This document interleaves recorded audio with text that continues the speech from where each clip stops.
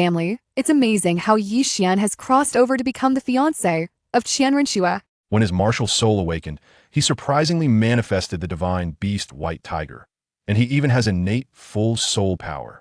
The Pope asked him to choose a teacher, and he directly ignored the Pope and the limit Da, kneeling on one knee to worship the Saintess BibiDong as his master, leaving everyone stunned with their jaws dropped. Goodness, who understands this? This scene is simply incredible. Let me tell you, all the big shots in the worship hall were dumbfounded.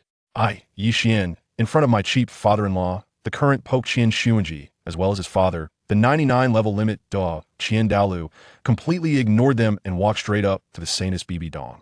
With a thud, I knelt on one knee and respectfully performed a great salute. Disciple Qian pays respect to the teacher. In that instant, the air seemed to freeze. Xunji's face immediately fell, and several elder worshippers nearly dropped their jaws to the ground. Even BibiDong herself, holding her teacup, was stunned, her eyes filled with disbelief. All right, I know you're confused. This is a lot to take in. Let me explain from the beginning what exactly happened. My name is Qian, but I'm not the Qian of this world. My soul floated over from a water-blue planet. I am a genuine transcender. When I first arrived, I was puzzled, wondering which fantasy film set I had landed on. It wasn't until I saw that man called Xunji, with 9 soul rings rising beneath his feet, yellow, yellow, purple, purple, black, black, black, black, black, that my DNA reacted. Oh my, isn't this the Douluo continent? The Spirit Hall. What's even more thrilling is that my starting identity is top-notch. I am the betrothed fiancé of Qian Renshua, raised in the Pope's palace since childhood. For the past 6 years, I focused on companionship instead of using my time to cultivate like others. I spent it reading. I turned the library of the Pope's palace upside down, from ancient classics to martial soul theories. Especially the theoretical knowledge written by the future Pope BibiDong. It was practically my professional textbook, and she generously shared almost everything. One day, the maid told me that I had finished reading all the books in the library. I thought, great, I've graduated in theory. It's time to find my little fiancé to play. We agreed to meet in the back garden. When I arrived, good heavens, Qian Renshua, my golden-haired little fiancé who looked like a fairy, was watering the flowers with her little bottom sticking out. I quickly went over and snatched the watering can, saying, "My little ancestor, why do such rough work when you could let the servants do it? What if you tire yourself out, being a golden branch and jade leaf?" She immediately became displeased, scrunching her little nose and huffing. "Do you think everyone is like you, a bookworm? What else can I do if I don't water the flowers?" Seeing her pouty face, I couldn't help but reach out and pinch her smooth little face. The sensation was incredible, like a peeled egg. The next second, I felt a sharp pain in my arm. This little girl with her silver teeth had bitten me. Ouch, it hurts. Swear, are you a dog? Let go. She glared at me with her golden phoenix eyes, and only after tightening her grip did she finally release me, viciously saying, "If you dare pinch my face again, they'll bite you again." Rubbing the clear bite marks on my arm, which were already bleeding, my heart was filled with joy. This little look of hers was simply adorably outrageous. Without saying a word, I put down the watering can, directly picked her up in a princess carry, and headed towards the pavilion in the middle of the garden. She struggled endlessly in my arms, but unfortunately, it was useless. Let me tell you, even though I'm only 6 years old, as a transcender, I come with system benefits. When my bloodline awakened, my strength alone was several hundred pounds. Carrying her was like carrying a little kitten. After a while of struggling, she resigned herself, quietly resting in my arms, her little nose twitching as she inhaled her fragrant scent. I teased her, "Why aren't you resisting anymore?" She mumbled softly, "Is there any use in resisting?" "Of course not," I said confidently. "You are my fiancé. What's wrong with me carrying you? It's only right." Her little face flushed red, and she huffed a sound, which counted as tacit approval. Holding her, I began to ponder the important matter. Sure, we're both 6 now. When will we awaken our martial souls? This is a major issue. In the Douluo continent, martial souls determine one's potential. Someone like her, with an innate soul power of level 20 and a 6-winged angel, starts where others finish. But what about me? I'm an outsider. Who knows what'll awaken? What if it's blue silvergrass? That would be a disaster. Don't believe Tang San saying that there are no useless martial souls. He is Blue Silver Emperor and Haotian Hammer. That's just bragging. Qian Renshua thought for a moment and said, "My dad said that in a week, we will be able to awaken. Another 7 days." I was filled with anticipation. Just then, the little girl in my arms started to squirm again. Her cheeks flushed, and she softly reminded me, "My dad is coming. Will you put me down?" I looked up, and sure enough, Xunji was walking over. Dressed in golden robes, looking dignified, he is the current pope. But I refused to let go, and intentionally called out, "Hello, Uncle Qian." Qian Renshua immediately buried her head in my arms like an ostrich. Qian Xunji wasn't angry at all. Instead, he smiled at us, sat down, and said, "Little Qian, I heard you finished reading all the books in the library?" "Of course, I've memorized them all," I said proudly. He nodded and took out a book from his soul guide, which was Yu Xiaojiang's The Top 10 Competitiveness of Martial Souls. He told me to take a look and not to take it seriously. I leaned over with Qian Renshua to flip through it, and both of us felt uninterested. Compared to what BibiDong taught me, this was practically elementary school material and a bunch of theories that had never been proven. As we were looking, a strangely awkward lunch began. BibiDong was also there, and the way she looked at Qian Xunji was filled with undisguised hatred. Her gaze at Qian Renshua was completely disdainful. At the table, only the two of us were focused on eating. Suddenly, BibiDong spoke, her voice as cold as ice. "Teacher, I've reached level 90 and need my 9th soul ring." Qian Xunji paused, pondered for a moment, and then said something that made my heart skip a beat. "I've heard that beside Tang Hao of the Haoyan clan, there's a newly born 100,000-year soul beast with significantly reduced power. I will send someone to investigate and capture it for you to offer as a sacrifice." Good heavens, something big is coming.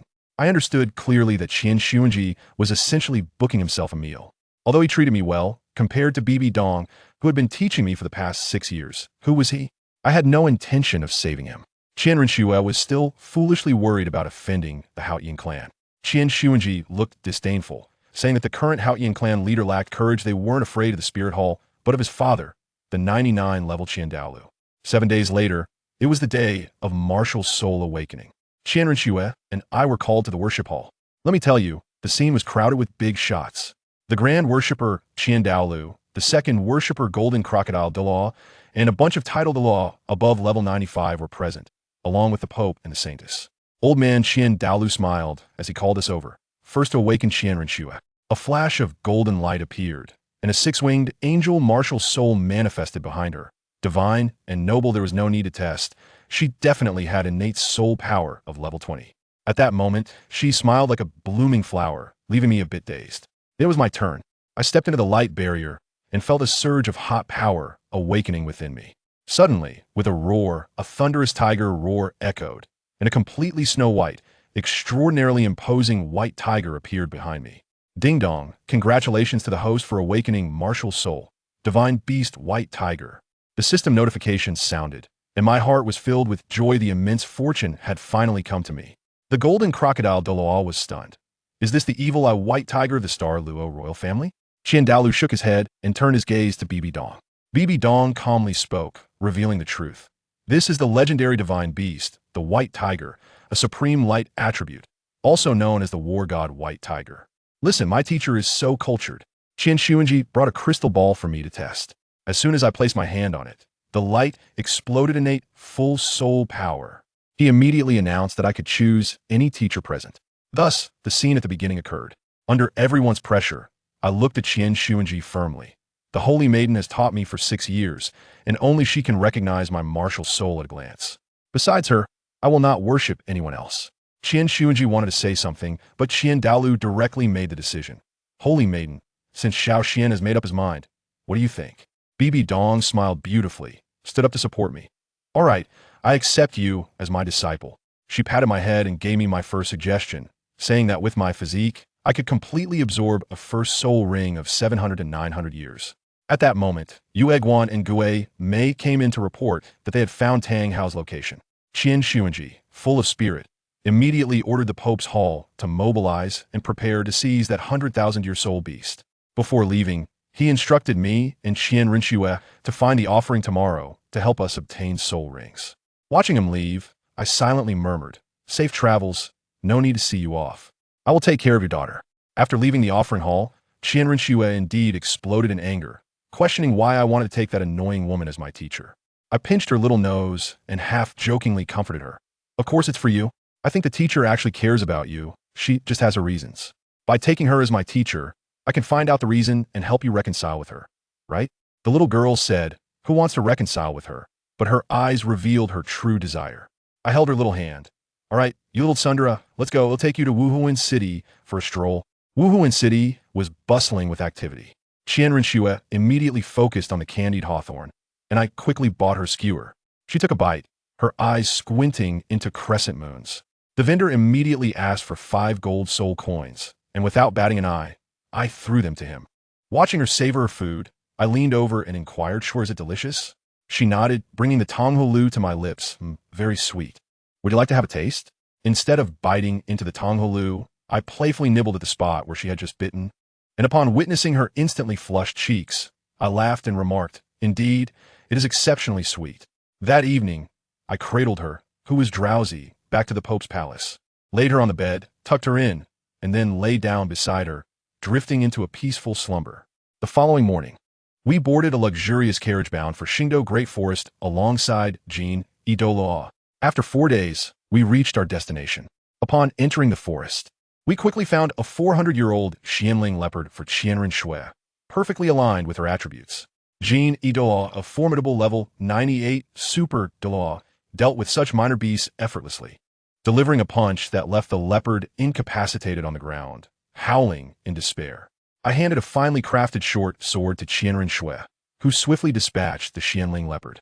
A yellow soul ring gradually ascended, and she promptly sat cross-legged to begin absorption.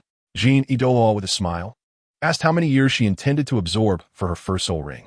Without hesitation, I replied, as per our teacher's guidance, "Let's south aim for one close to 900 years or below 1,000.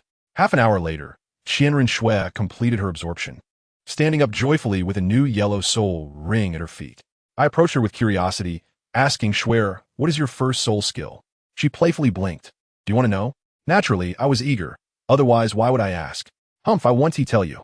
Observing our childish banter, Qian Douluo sighed and remarked, "All right, Shui, Xiao Xian, we still need to find 2 more soul rings, or we might end up sleeping on the ground in this Qingdao Great Forest." Upon hearing this, we both became obedient. And guess what? Luck was on our side. Just a few steps later, we stumbled upon 2 soul beasts engaged in combat. Upon closer inspection, one was a 900-year-old golden eagle, and the other a 700-year-old sacred pattern crane, both of the light attribute, one focusing on offense and the other on defense, perfectly tailored for Shui and me. I decisively proclaimed, "Qian Grandpa, we'll take them." Upon hearing this, the old man furrowed his brow, questioning whether I could handle the nearly 1,000-year-old golden eagle. Shui also urged me not to overestimate myself. I playfully pinched her nose, assuring her, "Don't worry, my physique is well known to you. The enhancement for my martial soul is no trivial matter." Qian Douluo, seeing my determination, could only advise that if it became too challenging, I should withdraw. In the next moment, the old man took action. "Let me tell you, a level 98 super Douluo is no joke. Those 2 soul beasts barely had a chance to react before they were reduced to a state of near defeat. Shui and I swiftly delivered the final blows, and 2 soul rings burst forth, one yellow with a hint of purple, heading directly towards me. Sitting cross-legged, I began to absorb it. The overwhelming energy surged into me, causing my meridians to throb painfully, and my entire body trembled. In my spiritual sea, my white tiger martial soul clashed with the remnants of the golden eagle's soul. The eagle, relying on its strength, darted about. But I possessed the bloodline of the divine beast, the white tiger, exuding the aura of the king of beasts. Before long, the golden eagle succumbed to my might and was consumed. When I reopened my eyes, night had fallen. Shui had completed her absorption, reaching level 23, and was looking at me with concern. As I blinked awake, my silver eyes sparkled with intensity, and the ethereal image of the white tiger behind me let out a resounding roar, causing the surrounding small soul beasts to flee in terror. "How do you feel?" Xue asked anxiously. I grinned widely. "I feel fantastic. My soul power is at level 14, my physical strength has more than doubled, and I have acquired a new skill." "What skill?" "White Tiger Meteor Destruction. It can be used for group battles or one-on-one and enhances my strength by 75 and speed by 25. Impressive, right?" Xue, upon hearing this, smirked. "Humph. Too bad it won't help against my second soul skill, which counters yours perfectly." I cupped her face earnestly. "Even if it were useful, I would never dare to use it against you." To my amusement, Shui blushed at my words. Qian Douluo, perhaps unable to bear our flirtation, coughed violently, reminding us that there was an elderly gentleman present. He inquired whether we would return to the carriage or spend the night here. I quickly took Shui's hand and said, "Back to the carriage, back to the carriage. There are too many mosquitoes here." Upon returning to the carriage, things became even more awkward. I retrieved some provisions and water from my soul guide and offered them to Shui. only to realize that Douluo had been waiting expectantly and was left empty-handed. In my eagerness to prepare for Schwer, I had forgotten about his share. I could only muster the courage to say, "Ahem, Genie Grandpa, dry rations aren't suitable for you. We'll be in Suatawa City soon. Let us have something good then." The old man, having lived over 100 years, clearly saw through my excuse, his brows twitching, yet he cooperatively replied, "Indeed, I am not suited for dry rations." We took a nap in the carriage and arrived in Suatawa City the next day, my stomach growling. I found a hotel, sat down without even glancing at the menu, and told the waiter, "Whatever's on the menu, bring me one of each. Here, that's my card." The meal was devoured with such ferocity by Douluo and me that it left Schwetter beside us astonished. After satisfying our hunger, we continued our journey towards Wuhuan City. As we passed through a remote village named Yuding Village, the evening grew late, and Douluo suggested we rest for the night. We found a small courtyard, and a woman in her 20s greeted us, surprisingly a soul master herself. Douluo tossed a bag of gold soul coins at her, requesting to stay for the night. Upon seeing our attire, the woman immediately welcomed us inside. Inside, there were 2 children, a boy and a girl. The hostess asked us to wait while her husband went out to buy ingredients. However, I sensed something was amiss. Just as Schwerer and I settled down to meditate, I noticed the mischievous boy attempting to reach out to touch Schwerer. A glare from me sent him scurrying away. Not long after, I heard a system notification in my mind, indicating I needed to check in for half an hour. At that moment, Schwerer and I simultaneously felt an intensely uncomfortable aura of malevolence. Douluo abruptly stood up, his expression grave. "Xiao Qian, Schwerer, come to my side. There are evil soul masters in the village." The old man stated that he had participated in 3 campaigns against evil soul masters and was certain of the danger, especially since there were 3 soul Douluos involved. The entire village was likely in peril. The hostess, realizing her husband had been gone for too long, turned pale.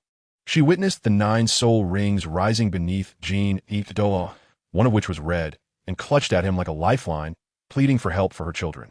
Douluo firmly stated that his primary focus was to protect Schwerer and me, and bringing the children along would complicate matters. However, he proposed a plan. If she could hold off one of the soul Douluos for 10 minutes, he would handle the other 2. Could a soul master really delay a soul Douluo for 10 minutes? It seemed a death sentence, yet the woman, for the sake of her children, agreed without hesitation. Once they left, I felt no concern. It was laughable. A level 98 super Douluo, if not for our protection, could handle all 3 alone. With nothing better to do, I inquired about the names of the 2 children in the room. The little boy, though slightly intimidated, introduced himself. "I am Xiaoyu, and this is my sister, Hulaina." I nearly choked on my water. Xiaoyu? Hulaina? Were these not the future elite of the Wuhuan Temple, the direct disciples of my teacher, BibiDong? This world truly felt small. I told Schwerer that these children would undoubtedly possess great talent, but she was skeptical, believing that true geniuses were hard to come by. In the next moment, Xiaoyu looked through the window and witnessed his mother being pierced through the heart by an evil soul master. He cried out for his mother, attempting to rush outside. I coldly remarked, "Are you seeking death? What about your sister?" He immediately froze, glancing back at the bewildered Hulaina, ultimately refraining from opening the door, tears streaming down his face. At that moment, I completed my task in my mind. Ding! Reward.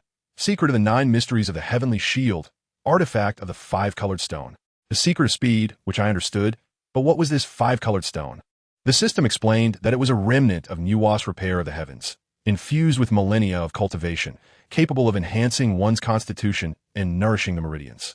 I looked at the stone, its vibrant colors appealing, and decided then and there to craft a necklace for Schwerer. Outside, Grandpa Jean quickly resolved the battle, and indeed, there were no survivors in the village. Upon his return, he informed Xiaoyu that they could escort them back to Wuhuan City. Thus, the next day, our carriage included 2 additional burdens. Upon returning to Wuhuan City at noon, we passed a vendor selling candied hawthorns. With a glance from Schwerer, I immediately understood. I handed 5 gold soul coins to Xiaoyu, instructing him to purchase a skewer. However, he returned with 4 gold soul coins and over 90 silver soul coins. I was flabbergasted and asked him, "How much is the candied hawthorn?" He scratched his head. 5 copper soul coins. 5 copper soul coins. I had previously spent 5 gold soul coins. What a staggering price difference. I was treated as a walking fool. I silently committed the vendor's face to memory. A grudge was born. The carriage halted at the entrance of the Pope's palace, and Grandpa Jean led the two children away. Upon entering with Schwerer, I saw my teacher, BibiDong, handling official matters alone. Her eyes lit up upon seeing me, but as soon as they landed on Schwerer, her expression shifted to one of unabashed disdain. Schwerer, noticing that gaze, pouted in anger and ran off. Once she had left, BibiDong beckoned me over. I sat down directly, and she playfully scolded me for my lack of decorum, to which I responded with a cheeky grin. I recounted the events of the journey, omitting the details concerning the system. When she heard about the evil soul masters, she appeared rather surprised, but seemed to believe it was not her concern. I presented the 5-colored stone and asked for her assistance in crafting it into a necklace. She examined it for a while before inquiring if it was a gift for Schwerer. I nodded. She noticed my gaze frequently darting towards the direction Schwerer had fled and waved her hand, amused yet exasperated, urging me to leave. While my conversation with my teacher maintained a relatively relaxed atmosphere, let me tell you, on the other side of the world, in a desolate mountain of the Tiando Empire, chaos erupted. A formidable figure named Tang Hao wielded a massive hammer, covered in blood, protecting a woman cradling an infant. A hoarse voice echoed from the skies. Tang Hao, you cannot escape. Tang Hao looked up and saw, devoid of soul rings but shrouded in a ghostly presence, a title Dalu. Without hesitation, he swung his hammer and charged forward, delivering a strike that was nothing short of spectacular, forcing the being known as Gui Mei to retreat. Just as he was about to flee with the woman, a petal shot forth, injuring him. Another title Dalu, Juhua Guan, and Yu Guan arrived. Yu Guan unleashed his ultimate move, Juhua Can, wounds all around. Countless petals sliced toward Tang Hao like daggers, as Tang Hao braced himself, activating the Haoyan protective barrier. A brilliant golden light erupted from the sky, revealing a 6-winged angel martial spirit. Pope Qian Xunji, accompanied by a large entourage, surrounded them. From his elevated position, Qian Xunji declared, Tang Hao, surrender her, and I shall grant you a path to survival. Tang Hao retorted, if you wish to harm her, you must first step over my corpse. With that, he pointed his hammer at Qian Xunji. Infuriated, Qian Xunji shouted, stubborn fool, as he unleashed an angelic light blade toward Tang Hao. Tang Hao leapt to evade and countered with a tumultuous hammer technique, striking Qian Xunji and sending him flying. Qian Xunji regained his footing, somewhat astonished by the hammer technique. However, before he could voice his thoughts, Tang Hao's second hammer strike was upon him. At that moment, Yu Guan and Gui Mei's soul rings fused in an instant, both shouting, the two instruments' stasis domain.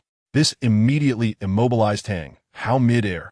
It felt as if the world had frozen in place, rendering him unable to move. Qian Xunji, reveling in the situation, gleefully prepared to unleash his angelic sword, aimed straight at Tang Hao's head. Just as Tang Hao seemed destined to meet his end, numerous azure vines sprang from the ground, ensnaring the sword. It was Ain.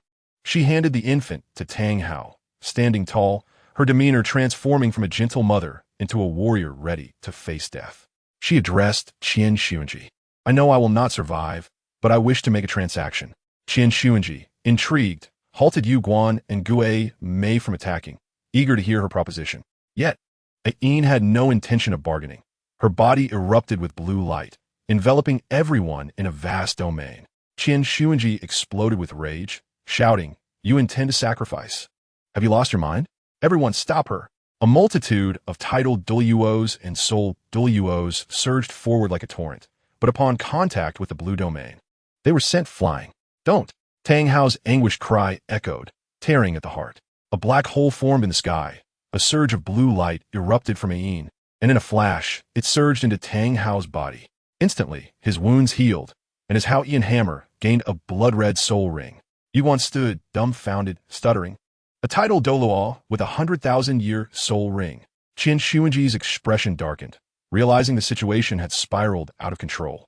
Tang Hao, cradling the child, slowly rose. His gaze fixed fiercely on Qian Xunji, his Haoyan hammer now resembling a mountain. He then proclaimed those historic words, Great Sumera Hammer, 9 rings detonate. This technique was nothing short of a game-changer. With 9 soul rings of yellow, purple, black, and red, they all detonated at once. The energy unleashed threatened to tear the heavens apart. He swung the hammer with one hand, sending any soul master in his path flying, shattering them upon contact. Yu Guan and Gui Mei activated their martial spirits in a desperate attempt to withstand the force. However, they too were sent reeling like discarded sacks. Xunji, desperately unleashing his ultimate move, Angelic Radiance, directed a colossal beam toward the Haotian hammer. Yet, it was utterly futile. The Haotian hammer met the beam head-on, crashing into Xunji, ripping his clothes and embedding him into the mountain wall, unable to escape. As Xunji spat blood and struggled to rise, he attempted to maintain bravado, shouting, "Everyone attack! Take advantage of his unstable power and kill him." Thus ensued a tumultuous battle that raged for 3 days and nights. In the end, Yu Guan and Gui Mei dragged the severely injured and unconscious Xunji away. The Wuhuan temple suffered a total annihilation, with none returning except those 3. Tang Hao made no pursuit, picking up a seed from the ground, cradling the child, and walking away without a backward glance. Meanwhile, our protagonist Yi Qian was busy presenting a gift to BibiDong. He had crafted a necklace, intending to give it to Qian Renshue. BibiDong praised it, particularly admiring the 5-colored stone, stating that even she could not mar its beauty. She cautioned him against dedicating all his time to romance at the expense of his cultivation. Yi Qian agreed verbally, but was mentally preoccupied with how to please Shuer. He rushed to the garden, where he found Qian Renshue sulking. Without hesitation, he lifted her and placed her on his lap, producing a gift box as if performing a magic trick. Initially, Qian Renshue maintained her pride, but upon seeing the gift, her eyes sparkled. Although she feigned indifference, her hands moved faster than anyone else's as she snatched it away. Upon opening it, she gasped. The necklace perfectly aligned with her aesthetic sensibilities. Yi Qian, brimming with confidence, helped her adorn the accessory, boasting that the 5-colored stones were divine artifacts, unique in their ability to enhance one's physique and nurture the meridians. Qian Renshue curled her lips in a dismissive expression, clearly unconvinced. Ye Vuan, undetected, gazed at her pouting lips and leaned in for a kiss. Afterward, with a playful smacking of his lips, he remarked, quite sweet. This candy is so good it might make my teeth fall out.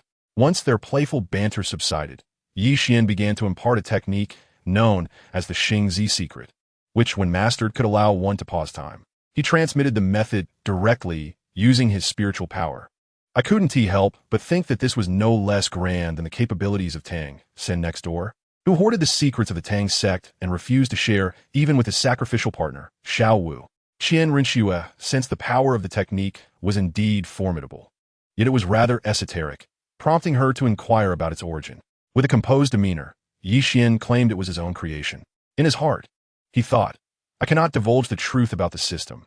Anyway, I'm the only one who knows it in this world. So saying it's self-created ISNTA lie. He secretly vowed never to let Qian Renshue and BibiDong repeat the tragic fate outlined in the original tale. The Spirit Hall must unify the continent. As for how many lives were lost, it was of no concern to him. As long as his people survived, that was sufficient. As the two were lost in their affection, Qian Dalu arrived. The elderly man, witnessing their intimacy, not only felt no anger, but appeared quite pleased. He led them to a previously forbidden area, the Douluo Hall. Inside were gravestones commemorating the illustrious title Douluo of the Spirit Hall throughout history. Qian Dalu expressed that his greatest wish in life was to cultivate them into gods, thus ensuring he could be laid to rest among them after his passing. He then unveiled a place called the Angel's Secret Realm, which was even more extraordinary, resembling a world composed of light, with a divine statue at its center. A silver spear embedded before it, crackling with lightning. Qian Dalu bowed before the statue and produced 2 marriage contracts stating that Yi Qian and Qian Renshue were to wed at the age of 16. Signed by Qian Xunji and BibiDong, although the names of Yi Qian's parents were obscured by light. Qian Dalu mentioned that this was arranged by the angel god, and that the silver spear of divine punishment was also prepared for Yi Qian by the angel god. Upon touching the spear, Yi Qian felt his white tiger martial spirit roar within him, as if reunited with a long-lost relative. He lifted the spear, feeling as though it had become an extension of himself. At that moment, the system activated, revealing that the spear was originally a part of his white tiger martial spirit, transformed from its severed wings. He was instructed to store the spear in his sea of consciousness for nurturing, which could allow his martial spirit to evolve. Yi Qian promptly accepted the spear and shared a condensed version of the events with Qian Renshue. As they engaged in discussion, a maid hurriedly approached, breathless. exclaiming that the Pope had returned gravely injured and unconscious. The two rushed to the Pope's hall, and the scene was quite something to behold. Yu Guan and Gue Mei knelt on the ground like errant schoolchildren, while Qian Xunji lay motionless, and Qian Dalu's face was dark enough to squeeze water from it. BibiDong stood silently, her expression inscrutable.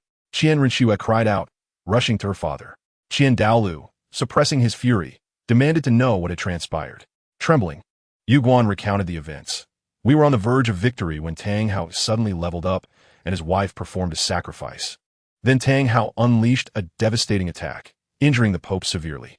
We fought him for 3 days and nights before escaping, and he himself was left incapacitated. Qian Dalu, infuriated, cursed incompetence. How could so many of you fail against a newly upgraded foe? At that moment, I felt a chill. BibiDong's opportunity had arrived. Whether Qian Xunji would survive the night was uncertain, and she would undoubtedly seize this chance. Indeed, Yi Xian shared this sentiment, comforting Qian Renshue and escorting her back to the worship hall, leaving the space for BibiDong. That night, under a moonless sky, the stage was set for a classic revenge saga. BibiDong gazed at Qian Xunji's bed and murmured, "Teacher, you underestimated me. My first trial as the god of Rakshasa is to consume the soul of the six-winged angel." With that, she activated her martial spirit, dark green spider legs extending from her back. The following morning, a maid rushed in, her face a mask of grief, announcing that the Pope had succumbed to his injuries. Qian Renshue broke down, while Qian Dalu trembled with rage. He stormed into the room to inspect the body, his gaze fixed menacingly on BibiDong, his 9 spirit rings flaring up, his fists cracking ominously. Yet, upon seeing Qian Renshue on the verge of tears, he suppressed his wrath. He tossed a piece of the angel's order to Yi Xian, instructing him to summon all worshippers, while he took Qian Xunji's corpse away. I must say, Qian Dalu truly possessed remarkable restraint. He buried his son and addressed the gravestone. My son, for sure, not to be an orphan for the greater good. I cannot seek revenge. I must instead elevate the enemy to the position of Pope. His demeanor aged him significantly, his once proud posture now bent. In the Pope's hall, Qian Dalu publicly announced that the holy maiden BibiDong would succeed him as Pope. No one opposed this decision, given her evident capabilities. BibiDong donned the Pope's robes, shining brilliantly, while Qian Dalu barely glanced at her, leading the worshippers toward Haoyan's sect, claiming to seek vengeance, but truly aiming to assert his authority. Meanwhile, poor Qian Renshue wept inconsolably in the worship hall, clinging to Yi Xian, vowing, the grudge of a slain father cannot go unavenged. Tang Hao, wait for me. Yi Xian embraced her, secretly lamenting, Tang Hao, allow me to express my gratitude. Because of you, the seasons are warmed. You shall bear this burden. Days later, the entire Soul Master world erupted in chaos. The Pope of the Spirit Hall was killed by Tang Hao, and the Haoyan sect declared a closure, transforming the once supreme sect into the 7-treasure glazed tile sect. Qian Dalu confronted the Haoyan sect, only to retreat at the entrance, citing a prior agreement with Tang Chun that he would not set foot in the Haoyan sect while alive. Upon returning to the Spirit Hall, Qian Dalu and BibiDong immediately engaged in a power struggle. BibiDong sought to leverage connections, but Qian Dalu firmly rebuffed her with a reminder that the worship hall had the authority to depose the Pope. BibiDong, enraged, could do nothing but devise her own plans, beginning to establish spirit branches in villages across the continent, a truly astute strategy. Qian Dalu then approached Qian Renshue, presenting her with the angel's sword of Qian Xunji and stating, your father's sole contribution was bringing you into this world. It is a pity he will not witness the day you inherit the divine title and become a deity. Yi Xian seized upon this pivotal moment. We, inheriting the divine title? Goodness, does this mean I am included? Eagerly, he pressed the elder, grandfather, what about me? If Xue is the angel god, what is my divine title? To which the elder leisurely replied, I do not know, but it certainly cannot be lower than that of the angel god. At that moment, 3 lines of black appeared on my forehead. What do you mean you don't know who my parents are? What is my divine title? What exactly do you? A level 99 ultimate Douluo know? Was he trying to play riddles with me? Yet, upon reconsideration, was this not the quintessential tale of a second-generation deity undergoing trials? The marriage contract personally delivered by the angel god, my divine title surely starting at least at the first level, with no ceiling in sight. However, the elder, noticing the joy shared between Xue and me, promptly doused our enthusiasm with a bucket of cold water, warning not to celebrate too soon. For if we could not pass the divine assessment, we would be unworthy of the divine title. I was acutely aware of the urgency. After all, that Tang fellow would be arriving soon. Anyone familiar with the family legacy knew it emphasized an absurdly competitive rivalry against the Pope. If I were to cultivate for 6 years before him, and the spirit hall was annihilated, I would become the laughingstock of my own story, perhaps even wishing for a quick demise. The next day, my teacher, the Pope BibiDong, unexpectedly sought me out. On that particular day, she did not don a papal robe, but instead chose a striking black outfit, her hair elegantly tied up. The aura she exuded was simply breathtaking. As soon as she spoke, she dropped a bombshell. I am going to the Qingdao de Senlin to acquire a 100,000-year soul ring. I was taken aback, thinking, what an ambitious endeavor. However, her next statement was, while I am away for the next few days, you will handle the affairs of the papal palace. I felt a rush of excitement. It was my first time acting as the temporary leader, and I believed I was on the cusp of reaching the pinnacle of my life. She even left me the angel's order, said that anyone who dared to defy me would be dealt with by the powerful figures of the sacred hall, and simply put, it was a matter of life and death.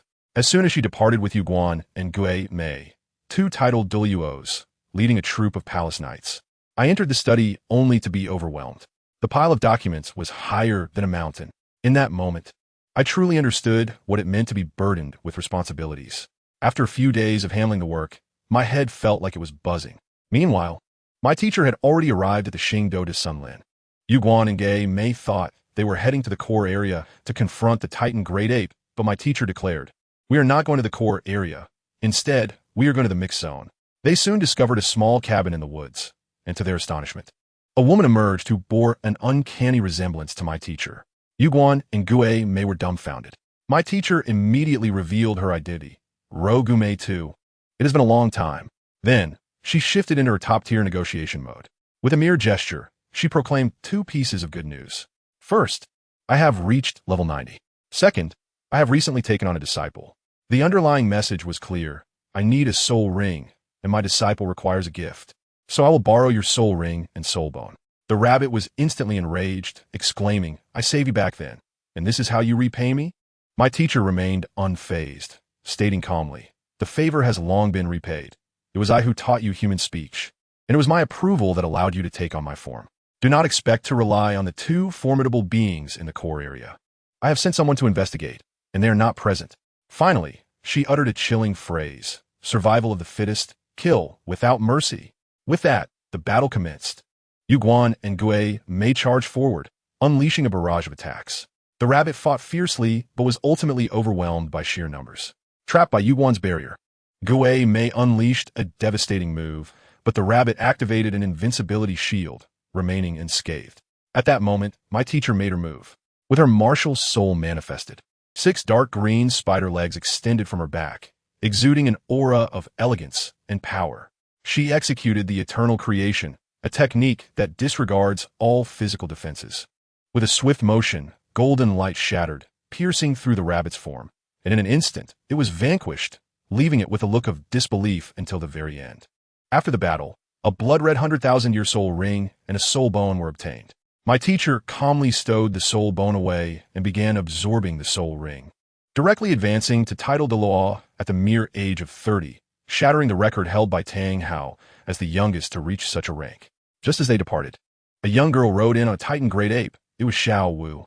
Upon seeing her mother's lifeless body, she broke down in despair. De Ming and Er Ming urged her to seek refuge at the Lake of Life, but she adamantly refused, insisting on venturing into the human world to exact revenge on the murderer. Days later, my teacher returned. Upon entering, she found me utterly exhausted from the mountain of paperwork. While Shui'er was beside me, happily munching on candied hawthorn, my teacher tossed me the 100,000-year right leg bone, stating, here, a gift for your arrival. Absorb it. I was utterly astounded. A 100,000-year soul bone. This was an extraordinarily generous gift. I hurried back to my room to absorb it. The process was astonishingly smooth, devoid of any pain. When I opened my eyes again, 3 days had passed. My soul power had surged by 4 levels, reaching level 18. My physical attributes had doubled, and I acquired 2 new skills.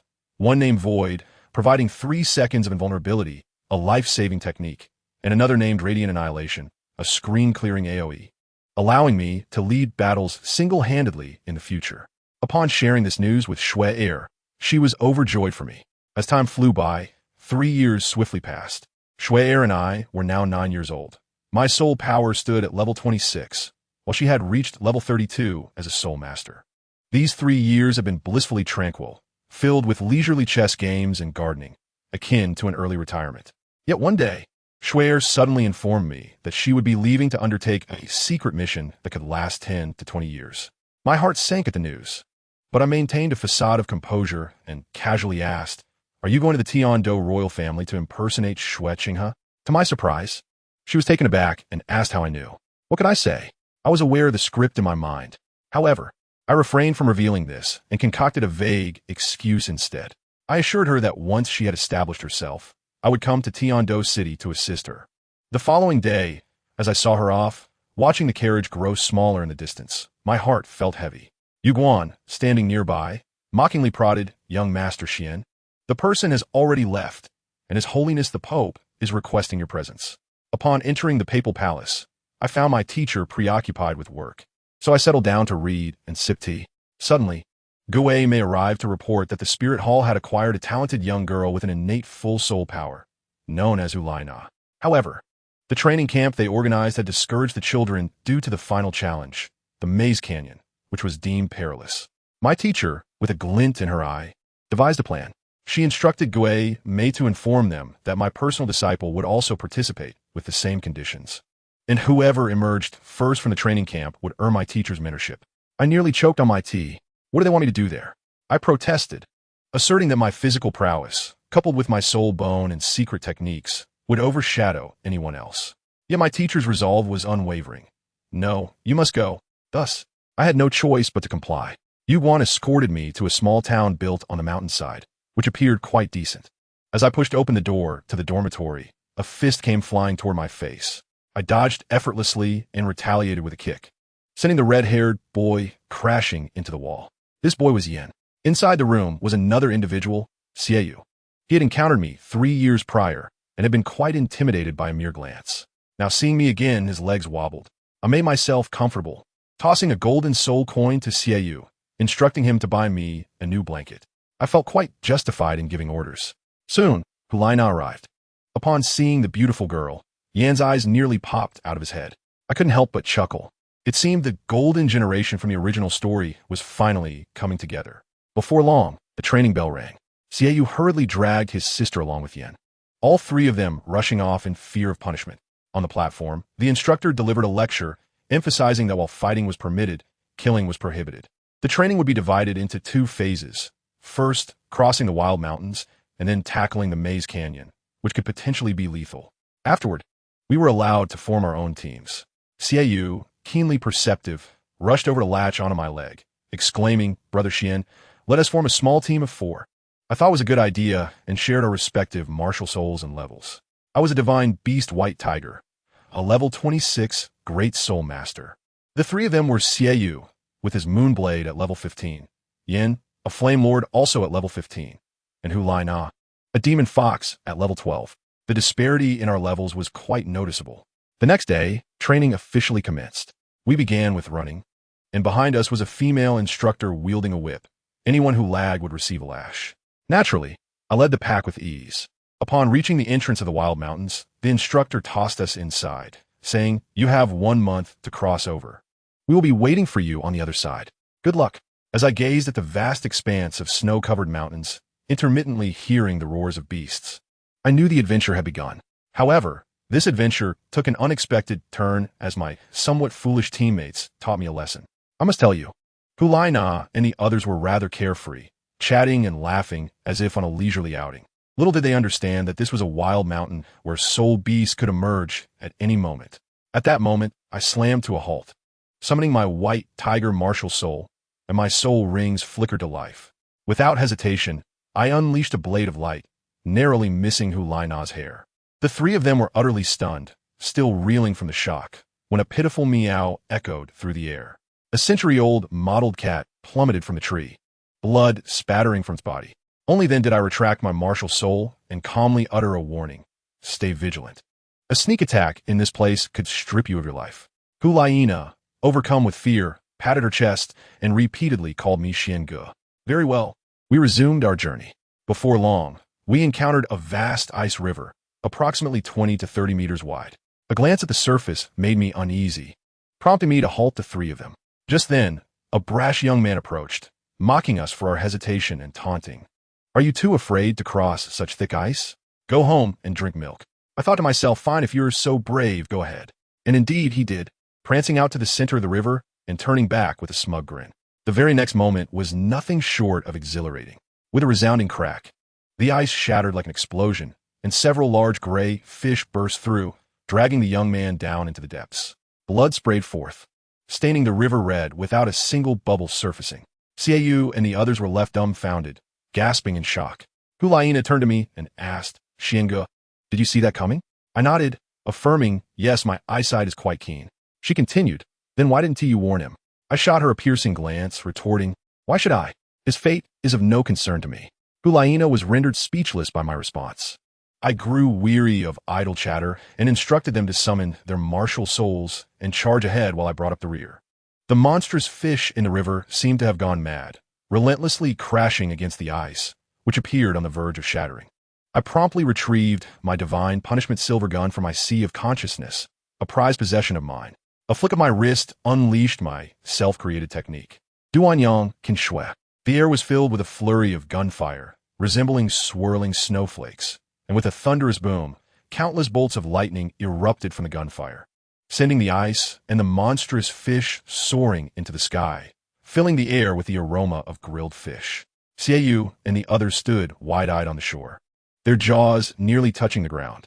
Yin looked at me in admiration and asked if that was my self-created soul skill. I remained silent, merely retracting my gun. Obviously, I would not reveal my trump card so easily. We pressed on and soon reached a stretch of black marshland. Yin scratched his head and asked Qian, how do we get across?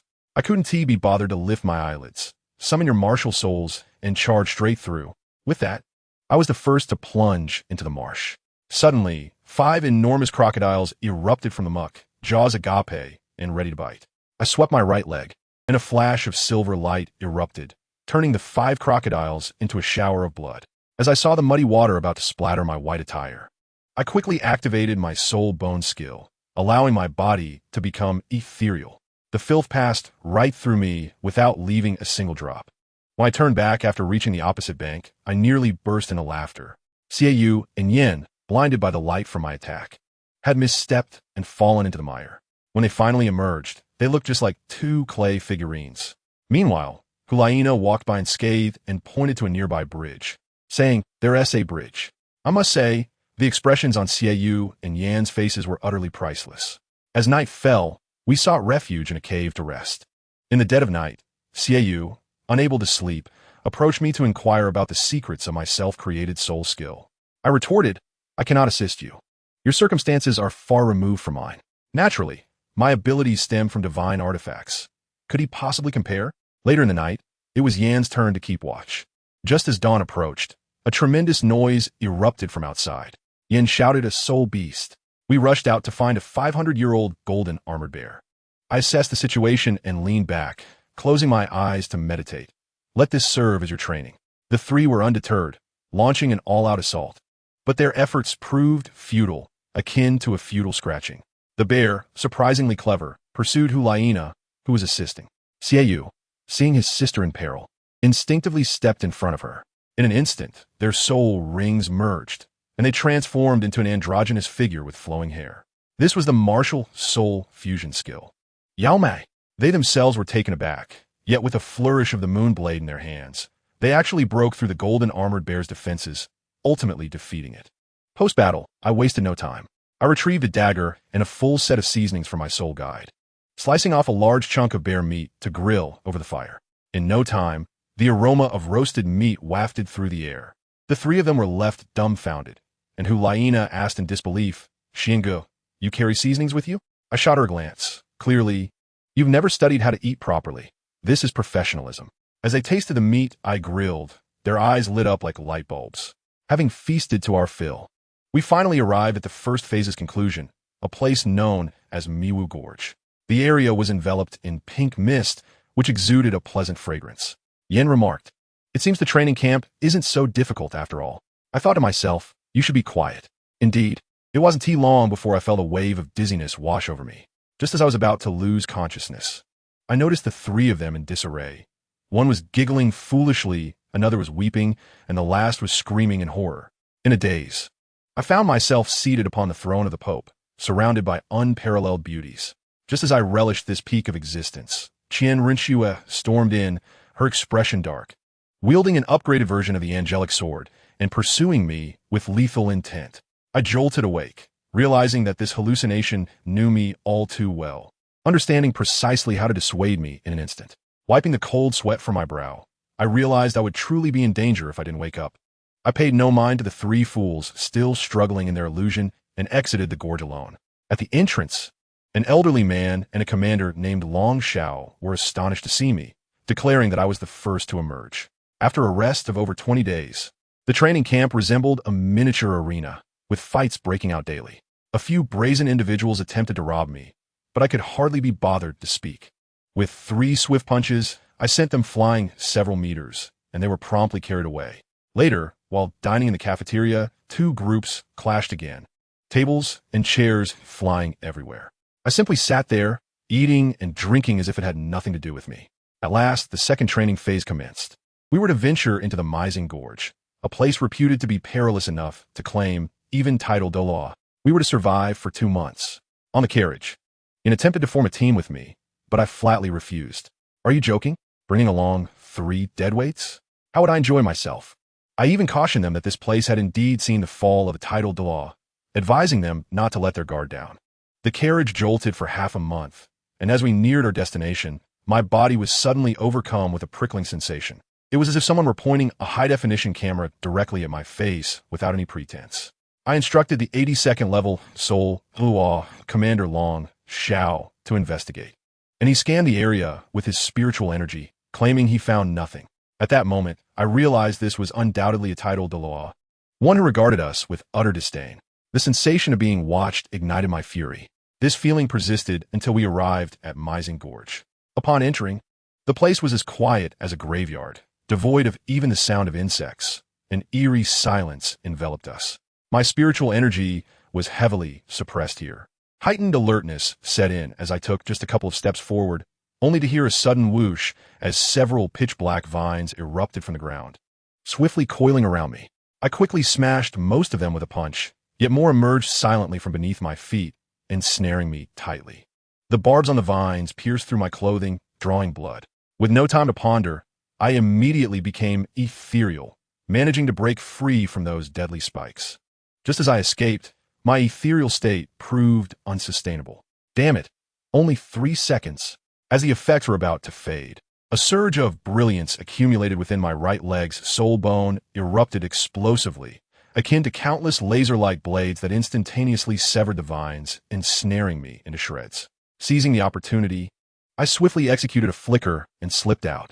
At that very moment, a sudden clarity struck my mind. A mysterious figure sent me a voice message, succinctly stating, "Xiao Baihu, the essence lies at the 8 o'clock position to your left.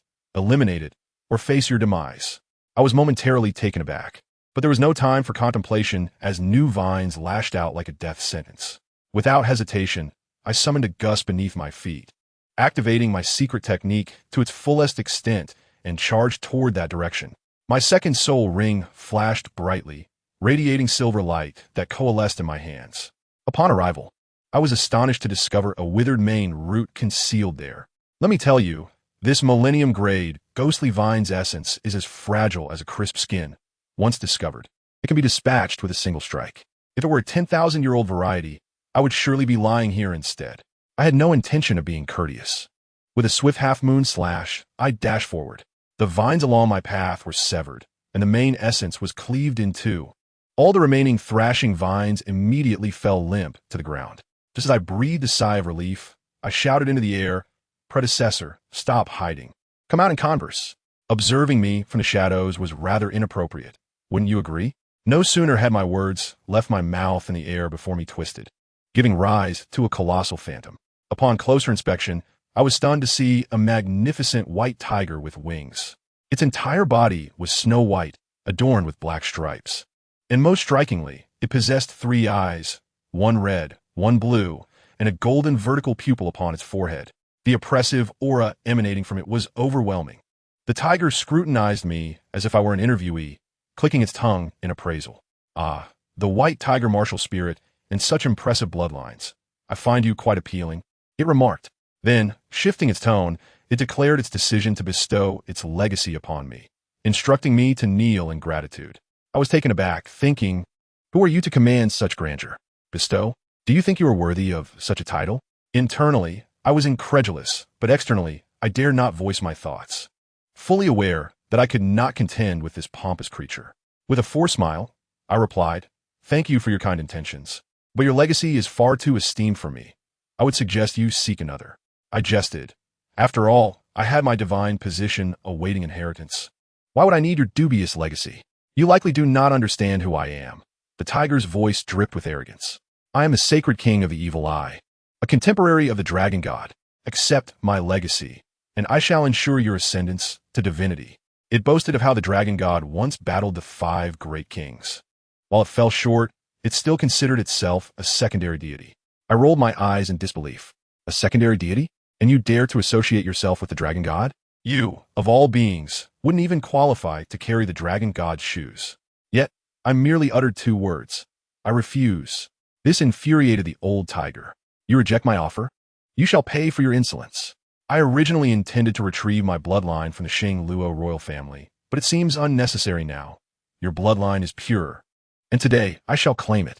Its 3 eyes gleamed with ferocity, and an overwhelming pressure locked onto me. I felt as though my kneecaps were about to shatter beneath the weight.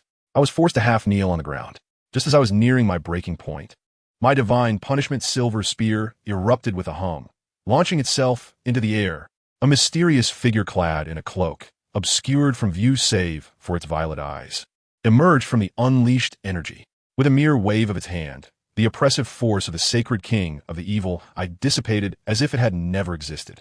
Gasping for air, I scrambled to my feet, staring at this enigmatic figure in bewilderment, wondering which celestial being this might be. Upon noticing the violet-eyed figure, the sacred king of the evil, I turned tail and fled. Yet the mysterious figure did not move, simply extending a hand, summoning bolts of purple lightning that ensnared the tiger like an electric cocoon, causing it to howl in distress. You have violated the laws of the divine realm. Descending to the mortal plane and acting out, the council will not overlook this. The sacred king of the evil eye threatened furiously. The violet-eyed figure remained unfazed, turning to me with those piercing purple eyes, slowly speaking, this is the first and last time I assist you. The divine realm has its rules. Do you comprehend?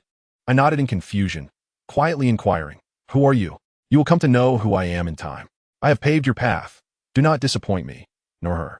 With that, he did not allow me further inquiries, instead turning his gaze back to the electric cocoon. Sacred king of the evil eye, I offer you a choice. 1. Sacrifice yourself to him, and I shall ensure your revival in the divine realm. 2. I eliminate you now and extract your soul bone.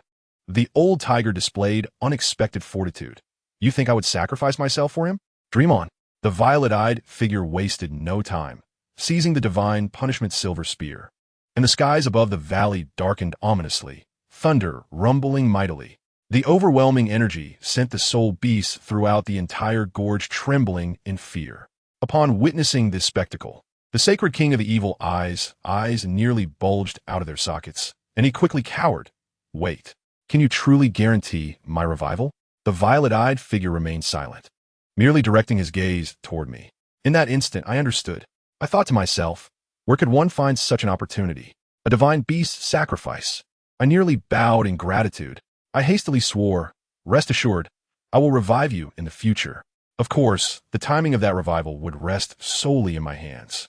Haha, my power was too immense for him to bear. The old tiger hesitated. You need not worry about that, the violet-eyed figure stated calmly. I will intervene. Very well, I shall sacrifice myself. But remember your words. The old tiger had no other recourse, roaring as it erupted with red, blue, and golden light, forming a colossal energy field. The energy surged toward me like a torrential flood. I felt streams of energy pouring into my body as if they were free. Level 27. 28, 29 boom. I shattered the 30-level barrier and did not stop there. soaring all the way to level 32. Beneath my feet, a resplendent golden soul ring emerged. Those who understand the significance know this is a million-year soul ring. My wounds healed instantaneously, and my strength, speed, and vision surged by more than threefold. Seeing that I was solidifying my gains, the violet-eyed figure withdrew, stating, "This is merely the initial phase of the million-year soul ring. It will grant you 4 soul skills, a soul bone, and an unformed martial spirit embryo. The remaining energy will be sealed with 10 seals, which will automatically unlock once your power is sufficient." With that, he vanished in an instant, leaving no time for farewells. I stood there in a daze, staring at the dazzling golden soul ring beneath me, overwhelmed with joy. This was indeed a million-year soul ring, and a million-year left arm bone. I quickly inspected my skills. Good heavens, Evil Eye Sacred Light Barrier, Sacred King Tiger Roar, and White Tiger Annihilation Strike, along with the Sacred King's Pressure and Sacred King's Lament from the Soul Bone, each one a divine skill. Although the Sacred King's Lament had a drawback, inflicting 1,000 points of damage to the enemy while costing me 800.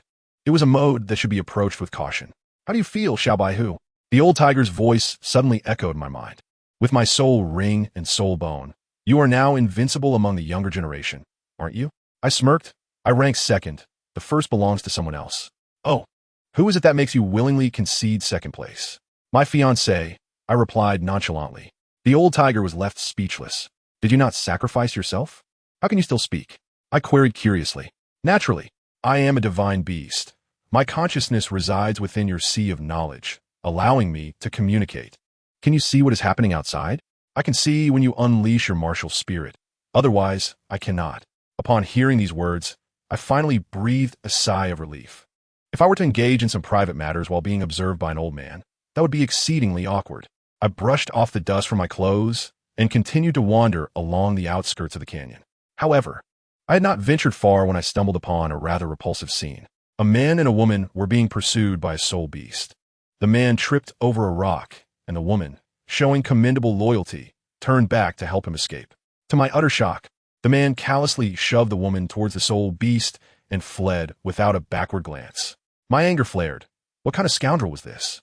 Without hesitation, I drew a dagger and hurled it at his back. With a satisfying thud, it struck true. I thought to myself, how lonely it must be for you to run alone. Go down and keep her company. I turned on my heel and walked away. The only sound behind me was the crunching of the soul beast feasting. As night fell, a thick fog enveloped the canyon, reducing visibility to less than 5 meters.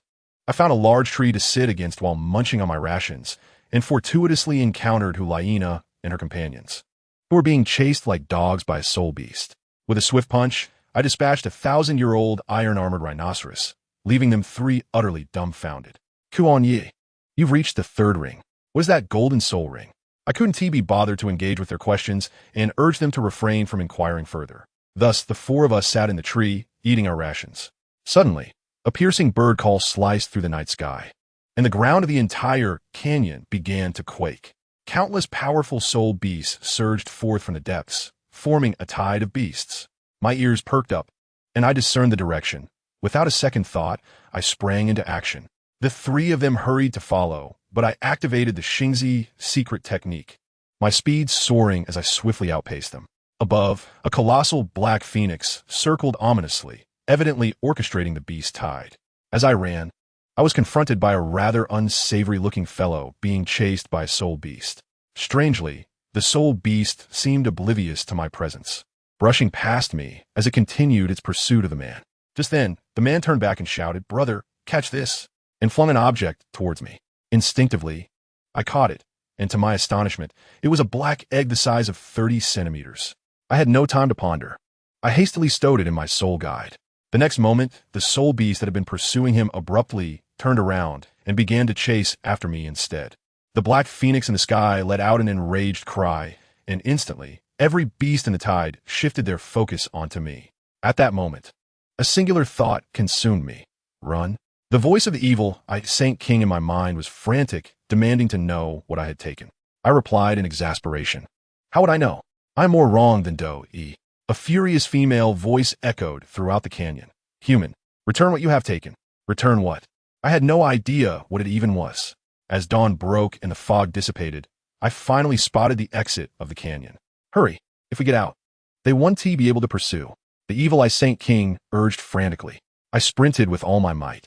But a 10,000-year-old beast crashed through my holy light barrier, sending me flying out. Fortunately, this collision propelled me beyond the confines of the Meatsea Canyon. The countless soul beasts behind me collided with an invisible wall, bouncing back and howling in frustration. As I exhaled in relief, I was helped up by Xiaoyu and the others. It turned out that the instructor had sensed something amiss and prematurely terminated the training, bringing them out. Upon returning to Wuhuan City, I was taken to meet BibiDong. She looked at my disheveled appearance, but first addressed official matters, accepting Hulaina as her disciple. Once we were in her chamber, she inquired about how I had suddenly leaped from level 26 to 32. Since this was no secret, I candidly explained. I encountered an extraordinary event within. A true god descended and forcibly offered a level 2 god beast as a sacrifice, resulting in my soul power surging by 6 levels. Both BibiDong and Hulaina were left speechless. After a moment, BibiDong, still recovering from her astonishment, asked, "What is the age of your third soul ring?"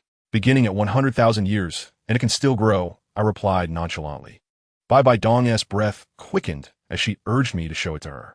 When the golden soul ring rose beneath my feet, she was rendered completely astonished. After discussing the soul ring, I recollected the egg and quickly retrieved it from the soul guide, placing it on the table. "Teacher, do you recognize what this is?" BibiDong took a book and compared it to the illustration for what felt like an eternity before exclaiming in shock.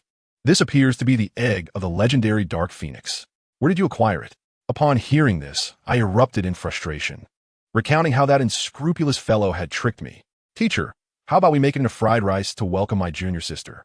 Hulaina's eyes sparkled at the prospect, as if she could already smell the aroma of Phoenix egg fried rice. I must tell you, the expression on my teacher's face darkened instantly. Her forehead creased with annoyance as she glared at me, saying, "Fried rice? How would you even think of that? This creature is alive. The dark phoenix within it has already formed. When it hatches, we shall raise it in the Wuhuan Palace." I was taken aback. "But wait, teacher, how much will it cost to raise a super soul beast to the title Douluo level? How many rare materials would be required?" That's an astronomical figure. Even our Wuhuan Palace cannot afford such extravagance. My teacher shot me a disdainful glance, as if to imply my vision was too narrow. She replied, "Who said anything about raising it to title Douluo? Raising it to 100 years will suffice. It can serve as a mount using spatial power. Just think, we could open a portal and travel instead of using a horse carriage. What a revelation. To raise a divine beast merely to serve as a mode of transportation was a novel approach. Thus, the matter was settled. I glanced at my tattered clothing, resembling a fishing net, and hurriedly bid farewell to my teacher. I took Hulaina, my newly accepted junior sister, along with me, arranging for her to have a room next to mine. Just as I finished bathing and donned fresh clothes, there was a knock at the door. It turned out my junior sister was hungry and sought my company for a meal. "All right, let us go. On our way." I took the opportunity to offer her a serious warning, pointing towards the back of the garden. "Do you see that? That is the Hall of Elders. Do not venture near it. Those old fellows are not fond of us in the Pope's Hall, and their waters run deep. You want to be able to handle it." In simple terms, my teacher, BibiDong, aimed to seize complete control of the Wuhuan Palace. But the elders in the Hall of Elders were obstinate, particularly the Grand Elder Qian Dalu, who often flaunted his seniority. Currently, the two factions were in a stalemate, much like a tug of war. My junior sister nodded fervently, promising not to wander off. When we arrived at the dining hall, I must say, the sight was enough to leave my junior sister wide-eyed. The entire table was laden with dishes made from the flesh of thousand-year soul beasts. The aroma wafted through the air, and she was nearly drooling, repeatedly asking, "Senior brother, do you all eat like this regularly?" I chuckled. "What are you thinking? This feast is to welcome you. We don't have such treatment every day." Just as I began to eat, my teacher, BibiDong, arrived.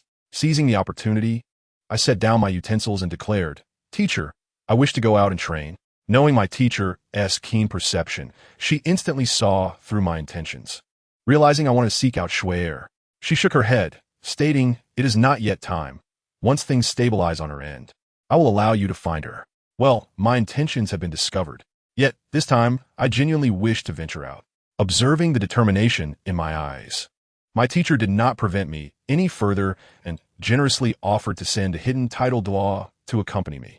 Upon hearing this, I was elated. Who would want a bodyguard? Then came the most astonishing revelation. My teacher gently ruffled my hair and said with tenderness, "On the day of your coming-of-age ceremony, I shall bestow upon you the title of Saint Son of the Wuhuan Palace. For those who understand, the title of Saint Son is that of the next Pope's heir." I was momentarily stunned and instinctively blurted out, "Teacher, Shuai is more suited for this position." At those words, my teacher's hand froze. Her expression turned icy as she intently replied, "I will never relinquish the position of Pope to the Qian family. Anyone can take on the task, but the individuals from Xunji cannot." Goodness gracious, the atmosphere has completely soured. I sighed inwardly, uttering no words, and quietly slipped back to my room. Hardly had I departed when my inquisitive junior sister approached my teacher and inquired, "Teacher, who is that Shuai mentioned by senior brother?" My teacher began to playfully tease her, stating that Shuai possessed even more extraordinary talent than I, yet her strength fell short of mine, and paradoxically, I found myself unable to defeat her. Just listen to this. Is it not a quintessential display of affection? My poor little junior sister was left utterly bewildered, ultimately being whisked away by my teacher for some theoretical tutoring. The following morning, I donned a silver mask and prepared to make my escape. Upon arriving at the papal palace, I noticed a towering figure, a robust man, standing beside my teacher.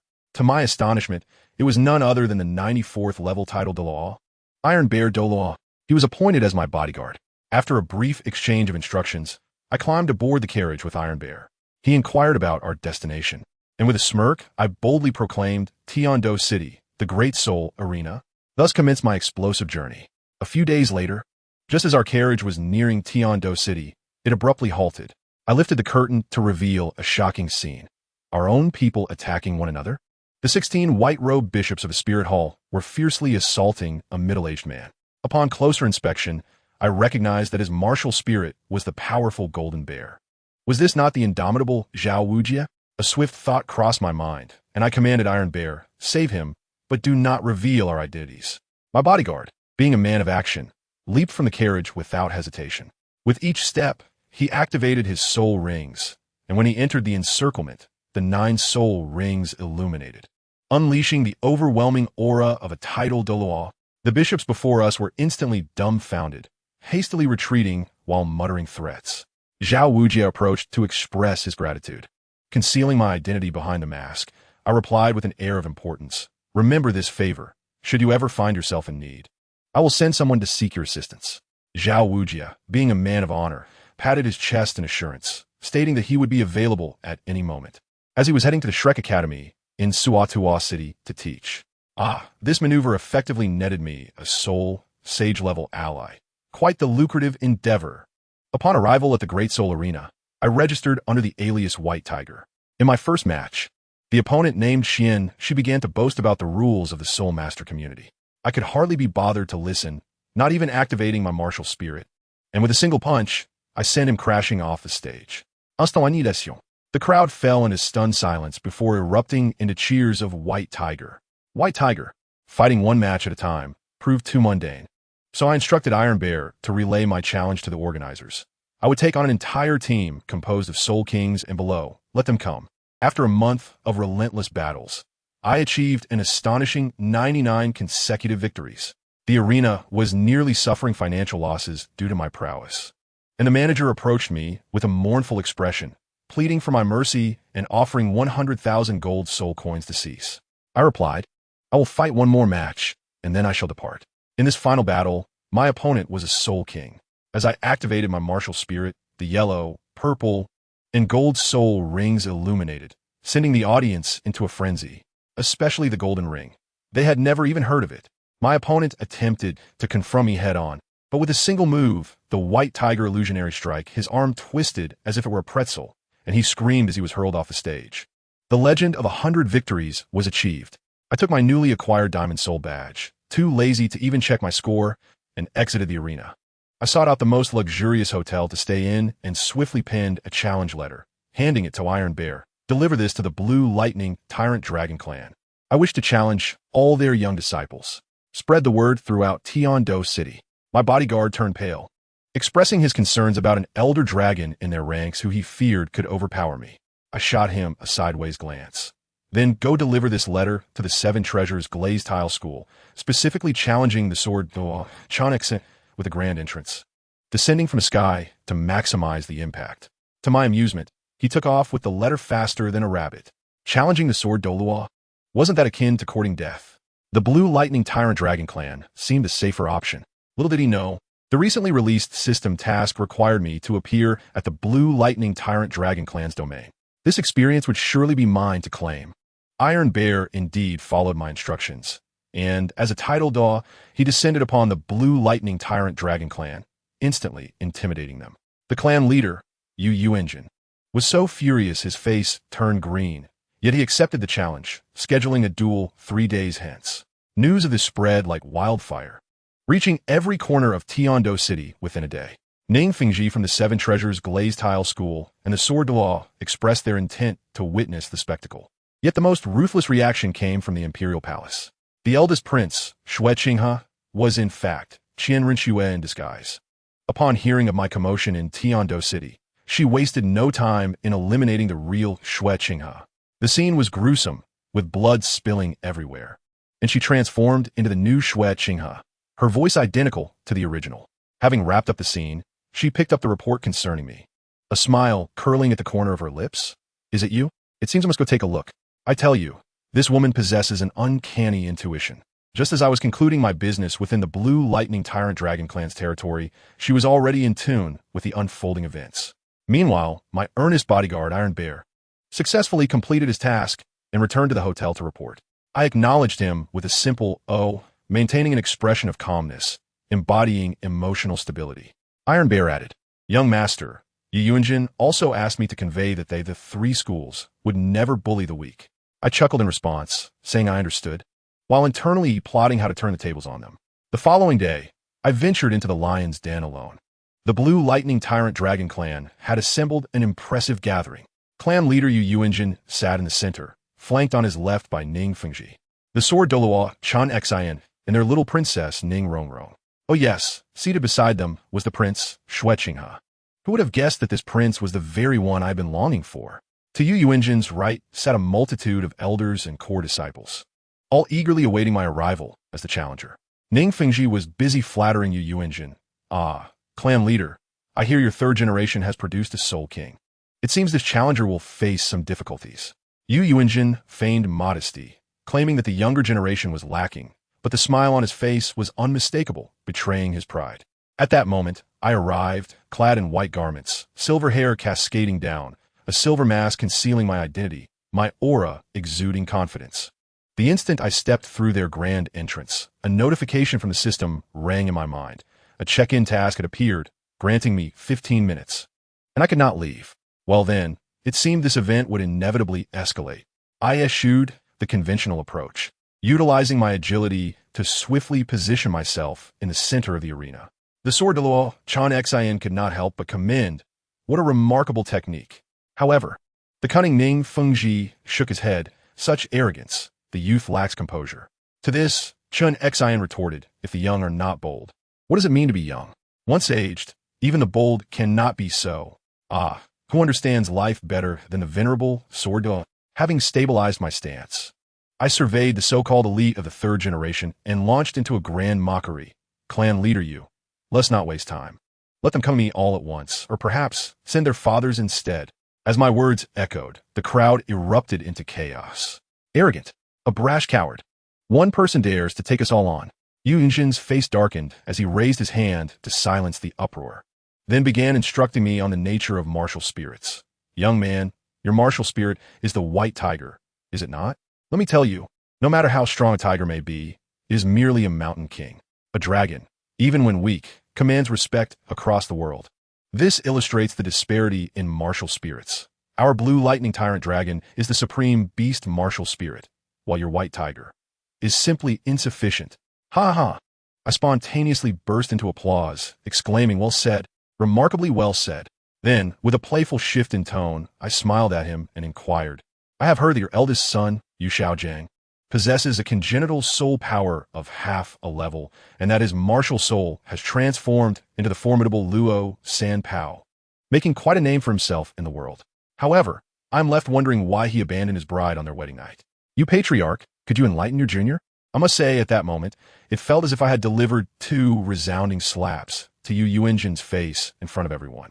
Ning Fengji's gaze towards me had transformed. He must have been contemplating where this audacious youth had come from, possessing a courage greater than that of a soul ring.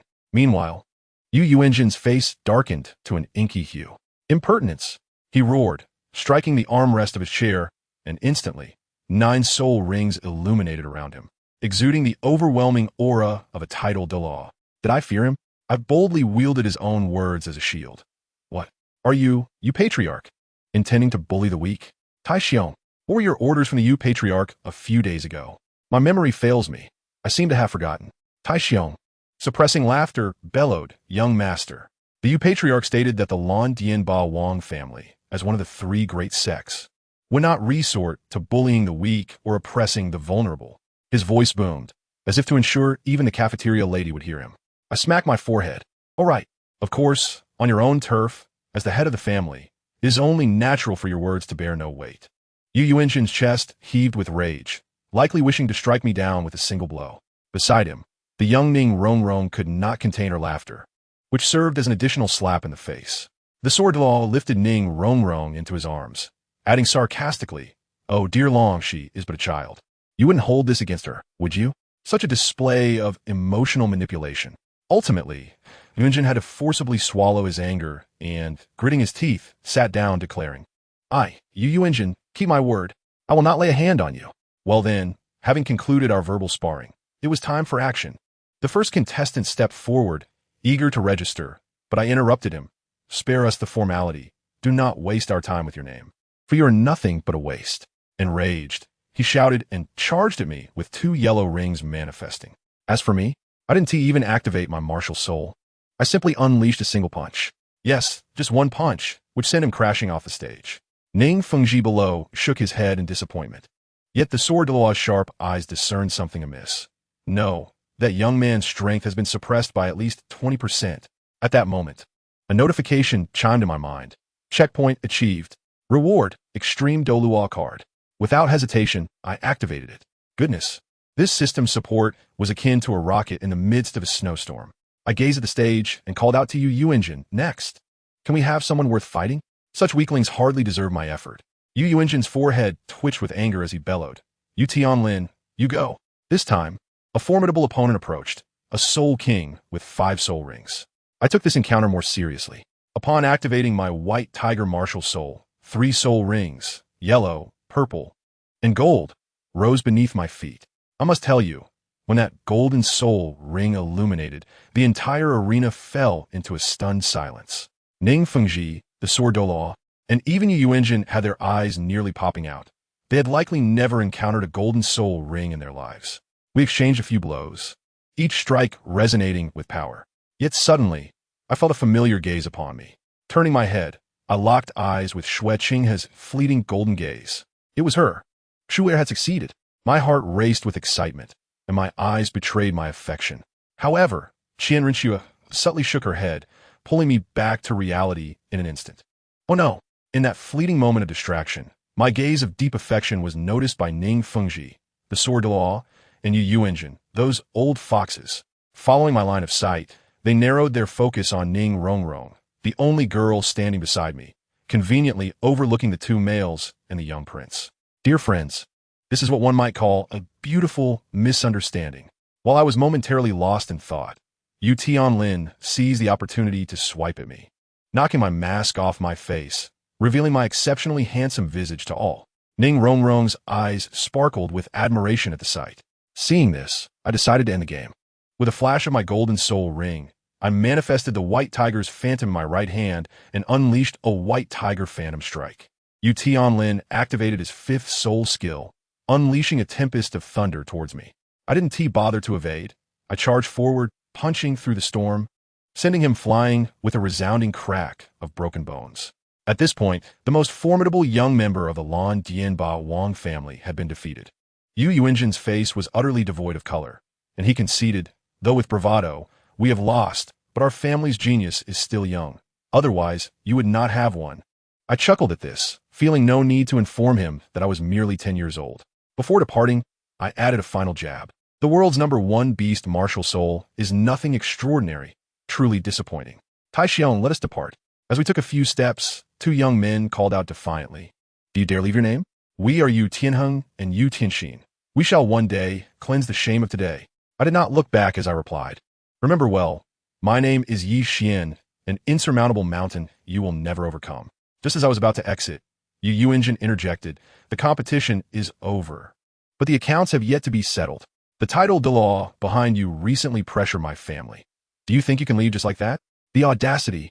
Unable to defeat the young, he sought to vent his frustrations on my protector. Truly a poor sport. With all 9 soul rings activated, he threatened that we would not leave this door. I smiled and turned to him. "What does the Yu patriarch wish to do?" "Quite simply, I wish to spar with the title Douluo behind you," he declared, his eyes fixed intently on Tai Xiong, clearly intending to use him as a punching bag. Tai Xiong turned pale, eager to refuse, but I halted him with a look. I leisurely asked, "What if I refuse, you patriarch?" "Then you shall not leave this door today." I chuckled softly and called out, "Aunt Yi, this old man claims we cannot leave. What do you think?" From the air, a cold yet melodious voice responded, "Rest assured, my lord, he lacks the ability." All eyes darted upwards, and there descended a stunning woman clad in purple, her gray-white hair cascading down her back. With each step she took, a soul ring illuminated beneath her feet. When she landed, the crowd gasped in awe. Black, black, black. Black, black, black, red, red, red. 9 soul rings. The first 3 were 10,000 year rings. The sword Douluo's voice trembled. This young man actually has a title Douluo by his side. Yu Yuanjin's complexion shifted from dark to pale, his mouth twitching uncontrollably. He could never have imagined that I harbored such a formidable ally. With a forced bow, he inquired, "May I ask for your esteemed title, senior?" The woman, who was none other than the Leaf Shishui I had just summoned, did not even glance at him and simply stated, "I am called Yi Shishui, the title Douluo of Death." Yu Yunjin crumbled under pressure, seeking an avenue of escape. "My family has matters to attend to. I cannot entertain you, Lady of Death." Did he think to let us depart?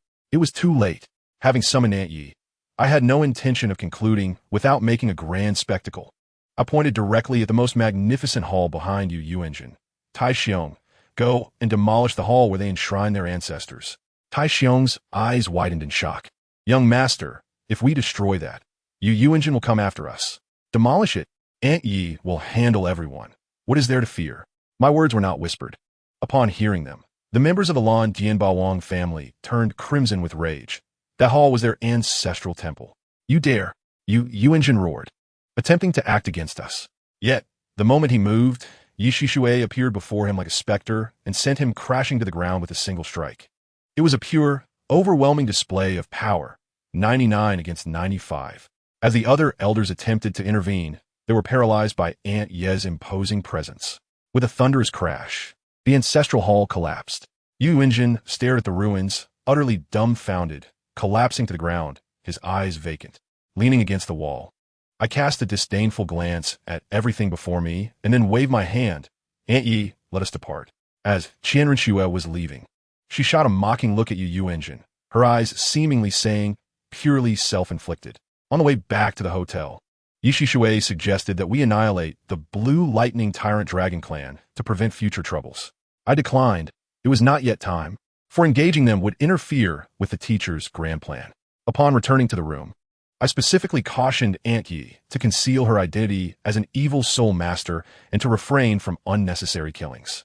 In the dead of night, while I sat in my room, the door creaked open, revealing Qian Renshue, who had reverted to her breathtaking beauty, accompanied by 2 titled Dalu. The guards, Bloodthorn and Serpent Spear, sensibly stood watch outside, while Aunt Yi had also stepped out, leaving only the dim-witted Tai Xiong standing behind me as an unwelcome third wheel. I waved him off. "What are you still doing here?" "Leave."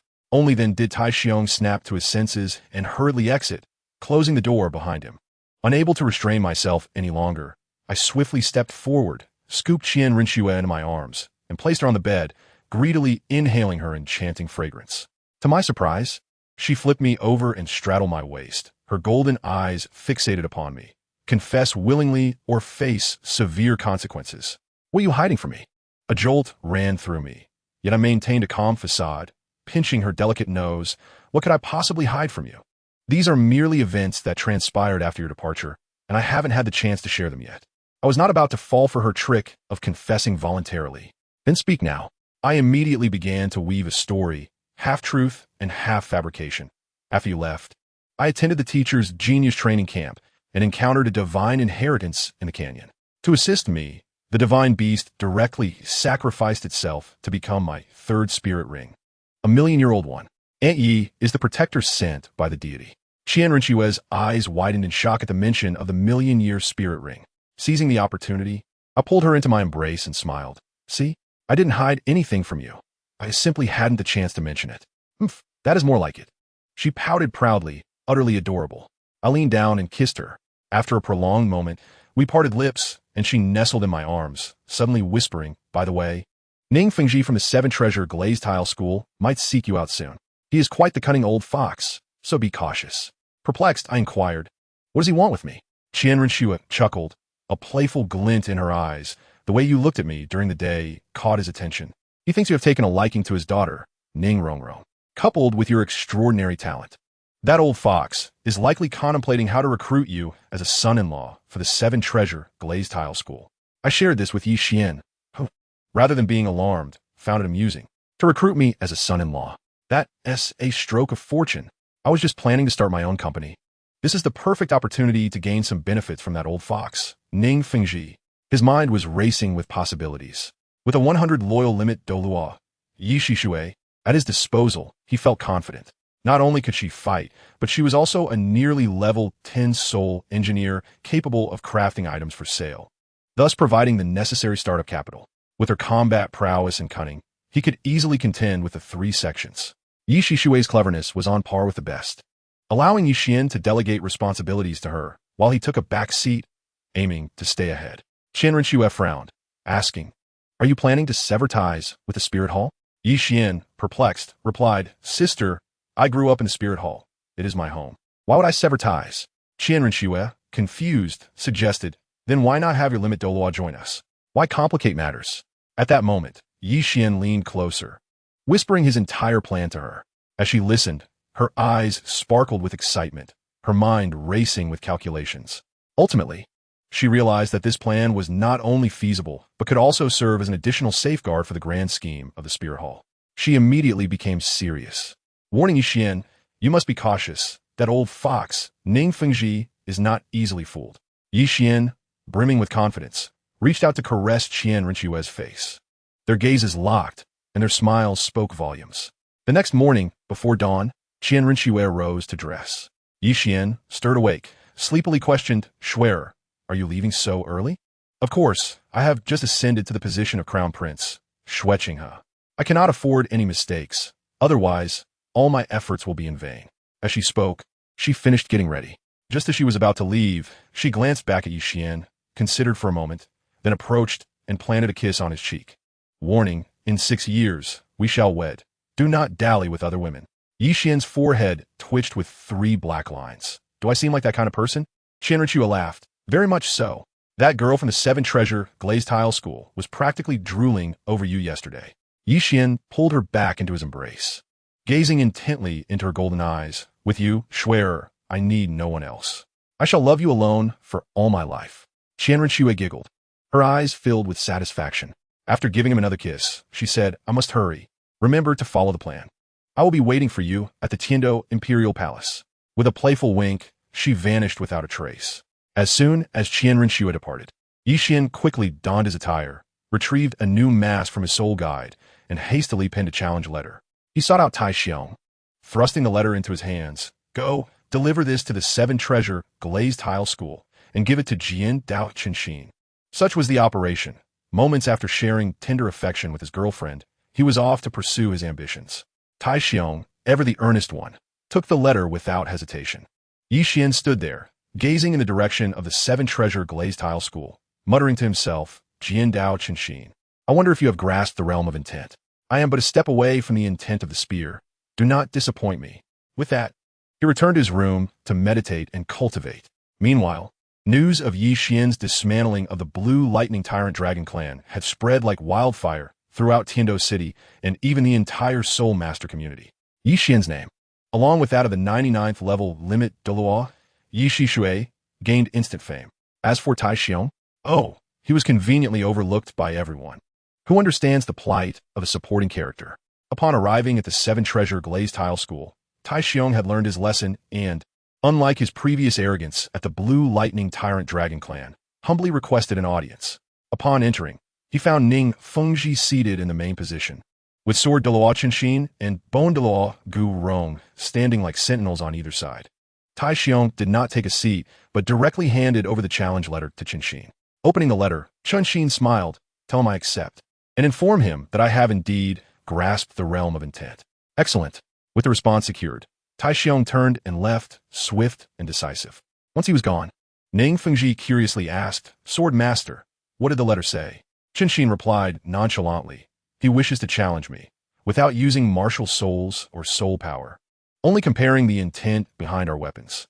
Ning Fengji was taken aback. "Sword Master, what is intent?"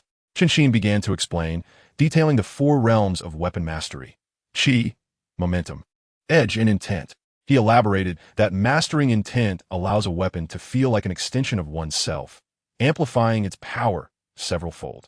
Yet nowadays, soul masters only focus on martial souls, leading to fewer individuals understanding this concept. Were it not for his own comprehension of sword intent, he would find it hard to believe such a thing existed. Ning Fengji's eyes gleamed with interest. "When is the duel?" "Tomorrow." Ning Feng tismidet. A knowing expression on his face. "It seems he has delivered himself right to our doorstep without us needing to invite him. Is he here to duel? Or does he have other intentions?" At that moment, Ning Rongrong bounced over, holding a silver mask. "Daddy, didn't you say you would take me to meet that big brother? Why haven't we gone yet?" Niffer tenderly patted her head, saying, "Do not rush. That big brother will come to our home as a guest tomorrow, and you will meet him then. I must tell you, this old fox has already begun to scheme, for the sake of the sect. Sacrificing a bit of his daughter's happiness is not beyond reason." Meanwhile, Tai Xiong returned to report to Qian, stating that Qian had accepted the challenge and claimed to have comprehended the intent. Qian responded with a simple acknowledgement and resumed his meditation to adjust his state. The following day, Qian accompanied Yishi Shui and Tai Xiong, confidently making their way to the Qi Bao Luli sect. Ning Feng Ji was exceedingly gracious, inviting Qian to sit and requesting him to call him Ning Uncle instead of Sect Master Ning. Qian's lips curled into a smile beneath his mask as he thought, "This old fox is subtly building connections." Initially, Yishi Shui stood still, refusing to sit even when Ning Feng Ji urged her to do so, which caused some irritation for Qian. It was Qian who finally spoke up, saying, "Aunt Yi, since Uncle Ning has invited you to sit, you should take a seat." Only then did Yishi Shui comply. Once everyone was gathered, Ning Feng Ji addressed Jian Shu, saying, "Little Qian has arrived. You two should compete outside. It will be a good opportunity for us to witness." The two stepped into the open space, where Qian retrieved a plain long sword while Qian produced his divine punishment silver spear. Qian, maintaining his composure, remarked, "Your spear is impressive, but I shall not employ my strength against your weakness. You may strike first." Qian, undeterred, replied, "Then I shall not hold back." With that, he unleashed a flurry of attacks with his spear, resembling a whirlwind of spear blossoms, charging towards Qian. In response, Qian effortlessly deflected the attack with a mere swing of his sword, producing a resonant clang that left Qian's hand numbed by the force. Sving Jian Xing, who stood as still as a mountain akin to a drawn sword, Qian felt a jolt of realization. Is this the essence of sword intent? Nevertheless, he pressed on, intensifying his assault, abandoning all defensive postures in favor of sheer offense. Qian, however, remained impenetrable, meticulously defending without countering. Watching from the sidelines, Ning Feng Ji inquired of Gu Rong, "Uncle Gu, what do you think of this young man?" Gu Rong replied, "He is quite astute, recognizing his inability to defend. He chose to launch a vigorous attack. Yet, when compared to that old fellow Qian, he still lacks a measure." At that moment, while parrying Qian's spear, Qian spoke, his voice sharp as a blade. "You have not grasped the intent. What you lack is the final step, your true heart. The heart and intent are not synonymous. How do you expect to comprehend?" That statement struck Qian like a lightning bolt, causing him to halt abruptly, staring blankly at his spear. Qian, remaining silent, simply observed him. Qian closed his eyes, delving deep into contemplation as visions of his white tiger martial spirit materialized in his mind. He focused intently on the fierce battle intent and murderous aura emanating from the white tiger. In an instant, he attained enlightenment. He had been suppressing the true nature of the white tiger. How could he hope to comprehend the essence? With a sudden awakening, he opened his eyes. His entire demeanor transformed, radiating an air of pride infused with boundless battle intent and murderous energy. The white tiger martial spirit erupted behind him, letting out a thunderous roar. He retracted his martial spirit, pointing the spear directly at Qian Xine, exclaiming, "Thank you for your guidance, senior.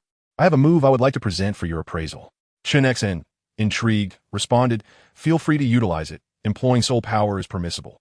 Yi Qian executed a seemingly simple thrust with his spear, yet transformed into a winged white tiger, unleashing an overwhelming pressure. Qian Xine narrowed his eyes and met the attack with his sword. The outcome was inevitable. Yi Shu Kaimni Sipit Herthi. With a sharp sound, Qian Xine's sword shattered into fragments. Yi Qian halted his spear, respectfully stating, "Thank you for your instruction." Deep down, he understood that he had taken advantage of the situation. His spear was a divine artifact, and striking down a mere iron sword was akin to a dimensional strike. Qian Xine, unfazed, acknowledged, "The sword is broken. You have won." He then embraced Ning Rong and headed off to hasten the meal. Ning Feng Ji promptly extended a warm invitation for everyone to dine together. As Yi Qian removed his mask, Ning Feng Ji casually inquired, "Little Qian, I am curious, which sect has cultivated such a genius as you?" Yi Wan replied nonchalantly, "I have no sect. However, I wish to establish one myself." Ning Feng Ji smiled inwardly, sensing an opportunity. He proceeded to enumerate various challenges, such as funding, territory, and manpower, painting a daunting picture of the difficulties involved in starting a sect. Yi Qian feigned enlightenment, appearing deep in thought. Seeing that he had hooked the fish, Ning Feng Ji quickly added, "Little Qian, if you truly wish to establish a sect, Qi Bao Luli's sect can assist you with funding and territory. Of course, I have a condition." Yi Qian immediately grew wary, responding, "If it requires me to become a subordinate, then it is not worth considering." Ning Feng Ji hastily waved his hand. "How could that be? My condition is simple. We form an alliance. In the future, if our sect encounters difficulties, you must provide assistance without refusal." Yi Qian replied, decisively agreed. "Should Qi Bao Luli's sect face troubles, you may inform me, and I shall undoubtedly lend my aid." It was clear that both were engaged in a game of words. Ning Feng Ji's use of "you" referred to the entire faction, while Yi Qian's meant he must be directly contacted. If not, it would not concern him. Believing he had struck gold, Ning Feng Ji promptly finalized the arrangement. After the meal, Ning Rong returned the mask Yi Qian had previously lost, to which he simply replied, "Consider it a gift." With that, Ning Feng Ji excitedly led Yi Qian to inspect the territory. Eventually, Yi Qian selected a prime location, declaring the sect would be named Xing Yundian, and handed Ning Feng Ji the prepared blueprints. Ning Feng Ji accepted the plans, promising completion within 3 months, his heart brimming with delight as he observed Yi Qian depart. He boasted to Gu Rong, "Did you not see? He displays pride towards everyone, yet his gaze is different when looking at Rong. If I can unite them, everything he possesses will belong to Qi Bao Luli's sect." Little did he know, beneath Yi Qian's mask, a smile stretched from ear to ear. Yi Qian chuckled softly and remarked to Yi Shui, "Aunt Yi, I leave the matters of Qi Bao Luli's sect in your capable hands." Upon returning to the hotel, Yi Qian promptly penned a letter for Tai Xiong to deliver to the Spirit Hall for Salis, requesting it be forwarded to his teacher, BibiDong. He also asked Salis to compile a list of sects and families around Tiando City that had not yet been absorbed. After Tai Xiong departed, Yi Qian turned to Yi Shui and said, "Aunt Yi, you may proceed with your plans tonight. Once Tai Xiong returns with the list, we can act. I have gained new insights and shall enter seclusion. Do not disturb me, even if the sky falls." He handed Yi Shui an angel token, allowing her to seek refuge in the Spirit Hall if necessary. Yi Shui, clutching the angel token, nodded coldly before exiting. Later that night, a village outside Tiando City was suddenly engulfed in crimson light, with countless vengeful spirits wailing and chilling winds howling. 10 minutes later, silence descended. The village was shrouded in deathly stillness. Not even a dog barked. The following morning during court, the Snow Knight Emperor was infuriated. An official, trembling with fear, reported that a village of several hundred had been slaughtered overnight, and the method indicated it was the work of an evil soul master. The malevolent soul master had audaciously left a message on the ground. We shall return tonight. The Snow Knight Emperor erupted with rage, delegating the matter to Prince Xuexing. The prince, pale with fear, had no choice but to accept. His first thought was to seek help from the poisoned Douluo. After inspecting the bodies, Douluo's expression grew grave, stating that the evil soul master was of considerable rank and difficult to handle. He suggested to Xuexing that if he could not manage, he should seek assistance from Qibao Luli sect or the recently renowned Qian, especially since he had an ultimate Douluo by his side. As Douluo and Xuexing were investigating the village, a figure clad in a black robe disdainfully glanced at them before soaring towards the Tian-Do Imperial Palace. Simultaneously, Qian Renshua, disguised as the crown Prince Xuexing, entered the Snow Knight Emperor's study, citing difficulties in her cultivation and engaging in trivial conversation to prolong her stay. While they awkwardly chatted, suddenly an explosion erupted outside. Flames shot into the sky, and the cacophony of screams and shouts created a chaotic uproar. On that snowy night, the great Emperor Xia erupted in fury, slamming his palm against the table and bellowing, "What are you panicking about?" Silence. With a surge of soul power, an immediate hush fell over the assembly. Several maidens collapsed to their knees, trembling uncontrollably as they began to deliver the tragic news. "Your Majesty, the evil soul master has slain the second prince. The third prince is also lost. The fourth prince has met the same fate." In that moment, the great Emperor Xia was left utterly bewildered, his eyes wide with disbelief, as if questioning his very existence. Beside him, Qian Renshua's performance was nothing short of remarkable. She collapsed onto the ground, her eyes vacant, as though the heavens themselves had caved in upon her, deserving of an Oscar for her dramatic display. Just then, a figure clad in black robes emerged from the rooftop, their voice raspy as if scraping against metal. I wondered where the first prince had gone. Turns out he is here. Consider yourself fortunate, Xuya. We shall meet again. With that, several figures vanished into thin air. Upon hearing those words, the great Emperor Xuya spewed a mouthful of blood, nearly succumbing to despair. Qian Renshua, quick to act, caught him and, with a quivering voice, began to lament, "Father, you must avenge your sons. Seal the city. Conduct a citywide search." Sulmon Ning Songshu. A flurry of commands erupted from the great Emperor Xia, and gripping Qian Renshua's hand, he expressed his sorrow. "Qinghe, you are my last hope. You must remain safe." With tears in her eyes, Qian Renshua nodded, escorted back to her chambers amidst a protective throng of guards. Once the door was shut, her sorrow vanished, replaced by a tempest of rage. A golden light enveloped her as she transformed back into her stunning original form, pointing an accusatory finger at the black-robed figure that had stealthily entered the room. Unleashing her wrath, "This is not how my plan with Xiao Xian was meant to unfold. Was it you, or him, who prompted this madness?" The black-robed figure removed their hood, revealing the face of Yi Shishui, who surprisingly bowed and said, "My lady, please temper your anger. The master is in seclusion and is unaware of this matter." "Are you acting on your own accord?" Qian Renshui retorted, her temper flaring. "Do you comprehend the risks involved? If exposed, all my years of subterfuge will be in vain. You could ruin the plans of the Wuhuan Hall. Can you bear that responsibility?" "What do you suppose?" Yi Shishui replied. With a cold demeanor, she stated, "My lady, your methods are too slow. At the pace you propose, it would take another 20 years to achieve success. Do you wish to waste your most beautiful youth in this wretched palace?" Taken aback, Qian Renshui quickly regained her composure. "What do you mean?" The implication was clear. "Tomorrow, you will assume the role of crown prince, and I will eliminate Xuya, allowing you to ascend the throne directly. Isn't that more efficient than playing this game of concealment?" Yi Shishui spoke with a nonchalant air.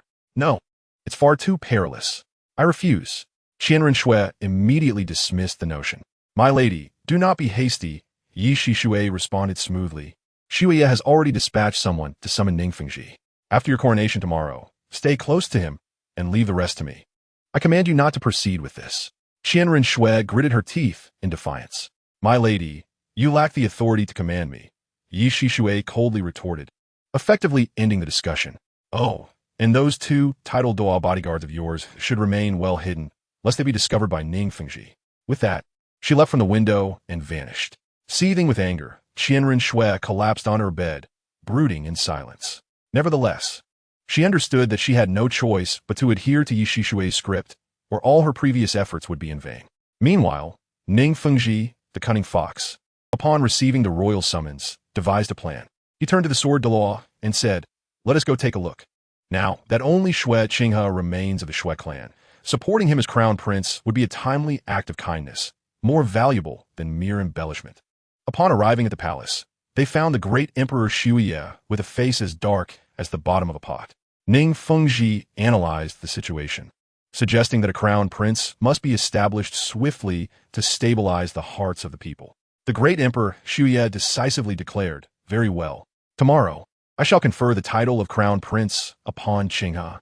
Then, Ning Fengji dropped a bombshell. "Your Majesty, are you aware of Yi Qian?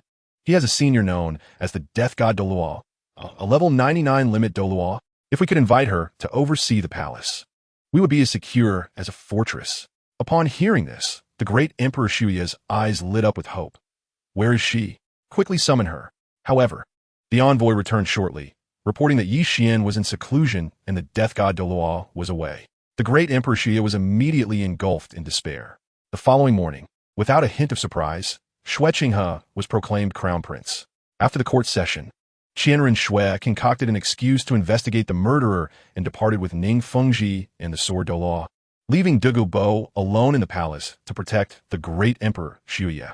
Meanwhile, the true perpetrator, Yi Shui, was within the Wuhuan Hall, wielding the angel order, commanding Bishop Salas, "Do not involve yourself with the evil soul master matter, nor report it. If anyone inquires, simply brush it off and suppress the information." Bishop Salas, perplexed, could only nod submissively at the angel order. "Yes, esteemed servant." Once her business was concluded, Yi Shui stealthily returned to the palace, awaiting a moment of grand opportunity. Soon enough, that moment arrived. The great Emperor Xie, accompanied by Douluo, went to inspect a vast army of tens of thousands, preparing to personally lead the search.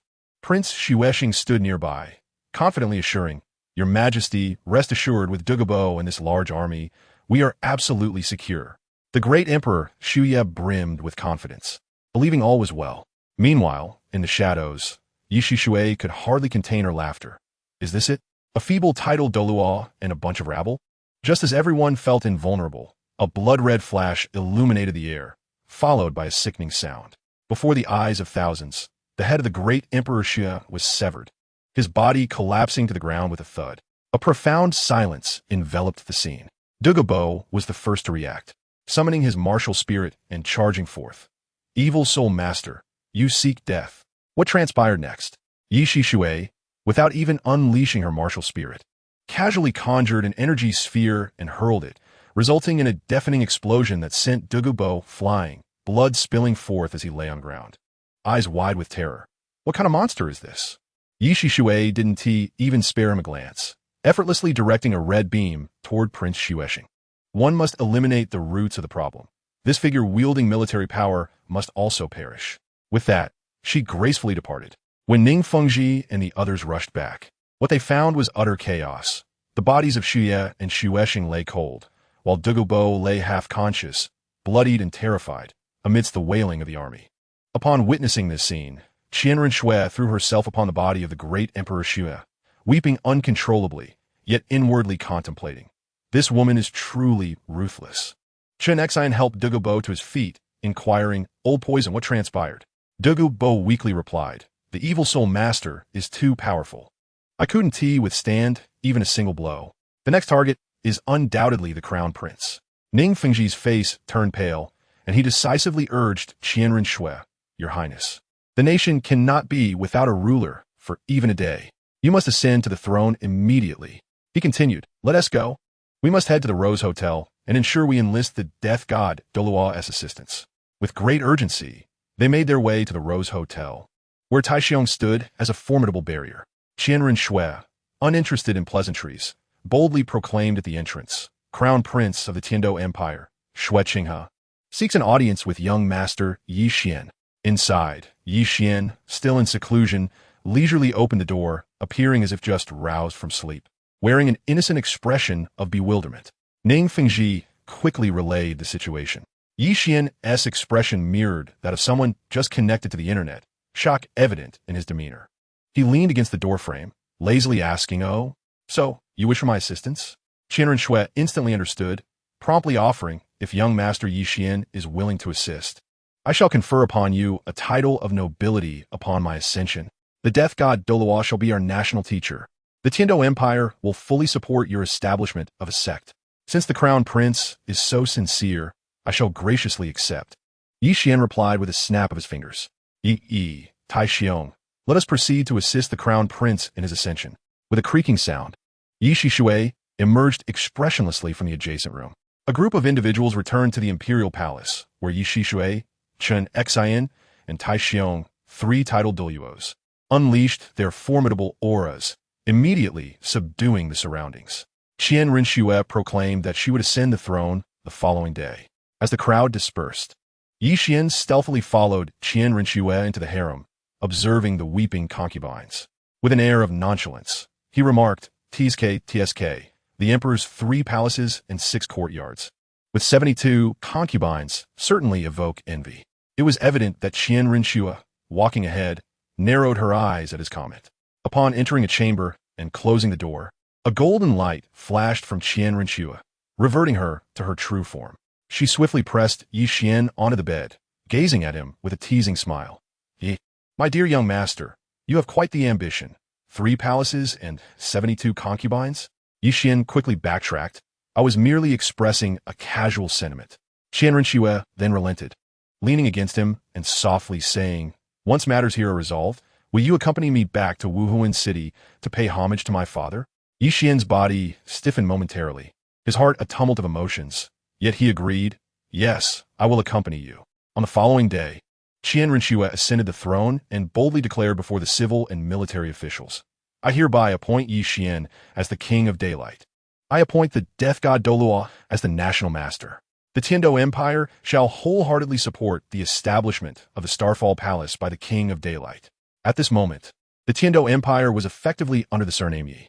With matters settled, Qian Rinxue handed a letter to Xixue, instructing him to deliver it to the papal palace. She then turned to Yi Shishui, asking irritably, what am I to do now? Yi Shishui maintained her usual aloof demeanor. My lady, simply await in silence. Qian Rinxue, finding her presence bothersome, wished to dismiss her, but Yi Shishui remained unperturbed. In desperation, she looked towards Yi Qian. Wie disipingti? Ye wan sugestet, auntie. Why not check on Dugabo to see if you could recruit him? Understood, my lord, Yi Shishui replied before departing. Qian Rinxue leaned in and whispered, little Qian, remain cautious around her. She is, after all, an evil soul master. Rest assured, I am well aware, Yi Qian replied. Though inwardly he mused, a subordinate with 100% loyalty is more reliable than anyone. Setting down his teacup, he suddenly inquired, Schwerer, do you know where the Hanhai Qianquan shield of the Tiando royal family is located? In the treasury, I presume. Why do you need it? Ye wan gurinut. That object is also known as the heart of the sea god. In essence, it serves as a VIP experience card for the sea god's divine seat. And possessing it means having acquired half of the inheritance. What? Qian Rinxue exclaimed in shock. What are we waiting for? We must find it.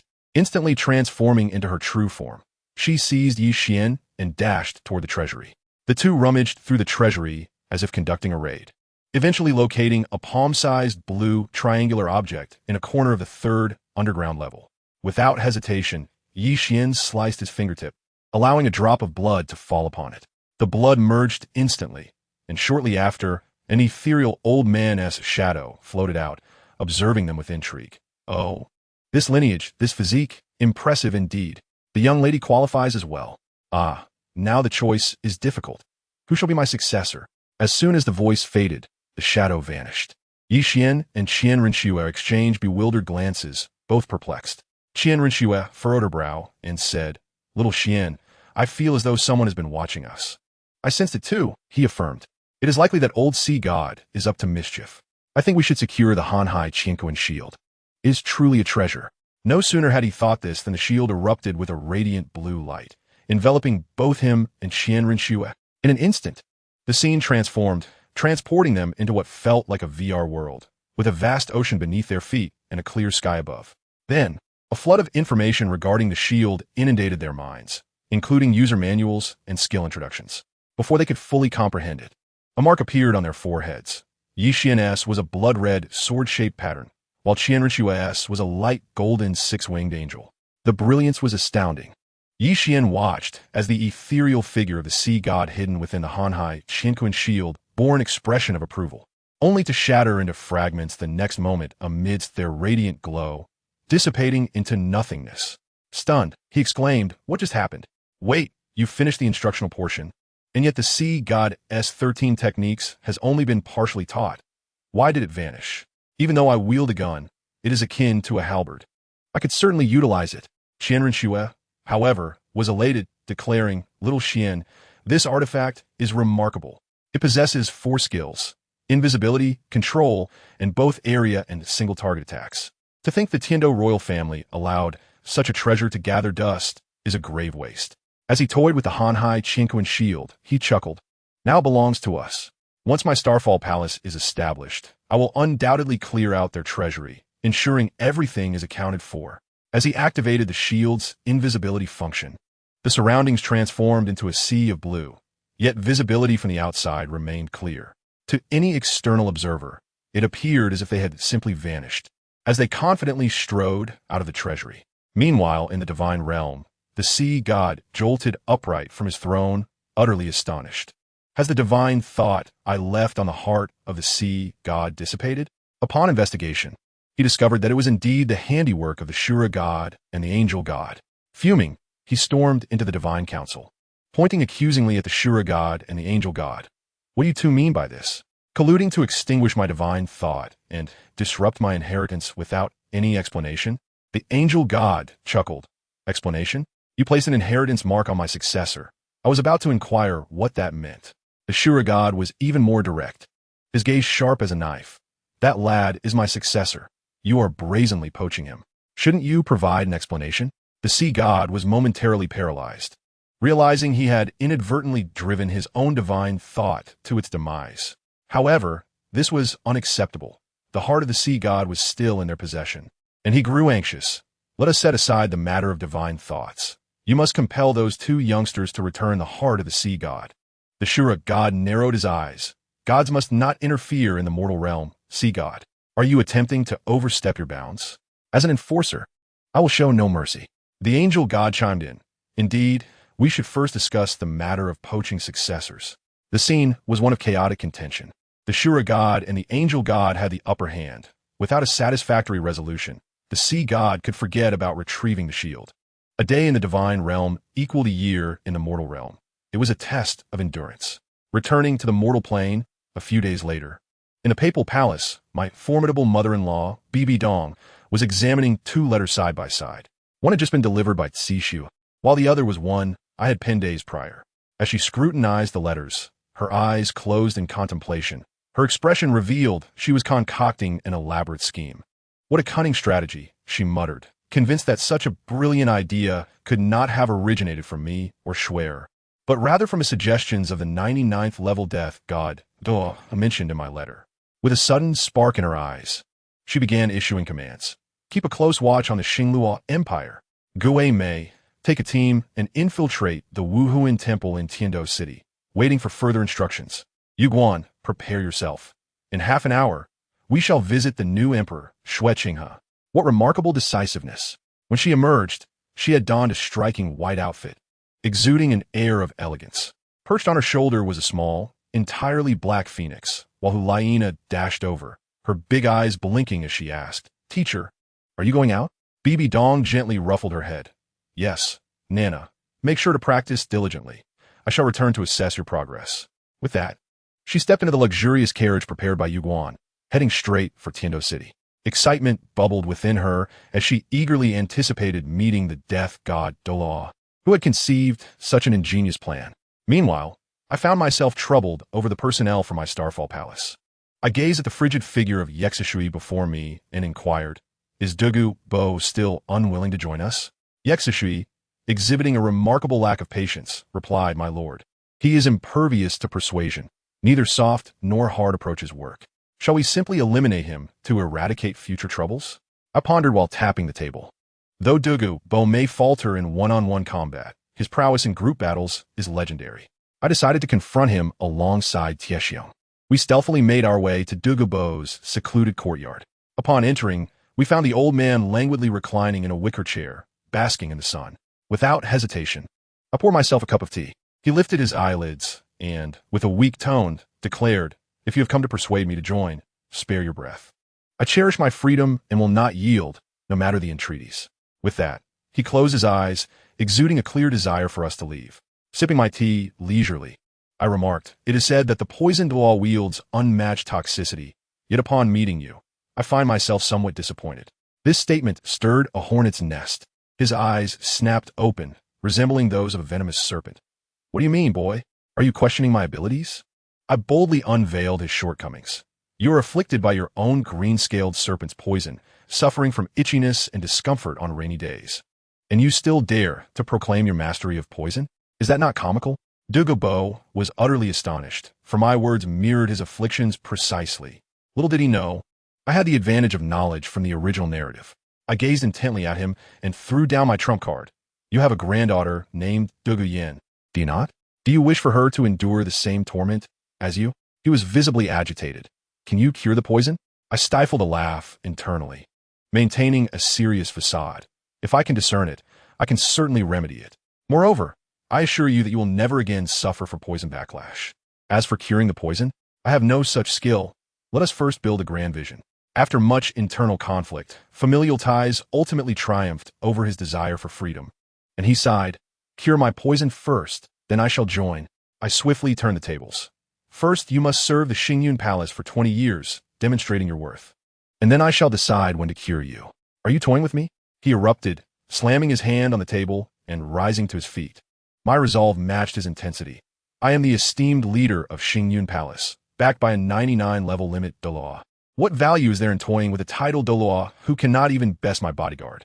You have 3 days to deliberate, if you wish for a cure. This is the only path." With that, I turned and strode away alongside Qian, exuding nonchalance. Douluo, furious and green with anger, desired to retaliate yet refrained, helplessly watching us depart. Once we were at a distance, Qian, in his naive manner, could not resist asking, "Young master, if you agree to his terms." He will surely not renege. I shot him a glance of disapproval. "Do not ask questions that do not concern you."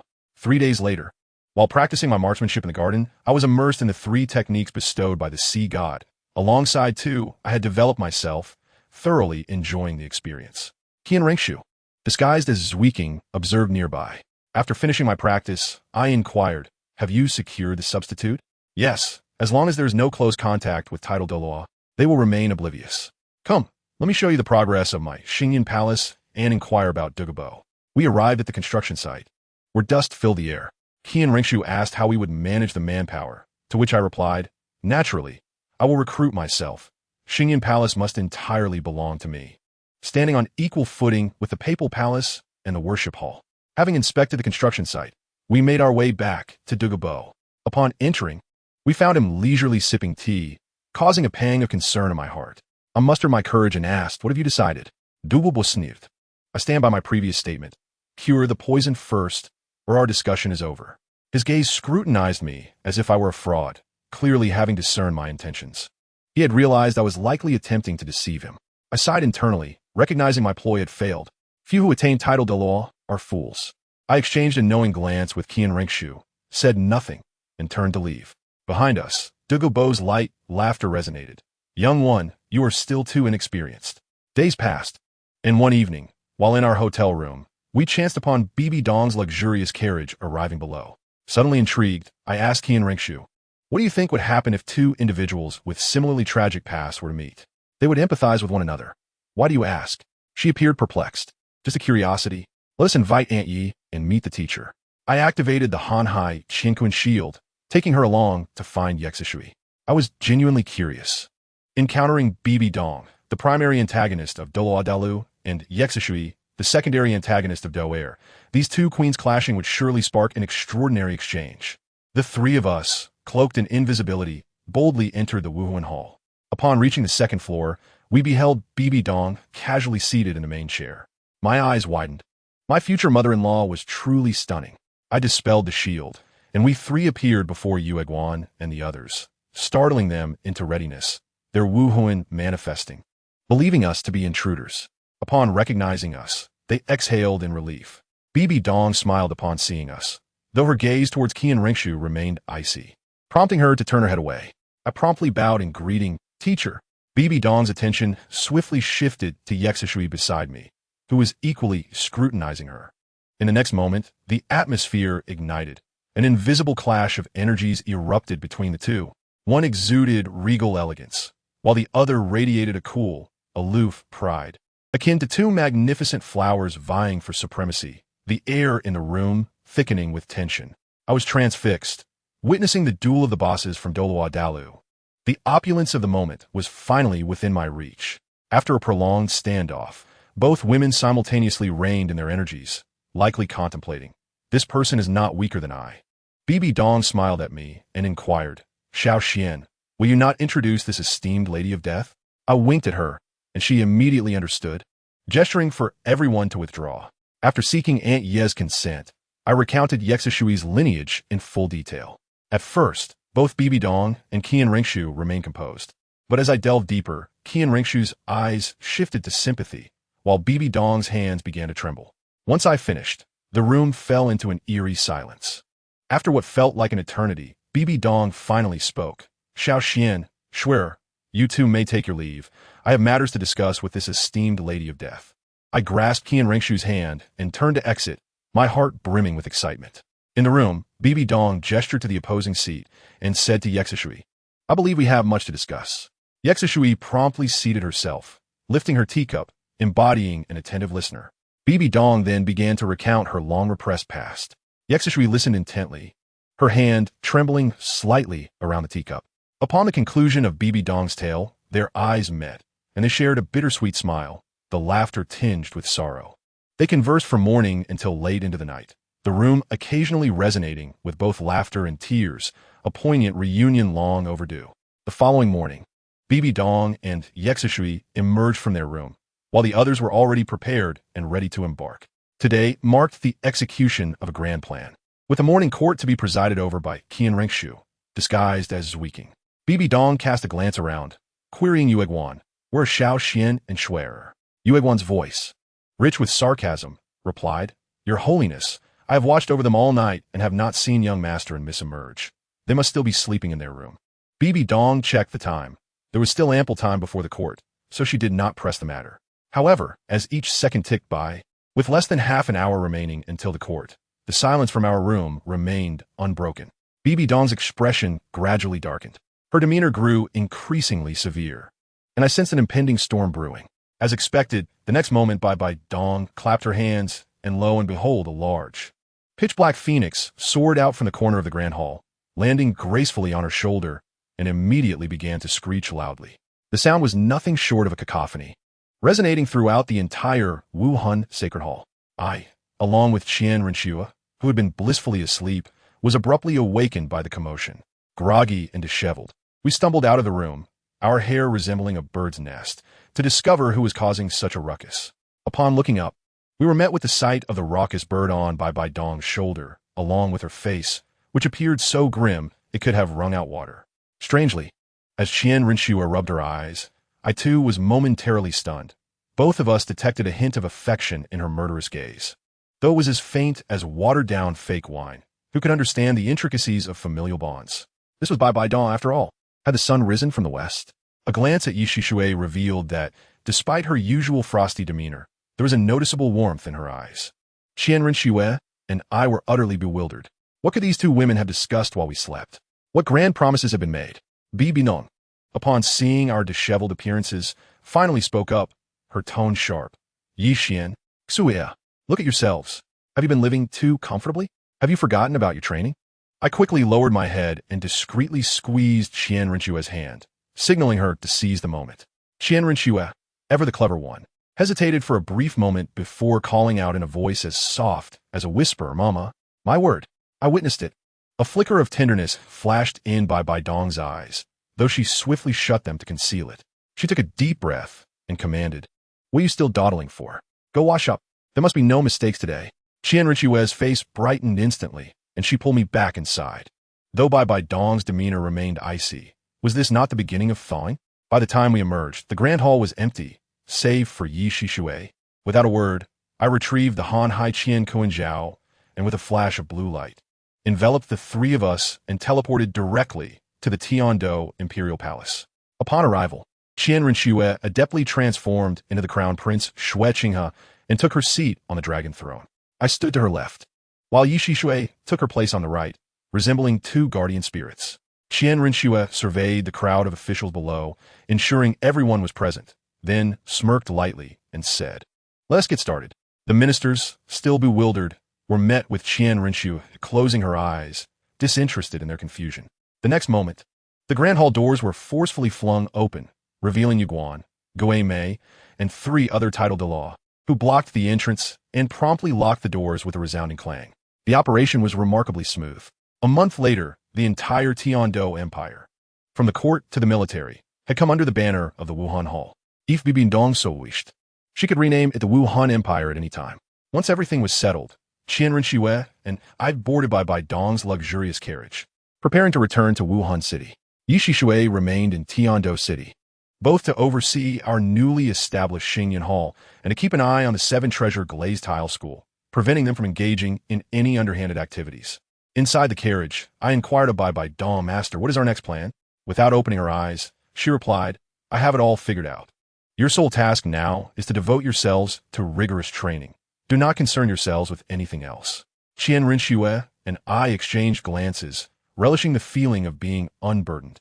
A few days later, the carriage halted outside Wuhan City. We disembarked and headed to the grave of Xunji. The closer we approached the tombstone, the more unsettled I felt, my steps growing heavier. Qian Renshue noticed and asked what was wrong. I shook my head, assuring her that it was nothing, and suggested we pay our respects. Standing before the tombstone, Qian Renshue's expression was resolute as she vowed to avenge her father. As for me, I was filled with guilt. Yet, upon hearing her determined voice, my guilt dissipated, replaced by a sense of calm. This was a matter that could not be avoided. After our tribute, we proceeded to BibiDong's chamber to bid farewell.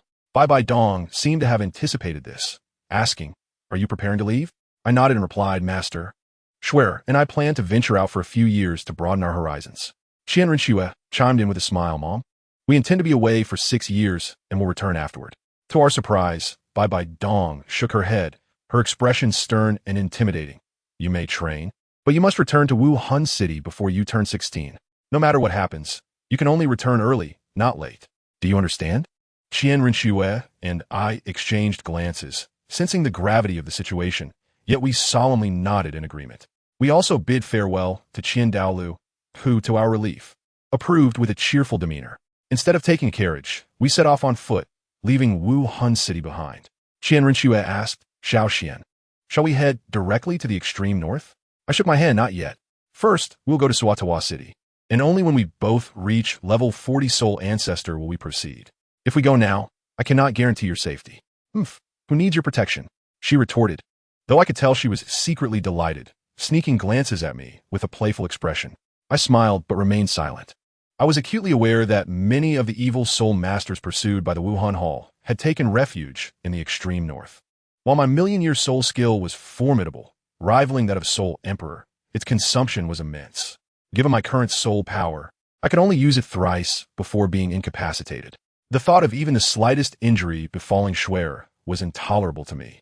As we strolled towards Suatawa City, an unexpected visitor arrived at the Blue Lightning Tyrant Dragon clan. A scruffy middle-aged man pushed open the door, and lo and behold, it was Yu Xiaojang. Upon entering, an elder shouted at him, "Yu Xiaojang, how dare you return? You have been expelled from the clan." Yu Xiaojang appeared unfazed and replied calmly, "I heard that the clan hall was destroyed and my father was gravely injured, so I came to check." The elder laughed in anger. "If it weren't for the clan leader seeking vengeance for you, would our clan hall have been destroyed? Would the leader have been injured? You have brought shame upon the Blue Lightning Tyrant Dragon clan." Yu Xiaojang's hands, which are behind his back, clenched into fists, yet his expression remained stoic. Just then, an aged voice resonated. "Enough, step back." Yu Yuanjin emerged, appearing as though he had aged 20 years, lacking any semblance of his former grandeur. He gazed at Yu Xiaojang, who returned his stare, ultimately bowing politely before turning to leave. "Xiaogang," Yu Yuanjin suddenly called out, "the Soul Master world regards you as a master, invincible in theory. But do you know what the golden soul ring signifies?" Yu Xiaojang was taken aback. having searched through the Wuhan Hall's tomes without ever encountering any mention of a golden soul ring. Observing his reaction, disappointment filled Yuanjin's eyes, yet he elaborated. Its power is likely only slightly inferior to that of a 100,000-year soul ring. It is not weaker. Yu Xiaojiang's eyes sparkled with a flash of insight, and he declared, then we can boldly speculate that this could very well be an existence surpassing 100,000 years, perhaps 200,000, or even 300,000. The elder beside him interjected, what utter nonsense! What kind of powerful soul beast would willingly offer itself for sacrifice? Yu Xiaojiang shot him a cold glance and retorted, sacrifice. Amidst their bickering, it seemed Yu Yuanjin had made a decision. He looked at Yu Xiaojiang and said, take Tianheng with you. I will allow him to prove your theory, but you must also cultivate him to redeem our family's honor. Can you do that? Yu Xiaojiang, upon hearing this, nearly leapt for joy. Yu Tianheng was the greatest genius of their clan. If he could prove his theory, Yu Xiaojiang would rise to prominence. He immediately swore an oath to accomplish this. Thus, Yu Xiaojiang, accompanied by Yu Tianheng, strode away with great confidence, leaving behind only the silhouette of Yu Yuanjin, uncertain whether he had made a wise gamble or had succumbed to madness. A few days later, in a restaurant in Suotawa City, as I was wiping the corners of Qian Rinshue's mouth free of grease, the voice of the evil Saint King began to echo in my mind. Little one, I sense my bloodline. Hurry, go slay him and reclaim it. I shall assist in transforming your eyes, granting you true evil eye powers, enabling you to sever heads from 1,000 miles away. While I communicated with him mentally, I poured a glass of water for Qian Rinshue. Oh, the old fellow roared in my mind. Are you even listening? This is genuine evil eye. Shouldn't you be excited? Rush forth and eliminate him. I felt my patience waning. I have no enmity with him. Why should I slay him? Moreover, my fiancé is dining. Can you not exhibit a modicum of discernment? If he provokes me, I shall naturally deal with him. Women are like clothing. With your strength, what kind of woman could you not have? This old man still attempted to lecture me. I snapped. My woman, I choose to pamper. Who are you to dictate? Continue this nonsense. And I may just resurrect you only to slay you again. Do not forget, you once sought to seize my bloodline. Had it not been for luck, who knows who would now be the master and who the servant? If you disturb my date again, I shall serenade you with thank you for listening. The evil Saint King fell silent, likely recalling the time he sought to possess me and ended up being slain instead, obediently retreating to slumber. After our meal, we inquired about our destination and headed straight for Shrek Academy. However, after walking for quite some time, we stumbled upon a dilapidated little village with a worn wooden sign at the entrance reading, Shrek Academy. Qian Rinshue's brow furrowed in discontent. Qian, if you seek a place to cultivate, surely the Tiando Royal Academy is far superior to this? Coming to such a place is a sheer waste of time. Now that we are here, let's take a look. Someone here owes me a favor, I replied with a smile. Upon reaching the entrance, an elderly man lazily extended his hand. Enrollment fee, 10 gold soul coins. I could hardly muster the energy to raise my eyelids, summon Zhao Wujing to see me. The old man paused, scrutinized us, and perhaps recognizing our extraordinary demeanor, bellowed, Vice Dean Zhao, someone seeks you. Before long, a man resembling a bear emerged. Although I had worn a mask last time we met, he instantly recognized my signature silver hair and silver eyes. Zhao Wujing was exceedingly respectful, esteemed young master. How may I assist you? No particular matter. I simply wish to cultivate here for a while and thought to pay a visit. Zhao Wujing appeared troubled. Young master, you have saved me. Such a trivial request is certainly no issue. However, our academy has rules. Students must be under 12 years of age and possess a soul power of at least level 20. I chuckled. We are 10 years old, and I am a 3-ring soul master. Zhao Wujing's eyes nearly bulged in disbelief. A 10-year-old soul master? This is truly unprecedented. He hurriedly led us inside for a tour, boasting about their dean, the Golden Iron Triangle, Flender, Qian Rinshue, and I hardly listened, only noting how painfully rudimentary the place was, with even the dormitories being mere wooden cabins. I inquired of Qian Rinshue, what do you think, Schwer? She replied with disdain, mediocre. If you wish to stay, then so be it. Very well, let's enroll here, I declared, glancing at Zhao Wujing. He sheepishly produced a crystal ball, insisting on following proper procedures. When Qian Rinshue and I placed our hand upon it, the crystal ball shone brightly. I was at level 33, and she at level 35. Zhao Wujing rubbed his hands together, a grin spreading across his face as he broached the topic of payment. I, uninterested in pleasantries, pulled out a card containing 100,000 gold soul coins from my soul guide, and tossed it to him. Arrange a private room for us, with all new furnishings. Prepare fresh ingredients daily. We'll cook our own meals. As Zhao Wujing took note of the card's amount, it was snatched by a bespectacled middle-aged man, whose shifty demeanor suggested he was a merchant. He tucked the card in his pocket, adjusted his glasses, and proclaimed, "No problem. I am Dean Flender. Welcome to Shrek Academy." Zhao, assess their capabilities. I shall make arrangements. With that, he slipped away with the money. Zhao Wujing's expression darkened. He had taken the money, while I was left to bear the brunt of the work. He looked at us helplessly. "Do not worry. I shall only use 3 soul skills. I won't harm you." Qian Rinxue retorted coldly. "You had best exert your full strength. Then let us begin." Zhao Wujing stomped his foot, and 6 soul rings appeared. Qian Rinxue summoned her 6-winged angel martial soul, while I unleashed my white tiger martial soul, with 3 rings of yellow, purple, and gold shimmering beneath my feet. The pressure from my left arm soul bone, the Saint King's might, struck Zhao Wujing's face directly. Zhao Wujing was momentarily stunned, feeling as though his attributes had been suppressed by 20%. Qian Rinxue and I exchanged glances, activating the secret character technique. We vanished from sight. Zhao Wujing promptly activated his first soul skill, the immovable king body, enveloping himself in golden light. Yet, when Qian Rinxue struck him, her power rivaled that of a soul king, causing him to stagger. Following this, I delivered a sweeping blow, knocking him back further. Qian Rinxue's angel domain unfolded, golden feathers cascading down, further diminishing Zhao Wujing's attributes by another 10%. Seizing the opportunity, I activated my golden soul ring, unleashing my red-blue heterochromatic pupils to deliver a mental shock directly into his mind. He promptly fainted. Qian Rinxue and I pounced upon him, delivering a barrage of blows. By the time he regained his senses, he found himself on the ground. As he wobbled to his feet and lifted his gaze, he was met with 2 fists magnifying before his eyes, followed by 2 resounding thuds, earning him a pair of panda eyes. "I see I must take this seriously," he bellowed, activating his 3rd soul skill, gravity enhancement. Qian Rinxue and I felt a weight pressing down upon us, slowing our movements. I swiftly drew the divine punishment silver spear, while Qian Rinxue brandished her angel's sword, flanking him from both sides. Zhao Wujing used his 2nd soul skill, the powerful Vajra Palm, to defend himself.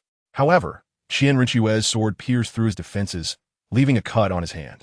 My spear struck with greater force, knocking his hand back with such intensity that he slapped himself across the face, sending him flying. A small boy observing the fight rushed over and asked, "Teacher Zhao, are you all right?" Zhao Wujing waved his hand, uttering a profound truth. "I was careless.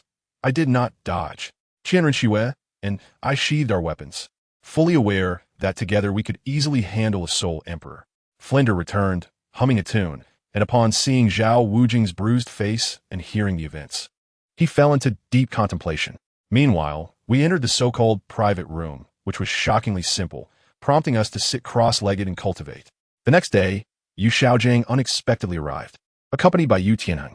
He glanced at me, a forced smile on his face. "I am Yu Xiaojiang, and I wish for Yu Tianheng to make a 10-year pact with you." "Oh, pray, elaborate. I am curious to see what trickery you intend to employ." 10 years hence, at the Blue Lightning Tyrant Dragon family, Tianheng shall compete with you once more. Should you lose, you must apologize to my clan before the entire Soul Master world. I chuckled. What if I win?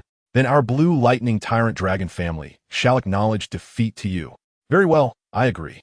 I casually accepted the challenge. 10 years hence? Who could say whether that family would still exist? After Yu Xiaojiang and Yu Tianheng departed, Qian Rinxue and I paid little heed to the matter and continued our cultivation. Time flew swiftly, and before long, 2 years had passed. During these 2 years, we primarily focused on our individual cultivation, successfully advancing to the 4-ring Soul Master level. At the entrance of Shrek, Qian Rinxue boarded the carriage bound for the extreme north, while I handed a letter to Zhao Wujing, whispering in his ear, "Assist me with this matter, and our debt shall be settled." Zhao Wujing glanced at the letter, solemnly nodding in agreement. With that, the matter was resolved. I must tell you, on the other side, our arduous days were just beginning. After 3 months in the carriage, my backside felt as though it had split into 8 pieces. Finally, we arrived at the frigid land of the extreme north. It was unbearably cold. I tell you, even a breath could freeze into ice shards, showcasing the harshness of physical temperature. Though Qian Rinxue and I possessed considerable soul power and were wrapped in exorbitantly luxurious fox fur coat. We still felt as if we were freezing to our very cores. This desolate region lacked even a proper town, offering merely a solitary supply, point devoid of civilization, marked only by a dilapidated wooden sign warning of roaming soul beasts, proclaiming danger, danger, danger, a repetition that underscores the gravity of the situation. After some time spent seeking refuge, we finally noticed a tavern glowing invitingly with light. Upon entering, however, I was immediately struck by the oppressive atmosphere, filled with the acrid scents of smoke, alcohol, and sweat, nearly overwhelming my senses. Inside, a group of intimidatingly burly men sat, and, as we stepped in, an eerie silence fell over the establishment, with dozens of eyes fixing upon us, as if we were rare specimens on display. Undeterred, we found an empty table, and I glanced at the menu, only to be astounded by the exorbitant prices, thousands of gold soul coins for a meager dish. Surely, this was a blatant attempt to exploit newcomers. Yet, we were not short on funds, so I ordered a few items, casually handing over several tens of thousands of gold soul coins. The moment the transaction was completed, the tavern erupted in laughter, the patrons roaring with delight at our apparent naivety. "Look at these fools paying full price," they guffawed, clearly relishing our ignorance of the local customs. I exchanged a glance with Qian, and we both understood this place was utterly lawless. Predictably, trouble soon found us. A hulking brute, resembling a small mountain, swaggered over, leering at Qian with an unsettling gaze that made my blood boil. Well, where did this little beauty come from? Care to entertain an old man? He leered, his filthy hand reaching towards her face. Enraged, I seized his wrist mid-motion, my grip like a vice. My glare could have frozen fire. With a swift motion, I twisted, and a sickening crunch echoed as his wrist bent at an unnatural angle, his pained scream reverberating throughout the tavern. I wasted no time, delivering a devastating punch to his chest, sending him crashing into two tables, lifeless on impact. Qian, too, swiftly entered a combat stance, her eyes icy. Instantly, his comrades sprang to their feet, slamming their fists on the tables and pointing accusingly at me. "You little brat, my brother was just joking, and you go and hurt him?" They shouted. I merely chuckled, a disdainful sneer on my lips. "I was just joking too. Killed him. That's all. Got a problem with that? I can send you down to join him for free." Outnumbered by over 20 men, they revealed their martial spirits, forming a tight circle around us. Those who had been observing the spectacle were now eager for the impending conflict, clutching their drinks in anticipation. The leader gestured menacingly at me. "Kneel and beg for mercy, and we might make your death quick." I stood resolutely, summoning my divine punishment silver spear, which hummed ominously as 4 soul rings, yellow, purple, gold, and black, flared to life around me, casting a momentary silence over the tavern. A cadre of weaklings dared to bark at me? With a pointed gesture, I declared, "One of you is too lonely on the path to the underworld. I shall send your entire family to join him." My words ignited their fury, their faces turning a shade of green with rage. Just as I was about to signal Qian to stand behind me, she rolled her eyes dismissively. "Get lost. Do you think I'm someone who needs your protection?" She retorted. Before I could respond, she revealed her own 4 soul rings, yellow, purple, and black, gripping the angelic sacred sword, emanating a fierce aura that rivaled my own. With a resigned smile, I recognized her fiery spirit. They charged at us with a furious roar, and the tavern transformed into a chaotic marketplace of clashing souls. A few onlookers, inadvertently caught up in the melee, retaliated by unleashing their own martial spirits, while the clever waitress took refuge beneath the counter, playing dead. My silver spear crackled with threads of annihilation energy, a force that could vanquish any deity or demon in its path.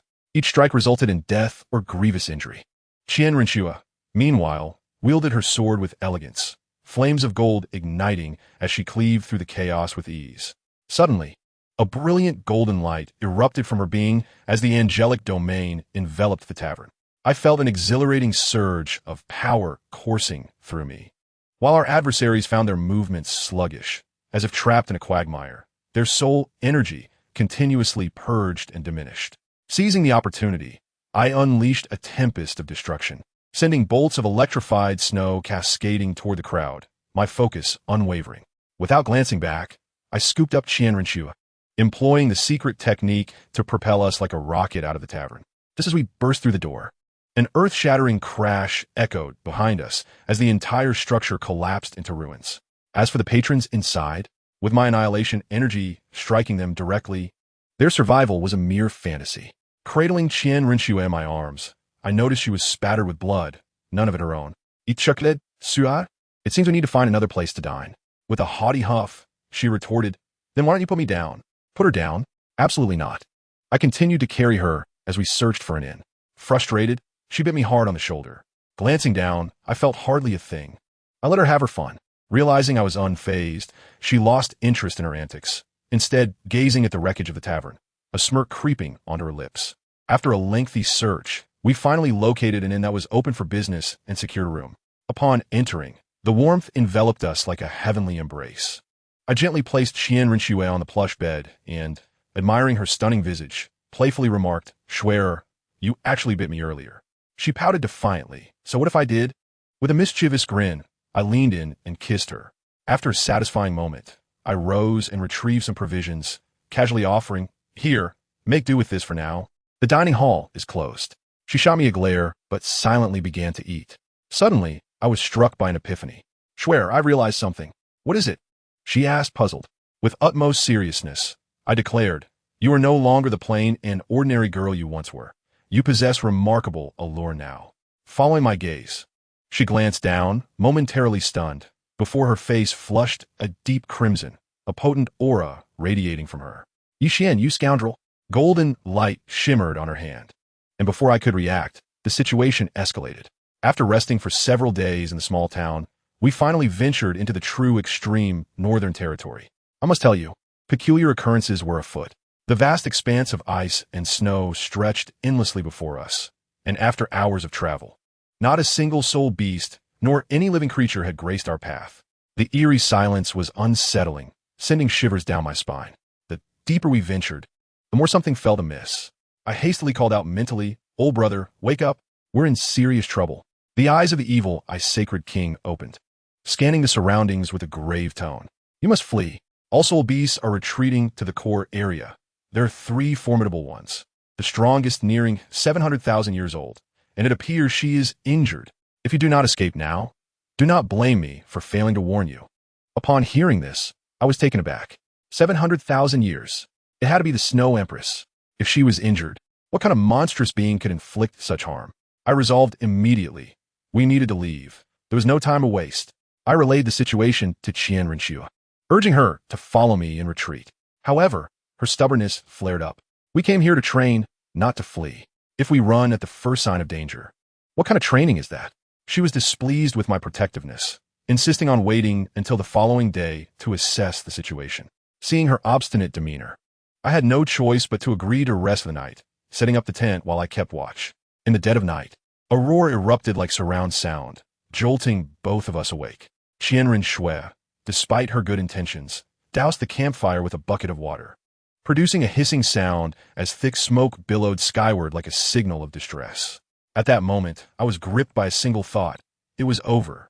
We had become living targets. Indeed, an unsettling presence approached from the distance. It was the evil Soul Masters.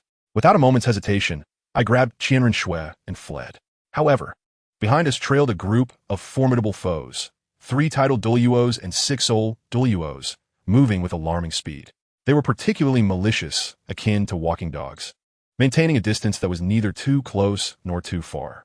It felt as if we were the latest electronic pets of 2025, designed for a mode of companionable hunting truly repulsive. Ultimately, we found ourselves encircled. The leading vice sect master grinned and presented a sinister proposition. "Want to live? Simple. One of you must kill the other. The survivor shall join our Holy Spirit sect, becoming a holy son or daughter." Qian Rinxue retorted fiercely, "You delusional rodents." I seized her, turning to embrace her, whispering urgently in her ear, "Schwer, I will hold them off. You must run for your life and not look back. I will find a way to escape. Wait for me outside." She was taken aback, but seeing my confidence, she nodded slightly. I turned to the vice sect master, smiling as I declared, "I've made my decision. Joining you is out of the question." No sooner had I spoken than I raised my left arm, unleashing the Saint King's wail. Instantly, it felt as though the universe itself had been put on pause. A terrifying force erupted from my core, and with all my might, I pushed Qian Shui away. All the evil soul masters were immobilized, unable to move. Just as Qian Shui had barely escaped, she heard the earth-shattering wail and paused, suddenly recalling something. She realized that this was my ultimate trump card, capable of shattering all of my enemy's soul rings, albeit at the cost of devastating backlash upon myself. "You bastard, Yi Qian! You deceived me!" Tears streamed down her face as she screamed, frantically running back towards me. Amidst the wailing, the soul rings of the evil soul masters shattered one after another, like glass breaking. Yet, the backlash was unbearable. Each soul ring that broke felt like a mountain crashing down upon me, my internal organs ablaze with agony. As the last soul ring shattered, darkness enveloped me, and I lost consciousness. However, I did not collapse onto the cold snow, but rather fell into a warm, soft embrace. It was Qian Shui. She had truly returned. Cradling me, she wept inconsolably. "Yi Qian, you bastard! You deceived me. Who needs your protection? Get up. Please get up, and let's return to the Pope's palace." Just then, a stunning woman with white hair floated towards us as if emerging from painting. Her beauty was otherworldly, and her demeanor was as frigid as ancient ice. She glanced at the evil soul masters lying on the ground like vegetative beings and merely waved her hand, causing the swirling snow to transform them all into ice sculptures, which then shattered into dust. Her sky-blue eyes fixed upon us as she asked coldly, "Did you two deal with these individuals?" Qian Shui ignored her, intent on leaving this cursed place with me. The woman frowned, remarking, "You cannot carry him out of Jibei. His injuries are far too severe." Qian Shui persisted, struggling to move forward step by step. "If you wish to save him, come with me. If not, you may leave." Her voice was icy yet carried an undeniable authority. At that moment, Qian Shui's heart was a whirlwind of conflict. Who was this woman, suddenly appearing, claiming she could save him? Why should she trust her?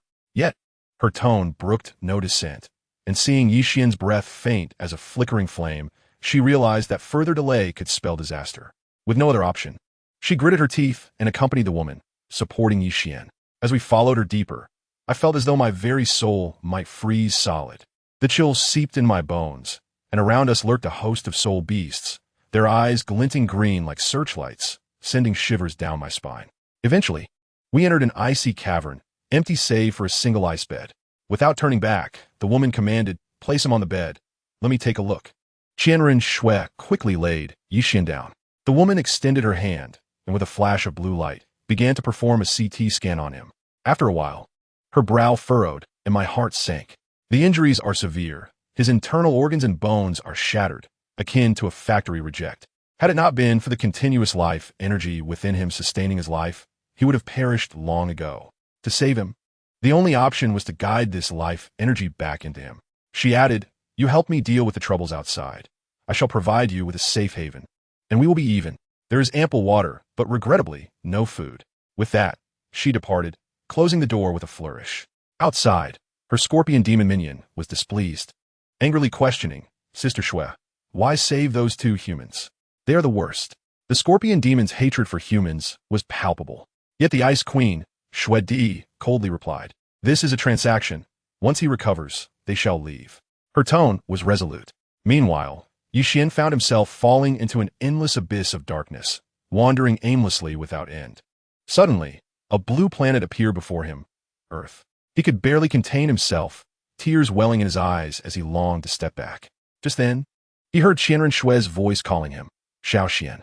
Instantly, he awakened, glancing back with a bitter smile. He realized he could never return. As his thoughts settled, the image of Earth shattered, and a torrent of life energy enveloped his consciousness. When he opened his eyes again, he found himself lying in a strange ice chamber.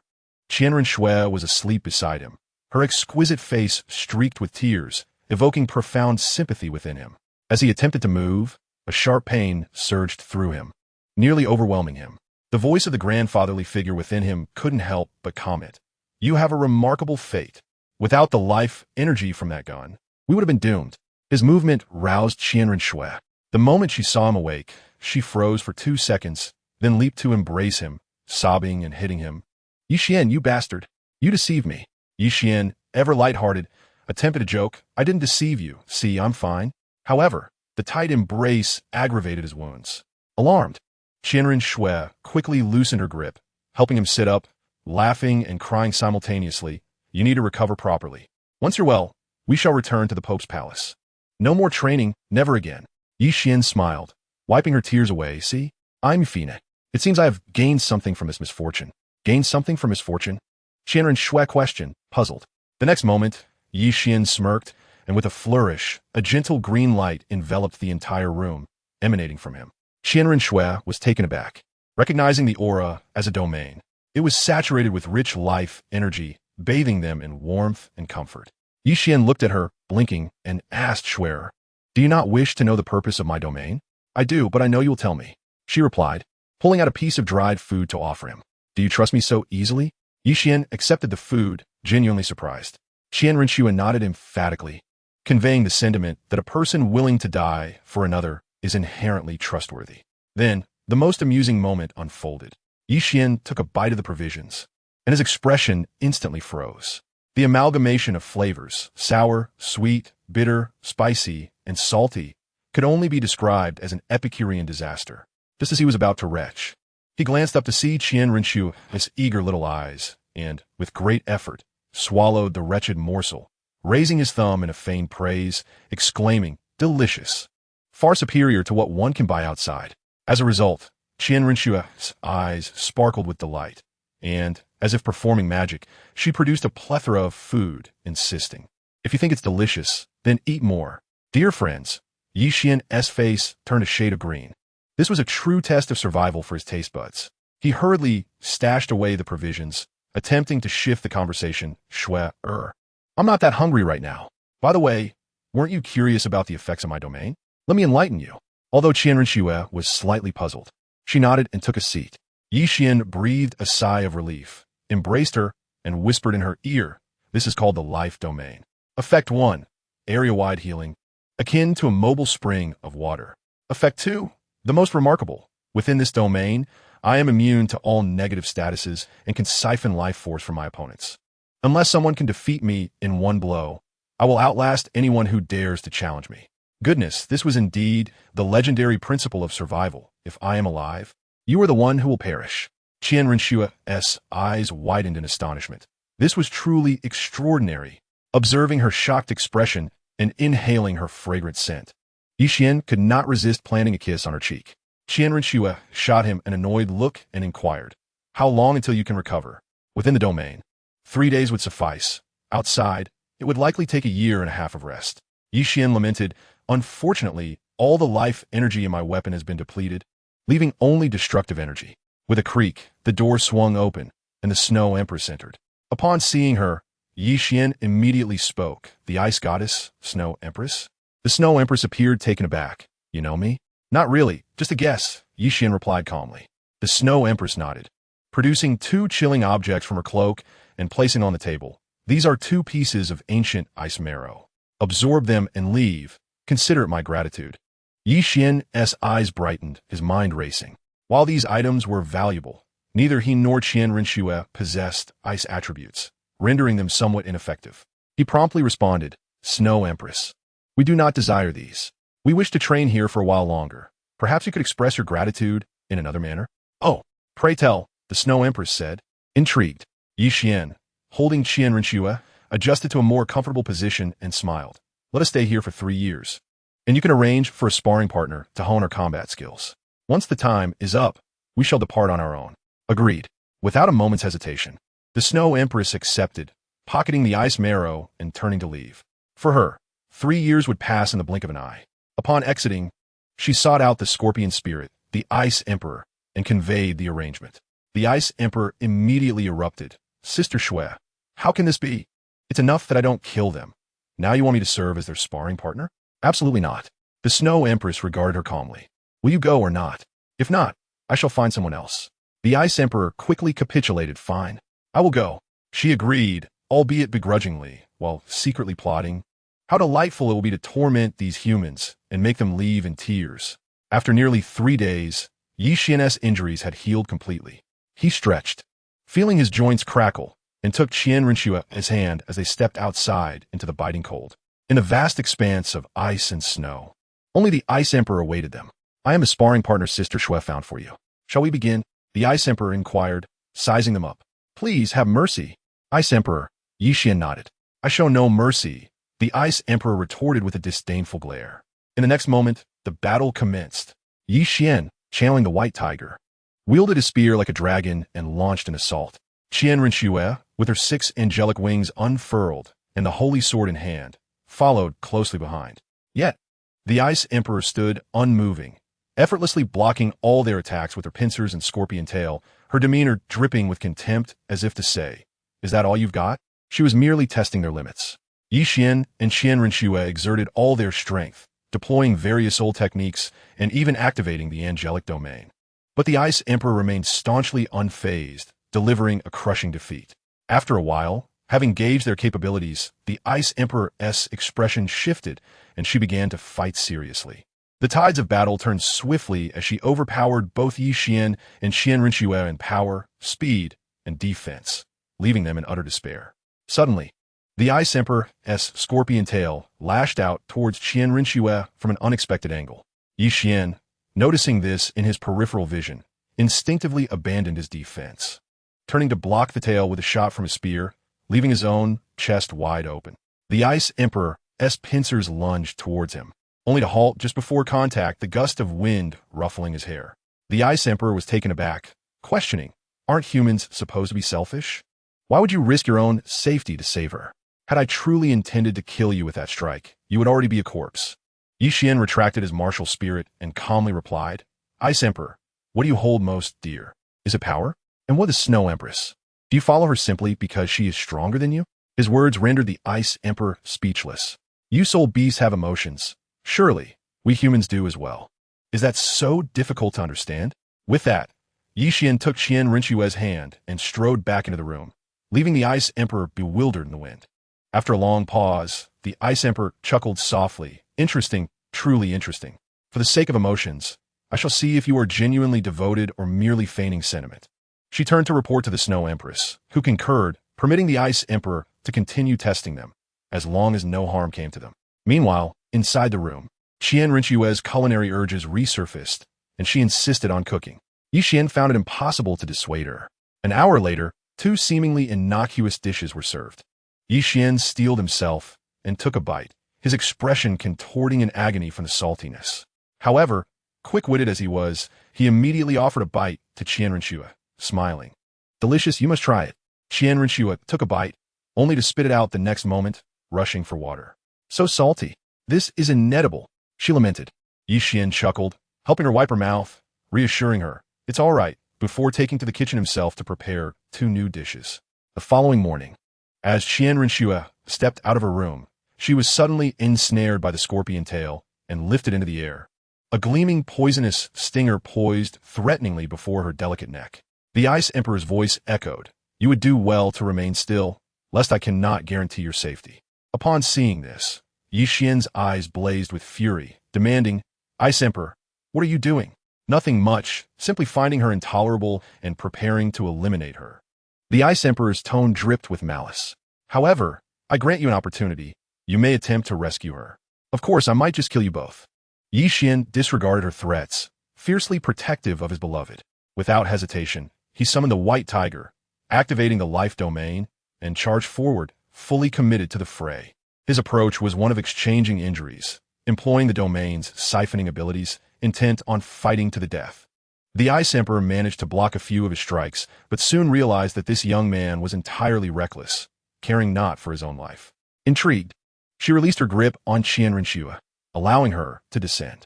Yi Qian rushed over to check on Qian Rinxue, relieved to find her unharmed. The Ice Emperor then remarked, "I merely wish to ascertain your sincerity. It seems there are indeed humans willing to risk everything for love. Young man, I find you quite admirable." Yi Qian and Qian Rinxue gazed coldly at her, remaining silent. All right, cease that look. Consider it a jest from this emperor," the Ice Emperor remarked irritably. "Should you require a sparring partner in the future, feel free to seek this emperor. Also, retract that domain of yours. How dare you siphon off this emperor's vitality? Quite excessive." Yi Qian withdrew his domain, his gaze still fixed intently on her. "Ice Emperor, your jest has gone too far." The Ice Emperor, indifferent, turned to depart, her voice drifting back. "If you need a sparring partner, simply call for me. And do be cautious, There are plenty of soul beasts around here, and you would only serve as their meal.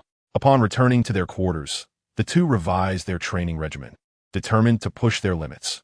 Morning would be dedicated to physical conditioning, afternoons to practical training with the Ice Emperor, and evenings to meditation. The following morning, they found themselves in the heart of the extreme north, running without the aid of any soul power, braving the biting cold winds. The Ice Emperor followed alongside at a leisurely pace. After several hours, Qian Rinxue was panting heavily, and Yi Xian's breath became labored. The white vapor he exhaled swiftly turning to frost. The piercing wind felt like daggers, causing both to shiver. Is this all you've got? It has barely been a short while, and I have yet to finish warming up, the Ice Emperor teased. Qian Rinxue's expression darkened at that remark. What a stubborn one. She charged ahead without a second thought. I kept pace beside her, and, truth be told, my physique was better than hers, making the run considerably easier for me. We persevered until noon, finally dragging ourselves back to our small cabin, half alive. As I changed into dry clothes and prepared to hastily consume something, the Ice Emperor called from outside, "Hey, you two, come out. This emperor has brought you delicious treats." Exchanging glances with Qian Rinxue, we both felt a sense of unease. Upon stepping outside, we were greeted by a resounding thud as a massive soul beast, weighing around 400 to 500 pounds, was unceremoniously tossed at our feet.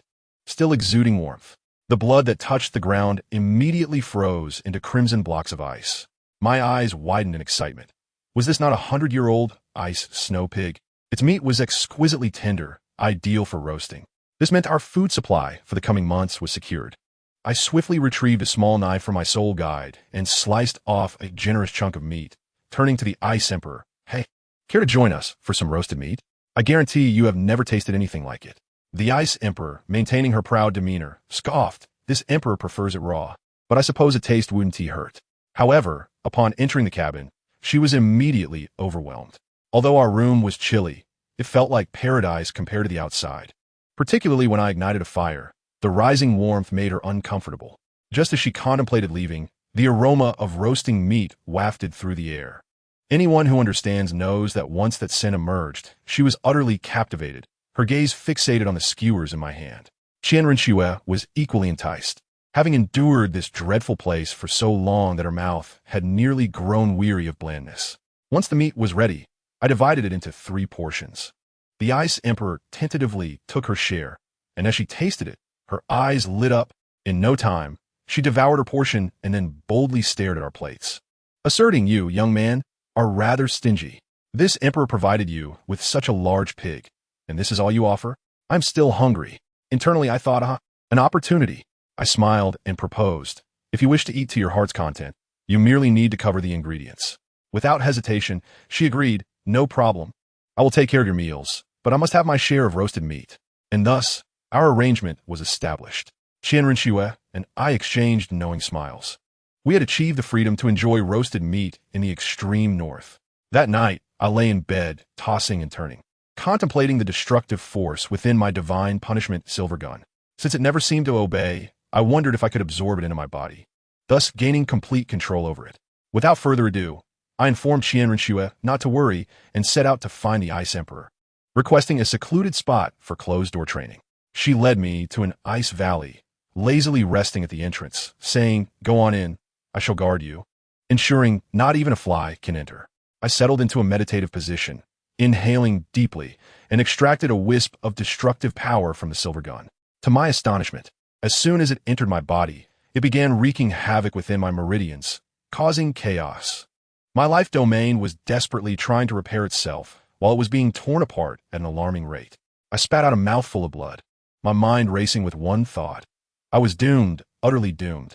Just as I closed my eyes, preparing for the inevitable, a sudden roar echoed in my mind, nearly tearing my consciousness apart. In the next moment, I found myself in a silvery space, confronted by a colossal white divine tiger with wings, glaring at me with a look of disdain.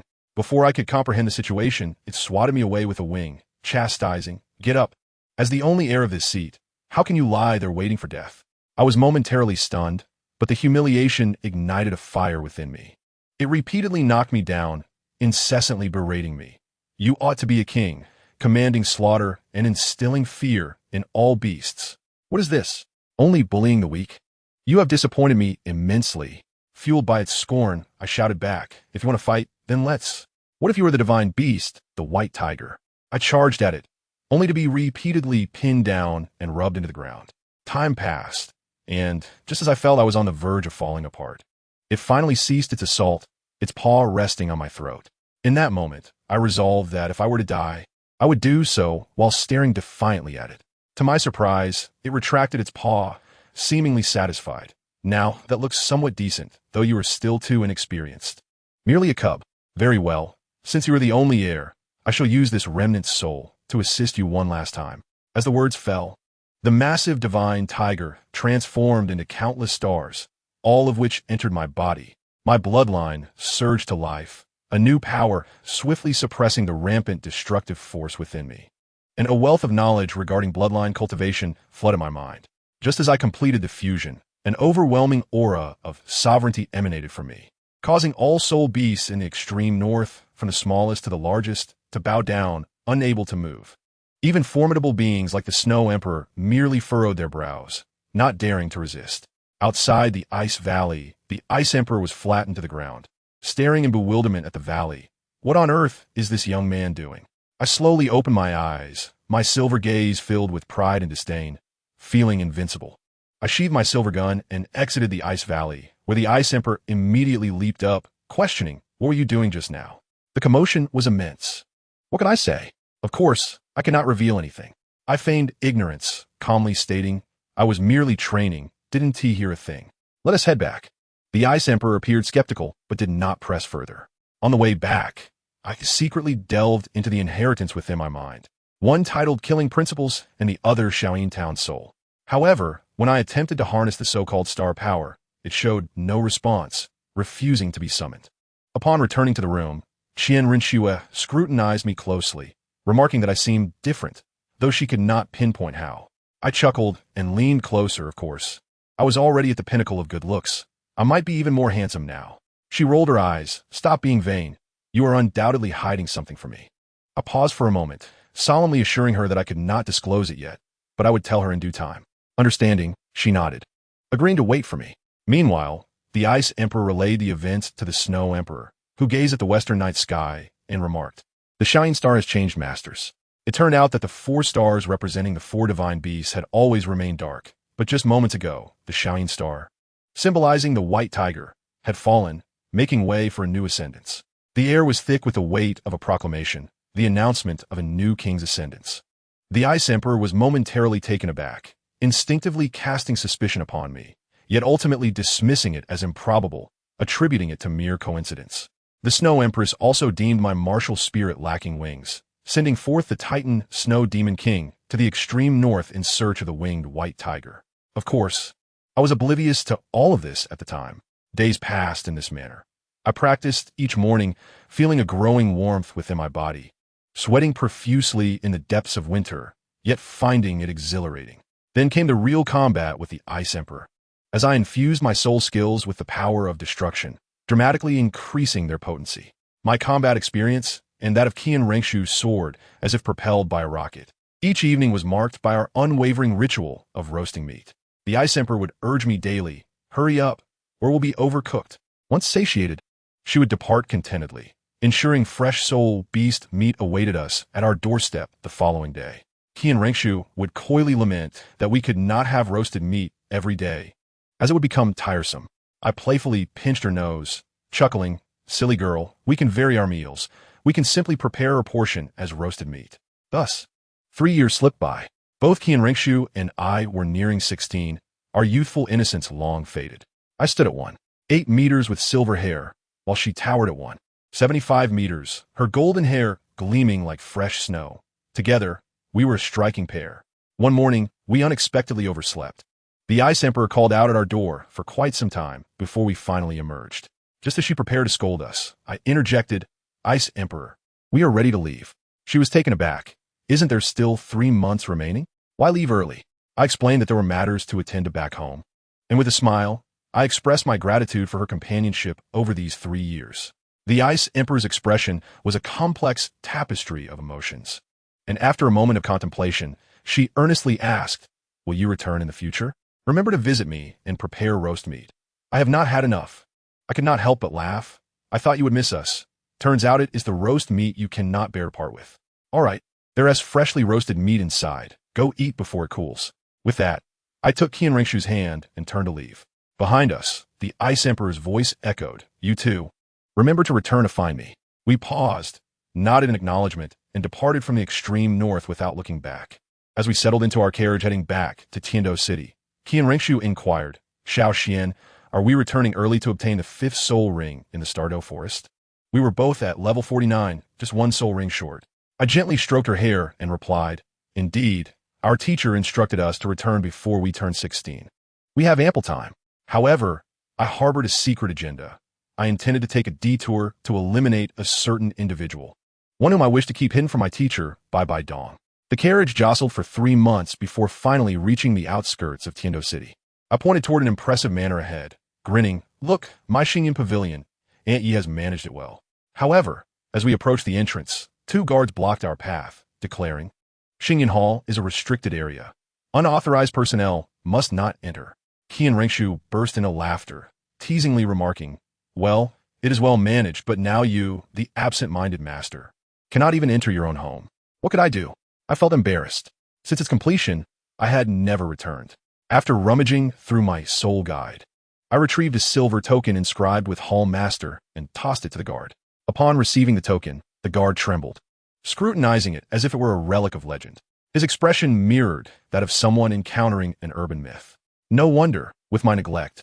They likely believed the Hall Master to be a fictional entity confined to documents. In the next moment, he and the other guards swiftly stepped aside, bending at the waist as if to bow deeply. Hand in hand with Schwer, I strode confidently into the hall. To my surprise, Xinyan Hall exuded an air of elegance. Not the ostentatious luxury of the nouveau riche, but an ancient charm that bespoke sophistication. Inside, people bustled about, each absorbed in their tasks, hardly noticing our presence. I navigated the familiar corridors straight to the study in the back hall, pushing the door open with a firm kick.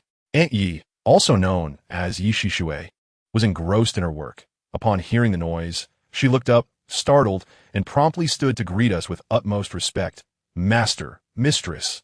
Without hesitation, I plopped down in her recently vacated seat and drew Schwer into my embrace. Schwer shot me a playful glare, but said nothing. Her curiosity piqued about the extent of my affairs. I crossed my legs and inquired, "Aunt Yi, spare us the formalities, just report the status of our assets." Yi Shishui nodded calmly, her demeanor unruffled, and began with a bombshell. "Master, we currently have around 500 personnel at Xinyan Hall. In terms of high-end combat power, including myself, there are 2 title Daw, 3 soul Daw, 7 soul saints, 18 soul emperors, and dozens of soul kings. Oh, and by the way, it is no longer referred to as the 3 sects, but rather the 4 sects. We have now equaled their standing and are leading the way." I raised an eyebrow, not in astonishment over our strength, but rather in surprise that, apart from Aunt Yi, there was another title Douluo. My curiosity piqued. Who is the other one? It cannot possibly be that old poisoner, Dugubo. Upon hearing Dugubo's name, Aunt Yi frowned, her disdain evident. "Not him," she shook her head, "but rather a free spirit master known as the Flame Daw, a level 93 assault type, with the martial spirit of the blazing fire cat eagle." Understood. I waved my hand dismissively. "Very well, it is late. Tomorrow, gather all high-end combatants. I wish to meet them. Schwerer, and I will take our rest." After 3 months on the carriage, my bones feel as if they might crumble. With that, I effortlessly lifted Qian Ringshu into a princess carry and turned to exit. The blueprints for Xinyan Hall were my own handiwork. I could navigate it with my eyes closed. Soon, we arrived at my exclusive suite. The room was impeccably tidy, clearly maintained daily. Schwer blinked her big eyes innocently and asked, "Xiao Qian, shall we begin meditative cultivation now?" I chuckled, mischievously responding, "What cultivation? It is time to relax." She paused, momentarily confused, before her face flushed as she understood. The next instant, she found herself reclining on a large, soft bed, and what followed was a matter best left unspoken. The next morning, I awoke feeling refreshed and looked over at Schwerer, still asleep, gently covering her with a blanket. She stirred, rubbing her eyes, and sleepily remarked, "Xiao Qian, are you still going? Who among my family understands?" I nearly lost my composure, pinching her small nose and smiling. "Sleep a bit longer. I will go meet the higher-ups and return to accompany you shortly. I'll go with you, she declared, tossing aside the blanket to get dressed. Good heavens, her figure was perfect, leaving me parched. However, duty called, and I had to forcibly avert my gaze. Once she had dressed, she took a step forward, only to furrow her brow. What could I do? I must bear my own burdens. So I once again swept her off her feet, proudly striding toward the front hall. In the front hall, dozens of individuals stood in 2 rows, their necks craned in curiosity, their eyes nearly brimming with anticipation as they speculated whether this legendary hall master was a white-haired elder or a middle-aged man. However, made my way to the grand chair at the head of the hall, sitting down and inviting her to perch on my lap. The expressions of those below instantly froze, their mouths twitching as if they were silently mocking. After all this, not only is the hall master so young, but he also flaunts his romance before all his subordinates? Behind me, Anki maintained her composure, observing the scene with a stoic demeanor resembling a statue. Schwerer, feeling shy under the gaze of so many, blushed and squirmed in my embrace, wishing to escape. I held her tightly, and she, embarrassed, could only shoot me a fierce glare.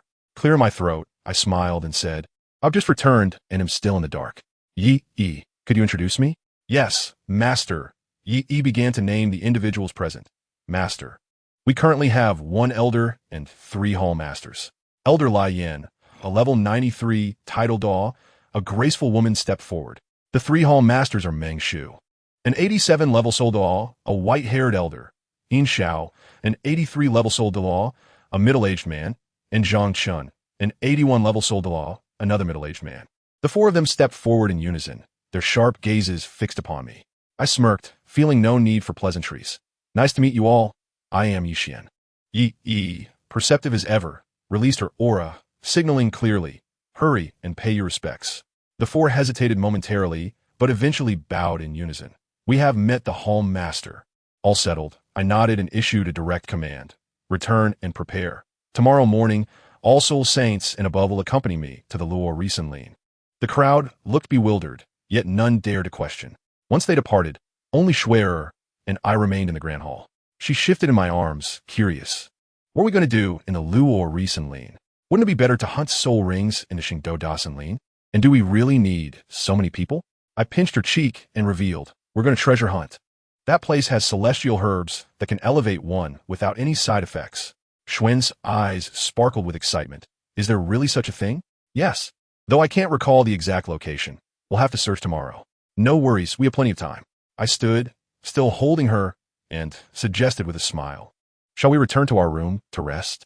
She rolled her eyes, claiming she was tired and wanted to sleep, yet her body remained still. I laughed heartily and carried her towards our room. Meanwhile, in a shabby wooden house in Nodingcheng, Yu Tianheng was on the verge of madness. He roared at Yu Xiaojiang, lamenting that his soul power had regressed to level 20 after 3 years, with no resolution in sight. He realized that all the theories were nonsense, as Yu Xiaojiang was merely using him as a guinea pig. Why else would he allow him to absorb a Millennium Soul Ring while letting Tang San absorb only a Century Soul Ring? Enraged, he shouted Yu Xiaojiang's name and kicked the wooden door down, storming out. Yu Xiaojiang pursued him confidently, proposing either to plead with him or to seek the Pope of the Wuhuan Temple, claiming he had some connection with her. Yu Tianheng laughed in anger, retorting that they were enemies and the Wuhuan Temple was their family's mortal foe, rendering his connections worthless. Guess how Yu Xiaojiang responded? He gazed skyward at a 45-degree angle, dramatically stating, as long as I speak, the Pope will surely come to your aid. Truly, he was the epitome of self-importance. Turning back to our tale, the next day, I led a formidable assembly into the Luo Risenlin. Upon reaching the outskirts of the toxic formation, I unleashed my life domain, enveloping everyone within. The toxins and mist posed no challenge, akin to a leisurely stroll through a garden. Soon, we arrived at the Valley of the Ice and Fire Yinyang Ai. The old poison master, Dugubo, sensed our intrusion and emerged, his expression dark. Kid, why are you here again? I told you not to join. Get lost. I chuckled, replying, Dugubo, you overestimate your importance. I'm not here to invite you. He paused. Then what brings you here? With a smirk, I declared, I have my eyes set on this prime piece of real estate. The entire Ice and Fire Yinyang Ai now belongs to my Xinyan. Consider it a bold acquisition. The old poison master trembled with rage, releasing his martial soul, intending to confront me. I paid him no heed, leading Schwer forward. Yi stepped up, her second martial soul, the radiant phoenix, flaring with 9 dazzling rings, overwhelming Douluo with the pressure of a limit Douluo. The old poison master had no chance to react before Yi struck his dantian, sealing his soul power. He slumped, resembling a noodle, and was dragged away by 2 subordinates. With him dealt with, I began harvesting the celestial herbs. This task required skill, with each type demanding a unique technique. Professionalism was key. Though Schwerer and Yi offered to assist, I declined, joking that these treasures were too precious to risk damaging. After 2 hours, I gathered all the celestial herbs. I selected 2 that were most suitable for Schwerer and instructed her on their usage. Then, I summoned Douluo, unbinding his seal, and warned him, "This time, I spare your life, but the ice and fire yin-yang belongs to me now. Do not attempt any tricks, or your luck will run out." The old poison master scoffed, mocking whether I expected him to be grateful. I waved him off. He inquired why I didn't eliminate him entirely, and I explained that he was rigged with a self-destruct mechanism. Should he perish, the toxic pill would explode, ruining this prime location, which was unwise. This place would henceforth be our Xinjian's exclusive herbal garden. Once everything was arranged, I found a spot to begin absorbing the celestial herbs. I first ingested the Wang Chuan Xiu and goodness, my eyesight now resembled that of an 8 times magnification scope. I could clearly discern the leaf patterns from miles away. Next, I took the Ba Jiao Xuanbing Tsao and Lia Hua Xing Jiao Shu, inhaled deeply, and plunged into the pool, half boiling water and half ice water. The sensation was extraordinary. The contrasting temperatures nearly overwhelmed me. Yet, the results were remarkable. Upon completion, not only did my physique enhance significantly, but I also acquired immunity to ice and fire, rendering me invulnerable to all toxins. Emerging from the pool, I found Schwerer had also finished absorbing her herbs. Her aura transformed. She declared she felt capable of absorbing a 25,000-year soul ring without issue. I smiled, retrieving a Qiluo Eugene Xiang from my soul guide, suggesting she take it back as a gift for BibiDong. She accepted it, then mischievously inquired, "Is this the best one?" I shook my head and produced another flower, its beauty breathtaking. I explained, "This is called Xiangxi Duanchang Hong, a divine-grade celestial herb with the power of resurrection. However, to harvest it, one must think of their beloved and drop a drop of blood upon it. Any hint of doubt will result in failure." Upon hearing this, Schwer blinked her golden eyes, took the flower, and without hesitation, bit her tongue, letting a drop of blood fall upon it. In that moment, her thoughts were consumed by memories of us, from our childhood to the present. The Xiangxi Duanchang Hong seemed to come alive, gently swaying before abruptly detaching from its stem. Schwer caught it skillfully. I approached, wiping the blood from her lips, softly saying, "Since you've harvested it, you should absorb it now." But guess what happened? She tucked the flower away, took my hand, and proudly declared, "Since you've described it so wondrously, I want to use it now. I'll wait until my 5th soul ring is fully absorbed to see just how miraculous it truly is." Our luck was undeniable. After traversing the vast Loa Risenlin, we found not a single 1,000-year soul beast, nor even one worth our attention. What a futile trip. Returning to the Xinjian, I instructed Yi to arrange for a carriage, changing our destination straight to the Xingdoda Senlin. I must say, the carriage was top-notch, speeding smoothly without a bump. Schwer meditated beside me as I quietly watched her, contemplating our next moves. Then, in the dead of night, a pigeon landed outside the carriage, and Yi suddenly received a secure call. I leaned in to listen. It was from Zhao Wuji. When I left Shalake Academy, I had casually asked him to keep an eye on Yu Shaojiang, and to my surprise, this loyal friend had truly done so. I swiftly and quietly slipped out of the carriage, lowering my voice to inquire about the situation. Yi informed me that Yu Shaojiang, accompanied by his imposing nephew Yu Tianheng, was hastily making their way towards Tiando City. It seemed that Yu Tianheng was experiencing some physical complications. Upon hearing this, I asked what the issue was, only to discover that it was yet another creation of Yu Shaojiang, the so-called theoretical master. He had audaciously forced Yu Tianheng to absorb a soul ring beyond his level, and now, the situation had spiraled out of control. The poor child's soul power regressed daily, his foundation utterly ruined. He had been rendered incapable. Who among the family understood this? This was not merely a case of mentoring. It was akin to a misguided obsession with video games, leading to a disastrous developmental path in reality. At that moment, I let out a cold chuckle, originally planning to seek him out for retribution after I absorbed my soul ring. But it appeared he had delivered himself right to my doorstep. 2 days later, the carriage came to a steady halt outside the Xingdo Great Forest.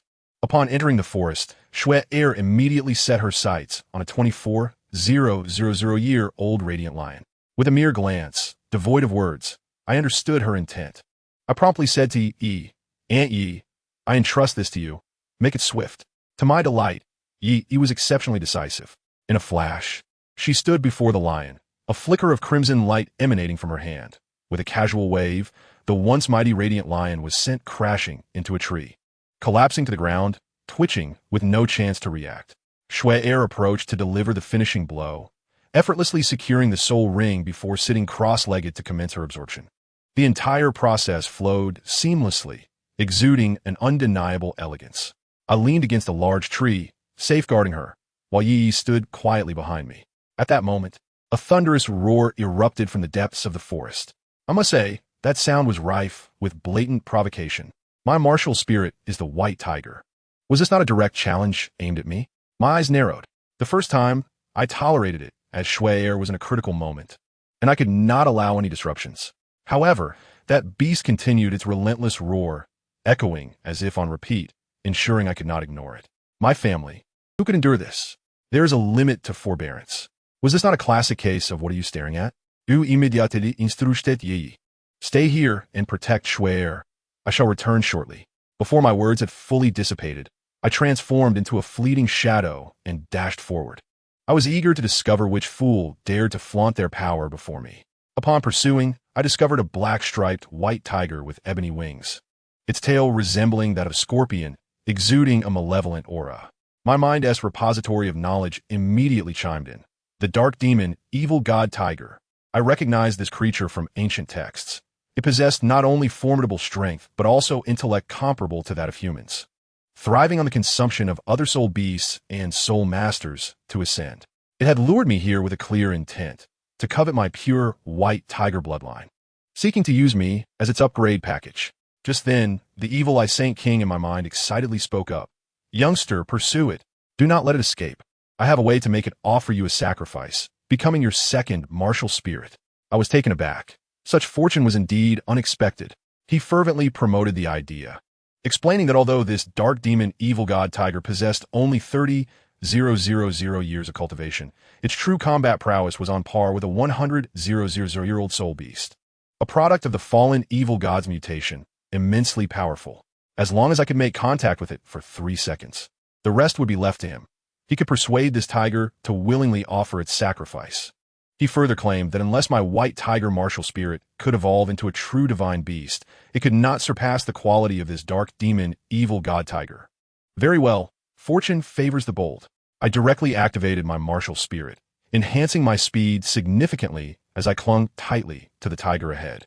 The beast led me to a secluded valley, finally coming to a halt, turning to face me with eyes brimming with greed, saliva nearly dripping. I did not act rashly. After all, the evil I Saint King had just cautioned me that this creature could stand toe-to-toe with a 100,000-year-old soul beast.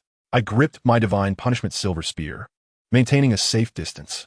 The tiger crouched low, launching itself toward me with ferocity. I sidestepped just in time, thrusting my spear forward in response. However, its scorpion-like tail was incredibly agile, deftly blocking my attack with a sharp clang. We exchanged a clash of energies, the residual force knocking me back several steps. Gazing into its disdainful yet greedy eyes, I calculated my next move. In an instant, as it lunged at me once more, I thrust my silver spear into the ground and propelled myself upward, landing squarely on its back. My legs clamped tightly around it. Success. 3 seconds had elapsed. Let the performance commence. The evil I Saint King swiftly drew the tiger's consciousness into my sea of consciousness, commencing his masterclass in persuasion. He painted an enticing picture for the tiger. "Brother, sacrificing yourself for this young lad is a tremendous deal. He is destined to inherit a divine position. At that time, you shall be resurrected and granted a position among the 5-star lords, enjoying a life of luxury compared to your current arduous training." The tiger, surprisingly astute, stammered a response. "Are you certain he can inherit that position? What if he fails to resurrect me?" The evil I Saint King, unflinching, began to weave his web of deception, Absolutely. He is the sole possessor of divine beast blood. Who else could it be? I know this lad's character. He will undoubtedly ensure your resurrection. He even pretended to ponder for a moment before gravely announcing, I've already inquired of him, and he has consented. This is a rare opportunity. Do not let it slip away. I listened from the outside, utterly dumbfounded. This fellow was the pinnacle of deception, a master of scams, deserving recognition beyond mere telecommunication fraud. Ultimately, the dark demon evil god tiger was swayed, letting out a resounding roar of submission, agreeing to the sacrifice. In the next moment, a surge of purple-black energy surged into my body. I must say, the sensation was akin to having every bone in my body ground to dust and then reassembled, causing beads of sweat to cascade down my brow. Yet, I remained silent, gritting my teeth against the pain. After approximately 2 hours, the excruciating agony began to wane.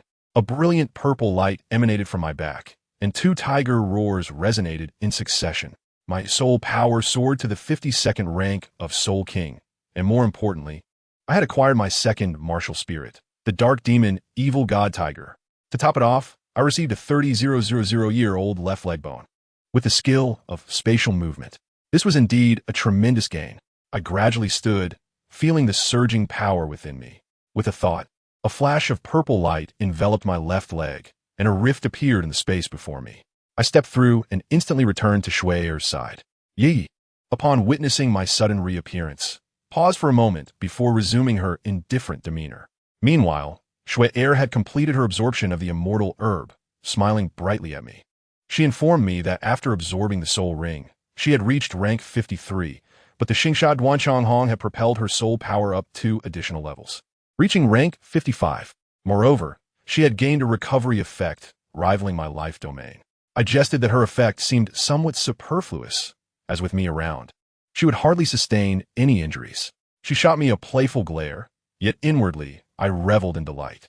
Xiao Qian, have you acquired your 5th soul ring? She inquired. I nodded.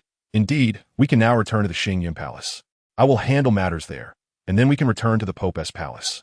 3 days later, in Tiando City, at the Spear Hall, a modest carriage came to a stop, and Yu Xiao Gang and Yu Tian Hung disembarked. As Yu Xiao Gang entered, he produced a papal decree acquired from an unknown source, waving it before the staff with a haughty demeanor, demanding, summon your platinum bishop Salas to meet me. He settled down beside Yu Tian Hung and began to brainwash his unfortunate nephew. We shall head directly to the Xingyun Palace. Yi Xian will undoubtedly be unyielding. However, things are different now. I possess the papal decree, granting me a status equivalent to that of an elder.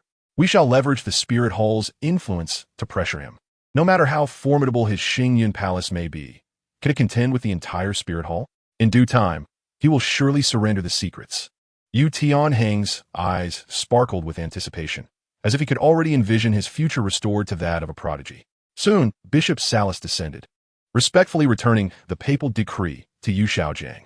With an air of authority, Yu Xiaojiang commanded, Salas, summon the master of Xingyun Hall, Yi Xian, to the Wuhuan Temple. I have matters to discuss with him. Salas, his expression impassive, acquiesced, and promptly exited. At that moment, within Xingyun Hall, I lounged with my legs crossed, lazily inquiring about Yu Xiaojiang's whereabouts.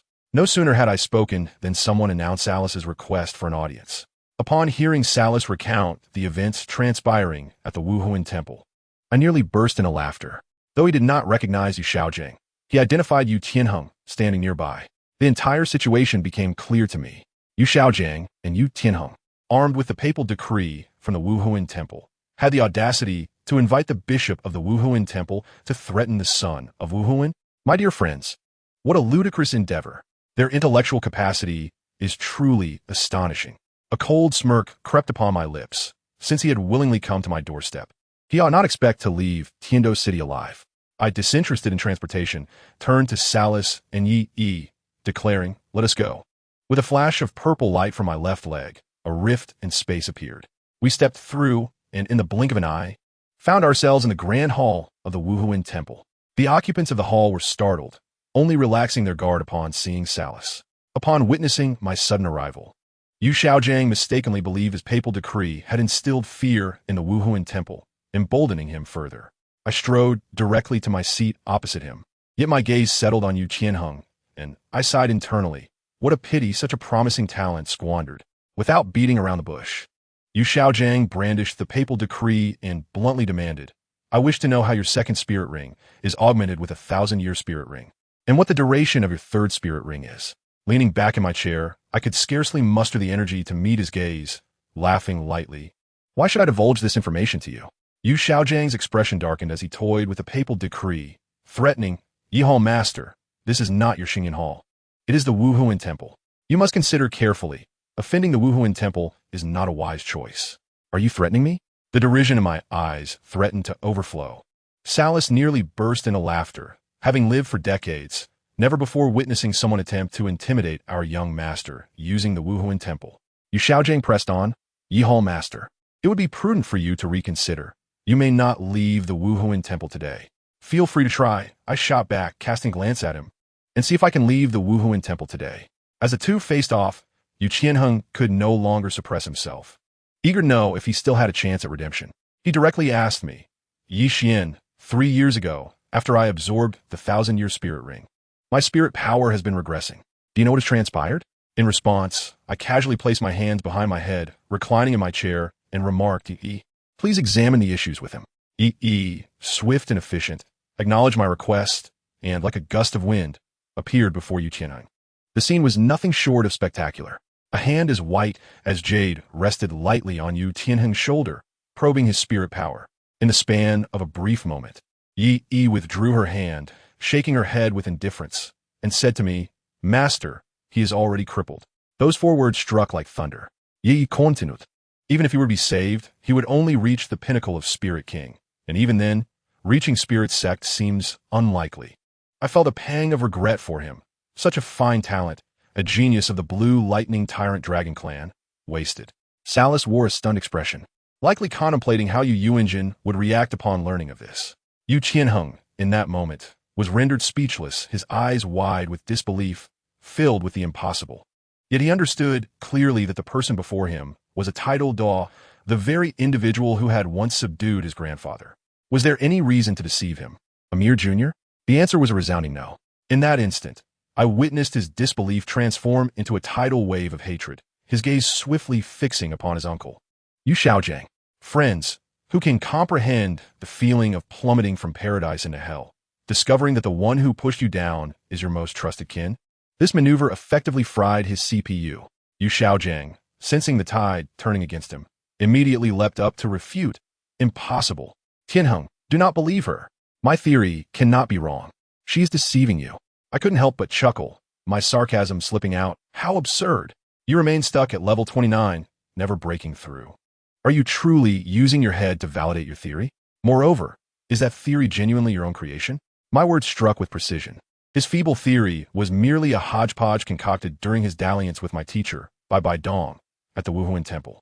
He, a soul master barely able to defeat a 100-year spirit beast, was hardly in a position to study the weaknesses of spirit beasts. Yu Xiaojiang's face turned purple with rage, just as Yu Qianheng let out a roar, directly summoning his spirit, with 1 yellow and 1 purple spirit ring rising.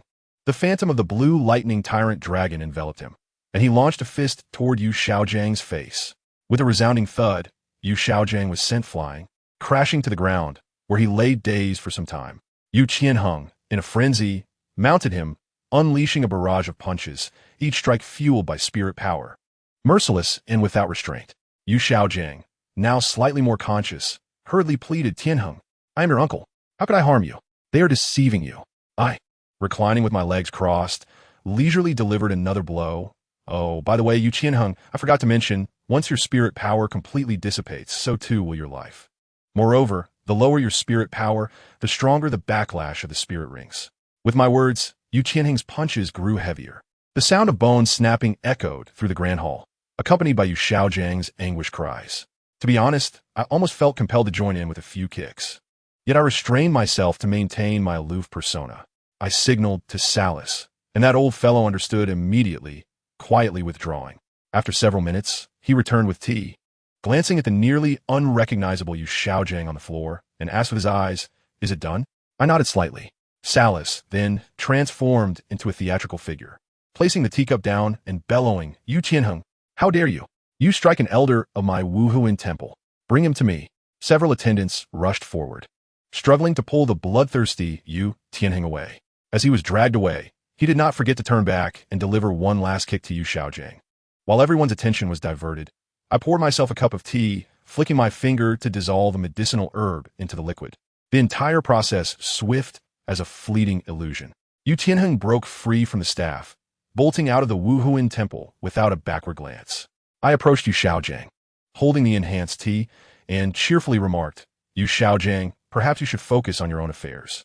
The tea at the Wuhuan temple is quite delightful. Do give it a try."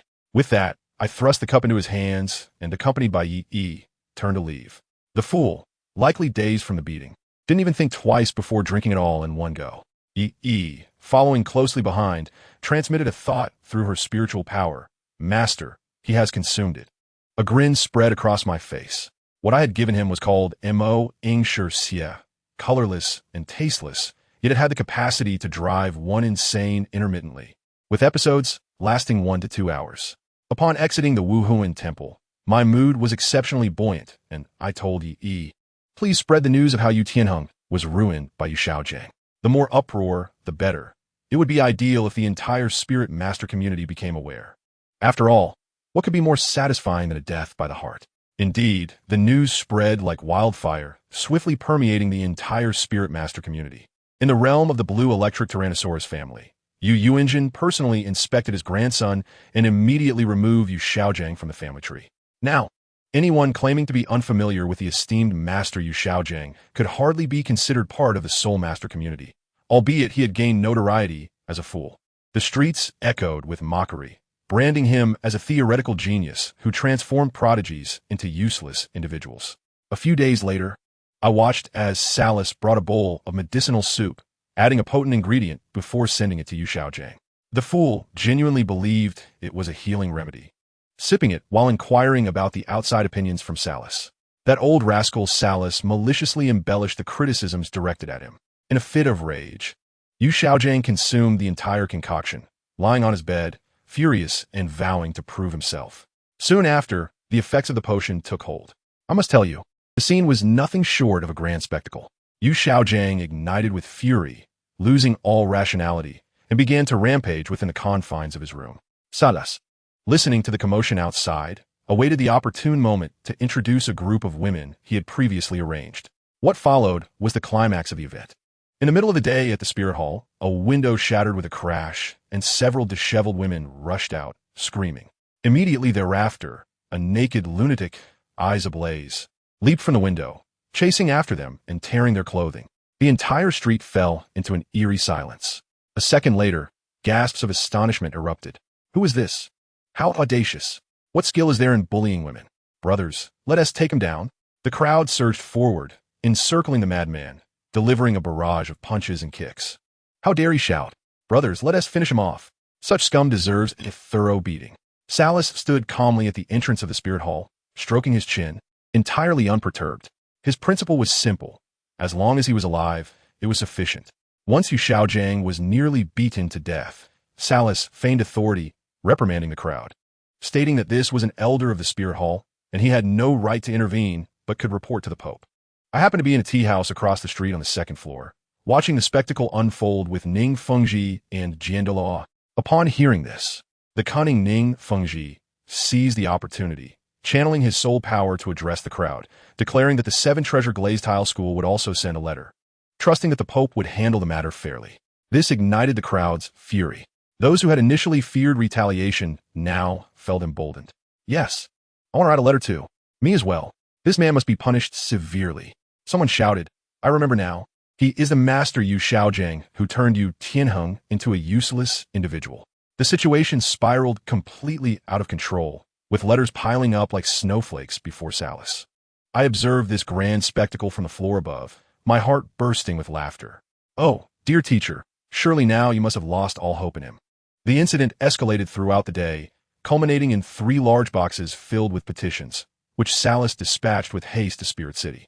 Before long, Qian Renshua also arrived, her expression dark as she inquired about the situation. I embraced her, maintaining an air of calm, and said, It's nothing. Don't you know your teacher's temperament? Yu Xiaojiang is doomed. A few days later, in the Pope's chamber, BibiDong listened to her subordinates report that someone had publicly humiliated women under the Pope's decree, which infuriated her, causing her to smash her fist against the armrest, exclaiming, "Open the box. I want to see who has the audacity." The entire hall fell silent. Her subordinates took several hours to read through all the letters, trembling as they reported, "Your Holiness, it is the Master Yu Xiaojiang."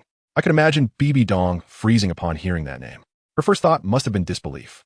Yet, with nearly 10,000 letters from witnesses before her, it could not be false. Clinging to a shred of hope, she asked, "Is it Master Yu Xiaojiang or someone with the same name?" The response was chilling. "It is the master who published the top 10 competitive spirits." BibiDong was utterly disoriented. At that moment, more letters arrived for me and Qian. A glimmer of hope sparked in her eyes, as if she had grasped the final lifeline, urgently calling, "Bring them here." She first opened Qian's letter. After reading it, the light in her eyes extinguished, replaced by profound disappointment. She then gazed at my unopened letter, already knowing the answer deep down. However, she stubbornly opened it, trembling as she sought any indication that this was merely a rumor. The result, of course, left her utterly devastated. My letter was explicit in detailing every nuance and step, leaving no room for her to create excuses.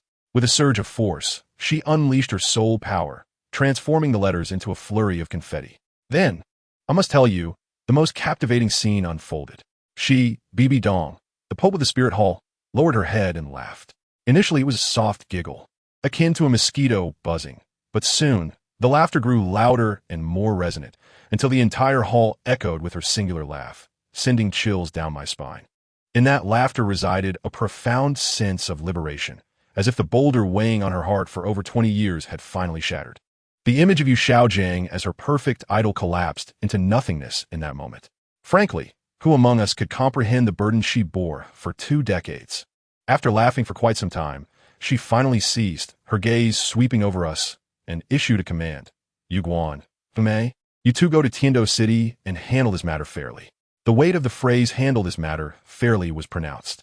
The two, Douluo and Douluo, understood immediately, setting off without delay.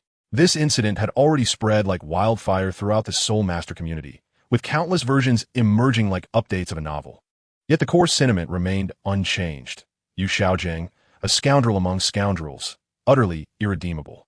Rumors, indeed, can be more lethal than blades, striking at the heart and dragging down entire families. Now, the blue electric Tyrannosaurus family was nearly unable to lift its head due to his disgrace. A few days later, at the entrance of the Spirit Hall in Tiando City, Zhu and Fei directly sought out the Platinum Bishop Salas. Getting straight to the point, "Where is Yu Xiaojiang?" Salas responded with utmost respect, respectfully reporting, "Esteemed elders, he is confined. However, he seems unable to withstand the blow and has gone mad." Mel, you Douluo. With evidence and witnesses at hand, even if he's gone mad, does that impede our pursuit of justice? Douluo's voice was as cold as ice. "Issue the order. Tomorrow, there will be a public trial right here at the entrance of the Spirit Hall." The Spirit Hall's propaganda machine was set into motion, and within mere hours, the entirety of Tiando City was aware. Early the next morning, before dawn broke, the entrance of the hall was already thronged with people. The scene reminiscent of frenzied shoppers clamoring for discounted eggs, utterly congested. At precisely 8 o'clock, Yu Xiaojiang was brought out, appearing deranged, babbling incoherently, restrained by 2 burly men. Zhu Douluo and Douluo took their seats on the main platform, closing their eyes in meditation. Shortly thereafter, Ning Fengji of the 7-Treasure Glazed Tile School and Jian Duo Chun Xian arrived, taking their places on the left. The 3 of us, I, Qian, and Aunt Yi sat on the right. Once Zhu Douluo confirmed that everyone was present, he cleared his throat and, adopting an official tone, proclaimed, "Bring forth the witnesses and evidence." Before he could finish, the crowd erupted. "Elder, do we even need witnesses and evidence? We thousands witnessed it ourselves. We are the evidence." Douluo nodded, his hoarse voice resonating throughout. "Yu Xiaojiang, you wielded the Pope's decree and committed such vile acts in public. What is there left for you to say?" Yu Xiaojiang continued to struggle, ignoring him entirely. Zhu Douluo exchanged glances with Douluo and declared, "Since you have nothing to say, I hereby announce the revocation of the Pope's decree and order your public execution." Just as the executioner was about to act, a youthful voice suddenly emerged from the crowd. "Wait, Upon hearing this, I was taken aback. Who dared to disrupt the execution? A boy, no more than 10 years old, stepped forward with an expression of righteousness, addressing the two elders. Elders, the matter is not yet fully investigated. My teacher could never commit such an act. I implore you to see the truth. Beside him stood a charming girl in a pink dress. Her gaze fixed intently on me as she muttered, "Mama's soul bone is on him." I couldn't help but chuckle. The only person who could call you Xiaojing teacher was none other than Tang San. And the girl beside him was undoubtedly that 10,000-year-old rabbit, Xiao Wu. Indeed, the moment they appeared, Yi and the others, who were titled Dalu, instantly became alert. This was no ordinary girl. She was a walking treasure trove of a 10,000-year spirit ring. Qian Renshue's eyes sparkled with excitement, and she immediately turned to Yi, saying, Yi, keep a close watch on her. Once we handle you, Xiaojing, capture her at once. Ning Fengji, not to be outdone, whispered to Jianduo, Uncle Jian, we must contend for that 10,000-year spirit beast. The atmosphere shifted dramatically, transforming the execution scene into a grand auction, with the sole item being the rabbit. Tang San continued to argue. My teacher could never do such a thing. There must be hidden truths. Dalu almost laughed out loud. Kid, the facts are laid bare. If you believe there is something more, go find evidence. With that, he gestured for the execution to resume. Xiao Wu, realizing the dire situation, urgently tugged at Tang San. Brother, we must leave. It's now or never. Tang San, with a sense of loyalty, replied, once a teacher, always a father. I cannot allow my teacher to die. My friend, this father of yours is quite the executioner. Xiao Wu was on the verge of tears, yet the combined pressure from Dalu and Gui pinned them in place, rendering them immobile. Just as Yu Xiaojiang was about to lose his head, a resonant dragon's roar echoed through the sky. A commanding voice descended from above. My son, when did it become your right to execute in the spirit hall? I looked up to see Yu Yuanjin, the patriarch of the Blue Lightning Tyrant Dragon clan, personally arriving. This was turning into quite the spectacle. The father had arrived. The moment Yu Yuanjin appeared, the oppressive aura from Dalu and Dalu dissipated. Xiao Wu seized the opportunity to grab Tang San and attempted to flee. Just as Qian Renshue was about to move, I held her back and signaled towards Ning Fengji. In such moments, it was best to let others take the lead. Sure enough, Ning Fengji immediately instructed Jian Douluo, Uncle Jian, block them. Without hesitation, Jian unleashed his 7-killing sword, and an even more terrifying sword intent forced Tang San and Xiao Wu to the ground once again. Gui Douluo, seeing this, rushed forward, eager to snatch them away. Jian Douluo countered with a flurry of sword energy, preventing Gui Douluo from advancing. Xian, what do you mean? Nothing much. Just inviting these two little friends to visit our 7-treasure glazed tile school. The two sides faced off, each determined not to let the other claim their spirit ring. Amidst the chaos, another voice rang out, imbued with an air of gravitas and authority. Long time no see. Upon hearing this address, I immediately recognized the speaker. It was Tang Hao, the Haotian Douluo. What a day this was. Was it Father's Day? Why were all the fathers gathering here? As Tang Hao appeared, clad in black robes and wielding a massive hammer, 9 spirit rings encircled him, the last one a blinding red. He paid no heed to anyone else, his gaze locking onto the entire scene as he coldly declared, Spirit Hall, today I will collect some interest. Then, I witnessed a moment I would never forget.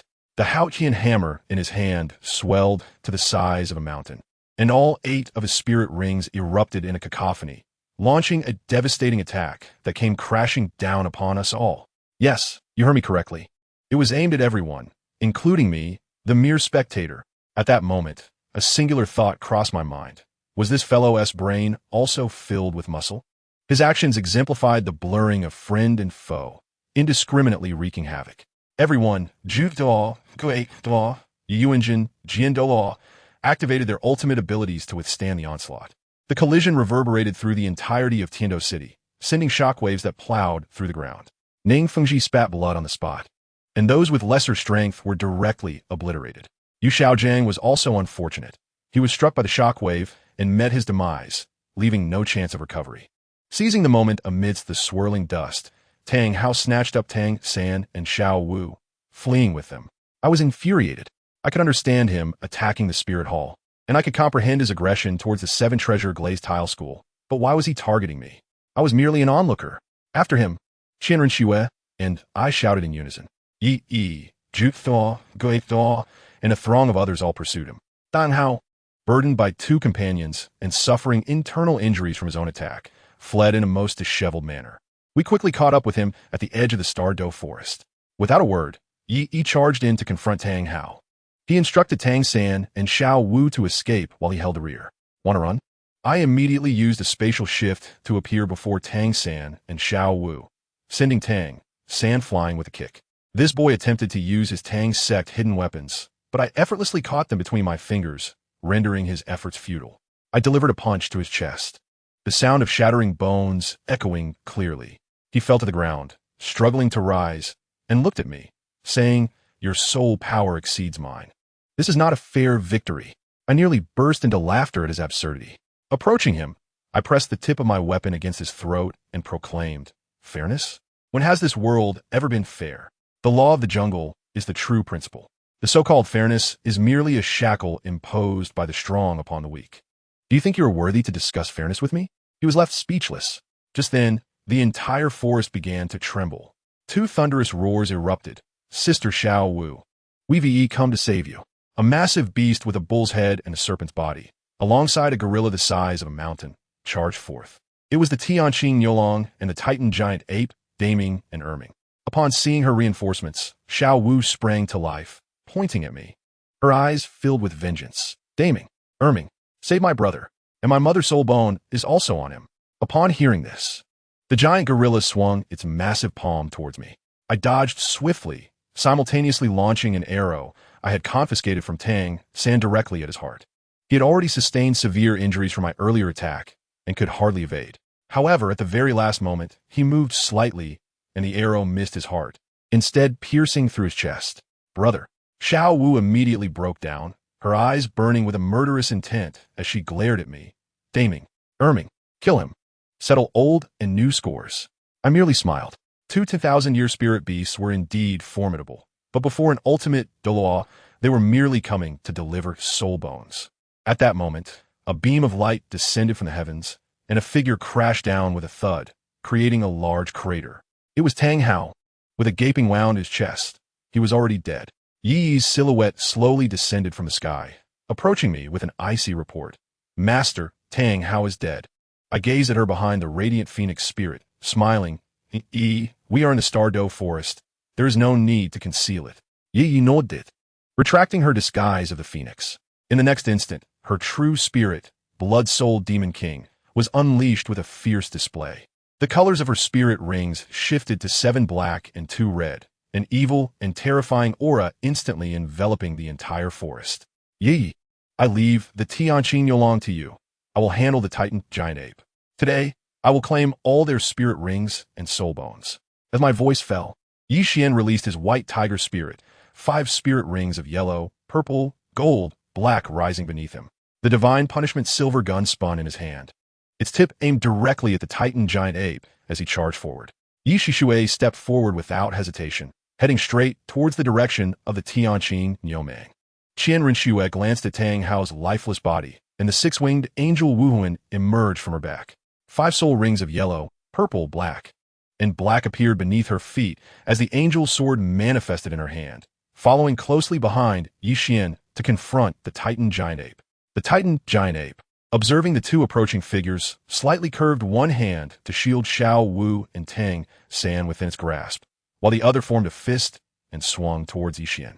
The life domain emanated from Yi Qian's body, enveloping both the Titan giant ape and the Tianqing Niumang, slowly siphoning their life force. Purple lightning surged from his hand, enveloping the silver spear as he channeled his full strength to pierce through the approaching fist. The tip of the silver spear collided with the Titan giant ape's massive fist, piercing effortlessly into its flesh until it met resistance against the ape's bones, stopping abruptly. The lightning within the spear spread through the Titan giant ape's arm, eliciting an anguished roar from the creature. Yi Qian staggered backward from the sheer force of the Titan giant ape, sliding several meters on the ground before steadying himself with the silver spear. Shaking his slightly numb hands, he chuckled inwardly, realizing that challenging the Titan giant ape in terms of strength was an imprudent choice. A golden radiance erupted from Qian Rinxue's body as she unleashed the angel domain, enveloping both the Tianqing Yomang and the Titan giant ape. The angel sword in her hand ignited with golden flames as she slashed towards the Titan giant ape. The Titan giant ape leaped high, swinging its injured hand to strike at Qian. However, she had no intention of engaging in a direct confrontation. As she evaded the Titan giant ape's attack, she mercilessly slashed at its arm with the angel sword. The blade cut through the Titan giant ape's skin, causing blossoms of crimson blood to erupt. Seizing the opportunity, Qian swiftly retreated to maintain a safe distance from the Titan giant ape. The situation of the Tianqing Yomang was far more dire, as its massive serpentine body was continuously battered by Yi Shishui, with scales shattering and anguished cries reverberating throughout the Stardo forest. The slowing domain was released from the Tianqing Yomang itself. Yet under the influence of the life domain, it had no effect on the mobility of any creature, rendering it utterly ineffective. Thanks to the restorative effects of the life domain, Yixian felt no pain in his hands as he raised the divine punishment silver spear once more, resuming his assault on the Titan giant ape. This time, he refrained from engaging in a direct clash, opting instead to compensate for his lack of strength with speed.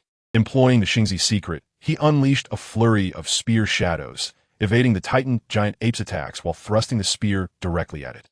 Though his strikes only inflicted pain and were not lethal, Yixian's objective was to stall the Titan giant ape, awaiting Yi Shishui's arrival or utilizing the life domain to drain the ape's life force. As the Tianqing Yomang's vitality continued to diminish, dark clouds loomed over both it and the Titan giant ape, for in their current state, revenge was but a distant dream.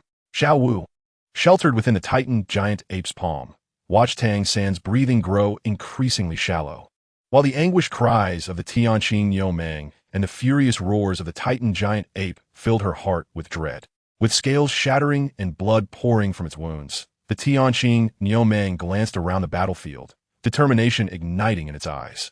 Ignoring Yi Shishui's attacks, its massive tail lashed out towards Yi Xian and Qian. Ming, take Xiao Wu and flee. I will hold them off. It bellowed. Brother, we must leave together. The Titan giant ape roared, preparing to charge at Yi Shishui. Do you want to leave Xiao Wu behind? Take her and go. When we grow stronger, we can seek revenge. The Tianqing Yomang's voice thundered in the Titan giant ape's mind. Brother, Daming, resonated the voices of the Titan giant ape and Xiao Wu throughout the battlefield. Quickly go. As the Tianqing Yomang spoke, more scales shattered, exposing its flesh. As Yixian and Qian dodged the Tianqing Yomang's attack, the Titan giant ape cast a glance at the others before turning and sprinting deeper into the Stardo forest. Just as the Titan giant ape's silhouette began to fade from view, a peculiar voice rang out. Where do you think you're going? The figures of Yu Guan and Gei Mei materialized on the battlefield, standing side by side as their soul rings fused together, declaring in unison, dual polarity, stillness domain. The bodies of the Tianqing Yomang and the Titan giant ape were instantly immobilized by the domain, rendering them incapable of movement. Observing this, Yi Shishui's ninth soul ring flickered rapidly, and the blood soul demon puppet behind her radiated a crimson glow. She extended a hand towards the Tianqing Yomang, and the blood-red light emanated from the blood soul demon puppet, descending upon the Tianqing Yomang. Ninth soul skill, fallen blood light. As the radiance enveloped the Tianqing Yomang, its colossal form crashed heavily to the ground, producing a deep, resonant sound and fracturing the earth beneath it. The light in the Tianqing Yomang's eyes dimmed, and crimson blood stained the ground. Yixian approached the fallen Tianqing Yomang, the glimmering tip of the divine punishment silver spear piercing directly into its skull. The last glimmer of light faded from the Tianqing Yomang's eyes, and a red soul ring burst forth from its body. Yixian retracted his white tiger Wuhuan and summoned his second Wuhuan, the dark demon evil god tiger. As the dark demon evil god tiger enveloped him, a pair of black wings manifested behind him, exuding an aura of malevolence, drawing upon his soul power. The red soul ring descended upon him, and Yixian sat cross-legged, beginning to refine and absorb the 100,000-year soul ring. Qian observed Yixian's Wuhuan, a flicker of surprise crossing her features, though it quickly vanished.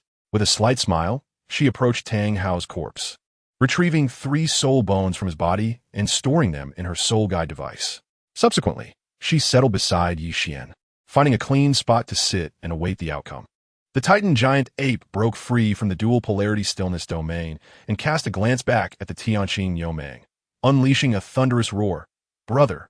Upon hearing the Titan giant ape's voice, Xiaowu peered through the gaps between its fingers, catching sight of the Tianqing Yomang's plight, tears streaming from her eyes. Duming! Yet the Titan giant ape showed no hesitation, charging deeper into the forest. It could not allow Deming to perish in vain, at the very least. It needed to ensure Xiao Wu's safe passage out of the Stardow forest. Yixishui turned her gaze towards Qian Renshua, her eyes brimming with questions. Qian Rengshu softly spoke. You all go ahead and pursue. I will stay here to protect Shaoxian. This is merely the periphery of the Xingdou Great Forest. There is unlikely to be any existence that poses a threat to us. Yes, mistress. Yes, miss. Yixishui, Yueguan, and Gui Mei responded in unison, heading directly towards the direction where the Titan giant ape had fled. In the sea of consciousness, the once vibrant Baihu martial soul suddenly laid down and fell into a deep slumber, its body shimmering with a milky light, as if undergoing some significant transformation. The evil-eye Saint King, witnessing this, expressed his excitement, exclaiming, Dark Demon Evil God Tiger, look, he is about to evolve. He is finally going to evolve. I'm not blind. I can see. The Dark Demon Evil God Tiger replied flatly, its gaze directed elsewhere. The excitement in the evil-eye Saint King's eyes faded as he followed the Dark Demon Evil God Tiger's line of sight. Under their watchful gaze, the manifestation of resentment, the Tianqing Niupong, appeared in the sea of consciousness. The Tianqing Niupong surveyed its surroundings, ultimately fixing its gaze upon the Baihu martial soul. Its eyes filled with boundless hatred as it charged directly at the Baihu martial soul. It is undergoing the most crucial transformation and must not be disturbed, otherwise our beautiful future will be unattainable. For the sake of our glorious future, you must hold him off while I protect him from interruptions. The evil-eye Saint King's voice carried a grave tone. The Dark Demon Evil God Tiger, uninterested in his words, unleashed a roar and charged at the Tianqing Niupong. The clash between the Dark Demon Evil God Tiger and the Tianqing Niupong erupted into a ferocious battle, both soul beasts employing primal combat techniques. The Dark Demon Evil God Tiger attacked with its claws, teeth, and hooked tail, while the Tianqing Niupong retaliated with its horns, body, and tail. Neither side showed mercy. The Tianqing Niupong, born of resentment, harbored a singular thought, to perish alongside the Baihu martial soul.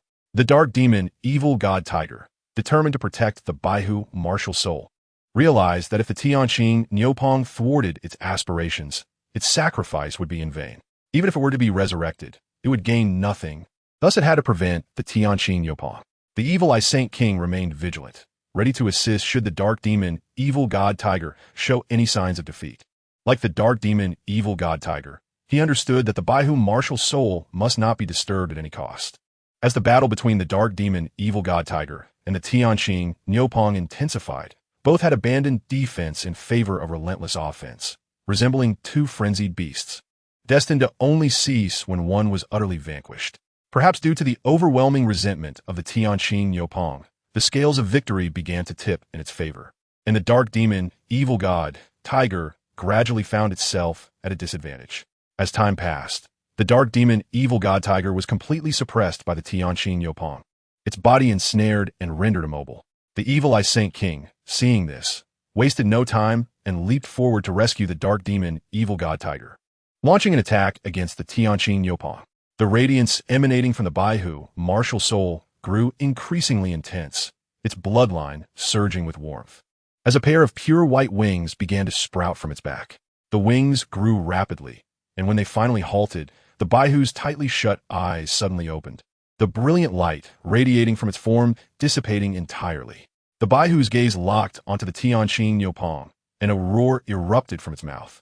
Imbued with the majesty of a king, surging towards the Tianqing Niupong, the evil-eye Saint King and the Dark Demon Evil God Tiger, upon hearing the roar, felt a pressure stemming from their bloodline rise within them. They prostrated themselves on the ground, as if in the presence of royalty, not daring to exhibit the slightest disrespect. The Tianqing Niupong stiffened upon hearing the roar, its eyes still filled with resentment as it gazed at the Baihu. Yet, its body began to dissipate into specks of light, vanishing within the sea of consciousness. In the outside world, Yixian slowly opened his eyes, a red soul ring flickering beneath him. Just as Qian Rengshu was about to inquire about the situation, she noticed the dark demon, evil god, tiger, martial soul, being retracted into his body. Following this, the Baihu martial soul, now adorned with wings, let out a mighty roar that resonated throughout the entire Xingdo Great Forest. The western stars began to twinkle, beams of light shooting forth from them towards the direction of the Xingdo Great Forest at incredible speed. A tremendous pressure enveloped the entire Xingdo Great Forest, causing all soul beasts to prostrate themselves on the ground, trembling uncontrollably. Beneath the life lake, numerous soul beasts opened their eyes, emitting furious roars, but to no avail, their bodies pinned to the ground, unable to move. At the bottom of the life lake, a pair of silver eyes abruptly opened, filled with rage. A colossal silver dragon emerged from the life lake, its gaze fixated on the twinkling stars in the west, releasing a roar that echoed through the heavens. The silver dragon radiated immense power, dispelling the pressure within the confines of the life lake. Free from the oppressive force, powerful soul beasts emerged from the shadows. Beams of light fell upon the Baihu, absorbed into its body, imbuing it with the essence of ultimate gold, sharpening its claws to an unparalleled degree. After a considerable time, the western stars ceased their twinkling, their light fully absorbed by the Baihu, and the oppressive force within the Xingdo Great Forest vanished. Qian retracted the Baihu martial soul back into his body. Qian Rengshu then asked, Xian, has a martial soul evolved? Yes. My martial soul is now the true divine beast Baihu. What I had before was merely a fragmented version, Qian replied with a subtle smile. Qian Rengshu nodded gently, retrieving 3 soul bones from her soul guide and placing them in Qian's hands. With a gentle smile, she said, these 3 are the soul bones from Tang Hao. Among them, the right leg bone is 100,000 years old. Xian, see if any of these soul bones are suitable for you to absorb. Qian examined the 3 soul bones. Though of high quality, none were suitable for his absorption. What he currently lacked were the right arm bone, torso bone, and skull bone. Although one of the soul bones was a right arm bone, its age was insufficient for his needs. None are suitable for me to absorb. You can keep them for now as rewards for your subordinates, Qian said. Placing the soul bones in the soul guide and drawing the divine punishment silver spear from the Tianqing Niupong's head. Using the divine punishment silver spear, he searched for the presence of soul bones within the Tianqing Niupong, and soon the spear tip struck something hard, producing a soft ringing sound.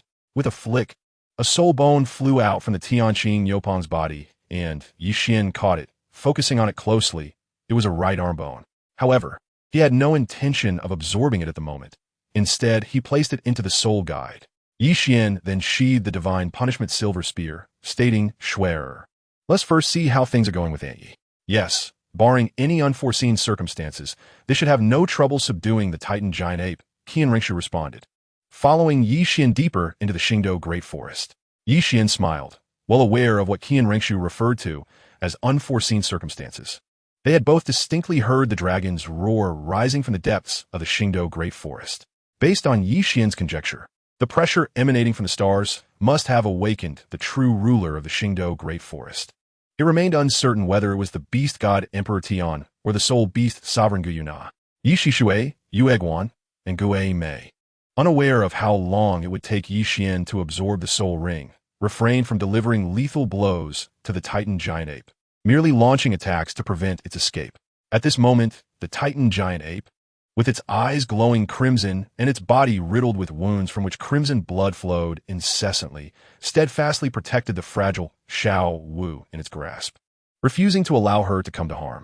Just as Yishishui prepared to launch another assault on the Titan giant ape, she seemed to sense something amiss. Instead of striking the Titan giant ape, her attack was suddenly redirected towards her rear. Emerging from the spatial void was a formidable dragon claw, poised to intercept Yishishui's palm. The collision forced her to stagger back a few steps, and for the first time, a grave expression appeared in her eyes. From the depths of the space, a middle-aged man clad in black emerged, his gaze sweeping over the 3 individuals present before ultimately resting on the Titan giant ape. He spoke with authority, instructing, "Go to the Lake of Life. I will hold them off for you." Upon hearing this, the Titan giant ape did not hesitate and dashed towards the Lake of Life. Yishishui, seeing this, was about to pursue when the middle-aged man stepped forward, obstructing her path. A chilling murderous intent flickered in Yishishui's eyes as she declared, "You seek death." With that, she engaged the middle-aged man in combat, while Yu Guan and Gue Mei hastened in pursuit of the Titan giant ape. However, their path was blocked by a colossal bear, its body cloaked in dark golden fur, with particularly massive arms ending in razor-sharp, dark golden claws. The bear unleashed its powerful claws towards Yu Guan and Gue Mei, who bravely countered the attack. Unfortunately, their efforts inflicted minimal damage on the bear, while its retaliatory strikes caused them significant harm. Gradually, the two found themselves at a disadvantage. Yu Guan, unable to evade in time, sustained a wound on his arm, crimson blood oozing from the injury and staining the ground below. Chapter 92. Stealth attack skills. After the bear sent Yu Guan and Gue Mei flying, its gaze shifted towards Yishi Shui. It stealthily circled to her left, positioning itself behind her, observing and waiting for the opportune moment to strike. The battle between Yishi Shui and the middle-aged man, whose strength was comparable, reached a stalemate, making it impossible to determine a victor in the short term. At that moment, the bear's eyes glinted with cunning as it seized the opportunity presented by the middle-aged man's attack, extending its massive claw towards Yishi Shui. As Yishi Shui raised her hand to block the middle-aged man's strike, she felt a fierce wind approaching from behind. With no time to think, her body instinctively sidestepped to evade the impending attack, but it was too late. A sharp sound echoed as her lavender garment was torn and blood blossomed in the air. 3 deep claw marks marred her back, blood flowing freely from the wounds, dyeing her lavender attire crimson. The intense pain radiating from her back caused Yishi Shui's brow to furrow slightly. She immediately withdrew from the fray, her expression grave as she regarded the middle-aged man and the bear. The middle-aged man, sensing the gravity of the situation, chose not to press the attack, but instead turned and said, "Xiong-jun, we can leave now. Are we truly departing, Ditian?" Xiong-jun's voice carried a hint of confusion. After a brief silence, seeing that Ditian remained unresponsive, Xiong-jun glanced at Yishi Shui before following Ditian's lead as they exited together. Yu Guan and Gue Mei, supporting one another, approached Yishi Shui and inquired, "Senior Death God, what shall we do now? Leave?" Yishi Shui uttered tersely, turning to depart in the opposite direction. Yu Guan and Gue Mei exchanged glances before following closely behind her, retracing their steps. Meanwhile, Yi Xian and Qian Renshue were pursuing the traces of battle deeper into the forest when they unexpectedly spotted Yishi Shui and the others. Under their watchful gazes, Yu Guan and Gue Mei emerged, clearly bearing significant injuries, with blood dripping from Yishi Shui's back. Ye Wan aprurochit Ye Jishui, activating his life domain to aid the trio in recovering from their wounds, and asked, "Aunt Yi, how did you sustain those injuries?" "It was due to my subordinate's negligence that the Titan giant ape was rescued by 2 spirit beasts named Ditian and Xiong-jun. My injuries were also inflicted by Xiong-jun's ambush, and Ditian's strength is comparable to mine," Yishi Shui replied calmly, though her tightly clenched fists revealed an inner turmoil that belied her composed exterior. Yi Xian and Qian Renshue exchanged glances, their gazes drifting towards the depths of the Star Doe forest. Yi Xian's reflecting contemplation, while Qian Renshue's expressed disbelief. After a long pause, Yi Xian finally spoke, "Aunt Yi, you should first attend to your injuries. Once you have recovered, we shall return, and we will address the matter of the Titan giant ape later." "Understood, Master." "Yes, young Master." The trio responded in unison, focusing on their recovery within a life domain. Upon returning to the Lake of Life, Ditian found Bai Ji tending to the Titan giant ape's wounds. He remarked, "Once you have healed, guard the entrance to the Lake of Life. Next time, I shall not come to your aid." The Titan giant ape regarded them with wary eyes, having lived near the Lake of Life for so long. It had never encountered such powerful spirit beasts. Xiao Wu, cradled in the Titan giant ape's palm, watched Bai Ji heal the Titan giant ape and pleaded, "Can you save my brother?" Bai Ji's gaze turned to Ditian, her eyes filled with inquiry. Ditian merely glanced at Tang San and chuckled lightly. "I might consider saving a spirit beast, but I have no interest in saving a human." With that, his figure vanished from sight. After Bai Ji completed the Titan giant ape's healing, she also departed, showing no intention of rescuing Tang San. The Titan giant ape gently laid Xiao Wu and Tang San on the ground and spoke slowly, "Sister Xiao Wu, remove the arrow from his chest and place his body in the Lake of Life. Perhaps he still has a sliver of hope." Upon hearing this, Xiao Wu positioned Tang San's body by the Lake of Life and carefully extracted the arrow from his chest, blood gushing from the wound. Yet, under the restorative influence of the Lake of Life, Tang San's injuries began to heal at an exceedingly slow pace. After completing this task, Xiao Wu gazed towards the forest's edge, her eyes reddening, her fists tightly clenched, as if flames of vengeance were igniting within her. Xiao Wu, their current power is beyond our ability to contend with. If we wish to seek revenge, we must continuously enhance our own strength. The Titan giant ape's voice bore a hint of sorrow. I will not allow Deming to die in vain. I will avenge him. 4 blood debts must be repaid in blood. Xiao Wu's voice resonated with a chilling resolve, her hatred nearly palpable. In the wake of the restorative effects of the life domain, within just one day, Yi Shishui, Yu Guan, and Gue Mei had fully recovered from their injuries. Yi Xian subsequently retracted the life domain and announced, Aunt Yi, you should return to the Xingyun Palace to attend to its affairs. Ayue Quan, Hui Mei. We shall return to Wuhuan City. Yes, master. Yes, young master. The 3 affirmed in unison. Following closely behind Yi Xian and Qian Renshue as they exited the Stardow Forest. Upon exiting, Yi Shishui made a beeline for the Xingyun Palace, while Yu Guan and Gue Mei procured a carriage and approached Yi Xian and Qian Renshue.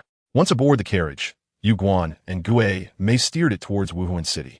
Inside, Yi Xian retrieved the right arm bone of the Tianqing Niu Mang from his soul guide and began to refine and absorb it with his soul power, while Qian Renshue sat cross-legged, meditating to cultivate her soul power. Due to Yi Xian's evolution of his martial soul and bloodline, his soul power became remarkably pure, allowing him to absorb soul bones at an astonishing rate. However, this purity also meant that his future cultivation of soul power would proceed at a slower pace. Yet, each level he ascended would yield tremendous growth in his strength. The notification chimed. Check-in location. Angel's Secret Realm. Check-in time. 3 hours. Completion reward. An increase of 100 years to all soul ring lifespans. The system urged him to proceed promptly to the designated location. While absorbing the soul bone, Yi Xian's breath became somewhat erratic upon hearing the system prompt in his mind, but he quickly regained composure. Refining the soul bone required complete focus. Distraction could lead to dire consequences. Truth be told, had the system not chimed in, he might have nearly forgotten its existence. Days later, the carriage entered Wuhuan City. Qian Renshue lifted the curtain of the carriage, gazing at the bustling streets filled with a continuous flow of people, her eyes reflecting nostalgia. Soon, the carriage halted in front of the papal palace, where Yi Xian and Qian Renshue had disembarked and made their way directly into the palace, heading towards the pavilion in the center of the lake. Upon reaching the pavilion, they did not linger, approaching the central gazebo where a variety of delicacies adorned the table. BibiDong and Hulai Na were already seated, neither having touched their chopsticks. Hearing the footsteps behind her, BibiDong turned to see Qian and Qian Renshue approaching. Despite nearly 6 years apart, she recognized them instantly. A smile graced her lips as she remarked, "So, have you two finally decided to return after your adventures on the continent?" Seated at the dining table, Yi Xian stretched lazily and replied, "Teacher, to be honest, we haven't had enough fun. If time weren't running short, we could have enjoyed another 2 years on the continent." BibiDong playfully tapped Yi Xian on the head, chiding him, "Stop with the cheekiness." Yi Xian chuckled, unperturbed, and began savoring the exquisite dishes before him. Qian Renshue took out a celestial herb, Chiluo Yu Jingxiyang, from her soul guide and placed it before BibiDong, saying, "Mother, this is the celestial herb Chiluo Yu Jingxiyang. Consuming it can enhance soul power without any side effects." BibiDong, amused, asked, "How should I consume it?" Qian Renshue hesitated, glancing at Yi Xian, who was relishing the delicacies. Maintaining her composure, she summoned a faint golden soul power and pinched Yi Xian's soft flesh at his waist. Yi Xian winced and quickly interjected, "Teacher, Chiluo Yu Jingxiyang should not be consumed directly.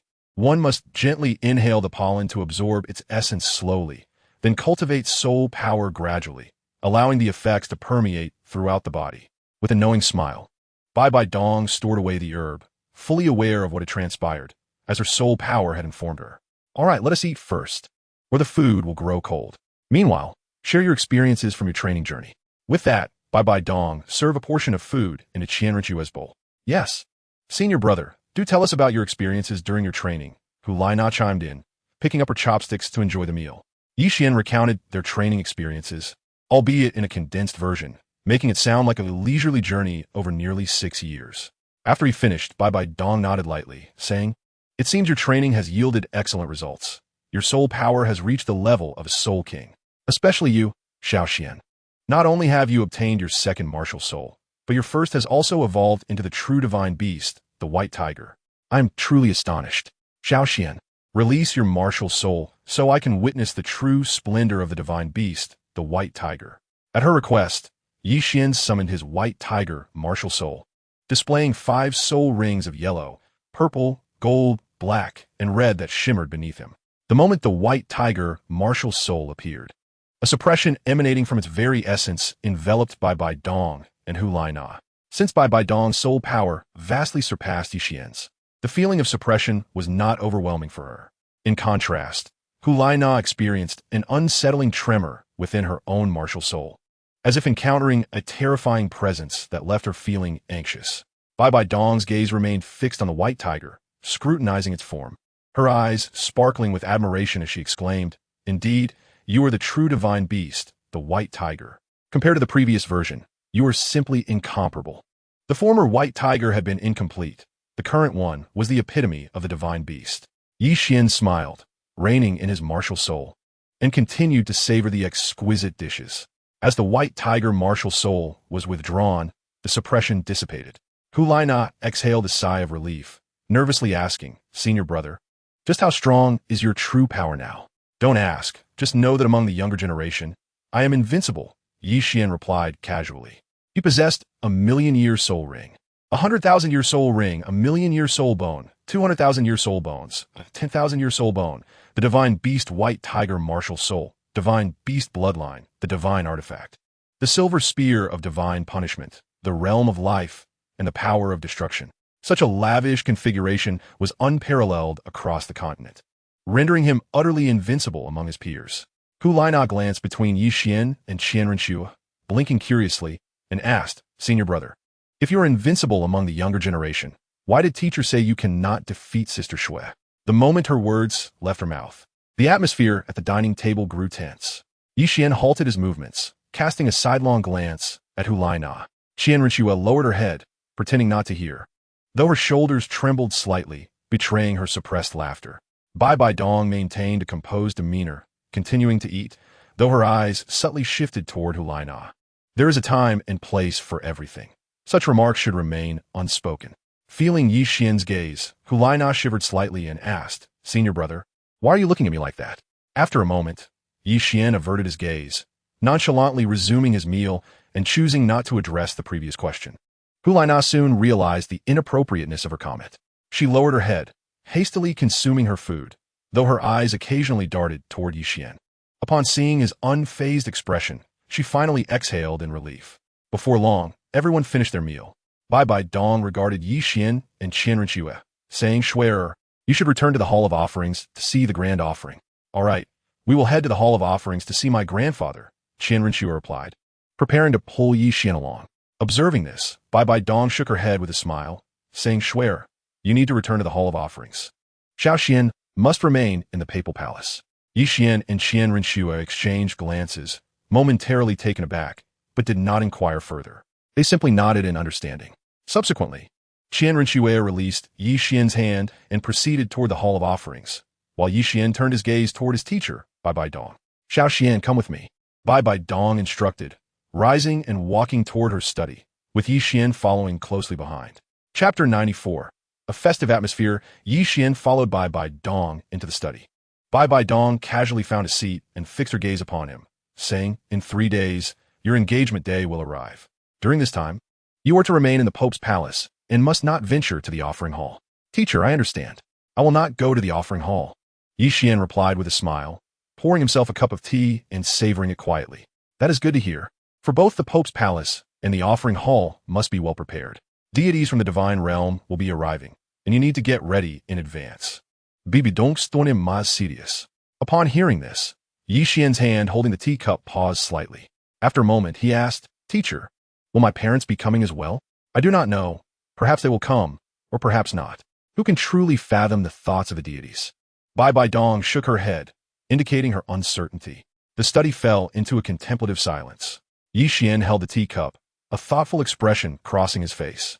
Lost in his own thoughts, BibiDong chose not to interrupt, but instead took out a celestial herb, Luo Eugene Xiang from her soul guide and began to absorb it as Qian had instructed.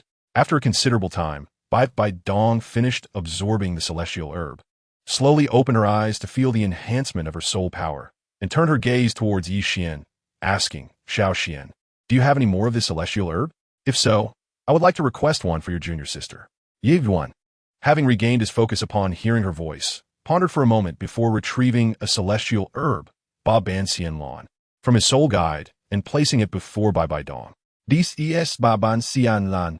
Its medicinal properties are gentle yet rich, capable of solidifying one's foundation and purging impurities from the body.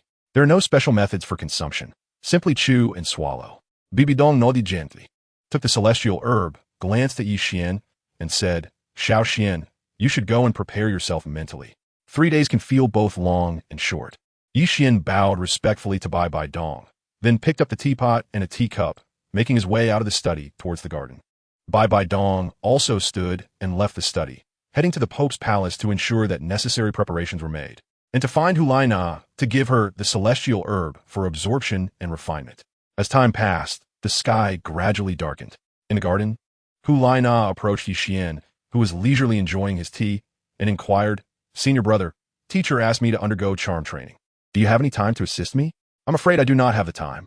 I am quite busy. Perhaps you should find someone else to help you with your charm training. Qian replied dismissively, gazing at the sea of flowers while sipping his tea.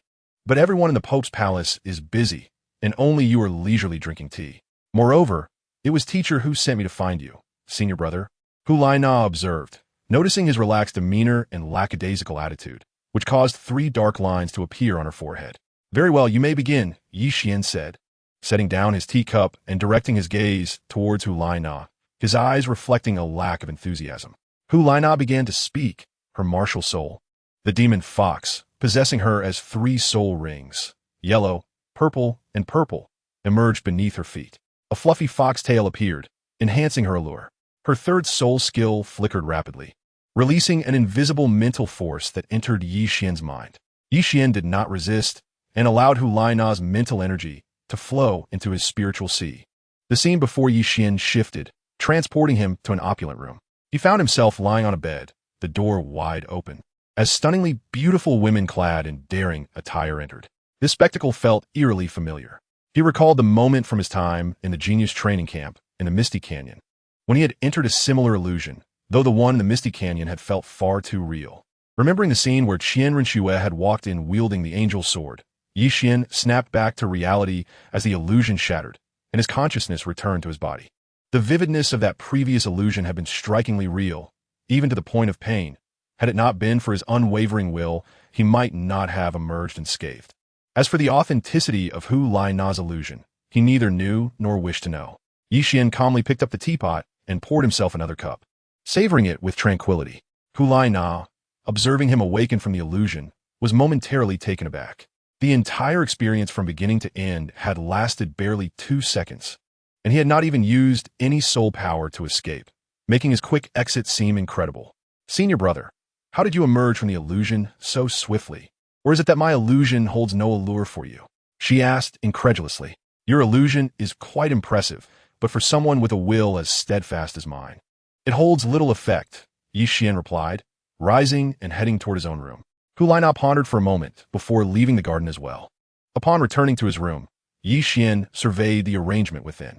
Despite nearly 6 years away, there was not a speck of dust, and everything remained exactly as he had left it. The next morning, the servants of both the Pope's palace and the offering hall busied themselves, some cleaning every corner, while others busily gathered and arranged various items, all of which shared a common hue of red, creating a festive and lively atmosphere. Qian opened his door and stepped out into the bustling scene, making his way directly to the pavilion in the center of the lake. On the dining table within the pavilion, an elaborate breakfast was laid out. BibiDong and Hulaina were seated, leisurely enjoying their meal. Qian joined them at the table, took up his utensils, and began to relish the sumptuous breakfast before him. Soon, Hulaina finished her meal and departed. At the table, only BibiDong and Qian remained. BibiDong regarded Qian and slowly spoke, Qian, it is best that you do not act in a manner that would betray Shuai. Otherwise, even if your background is formidable, I will ensure you face the consequences. Upon hearing this, Qian set down his bowl and met BibiDong's gaze, smiling lightly as he asked, "Teacher, do you truly believe I would do such a thing?" "Not at all," BibiDong replied with a calm shake of her head. "Then why do you still ask me?" Qian's eyes began to sparkle with amusement.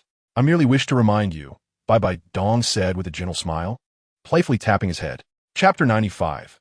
A radiant ceremony 2 days later. The Pope's palace and the offering hall were adorned with brilliant decorations. Lanterns and colorful ribbons were hung every few meters, ensuring that even in the night, both halls were aglow with light. A dazzling radiance ascended from the Douluo palace, illuminating the night sky. Accompanying this brilliance was the majestic silhouette of a six-winged angel, exuding a divine, luminous, and noble aura that compelled reverence.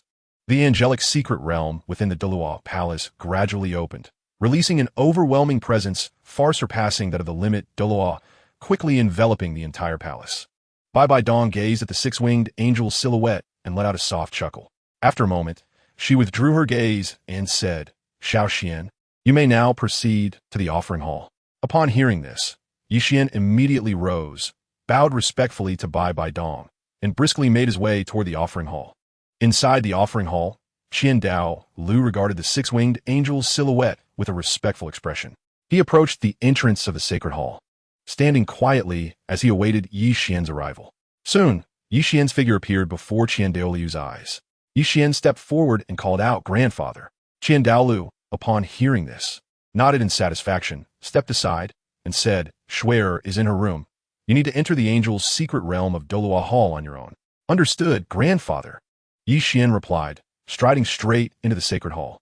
Arriving at Qian Rinshue's door, Qian pushed it open and entered the room, where he beheld Qian Rinshue adorned in a resplendent phoenix crown and flowing robes, seated gracefully on the bed, her unparalleled beauty strikingly captivating. As Qian gazed at Qian Rinshue, an involuntary expression of infatuation flickered in his eyes. Zin Renjue, Notijin Yi Kuanskaze, let out a soft laugh that chimed like silver bells, delightfully melodious. Qian, momentarily roused from his reverie by her laughter, smiled and approached the bed, lifting Qian Rinshue effortlessly into his arms as he made his way toward the Douluo Hall. Upon their arrival at the Douluo Hall, they were met with an overwhelming opisivoha, blood-red patterns resembling long swords and faint golden patterns of six-winged angels materialized on their foreheads. The instant these patterns appeared, the suffocating aura within the Douluo Hall dissipated entirely. The two of them proceeded unhindered to stand before the angel statue, gazing at the open angel's secret realm. Exchanging a glance, Qian and Qian Rinshue stepped inside. As they entered the angel's secret realm, the system's notification echoed in Qian's mind. Ding! Clocking in. Duration: 3 hours. Please refrain from leaving the room during this period. Qian and Qian Rinshue focused their attention ahead, where they saw a man and a woman seated before them. The man, shrouded in a black robe that concealed his form save for his violet eyes, was the deity Qian had encountered in the mysterious canyon.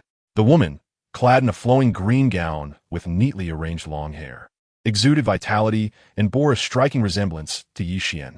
Seated to the left of the woman was a golden-clad lady and a stern-looking middle-aged man, while a massive figure loomed to the right of the man in black. Qian's gaze lingered on the woman in green, while Qian Rinshue's attention was fixed on the golden-clad lady. After a brief silence, the golden-clad lady addressed them. "You two little ones can stop embracing. It's time to set each other free. We did not descend from the divine realm to witness your affectionate displays." Upon hearing her voice, Qian and Qian Rinshue exchanged glances, and Qian promptly set Qian Rinshue down, continuing to gaze at the woman in green without uttering a word. Qian Rinshue also remained silent. The golden-clad lady turned her attention to Qian and began, "Qian, allow me to introduce everyone present. The two seated in the main positions are your parents, the god of destruction and the goddess of life. Beside me is the Shura god, whose divine title you are destined to inherit. Opposite me is the sea god. You may choose to disregard his presence. I am the angel god, and it was I who brought you down from the divine realm." The sea god's expression darkened upon hearing the angel god's introduction, and he was about to react when the glances from the god of destruction, the goddess of life, and the Shura god silenced him, causing his scowl to vanish, replaced by an expressionless demeanor. The sea god silently thought to himself, "Circumstances dictate my restraint." The goddess of life regarded the two with a warm smile, beckoning them. "Little Qian, Shuer, come here." Hearing her voice, Yi Qian took Qian Rinxue's hand and approached the goddess of life. During this moment, Qian Rinxue appeared quite anxious, and Yi Qian felt a sense of unease as well. He recalled that the god of destruction and the goddess of life were unable to conceive offspring, leading him to ponder his own origins. Moreover, the striking resemblance he bore to the goddess of life, coupled with the sensation of a shared bloodline, suggested he was indeed her progeny. However, he felt no such connection with the god of destruction. They soon stood before the goddess of life, with Qian Rinxue obediently greeting the god of destruction and the goddess of life, uncle, aunt. Yi Qian remained silent, his eyes scanning the deities, unsure of how to speak. The goddess of life smiled at Qian Rinxue, gently touching her forehead. "It is a pleasure to meet you. Here is a gift for you." But addressing me as aunt is not quite right. A green light emanated from her fingertip and infused into Qian Rinxue. Observing Yi Qian's restless gaze, the god of destruction spoke. "Little Qian, there is no need for such scrutiny. Your identity is not a secret in the divine realm, and I shall reveal it to you. Many years ago, a silver light descended upon the divine realm, radiating an overwhelming aura that dominated the entire realm, a presence far surpassing that of God. However, as the silver light approached the divine realm, it seemed to be severed by an unseen force, splitting into two. One part fell into the tree of life, absorbing its life force and resulting in the birth of a child. The other part landed upon the divine realm's surface, forming a silver spear. Neither I nor Little Green can bear offspring, yet you were born from Little Green's essence, the tree of life, which is why you bear such a resemblance to her and feel a connection of blood. Strictly speaking, you are still our child." As Yi Qian listened to the god of destruction's words, his mind began racing. A silver light had once dominated the divine realm, but it was severed before reaching its destination. The two fragments had given rise to himself and the divine punishment silver spear, explaining why he had awakened an incomplete divine beast, the white tiger. If the overwhelming silver light had indeed been severed by someone or something, what kind of power would be necessary to achieve such a feat? However, Yi Qian quickly dismissed these thoughts. Speculating further served little purpose, and the truth of the matter remained elusive.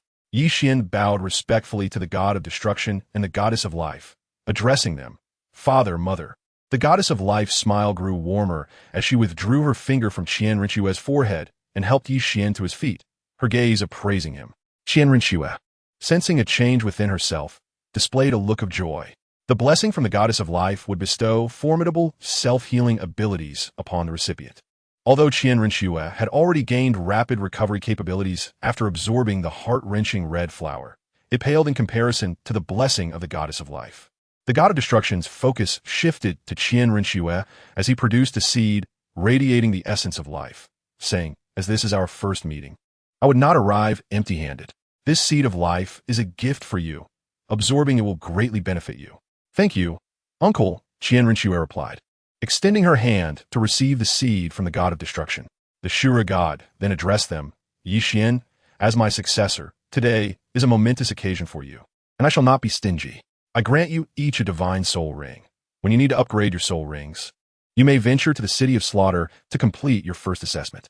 The divine angel smiled gently and remarked, "I cannot be stingy either. Allow me to present you with a small gift." With a wave of his hand, two marriage contracts emerged from the angelic statue, descending gracefully before Yi Qian and Qian Rinxue, transforming into two delicate rings of pale gold.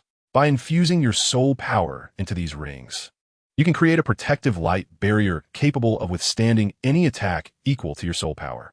You will find them quite useful at this moment. The angel's soft voice resonated throughout the secret realm. Yi Qian and Qian Rinxue picked up the rings, adorning their fingers, and turned to the Shura god and the angel, bowing respectfully as they spoke in unison. "Thank you, esteemed elders." The sea god's gaze swept over the four deities of destruction, life, angel, and Shura, finally resting on Yi Qian and Qian Rinxue. A smile broke upon the sea god's ancient visage as he spoke. "Both of you have attained divine status. The heart of the sea would serve no purpose in your possession. It will be better to return it to me, and in exchange, I shall provide each of you with a trial. Although you cannot inherit my divine status, you will surely enhance your powers. We have never heard of the heart of the sea, nor have we seen it, so we are unsure how to return it." Sea god, Yi Qian immediately refuted. Expressing ignorance about the heart of the sea, while clarifying that the device in their possession was merely the Han Hai Qian Kuinjiao. Qian Rinxue regarded the sea god with a puzzled expression, as though she had never heard of the heart of the sea either. The sea god observed the confusion and doubt etched upon their faces, and his countenance darkened. He could distinctly sense that the heart of the sea resided within them. Moreover, he had previously imparted the first 3 techniques of the 13 styles of the sea god, along with the methods and wondrous applications of the heart of the sea, only to have them now deny its existence. Anger began to simmer within him, and just as he was about to unleash his fury, he caught the unwavering gazes of the 4 deities directed at him. "Haha, it seems I may have been mistaken." The sea god feigned a smile towards Yi Qian and Qian Rinxue, yet inwardly he sighed in relief, thinking it wise to have retained a safeguard. The heart of the sea, he realized, could be reconstructed using the whale pearl from the brain of the deep-sea demon whale king. Preserving the life of that creature had indeed been a prudent choice. Yi Qian, returning the smile, recalled from the original tale that the shattered heart of the sea was reforged using the whale pearl. The deep-sea demon whale king, being nearly 1,000,000 years old, would serve as a worthy target for his future soul ring. Both the sea god and Yi Qian wore smiles, yet their minds were aligned on the majestic figure of the deep-sea demon whale king lurking in the ocean depths. The goddess of life withdrew her gaze from the sea god, reaching out to draw Yi Qian and Qian Rinxue closer, engaging them in warm conversation. The god of destruction cast a warning look at the sea god, cautioning him against any underhanded tactics, before returning his attention to the dialogue among the 3. The angel closed his eyes, entering a state of quiet meditation, while the Shura god also shut his eyes, calculating the passage of time. As the focus of the others shifted away, the sea god felt his previously tense body relax, letting out a long sigh of relief. After a considerable time, the Shura god rose and declared, "The time has come. We must return to the divine realm. Goddess of life, should you have matters to discuss, it would be best to wait until these 2 young ones have successfully inherited their divine positions." The goddess of life cast a discontented glance at the Shura god, then gently stroked Yi Qian's hair, saying softly, "The divine realm has its own regulations, and now that the time has come, we must depart. Little Qian, Shuer, I shall await you in the divine realm." Yi Qian and Qian Rinxue exchanged glances, noting the warmth in the goddess's smile, and nodded gently, responding, "Mother, we understand." As the silhouettes of the 5 deities gradually faded from view, the sound of the system notification echoed in Yi Qian's mind. "Ding! Congratulations, host, for successfully checking in. Reward. All soul ring ages are increased by 100 years. As the notification ended, Yi Qian's martial spirit was unleashed, summoning 5 soul rings of purple, gold, and black at his feet. Qian Rinxue's eyes widened in astonishment as she recalled Yi Qian's first soul ring being 900 years. How had it suddenly transformed into a 1,000-year soul ring? Reflecting on the goddess of life's earlier words regarding the rules of the divine realm, she began to speculate. Yi Qian, however, retracted his martial spirit, lifting Qian Rinxue into his arms as they made their way toward the exit of the angel's secret realm.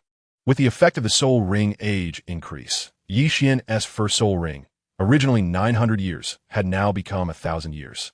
In the outside world, numerous maidens busied themselves, some carrying exquisite delicacies, others presenting fruits and pastries, while yet others bore beautifully crafted, vividly colored beverages, all hastening towards the papal hall.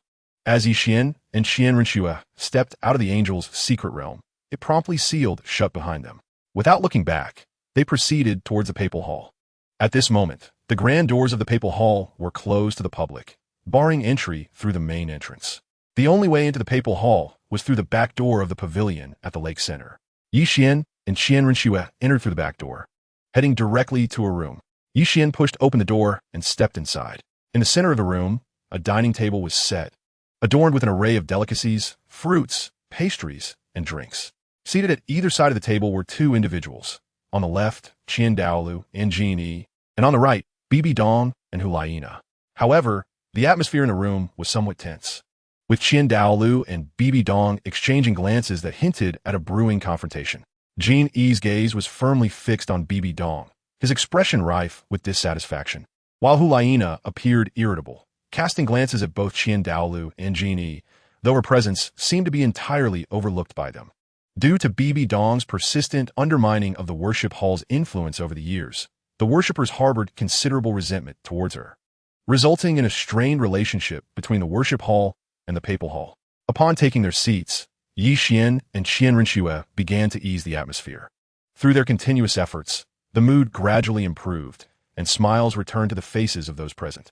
After some time, Qian Dalu turned his gaze towards the two and, smiling gently, remarked, "Little Qian, sure, you are no longer children. It is time to plan for the future."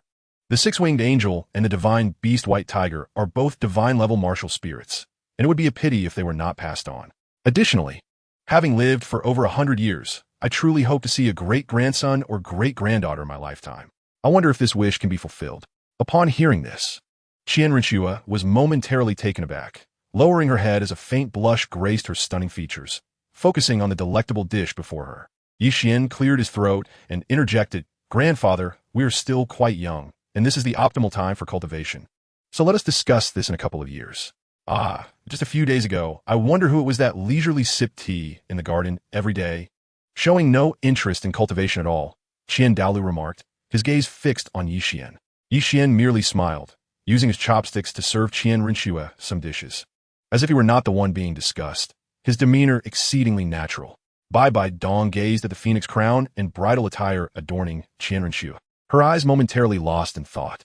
After a while, she self-deprecatingly smiled, retracting her gaze from Qian Renxue, and began to savor the exquisite dishes before her. Yet, a fleeting glimmer of desolation flickered in her eyes. Hulaina happened to catch that brief flash of emotion in BibiDong's gaze and turned her own eyes toward the direction BibiDong had been looking. Her sight passed over Qian Renxue, landing squarely on Qian Dalu, her eyes revealing a hint of hostility. These old fools always bully the teacher. It's certainly not the teacher's fault that she is so beautiful. The blame lies solely with these old men. I must grow stronger quickly and assist my teacher. Hulaina thought to herself, her expression pouting as she devoured her meal. The assembled individuals, well aware of the unmasked scrutiny, easily discerned her feelings. Qian Daolu and Jean paid no heed to Hulaina's gaze, while BibiDong cast a puzzled glance her way, though she did not dwell on it. Qian Renxue looked up at Hulaina, her brows slightly furrowed, displaying a hint of displeasure, though her expression soon returned to normal. Yi Qian remained composed, pretending as if nothing had transpired, as the wine flowed and the dishes were savored. Qian Daolu and Jean exchanged amused glances with Yi Qian and Qian Renxue before exiting the room toward the worship hall. BibiDong watched them leave and remarked, "Had it not been for the hurried nature of time and the need for discretion regarding your identities, the wedding could have been far more grandiose rather than concluded so hastily. Furthermore, while you are now wed, do not neglect your cultivation." With that, BibiDong took Hulaina and departed the room, leaving Yi Qian and Qian Renxue to exchange glances with one another. Yi Qian looked out at the darkening sky, a mischievous smile curling at the corners of his mouth as he swept Qian Renxue into his arms, striding toward his room, casually stating, "They have left, Schwerer. We should return to our room and attend to some serious matters."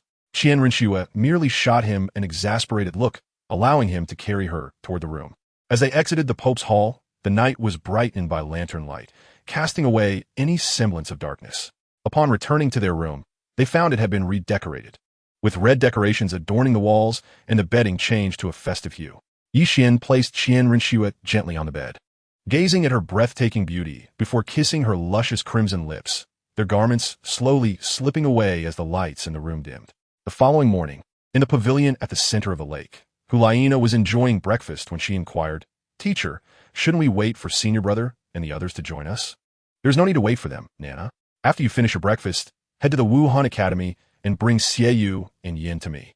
I wish to assess the results of your Golden Generations training." BibiDong replied in a rather calm tone. "Should I notify Elder Ju or Elder Gui for this assessment of our training results?"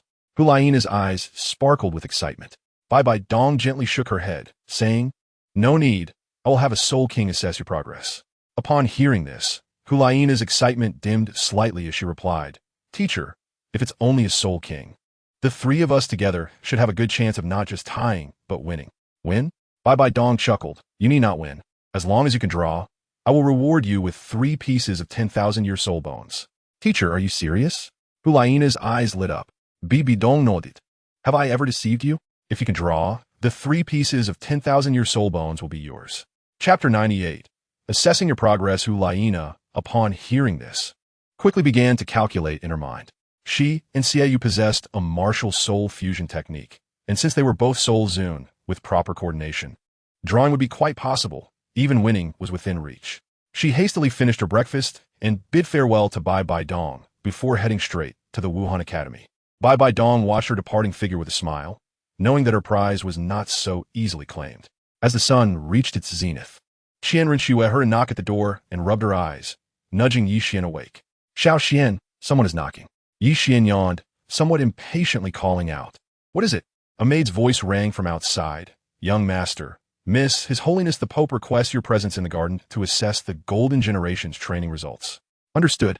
We will head to the garden," Yi Xian replied, his eyes narrowing in displeasure. In the Pope's hall, there were plenty of people. Any one of them could assess the Golden Generation's training results. Yet, they chose to seek out him and Qian Renshue. However, Yi Xian held no grievances about it, considering BibiDong was both his teacher and future mother-in-law. Qian Renshue, hearing the voice, lazily rose from the bed and began to dress. Casting a glance at Yi Xian as she said, "Xiao Xian, let us hurry. It's getting late." "All right, let us go see the Golden Generation," Yi Xian replied, rising to get dressed. After they donned their clothes and freshened up, they exited the room, heading in the direction of the garden. In the garden, Hulaina, Xiaoyu, and Yin stood before BibiDong, their expressions brimming with confidence as they gazed at the 3 pieces of 10,000-year soul bones on the table. BibiDong observed their confident expressions and remarked, "It seems you all are quite self-assured." Yin stepped forward, thumping his chest with assurance, "Your Holiness, while we may not defeat a Soul King, we can certainly draw. As long as you have confidence, your examiner has already arrived," BibiDong replied calmly, pointing towards the 3 behind them. Turning around, they beheld Yi Xian and Qian Renshue approaching. The confidence on their faces evaporated, especially upon seeing Yi Xian's displeased expression, an ominous feeling rising within them. Hulaina hesitantly asked, "Teacher, it won't be senior brother and sister Shui, will it?" "No, only your senior brother will assess you. And you need not hold back. Unleash your full power. If you can draw, the 3 pieces of 10,000-year soul bones will belong to you," BibiDong stated plainly as she lightly tapped the table. Hulaina, Xiaoyu, and Yin exchanged glances upon hearing this, and Xiaoyu quietly asked Hulaina, "Sister, do you know the specifics of Xunji's strength? He was capable of fighting above his level." "I don't know."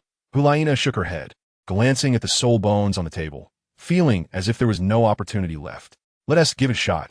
After all, it's just a draw, not a win. We might still have a chance." Yan's eyes sparkled with fighting spirit. Yi Xian halted a short distance away, scrutinizing Xiaoyu and Yan, while Qian Renshue took a seat beside BibiDong, observing the participants preparing for the contest. Once BibiDong confirmed they were ready, she announced, "All right, you may begin now." Hulaina, Xiaoyu, and Yin released their martial souls, 3 soul rings of yellow, and purple rising beneath their feet as they fixed their gazes upon Yi Xian, preparing for battle. Yi Xian became serious, yet due to the vast disparity in strength, he refrained from unleashing his martial soul. Currently, he could rival a title Dalu when exerting his full power. It was merely an evaluation of their training results, and thus, there was no necessity to manifest his martial soul. Upon witnessing this, Yan's second soul ring began to shimmer rapidly as he cheerfully remarked, "Xiange, it has been years since we last met, and our growth is not to be underestimated. Do take care." With that, Yin charged directly at Yi Xian, his second soul ring pulsating with energy. He unleashed his second soul skill, Granite of the Rock. Meanwhile, Xiaoyu and Hulaina performed their martial soul fusion technique, Enchanting Demon, merging their bodies and soul rings, enveloping the arena in a faint crimson mist that spread outward. Yi Xian infused his soul power into the ring upon his hand, a soft golden light blossoming forth to form a protective barrier around him. When Yan's attack struck the barrier with a resounding bang, it failed to create even a ripple, effectively shielding Yi Xian within. The delicate red mist cloaked Yi Xian's figure as the enchanting demon wielded her moon blade, relentlessly slashing at the golden light, each strike producing a crisp chime, yet unable to breach the barrier's defense. BibiDong observed the scene within the red mist, her gaze fixated on the ring adorning Yi Xian's hand. She inquired, "Shui, what is the ring on Xiao Xian's hand? How does it withstand their attacks?" "It was bestowed upon us by the angel god in the angel's secret realm. As long as one channels their soul power into the ring, It can create a barrier that defends against any attack equal to one's own soul power. Qian Rinxue replied succinctly, revealing no intent to conceal anything. To withstand any attack equal to one's own soul power, a gift from a deity. Indeed, it is extraordinary. BibiDong mused, retracting her gaze from the ring to focus once more on the battle amidst the crimson mist. Within the haze, Yin, an enchanting demon, continued their relentless assault on the barrier. However, regardless of their efforts, the barrier remained immovable and unchanged. Qian utilized their ongoing attacks to gauge the barrier's consumption of his soul power, ultimately concluding that the ring's effect was quite remarkable, with the depletion of his soul power being negligible. Once he comprehended the ring's functionality, he ceased channeling soul power into it, resulting in the barrier's disappearance. Seizing the opportunity, Yin unleashed a fiery punch towards Qian, followed closely by Enchanting Demon, who swung her moonblade. Yewan, observing Yan's incoming feast, summoned a silver glow to his own hand and met Yan's punch with one of his own. The two fists collided, and due to Qian not exerting his full strength, Yin merely staggered back a few steps.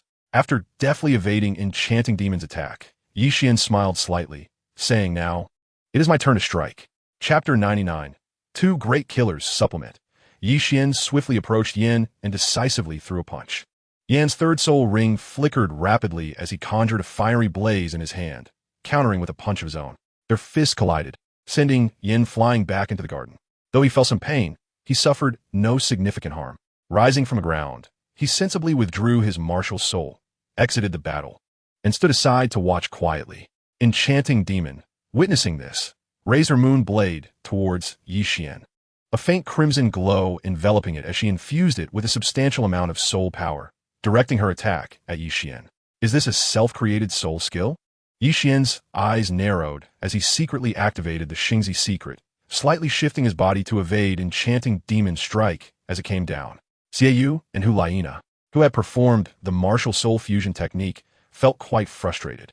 Despite their near success each time in attacking Qian, he always managed to cleverly evade their strikes, rendering their efforts futile. This sensation was akin to delivering a full-force blow only to have it land on cotton, accomplishing nothing. As time passed, the crimson mist gradually dissipated, and Xiaoyu and Hulaina emerged from their enchanting demon state, both panting heavily. Due to the considerable consumption of soul power, they appeared noticeably weakened. BibiDong's gaze sharpened as she remarked with a gentle smile, "Shui, Xiao Xian's current strength is likely not inferior to that of Soul Douluo." Qian Rinxue paused momentarily, her golden eyes blinking as she mischievously replied, "Mother, didn't Yuguan and Gue may inform you of the events in the Stardow Forest?" "Events in the Stardow Forest?" BibiDong's eyes displayed a look of confusion. Having been preoccupied with her own affairs and not hearing any updates from Yuguan and Gue Mei, we assumed they would inform you, so we did not mention it at the time. "In the Stardow Forest, we eliminated Tang Hao, avenging my father," Qian Rinxue said with a smile. Recounting the events of the Stardow Forest, BibiDong stiffened momentarily upon hearing of the revenge, casting a glance at Qian Rinxue before quickly regaining her composure. However, upon learning of Yishishue's injury, surprise flickered in her eyes. An ultimate Douluo had actually been injured in the Stardow Forest. Was there a soul beast capable of wounding an ultimate Douluo within the Stardow Forest? At that moment, Qian sat beside BibiDong, while Hulaina, Xiaoyu, and Yin stood before her, none of them daring to glance at the soul bones on the table. The outcome was not only a stalemate, but Qian had not even been compelled to reveal his martial soul. Thus, the three 10,000-year soul bones were undoubtedly out of reach. BibiDong suppressed her astonishment and turned her gaze to the three, stating, "I have witnessed your training results, which are commendable. However, since you did not achieve a stalemate, these three 10,000-year soul bones will not be yours." Yet, she continued, "Do not be disheartened. As long as you diligently cultivate and contribute to the Spirit Hall, opportunities for soul bones will eventually arise. Teacher, I will definitely devote myself to rigorous training," Hulaina asserted, her expression turning solemn. Xiaoyu and Yin echoed in agreement. "Your Holiness, we too shall not neglect our training." BibiDong nodded gently, extending her hand to collect the soul bones from the table, gesturing for the three to depart, saying, "Your training results have been assessed. You may leave for now." "Yes, teacher." "Yes, Your Holiness," the three responded, bowing respectfully to BibiDong before making their way out of the garden. Once they had left, BibiDong finally focused her attention on Yi Qian and Qian Renshua, inquiring, Xiao Qian, Shui'er, you shall return to the Star-Fallen Hall tomorrow. Perhaps leveraging the incident involving Tang, Hao could lead us to the hidden location of the Haotian sect. Upon hearing this, Yi Qian and Qian Renshua understood BibiDong's intent to use the matter surrounding Tang Hao to draw out the Haotian sect and ascertain its concealed location and current strength. Although Tang Hao had been expelled from the sect years ago, their bond remained strong, as if bones were broken but sinews still connected, blood ties running deep. If the Haotian sect became aware of this, they would not simply let it go. Furthermore, Tang Hao had a son, Tang San, who was lost to the outside world, his fate unknown. With Tang Hao's death, even if the Haotian sect's elders disapproved of him, they would not disregard Tang San, inevitably dispatching someone to secretly search for his whereabouts. Qian Renshua inquired, Mother, should Xiao Qian and I head back to the Star-Fallen Hall now to arrange this matter? There's no need to rush. We can go tomorrow. I still have matters to discuss with Xiao Qian. BibiDong chuckled, her gaze fixed entirely on Yi Qian. Teacher, what is it that you wish to ask me? Yi Qian felt somewhat puzzled, unsure of what matter could necessitate BibiDong's inquiry. In truth, it was not a grave issue. She simply wished to ask, Xiao Qian, during your time in the angel's secret realm, have you discerned the divine position that you inherit? There was a hint of amusement in BibiDong's voice. I have indeed come to understand that I inherit the divine rank of the Azura god, one of the two great god of slaughter, with the assessment taking place in the city of slaughter. Yi Qian stated candidly, harboring no intent to conceal such knowledge, as it was bound to be revealed eventually. Azura god, city of slaughter. A glimmer of brilliance sparkled in BibiDong's eyes. Currently undergoing the inheritance of the Rakshasa god, she was well aware of the significance of the Azura god. Among the divine ranks, two deities preside over malevolent thoughts: the Azura god, who governs pure slaughter, and the Rakshasa god, who wields the powers of evil and resentment. Both belong to the pantheon of slaughter gods, yet their sources of power diverge. The Rakshasa god draws strength from the evil and resentments within the hearts of humanity, embodying the essence of the evil slaughter god. Conversely, the Azura god relies on one's own essence, commanding the purest intent to kill, representing the righteous slaughter god. After a brief moment, the brilliance in BibiDong's eyes dimmed. She glanced at the two and spoke with a gentle smile. Within the Qiando Imperial Palace, there exist 3 titled Dalu. When necessary, you may summon them. There are also administrative matters to attend to in the Hall of Popes. You may proceed to Qiando City tomorrow. With that, BibiDong rose and made her way toward the Hall of Popes. As Yi Qian observed BibiDong's departing figure, he quietly added to himself that he also possessed the inheritance of the white tiger, one of the 4 symbols. Unlike the divine rank, the white tiger inheritance did not belong to the divine realm, but rather to the 4 symbols of heaven. However, he was uncertain when he could activate this inheritance, as the memory imparted to him by the divine beast white tiger did not specify when it could be unlocked. Furthermore, the celestial bodies of the West seemed indifferent to his presence. Chapter 100 Easter Shaoyang Star. Just as Yi Qian was about to speak, an unusual sensation suddenly arose within his heart. Following the feeling, he raised his gaze to the clear sky. In his line of sight, a star in the eastern sky began to emit a faint glow. The emergence of the 4 symbols is often accompanied by a unique resonance. Possessing the bloodline and inheritance of the divine beast white tiger, Yi Qian was able to perceive that flickering star and distinctly sense the arrival of the eastern Shaoyang star. The divine beast Qian Renshua, noticing Yi Qian's demeanor, followed his gaze but saw nothing beyond the azure sky. After a moment, she blinked and withdrew her gaze, asking, Xiao Qian, what are you looking at? Hearing her voice, Yi Qian returned to reality, a smile gracing his lips as he replied, just admiring the azure sky. What else could it be? Qian Renshua rolled her eyes at him and said, We are leaving tomorrow. Accompany me to stroll around Wuhuan City. With that, she stood up and walked ahead. All right, let us explore Wuhuan City. Yi Qian agreed and quickly caught up with her.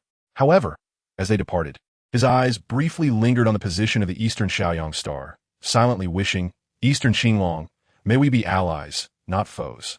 Yi Qian and Qian Renshua exited the Hall of Popes and walked through the bustling streets, observing the throngs of people and the clamorous calls of vendors.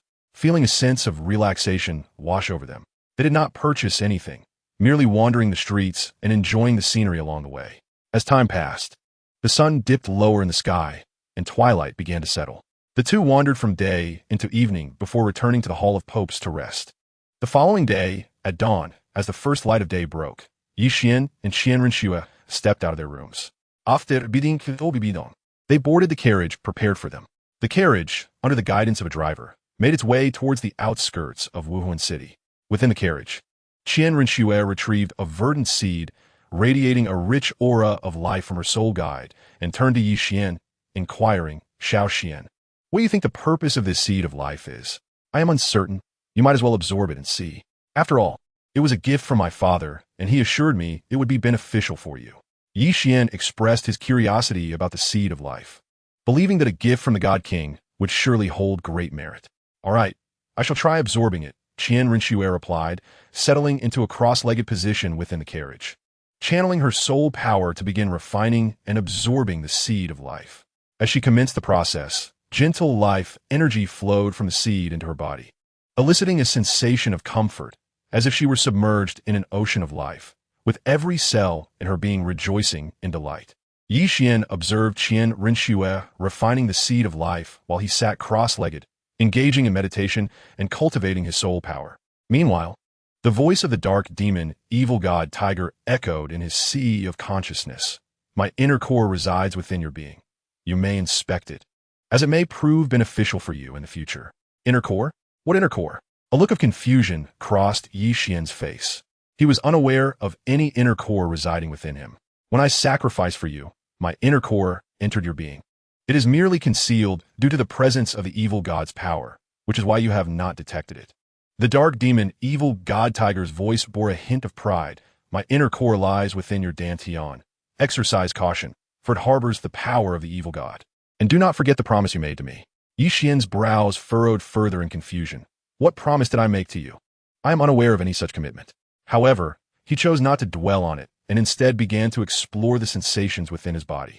To his astonishment, he discovered a pitch-black orb radiating hues of azure and blue nestled within his dantian. This orb appeared to possess a lively essence rather than being a mere inanimate object, as powerful energy coursed within it. Qian inquired in the sea of consciousness, Dark demon, evil god Tiger, what function does this inner core serve? And how should I utilize it?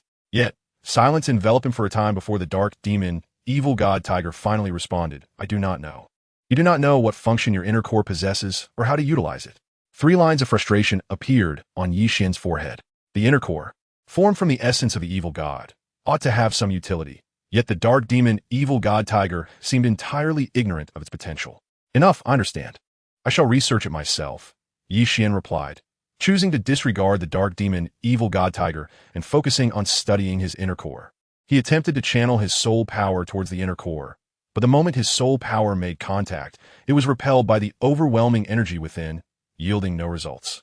Yet, he remained undeterred and experimented with his mental force, destructive power, and the strength of his bloodline, all to no avail. After a prolonged period of futile attempts, Qian ceased his endeavors and began to contemplate viable strategies. Since the inner core of the dark demon, evil god Tiger, was forged from the power of the evil god, he resolved to attempt forcefully refining the inner core. With determination, he activated the various forces within him, commencing the arduous process of forcibly refining the inner core. His soul power, the force of destruction, and the strength within his bloodline continually clashed with the energy residing in his dantian.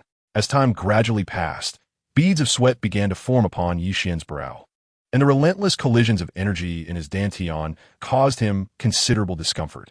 Yet the inner core of the dark demon, evil god Tiger, remained unchanged. Qian withdrew his soul power, ceasing the refinement of the inner core, and let out a soft sigh, muttering to himself, it appears that forcibly absorbing the inner core of the dark demon, evil god Tiger, is not feasible. I must devise a new strategy. Casting a glance at Qian Renxue, who was still engrossed in absorbing the seed of life, Qian clasped his hands behind his head and fell into deep contemplation. Chapter 101. Evolution of the martial soul. After a lengthy period of reflection, devoid of any clear direction, he decided to set aside thoughts of the inner core for the moment. It would be ample time to research it later, as the inner core remained within him and could not escape. He resumed his seated meditation to cultivate his soul power. Days later, while engaged in meditation, Qian's eyes suddenly flew open, his gaze directed towards Qian Renshue. He beheld the emergence of 5 soul rings, yellow, purple, and black, around her, while behind her rose the 6-winged angel martial soul. However, this 6-winged angel appeared somewhat transformed. A soft golden light began to coalesce behind the 6-winged angel, from which a pair of pure white wings rapidly developed, their growth almost visible to the naked eye. An 8-winged angel, Qian noted, a flicker of surprise crossing his features, though he quickly regained his composure. He pulled aside the curtain of the carriage and observed the tranquil surroundings. Realizing they were not far from the Starfall Palace, merely a half-hour's journey away, he then instructed, "Let us pause the carriage here for a brief respite before proceeding to the Starfall Palace." "Understood, young master," the driver replied, halting the carriage. Once the carriage came to a standstill, Qian cast another glance at Qian Renshue, who was evolving her martial soul, before stepping out of the carriage. Leaning against it, he began to wait patiently. The soft, golden light within the carriage intensified, enveloping it in a warm glow that emanated an aura of sanctity and nobility. When the golden light reached its zenith, it erupted outward, illuminating the surroundings with a brilliant golden radiance. After a considerable time, the golden light faded, and Qian Renshue emerged from the carriage, beaming with joy as she approached Qian. "Xiao Qian, after absorbing the seed of life, my soul power has risen by 2 levels, and I am now, at the 57th level, a soul king. Furthermore, my martial soul has evolved to an 8-winged angel."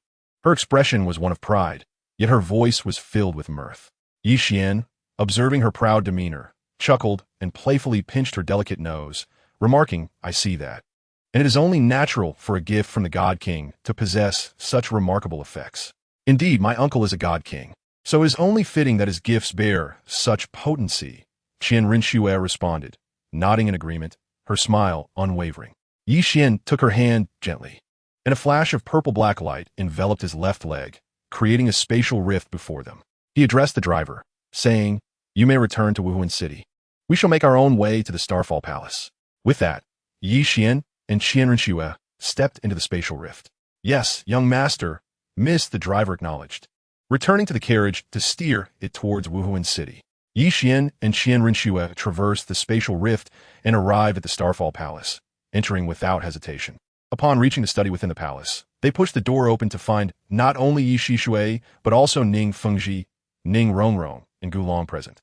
Both Qian and Qian Renshue exchanged puzzled glances, uncertain of Ning Fengji's purpose for being there. Nevertheless, they maintained an air of composure. The assembled company noticed the arrival of the two. Upon seeing them, Shui promptly rose from her seat, offering it to them while standing behind the chair. Qian led Qian Renshue to the main seat and sat down, his gaze settling on Ning Fengji as he smiled lightly. "Uncle Ning, what brings you to my Starfall Palace today?" "Xiao Qian, I came specifically to seek you out. I wish to inquire about Tang Hao's current situation. He did attack us at the Wuhuan Sacred Hall," Ning Fengji replied, casting a discreet glance at Qian Renshue. Gulong, standing behind him, moved his lips, but no sound emerged. "Tang Hao has perished, slain in the Star Do Great Forest," Qian stated, briefly glancing at Gulong, who had used his spiritual energy to probe him and Qian Renshue. "Tang Hao is dead in the Star Do Great Forest." Ning Fengji's eyes widened with disbelief. After a moment, he finally asked, "Xiao Qian, how did Tang Hao meet his end?" "He was killed by us in the Star Do Great Forest. But he had a son who was taken away by the Titan giant ape. His current status is unknown," Qian responded candidly, showing no intention of concealing the truth. Sighing deeply, Ning Fengji remarked, "Xiao Qian, our 3 sects have always been closely connected, yet you have taken the life of Tang Hao. If the Haotian sect learns of this, they will not let the matter rest easily. Although there is a limit Douluo stationed at your Starfall Palace, it is still relatively new and lacks depth." "What do you mean by that, Uncle Ning?" Qian asked, his expression revealing confusion. "Xiao Qian, I would like Rongrong to cultivate within your Starfall Palace. This way, should the Haotian sect take action, we of the 7 Treasures Glazed Tile School will have a justification to mediate the conflict between you." A gentle smile graced Ning Fengji's face. Upon hearing Ning Fengji's words, Qian and Qian Renshue exchanged glances at Ning Rongrong. Qian chuckled, saying, "Uncle Ning, we at the Starfall Palace can manage the matters regarding the Haotian sect ourselves, so there is no need for the 7 Treasures Glazed Tile School to intervene." Qian Renshue surveyed Ning Rongrong once over before averting her gaze, showing no further interest in her. Ning Fengji, taken aback by their response, quickly regained his composure and smiled lightly. Xiao Qian, it seems you are well prepared to deal with the Qian sect. It appears I of the Seven Treasures glazed tile school have been rather presumptuous. Gulong, standing behind him, shot an annoyed glance at Yi Xian, commenting, Fengji, it seems they do not appreciate your goodwill. Yi Xian and Qian Rinxue merely smiled in response, refraining from further comment. Just as Ning Rongrong was about to speak, she was interrupted by Ning Fengji's voice. Xiao Qian, since you are already prepared to address the Qian sect, we should return to the Seven Treasures glazed tile school. Yi Xian made a token gesture to retain them, saying, Uncle Ning, why not stay for a meal before you depart? Chapter 102. The auction. Upon hearing this, Ning Fengji, who had just begun to rise, sat back down, nodding gently. Xiao Qian, since you have invited me, I shall gladly accept. Yi Xian was somewhat surprised. He did not believe that Ning Fengji failed to discern his polite overture. He was convinced that Ning Fengji had other matters to discuss. Turning to Yi Shixue, Yi Xian instructed, Aunt Yi, please arrange for a banquet. Yes, my lord. Yi Shixue responded affirmatively and proceeded towards the door. Seizing the opportunity, Ning Rongrong inquired, Big brother, it seems you have not visited the Qibao Liuli sect for quite some time. During this interval, Grandpa Jian and Grandpa Gu brought me to the Xingyun Hall to find you, but Aunt Yi mentioned that you were away on a training expedition. Now that you have returned, how much have you improved in strength? Just a few days ago, the members of the Blue Lightning Tyrant Dragon clan mentioned that you and Yu Tianheng have established a 10-year agreement for a duel.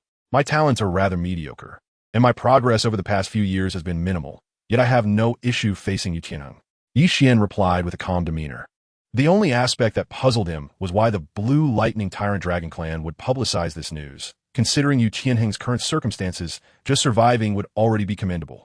Gulong, upon hearing this, furrowed his brow, thinking, mediocre talent? Who are you trying to deceive?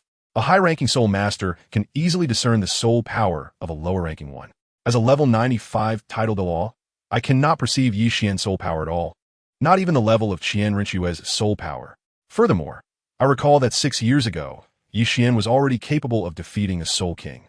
Surely, he must be even stronger now. If he is indeed mediocre, then who dares to claim to be a genius? Ning Fengji's feelings were even more profound. If Yi Xian 6 years ago was a sword drawn from its sheath, radiating brilliance, then the current Yi Xian resembled a sword sheath, its sharpness concealed. Although he does not display his prowess now, he is far more dangerous, for one can never know the extent of a sword's sharpness when it is sheathed. Ning Rongrong, upon hearing this, shifted her gaze from Yi Xian to Qian Rinxue and asked, Big brother, who is this elder sister? I have never seen her before. This is my wife, who accompanied me on my training expeditions in the past. Hence you have not met her, Yi Xian replied, smiling gently as he wrapped his arm around Qian Rinxue. Qian Rinxue merely smiled and nodded at Ning Rongrong in acknowledgement. Ning Rongrong's expression stiffened momentarily as she turned to her father, Ning Fengji, her eyes glimmering with an inexplicable emotion. Ning Fengji's expression was equally remarkable. During their last meeting, she was still his fiancée, and now she had become his wife. Considering the proximity of Xingyun Hall and Qibao Liuli sect, he should have received some news about the wedding if it had indeed taken place. Gulong's gaze oscillated between Yi Xian and Qian Rinxue, seemingly lost in thought. The atmosphere in the room grew somewhat quiet. However, Ning Fengji soon regained his composure, a gentle smile returning to his face as he turned to Yi Xian and Qian Rinxue, stating, Xiao Qian, you two are indeed well matched. However, why did you not inform your uncle? I would have prepared a congratulatory gift for you. Time was limited, and everything was kept simple, hence we did not inform Uncle Ning, Yi Xian replied, still wearing a gentle smile. Ning Rongrong's smile faded, revealing her displeasure. Just then, Yi Shixue returned and said somewhat indifferently, Master, Mistress, the banquet is ready and can be enjoyed at any time. Upon hearing this, Yi Xian stood up and said, Uncle Ning, since the banquet is prepared, let us proceed to enjoy it. We can discuss matters at the table as well. Indeed, I would like to sample the culinary skills of your Xingyun Hall. Ning Fengji agreed as he rose to walk alongside Yi Xian. Ning Rongrong led the way, expertly guiding them towards the banquet hall. Upon arriving at the banquet hall, everyone took their seats and began to savor the delectable dishes before them. Suddenly, Ning Fengji asked, Xiao Qian, tomorrow in Tiando City, the Tiando auction house will hold an auction. Are you interested in attending? It is said that there are quite a few valuable items up for bid. An auction piques my interest, I shall visit the Tiando auction house tomorrow. Yi Xian replied, his eyes alight with curiosity as he enjoyed the meal. Then let us go together tomorrow. I have heard that there are soul bones among the auctioned items. Ning Fengji maintained his warm smile. The mention of soul bones astonished Yi Xian, for they are typically invaluable and rare. I wonder what the quality and age of these soul bones might be, he mused. Ning Fengji shook his head, saying, as for the quality and age of the soul bones, I am unaware. We will only be able to assess them after attending the auction. Ye Wan nodded lightly. Choosing not to speak further, he surmised that even if there were soul bones, they would likely be of the millennium or 10,000-year variety, as anything older is exceedingly precious and unlikely to be auctioned off. As laughter and conversation flowed, the banquet concluded swiftly. After Ning Fengji bid farewell to Yi Xian, he departed towards the Qibao Liuli sect. Once the three had left, Yi Xian stretched lazily and addressed Yi Shishui. Aunt Yi, please dispatch someone to announce the news of Tang Hao's demise and the uncertainty regarding his son Tang San's fate. Additionally, keep a close watch on the master of Yuxian, Tang Yuehua. Understood, master. I shall attend to this matter immediately. Yi Shishui replied before departing to carry out Yi Xian's instructions. After Yi Shishui left, Qian Renshua hesitantly asked Xiao Xian, could the master of Yuxian, Tang Yuehua, be affiliated with the Haotian sect? Indeed, as far as I know, Tang Yuehua is a direct descendant of the Haotian sect. Moreover, she is Tang Hao's sister. Once she learns of Tang Hao's death, she will undoubtedly relay this information back to the Haotian sect. Therefore, we need only keep a close watch on Tang Yuehua, and we need not worry about locating the hidden position of the Haotian sect, Yi Xian replied, a smile gracing his features. I truly did not expect Tang Yuehua to be a direct descendant of the Haotian sect, Qian Renshua remarked. Her gaze directed towards Yu Xian as a charming smile graced her lips. Chapter 103. The Green Jade Phoenix in the early morning. Yi Xian and Qian Renshua emerged from their room and made their way to the front hall of Xingyan Hall. Yi Xiang was just about to accompany them to the Tiando auction house when he heard Yi Xian's voice call out, Aunt Yi, we are merely going to the auction house in Tiando City, so you need not follow us. Let Elder Lai Yin accompany us instead. Rest assured, Deputy Hall Master. I will ensure the safety of the Hall Master and the others. Elder Lai Yin replied with a gentle smile. Yes, Master, Yi Shishui replied impassively, remaining behind in Xingyan Hall to attend to various matters. Yi Xian, Qian Renshua, and Elder Lai Yin then set off towards the Tiando auction house. Due to the auction being held that day, Tiando City buzzed with excitement as disciples from various sects and families arrived at the auction house accompanied by their elders. Ning Fengji and Gulong from the Qibao Lily sect stood quietly at the entrance, waiting. Upon seeing Yi Xian and the others approach, Ning Fengji waved them over, signaling for them to join him. Yi Xian and Qian Renshua walked over and proceeded alongside Ning Fengji into the Tiando auction house, with Gulong and Elder Lai Yin following half a step behind.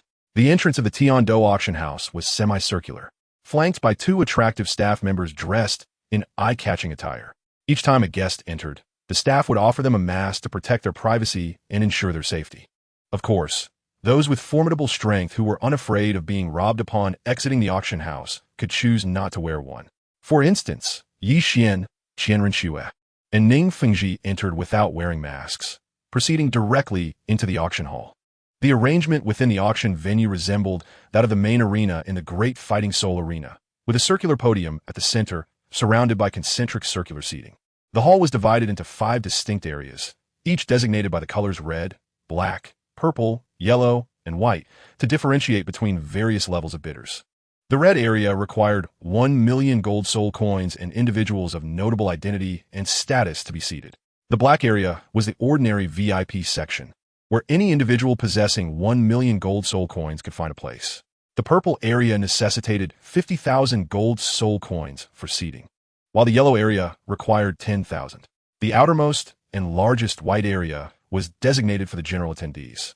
As Yi Xian, Qian Renshua, and Ning Fengji settled into the red area, a strikingly attractive staff member approached with tea and pastries.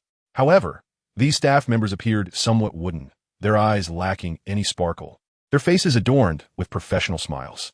Ning Fengji reached for a cup of tea, glancing at Yi Xian, and remarked, "These staff members belong to the auction house. Their very existence entwined with it. They are not merely employees, but integral parts of the auction. If someone is willing to pay, they can be bought and sold." Qian Renxue, as she spoke, also glanced at Yi Xian. Noticing their gaze, Yi Xian extended his hand to take a pastry, savoring it leisurely.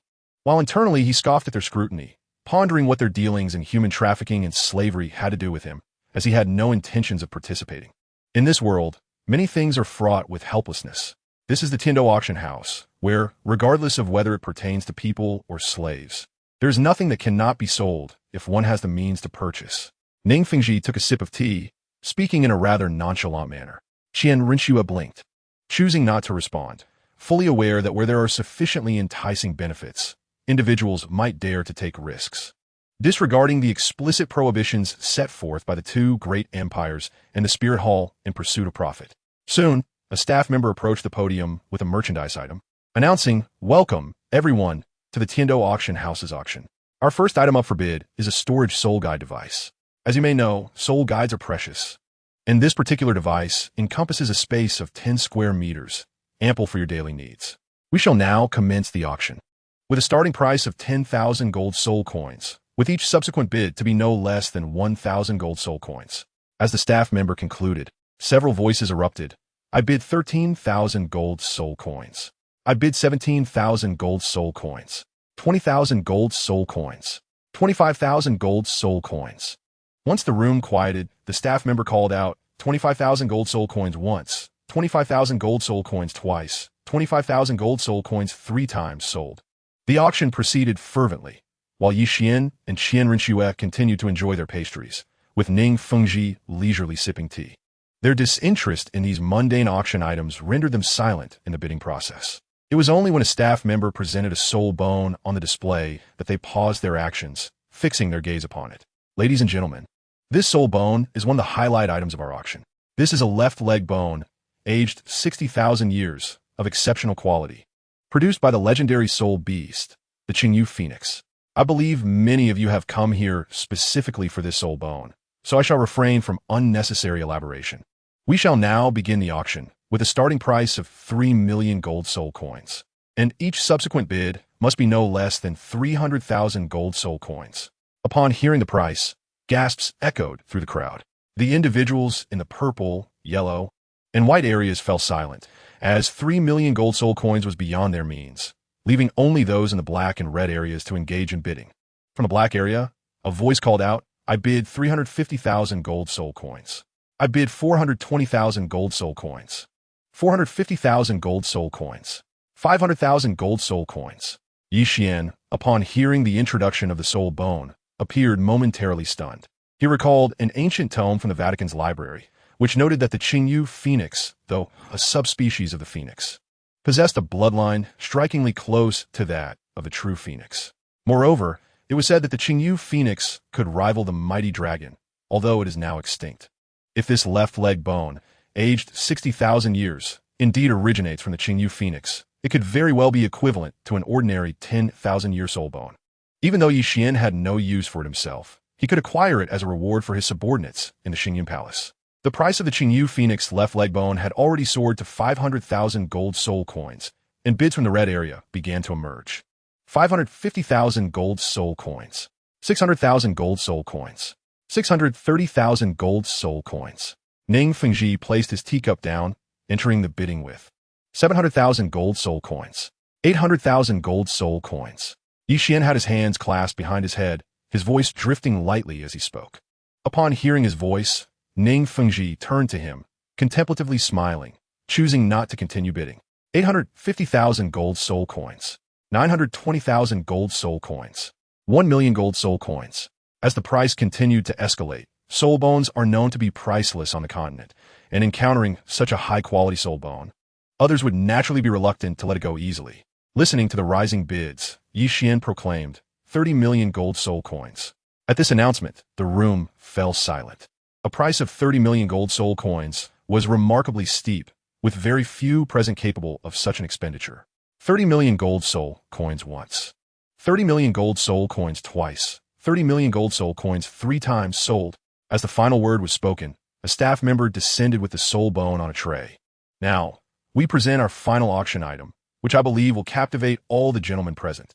The crowd, curious about this last item, directed their attention to the podium. Under their collective gaze, several staff members wheeled in a cage covered with red cloth, obscuring its contents. Upon unveiling, the audience beheld a young girl, shackled in chains. She curled up, her face hidden, though her nearly perfect physique was evident. Moreover, she bore a pair of pristine, fluffy ears atop her head, and a snow-white tail protruded from her rear. No one was mistaken. This was a manifestation of a mutation occurring during the martial spirit awakening. Possessing her own martial spirit form, given her appearance, it was apparent that her martial spirit resembled that of a feline. One could only imagine the joy of having such a pet cat. The auction commenced with a starting price of 100,000 gold soul coins, with each subsequent bid no less than 1,000 gold soul coins. As the staff member spoke, he leaned his face against the iron cage. A cold glint flashed in the girl's eyes as she extended her hand, her sharp nails gleaming with a chilling light, and she lunged directly at the staff member. A cry of agony escaped the staff's lips, accompanied by droplets of crimson blood that appeared in the arena, leaving 3 deep gashes on his face. The staff member, filled with anger, kicked the iron cage and swiftly distanced himself from it, while the girl regarded him with a look of disdain, remaining silent. The crowd erupted in laughter and began to raise their bids. 150,000 Jin Hun coins, 180,000 Jin Hun coins, 110,000 Jin Hun coins, 123,000 Jin Hun coins. Qian scrutinized the girl with keen interest, now certain that her martial spirit was not a cat, but rather a tiger-type spirit. However, due to the mutations that occurred during her awakening, he could not discern the specifics of her martial spirit. Qian Rinxue observed the scene on the podium and the incessant bidding around her. Despite her usual composure, a flicker of anger arose within her. Although she had somewhat prepared herself after Ning Fengji's earlier remarks, she had not anticipated that the auction would so openly treat a person as a mere pet for sale. 300,000 Jin Hun coins. Qian Rinxue's voice rang out, bringing an immediate hush over the auction house. It was important to note that the staff members, cultivated from a young age, were only valued at 100,000 Jin Hun coins. Moreover, given the earlier circumstances, it was evident that this girl possessed significant aggressiveness.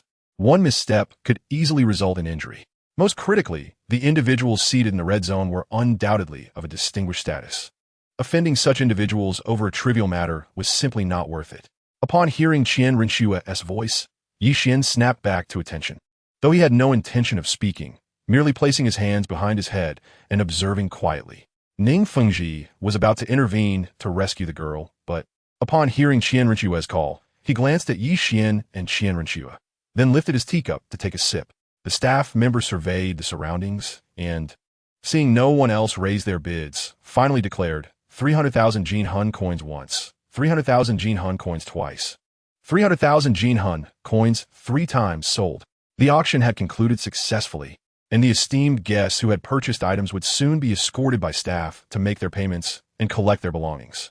As his words fell, a staff member from the red zone approached Qian, Qian Rinxue, and Lai Yin, bowing respectfully and gesturing for them to follow. Ye Duan, Xin Renjue, and Lai Yin stood up and followed the staff member forward. They arrived at a room where a green jade phoenix's left leg bone lay on the table, and an iron cage stood on the floor. The staff member wore a warm smile and said, "Esteemed guests, you have spent 3,030,000 Jin Hun coins. You may inspect the item, and if all is satisfactory, you can proceed with the payment and take it with you. Then you may release her." Qian pointed to the girl in the cage and swiftly approached the green jade phoenix's left leg bone to examine it closely. The staff member approached the cage, producing a key to unlock the cage and the chains binding the girl. As the chains fell away, a fierce glint appeared in her eyes, and her nails, sharp as blades, launched an attack at the staff member without hesitation. Prepared for the onslaught, the staff member sidestepped her strike and seized her wrist, gathering soul power in his other hand to retaliate. Upon witnessing this, Qian Rinxue immediately called out, "Stop!" The staff member, hearing her command, halted his attack. However, the girl showed no signs of ceasing her assault and continued to strike at the staff member. Faced with her relentless aggression, the staff member, without hesitation, unleashed the gathered soul power against her, causing her to be thrown back and collide with the cage, producing a clattering sound. The girl rose from the ground, her eyes filled with a fierce intensity, but due to the pain coursing through her body, she temporarily refrained from further attacks. Qian Rinxue frowned and instructed, "Lai Yin, bring her over." Lai Yin nodded and stepped forward, helping the girl out of the cage and guiding her to Qian Rinchue's side. The girl surveyed the group with a wary gaze, her hands clenching tightly, ready to strike at any moment. However, both Qian Rinchue and Lai Yin paid no mind to her posturing. They regarded her meager strength with disdain, knowing she could not harm them. After inspecting the green jade Phoenix's left leg bone and finding it satisfactory, Yi Xian produced a Jinhun card from his soul guiding device and handed it to the staff member.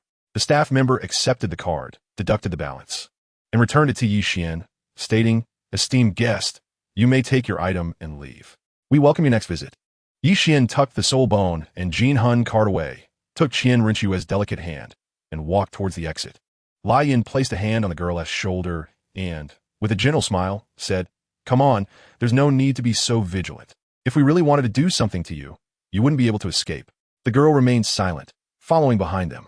Once they exited the auction house, Yi Xian turned to Qian Rinchue and inquired, "Shuer, now that you have bought her, how do you plan to handle her? Let her decide for herself.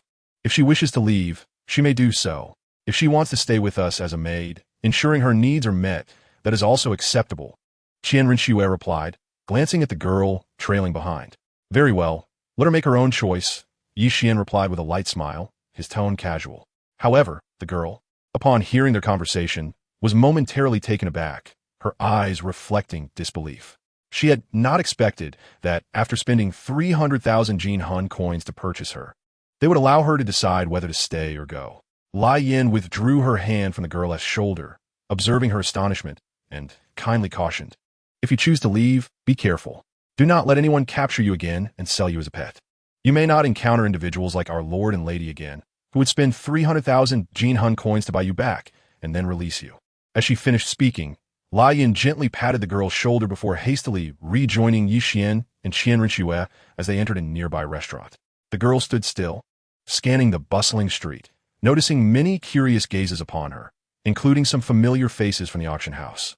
After a moment's hesitation, she turned her attention toward the restaurant, a bittersweet smile gracing her lips. Without further ado, she stepped inside. Being a maid was far preferable to being captured confined in a cage and auctioned off as a pet. Inside the restaurant, Yi Xian, Qian Rinchue, and Lai Yin had already ordered their dishes and were enjoying their meal leisurely. The girl approached them, stating, "I wish to return with you as a maid." "Certainly, have a seat and enjoy some food first, then we will leave together," Qian Rinchue replied, continuing to savor her meal. "Thank you," the girl responded politely, pulling out a chair and sitting down, delicately eating with her chopsticks. Yi Xian and Qian Rinchue both squinted their eyes as they observed her movements. The girl exhibited a natural grace and impeccable etiquette, traits that were evidently not cultivated in a common household. "Which sect or family do you belong to? How could you be captured and auctioned off as a pet?" Qian Rinchue's voice bore a hint of confusion. Yi Xian mirrored her perplexity, reasoning that a disciple of a sect or family, regardless of their plight, would not typically be reduced to such a state. Wasn't this a humiliation to their lineage? Upon hearing Qian Rinchue's inquiry, the girl set down her utensils. Hesitating for a moment before responding, "I hail from one of the lower four sects, the BibiDong. We revere the white tiger. When I awakened my martial spirit, it underwent a mutation, causing my body to retain the form of my martial spirit. Due to this mutation, I am unable to cultivate soul power and cannot become a soul master. Hence, I am regarded as a disgrace by the BibiDong and was expelled from the sect. Without their protection, I sought refuge in a remote location, only to be captured by those at the auction house and treated as a pet." As she spoke, a flicker of hatred surfaced in her eyes. Ye Wan Miridi nodded, choosing not to dwell on the BibiDong or the auction house, as they were of no concern to him. He adhered to the principle of focusing solely on those he cared about, leaving the affairs of others to their own devices. Qian Rinchue then resumed her meal and inquired, "What is your name?" "I am Bai Fengyu," the girl replied succinctly. "Bai Fengyu is a lovely name. You shall remain by my side as a maid. I can offer you protection and ensure your needs are met." Qian Rinchue waved her hand, not overly concerned, as her question had merely stemmed from curiosity. "Thank you, Mississippi." Bai Fengyu's face lit up with joy. The offer of protection meant she would no longer have to live in hiding, and her basic needs would be secure. Qian Rinchue regarded Bai Fengyu thoughtfully and then turned to Yi Xian, asking, "Xiao Xian, is there a way to resolve the mutation of her martial spirit?" Upon hearing her voice, Yi Xian extended a finger to Bai Fengyu's forehead. A silver glow converged upon his fingertip, and soul power flowed into her body, examining her physical condition and martial spirit. A pressure rooted in her bloodline, enveloped by Fangyu, causing her body to stiffen and tremble uncontrollably. Given that her martial spirit was inherently feline, she was acutely aware of this sensation. After a moment, Qian withdrew his soul power and finger, a contemplative expression in his eyes. As his power receded, the oppressive force dissipated, and Bai Fangyu gazed at him with a glimmer of hope. Chapter 106. Life and Death. Both Qian Renshue and Lai Yin focused their attention on Qian. His failure to immediately dismiss the matter suggested that there might still be a solution for Bai Fangyu's martial spirit mutation. The dining table fell into a quiet hush as Qian Renshue, Lai Yin, and Bai Fangyu awaited Qian's response in silence. Recognizing their gazes, Qian spoke. Her martial spirit mutation has left her body retaining aspects of its form, while her cultivation as a soul master has been rendered ineffective. Given the rarity of such a mutation, the solution I have conceived is merely theoretical and has not been validated through practice. To rectify her martial spirit mutation would require an astronomical amount of resources and rare treasures, with a staggering 99% failure rate. Should we proceed, the risks would be akin to traversing a bottomless abyss, a venture that could result in a near-certain demise. Even if by some stroke of luck we succeeded, unforeseen complications may arise. Qian Renshue contemplated the pros and cons in her mind. Although she felt sympathy for Bai Fangyu and wished to assist her, the costs and dangers involved were currently too great. It was important to note that the Xunji Temple had developed by covertly leveraging the wealth and resources of the Tiando Empire. If the Seven Treasures Glazed sect was wealthy enough to rival nations, the Xunji Temple's resources surpassed theirs, bolstered by the continuous support from the Tiando Empire. Despite this, Qian still indicated that the required resources would be staggering, suggesting that the expenditure could severely strain the Xunji Temple's finances. Furthermore, Bai Fangyu's age had long passed the optimal period for cultivation. If such a vast investment yielded a 99% failure rate, alongside unpredictable outcomes, the result would be an undeniable loss. It seemed she would have to settle for a life as a common maid. Qian Renshue smiled faintly, her tone flat. Lai Yin cast a wistful glance at Bai Fangyu, but remained silent. Compared to the perilous path of resolving her martial spirit mutation, living a life free from want was still a commendable existence. I wish to try. Even if it is an experiment, I am willing. May I? Bai Fangyu's voice was barely audible, aware of the foolishness of her request. Yet the desire to become a true soul master, no matter how slim the chance, compelled her to seek this opportunity. You may wish, but I cannot. The resources and treasures required are simply too immense. It's best to live well, without choosing a path fraught with peril, Qian replied calmly. To resolve her issue, it would suffice to advance her martial spirit by a level, though such an evolution was no simple feat. There were two straightforward and safe methods: the seed of life that Qian Renshue had previously absorbed, or a celestial herb that perfectly matched her martial spirit's attributes. Beyond these options, the only remaining possibility lay in utilizing the malevolent energy contained within the inner core of the dark demon evil god tiger, combined with a significant quantity of rare treasures for neutralization, which might allow her martial spirit to evolve a level. However, Qian neither possessed the seed of life nor a suitable celestial herb, and even if he did, he could not afford to offer them to her. Furthermore, the malevolent energy from the dark demon evil god tiger's inner core, even when neutralized with abundant rare treasures, would be far beyond her capacity to endure. After all, the energies generated by divine forces and rare treasures exist on entirely different levels. Qian's mention of a perilous journey stemmed from Bai Fangyu's own feline martial spirit. Otherwise, the probabilities would be dire, with no chance of success. Additionally, the exact effects of the dark demon evil god tiger's inner core remained unclear to Qian. What if unforeseen calamities were to arise? Coupled with the significant expenditure of rare treasures, it was simply not worth the risk. Bai Fangyu, upon hearing Qian's words, turned her gaze to Qian Renshue, placing her last hope in her, yearning for her agreement, which might still offer her a chance to become a soul master. Noticing Bai Fangyu's pleading look, Qian Renshue gently shook her head and stated, "The cost does not equate to the potential gain, unless you can bring sufficient benefits. I cannot agree. Moreover, is it not preferable to live a life free from want? I wish to prove that I am not a disgrace to the Baihu Zone. Currently, I cannot offer any benefits. However, If I were to attempt this and succeed, I would willingly pledge my unwavering loyalty to your lineage for countless generations to come, including my descendants, who shall also remain faithful to you. Furthermore, I shall swear this oath using my martial soul. Bai Fengyu's expression appeared exceedingly solemn as she spoke, extending 3 fingers towards the heavens. Both Yi Qian and Qian Rinxue, upon hearing her words and observing the gravity of her countenance, fell into deep contemplation. Oaths on the continent are not taken lightly. Above the land exists the divine realm, and it is said that once an oath is sworn using a martial soul, it must be fulfilled without exception. Yet swiftly, Yi Qian emerged from his reverie, realizing that this condition was akin to gambling. Should he win, he would gain the loyalty of a lineage for eternity, and with the energy from the inner core of the dark demon, evil god tiger, the evolved martial soul would undoubtedly be formidable. Of course, gambling carries inherent risks. A loss would mean total ruin, with a staggering 99% failure rate. Qian Rinxue also recognized this as a high-stakes gamble, but if successful, the strength of the martial soul could yield immeasurable rewards. Xiao Qian, what level will her martial soul reach once her issue is resolved? Qian Rinxue inquired softly. Once the problem is addressed, her martial soul would certainly not be weak. It might even attain the pinnacle of martial souls. However, the odds of success appeared exceedingly slim. Yi Qian replied with a calm demeanor, still not inclined to offer assistance. Is it possible to reach the pinnacle of martial souls? After a moment of contemplation, Qian Rinxue finally said, Xiao Qian, I believe we might take a chance. If she was unafraid of death, what harm would it be for us to expend some resources? Resources are mere inanimate objects. Should we succeed, the rewards are living beings.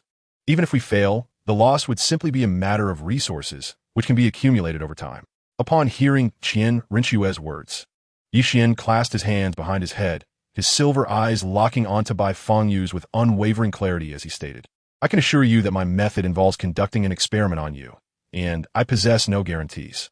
Are you certain you wish to attempt to resolve the issue of your martial soul's mutation? A glimmer of excitement flickered in Bai Fengyu's eyes.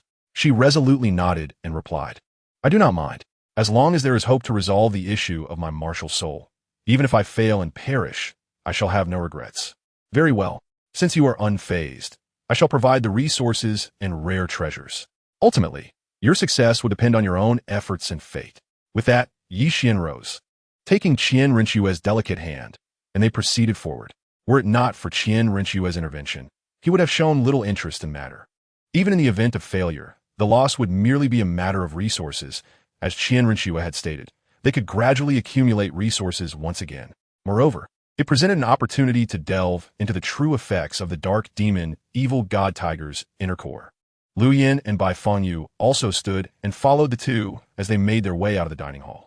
As they traversed through Tiando City, one could scarcely miss the presence of the Starfall Palace personnel disseminating news of Tang Hao's death. Some even lurked near Yu Qian, covertly observing the actions of the master. Dan Zuhu. It could be said that any movement from Tang Yuehua would swiftly reach Yi Qian's ears. Upon returning to the Starfall Palace, they found it rather empty.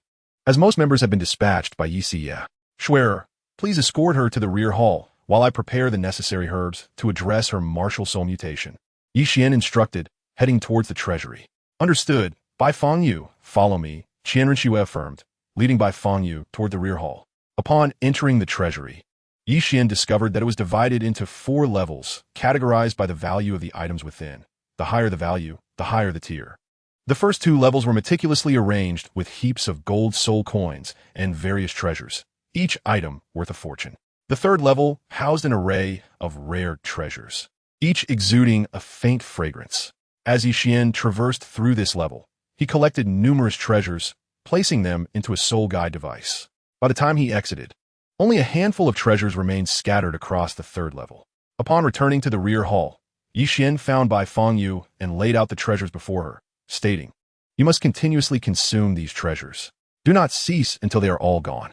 Understood, Bai Fengyu replied solemnly, gazing at the treasures before her. Qian Rinxue observed the vast assortment and felt a pang of heartache, for the number of treasures was estimated to be in the hundreds. It is essential to note that these treasures are exceptionally rare, with some requiring centuries to mature. Presenting such a vast quantity would nearly deplete the entire stock of the Starfall Palace. Yi Qian, however, did not dwell on the treasures. Instead, he retrieved the inner core of the dark demon evil god tiger. The moment the core appeared in his hand, an aura of malevolence emanated from it. He directed the core towards Bai Fangyu, unleashing the malevolent energy within. A stream of purple-black energy surged forth from the core, continuously entering Bai Fangyu's body. She felt an overwhelming force coursing through her, as if it might burst her form asunder. Yet, she recalled Yi Xian's admonishments and began to consume the treasures before her, devouring them whole without hesitation. With each treasure ingested, vast amounts of energy surged within her, and when the two energies collided, Bai Fangyu experienced excruciating pain, with crimson blood oozing from her body and dripping to the ground. Seeing this, Yi Xian activated his life domain, centered on his own form, and expanded it outward, enveloping Bai Fangyu to aid in her recovery from the injuries she sustained. Qian Renxue observed Bai Fangyu, who continued to consume the treasures, and couldn't help but ask, "Xiao Xian, how long will she endure this state?" "I do not know. It depends on when her martial soul can evolve to the next level. As long as she can persist until her martial soul evolves, there is hope for her. If she cannot endure, her fate is sealed," Yi Xian replied. As soon as he finished speaking, the sound of cracking bones echoed from Bai Fangyu's body. Qian Renxue refrained from further questioning, recognizing that neither the energy from the core nor the vast amounts of treasures could be sustained by Bai Fangyu's body. Only by harmonizing the two energies could Bai Fangyu's martial soul evolve, allowing her to survive. Otherwise, she was doomed. Life and death are preordained. Wealth and nobility lie in the heavens. You have chosen this path. I hope you can persevere. Qian Renxue shook her head and turned to leave the room. She realized her presence was of no assistance. Rather than witness Bai Fangyu's suffering, she preferred to return to her chamber for meditation and cultivation of her soul power. Yi Xian watched Qian Renxue's departing figure with a smile, saying nothing. Were it not for the need to activate the energy within the dark demon evil god tiger's inner core, he would have left long ago. There was no way to avoid it. Bai Fangyu's cries were indeed quite jarring. Despite the continuous restoration of her life force, crimson blood still dripped from her body, and the sound of shattering bones echoed within her. As time progressed, Bai Fangyu finally swallowed the last precious treasure. Within her, two distinct energies clashed incessantly. However, the energy produced by the treasure was inherently weaker than that of the malevolent deity contained in her inner core. Now, deprived of the treasure's energy supply, the malevolent deity's power swiftly dominated Bai Fangyu's entire being. Bai Fangyu felt the turbulent energy within her body, causing her to involuntarily spit out blood. A fleeting expression of desolation crossed her eyes, and a bitter smile formed within her heart as she pondered, "Have I ultimately failed? It is truly disheartening." Chapter 108. A word upon publication, this book is set to be published today. I'm immensely grateful for everyone's support and companionship over the past month. It is not easy for a novice writer to survive, and I hope for your continued support. I do not have much more to say. I humbly request a first subscription. I will update regularly, with at least 2 chapters each day, as a base is essential.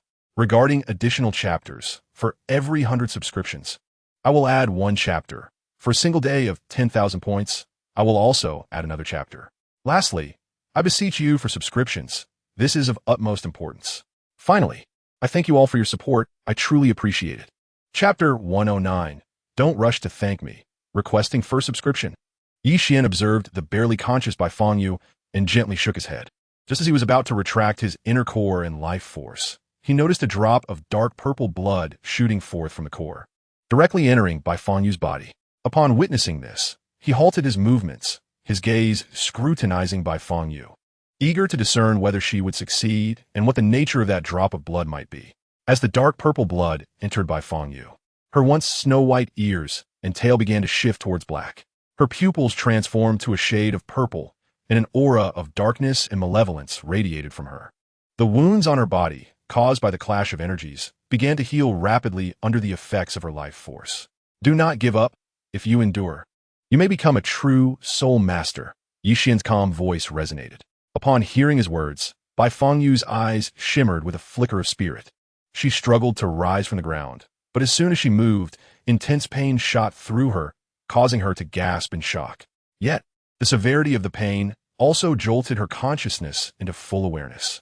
Heat surged within Bai Fangyu. Her body felt as though it was engulfed in a blazing inferno.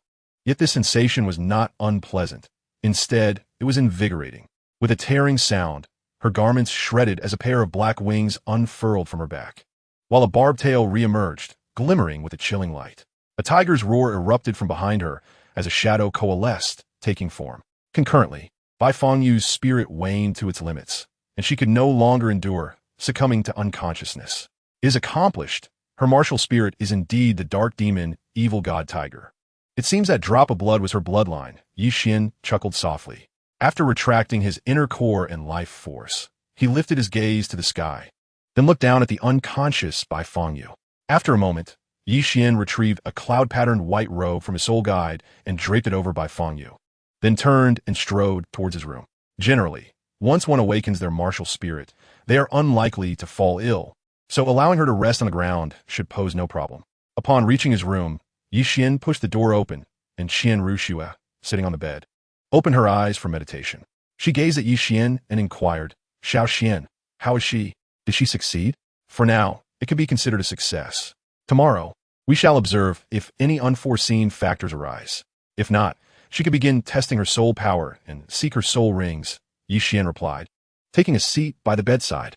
"Then it seems our gamble has paid off. Those precious treasures were not given in vain," Qian Rushua remarked, a faint smile gracing her lips. On the following morning, as dawn broke, Qian and Qian Rushua sat at the dining table, enjoying a sumptuous breakfast when Bai Fengyu entered, approaching them directly. At this moment, although her black ears remained, her tail had vanished, and she appeared no different from a normal person. Bai Fengyu bowed respectfully to them and earnestly declared, in accordance with our agreement, "I have successfully resolved the mutation of my martial spirit. I, Bai Fengyu, vow by my martial spirit to remain loyal to your lineage for all eternity, and my kin and descendants shall do the same." As her words fell, a rumble of thunder echoed in the sky. "Rise and unleash your martial spirit. Let us also ascertain the level of your soul power." Qian casually gestured, his tone unperturbed. Qian Rushua also turned her gaze to Bai Fengyu, eager to discover her soul power level. Although Bai Fengyu had missed the optimal training period, if her soul power was sufficiently high, her future achievements would still be promising. Without hesitation, Bai Fengyu released her martial spirit, the dark demon, evil god tiger, emerging behind her. A pair of black wings unfurled from her back, and a black tail reappeared, emanating an aura of darkness and malevolence. Qian extended a finger, pressing it against her forehead. Soul power flowed from his fingertip into her body, examining her meridians, consciousness, and martial spirit for any unforeseen anomalies. After a moment, Qian withdrew his finger and stated, "Your body is normal. I have not detected any issues, so you may proceed with your soul power cultivation as usual. Your current soul power level is 9. Once you reach level 10, I will arrange for you to acquire additional soul rings." "Thank you, my lord." "Thank you, miss." Bai Fengyu reverently expressed her gratitude as she retracted her martial spirit. Qian Rushua responded calmly, "Do not rush to express your thanks. I have mentioned that in helping you, you must bring me sufficient benefits. The precious treasures spent on you each cost tens of thousands, even hundreds of thousands of gold soul coins.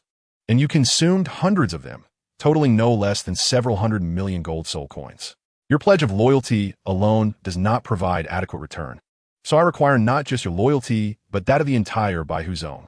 Qian Rushua's gaze bore into Bai Fengyu, her eyes shimmering with mirth. Upon hearing this, Bai Fengyu's expression stiffened momentarily, and she immediately replied, "Do not forget that I have already been expelled from Baihu Zone. Even if I had not been expelled, I lack the capability to compel the entire Baihu Zone to pledge loyalty to you. It is simply unattainable." "Unattainable?" Qian Rushua chuckled lightly. "I will assist you in achieving it. You hail from Baihu Zone. Thus its members are indeed your kin. You have already sworn by your martial spirit that your kin and descendants will remain loyal to us. Therefore, as long as you are reinstated into Baihu Zone, it will be accomplished." A playful glint danced in Qian Rushua's eyes. "You never mentioned that you required the loyalty of the entire Baihu Zone." "I can pledge my loyalty, but not that of Baihu Zone. That is my home." Bai Fengyu immediately shook her head in refusal. She merely sought to prove that she was not a disgrace to the Baihu Zone, not wishing to jeopardize the entire sect. "Do you believe you possess the right to refuse? Furthermore, at that time, it was not us who coerced you. It was entirely your own volition. Otherwise, what qualifies you to demand that we expend substantial resources to resolve the issue of your martial soul's mutation? Now that the oath has been sworn, your life belongs to us, Do you truly think you have a right to refuse? Qian Rushua's hands were clasped together as she spoke with an air of nonchalance. Chapter 110. Not without cost. By Fang Yu's complexion paled. She had not anticipated that her actions would endanger the entire Baihu zone. She merely wanted to demonstrate to the sect that she was not its shame. Observing her unwilling demeanor, Qian Rushu chuckled softly, seemingly unperturbed, and stated flatly, "By Fang Yu, you must understand. The first time I rescued you from the auction house, it was purely out of compassion. The second time, I offered you the position of a maid merely to provide you with shelter. The third time, it was you who pleaded for it. The oath was sworn by you, and we have never coerced you in any way. You can take your time to ponder this. I am merely informing you, not seeking your consent. Regardless of your agreement or disagreement, you currently lack the authority to refuse." Upon hearing this, Bai Fangyu gritted her teeth, ultimately choosing silence. After bowing to the two, she departed. Qian Rushua was correct. The resolution of her martial soul mutation was sought by her own request. The rare treasures consumed were her own doing, and the oath was willingly sworn. What more could she possibly say? Yi Xian and Qian Rushua watched Bai Fangyu leave, neither uttering a word. Rare treasures are not given freely, and supreme martial souls are certainly not bestowed without merit. To obtain what one desires, one must be willing to make sacrifices. There is no such thing as a free lunch in this world, nor are there unearned benefits. After enjoying a sumptuous breakfast, the two began their daily training in the back hall. As the Baihu Zone is located within the Luo Empire, there was no need for haste regarding its affairs. They could take their time. For now, they simply awaited news from the Haotian Zone. In Tiando City, within the Yuxian Pavilion, Tang Yuehua inquired of Chief Steward Aoda, "Is the news credible? Has Tang Hao truly perished?" "Chief, this matter has spread like wildfire in Tiando City. I even sought out individuals who witnessed the event outside the Martial Soul Temple. According to their accounts, Tang Hao appeared in midair, directly assaulting the forces of the Martial Soul Temple, the Seven Treasures Glazed Tile Sect, the Blue Lightning Tyrant Dragon Sect, and the Starfall Palace to rescue a person and a soul beast. The Lord of the Starfall Palace, perhaps youthful and impulsive, led a pursuit, and the titled Douluos from the Martial Soul Temple, Zhu and Gue, followed suit. I suspect Tang Hao may have met his end at the hands of the combined forces of the Starfall Palace and the Martial Soul Temple. Moreover, Tang Hao has a son left behind in the Stardoe Forest, his fate unknown." As Aoda spoke, he offered a respectful bow. Upon hearing this, Tang Yuehua's expression remained unchanged, yet her hands, resting beneath her, gradually clenched into fists. "I understand, Chief Steward Aoda. You may leave now." Tang Yuehua's voice was calm, devoid of any turbulence. "Yes, Chief. Aujek no vlijid, ainge vitedru." Once Aoda departed, two streams of tears began to fall from Tang Yuehua's eyes as she murmured, "Martial Soul Temple, Starfall Palace." After a long moment, the tears vanished, and she rose expressionlessly, exiting the Yuxian Pavilion and heading towards the outskirts of Tiando City. Those covertly observing Tang Yuehua followed her quietly, noting her route. After leaving Tiando City, Tang Yuehua boarded a horse-drawn carriage, which proceeded eastward. As dusk descended, after traveling approximately 300 miles, the carriage arrived at a small village nestled amidst encircling mountains, where villagers were seen moving about. Tang Yuehua disembarked from the carriage and made her way into the village, where the villagers greeted her with familiarity. From the shadows, the Starfall Palace members observed her enter the village but did not follow, instead noting the village's location before quietly retreating to report back to the Starfall Palace. Within the Starfall Palace, Yi Xian held the core of the dark demon Evil God Tiger, meticulously studying it. He was now certain that the bloodline of the dark demon Evil God Tiger had been absorbed by Fang Yu, leaving its core devoid of bloodline essence. However, the energy contained within the core remained abundant. Yet, he had yet to decipher the true purpose of the core. After some contemplation, Yi Xian released his martial soul, with 5 soul rings of purple, gold, and black shimmering around him. In his sea of consciousness, he asked, "Evil Eye Saint King, do you know the true function of this core?" There's a saying that goes, "An elder in the family is like a treasure." Without question, the Evil Eye Saint King, having lived since the Dragon God era, is ancient enough to possibly know the core's true purpose. Upon hearing the inquiry, the Evil Eye Saint King directed his perception toward the core in Yi Xian's hand. After a brief moment, he exclaimed in astonishment, "If I am not mistaken, this is the core of the dark demon Evil God Tiger." Moreover, this core contains the energy of the evil god. If you learn to harness it properly, it may prove to be of great assistance to you. What must I do to harness it? What is its true function? Qian sensed that the evil Saint King might possess the knowledge he sought. In the sea of consciousness, the evil Saint King directed 3 eyes toward the dark demon evil god tiger and quietly inquired, "What is the purpose of your core, and how is it used?" "Do you think if I knew, I would be asking you?" The dark demon evil god tiger lazily opened its eyes, gazing at him with a hint of disdain. "Isn't it your core? How could you not know?" The evil Saint King's tone betrayed incredulity. "It is my core, yet I have never utilized it. How could I possibly know its function?" The dark demon evil god tiger shut its eyes once more, ignoring him. Hearing this, the evil Saint King lowered his head, sinking into deep contemplation. After a while, he finally spoke, "I do not know how to use it. However, this orb possesses a certain sentience. You may attempt to communicate with it. Perhaps it will reveal to you its true function and how to wield it." Attempt to communicate with it? Qian's fingers lightly tapped the table as he pondered the feasibility of the method suggested by the evil Saint King. Indeed, it is to communicate with it. After all, what resides within the core is the energy of the evil god. Perhaps success is attainable. Even if it fails, there would be no loss. You may give it a try. This is the only approach I can conceive. If this does not work, I have no further solutions. The voice of the evil Saint King echoed softly in the sea of consciousness. Chapter 111. A letter following the guidance of the evil Saint King. Qian immersed his consciousness into the core, initiating an attempt to communicate. To his surprise, his consciousness entered the core without hindrance.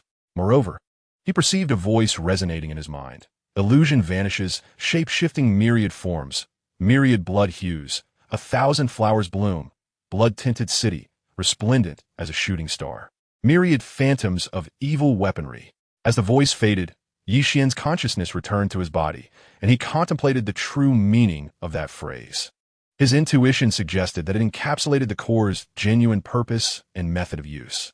It can be said that he recognizes every character in that sentence and understands their meaning individually. However, when these characters are strung together, he is utterly perplexed by their collective significance. Qian inquired of the Xie Yao Sheng Wang residing within the sea of consciousness, Xie Yao Sheng Wang. "Are you aware of the meaning behind the phrases? Huan Miao Wu Xing, Huan Hua Wan Qian, Wan Qian Shui Se, Qian Hua Wan Hua, Shui Se Qin Sheng, Chui Kan Jing Hong, Xie Bing Qian Huan." "I do not know. I have never heard of such a phrase," replied the Xie Yao Sheng Wang, his eyes reflecting a similar confusion, unaware of the meaning behind Qian's question. Upon hearing this, Qian felt no surprise. Although Xie Yao Sheng Wang was ignorant of the phrase, he had made significant progress. If he could thoroughly analyze this sentence, he would essentially grasp the true function and application of the inner Dan. After retracting his martial soul and inner Dan, he reclined on the ground, gazing at the twinkling stars in the night sky, lost in thought. At some point, Qian Renshui approached quietly, glancing at Qian sprawled on the ground. She sat beside him, a hint of confusion in her voice as she asked, "Xiao Qian, what are you staring at so intently?" "Observing the starry sky. I feel that tonight's celestial display is exceptionally beautiful," Qian replied, blinking his silver eyes as he pulled Qian Renshui down beside him to admire the night sky together. Qian Renshui's gaze was fixed on the heavens. Yet she did not perceive any changes among the stars and asked, "Xiao Qian, I don't see any alterations in the starry sky." "Be patient, look closely," Qian smiled, attempting to summon the stars of the west. However, after several attempts, he received no response, as if they were entirely indifferent to his pleas. "I am a master here. Could you show me some courtesy? At least move a little and provide some reaction." Qian conveyed his intentions to the stars. After a brief moment, the stars of the west flickered, each emitting a lackluster glow. The light cascaded like a meteor shower from the west to the east. The dazzling brilliance swiftly traversed the night sky, illuminating it entirely, though it vanished in an instant, leaving behind a perfect crack in the dark expanse, both real and hauntingly beautiful. As the crack gradually faded and dissipated, the sky returned to its resplendent tranquility. Qian Renshui's eyes remained fixed on the night sky. She had clearly witnessed the previous spectacle, which was undeniably beautiful. The only pity was its fleeting nature, disappearing within mere blinks of an eye. Yevwan, with a gentle smile, asked, "What do you think? Is it beautiful?" "Yes, quite so," Qian Renshui replied, slowly rising from the ground. A hint of pride gracing her features. All right, let us return and rest for now. I anticipate news from the Qian sect will arrive shortly. Qian said as he stood and brushed off the dust from his clothes. Seeing this, Qian Renshui produced a letter from her belongings and handed it to Qian, saying, Xiao Qian, this is a letter from my grandfather. Please take a look. Qian took the letter and noticed that the envelope was already opened, clearly indicating that Qian Renshui had read it. As he unfolded the letter, he found only a brief message. No one beneath me from the Wuhan temple is allowed to enter the secluded grounds of the Qian sect. What does this mean? Why can we not enter the secluded grounds of the Qian sect? Qian pondered, feeling somewhat bewildered. He was aware that Tang Qian was currently the king of slaughter in the city of slaughter, and the Qian sect could not possibly possess anything that would instill fear in Qian Dalu. Why, then, the prohibition against entering the secluded grounds? Take a look at the back. Qian Renshui pointed to the reverse side of the letter, her tone tinged with helplessness. Qian flipped the letter over and saw another line. I once battled with Tang Qian on a mountain. Regrettably, I lost to him by half a move. Therefore, from that moment forth, no one beneath me may enter this mountain, which happens to be the secluded grounds of the Qian sect. 3 black lines appeared on Qian's forehead. Losing is losing. What difference does it make to say he lost half a move? Qian Renshui observed Qian's expression and remarked, Xiao Qian, my grandfather's letter indicates that we cannot enter the Qian sect. Indeed, the teacher merely instructed us to ascertain the location of the Qian sect's secluded grounds. Even if we cannot enter, as long as we clarify the location. That will suffice, Qian replied with a smile, not overly concerned. If he truly wished to enter the Qian sect, a single letter from Qian Dalu would not deter him. Moreover, he could enter the Qian sect openly without violating Qian Dalu's rules, as he was currently the master of the Xunji Hall, and few were aware of his identity within the Wuhan temple. If that were insufficient, he could also permit individuals from the Xunji Hall to enter the Qian sect. Qian Dalu's prohibition applied to the Wuhan temple, but he was from the Xunji Hall, representing a different system altogether. For now, it suffices to ascertain the location of the Qian sect. We can discuss the rest later. Although we cannot enter the Qian sect, they cannot come out either. Once they do, we have not violated any rules. Qian Renshui smiled, reclaiming the letter from Qian's hands and shattering it with her soul power, letting the fragments dance in the breeze. Qian watched the paper debris fluttering in the air, silently contemplating that despite Qian Dalu's apparent timidity compared to Tang Qian, he was still a man of his word. At least he stated that no one beneath him from the Wuhan temple would enter the Qian sect's secluded grounds, thereby ensuring that none of his subordinates would breach that sanctum. It is worth noting that the Tang Qian Qian referred to was not the current Slaughter King, who was parasitized by the blood-red, 9-headed Bat King in the city of Slaughter. Qian and Qian Renshui exchanged glances and proceeded directly to their respective chambers. Chapter 112. Visitors from the Qian sect in the early morning. 2 figures approached the gates of the Qian sect. The disciple stationed at the entrance hurried forward, stating, This is the Qian sect. Unauthorized entry is prohibited. If you have business, I can inform the sect leader on your behalf. The middle-aged man leading the duo spoke slowly. We are from the Qian sect, here to visit the Qian sect. Please wait a moment. I shall inform the sect leader, the guarding disciple said, casting a scrutinizing glance at the two before making his way into the Qian sect.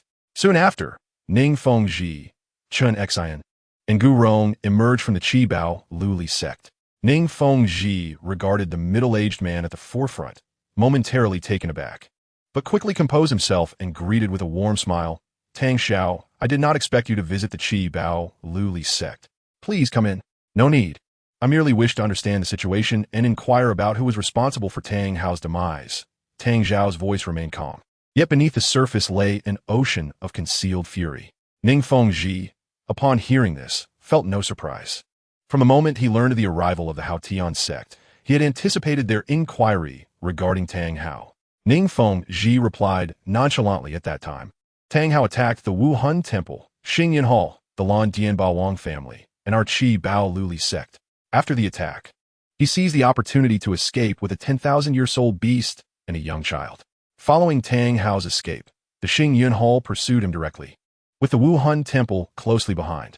According to the direct admission of the hall master of the Xunji Hall, Tang Hao met his end at their hands. As Tang Xiao absorbed this information, his hands, which had been resting behind him, gradually clenched into fists. After taking a deep breath, he inquired, "What is the strength of the Xingyan Hall?" "To my knowledge, there is a level 99 limit Douluo stationed within the Xingyan Hall. I possess limited knowledge on other matters. You may visit Xingyi to inquire with Tong Hao regarding the sequence of events. It is possible that Tong Hao was not slain by Xingyi, but rather by Wahandian." Ning Fengji smiled gently, his tone radiating warmth. "What? To think that a limit Douluo resides within Xingyi." Tong Xiao's eyes reflected disbelief. The middle-aged man behind Tong Xiao remained expressionless, silent as if he had neither heard nor seen anything. "You of Hoqianzong have lived in seclusion for far too long. A decade has passed. Moreover, the esteemed Xishan has been reclusive within Xingyi, so it is only natural that you're unaware of these matters." Ning Fengji nodded lightly, affirming the truth of his words without embellishment. Tong Xiao queried in a hushed tone, "Ning Zongzhu, do you know the location of Xingyi? I have matters to discuss with the Lord of Xingyi. I shall accompany you. I too wish to visit Xingyi. Gushu, you remain here to guard the sect." With that, Ning Fengji strode purposefully towards the direction of Xingyi, leading Qian. "Very well, I shall remain to oversee the sect," Gu Rong acquiesced. Turning back into Qibao Liuli zone, Tong Xiao and the other followed closely alongside Ning Fengji, making their way to Xingyi. In Xingyi, Yeshuan and Qian Runxue were examining a map in the study. The map had been drawn by the denizens of Xingyi, outlining the route taken by Tong Yuehua to a small village. While somewhat rudimentary, it still conveyed a general sense of the location. Qian Runxue pointed at a red dot on the map, saying, "Little Xuan, according to their reports, behind the small village lies the current hidden abode of Hotianzong. However, to be prudent, we should investigate further. Once we ascertain the precise location, we can relay it to the papal hall without delay. There is no need for that. Tong Yuehua would not endure a day in a carriage traveling hundreds of miles merely to spend a night in a small village. Thus, the location behind the village must undoubtedly be that of Hotianzong." Yeshuan appeared somewhat dismissive, questioning who would take such a long journey for an overnight stay in a humble village only to return the next day. Qian Ruin Xue shot him a look, retorting, "Do you think I am unaware of what you say? It is essential to approach matters with caution, and this inquiry will not consume much time, merely a few days." "Very well, I shall have someone investigate the vicinity of the small village."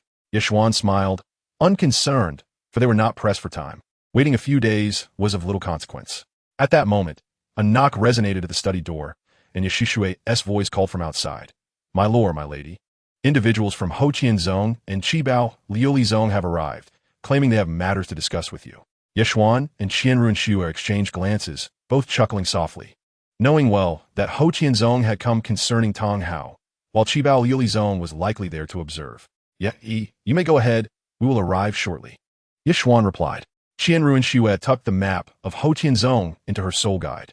After tidying up, the two exited the study and proceeded to the main hall.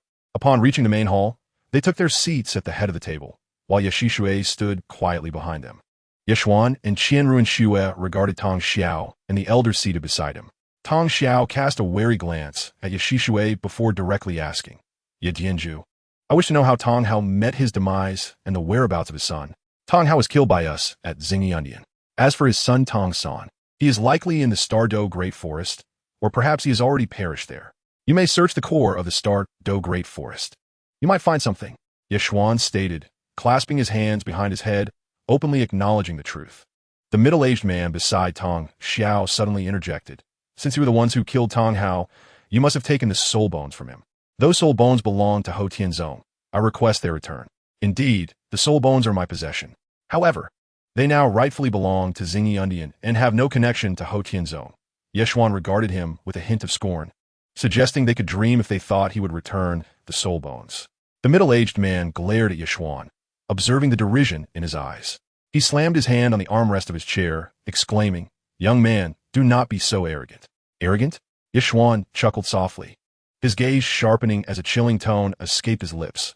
"When you call me arrogant, you should realize that this is not Hotianzong. This is my Xingyi. I can clearly state that I was the one who killed Tong Hao, and the soul bones are indeed in my possession. If you wish to avenge Tong Hao or reclaim the soul bones, you are not yet worthy. Return and find Tongchen. Then you might have a chance. Otherwise, even in your dreams, It will not be possible. Upon hearing this, the middle-aged man rose abruptly, his chest heaving as he fixed his gaze on Yishuan, extending his hand to reprimand. The name of our old sect master is not something a presumptuous junior like you can. Yet his words were cut off by Tong Xiao's interruption. Enough, seventh elder. Return to your seat. Tong Xiao's expression hardened as he directed his gaze towards Yishuan. The seventh elder glanced at Tong Xiao, but chose not to speak further, returning to his seat, albeit with a frustrated slam of the chair. We can discuss Tong House matter later. As for the soul bones, Ho Tianzong can forego them, but I must know the fate of my nephew Tong San. Tong Xiao's countenance remained devoid of expression, his voice calm as he spoke. Ho Tianzong currently lacks title Douluo and is in need of strong allies capable of contending with a 99th level limit Douluo. If they had such strength, they would not have feared Wahandian in the past, nor would they hesitate to confront Xunji now. The survival of Ho Tianzong can be attributed to the blessings left by our forebears. Unlike Wahandian, Xunji has no such concerns. Although they may not be able to defeat a limit Douluo, Ho Tianzong has several title Douluo who can, at the very least, stall the two in Xunji, enough to significantly weaken them. Yet, should such a confrontation occur, Ho Tianzong would undoubtedly face annihilation, for a limit Douluo transcends the limits of humanity. Thus, Tong Xiao would not take such risks. Avenging Tong Hao can wait until they possess the ability to do so. The immediate priority is to locate his nephew Tong San. To find Tong San, you must venture to the core of the Star Do Great Forest, not to my Xunji. I cannot ascertain whether Tong San is alive or deceased.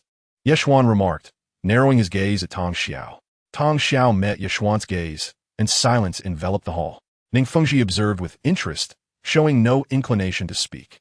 His purpose for being there today was to prevent a significant confrontation between Xunji and Ho Tianzong.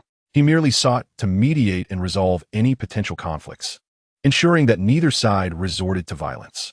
After a considerable duration, Tang Xiao finally withdrew his gaze and spoke. In that case, our Haotian sect shall not linger any longer.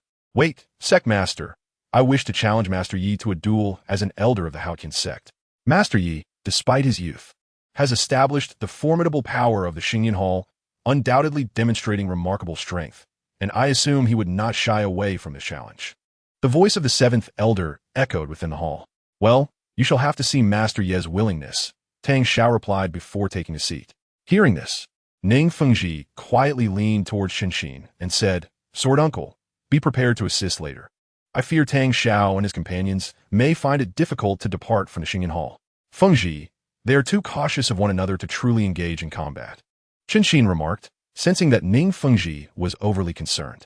If the Xingyan Hall and the Haotian sect were to truly clash, even if the Xingyan Hall were to prevail, it would be a Pyrrhic victory. Cautious? Sword Uncle, do you think someone who dares to smash the Blue Lightning Tyrant Dragon family hall, who has killed Tang Hao, and openly admits to it before the Haotian sect would harbor any reservations? Ning Fengji's gaze briefly flickered towards Yi Qian before he quickly averted his eyes. Upon hearing this, Xinxin refrained from further comment. Following Ning Fengji's reasoning, he felt that Yi Qian indeed had the capacity to act without restraint. After all, during the incident with the Blue Lightning Tyrant Dragon family hall, Yi Qian had exhibited no hesitation. Now, as he acknowledged killing Tang Hao, he showed even less concern. When Yi Xishui heard the seventh elder's voice, a formidable pressure emanated from her, her icy gaze fixed upon him. The seventh elder, feeling this pressure, found his body weighed down as if by a mountain, making even the slightest movement arduous. Very well, Aunt Yi, since he wishes to duel, I shall oblige him. After all, the Haotian sect is but a guest here. Yi Qian rose with a faint smile, his gaze sharp as he regarded the seventh elder. Yes, master. Yi Xishui acknowledged, retracting her overwhelming presence, yet her eyes remained frigid. The seventh elder, sensing the pressure lift, exhaled gently, his tense body relaxing as he spoke in a measured tone. Since you, Master Yi, have agreed, it is only fitting that you choose the location for our duel. Let us duel outside the Xingyan Hall. There is no need for an alternative venue, as the outcome will be the same regardless. With that, Yi Qian paid no mind and proceeded towards the hall's exit. The seventh elder furrowed his brow but chose not to voice any further objections, following Yi Qian outside. Witnessing this, all present rose and moved towards the exit. Outside the Xingyan Hall, the seventh elder addressed the standing Yi Qian, stating, I am a 92nd level title Douluo, known as Liang. I shall engage you using the same level of soul power and allow you to strike first to avoid any claims of me overpowering you. There is no need for you to hold back. Unleash your full strength, Yi Qian replied with a light chuckle, summoning his white tiger martial spirit. 5 soul rings of purple, gold, and black shimmering beneath him. Arrogant, I shall see how much strength lies behind your bravado. The 7th elder manifested the Haotian hammer. 9 soul rings of yellow, purple, and black radiating from him. This boy soul ring configuration is exceedingly unusual. I must proceed with caution to avoid being caught off guard. The 7th elder felt a twinge of wariness. He had never encountered a soul ring arrangement of 2 purple, 1 gold, and 2 black. Chapter 114. Receiving divine artifacts, unarmed Yi Qian and Liang moved almost simultaneously. The 3rd soul ring beneath Liang flickered rapidly. 3rd soul skill, Haori Liang. The Haotian hammer in his hand enlarged to a massive crimson form, raining down fiery boulders from above in indiscriminate assault towards Yi Qian. Observing the descending boulders, Yi Qian quietly activated his secret technique, 3rd soul skill, Holy Light Barrier, which formed a silver luminescent shield around him. His figure danced through the minuscule gaps between the falling boulders, avoiding injury entirely as he swiftly approached Liang. Seeing this, Liang remained stationary but taunted, "Boy, let us see how you evade now." As his words fell, his 5th soul ring glowed, amplifying the gravity in the area. 5th soul skill, Gravity Control. However, Liang's eyes widened in disbelief as he realized that under the influence of his 5th soul skill, Yi Qian's figure was unaffected, seamlessly passing through the range of the boulder assault to stand before him. A cold smile crept upon Yi Qian's lips after deploying his 3rd soul skill. He was immune to control for 15 minutes. 1st soul skill, White Tiger, Meteoric Destruction. He clenched his right fist, gathering a multitude of silver light, and struck forth, unleashing a barrage of luminous energy towards Liang. Liang swung the Haotian hammer to defend against the oncoming light. The powerful force of the attack took him by surprise, as he distinctly sensed that it had reached the level of a soul Douluo. How is this boy trained? He is merely a soul king, yet he can unleash attacks of a soul Douluo's caliber. This is truly bizarre. Though Liang pondered this in his mind, his actions remained swift as he unleashed his 6th soul skill, Martial Spirit Clone. The Haotian hammer split into 2, each hand wielding a hammer as he launched a rapid assault on Yi Qian, aiming for a swift conclusion. Is it just you with weapons? Yi Qian brandished the divine punishment silver spear, his white tiger martial spirit howling towards the heavens, its ultimate sharpness coalescing around him. With a flourish, the silver spear twirled in his grasp, its tip glimmering with a lethal sheen as it met the incoming Haotian hammer in a fierce clash. The resounding echoes of weapons colliding reverberated throughout the arena. Aside from Qian Renxue and Yi Shishui, disbelief marked the faces of all present. Ning Fengji observed the duel before him and inquired, "Sword Uncle, what do you perceive as little Qian's chances of victory?" It is difficult to say. Neither has held back thus far, and Liang has yet to unleash his true martial spirit. I am uncertain whether Yi Qian possesses any hidden cards. Presently, the outcome remains unpredictable. Chen Xin shook his head, his gaze unwavering on the combatants. Tang Xiao regarded the two with involuntary admiration, exclaiming, "What a terrifying talent! If he were a disciple of our Haotian sect, I would spare no expense in nurturing him with all the sect's resources." Though Tang Xiao expressed admiration, a hint of regret and apprehension flickered in his eyes. Currently, he is merely a soul king, yet possesses strength comparable to a title Douluo. What might his power be when he reaches the soul emperor, soul sage, or even title Douluo levels? Upon hearing this, Qian Renxue glanced at Tang Xiao and let out a light laugh, though she made no comment.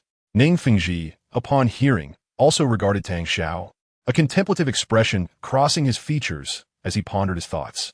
Meng Shu from the Xingyan Hall observed the battle, stroking his beard, and remarked, "I once believed the Hall Master merely relied on the Vice Hall Master's strength to establish the Grand Xingyan Hall. I did not anticipate the Hall Master to possess such prowess at such a young age. Old man, you are not so young yourself. It seems unnecessary for you to remain at the Beast Academy. It would be better to bring him to the Xingyan Hall for training. The resources provided each month are quite substantial." The voice of Ko Shangxiang sounded softly nearby. The talent of Iran is indeed extraordinary among her peers, and she could be considered a genius. However, her training at the Yishou Shui Yuan does not compare to that at the Xingyan Dian. I will eventually go to bring her to the Xingyan Dan. Meng Shu nodded in agreement and continued to observe the fierce battle between Yi Qian and Lai Yang. In the arena, Yi Qian wielded a silver spear, unleashing a flurry of spear shadows in an all-out assault against Lai Yang, whose two Haotian hammers were engulfed in roaring flames. Striking back with equal ferocity, Lai Yang was confident that his Haotian hammers would not falter in close combat. Yet blood could be seen trickling from his body, a result of an accidental graze from Yi Qian's silver spear. Meanwhile, Yi Qian appeared largely unscathed, aside from some minor damage to his clothing. As the Haotian hammers collided once more with the silver spear, Lai Yang used the recoil to swiftly retreat, throwing one of the hammers towards Yi Qian. Yi Yuan, noticing the incoming hammer, tilted his body slightly, evading the projectile effortlessly. Young man, you are the most gifted individual I have encountered among the younger generation, deserving of the title of the best. However, a soul king is still a soul king, and this contest must come to an end.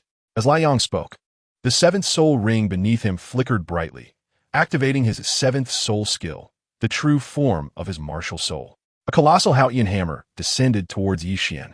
Concurrently, the hammer that Yi Qian had dodged spiraled back through the air, seemingly locking onto him as it flew directly towards him. Standing firm, Yi Qian remained motionless.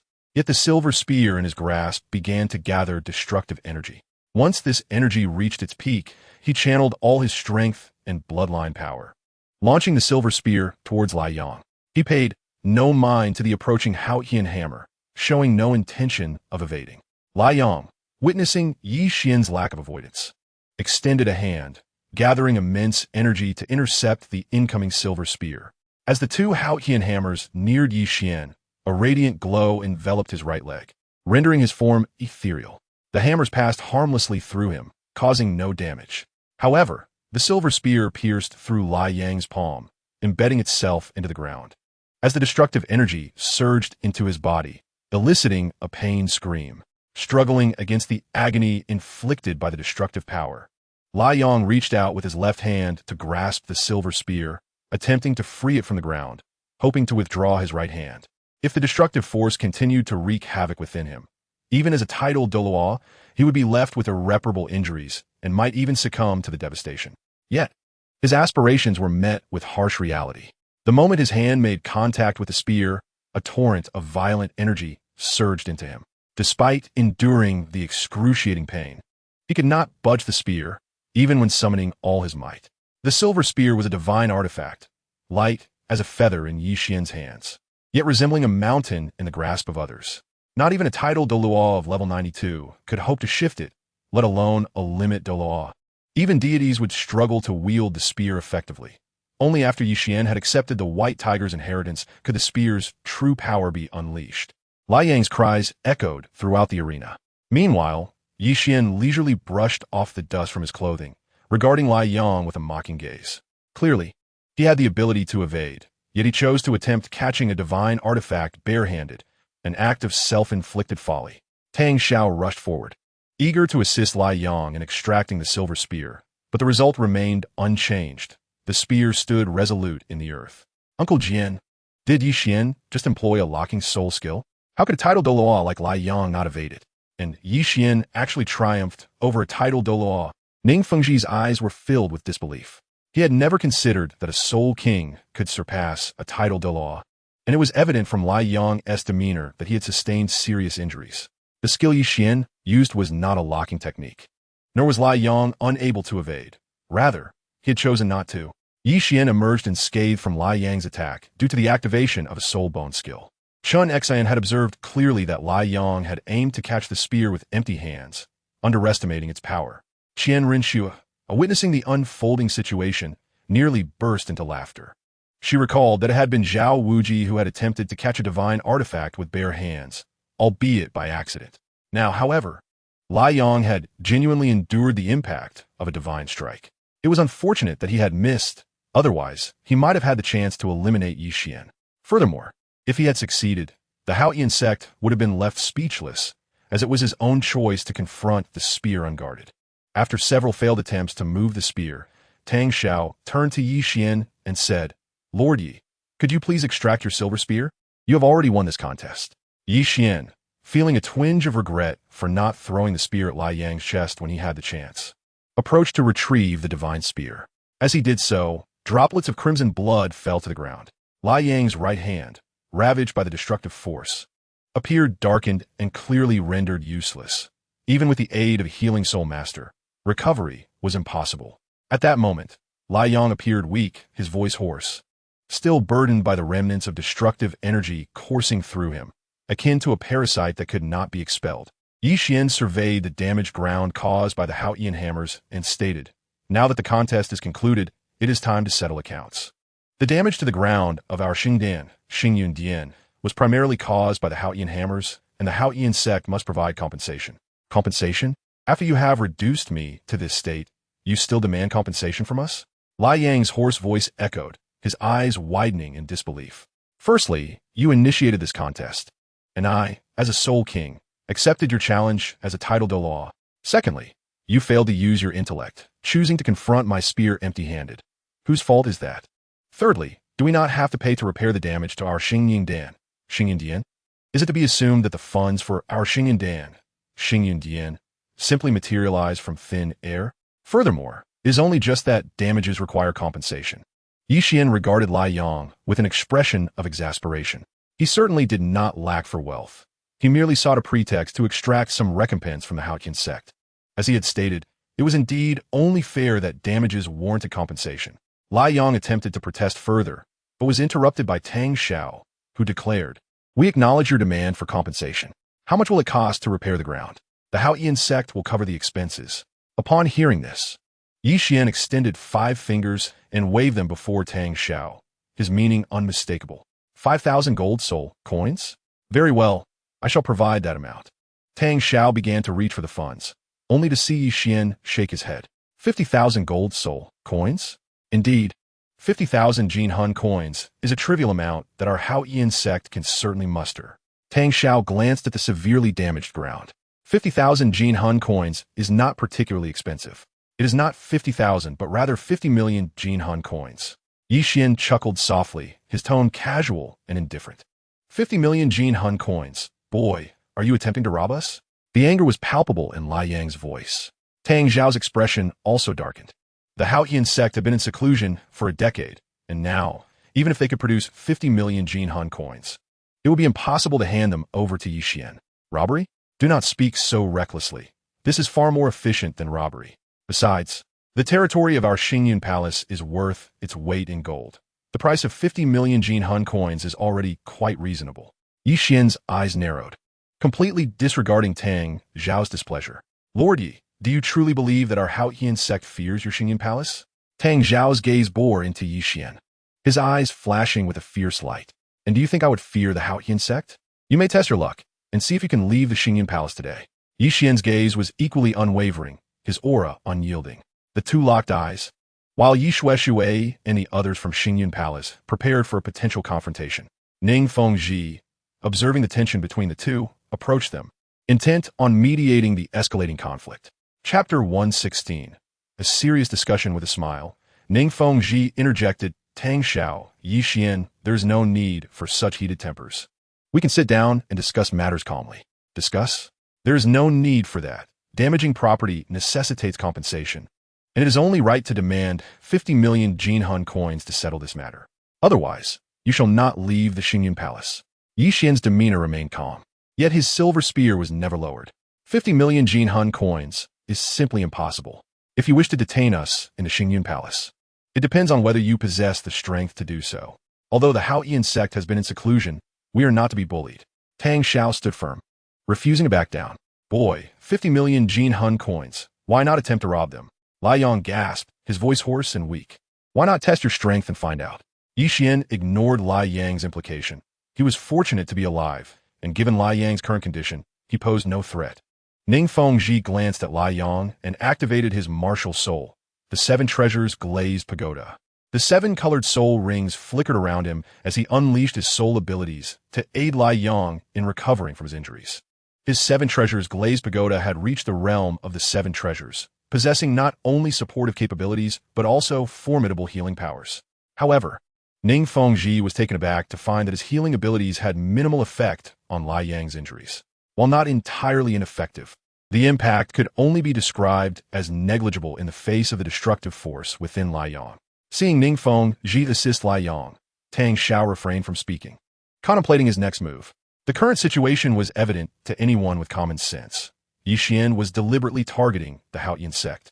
Yi Qian cared little, as he merely sought an excuse to confront the Haotian sect. Should they agree to compensation, a substantial resource would be gained. If they refused, they would undoubtedly be unable to exit the Xingyun Palace. After a while, Ningfeng Ji withdrew his martial soul after several attempts. The injuries he had just healed were once again ravaged by the destructive force within Lai Yang. His healing abilities, already minimal due to the destructive force's influence, were rendered even less effective, making recovery impossible. To resolve the destructive force issue, only Lai Yang's soul power could suppress it.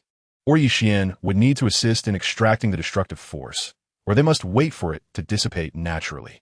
Currently, Yi Qian was not in a position to help, leaving Lai Yang to rely on his own soul power for suppression. Qian Shui observed the unfolding situation and approached Yi Qian, followed quietly by Yi Shui.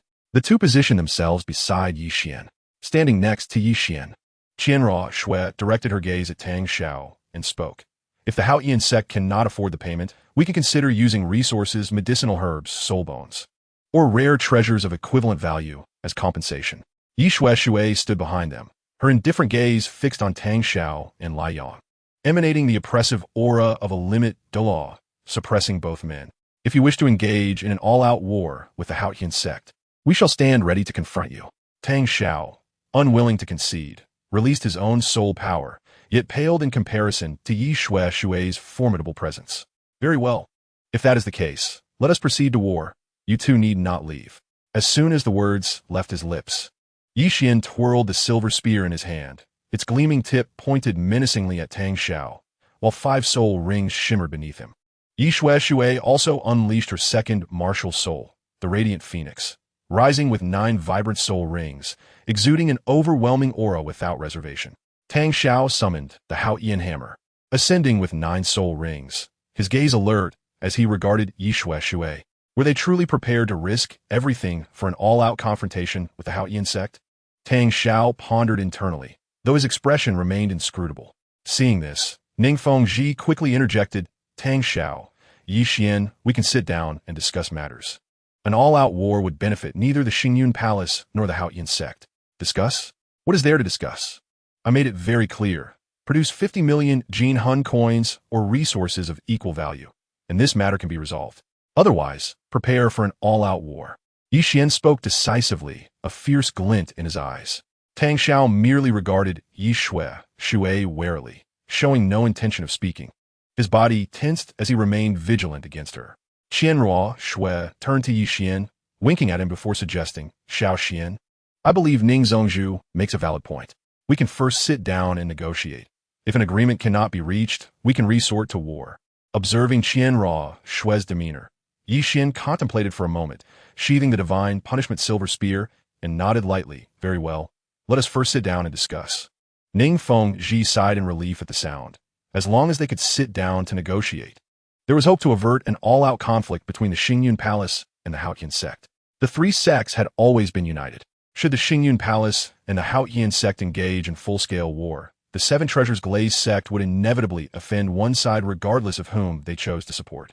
If neither side were to assist, the unity among the 3 sects would be jeopardized. Hearing this, Tang Xiao secretly exhaled. He truly did not wish to engage in an all-out war with the Xingyun Palace. With a limit Douluo present within the Xingyun Palace, the Haotian sect stood no chance in a full confrontation. Even if it resulted in the destruction of the Haotian sect, it would merely leave the Xingyun Palace severely weakened. Yi Qian retracted his martial spirit and turned to take Qian Rinshui's delicate hand, heading towards the Xingyun Hall. A voice emerged slowly from his lips. Let us return to the Xingyun Hall and discuss the matter of compensation thoroughly. Yi Shui stood still, her gaze fixed on Tang Xiao to prevent any sudden escape, while the utterly defenseless Lai Yang was completely disregarded by her. After nodding at Tang Xiao, Ningfeng Ji made his way towards the Xingyun Hall. Once Tang Xiao withdrew his martial spirit, he assisted Lai Yang and followed suit into the hall. In the chamber of Xingyun Hall, everyone took their seats. Yi Qian and Qian Rinshui occupied the main seats. With Yi Shui to their left, and Ning Fengji alongside Chen Qian on their right. Opposite them sat Tang Xiao and Lai Yang. As soon as they were seated, Yi Qian spoke directly. 50 million gold soul coins or resources of equal value, and this matter will be settled. From now on, the Xingyan Hall and the Haotian sect will maintain a peaceful coexistence without infringing upon one another. Master Yi, if you propose such terms, it would be better to engage in full-scale war. My Haotian sect is certainly not afraid of your Xingyan Hall, Tang Xiao replied bluntly, making it clear that producing 50 million was utterly impossible. Then there is no need for further discussion. Let us prepare for war, Yi Qian retorted, casting a sidelong glance at Tang Xiao and subtly nudging Qian Renshue. Ning Fengji observed the escalating tension and felt somewhat speechless at the prospect of an all-out war. Uncertain if Yi Qian truly had the courage to initiate one, as he had never known Yi Qian to shy away from any challenge. Conversely, he was certain that Tang Xiao did not wish for a full-scale conflict, for otherwise he would not be sitting here negotiating with Yi Qian. Tang Xiao, Yiv 1. It is imperative that you both remain calm and engage in earnest discussion. A full-scale war would yield no benefits for either party. Since we are here to negotiate, it is customary to start with high demands and work downwards. If we continue this dialogue, we can arrive at a mutually acceptable conclusion and avoid the flames of war. Ning Fengji interjected, his expression serene as his voice resonated softly in the room. Qian, what Ning Zongzhu says is quite reasonable. Why not take a step back? Instead of 50 million gold soul coins, let us settle for 45 million, Qian Renshue suggested with a gentle smile. Yi Qian closed his eyes, tapping his fingers on the table as if contemplating deeply. After a moment, he opened his eyes and replied with a measure of indifference. Very well. The Xingyan Hall will concede to 45 million gold soul coins or resources of equivalent value. Upon hearing Yi Qian's response, Ning Fengji turned to Tang Xiao and inquired, Tang Xiao, it is time for your sect to present a price. Tang Xiao nodded and stated, 500,000 gold soul coins is the maximum we can offer from the Haotian sect. If the Haotian sect lacks the sincerity to negotiate, there is no need to continue this discussion. 500,000 gold soul coins? Do you even dare to utter such a figure? Ye wan chuck it lightly. His hands clasped behind his head as his gaze bore down on Tang Xiao with intensity. Qian Renshue shook her head and added, if you can only offer 500,000 gold soul coins, then it is evident that the Haotian sect lacks any intent to negotiate. It will be better to prepare for war. Ning Fengji observed Tang Xiao, realizing that 500,000 gold soul coins would suffice for repairing the ground, even leaving a surplus. Yet, it was clear that Yi Qian and Qian Renshue would not be satisfied with such an offer. Tang Xiao furrowed his brow, reluctant to engage in full-scale war with the Xingyan Hall and unwilling to part with a significant amount of wealth and resources necessary for cultivation. Moreover, the Haotian sect was not affluent at present. Should they truly produce tens of millions of gold soul coins, their disciples might find themselves in dire straits. After considering the situation, Ning Fengji spoke. Yi Qian, your asking price is excessively high. Tang Xiao, your offer is somewhat low. How about both parties take a step back and settle at 5 million gold soul coins? What do you think? Ning Fengji wore a calm smile as he awaited their responses, confident that this price would be acceptable to Tang Xiao, though he was uncertain if Yi Qian and Qian Renshue would agree. Yi Qian and Qian Renshue exchanged glances, a fleeting smile crossing their faces, yet they remained silent. Tang Xiao also refrained from speaking. As Ning Fengji had surmised, 5 million gold soul coins fell within his acceptable range. Yet he was unwilling to present it without first hearing Yi Qian and Qian Renshue's response. 5 million gold soul coins, 30 rare herbs, and 2 soul bones. Otherwise, there is nothing to discuss. Yi Qian's calm voice echoed in the chamber. I can add 10 rare herbs, but the soul bones are non-negotiable, Tang Xiao asserted firmly, supporting himself on the table. Qian, considering Ning Zongzhu's standing, let us offer the Haotian sect a concession. We shall request 20 rare herbs and 1 soul bone. Qian Renshue said, her gaze fixed on Yi Qian with a hint of seriousness. Schwerer, the costs for repairing the ground are quite considerable. 5 million gold soul coins might not even suffice. If we ask for less, we might incur a significant loss. However, for the sake of Ning Zongzhu's reputation, I can reluctantly accept your proposal. I just wonder if the Haotian sect will agree, Yi Qian replied, rubbing his temples in an exaggerated manner. Ning Fengji observed their banter with a smile, but refrained from interjecting. It was amusing how they had previously ignored his presence, but now claimed to be doing so for his sake. Tang Xiao's brow furrowed in contemplation. But he remained silent. The room fell into a brief silence, with Yi Qian, Qian Renxue, and Ning Fengji all waiting patiently for Tang Xiao's reply. After a long pause, Tang Xiao finally spoke. "Very well. I agree to your terms of 5 million gold soul coins, 20 rare herbs, and 1 soul bone. However, gathering these resources will require a few days for the Haotian sect." "Agreed. I will grant you 5 days to prepare. If I do not receive the items by then, do not blame me for bringing people to the Haotian sect, for I am well aware of your concealed location," Yi Qian remarked, his fingers rhythmically tapping the table. "The Haotian sect is bound by its promises and will not renege. Within 5 days, we shall deliver 5 million gold soul coins, 20 rare herbs, and 1 soul bone. Without fail, we will not linger here any longer," Tang Xiao stated as he rose from his seat, assisting Lai Yang as they made their exit from the Xingyan Hall. Yi Qian made no effort to stop them, remaining seated as he watched Tang Xiao and his companions depart. After their exit, Ning Fengji glanced at Qian Renxue before quickly averting his gaze, smiling as he said, "Qian, now that the matter has been resolved, we must return to the Qibao Liuli sect." Upon hearing Ning Fengji's voice, Yi Qian nodded gently. "Uncle Ning, safe travels. We at the Xingyan Hall have matters to attend to, so we shall not see you off. No need for formality. Since you have matters to attend to, go ahead." Ning Fengji waved dismissively and proceeded towards the exit, with Chen Xian following closely behind. Once Ning Fengji and Chen Xian left the room, Yi Qian and Qian Renxue exchanged glances and burst into laughter. The offerings from the Haotian sect far exceeded their expectations. 5 million gold soul coins, 20 rare herbs, and 1 soul bone. The total value of these items would undoubtedly surpass 10 million gold soul coins. After Ning Fengji and Chen Xian exited the Xingyan Palace, Ning Fengji turned to Chen Xian and inquired, "Sword Uncle, can you discern the level of Yi Qian's strength?" If Lai Yang had evaded his attack at that moment, would he still have been able to secure victory? In response, Chen Xian softly remarked, "Yi Qian's current level of prowess is entirely comparable to that of a titled Douluo."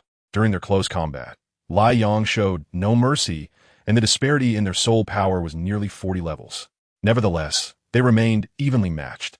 Had Lai Yang truly evaded, the outcome would still have been uncertain. After all, Lai Yang utilized his martial soul true body. Regrettably, there are no what-ifs in this world.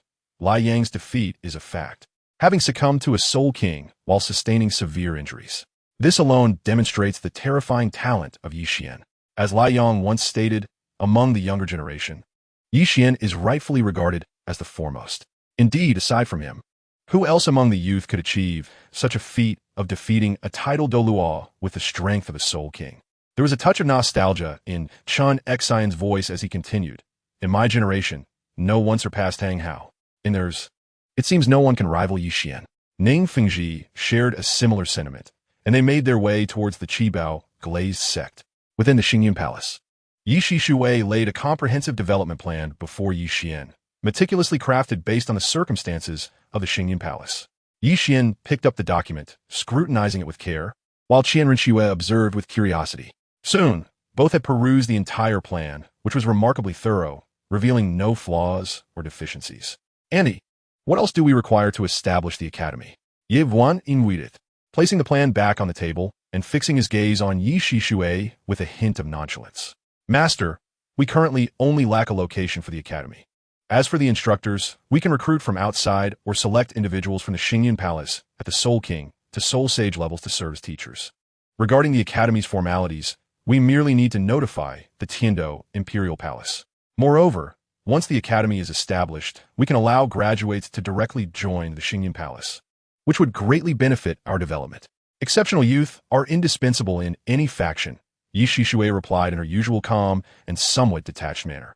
"I shall resolve the location issue. Annie, please send someone to investigate the site indicated on the map and confirm whether it is indeed the hidden locale of the Haotian sect." As Yi Qian finished speaking, Qian Renxue retrieved the map from her soul tool and placed it on the table. "Understood, Master," Yi Shui affirmed, taking the map and exiting the room. Yi Qian then turned to Qian Renxue and asked, "Shuer, shall I visit the Tiando Imperial Palace with you? Or would you prefer to remain here at the Xingyun Palace to train?" "I will accompany you to the Tiando Imperial Palace," Qian Renxue replied with a gentle smile, standing silently in place, awaiting Yi Qian to open the spatial rift. Yi Qian rose decisively, A flicker of purplish-black light shimmering on his left leg as a spatial rift manifested before them, and he took Qian Rinchua's delicate hand, stepping through together. Inside the Tiando Imperial Palace, Tai Xiong, Shi Mao, and Ci Shui sat together, idly sipping tea. Suddenly, the three felt a peculiar sensation and turned to see the appearance of a spatial rift.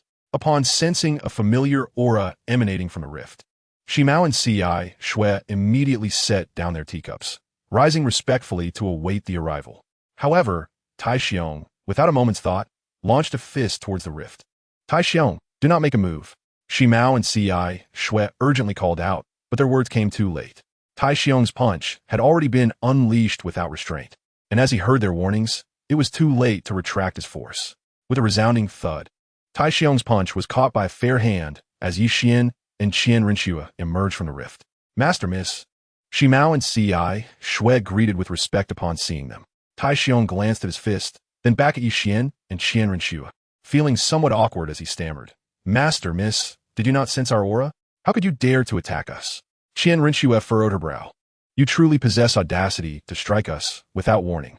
Had Yi Qian not intervened, one of us might have sustained injury. Miss, I sensed a familiar aura, but in my moment of confusion, I instinctively attacked. However, I did not ambush you. It was an open attack. If you do not believe me, Shi Mao and Ci Shui can attest to my words.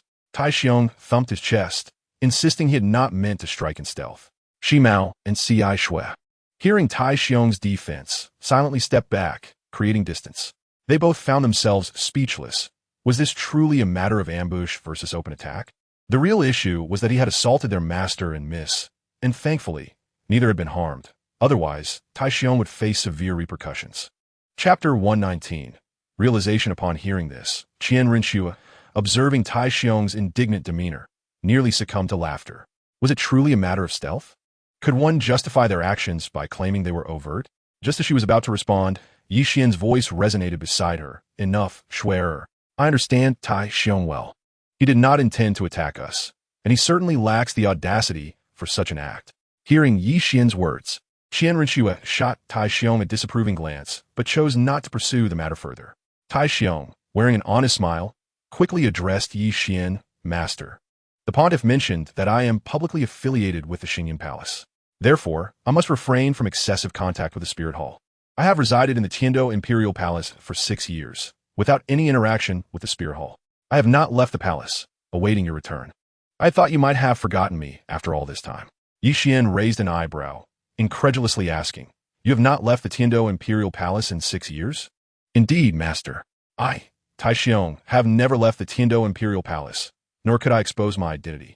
If you doubt my word, you may inquire with Shi Mao and Ci Shui. Tai Xiong affirmed earnestly. Yi Qian's gaze shifted to Shi Mao and Ci Shui, his eyes filled with inquiry.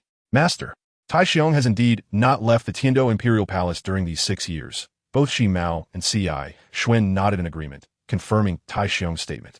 Yi Qian's gaze rested upon Tai Xiong, and he inquired, Tai Xiong, since you are publicly affiliated with the Xingyan Hall, have you ever considered that by simply going to the Xingyan Hall, you could free yourself from the confines of the Tiando Imperial Palace? Upon hearing this, Tai Xiong appeared momentarily stunned. He pondered Yi Qian's words and found them to possess an undeniable logic. Being publicly recognized as a member of the Xingyan Hall meant that if he ventured there, he could roam freely without remaining confined within the Tiando Imperial Palace. How had he overlooked such a straightforward solution? Yi Qian and Qian Rinchua exchanged knowing glances, both realizing that Tai Xiong had never contemplated this matter before. Very well. Tai Xiong, come with me now. I have tasks for you, Yi Qian stated, taking Qian Rinchua's delicate hand and walking forward. Understood, young master, Tai Xiong replied, promptly following behind them with large strides. Shi Mao and Ci Shui mirrored his actions. The group arrived in the study of the palace, where the two took their seats at the main table, while the individual masquerading as Shui Qinghe stood respectfully before them. Qian Rinchua regarded Shui Qinghe and directly commanded, find us a location to establish an academy, and allocate half of the Tiando Empire's tax revenue to the Xingyan Hall for its construction. Certainly, miss. I shall dispatch someone to prepare this shortly. Shui Qinghe responded with utmost respect. That will not be necessary. Once the location is selected, simply hand over half of the tax revenue to Tai Xiong, who will oversee the academy's establishment.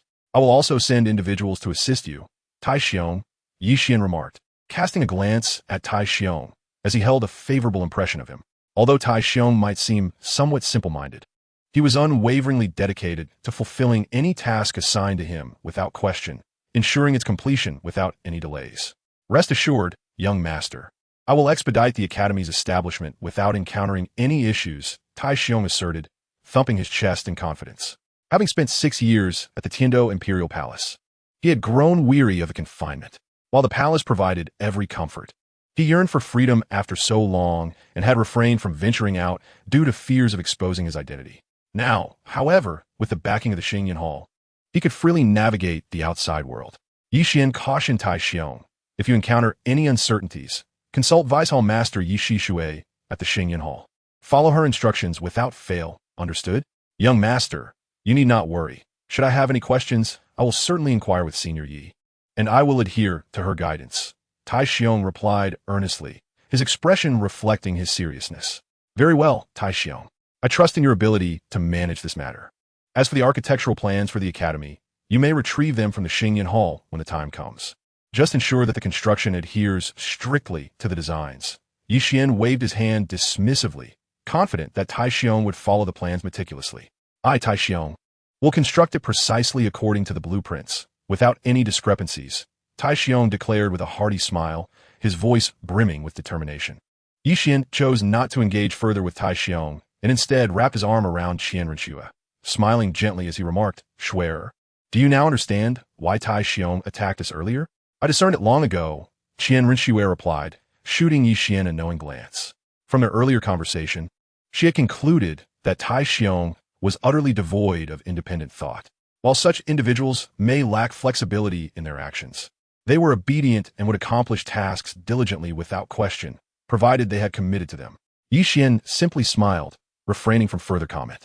Qian Renshue then turned her attention back to Xue Qinghe, her tone becoming serious as she instructed, you must conceal your identity well. It must not be exposed prematurely, understood? I am aware, miss. As long as I avoid close contact with individuals of title or rank, I will remain undetected, Xue Qinghe responded succinctly, exuding confidence in his disguise skills. Has Ning Fengji ever visited the Tiando Imperial Palace?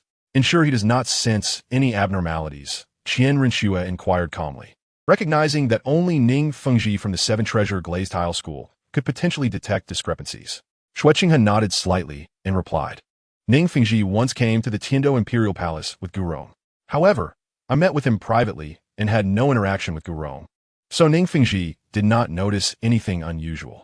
Upon hearing Xue Qinghe's words, Qian Renshue fell silent for a moment before stating, excellent. Remember to act cautiously and limit your interactions with outsiders while in the palace. Understood, miss. I shall heed your advice, Xue Qinghe affirmed promptly. Now, you all must conceal your identities within the Tiando Imperial Palace and avoid revealing any clues. Focus solely on your assigned tasks. Should we require anything, we will send someone to inform you. Qian Renshue gestured for them to leave. The individuals in the room, acknowledging Qian Renshue's signal, began to exit. Just as Tai Xiong was about to leave, Yi Qian called out to him. Tai Xiong, you shall accompany us back to the Xingyan Hall, where I will arrange for a public identity for you, Yi Qian announced. As soon as he finished speaking, he rose, taking Qian Renshue with him, and a flicker of purple-black light enveloped his left leg as he opened a spatial rift before them. The two stepped through it. Tai Xiong, seeing this, quickly followed, entering the rift with them. When they emerged from a spatial rift, they found themselves back in the Xingyan Hall. Once inside, they located Yi Shui, and with a gentle smile, Yi Qian said, Aunt Yi, please grant Tai Xiong an elder token from our Xingyan Hall, so he may have a nominal position here. Of course, Master, Yi Shui replied, retrieving an elder token from her soul guide and placing it before Tai Xiong. With a respectful demeanor, Tai Xiong accepted the elder token and asked, Young Master, does this mean I will become an elder of the Xingyan Hall? You will merely hold a nominal position here. In essence, you remain affiliated with the Pope's Hall. This elder token simply grants you a status at the Xingyan Hall, facilitating your future endeavors. However, it carries no actual authority and serves solely as a symbolic identity, Yi Qian explained, his tone measured. Although he could have made Tai Xiong a genuine elder of the Xingyan Hall, he refrained from doing so. After all, Tai Xiong was associated with his teacher, BibiDong. If Yi Qian were to elevate him to a true elder of the Xingyan Hall, it might suggest a rivalry with the Pope's Hall. While he knew BibiDong would not mind, he still chose a more cautious approach. Moreover, Tai Xiong's loyalty lay not with him, but with his teacher, the Pope, BibiDong. Thus, Qian decided that Tai Xiong would only be a nominal elder at the Xinyan Hall, devoid of any real power. Yet this affiliation would greatly ease his future tasks without revealing his true identity. Upon hearing this, Tai Xiong felt a sense of relief. Although he recognized that the Xinyan Hall and the Pope's Hall would eventually merge, he was content with his current arrangement. However, after merging, if he were to serve in the Xinyan Dian, he could no longer return to the Pope's palace. Tai Xiong always remembered that he was loyal to His Holiness the Pope, not to the young master. Nevertheless, Tai Xiong still respectfully saluted Qian, putting away the elder's order from the Xinyan Dian. He merely held a nominal position in the Xinyan Dian, primarily for convenience in carrying out tasks. He remained a member of the Pope's palace, devoted to His Holiness the Pope. All right, you may return to the Tiando Imperial Palace. The blueprints for the academy will be prepared and sent to you. Your responsibility is to construct the academy according to these blueprints without any errors. Do you understand? Qian's gaze turned toward Tai Xiong, his voice tinged with a hint of indifference. Young master, you can entrust the academy's construction to me. You need not worry. There will be no mistakes, Tai Xiong replied with a serious demeanor, clearly taking the matter to heart. Upon hearing Tai Xiong's response, Qian waved his hand dismissively, indicating that he could leave. However, Tai Xiong remained rooted in place, recalling that His Holiness the Pope had tasked him with protecting the young master. Thus, he felt it necessary to remind Qian, lest he forget the purpose of his assignment. After a while, seeing Tai Xiong still standing motionless, Qian inquired, Tai Xiong, do you have something else to say? Young master, His Holiness the Pope sent me here to protect you. I believe I should stay by your side and follow your commands, Tai Xiong stated earnestly, his expression reflecting his sincerity. No need for that, Tai Xiong. Return to the Tiando Imperial Palace and ensure everything is handled properly. I do not require your protection at this moment. Though your title is Douluo, in a real confrontation, you would not prevail against me. Qian responded casually, recalling that he had held back his true strength during the match with Lai Yan. Should it come to a genuine contest, Tai Xiong might not stand a chance. Upon hearing this, Tai Xiong began to ponder seriously. In the Tiando Imperial Palace, the young master had effortlessly blocked his attack with just one hand, clearly indicating the young master's formidable strength. It seemed he truly did not need his protection. Seeing his contemplative expression, Qian Rinxue reached out to rub her temples and said, Tai Xiong, you need not overthink it. Simply focus on your own tasks. When we require your assistance, we will certainly send someone to inform you. Upon hearing Qian Rinxue's words, Tai Xiong snapped out his thoughts, scrutinizing both Qian and Qian Rinxue for a moment before speaking. Then, young master, Miss, I shall return to the Tiando Imperial Palace. If you have any matters to attend to, simply send someone to instruct me. A sincere smile spread across Tai Xiong's face as he bowed to Qian and Qian Rinxue before striding toward the Tiando Imperial Palace. Qian watched Tai Xiong's departing figure with a smile, holding a favorable view of him. Tai Xiong was honest and straightforward, and he was quite reliable in his duties. Apart from being somewhat single-minded, Qian was quite satisfied with him. After Tai Xiong's departure, Qian Rinxue took a seat at the table, reaching for the pastries laid out and savoring them while glancing at Qian. Xiao Xian, that Tai Xiong is indeed quite honest and straightforward. Tai Xiong was indeed quite earnest and straightforward, even a bit stubborn. However, he was exceptionally reliable in his work. Qian chuckled, joining her in sampling the pastries. Chapter 121, System Version 2.0 In the dead of night, as Qian sat cross-legged in his room, he suddenly heard the system's notification in his mind. Ding dong. The system has met the update conditions. Current version 10, updating to version 20. Estimated time, 30 minutes. Please be patient. Wait, the system can update its version? Qian felt a surge of anticipation at the system's announcement, curious about whether new functions would emerge after the update. He glanced at Qian Rinxue, who was still in her training, then refocused his thoughts and resumed his meditation. 30 minutes is not a long wait. He could easily practice while waiting. Before long, the half-hour passed swiftly, and the system's voice echoed in his mind once more. Ding dong, system version 20 update complete. Ding dong, the check-in feature has been disabled, and the mall feature has been activated. Host, Qian Soul Power. Level 52, Soul King. Martial Soul, Divine Beast White Tiger. Dark Demon Evil God Tiger First Martial Soul Spirit Ring. Purple Purple Gold Black Black Second Martial Soul Spirit Ring. Red Bloodline. White Tiger Bloodline Soul Bones. Soft Bone Charm Rabbit Right Leg Bone. Dark Demon Evil God Tiger Left Leg Bone. Sky Blue Bull Python Right Arm Bone. Evil Eye Saint King Left Arm Bone Divine Weapon. Divine Punishment Silver Spear Cultivation Technique. Xunji Secret Spear Techniques. Duanyang Sanshua. Divine Midas Prison. Uncertain Wind Wave. 1,000 years of emptiness, never to return. Qian gazed at the system panel before him, where a mall option was presented. He promptly opened it. Instantly, a plethora of various items appeared before his eyes. The items were categorized into 6 major sections: treasures, techniques, items, pills, high-end replicas, and other goods. At the very top of the panel, the words fortune value were inscribed, followed by a numerical value. Based on Qian's understanding, fortune value served as the currency for purchasing items, and his fortune value stood at 9,000. Unsure of what he could acquire with his 9,000 fortune value, he planned to browse through the items to decide what to purchase. Upon clicking on the treasure section, the first row revealed the following items: Treasure Kai Qian Divine Axe, priced at 2 billion fortune value. Treasure Nua Emperor's Sword, priced at 2 billion fortune value. Treasure God-Slaying Spear, priced at 1.8 billion fortune value. And Treasure Zujin 4 Swords, priced at 1.8 billion fortune value. After reviewing the entire treasure section, Qian discovered he could not afford any of them. Even the cheapest item required 100,000 fortune value, while his 9,000 fortune value seemed insufficient for any purchase. As he explored the techniques and pills sections, he noticed that the names of the items became increasingly imposing, with prices soaring higher.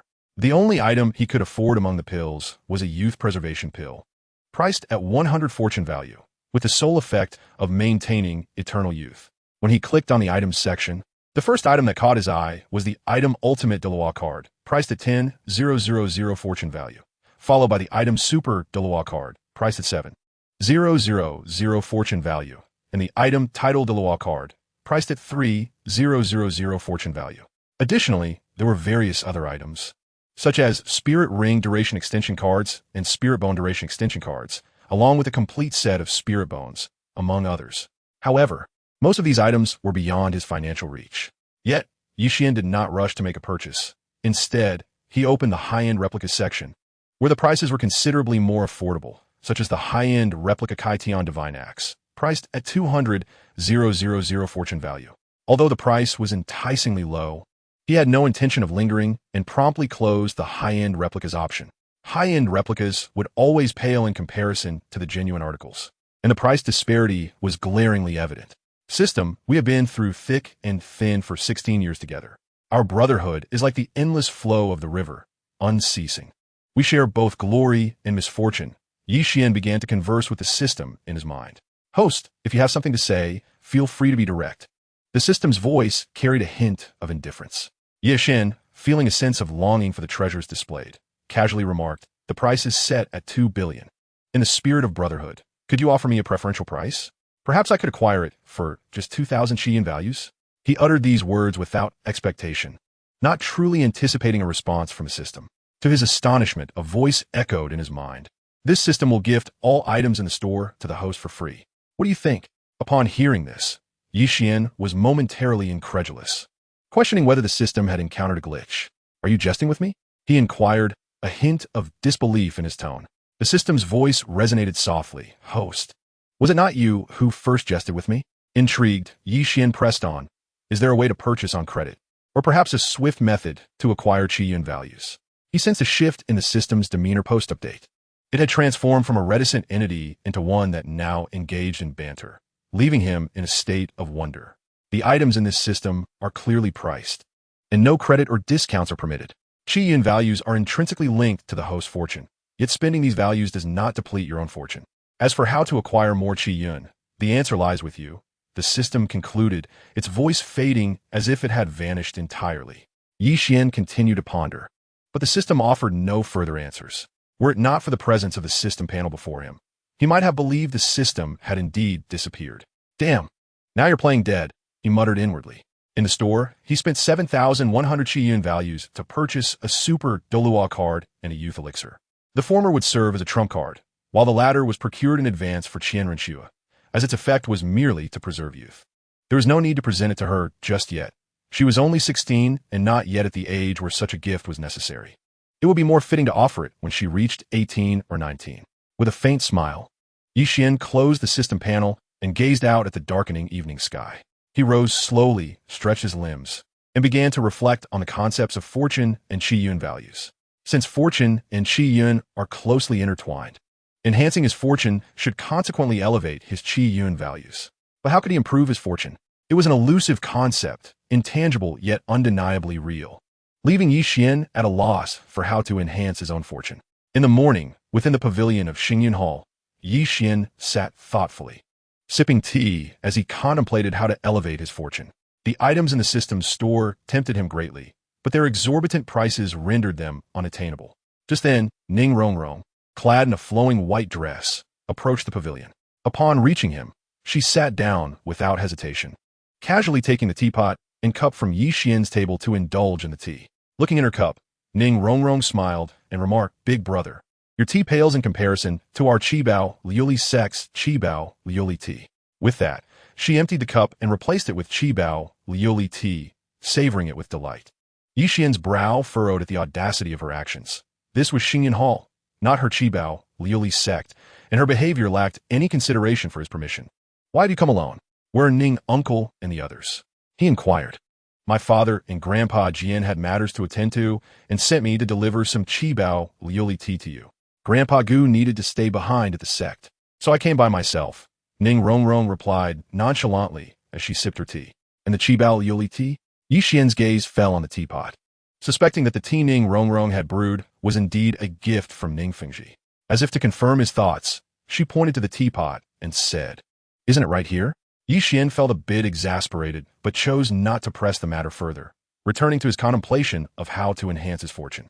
"Big brother, do you have time? Would you like to visit Tiando City? There are many fun things to do there," Ning Rongrong asked, her eyes sparkling with enthusiasm. "I'm busy managing Xingyun Hall and training my soul power, so I really don't have time. Your tea is finished, and you can return to Qibao Liuli's sect now." Qian replied, his tone somewhat indifferent. "Why would I return to Qibao Liuli's sect? You know how boring it is there. I want to enjoy myself before going back," Ning Rongrong retorted, continuing to sip her tea. "Suit yourself, just don't disturb me," Qian responded tersely as he rose and walked towards the pavilion's exit, ignoring her further attempts to engage him. Ning Rongrong frowned slightly, her expression betraying her displeasure, yet she remained silent. As Qian stepped out of the pavilion, he encountered Qian Rinxue approaching with measured grace. After glancing at Ning Rongrong in the pavilion, she turned to Qian and said, "Xiao Qian, let us go to Tiando City and buy some things."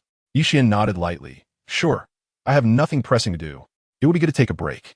With that, he and Qian Rinxue made their way towards Xingyun Hall. Ning Rongrong, overhearing their exchange, blinked her eyes in discontent. She recalled Qian stating he was busy managing Xingyun Hall and training, yet now he claimed to have nothing to do. What was this contradiction? Seeing the two depart, Ning Rongrong hurried after them, calling out, "Didn't you say you were busy? How come you suddenly have time to visit Tiando City?" Hearing her voice, Qian and Qian Rinxue halted and turned to face her. Qian sighed in resignation. "Miss Ning, do I need to report my whereabouts and intentions to the Qibao Liuli sect? I'm heading to Tiando City, and since you're going there too, is it not permissible for us to go together?" Ning Rongrong's gaze remained fixed on them, her tone casual. "Let her come along if she wishes," Qian Rinxue said with a light laugh, seemingly unconcerned. Qian, accepting this, took Qian Rinxue's delicate hand and continued forward. The path was open for all, and Ning Rongrong's choices were of no consequence to him. Qian Rinxue likewise paid no heed to Ning Rongrong, engaging in lively conversation with Qian. Meanwhile, Ning Rongrong trailed behind in silence, following without uttering a word. The trio soon exited Xingyun Hall, making their way towards Tiando City, with Ning Rongrong in tow. Qian did not employ his spatial abilities, but simply walked forward, as the distance from Xingyun to Tiando City was not particularly far. After approximately 10 minutes, the three of them arrived in Tiando City. They strolled leisurely through the bustling streets, with Qian Rinxue's gaze wandering to the surrounding shops, seemingly in search of something. However, Qian Rinxue showed no intention of entering any of the stores and instead proceeded to the next street. Ning Rongrong's eyes also swept over the nearby shops, and she even contemplated stepping inside a few times. Yet, upon noticing that Qian and Qian Rinxue were moving on without pause, she unhesitatingly followed them. Eventually, upon spotting the most vibrant street, Qian Rinchua's attention was drawn to a lavishly decorated clothing store, and she promptly pulled Yixian inside.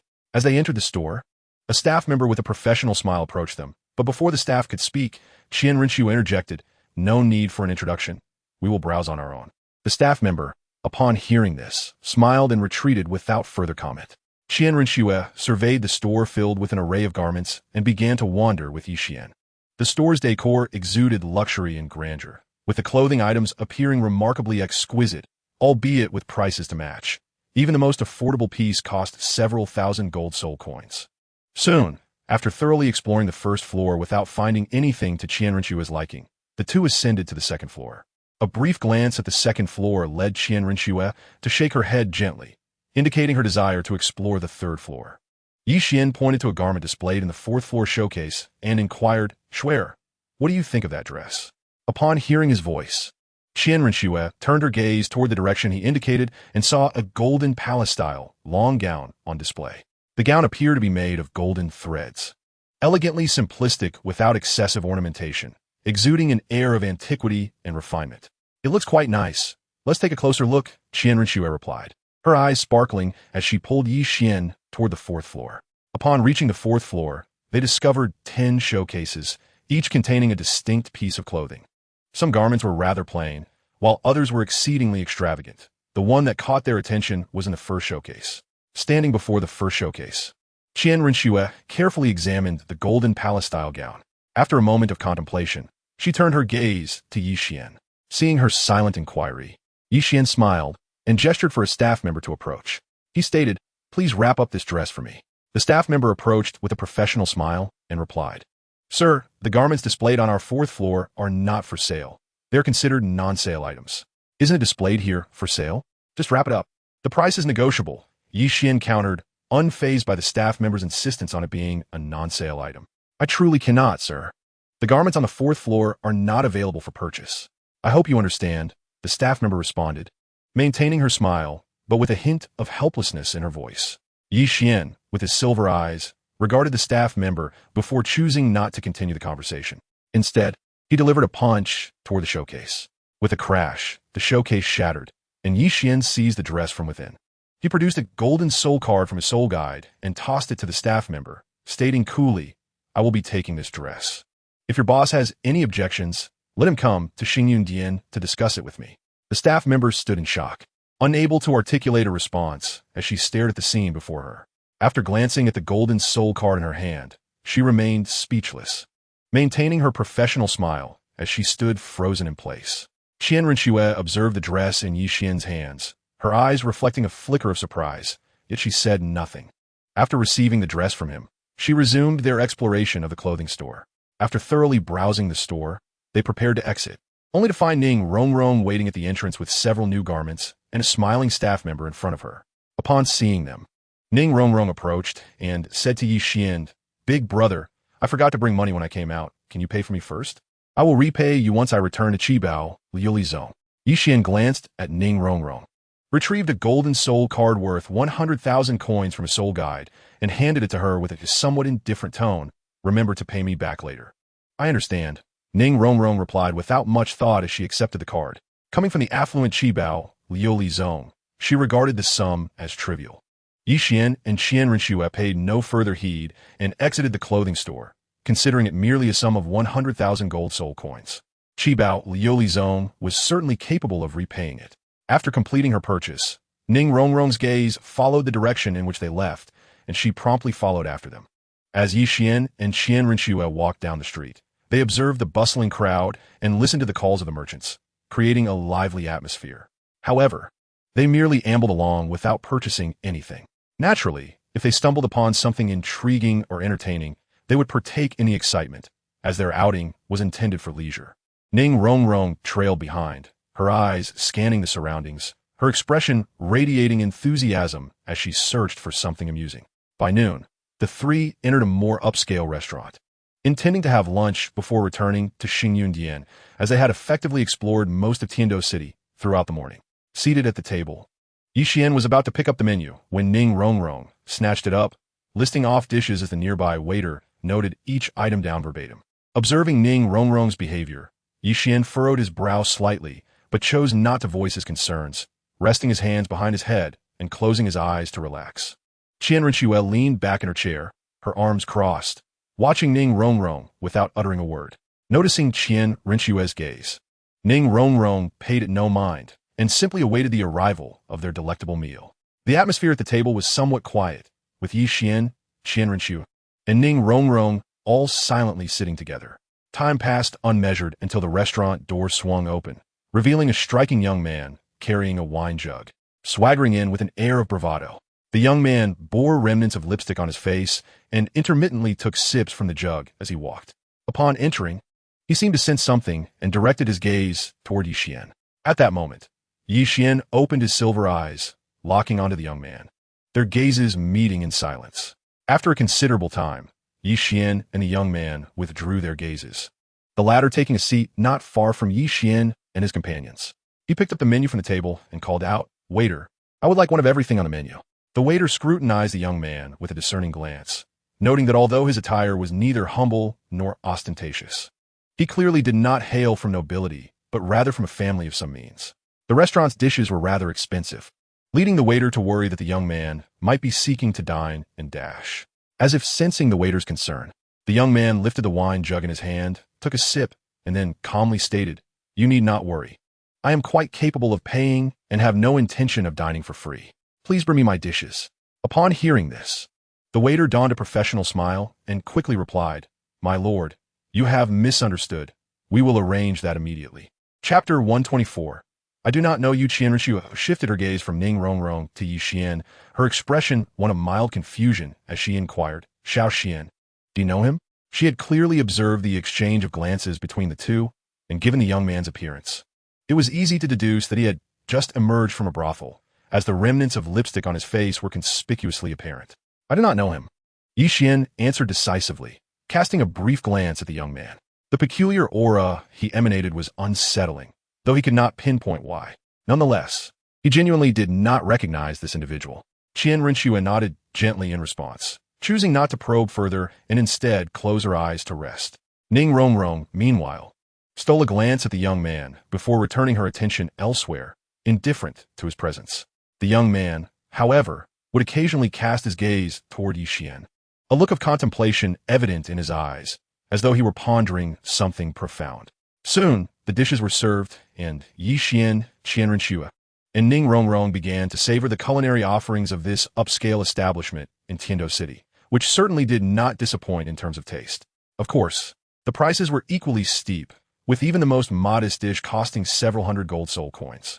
The young man's meal was also promptly served, and he wasted no time in devouring his food. Once he had satisfied his hunger, he signaled for the waiter and inquired, "How much do I owe in total?" The waiter, maintaining a professional smile, approached and replied, "My lord, your total expenditure amounts to 108,000 gold soul coins. Would you prefer to pay in cash or by card?" Taken aback, the young man stammered, "Wait a moment, how much did you say? 108,000 gold soul coins? You must be joking. Our prices are clearly marked on the menu, my lord. If you doubt this, you are welcome to calculate it yourself." The waiter maintained his smile, though he was prepared for the possibility of the young man attempting to evade payment.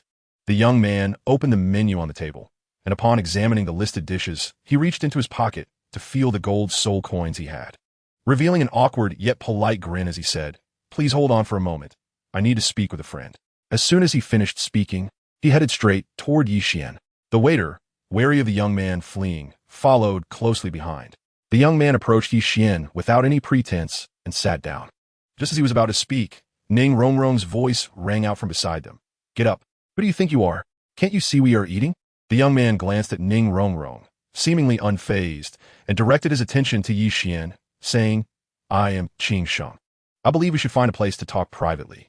Yi Qian regarded Qing Sheng with a piercing gaze, his expression turning somewhat stern. Qing Sheng held Yi Qian's gaze with equal intensity, his demeanor serious. After a brief moment, Yi Qian set down his utensils and rose, making his way to a corner, with Qing Sheng following closely behind. Qian Renshue observed their departure without comment, continuing to enjoy her meal. Although she was curious, she refrained from asking questions. Once they reached the corner of the restaurant, Yi Qian leaned against the wall and asked in a somewhat indifferent tone, "What is it that you wish to discuss?" "I need your assistance with a small matter," I lack the funds to settle my bill. Since we both share the bloodline of divine beasts, in a certain sense, we are akin to brothers. The bond between brothers is as vast and enduring as the flowing rivers. You wouldn't refuse to help, would you? A faint smile graced Qin Sheng's face. The Eastern Shaoyang does not signify you. Qin Sheng, you do not possess the legacy of the Azure Dragon. Yi Xian scrutinized Qin Sheng, sensing the aura of a fellow divine beast descendant within him. Yet he was certain that the Eastern Shaoyang star did not represent Qin Sheng. I forfeited my qualifications for the legacy. The remnants of the Azure Dragon chose another as its inheritor. Nevertheless, the divine beast blood coursing through my veins is irrefutable. I do not desire the legacy that does not choose me.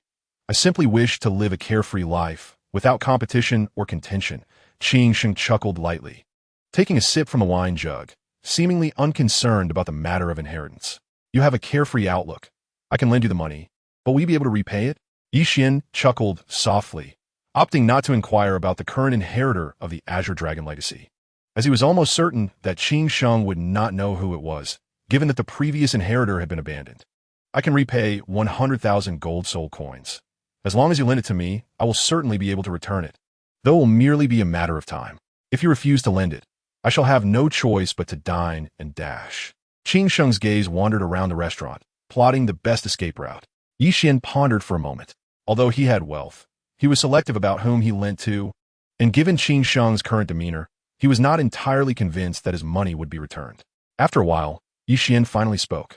I can lend you 100,000 gold soul coins, but you must work for me at my Xingyun Hall to settle your debt. Although you share the divine beast bloodline with me, we are not well acquainted, and given your apparent inability to repay, the only option is for you to assist me in exchange for your debt. What do you think? Upon hearing this, Qin Sheng immediately shook his head in refusal. No, I dislike any form of constraint. I prefer to act according to my own whims. Joining your Xingyun Hall would mean losing my freedom and facing restrictions, which I cannot accept. Qin Sheng's rejection was resolute. I am not asking you to join Xingyun Hall. I simply require you to work there to repay your debt. Once you settle the gold soul coins, you are free to leave at any time. I will not restrict your freedom. If that is not acceptable, then you must prepare for the consequences of dining and dashing. Yi Xian chuckled lightly, unfazed by Qin Sheng's demand for money upon their first meeting.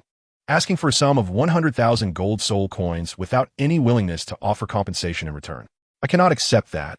If I were to work for you, I would still be under your constraints, and, as I mentioned earlier, I am not fond of being restrained.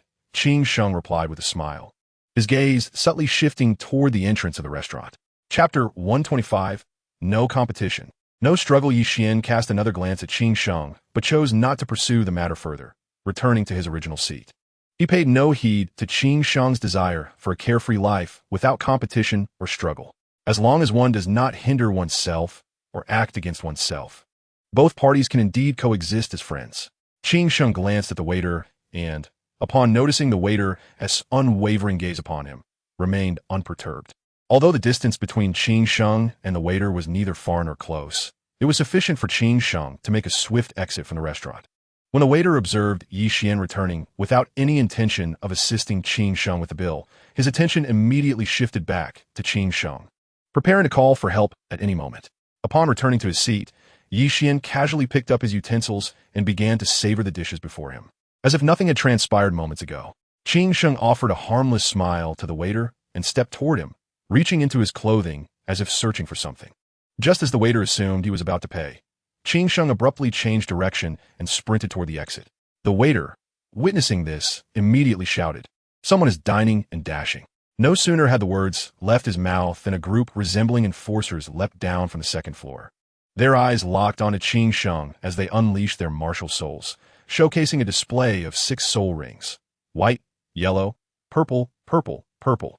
They charged directly after Qin Sheng. Yi Xian, glancing at the soul ring configuration of the enforcers, realized they would not be able to capture Qin Sheng. While he was uncertain about Qin Sheng's exact strength, he was confident that, based solely on the soul ring configuration, they could not be the best-equipped soul emperor capable of apprehending Qin Sheng. As Qin Sheng sensed the gust of wind approaching from behind, he evaded with an incredible maneuver while gathering a powerful azure light in his hand to counter the incoming enforcer.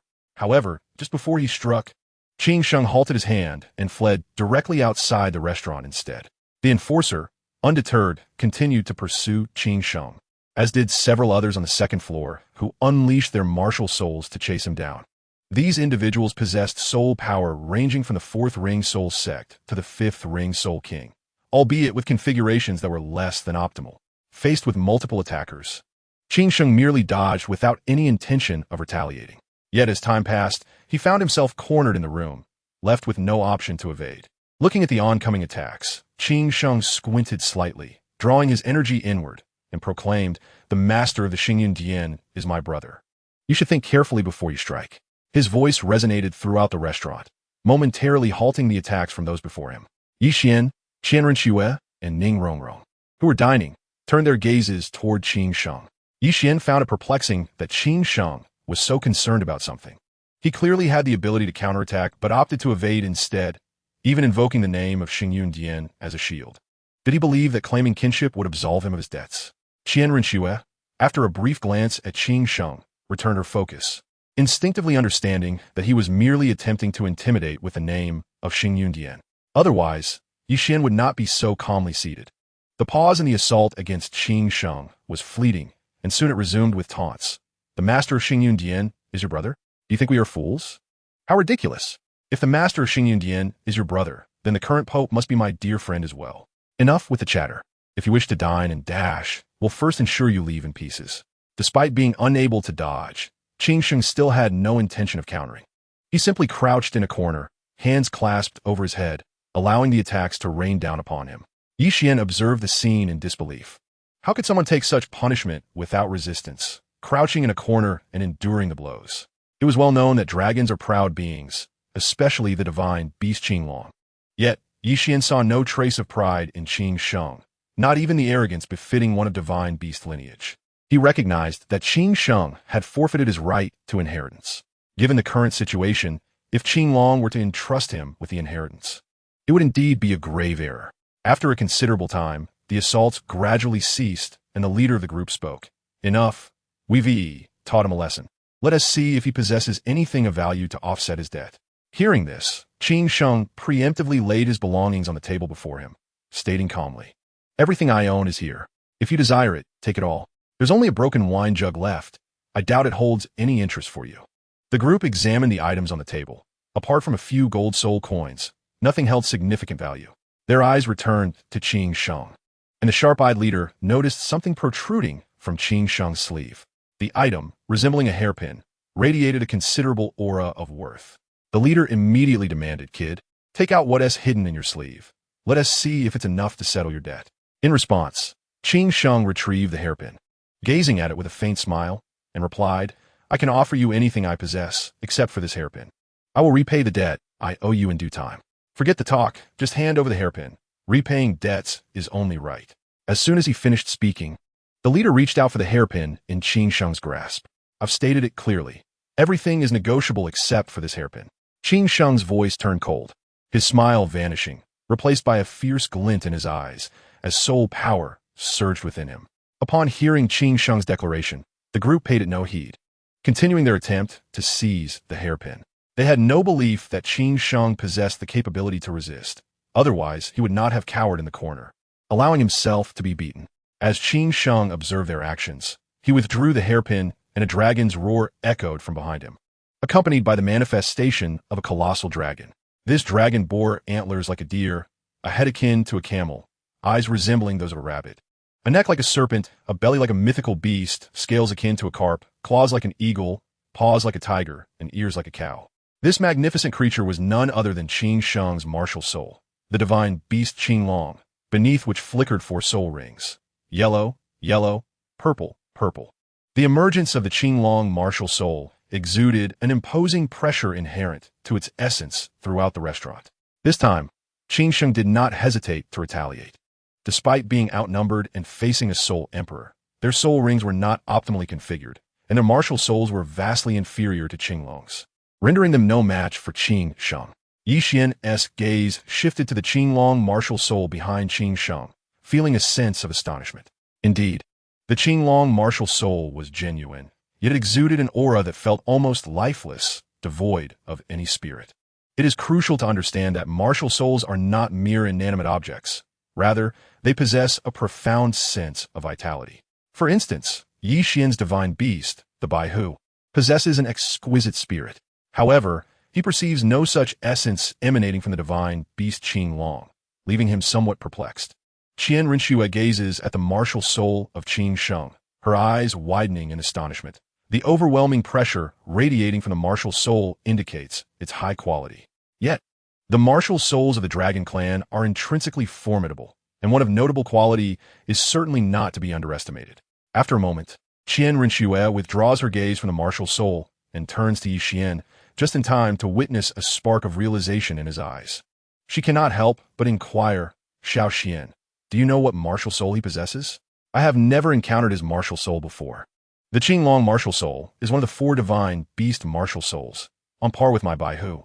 However, it appears to have some flaws, or more accurately, it is Qing Sheng himself who exhibits deficiencies. Yi Xian offers a faint smile, his tone casual. Yet there lingers a hint of regret in his gaze directed at Qing Sheng. What flaws could there be? Qian Rinxue refocuses on the Qing Long martial soul, scrutinizing it closely. Soon, she senses something amiss about the Qing Long martial soul, yet she cannot articulate what exactly is wrong. This flaw does not stem from the martial soul itself, but rather from Qing Sheng. Each martial soul possesses its own spirit. Yet the Qing Long martial soul of Qing Sheng lacks any essence of spirit. In simpler terms, Qing Sheng's heart has grown cold, extinguishing his fighting spirit, leading him to his current state. He no longer desires to contend or seize opportunities. He allows everything to unfold naturally, as it no longer pertains to him. Yi Xian's voice carries a touch of sorrow, lamenting the desolation of the Qing Long martial soul. Although the legacy of the Qing Long has been claimed by another, the martial soul and bloodline cannot be usurped, even if that individual acquires the legacy of the Qing Long.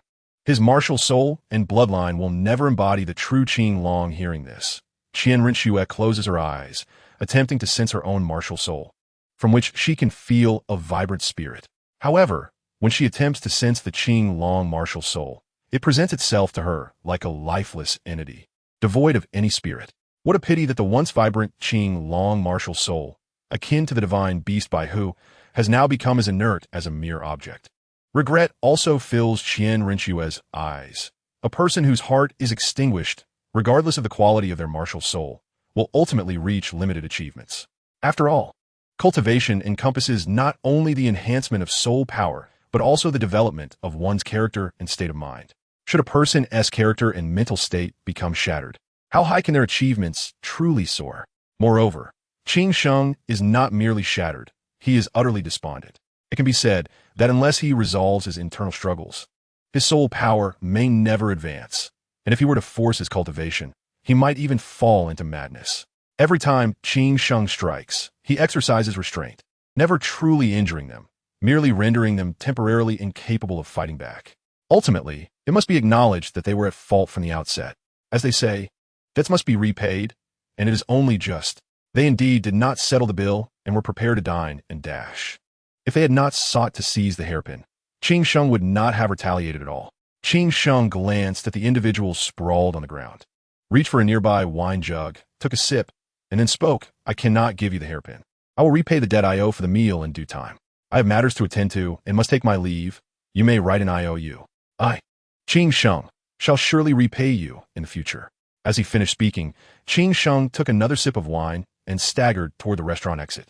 However, upon reaching the doorway, he seemed to recall something, returned to his table, and packed the untouched dishes before again making his way out. The restaurant staff did not attempt to stop him. The thugs lying on the ground had been there to prevent anyone from dining and dashing. But now that they had been incapacitated, the ordinary wait staff had no power to intervene. Yi Xian observed Qing Sheng's departing figure, then waved to a server, commanding, "Settle the bill." The server promptly approached, wearing a professional smile, and replied, "Young master, your total expenditure amounts to 3,000 gold soul coins." Just as Yi Xian was about to pay, Ning Rongrong produced a gold soul card and placed it before the server, smiling lightly, "Allow me to treat this time." The server accepted the gold soul card, deducted the appropriate amount, and returned it to Ning Rongrong. Yi Xian glanced at Ning Rongrong, but did not dwell on it. The gold soul card she held was the one he had lent her back at the clothing store. "You should return to the Qi Bao Liuli sect. We have matters to attend to and cannot indulge you any longer, Yi Qian informed Ning Rongrong before taking Qian Rinchua's delicate hand and exiting the restaurant. Chapter 127. Follow along and observe after leaving the restaurant. Yi Qian and Qian Rinchua trailed closely behind Qing Sheng as he made his way out of Tiando City. Due to their lack of disguise, Qing Sheng quickly noticed their pursuit but paid them no mind, believing there was nothing of value on him that warranted their interest. The only asset of worth was the hairpin he possessed, yet judging by their attire, they would hardly covet it. Yi Qian and Qian Rinchua followed Qing Sheng out of Tiando City, arriving at a village where the majority of the houses had collapsed, leaving little more than ruins. In essence, they had entered an abandoned village. At the center of the village stood a modest wooden cabin, freshly constructed. Qing Sheng opened the door to the cabin, turning to Yi Qian and Qian Rinchua with a gentle smile. My humble abode is rather simple. I shall not host you. Please make yourselves comfortable. Without awaiting their response, he stepped inside. Upon entering, Yi Qian and Qian Rinchua heard the soft cough of a woman emanating from within. As they entered the cabin, they beheld a pale young girl seated on a wooden bed, coughing persistently. Qing Sheng was beside her, diligently preparing herbal medicine, and the room soon filled with the fragrant aroma of the herbs. The girl turned her gaze toward the newcomers, weakly inquiring, Sheng, are these two your friends? Upon hearing her voice, Qing Sheng pointed at Yi Qian with a gentle smile, stating, This is my brother. The one beside him is. His hand gestured toward Qian Rinchu, but his words faltered as he was uncertain how to introduce her. This is my wife, Yi Qian interjected, glancing at Qing Sheng before focusing on the girl. From her pale complexion, he could discern that her condition was dire. The wooden table in the cabin was neatly arranged with valuable herbs, all aimed at detoxification or alleviating poison, indicating that the girl was indeed poisoned. Upon hearing this, Qing Sheng secured the lid on the pot containing the herbal concoction, rose, and unveiled the packed food before the girl, gently stating, Allow me to introduce you. This is my wife. Upon hearing Qing Sheng's introduction, a faint smile appeared on Inger's pallid face, but it quickly gave way to a violent coughing fit, with blood spurting from her mouth. Qian Rinchua gazed at the two individuals before her, settling into a position within the wooden cabin, her intention to remain silent, merely observing. Yi Qian leaned against the wall of the cabin, his gaze directed at Inger, and spoke in a rather indifferent tone. She has been poisoned. You ought to seek assistance in remedying her condition rather than attempting to concoct herbs yourself to suppress the toxins within her. Qing Sheng did not respond to Yi Qian's words, instead wiping the blood that trickled from the corner of Inger's mouth, then rising and striding towards the cabin's exit, casting a glance at Yi Qian, signaling him to follow. Upon perceiving Qing Sheng's gaze, Yi Qian complied, stepping out of the cabin alongside him. They arrived at a flat expanse where Qing Sheng produced a pale blue spear, its surface smooth and intricate, adorned with exquisite patterns that conveyed an air of elegance. Holding the spear, Qing Sheng silently demonstrated a series of spear techniques, each move embodying an exquisite finesse, adhering to a path of agility. Every action, devoid of flamboyance, was simple yet practical. Nevertheless, when the entire sequence was observed in its entirety, it became evident that each thrust was premeditated concerning defense before launching an attack. During the offensive, techniques were employed to maximize impact, utilizing the principle of piercing through surfaces. Yi Qian observed intently, for he wielded a spear himself, allowing him to identify his shortcomings within this technique and seek to enhance his own skills. However, the combat style inherent in Qing Sheng's spear techniques was entirely at odds with Yi Qian's approach. As he would describe it, it was excessively cautious. When a single punch could resolve a matter, there was no need for a slap. After completing the demonstration, Qing Sheng took a swig from his wine flask and remarked, This spear technique is a synthesis of my own creation, derived from the spear arts of the Qinglong lineage. It may well be the greatest culmination of my life's work. My brother, should you encounter a worthy successor, please pass it on, and I shall feel my life fulfilled. Are you already bequeathing your last words? Do you not fear that I might claim this technique for myself? Yi Qian asked nonchalantly regarding Qing Sheng. Inger is afflicted with a mixed poison, one that no one can cure, nor is there an antidote. She wishes to journey to the extreme north to behold its icy plains. If all goes as expected, the extreme north shall be our final resting place. Whether you pass on the spear technique or claim it as your own, it bears no consequence for us, Qing Sheng replied, taking another sip of wine, seemingly unconcerned with Yi Qian's insinuation of ownership. Have you never contemplated vengeance? I find it hard to believe that she was poisoned for no reason. Especially with such a complex toxin, Qian inquired, a hint of curiosity in his tone. The mixed poison is not truly incurable. With the proper method or by identifying the perpetrator, it could be resolved. I'm already a shell of my former self. How can I even consider revenge? My soul power has been stagnant at the soul sect level for 3 years. Forcing myself to cultivate further would lead me astray into madness. Qing Sheng replied with a wry smile, glancing at the time before adding, "The medicine is nearly ready. I shall take my leave now." As Qing Sheng turned to re-enter the cabin, Qian chuckled softly and stated, "I do not bequeath wills or spear techniques. I merely convey tidings of death." With that, he strode back into the cabin. Qing Sheng found himself perplexed by Qian's words, yet Qian had no intention of clarifying. Upon returning to the cabin, Qian approached Inger, placing a hand upon her shoulder to assess her condition with his soul power. Though Inger was uncertain of his intentions, she refrained from questioning him. If Qing Sheng regarded this person as a brother, he surely would not wish her harm, and in her current state, there was little room for further injury. Qing Sheng merely shook his head in a resigned smile, recalling his own attempts at suppressing her condition with soul power, which had proven ineffective. Chapter 128. I will not. After examining Inger's condition with his soul power, Qian's brow furrowed involuntarily. Her state was far worse than he had anticipated. The poison had nearly permeated her entire being. Solely relying on soul power and herbs would be utterly insufficient. My brother, we appreciate your intentions, but you need not exert yourself further. No one understands Inger's condition better than we do, Qing Sheng stated, as he approached Inger with a bowl of medicinal soup. Carefully feeding her with a spoon, Qian observed Qing Sheng's actions and summoned his life domain, which radiated from his being, enveloping the surroundings. An unceasing flow of life energy surged into Inger's body, initiating an improvement in her condition. Although Qian had not studied detoxification techniques, he could utilize the life energy within his domain to suppress the toxins within her, for life is the origin of all things. And employing life energy to counteract toxins is indeed feasible. Yet the suppression would ultimately be time-limited. If a solution was not found, it would still prove futile. Upon sensing the life energy within the domain, Qing Sheng's eyes sparkled with hope, especially as he noticed the faint flush returning to Inger's complexion. His gaze fixated on Qian. Feeling the intensity of Qing Sheng's unwavering stare, Qian found himself somewhat uncomfortable. If a woman were to regard him thusly, it might be understandable given his handsome appearance. However, it was rather peculiar for a man like Qing Sheng to fixate on him in such a manner. There's no need for you to look at me so intently. My domain can only suppress the toxins within her body. It cannot cure her. Moreover, I lack the knowledge to detoxify, Qian remarked, casting a sidelong glance at Qing Sheng, suggesting he temper his gaze. Qing Sheng, undeterred, realized that since the toxins could now be suppressed, there was a possibility of discovering a method for detoxification. Previously, despair had led him to abandon hope, but now the situation had shifted. He saw a glimmer of potential for remedy, however faint it may be. Qian sat nearby, observing the unfolding events with a hint of surprise. She had not anticipated that Qian would take the initiative to assist. However, she did not dwell on it, assuming that he was merely acting on a whim, much like during their encounter at the auction house. My brother, we have little to offer in gratitude. However, I present to you this cherished wine, which I seldom indulge in myself.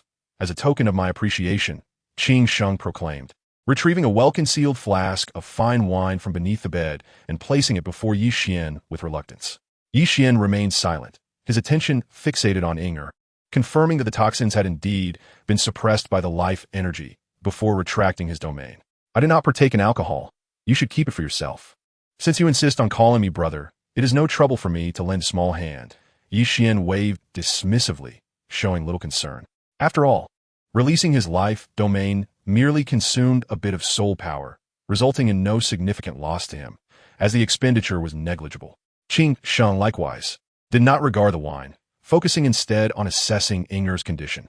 Upon discovering that the toxins had been entirely suppressed, a look of joy spread across his face. With the slight color returning to Inger's complexion, he felt confident that the toxins could be managed for a month or two. Thank you, Inger expressed gratefully, her gaze meeting Qian's, her face alight with appreciation. There is no need for gratitude. I merely lent a hand. Qian leaned against the wall of the wooden cabin, casually waving his hand. Sheng, you all chat well. I will go prepare the meal. There is nothing much to offer, so I can only cook something myself to express my sentiments. Inger's complexion had improved significantly, and she could at least move about freely now. Inger, you should rest well. I can handle this matter. Qin Sheng's expression became somewhat intriguing, revealing a complex mix of emotions concerning Inger that was difficult to articulate. No need, they are your friends and have assisted us. It is merely a meal, nothing to worry about. With that, Inger did not give Qin Sheng the chance to respond and promptly walked outside the cabin. Seeing this, Qin Sheng cleared his throat twice and said, Brother, my wife is adept both in the kitchen and in social settings. Her cooking is truly exceptional. You must savor it later and do not hesitate to enjoy it. Yi Qian, upon hearing Qin Sheng's words, cast a sidelong glance, remaining silent. He was now certain that whatever Inger prepared would not be particularly delicious. It seemed Qin Sheng was somewhat naive in this regard. Sitting nearby, Qian Renshua suddenly spoke. Xiao Xian, you all have a good chat. I will go assist her. With that, Qian Renshua rose and made her way towards the wooden cabin. Yi Qian felt a twitch in his eyelid. He sensed that today a situation might turn out to be rather unfortunate. Qin Sheng, observing Qian Renshua's departing figure, turned to Yi Qian and asked, Brother, how is your wife's cooking? Yi Qian maintained an impassive demeanor and replied casually, My wife's cooking? Need I even say? It could be deemed a culinary masterpiece without exaggeration. Yi Qian spoke with such nonchalance as if stating an undeniable fact. Qin Sheng regarded Yi Qian with some skepticism.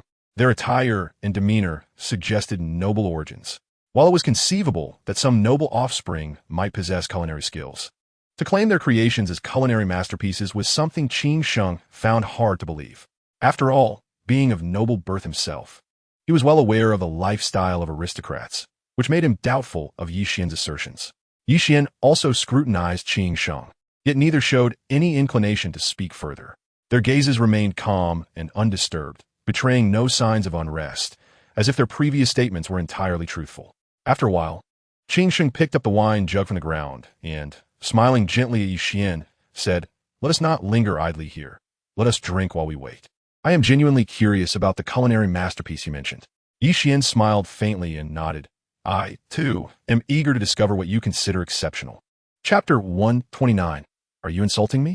Qin Sheng retrieved 2 wine glasses, uncorked the jug, and the pure fragrance of the wine wafted into the air. He took a deep breath of the aromatic wine, poured it into the 2 glasses, and after handing one to Yi Qian, eagerly took a sip himself. Yi Qian lifted his glass, savoring the exquisite wine Qin Sheng had kept. However, when compared to the wines from the papal hall, this one seemed rather ordinary. Noticing Yi Qian's reaction to the wine, Qin Sheng inquired, So, how does my cherished wine fare? Not bad, but merely decent, Yi Qian replied, emptying his glass with an air of indifference. Qin Sheng paid no mind, taking a fishing rod from the wooden cabin and strolling outside with a smile, saying, I will catch a couple of fish for later use. Brother, would you care to join me? Let us go together, Yi Qian chuckled, following Qin Sheng outside the cabin. They exited the village and arrived at a crystal-clear stream, where they sat down, prepared their fishing rods, hooks, and bait, and began to fish. Yi Qian casually found a spot to sit, tasting the fine wine in his hand while contemplating the technique of striking with precision. He realized he could harness the power of his soul, bloodline, destructive force, and even soul rings, condensing them at the tip of his spear to deliver the most potent strike. In his mind, he calculated the feasibility of this idea and the various trajectories of the different powers. After a long while, Yi Qian thoroughly considered the concept and was astonished to discover its viability, with a high probability of success. Yi Qian emerged from his reverie, having mentally outlined the operational route and the method of execution. All that remained was the need for continuous practice. If successful, he could refine and improve upon it. Should he fail, he would identify the problem, and by resolving it, he might still create this technique. If the issue proved insurmountable, it would signify his failure, and there would be no need to persist in trying. Yi Qian glanced at the time and realized he had been pondering for nearly 2 hours. Looking at Qin Sheng, he noted that there were no fish in sight around him. This led to the conclusion that Qin Sheng had not caught a single fish in that span. Are you capable of this? The fish in the stream are clearly visible. If we were to catch them by hand, we would likely be able to finish them all by now, yet you have not caught a single fish. Yi Qian's voice rang out clearly. Fishing requires a tranquil mindset. You must be patient and wait quietly, lest you scare away my fish, Qing Sheng replied, casting a sidelong glance at Yi Xian before returning his attention to his fishing hook, hoping for a bite. Yi Xian, hearing Qing Sheng's words, shot him a sideways glance. You, a man with a shattered mindset, dare to speak to me about the tranquility required in fishing? Are you certain you are not jesting? Though he thought this, Yi Xian chose not to voice it. Instead, he slowly rose and retrieved a smooth branch from an ancient tree, using Qing Sheng's spare fishing line, hook, and bait to fashion a new fishing rod. He then cast the line into the stream and began to fish. In approximately 3 minutes, Yi Xian felt a tug on his line. He pulled up the fish and placed it right before Qing Sheng, resuming his fishing in silence. Qing Sheng observed the fish Yi Xian had caught, a slight twitch at the corner of his mouth, yet he pretended not to notice and continued to watch his hook. Soon enough, Yi Xian caught a second fish, placing it before Qing Sheng without rebaiting his hook, simply dropping it back into the stream. If you can catch fish without bait, I shall eat my fishing rod, Qing Sheng declared with conviction, having never witnessed anyone catch fish without bait before. Yi Xian glanced at Qing Sheng, but remained silent, calmly watching his hook. Within mere moments, a brightly colored fish bit onto Yi Xian's hook, which he promptly reeled in and placed before Qing Sheng. Whether I catch fish is of no consequence. I merely wish to see how you will consume your fishing rod. Please, do not hold back, Yi Xian remarked casually, his gaze fixed on Qing Sheng, gazing at the fish before him and the fishing rod in hand. Qing Sheng quickly diverted the subject, asking, "How did you manage that? I did not observe you employing any soul power or even spiritual energy. I feel as though you are belittling my fishing skills." Qing Sheng has been observing Yi Xian closely and has not detected any traces of soul power or mental energy being used. It appears entirely ordinary, without any issues. Yi Xian, unfazed by the attempt to change the subject, produced a gold soul coin from his possession, tossing it high into the air before catching it with his hand. He then inquired of Qing Sheng, "Is this a pattern or a character?" "A pattern," Qing Sheng replied decisively. "You have lost." Yi Xian withdrew his hand, revealing that the side of the gold soul coin facing up was indeed a character, not a pattern. Once more, he tossed the coin into the sky and caught it again. This time, before Yi Xian could ask, Qing Sheng declared, "I still choose a pattern." "Why not choose a character?" A smile graced Yi Xian's lips, his voice tinged with amusement. "It is all the same, whether you choose a character or a pattern. It is merely a 50-50 chance. What difference does it make?" Qing Sheng raised his cup, taking a sip of his drink, his interest piqued as he regarded Yi Xian. "You have lost again." Yi Xian lifted his hand, revealing the character side of the coin once more. The coin was tossed into the air again, and Qing Sheng continued to choose a pattern, avoiding the character.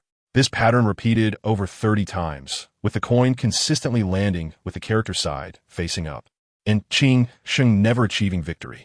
Yi Xian turned his gaze toward Qing Sheng, a gentle smile gracing his features as he asked, "Did you see me use soul power or mental energy?"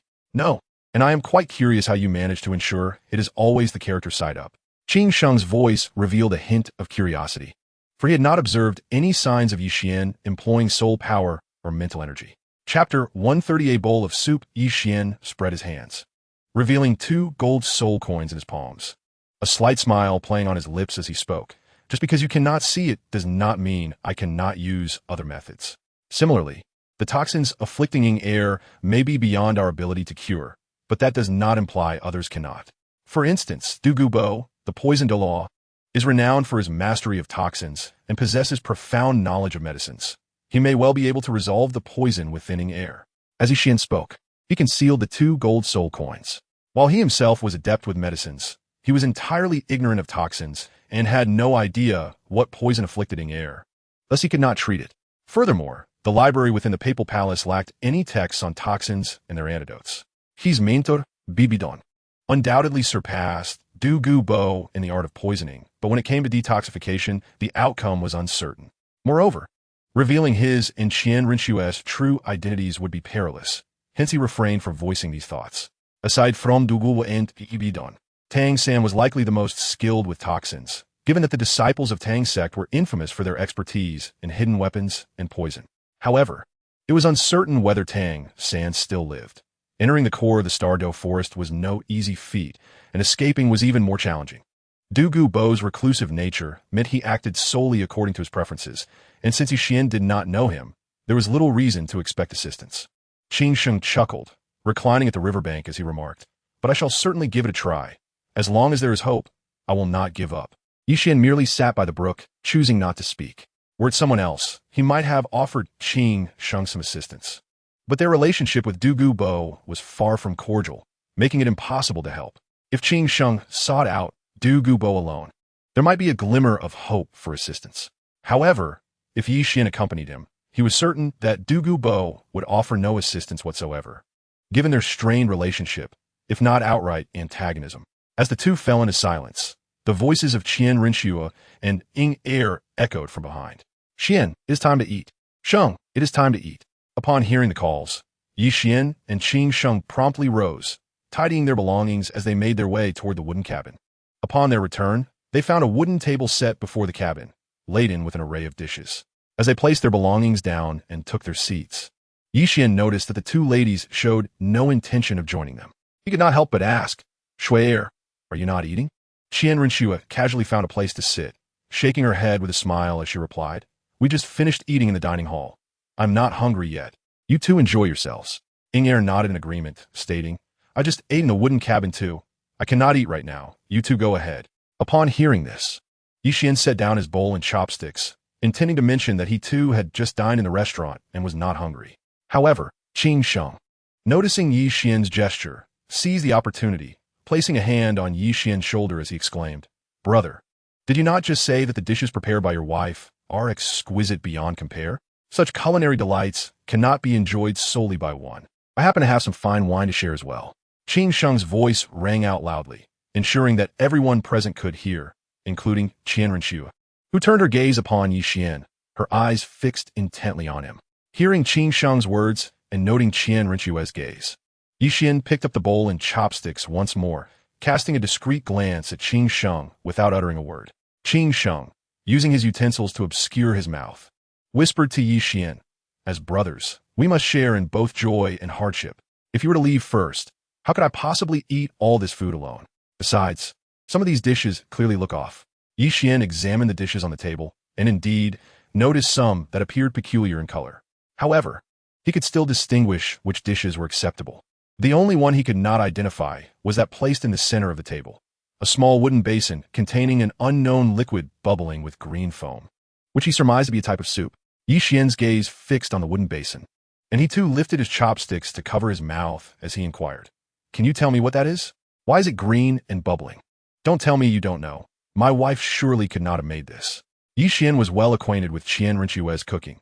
While the flavors might be slightly unusual, the dishes themselves posed no problem, appearing quite normal at first glance. In contrast, that bowl of soup was clearly not her handiwork. If it bore a label denoting poison, Qian would have had no doubts. It was all too reminiscent, especially with the green bubbles that suggested it was far from benign. I know what that is. It's soup. Do not let its strange appearance deceive you. The taste is quite good. Would you care to try it? Qing Sheng's gaze darted toward the basin, his eyes betraying a hint of evasion, and the corners of his mouth twitched involuntarily. No thanks. If anyone is to taste it, it should be you. With that, Qian reached for one of the dishes that appeared normal, completely ignoring those that looked suspicious. He thought to himself that consuming something with an unusual color was a gamble he was not willing to take. Qing Sheng likewise extended his chopsticks toward the dishes that appeared acceptable, leaving the peculiar ones for later, perhaps even concocting an excuse to avoid eating them altogether. Qian brought the dish to his mouth and chewed a few times. Although it was not particularly delectable, at the very least, the flavor was acceptable. In comparison to the bubbling soup in the pot, the ordinary taste of this dish was indeed quite rare. Qing Sheng, upon tasting the dish, experienced a burst of salty bitterness on his palate, yet he swallowed it without a change in expression. He quietly inquired of Qian, Brother, how do you find that dish? It's quite good. The taste is very normal. Qian replied succinctly, then turned his attention away from Qing Sheng. After a considerable time, Qian and Qing Sheng had nearly finished the dishes on the wooden table, with only the pot of soup left in the center. Qian gazed at the soup, then set down his bowl and chopsticks, stating, Qing Sheng, as you said, your wife is truly an exceptional cook. I see this soup was specially prepared for you. I have eaten quite enough, and it is time for me to return to Xing Yundian. You are welcome to visit me at my Xing Yundian anytime. With that, Qian rose and headed towards Qian Rinshua. The soup appeared suspicious. Although he knew he would not be poisoned, he certainly would not touch it. Qin Sheng looked at the pot of soup, his lips twitching somewhat involuntarily. He was certain it was not poisoned, but the taste would undoubtedly be unpalatable, so he also had no desire to approach it. As he observed Yi Qian and Qian Renshui walking out of the village, Qin Sheng's eyes flickered, and he immediately stood up, saying, "Brother, since you have invited us, we shall not stand on ceremony. Ing'er, let us go visit Xing Yundian." Qin Sheng smiled as he approached Ing'er, and without waiting for her consent, he took her hand and chased after Yi Qian and Qian Renshui. Yi Qian cast a glance back at the two, but said nothing, instead quietly asking Qian Renshui, "Shui, what do you think of those two?" It is difficult to judge Qin Sheng, but Ing'er is genuinely without any ulterior motives. If you wish for Qin Sheng to join Xing Yundian, you might start with Ing'er, provided you can resolve the poison afflicting her, Qian Renshui replied, her gaze discreetly darting towards Qin Sheng and Ing'er before quickly returning. Yi Qian was already quite certain that the reason for Qin Sheng's shattered state of mind was indeed Ing'er, yet he had no knowledge of how to dispel poison. How could he assist Ing'er? Yi Qian opened the system shop to see if there were any items related to antidotes. The product listed was detoxification pill, capable of neutralizing all poisons in the world, priced at 5,000 luck points. That was far too expensive. He currently had only 1,900 luck points, which was insufficient for purchase. Yi Qian's gaze swiftly scanned the shop, ultimately realizing he was indeed impoverished. He could not afford any of the valuable items, and what he could purchase was of no use to him at present. The group exited the village and proceeded directly towards Xing Yundian. Approximately 30 minutes later, they arrived at the entrance of Xing Yundian. Qin Sheng surveyed the dilapidated ground before the hall and pulled Ing'er closer to Yi Qian, asking, "Brother, your Xing Yundian is quite renowned in the Spirit Master realm. Why is the ground in such disrepair? Have you not repaired it, or has someone vandalized your establishment?" "It just broke yesterday. It is currently under repair, though not yet completed," Yi Qian replied, not particularly concerned as he walked into Xing Yundian. Once inside, Qin Sheng and Ing'er began to take in their surroundings. The decor of Xing Yundian was entirely different from what they had anticipated. Qin Sheng had expected an opulent interior, perhaps resplendent with gold and jade, but the reality was starkly different. The hall was not overly luxurious, exuding an ancient and elegant charm that instilled a sense of tranquility in those who walked within. As they passed through the front hall and entered the back hall, Yi Qian addressed Qin Sheng and Ing'er, saying, "There are not many residents in the back hall. Feel free to find a room to rest or wander about. The back hall is quite beneficial for self-cultivation. Brother, you need not worry. We will not impose. What time is mealtime at your Xing Yundian?" Qin Sheng inquired with curiosity. "Breakfast is at 8, lunch at 12, and dinner at 6. If you need anything, you may visit the dining hall at any time and request it," Yi Qian replied, realizing that Qin Sheng was likely there for a free meal. "All right, brother, I understand. We will explore the back hall ourselves. You need not arrange anything special for us," Qin Sheng said with a gentle smile. Just as Yi Qian was about to speak, he noticed Yi Xiushui entering from the front hall, who conveyed a message to him. "Master, Salas has reported that someone from the Papal Hall has come to Tiando City." Upon hearing this, Yi Qian felt a slight surprise, but he quickly regained his composure.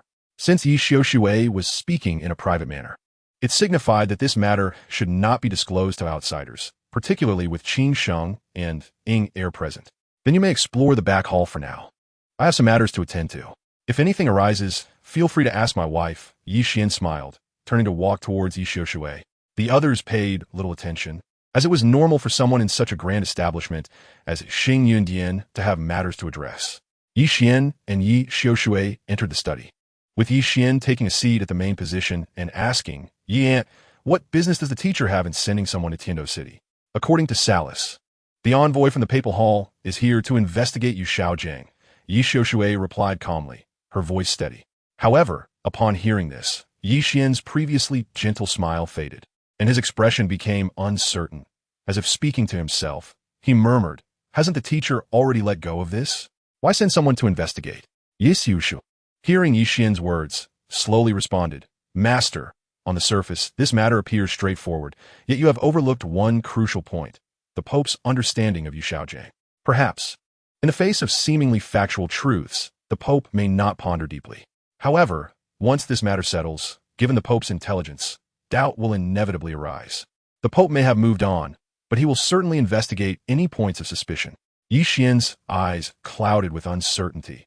If this matter were truly uncovered by BibiDong, He would certainly remain unharmed, yet his teacher would undoubtedly be disappointed in him, a scenario he was keen to avoid. After a long pause, Yi Xian finally asked, "What about Salus?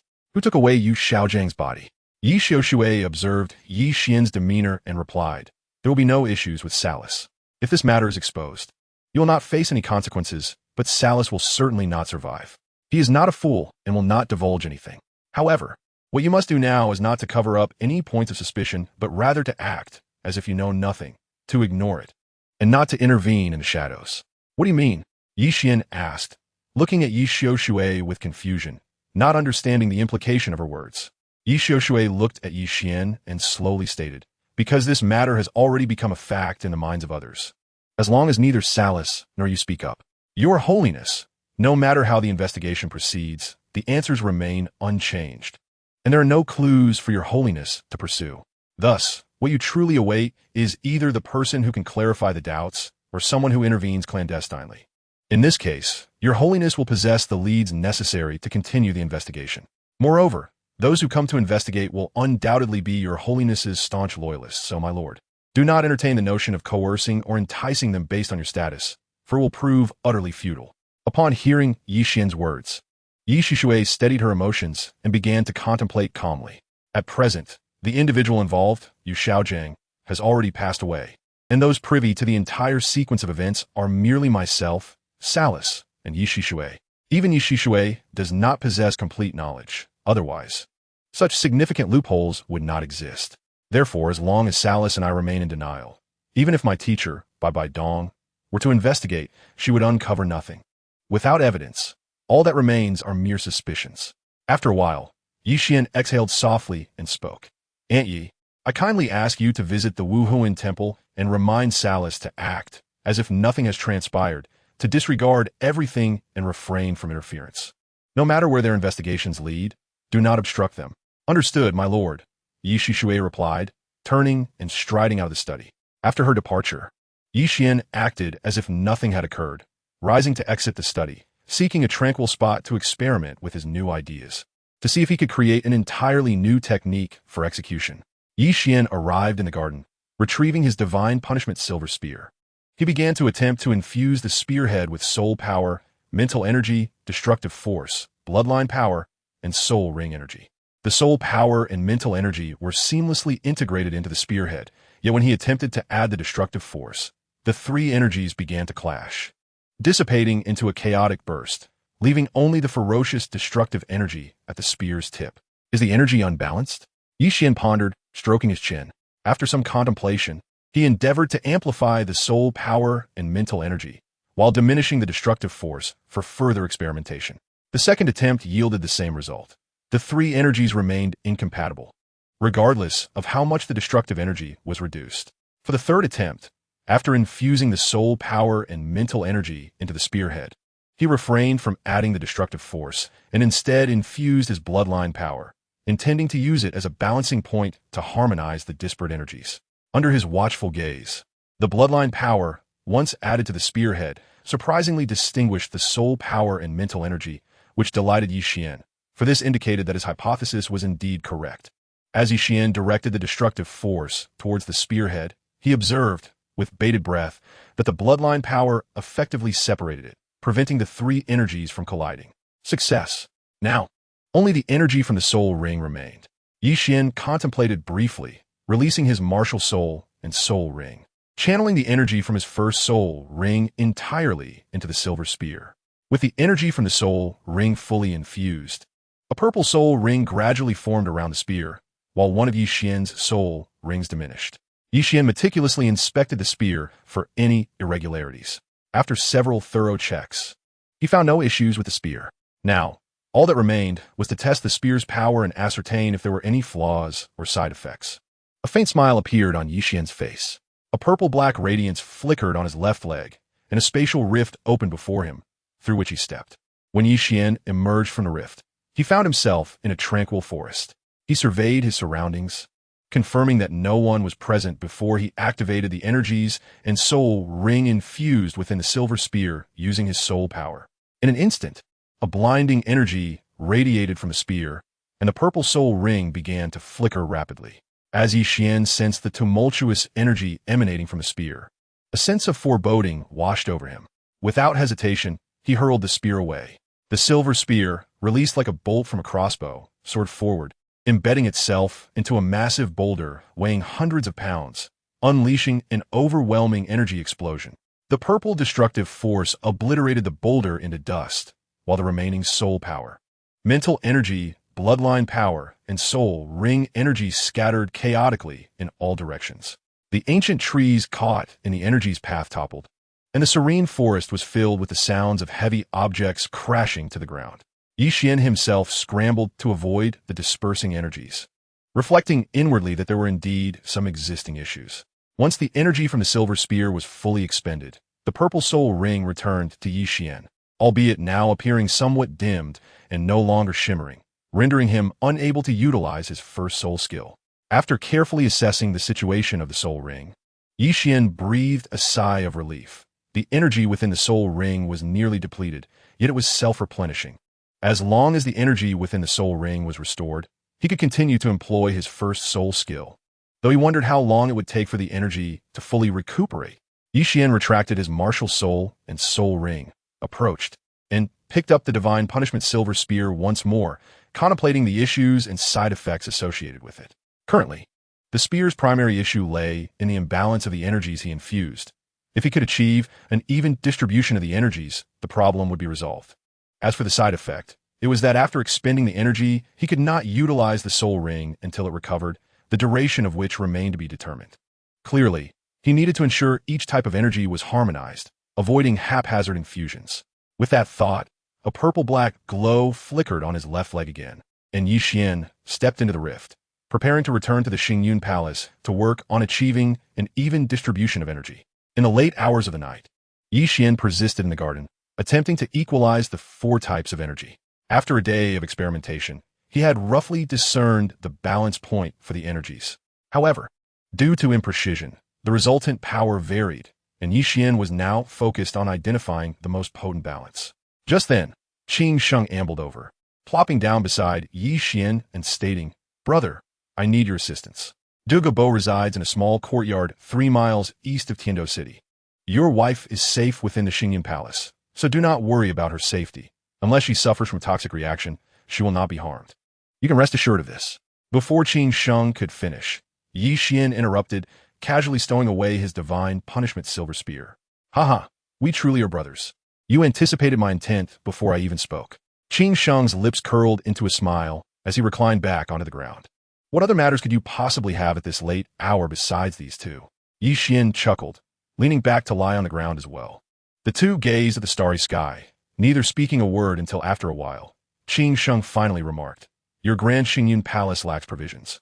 I'm starting to crave a drink. I rarely drink, but you could sample our Xunji Palace's fine tea." Yi Qian cast a glance at Qin Sheng, gesturing towards a pot of clear tea on the table, seemingly indifferent to Qin Sheng's words. In the rear hall of his Xunji Palace, indeed, no alcoholic beverages could be found, as no one partook in such libations. Moreover, only 4 individuals resided there, and with Qin Sheng and Ing Er counted, there were merely 6 souls. Apart from himself and Qin Sheng, all were women, making it impossible to find even a drop of alcohol in the rear hall of Xunji Palace. Qin Sheng's gaze fell upon the clear tea on the table.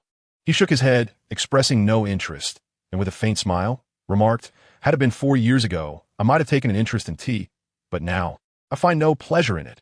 Rather, I prefer the comfort of a good drink." Yi Qian, gazing at the starry sky, chose not to respond to Qin Sheng, instead inquiring, "As the inheritor of the Qinlong, do you know where the inheritance secret realm lies?" "The inheritance secret realm? Are you not the inheritor of the Baihu? How could you not know where the inheritance secret realm is?" A flicker of difference appeared in Qin Sheng's eyes. However, Yi Qian showed no intention of answering, his gaze fixed upon the resplendent stars, remaining silent. "I too do not know where it is, though I was once the inheritor of the Qinlong. My qualification for inheritance has since been relinquished. How could I possibly know where the secret realm lies?" Qin Sheng looked at the stars, his tone remarkably indifferent, as the inheritance secret realm had no bearing on him, and he had never cared for such matters since forfeiting his qualification. Yi Qian felt no surprise at this revelation. After all, if he, as an inheritor, was unaware, How could Qin Sheng, who had relinquished his qualification, possibly know? Rising from the ground, Qian brushed off the dust from his clothes and turned towards his room. Noticing this, Qin Sheng inquired, "Where are you going?" "To my room to sleep. What else would I do? Am I expected to accompany you in stargazing at this late hour?" Qian glanced at Qin Sheng, his tone somewhat flat. "Stargazing is not out of the question. Besides, witnessing the sunrise afterward would be rather pleasant," Qin Sheng said, his gaze lingering on the brilliant night sky. A hint of amusement in his voice. Qian, hearing Qin Sheng's words, had no intention of responding. The thought of staying up all night to stargaze, let alone to watch the sunrise, seemed absurd unless one were unwell or mentally unstable. Observing Qian's departure, Qin Sheng felt little concern. Rising from the ground in mild ennui, he picked up the teapot from the table, poured himself a cup of clear tea, and began to savor it. "This tea is quite good. I could take some back for Air to taste. She used to enjoy tea very much," he mused as he raised the cup.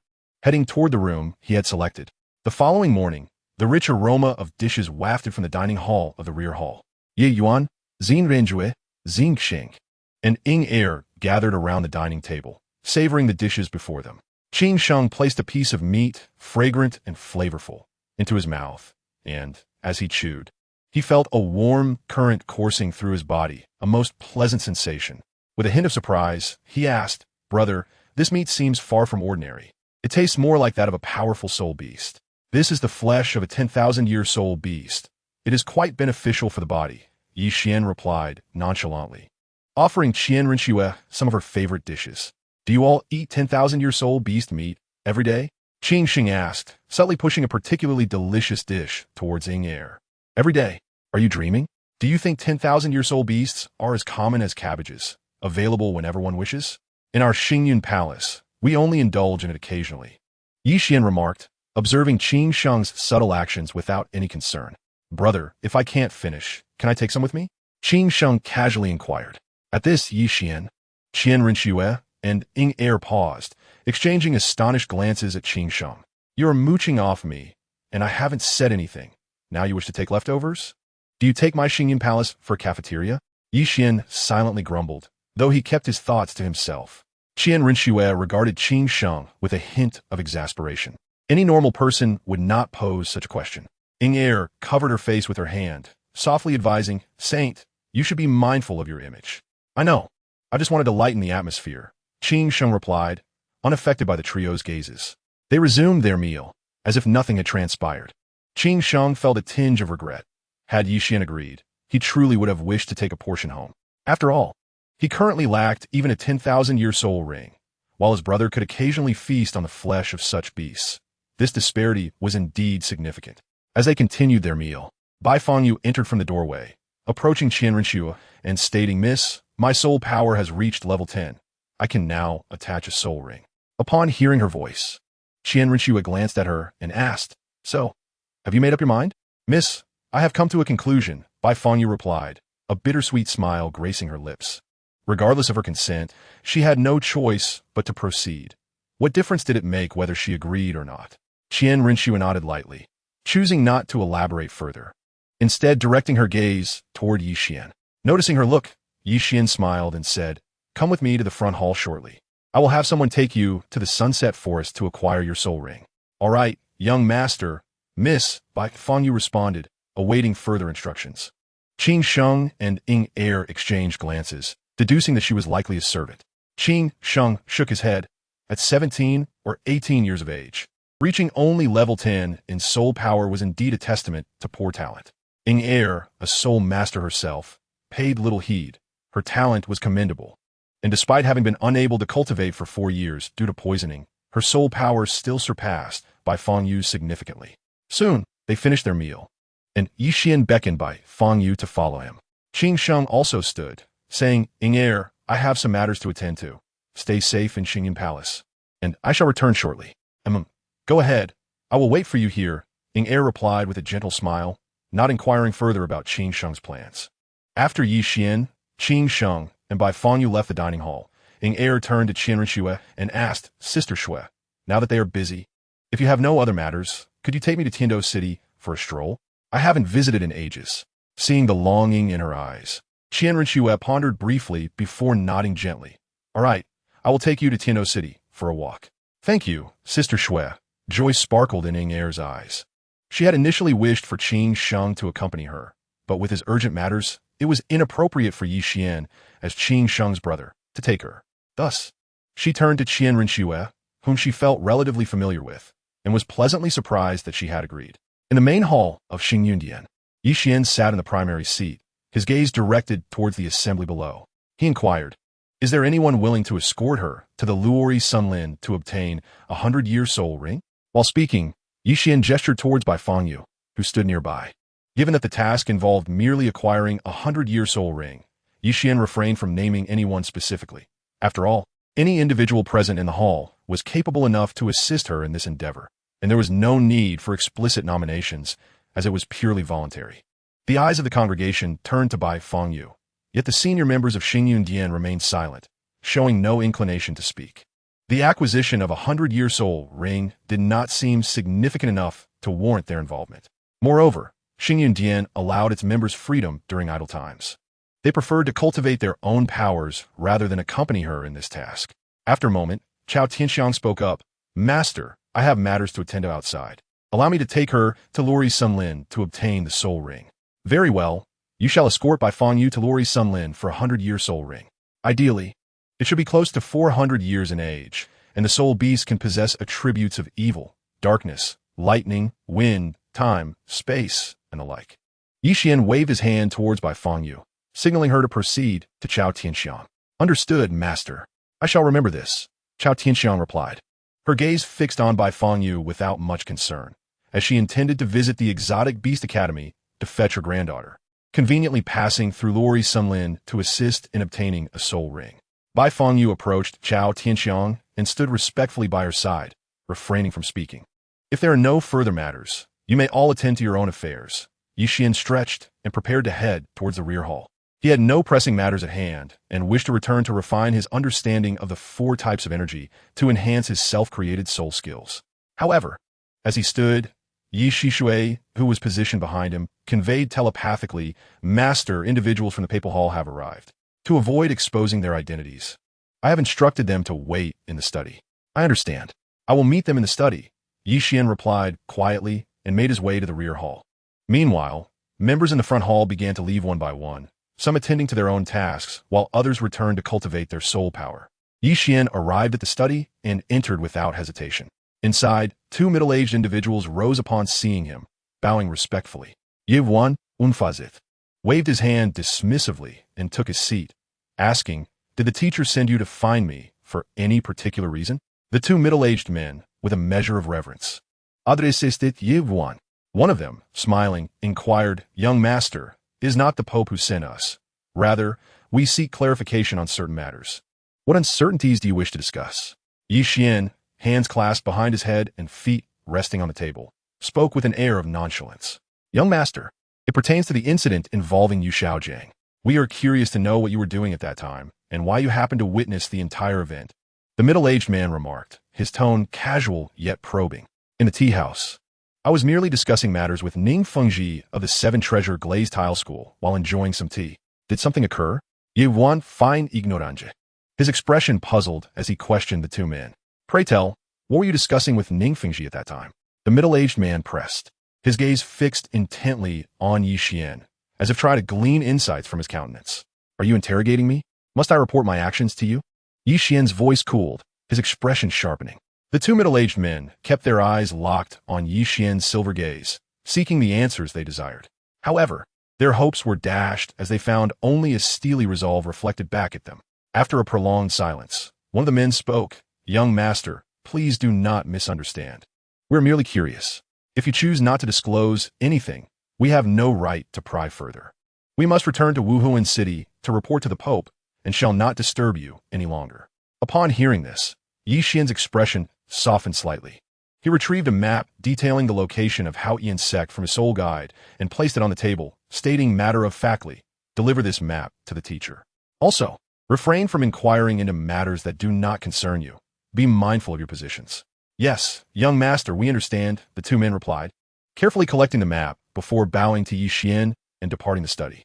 As Yi Xian observed their retreating figures, He remained unconcerned and extended his right hand, summoning a card that shimmered like crystal, inscribed with essential information. Character card: Wu Changkong, Martial Soul. Tian Shuang, Sword Strength. Level 98 Super Douluo title. Tian Shuang Douluo. This character card was procured by Qian from the desktop marketplace during a system update, costing 7,000 fortune points. A level 98 Super Douluo is virtually invincible unless faced with an extreme Douluo, of which there are currently only 4: Tang Shun, Poseidon, Qian Dalu, and Yishi Shui. It remains uncertain whether Tang Chun possesses the strength of an extreme Douluo at present. Thus, apart from the extreme Douluos, a level 98 Super Douluo stands as one of the continent's pinnacle powers. Nonetheless, Qian had no intention of utilizing the character card at this moment. He regarded it as a strategic reserve to be deployed only when necessary or in times of peril. After stowing the character card, he rose and proceeded towards the garden to continue his pursuit of equilibrium among the 4 energies and further refine his self-created soul skills. After the 2 middle-aged men departed from Xunji, one of them suddenly remarked, "Upon our return, how shall we report to the Pope? We have uncovered nothing." When questioned by Salus, "We were met with ignorance, and we cannot delve too deeply into the young master's affairs, especially given the fortuitous timing of his appearance." "What is your point?" The other middle-aged man responded calmly, seemingly indifferent. "Based on our investigation and the timing of the young master's appearance, it could either be a mere coincidence or an indication of his involvement in the matter. How then should we report this to the Pope?"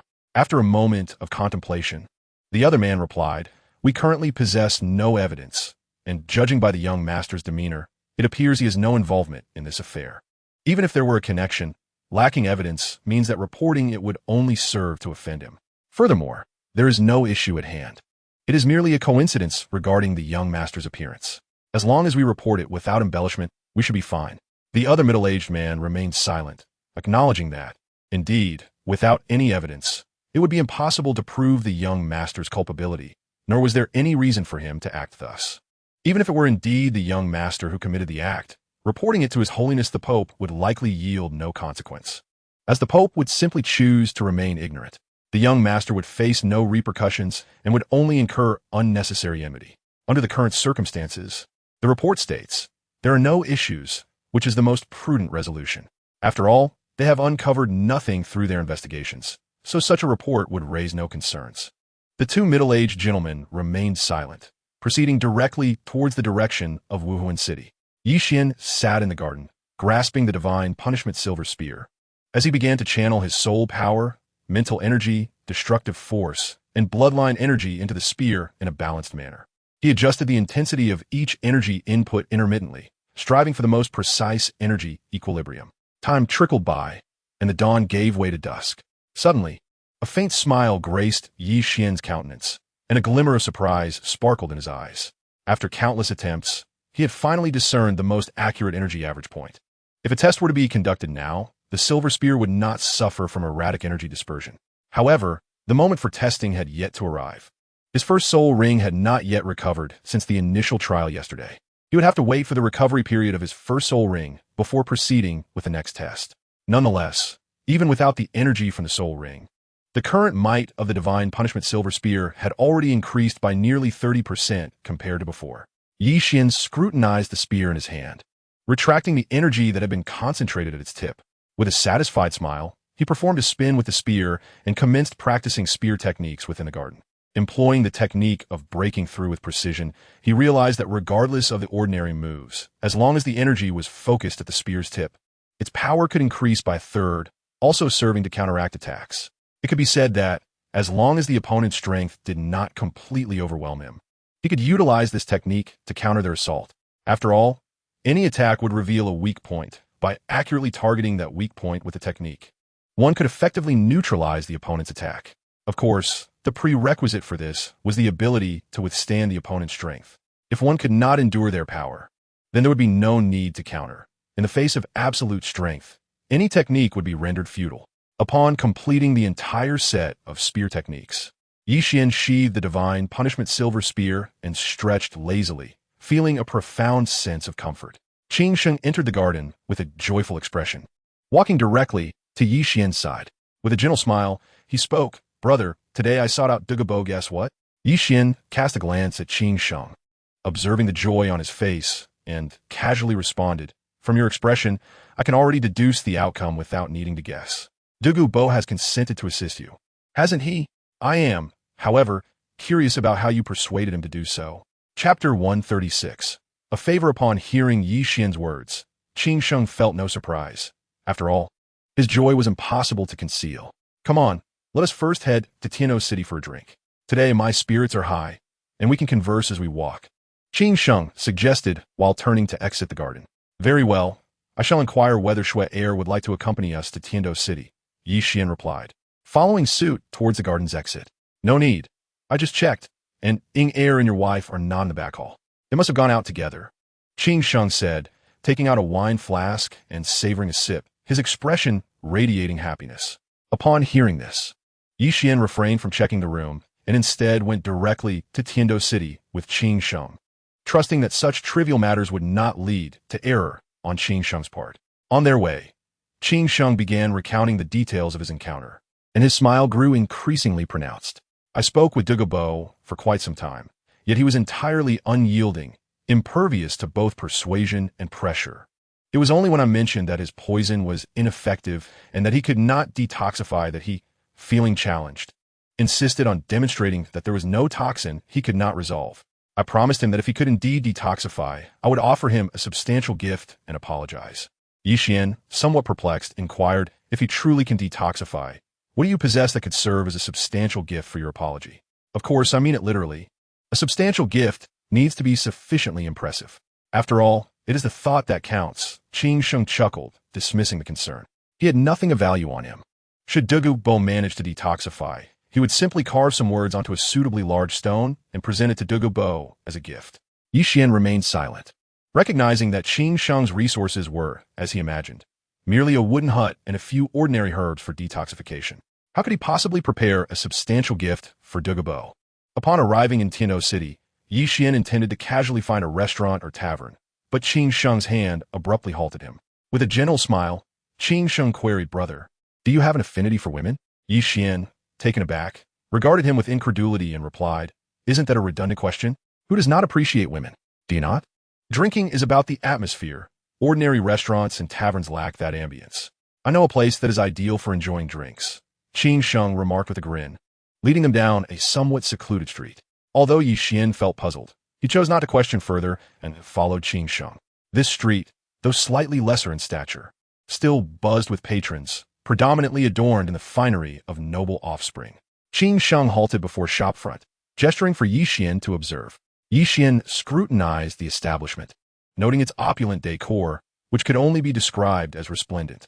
The shop bore no name, yet several boldly dressed women stood at its entrance, and the crowd seemed to be drawn towards this very establishment. As Qin Sheng made to enter, Yi Xian seized him and asked, "Do you know what kind of place this is? Are you truly going in?" "Of course, this is a drinking establishment, commonly referred to as an entertainment venue," Qin Sheng stated nonchalantly, pressing onward. "Knowing that, you still wish to enter? Are you not concerned that Air might find out?" Yi Xian pulled him back once more. "What do I have to fear? I am merely going in to drink. Everything else is not my concern. I have a clear conscience regarding my intentions." Qin Sheng narrowed his eyes, taking another sip from his flask, refusing to retreat. "Why must we drink here? We could easily find another location," Yi Xian mused, contemplating Qin Sheng's peculiar reasoning. "Even if you're just drinking, who would believe it if you went inside? Drinking is distinct from tea. It requires a certain ambience, a lively atmosphere. Moreover, this is a legitimate place for drinking. I am not one to indulge in debauchery." Qin Sheng's expression turned serious as he spoke earnestly. Yi Xian examined Qin Sheng's earnest demeanor and scrutinized the establishment once more, feeling increasingly convinced that it was hardly a respectable place for drinking. "Let us go. We can find any restaurant," he declared, turning back towards the path they had come from. Qin Sheng, feeling somewhat helpless, insisted, "This truly is a legitimate place for drinking." Gazing at the departing figure of Yi Xian, he refrained from further explanation, for the establishment indeed bore an air of impropriety. Yi Xian and Qin Sheng exited the secluded alley and casually entered a tavern in Tiando City. Once seated, Qin Sheng ordered several fine bottles of wine, and the two commenced their drinking. After finishing the azure liquid in his cup, Qin Sheng addressed Yi Xian, saying, "Brother, if the poison afflicting can truly be dispelled, I would like to request your assistance." State your request, and I shall see if I am able to assist. Qian replied, swirling the wine in his glass, his gaze fixed on Qing Sheng. If Qing Sheng's matter were not overly difficult, he would not hesitate to lend a hand. If can successfully be cured, I will require some cultivation resources from you, as well as the opportunity to restore my mental state within your Xingyan Hall. However, should the poison prove unresolvable, then my request shall no longer hold merit. Qing Sheng chuckled. The terms were quite simple, and the cultivation resources he sought were minimal, primarily aimed at restoring his own mental state. Very well. I can provide you with the resources necessary for the restoration of your mental state, and you may also reside in Xingyan Hall. This is a trivial matter, and I am more than willing to assist. Qian's attention remained on the wine in his glass, seemingly unconcerned with Qing Sheng's words. If the task were too arduous or the cost exorbitant, he might not agree. Yet for this modest request, he would indeed offer his help. He was aware of the resources needed for restoring one's mental state.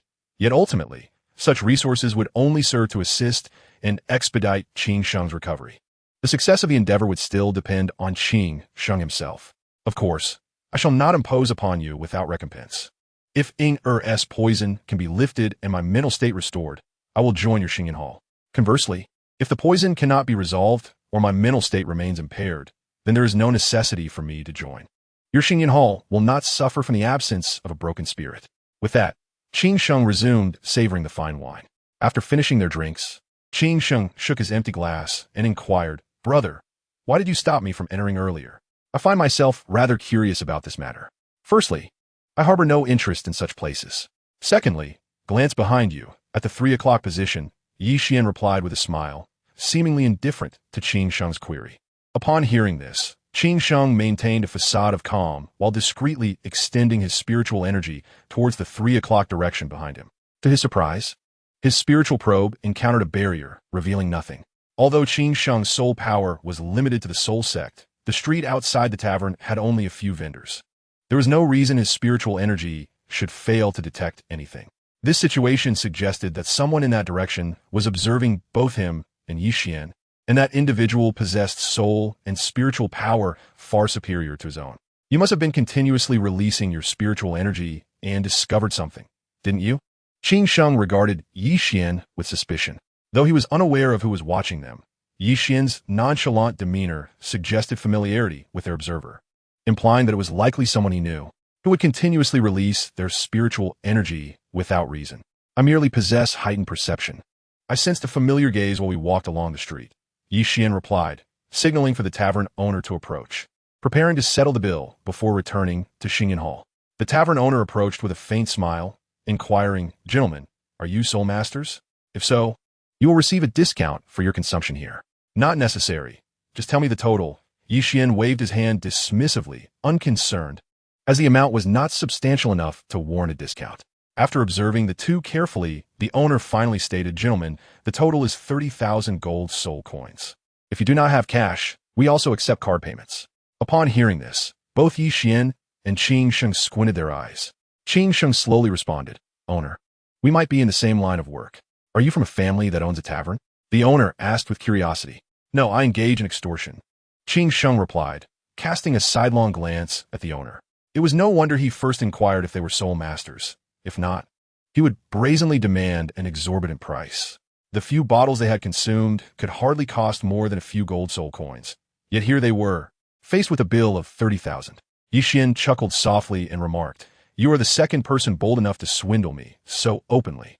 The tavern owner laughed at their remarks, unafraid, noting their young age, likely around 16 or 17. Even if they were soul masters, how powerful could they be? At most, they could only reach the soul sovereign level. Your attire does not suggest you are short on funds. It would be wise to settle your bill promptly to avoid any discomfort. The owner waved his hand, signaling for the staff to close the tavern's entrance. Qian and Qing Sheng leaned back in their chairs, quietly observing without any intent to intervene or pay, merely watching intently. Outside the tavern, Qian Renxue and each held a skewer of candied hawthorn, their gazes fixed on the firmly shut door of the tavern, occasionally hearing sounds of items crashing within. Took a bite of her candied hawthorn and asked Qian Renxue, "Sister Shui, do you think they might be in trouble? Should we go and help? It sounds like they might be fighting." "No need. We can simply wait for them to emerge," Qian Renxue replied, her eyes on the tavern. Although she was uncertain why a fight would erupt inside, she was confident that Qian would be unharmed. As for whether Qin Sheng would be in trouble, that was beyond her concern.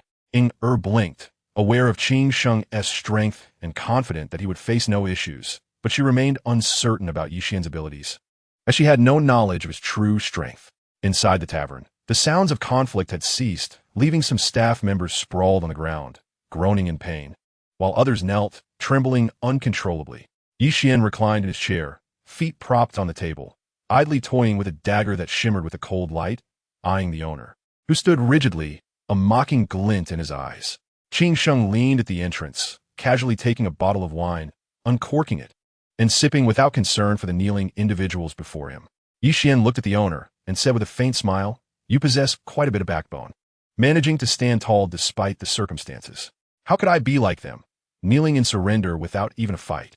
"I understand the principle that a man's knees should only bow to gold," the owner replied, placing his hands behind his back, adopting a fearless demeanor.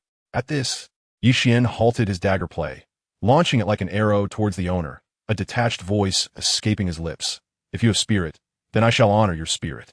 The owner, observing the dagger hurtling towards him, hesitated not for a moment. His knees buckled, and he knelt down, exclaiming, "However, I believe it is wiser to be a man who knows when to yield." As a result of the owner's kneeling, the dagger grazed his cheek, leaving a slender trail of blood. Others regarded the boss with a hint of mockery. Moments ago, they had proclaimed that beneath a man's knee lies gold. Yet now they recognized the wisdom of adapting to circumstances. It was indeed shameless. Qian glanced at the boss, chuckling softly, displaying no intention to engage further, and rose to exit the tavern. Qin Sheng, observing this, reached for several bottles of expensive liquor and addressed the boss, stating, "I shall take these bottles. You may record it." The boss, smiling, quickly responded, "No need, they're a gift to you." Qin Sheng paid little mind to this, for he had no intention of paying. Whether it was a gift or taken by himself, it made little difference. As Qian and Qin Sheng stepped out of the tavern, Qin Sheng tossed a bottle of fine liquor to Qian, playfully saying, "Brother, this is quite pricey. We should savor it later." Qian caught the bottle, merely glanced at it, and tossed it back to Qin Sheng, saying, "You might as well keep it. I prefer to overliquer." Chapter 138. Shernyan, to be modified later. Qin Sheng accepted the bottle without further pleasantries, and their gazes shifted towards the 3 o'clock direction, where they spotted Qian Rinxue and Er sitting by the roadside. At that moment, Qian Rinxue and Er were relishing a skewer of candied hawthorn, their attention equally fixed on Qian and Qin Sheng. "Now I understand why you didn't let me in. However, your wife's strength seems quite formidable. My spiritual energy cannot even detect their presence." Qin Sheng chuckled awkwardly, feeling fortunate he had not entered. Otherwise, he would have found it difficult to explain himself. "It is entirely normal that you cannot sense her. She could easily overpower you without any issue," Qian remarked nonchalantly, acknowledging that Qian Rinxue's current prowess would indeed allow her to dominate Qin Sheng effortlessly. With the continuous enhancement of her physique from the 5-color stone, the nurturing of her meridians, the mastery of the body technique, the divine artifact, the angel's sword, the evolved martial soul, the 8-winged angel, and the blessings from the goddess of life, alongside the celestial herb she ingested and the optimal configuration of soul rings, it was evident that Qin Sheng stood no chance against her. "I admit your wife's strength surpasses mine, but to say she could overpower me is somewhat exaggerated. If someone had said that to me 4 years ago, I would have challenged them. Now, however, I shall let it be." Qin Sheng expressed disbelief, unable to accept the notion that someone from a younger generation could be stronger than him, much less overpower him. "Your disbelief is irrelevant. The truth remains," Qian smiled, immediately heading towards Qian Rinxue without further explanation. Qin Sheng, dismissing Qian's comments as jest, trailed behind him towards Er. Qian settled beside Qian Rinxue and inquired, "Shuer, are you wandering around Tiando City or returning to the Xingyun Palace now?" "Let us return to the Xingyun Palace. We have wandered enough for one day, and there is little left to enjoy in Tiando City," Qian Rinxue replied, stretching her body and directing her gaze at Qian, her meaning unmistakable. Yingye, noticing Qin Sheng approaching, took a bite of her candied hawthorn and smiled at him without uttering a word. Qin Sheng understood the situation but did not dwell on it, as he had not entered the tavern, and thus had a straightforward explanation. Qian's left leg shimmered with a purplish black light, creating a spatial rift before him. He gently lifted Qian Rinxue into his arms and stepped through the rift. Qing Sheng and Ying Er stared at the vanishing rift, momentarily stunned. And as they attempted to follow, the rift had already disappeared. Damn, brother, did you forget someone? Qing Sheng looked at the empty space where the rift had been, appearing somewhat speechless. Saint, let us walk back, and I will explain why you went to such establishments, Ying Er remarked, taking another bite of her candied hawthorn while gazing at Qing Sheng. Let's go, Ying Er, we can talk as we walk, Qing Sheng smiled, taking her hand as they made their way toward the Xingyun Palace. In the rear hall of the Xingyun Palace, Yi Xian emerged from the spatial rift, cradling Qian Rinxue.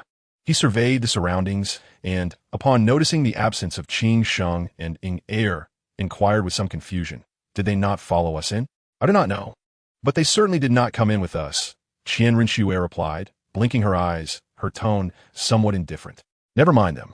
The distance from Tiando City to the Xingyun Palace is not far. They can return on their own. Yi Xian shrugged off the matter, confident that the brief journey posed no issue. He opened the door to his room, carrying Qian Rinxue inside, and proceeded directly to the bed where he gently set her down. Yi Xian sat on the bed, reaching into his soul guide to retrieve a piece of soul bone, placing it in Qian Rinxue's hand, saying, I acquired this in Tiando City through bidding. It is a millennium-old soul bone for you to keep. As he observed the millennium-old soul bone, a hint of disdain flickered in his eyes. His soul guide already contained numerous soul bones of considerable quality. This particular millennium-old soul bone seemed somewhat beneath him now.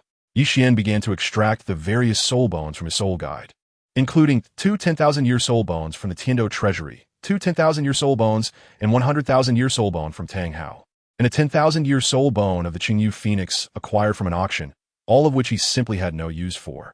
Qian Rinxue watched Yi Xian's actions with a hint of confusion, asking, Xiao Xian, what are you doing?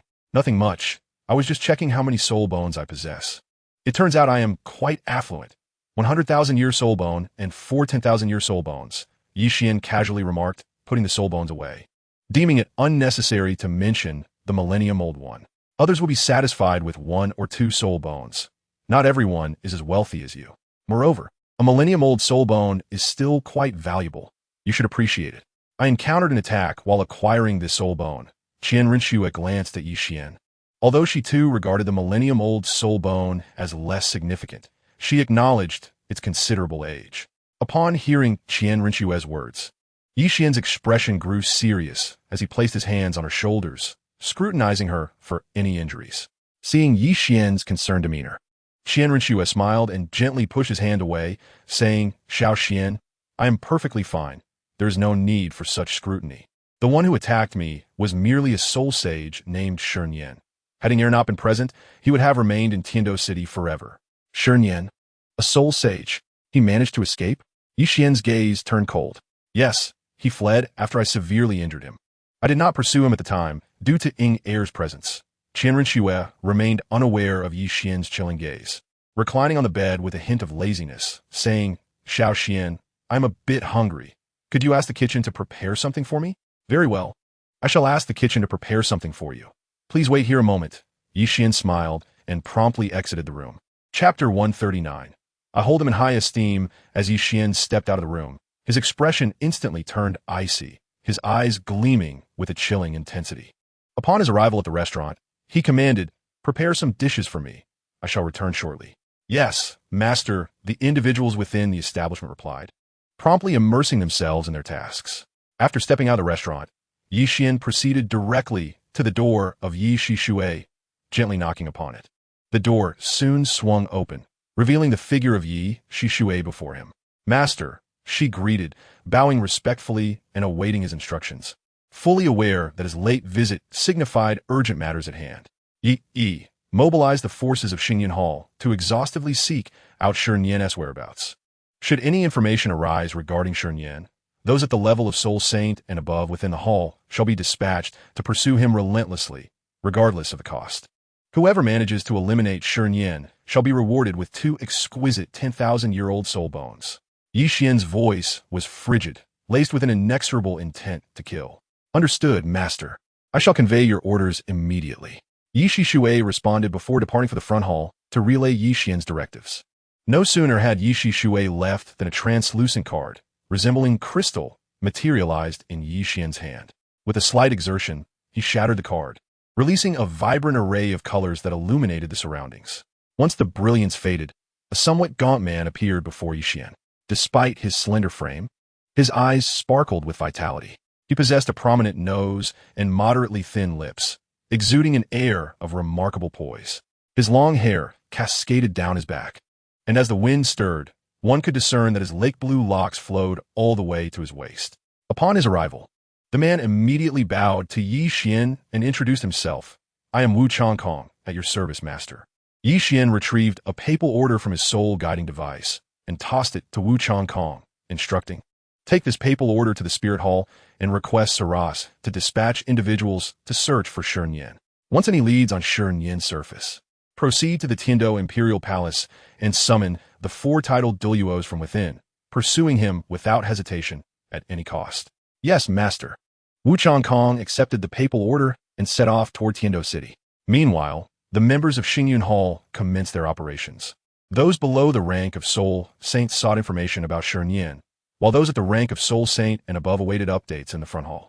Yevon, however, paid little heed to these proceedings, knowing that the combined forces of Xingyun Hall and the Tiando Imperial Palace included 7 titled Douluos, alongside all the high-ranking Soul Saints and Soul Douluos. The pursuit of a single Soul Saint would yield no alternative outcome. Returning to the restaurant, Yi Xian seated himself at the dining table, patiently awaiting the completion of the dishes. Shortly thereafter, a staff member approached, reverently placing a platter before him. Yi Xian surveyed the neatly arranged dishes, lifted the platter, and made his way back to his room. Upon entering, he set the platter on the table and called out, "Shui, it's time to eat." "I see it. There's no need to call me specifically," Qian Rinxue replied as she rose from the bed.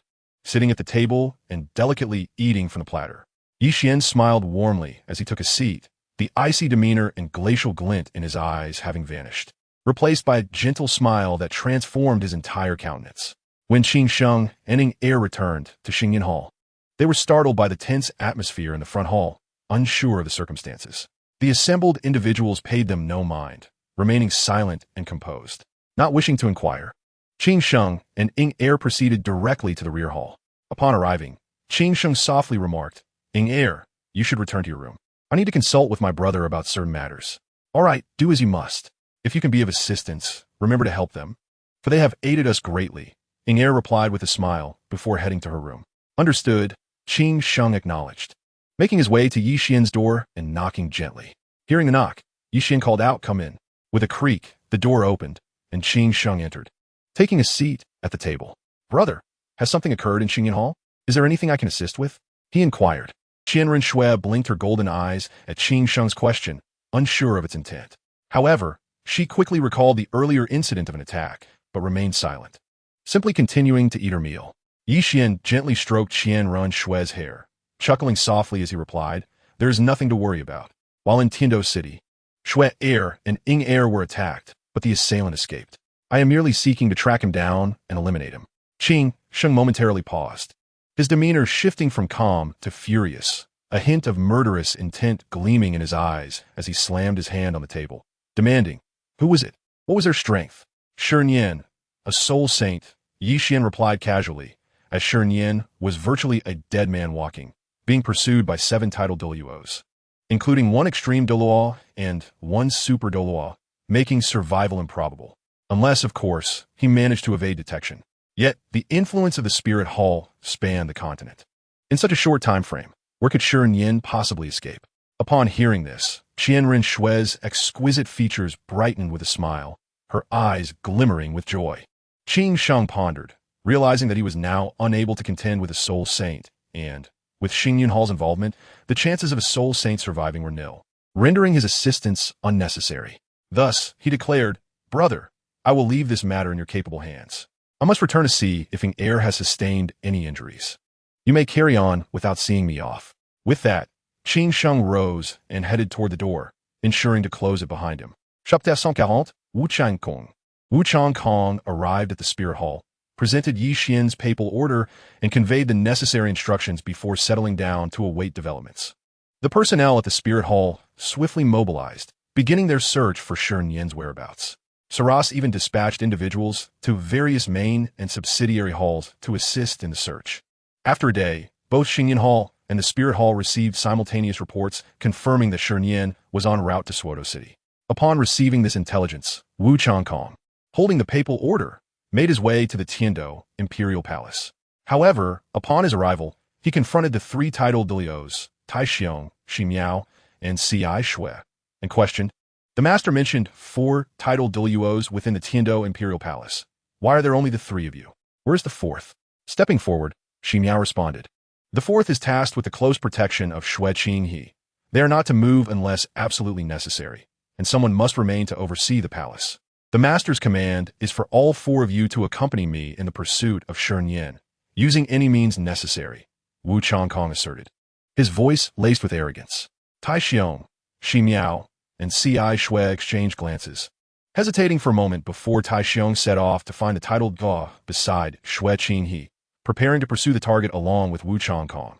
Meanwhile, those who were soul saints and above within the Starfall Palace also exited, heading towards Suodo City, including the titled Ga Yin and the limit Douluo Yishi Shui. Furthermore, Yi Xian had explicitly stated that whoever could eliminate Shernyan would be rewarded with 2 exceptionally fine 10,000-year soul bones. This reward was undeniably substantial, enticing not only the soul saints and soul Douluo, but also the titled Douluo Yin. Yin vividly recalled that during the last auction, Yi Xian had spent a fortune to acquire a piece of the Qingyu Phoenix soul bone. The Qingyu Phoenix, being a fire attribute, harmonized perfectly with her martial soul. The flame cat eagle, securing it would undoubtedly elevate her power by at least a level. In the pavilion of the rear hall, Yi Xian and Qian Shui sat cross-legged, engrossed in their cultivation.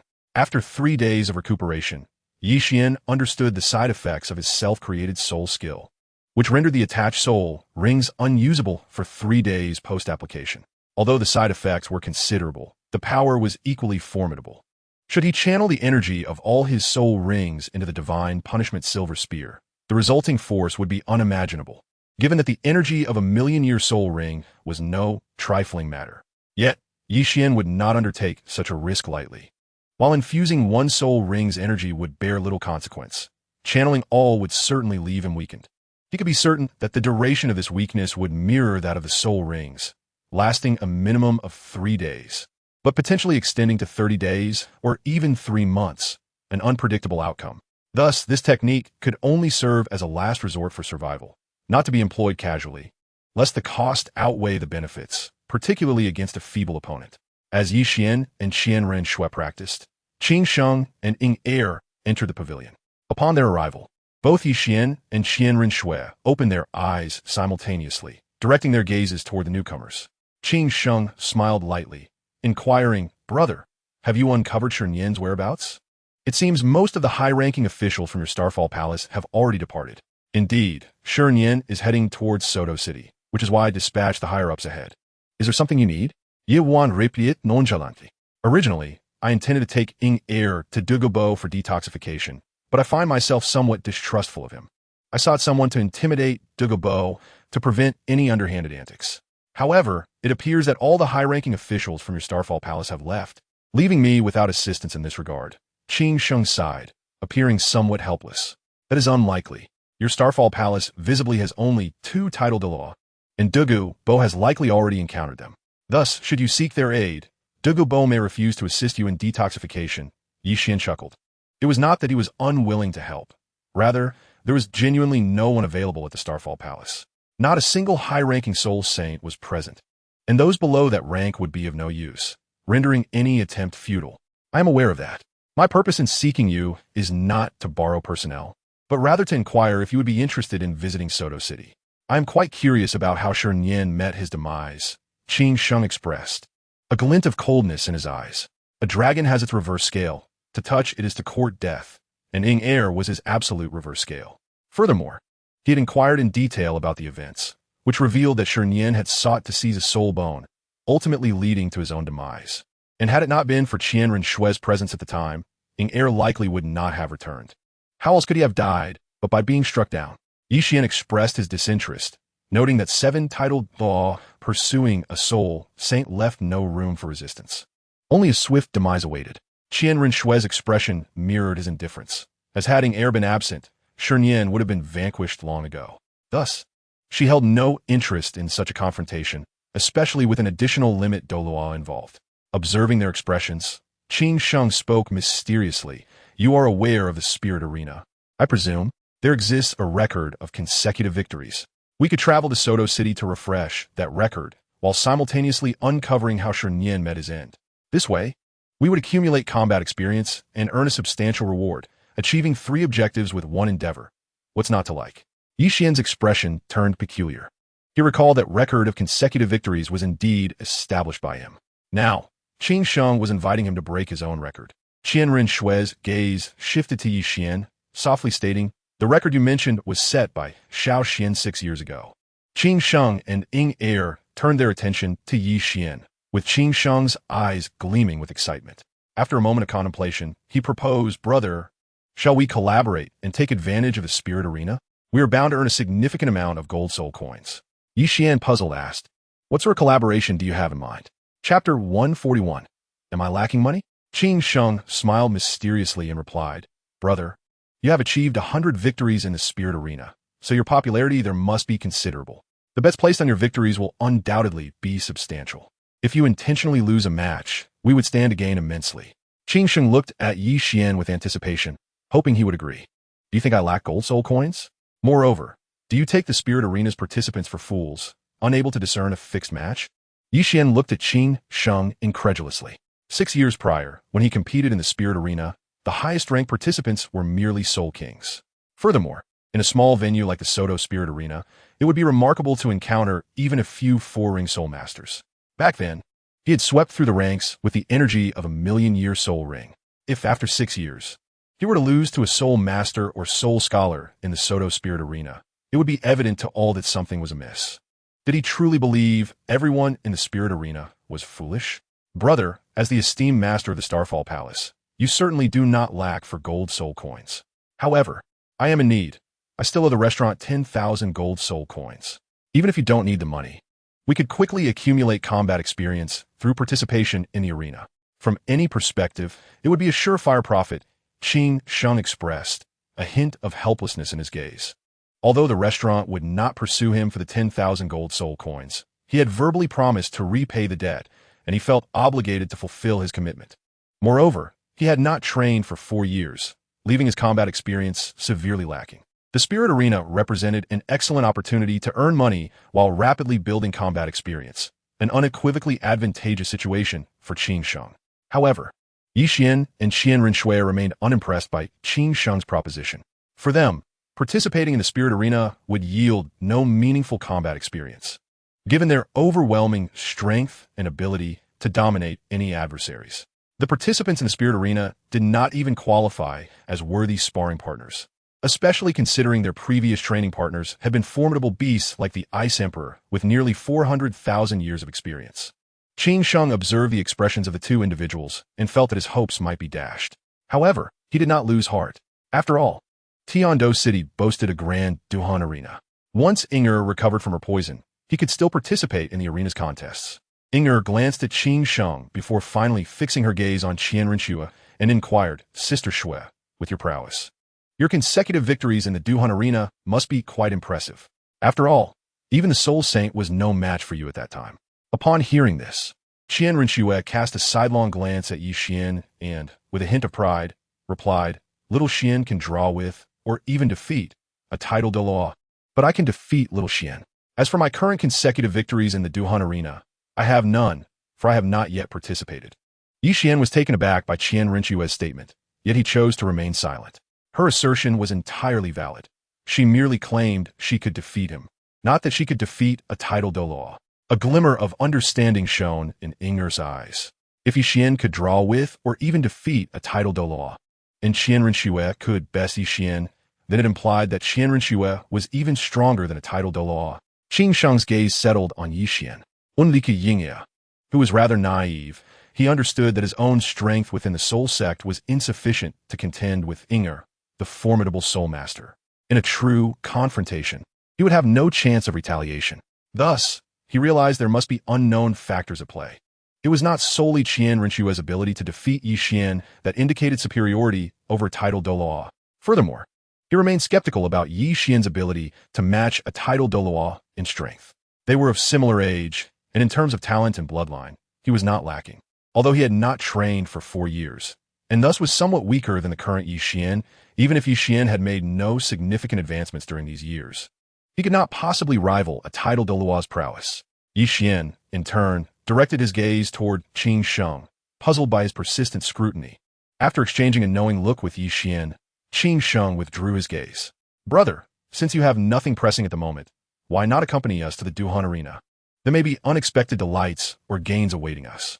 Qin Sheng made one last attempt. If Yi Xian and Qian Renshue were still unwilling to go, he would abandon his plans to visit Suatoa City. If any unforeseen circumstances arose during the journey, he was confident in his ability to protect himself. But safeguarding Inger would undoubtedly be beyond his capabilities. "Very well, since we have no pressing matters, a visit to Suatoa City would be agreeable," Yi Xian stated. Glancing at Qian Renshue, his eyes filled with inquiry. Upon meeting Yi Xian's gaze, Qian Renshue nodded gently and stood ready, as traversing a spatial rift was far more convenient than taking a carriage. Yi Xian smiled lightly, opened a spatial rift before him, and stepped through it alongside Qian Renshue. Qin Sheng and Inger, having experienced the previous journey, followed without hesitation into the rift. Outside Suatoa City, in a silent forest, an elderly man clad in a black robe was fleeing rapidly. Behind him, powerful soul saints and titled Douluos from the Xingyun Hall pursued relentlessly. Yi Shui and Lai Yin hovered in mid-air, leisurely following, as though toying with a mouse. "Visal Master, are you not going to strike him down?" Lai inquired. "He is worth 2 soul bones. After all, I'm uninterested. He lacks the strength to warrant my involvement," Yi Shui replied coolly, gazing down at the elderly man with no intention of intervening. "Since you find him unworthy, I shall not hold back. After all, he is equivalent to 2 exceptionally high-quality 10,000-year soul bones," Lai Yin remarked with a faint smile, his martial spirit, the fiery cat eagle, manifesting, and 9 soul rings shimmering beneath him. "You would do well to act swiftly, lest you miss your chance," Yi Shui advised nonchalantly, his gaze fixed on the elderly man. Lai Yan's attention shifted from the elderly man to the 5 figures hovering ahead in the air, quietly awaiting the elderly man's arrival. Each of these 5 individuals also possessed 9 soul rings beneath them.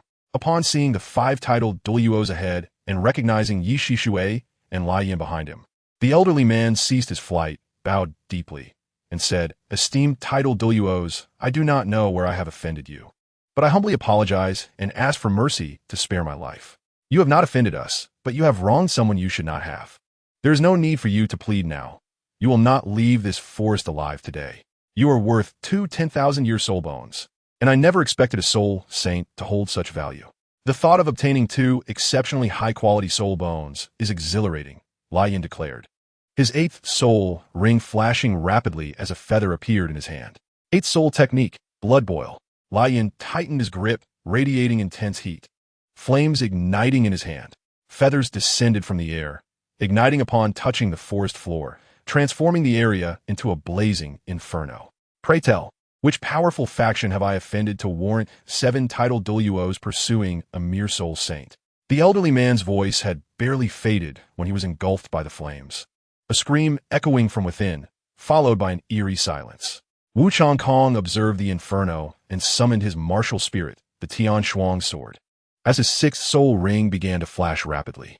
6th soul technique, frost condensation. Wu Changkong swung the sword, unleashing a deep blue light that surged forth, colliding with the flames and extinguishing them, leaving a trace of frost upon the forest floor. "My apologies, but it appears those 2 exceptionally high-quality soul bones will belong to me," Lai Yin chuckled, radiating joy and excitement. He was elated to have slain the elderly man himself and thrilled at the prospect of soon acquiring 2 high-quality 10,000-year soul bones. Tai Xiong, Xi Miao, Ci Shui, and others were oblivious to the matter of the soul bones and paid it little heed. Yi Shui glanced at the high-ranking members of Xingyun Hall who had just arrived, his voice indifferent as he stated, "Now that the matter is resolved, it is time for us to return to the Xingyun Hall." With that, Yi Shui waved farewell to the gathered crowd and led them back toward the Xingyun Hall. Wu Changkong followed suit, being a member of the hall himself. Now that the situation had concluded, it was only natural for him to return. In the forest, only Tai Xiong, Shi Miao, Ci Shui, and a burly middle-aged man remained. After exchanging glances, Shi Miao spoke. The young master sent someone with the Pope's order to summon the 4 of us from the Tiando Imperial Palace. It cannot merely be to hunt down a soul saint. Who knows? Regardless, the matter is over. And we might as well take a breath of fresh air in Suatawa City before returning to the Tiando Imperial Palace. Sishue paid no mind to the matter, as it was already resolved, rendering it irrelevant to him. It was the perfect opportunity to breathe fresh air in Suatawa City, for staying within the confines of the Tiando Imperial Palace was rather stifling. Upon hearing this, Tai Xiong's gaze fell upon the robust middle-aged man, and he inquired, "Old Wang Ba, what do you think of Sishue's proposal?" The middle-aged man, upon hearing Tai Xiong's words, could not help but twitch his lips, his expression darkening. Shimiao and Sishue both cast their eyes skyward, stifling their laughter, pretending they had seen and heard nothing. After a moment, the middle-aged man's somber voice broke the silence. Tai Xiong, let me reiterate, my martial soul is that of a tortoise, a spiritual tortoise, and my title is also spiritual tortoise. So tell me, what distinguishes a tortoise from a Wangba? Aren't they both merely hard-shelled creatures with 4 claws? What's the difference? Tai Xiong looked at the spiritual tortoise with a curious gaze, wondering where the distinction lay. Forget it, I won't stoop to your level. I suspect that when you achieved your title, you must have exchanged your intellect for it, for otherwise. It's inconceivable that your mind would consistently lack a strand of reason. After finishing his words, the spiritual tortoise turned away and headed towards Suatawa City. Finding merit in Sishue's earlier suggestion, Shimiao, suppressing his amusement, spoke up, Tai Xiong, allow me to enlighten you on the differences between a tortoise and a Wangba. Firstly, the shell of a tortoise is harder than that of a Wangba, and tortoises lack teeth, exhibiting more docile temperaments. In contrast, Wangba possesses teeth, can extend its neck considerably, and exhibits a degree of aggressiveness. Tai Xiong stroked his chin thoughtfully, remarking, thus, considering his irritable nature, it seems his martial soul is indeed a Wangba. Upon hearing this, the spiritual tortoise momentarily halted, his expression darkening as he repeatedly chanted in his heart, calm, calm. I cannot match him in strength. I must remain composed. He reminded himself of his mental deficiency, resolving not to engage in banter with him. In Suatawa City, within the Suatawa Great Soul Arena, Qin Sheng and Ying Er were registering their competition details, while Yi Xian and Qian Renshue waited nearby, adorned with intricately designed masks. After completing the registration, Qin Sheng pointed towards Yi Xian and said, he is my brother. He will provide the funds shortly. With that, Qin Sheng took Ying Er by the hand and departed. Yi Xian paid little heed.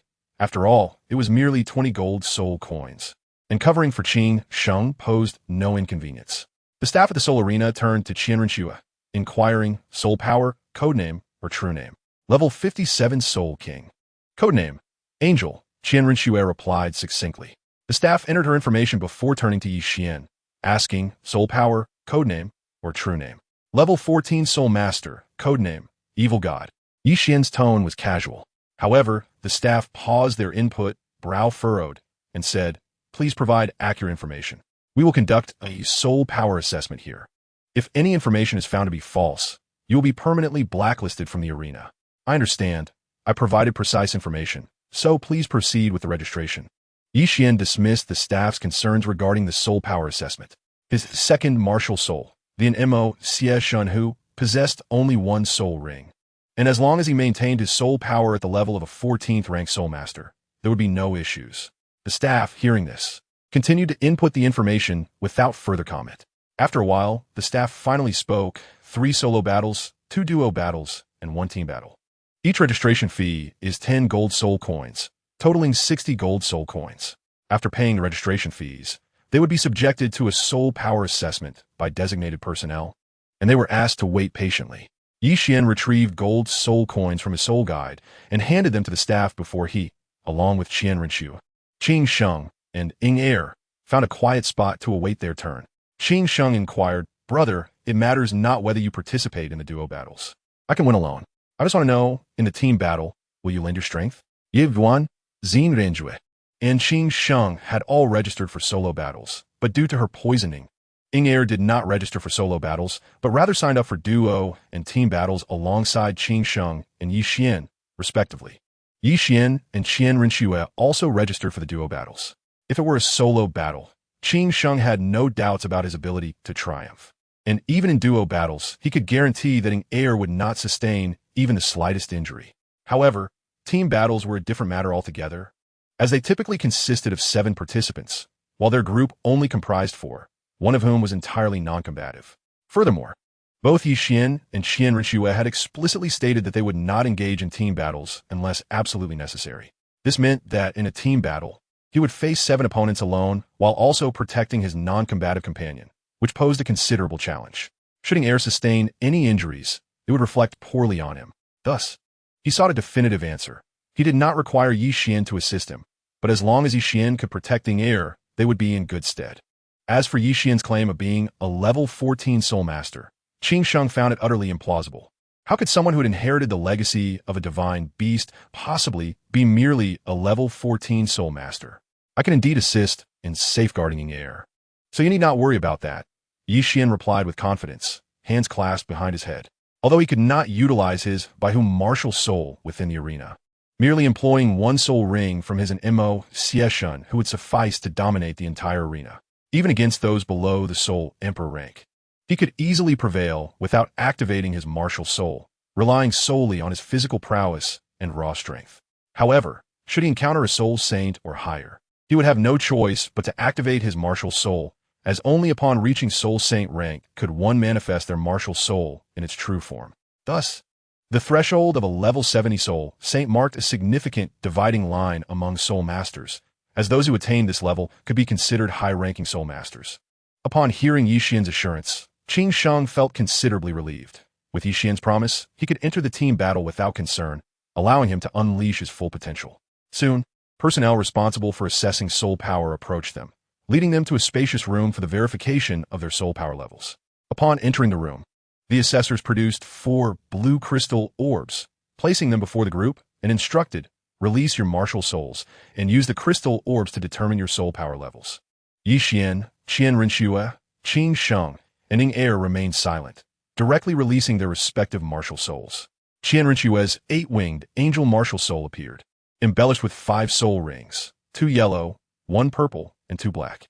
Qin Sheng's azure dragon martial soul manifested, adorned with 4 soul rings, 2 yellow and 2 purple.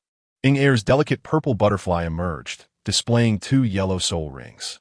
Upon releasing the Mo Xieshun, Qian radiated with a singular red soul ring. Standing out strikingly in the room, Qin Sheng, IKneeled, and the personnel assessing soul power all stared, astonished at the sight of Qian's soul ring, the first ring being a 100,000-year-old soul ring, an unprecedented occurrence. Qin Sheng was certain that this was by no means the Bai Hu Han. From this, it could be inferred that Qian's soul power was undoubtedly substantial. Otherwise, he would not have been able to acknowledge the immense energy contained within a 100,000-year soul ring. Upon noticing the gazes of others, Qian chose to disregard them, as the 100,000-year soul ring was merely a routine affair. Within his body, he still had 9 energies sealed during the sacrifice of the evil Sacred King, which had not yet been released. Otherwise, his soul ring would undoubtedly exceed 100,000 years. However, his physique was currently unable to withstand such vast energy. Hence it remained unreleased. Qian's attention shifted to the Wuhan behind IKneeled. This Wuhan was the Yifeng Dai, adept in speed and poison attributes. Although its quality was not particularly high, it was also not low, falling within the realm of superior Wuhans. Upon awakening, its innate soul power ranged between levels 7 to 9, qualifying it as a genius among ordinary soul masters. However, due to her poisoning, her soul power was only that of a second-ring soul master. Soon, the crowd retracted their gazes and began to test their soul power using the crystal balls in front of them. Qian precisely controlled his soul power at level 14 and infused it into the crystal ball. The individual responsible for testing the soul power levels held 4 documents, meticulously comparing them. After confirming there were no discrepancies, he spoke, "There are no issues with the information you provided. Are you certain you wish to participate in the team battle? Your numbers are insufficient, and the disparity in soul power levels is significant. Participating in a team battle would be quite disadvantageous for you. It's quite all right. Just arrange for us to enter the battle arena. We are determined to participate in the team battle." Qin Sheng waved his hand dismissively. Among the 4 of them, except for IKneeled, the others were capable of fighting beyond their ranks. One individual could easily contend against several of the same level, so Qin Sheng paid no heed to the staff's concerns. Especially with Yi Xian's display of the 100,000-year soul ring, Qin Sheng felt even more assured. With a 100,000-year soul ring, there would certainly be a corresponding 100,000-year soul bone, thus eliminating any possibility of defeat. Very well. You may come to the battle arena at any time to participate in the competition. I wish you good fortune, the staff member concluded, gesturing for them to proceed. Yi Xian, Qian Renxue, Qin Sheng, and Ing Er immediately exited the room, heading towards the battle arena. They still intended to participate in the competition, but first, they planned to explore the city of Suotawa. As the four traversed the streets of Suotawa City, they noted that its vibrancy paled in comparison to Tiando City and Wuhuan City. The flow of people on the streets was less dense. Yet the vendors along the roadside were still bustling. Yi Xian and Qian Renxue removed their masks and stored them in their soul-guiding devices, as there was no need to wear them when not participating in the battle. By midday, Qin Sheng touched his stomach and remarked, "Brothers, we are set to compete in the battle tonight. Can we find a place to sit and grab a bite to eat? After all, I will be the main force in the fight this evening." Sounds as if I coerced you into participating in the battle. Yi Xian glanced at Qin Sheng. Yet they still sought out a restaurant to enter. The restaurant's decor was quite ordinary, with very few patrons. Only 3 young boys were present. The 4 found an empty table, and Yi Xian picked up the menu, ordering a few dishes that Qian Renxue enjoyed before tossing the menu to Qin Sheng, indicating he could order as he pleased. After flipping through the menu and noticing the reasonable prices, Qin Sheng selected a few items and awaited their arrival in silence. Yi Xian closed his eyes to recuperate his soul power, having traveled through a spatial rift. The distance from the Xingyun Hall to Suotawa City was considerable, and opening such a distant rift had drained a significant amount of his soul power. Thus he needed to recover. At a nearby table, a chubby boy observed Yi Xian and his companions, exclaiming, "Dalu, I thought your face was already quite effeminate, but I never expected to encounter someone with an even more effeminate visage today. Ma Hongjun, it seems your skin is itching. If you can't speak, then just keep your mouth shut. No one will mistake you for mute." Dai Mubai's gaze was similarly fixed on Yi Xian and his group, though he primarily focused on Qian Renxue and Ing Er. "Xiao Ao, you ought to be mindful of your image and not stare too long," Ma Hongjun cautioned, his eyes lingering on Qian Renxue and Ing Er as well. "I feel they look somewhat familiar, as if I have seen them before, but I can't quite recall from where," Oscar mused, stroking his chin in contemplation. "But Xiao Ao, just because they're beautiful does not mean they look familiar. That serves no practical purpose. Teacher Zhao has said that those who do not dare to stir trouble are mere mediocrities, so we must demonstrate through action." Ma Hongjun shot a glance at Oscar before returning his focus to Qian Renxue and Ing Er, as they spoke without any pretense. And with only their tables occupied in the restaurant, Yi Xian and his companions clearly overheard their conversation. Qian Renxue and Ing Er felt the weight of their gazes, but chose to ignore them, each lost in their own thoughts. Qin Sheng took out a flask, took a sip, and, after glancing at them, turned his attention back elsewhere. Yi Xian remained in a meditative state, seemingly oblivious to the surrounding noise. Yet, within his consciousness, the voice of the evil, "I sacred king," echoed softly. "I sense the aura of my bloodline nearby. You may retrieve my bloodline, and I will use it to transform your eyes, granting you true evil eyes. Moreover, the stronger the individual wielding my bloodline, the mightier the resulting evil eyes will be. Why should I forcibly extract his bloodline when he hasn't provoked me? Since the stronger he is, the better the transformation. It would be wise to let him continue developing before revisiting this matter." Yi Xian replied in his mind, not overly concerned. If the effectiveness improved with strength, he could allow the individual to grow gradually. As for the transformation of the evil eyes, that could be addressed at a later time. After a moment, Ma Hongjun, noticing Dai Mubai's lack of action, asked, "Dai Lauda, aren't you going to make a move? Those 2 beauties are quite rare in all my life. I've never seen such beauty.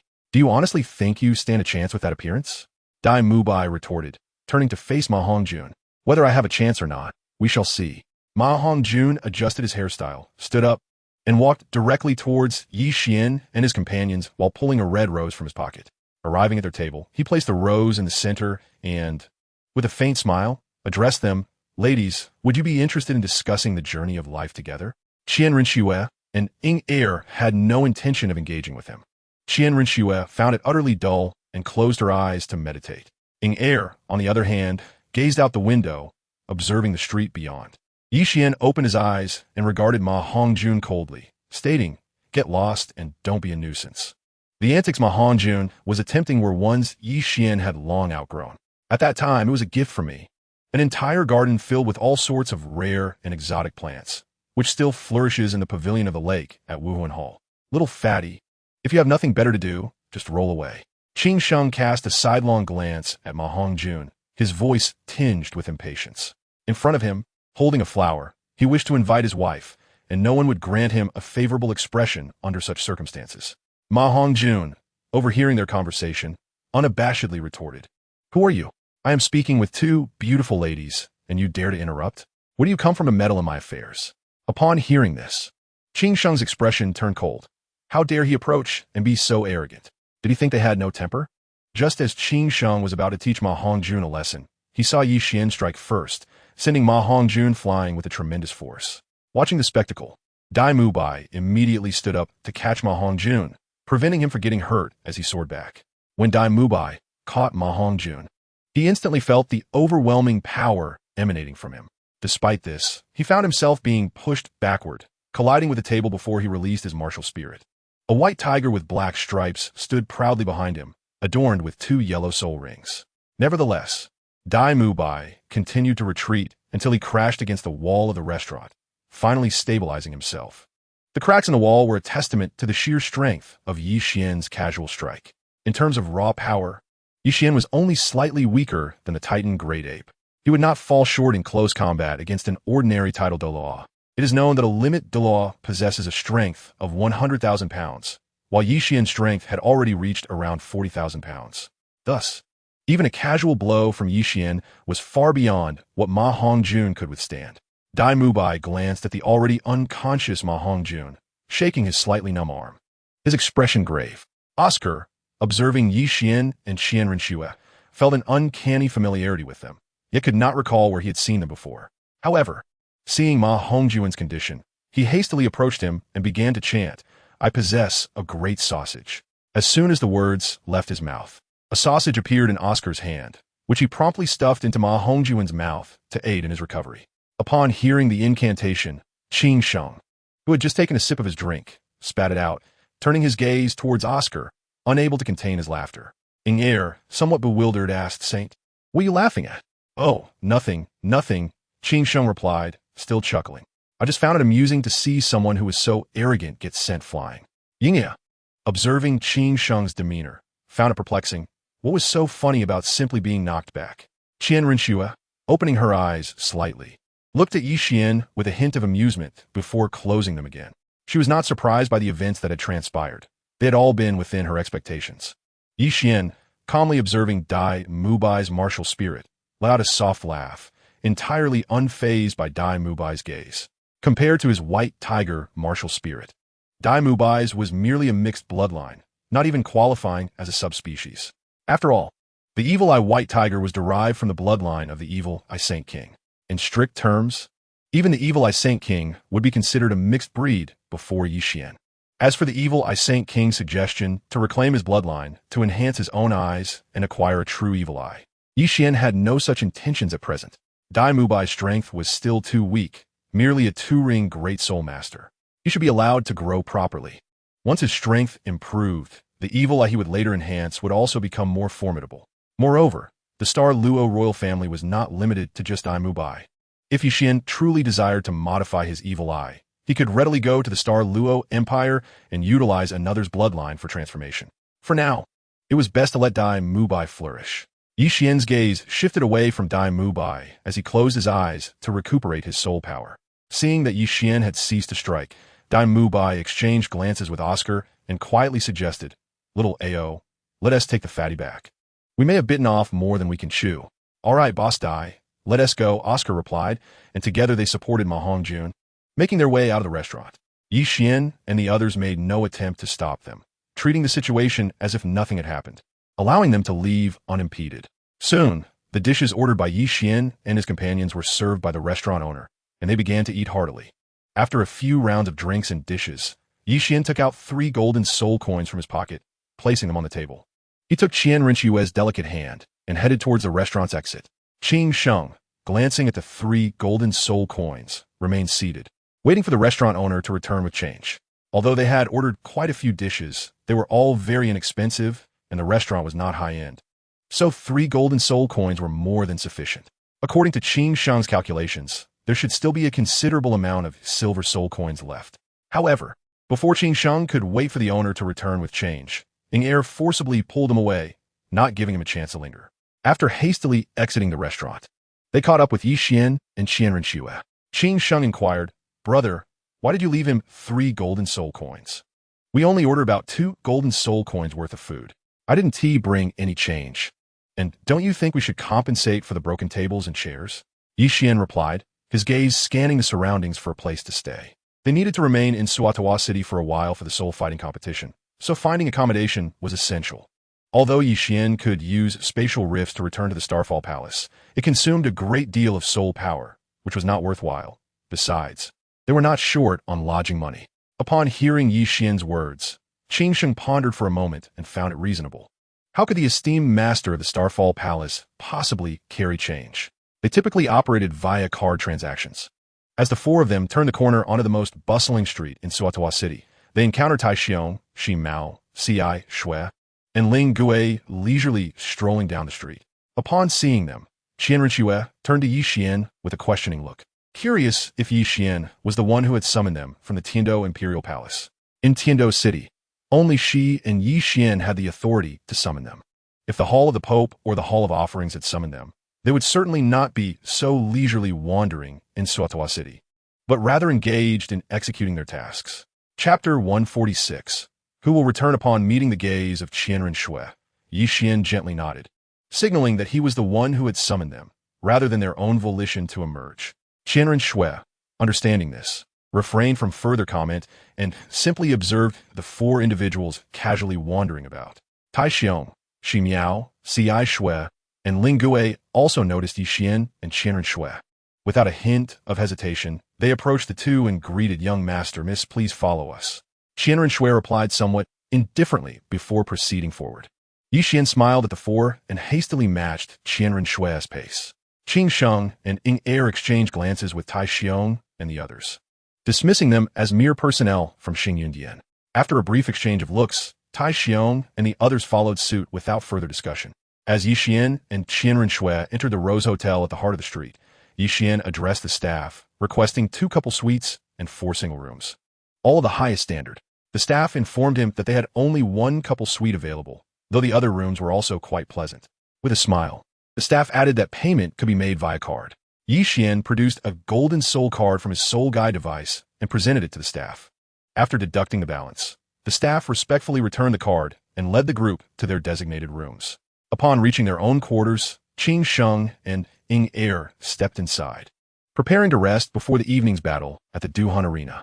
Meanwhile, Tai Xiong, Xi Miao, Ci Shui, and Ling Gue followed Qian and Qian Renshue into their room. Once inside, Qian Renshue seated herself on a bed, directing her gaze at the 4 men, while Qian reclined, using her lap as a cushion, inhaling her faint fragrance and feeling quite at ease. Qian Renshue paid no mind to Qian's actions and focused on the 4 men, inquiring, "Since you have all emerged, who remains at the Tiando Palace?" "Miss, only the 4 of us who are titled law are at Tiando Palace. After we left, no one of that rank remains to oversee the palace," Tai Xiong replied promptly. "Moreover, we came out at the young master's behest, not of our own accord." "And have you completed the tasks assigned by Xiao Xian?" Qian Renshue's gaze swept across the 4, her tone rather neutral. "Miss, we have fulfilled the young master's instructions." Ci Shui responded with a respectful bow. "Given that you have completed the tasks, why do you not return to Tiando Palace, instead of wandering about Soto City? If any unforeseen events were to occur in the palace during your absence, how would you address them?" Qian Renshue's eyes fixed on the 4 men. It was unnecessary for all of them to remain in the palace. 1 person would suffice. Yet, after completing their tasks, all 4 had chosen to wander around. Should any unexpected situation arise, who would be left to manage it? Tai Xiong, Xi Miao, Ci Shui, and Ling Gue exchanged silent glances upon hearing Qian Renshue's words, each remaining mute. They had not considered such a scenario. In their eyes, the entirety of Tiando City was under the control of the Wuhuan Hall. What could possibly happen? Furthermore, With the presence of Wuhuan Hall within the city and Xingyun Dian outside, any unexpected occurrences seemed improbable. If it were a matter of handling affairs, the four of them together could not compare to the current Xue Qinghe. After all, Xue Qinghe had been managing the affairs of the Tiando Empire for 6 years, making him quite adept at navigating such matters. After a prolonged silence, Qian Rinxue noted their lack of response and waved her hand, stating, Tiando Palace cannot be left without oversight. Therefore, one of you must return to the palace to maintain order. The others may enjoy a few days of relaxation in Soto City before returning. As for who that will be, you may decide among yourselves. You may now leave. Yes, miss, they replied in unison before promptly exiting the room. Once outside, Tai Xiong, Xi Miao, and Xue directed their gazes toward Ling Gue. Their meaning clear. He should return to Tiando Palace to oversee it. Ling Gue, catching their looks, immediately protested. What do you mean? I too have only just managed to come out. Ever since I was dispatched here by His Holiness 6 years ago, I have scarcely left Tiando Palace. Now that I finally have a chance to relax, you cannot possibly expect me to return to oversee the palace. Old Turtle, we do not wish for you to return, but we have no choice. Xi Miao and I were originally dispatched to ensure the Mrs. safety. However, with no one to protect her now, we have a duty to remain at her side. Xue replied, his voice tinged with regret. Tai Xiong brandished the elder token from Xingyun Dian, asserting, I too bear the responsibility of safeguarding the young master, and I have not yet completed the tasks assigned to me, so I cannot return to Tiando Palace. A smug expression adorned Tai Xiong's face. Now armed with the elder token, he had ample justification for not returning to the palace. Although the palace environment was pleasant, after 6 years of continuous surveillance, it would inevitably become monotonous, especially while constantly concealing one's identity. None of them wished to return at that moment. They preferred to unwind before resuming their posts at Tiando Palace. If it's merely a matter of ensuring the young master and Mrs. safety, I, Ling Gue, am fully capable of fulfilling that role. You may all return to Tiando Palace and continue enjoying your lives while overseeing the palace. Ling Gue dismissed Tai Xiong's claim, focusing his attention on Xi Miao and Xue. Old Turtle, you should indeed return to Tiando Palace. We were specifically dispatched by the Grand offering to ensure the Mrs. safety, a task you were not suited for. Xi Miao chuckled, amusement evident in his eyes. Chapter 147. The moment to earn. Ling Gue regarded Xi Miao and Xue for a moment before finally conceding, alas, it seems I must return to Tiando Palace to oversee matters. After all, you will eventually have to return, and I am merely returning a few days ahead of you. Without waiting for a response from Tai Xiong, Xi Miao, and Xue, Ling Gue turned and strode purposefully toward the exit of the hotel. Tai Xiong, Xi Miao, and Xue exchanged smiles as they watched Ling Gue depart, showing no intent to stop him. Returning a few days later was certainly preferable to going back immediately. Inside the room, Qian Rinxue observed Yi Xian resting on her lap and playfully tapped him, saying, Xiao Xian, you still have not risen. Why should I? I feel quite comfortable, Yi Xian replied with a gentle smile, showing no inclination to move. Isn't your soul power considerably depleted? You should recover a bit before the Duhan competition tonight, Qian Rinxue urged, her gaze fixed on Yi Xian. The Duhan competition would primarily feature Qing Sheng. Moreover, if I were to take action, would I even need to utilize my soul power? Yi Xian chuckled, still showing no intention of rising. Then you may remain in that position, Qian Rinxue remarked with a sidelong glance, reclining on the bed, allowing him to rest upon her lap. Observing this, Yi Xian blinked, and as he was just lifting himself from Qian Rinxue's legs, he swiftly wrapped his arms around her, gazing upon her exquisite visage and softly stating, Schwerer, we are to partake in the soul fight competition tonight. Thus we may now engage in activities beneficial to our physical and mental well-being. Wait, Xiao Xian, it is still daytime. Let us postpone until the evening, Qian Rinxue replied. Engaging in such activities during the day feels somewhat inappropriate. Yi Xian, however, was not listening to her words as he focused on her alluring lips and leaned in for a kiss. Later that night, Yi Xian and Qian Rinxue had just settled into sleep when a knock resounded at the door. Yi Xian, glancing at the weary Qian Rinxue in his embrace, inquired, Is there something you need? If it is urgent, we can discuss it tomorrow. If not, you may leave now. After speaking, he repositioned himself comfortably with Qian Rinxue and prepared to sleep, disregarding the knocker outside. Qian Rinxue nestled closer to Yi Xian, also ignoring the commotion at the door, and closed her eyes, drifting into a deep slumber. Outside, Qing Sheng, having heard Yi Xian's voice, felt somewhat speechless. They had agreed to head to the Soul Fight arena tonight. Yet this was the current situation. What did he mean by discussing urgent matters tomorrow and leaving if there was none? After a moment of contemplation, Qin Sheng decided not to knock again and instead turned back toward his own room, reasoning that it was merely a soul fight competition, and they could attend tomorrow just as well. The next day, around noon, Qin Sheng was preparing to knock on Yi Qian and Qian Renchue's door when he noticed it swing open. Yi Qian, with damp hair indicative of having just bathed, emerged. Fixing his gaze on Qin Sheng, he remarked, "It is merely a soul fight competition. Is there truly any need for such urgency?"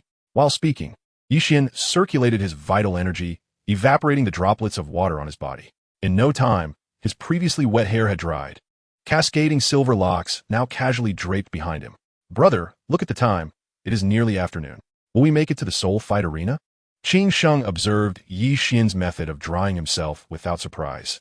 It was merely a technique of utilizing vital energy, as long as one possessed a vigorous vital force.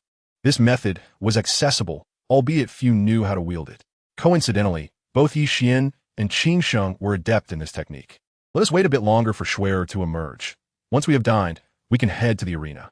Alternatively, you may proceed to the arena first without waiting for us, Yi Qian suggested, stretching lazily, the sound of cracking joints echoing as he reveled in the comfort of his body.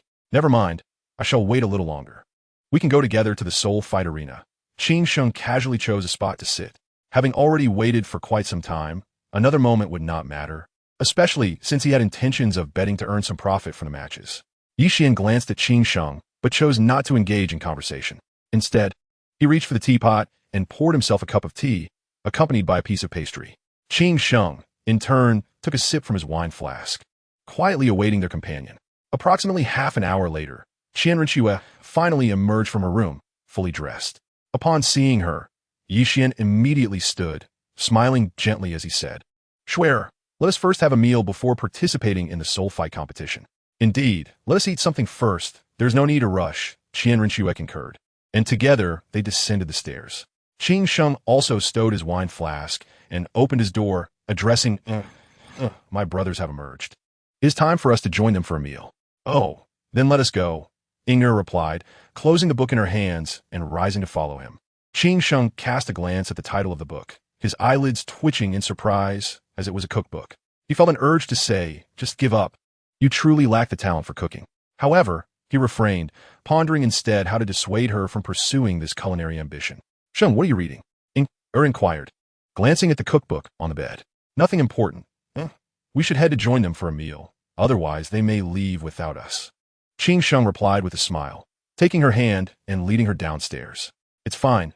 I can cook for you," Inger added, her eyes twinkling with a subtle smile. Upon hearing this, Qin Sheng felt an increasing sense of foreboding, almost certain that Inger had concocted yet another new dish. As for its taste and safety, that was another matter entirely. Gazing at Inger, Qin Sheng remarked, "Inger, you should learn to use poison rather than squander your talents on cooking." Hearing Qin Sheng's words, Inger looked at him with a mixture of surprise and confusion, responding, "Sheng, I am currently poisoned. How can you claim I have a talent for poison? Of course, your martial soul, Zi Yifeng Dai, possesses poison attributes. How could you possibly lack the talent for using poison?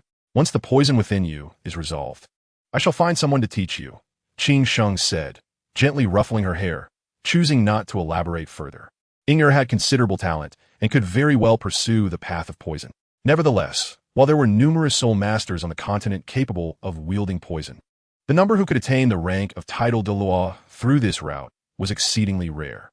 Inger simply nodded in acknowledgement without further comment, though a contemplative expression flickered in her eyes. As Qin Sheng and Inger exited the hotel, they spotted Yi Qian and Qian Renchue leisurely dining at a restaurant across the street, their meal unhurried. Behind them stood Tai Xiong, Xi Miao, and Ci Shui, further confirming to Qin Sheng that these three were indeed affiliated with Xing Yundian. Qin Sheng took Inger's hand and approached Yi Qian and Qian Renchue's table, sitting down and immediately digging into the array of dishes before him. Tai Xiong, Xi Miao, and Ci Shui, noticing no change in Yi Qian and Qian Renchue's demeanor, did not intervene in Qin Sheng and Inger's actions. After a hearty meal, the group made their way to the soul fight arena, prepared to participate in the competition. Upon arrival, they did not venture into the central area, as entry required one S badge to be at least of gold rank. Their badges had only just been registered, rendering them ineligible for the central area. Although Yi Xian could gain entry, he had no intention of doing so. The outcome was essentially the same, as he could swiftly defeat opponents regardless of location. Seated in a private box, Yi Xian leisurely sampled a pastry while his gaze was fixed on the competition stage. His attention was not on the contestants, but rather on a screen above the stage, which displayed only a name and 4 characters. Contestant, Bai Hu, Bai Seng Juan Qi. Qing Sheng gazed at the names displayed on the screen and spoke. Brother, it seems your popularity in the Duhan arena is undoubtedly high. Even those who have never witnessed your matches would likely be familiar with you. In the Duhan arena, possessing sufficient strength makes it quite effortless, even simple, to gain fame and accumulate popularity. While speaking, Yi Xian savored the pastries in his hand, finding them quite delightful. He then reached out to offer a piece to Qian Renshue, saying, "Schwer, these pastries are quite delicious. Would you care to try some?" Qian Renshue slightly parted her lips and took a bite of the pastry offered by Yi Xian. After tasting it, she remarked, "Indeed, these pastries are quite good. If they were not tasty, I wouldn't have offered them to you," Yi Xian responded, placing the remaining pastries into Qian Renshue's mouth and gently wiping the crumbs from her lips. Upon hearing both of them express their approval of the pastries, Qing Sheng reached out to take one for himself and tasted it. Inger, sitting beside him, inquired, "So how does it taste?" "It has a subtle fragrance and is quite enjoyable, though it is not suitable to accompany wine," Qing Sheng replied. "Inger, you should try some as well." He glanced at the nearly empty tray, grabbing one of the last pieces. Yi Xian picked up the final piece and brought it to Qian Renshue's lips. She shot him a glance, but did not refuse, opening her mouth slightly to take a small bite. Qing Sheng tossed the pastry into his mouth, picked up the wine jug, and swallowed the combination of wine and pastry. After a moment, he stowed the jug away and commented, "Indeed, this pastry is not ideal to consume with wine." Inger remained silent, her gaze fixed intently on Qing Sheng, lost in thought. Meanwhile, standing behind Yi Xian and Qian Renshue were Tai Xiong, Xi Miao, and Ci Shui, who were quietly exchanging observations. Ci Shui whispered to Tai Xiong, "Have you discerned anything? Such a simple matter. How could I, Tai Xiong, possibly miss it?" Tai Xiong replied with a disdainful glance at Ci Shui, quickly retracting his gaze. "You can see it. Then it seems you are not as one-track-minded as others say," Xi Miao remarked, stroking his chin in surprise. "Weren't you just pondering over his wine jug?" However, the wine he is drinking does indeed exude a rich aroma. It appears to be an old vintage. Tai Xiong noticed the astonished expressions of Xi Miao and Ci Shui as they regarded him, and inwardly chuckled, realizing they had been observing Qing Sheng while he held only a piece of pastry and a wine jug. He assumed they were interested in the jug and attempting to persuade him to acquire it. "Tai Xiong, I take back what I just said. I now firmly believe you are indeed lacking a few screws," Xi Miao stated before dismissing Tai Xiong from his thoughts. Ci Shui nodded in agreement, noting how Tai Xiong's focus differed entirely from theirs. While they were concerned about the person, Tai Xiong fixated on Qing Sheng's wine jug. Upon noticing Inger's unwavering gaze, Qing Sheng inquired, "Inger, what is it? Why do you keep staring at me?" "Nothing. My eyes are perfectly fine," she replied, averting her gaze and casually choosing a seat. Qing Sheng paid little mind to it, assuming Yi Xian would leave the last piece of pastry for himself, only to discover that Yi Xian had no intention of doing so. After Qian Renshue finished her pastry, Yi Xian poured a cup of tea and placed it before her. At that moment, the host's voice rang out, announcing, "Now, please welcome the Qinglong contestant." Hearing this, Qing Sheng smiled and walked towards the box exit, preparing to head to the competition stage for the Duhan.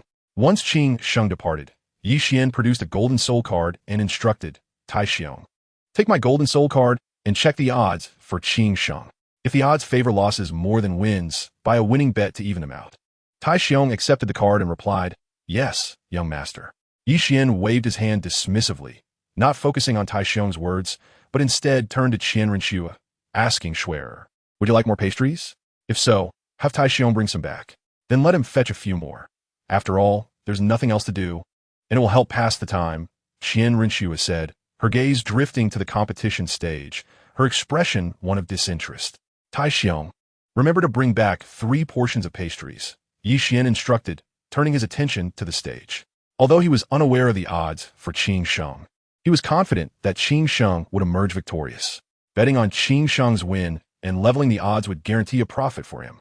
"Tai Xiong, upon receiving Yi Xian's instructions, exited the box and immediately retrieved his own golden soul card to place a bet. With both the young master and Miss participating in the Duhan match, betting on a win was a surefire way to earn money, as no one at their level could possibly rival them. Thus, betting on a win essentially equated to a windfall.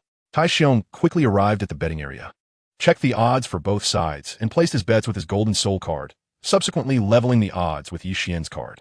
Once everything was settled, he returned with a smile, carrying 3 portions of pastries towards the box. On the competition stage, Qin Sheng faced his opponent, feeling a long-lost sense of battle fervor. To honor his adversary, Qin Sheng released his Qinlong martial spirit, with 4 soul rings shimmering in hues of yellow and purple. Qin Sheng, martial spirit Qinlong. Level 43, attack type, 4 ring soul master. Qin Sheng posed a starting stance before his opponent. Wang Zhong, martial spirit Chua Yuan, level 47 attack type, 4 ring soul master. Wang Zhong similarly unleashed his martial spirit and announced his level. However, a hint of gravity shadowed his expression. Despite possessing a 4-level advantage in soul power over Qin Sheng, he felt an innate pressure emanating from Qin Sheng's martial spirit. This oppression limited his full strength from 10 to merely 8, leaving him aware that this opponent was formidable. If he wished to prevail, he would need to exert his utmost effort. Otherwise, his chances of victory would be exceedingly slim. The host, witnessing both competitors readying themselves, declared, "It appears both sides are prepared. Therefore, the match officially begins." As the host's words echoed in the arena, Wang Zhong charged towards Qin Sheng, leaping high into the air, his right fist clenched tightly, soul power coalescing around it as he aimed a direct strike at Qin Sheng. Observing the approaching fist, Qin Sheng quickly devised a defensive strategy in his mind, assessing how his opponent would advance and how he should counterattack. He extended a palm to intercept Wang Zhong's incoming punch, leaning back as he did so. Wang Zhong instinctively charged towards Qin Sheng. However, this strike had long been anticipated by Qin Sheng, who effortlessly evaded the attack, leaving Wang Zhong's blow completely ineffective. Observing the wide opening before him, Qin Sheng seized Wang Zhong's fist with a sudden force. Taken by surprise, Wang Zhong leaned forward, and Qin Sheng's left fist swiftly struck towards his chest. With no opportunity to defend, Wang Zhong could only watch helplessly as Qin Sheng's fist collided with him. In the blink of an eye, a sharp pain surged through Wang Zhong's chest, and his body was sent flying backward, crashing heavily onto the ground. As he rose from the earth, Wang Zhong cast his gaze towards Qin Sheng.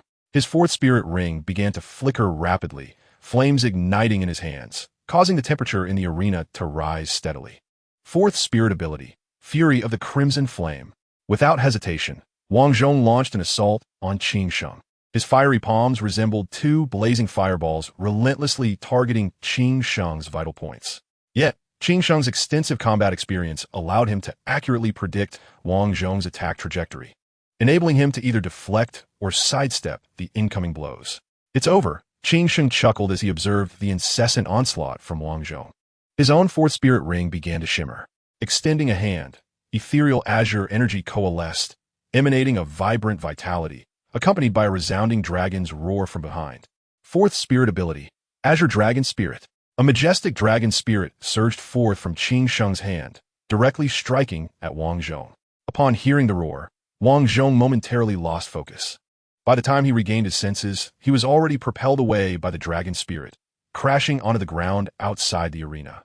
Qin Sheng, witnessing this, felt a twinge of disappointment as the fervor for battle that had briefly ignited within him dissipated. He had anticipated Wang Zhong to be a formidable opponent, only to realize he had overestimated him and somewhat underestimated his own strength. Fortunately, he had refrained from unleashing his full power. Otherwise, Wang Zhong would not merely have been ejected from the arena, but would likely have sustained serious injuries. The host, recognizing the clear victor, announced, "The winner of this soul battle is our Azure Dragon contestant." Upon hearing the host's words, Qin Sheng harbored no desire to linger in the arena. After taking a sip from his flask, he exited the battlefield, having completed his match and needing no further reason to stay. In the viewing box, Yi Xian and Qian Renxue observed the entire match unfold. Qian Renxue, savoring a pastry, remarked, "Qin Sheng's combat experience is indeed extensive, though his fighting style leans towards the conservative. Her own approach to combat involves a blend of defense and offense, with a ratio of 70% offense to 30% defense, allowing for a balance between the two. In contrast, Qin Sheng's method revolves around defending while seeking out his opponent's weaknesses, drawing them into his rhythm before counterattacking. In simpler terms, he first comprehends his adversary's attack patterns and identifies openings to exploit for a counterstrike. Though his style may seem cautious, as long as the disparity in soul power is not too great, Qin Sheng can gradually secure victory, as prolonged engagement reveals more weaknesses in his opponent, thereby increasing his own chances of success. Chapter 150. Instant Annihilation. Yi Qian, paying little mind to Qian Rinchue's commentary, understood that a fighter's style is largely shaped by their personality. Each individual possesses unique traits, which in turn cultivate distinct combat styles. Tai Xiong, go to the betting area and collect our winnings, Yi Qian said with a hint of amusement, embracing Qian Rinchue. Understood, young master, I'm on it, Tai Xiong replied, his face lighting up with a grin as he headed back to the box, eager to retrieve his modest wager, confident it would yield a small profit. Yi Qian and Qian Rinchue turned to see Tai Xiong's departing figure, with Qian Rinchue chuckling. I didn't expect Tai Xiong to place a secret bet. That's quite normal. Anyone who has reached the rank of title de law is no fool. Tai Xiong simply prefers to avoid overthinking, so it's not surprising he would discreetly wager. Yi Qian said with a smile, dismissing any concern. While Tai Xiong might seem simple-minded, he occasionally displayed flashes of cleverness. Behind them, Xi Miao and Shui exchanged glances, momentarily taken aback. They had been curious about Tai Xiong's previous laughter, only to discover he had secretly placed a bet to earn money. The fact that betting could yield profit had not crossed their minds, and they found it hard to believe that Tai Xiong, whom they regarded as straightforward, could conceive such an idea. After all, they believed their intelligence surpassed his without question, yet he had managed to come up with something they had not. If you wish to place a bet, feel free to do so. There's no need to linger behind us, Qian Rinchue said, gesturing for the two to leave. Yes, miss. They responded, finding a seat in the box without any intention of betting. After all, betting on others was far less appealing than wagering on their own young master in Mississippi. Supporting their own was surely a surefire way to profit. Soon, Qin Sheng and Tai Xiong entered the box together. Qin Sheng promptly seated himself beside Inger, wrapping an arm around her while indulging in pastries. Tivung aprurochit yuan, presenting a gold soul card.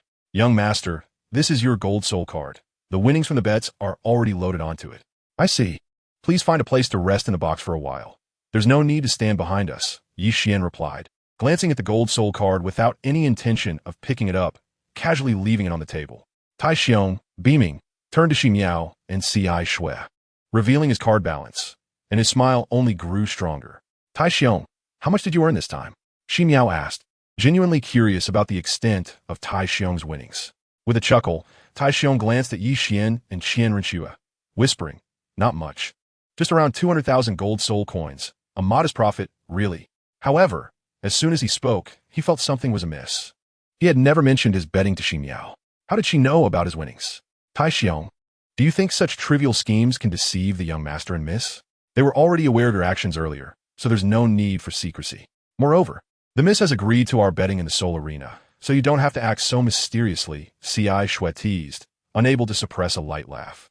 Did the miss truly agree to our betting in the soul arena? Tie Xiong cast a fleeting glance toward Yi Qian and Qian Rinchue as he spoke, but he quickly redirected his gaze, feigning nonchalance. Otherwise, how do you think we became aware of your earnings in Jin Hunbai? Xi Miao observed Tie Xiong before him, sensing that he remained as stubborn as ever. So how did Tie Xiong come to the idea of clandestinely betting to earn Jin Hunbai? Upon hearing the words, Tie Xiong no longer concealed his actions, but rather boldly stowed away his Jin Hun card, then found a spot to sit down, patiently awaiting the next opportunity to place a bet. Xi Miao and Shui, on the other hand, prepared their own Jin Hun cards in advance, ready to place their bets as soon as the young master or young lady engaged in the soul fighting match. Of course, they were not lacking in Jin Hunbai. Given their status in the Wu Hun Temple, they seldom found themselves short of it. However, who would ever disdain an excess of Jin Hunbai? Upon noticing Qin Sheng's unwavering gaze fixed upon him, Yi Qian could not help but speak up. If you have something to say, feel free to do so instead of merely staring at me. I actually wish to challenge you to a duel, although I fear my odds of victory are quite slim. Up to this point, Qin Sheng had yet to witness Yi Qian truly unleash his power, leaving him uncertain of Yi Qian's strength. However, based on his previous training speed and prowess, he estimated that should he engage in combat with Yi Qian now, he would likely suffer a dismal defeat. If his mental state had not faltered and he had been able to train normally over the past 4 years, he would possess a 3 in 10 chance of victory. After all, Qing Sheng had witnessed the life domain and the 100,000-year soul ring that Yi Xian commanded. Yet, if Yi Xian were to lack those attributes, then the odds would be approximately 50-50. You stand no chance against me right now. There exists the possibility that I could eliminate you in an instant. Yi Xian cast a sidelong glance at Qing Sheng and casually picked up a piece of pastry to eat. Both he and Qing Sheng were descendants of divine beasts, and their innate talents from their martial souls were fundamentally similar. The only potential disparity lay in the purity of their bloodlines. Yi Xian's Baihu bloodline was unequivocally pure, while Qing Sheng's might not hold the same standard. After all, Yi Xian had emerged from the ancient tree of life, absorbing life energy, which accounted for his 100% bloodline purity. As for how Qing Sheng came into being, Yi Xian was unaware. However, he was certain that Qing Sheng's bloodline purity could not surpass his own. The most significant difference between them likely lay in fate, as Yi Xian was, after all, a second-generation divine being endowed with an extraordinary advantage. The 3 great divine kings of the divine realm were connected to him, and even the remaining evil and benevolent divine kings likely bore some relation to him as well. Chapter 151. One against the team, Qing Sheng regarded Yi Xian before him, a glimmer of battle intent flickering in his eyes. Although the odds were not in his favor, should he engage Yi Xian now, he still possessed his own trump cards. Otherwise, he could not have sustained Ing'er for 4 years. It was crucial to understand that Ing'er was afflicted with a potent mixed poison, not a gradual toxin. The nature of mixed poison is its intense toxicity, rapid onset, and difficulty in alleviation. The fact that Qing Sheng managed to protect Ing'er for 4 long years was ample proof of the strength of his trump cards. However, utilizing those trump cards would come at a significant cost, and he was uncertain whether he could bear the consequences they entailed. Otherwise, he would not have contemplated perishing alongside Ing'er in the extreme north from the onset. Within the private room, a silence enveloped the atmosphere due to the absence of conversation. The battle intent in Qing Sheng's eyes gradually faded as he reached for a wine jug, disregarding Yi Xian's words. At that moment, the host's voice resonated from the competition stage, reaching the private room. The upcoming soul battle will feature a battle beyond the usual ranks, a 1 versus 3 match. Our evil god contestant will face a soul emperor and 2 soul kings at level 14. Let's welcome our evil god contestant. Upon hearing the host's voice, Yi Xian glanced at Qian Rinxue in his arms and playfully pinched her delicate nose. He then picked up a cup of clear tea from the table and leisurely made his way toward the exit of the private room. Upon stepping outside, he retrieved a beautifully crafted mask from his soul guiding device and donned it before sauntering toward the competition stage. Qian Rinxue picked up a piece of pastry, her gaze drifting toward the audience below. However, most of the spectators had already risen from their seats, rushing toward the betting area. The audience numbered over 10,000, and they predominantly flocked to place their bets on the Soul Emperor's victory. After all, how could a level 14 Soul Master hope to triumph against the Soul Emperor and 2 Soul Kings? Qian Rinxue leisurely enjoyed her pastry and extracted a Jin Hun card from her possession, stating, "Xixue, please take my Jin Hun card to place a bet. Regardless of the odds, make sure to equalize them." "Certainly, Mississippi. I shall proceed at once," Xixue replied, hastily stepping forward to take Qian Rinxue's Jin Hun card before heading toward the betting area. Shimiao and Tiexiong promptly followed in Xixue's wake, eager to seize the best opportunity to earn Jin Han Bai, for such chances might not present themselves again. Qing Sheng's gaze was equally fixated on the audience below as he gathered all his valuable possessions, proclaiming, "Please bring forth all the Jin Han Bai you possess. We shall wager everything we have. If we win, we could become instantly wealthy, and losing is simply out of the question." Ing'er rummaged through her belongings, producing a Jin Han Bai and a valuable jade pendant, which she handed to Qing Sheng. Receiving the items from Ing'er, Qing Sheng dashed out, devoid of funds and burdened with a debt of 100,000 Jin Han Bai. Placing a bet now would ensure his financial windfall. As for whether Yi Xian could defeat him, that was a matter of no concern. A contestant with only 1 soul ring was not necessarily just a mere soul master of a low level. He could very well be a twin martial soul user.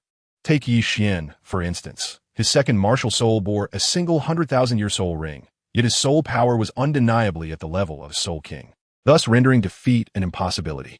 Ing'er picked up another piece of pastry taking a bite before commenting, "I wonder how many will lose everything they possess after this match." While losing everything may not be a likely outcome, it was improbable that anyone, aside from true gamblers, would stake their entire life savings in the Soul Battle Arena. Qian Renshua chuckled lightly, seemingly unfazed. Unless the Soul Battle Arena itself facilitated the betting, it was unlikely anyone would wager all their assets. If everyone were to bet on one individual winning and none on the losing side, even if they guessed correctly, the profit would be minimal. After all, the odds were set, and even if one wagered heavily on a win, if the losing side only had 10 Jinhunbai, the ultimate gain would merely amount to those 10 Jinhunbai. At the betting area, Tiexiong, Shimiao, Xishue, and Qingsheng observed the betting amount for both sides. Their faces alight with joy. The odds had now equalized, with the total Jinhunbai surpassing 10 million and continuing to rise. With nearly 10,000 spectators each placing a bet of 1,000 Jinhunbai, the total approached 10 million. Not to mention those who wagered tens of thousands or even hundreds of thousands. Thus, the quantity of Jinhunbai was increasing at an astonishing rate. The four of them, watching the soaring Jinhunbai, shared a singular thought. Keep betting, keep betting. Soon it will all belong to us. Yixian sipped his tea, ambled onto the competition stage, and awaited the commencement of the match. Before him stood three middle-aged men, their expressions relaxed and indifferent to Yixian. In the audience, spectators gradually returned, their gazes fixed on the competition stage, unaware of the reason behind betting on a level 14 Soul Master. However, this was of little consequence. All that mattered was the commencement of the match and the potential to earn gold soul coins.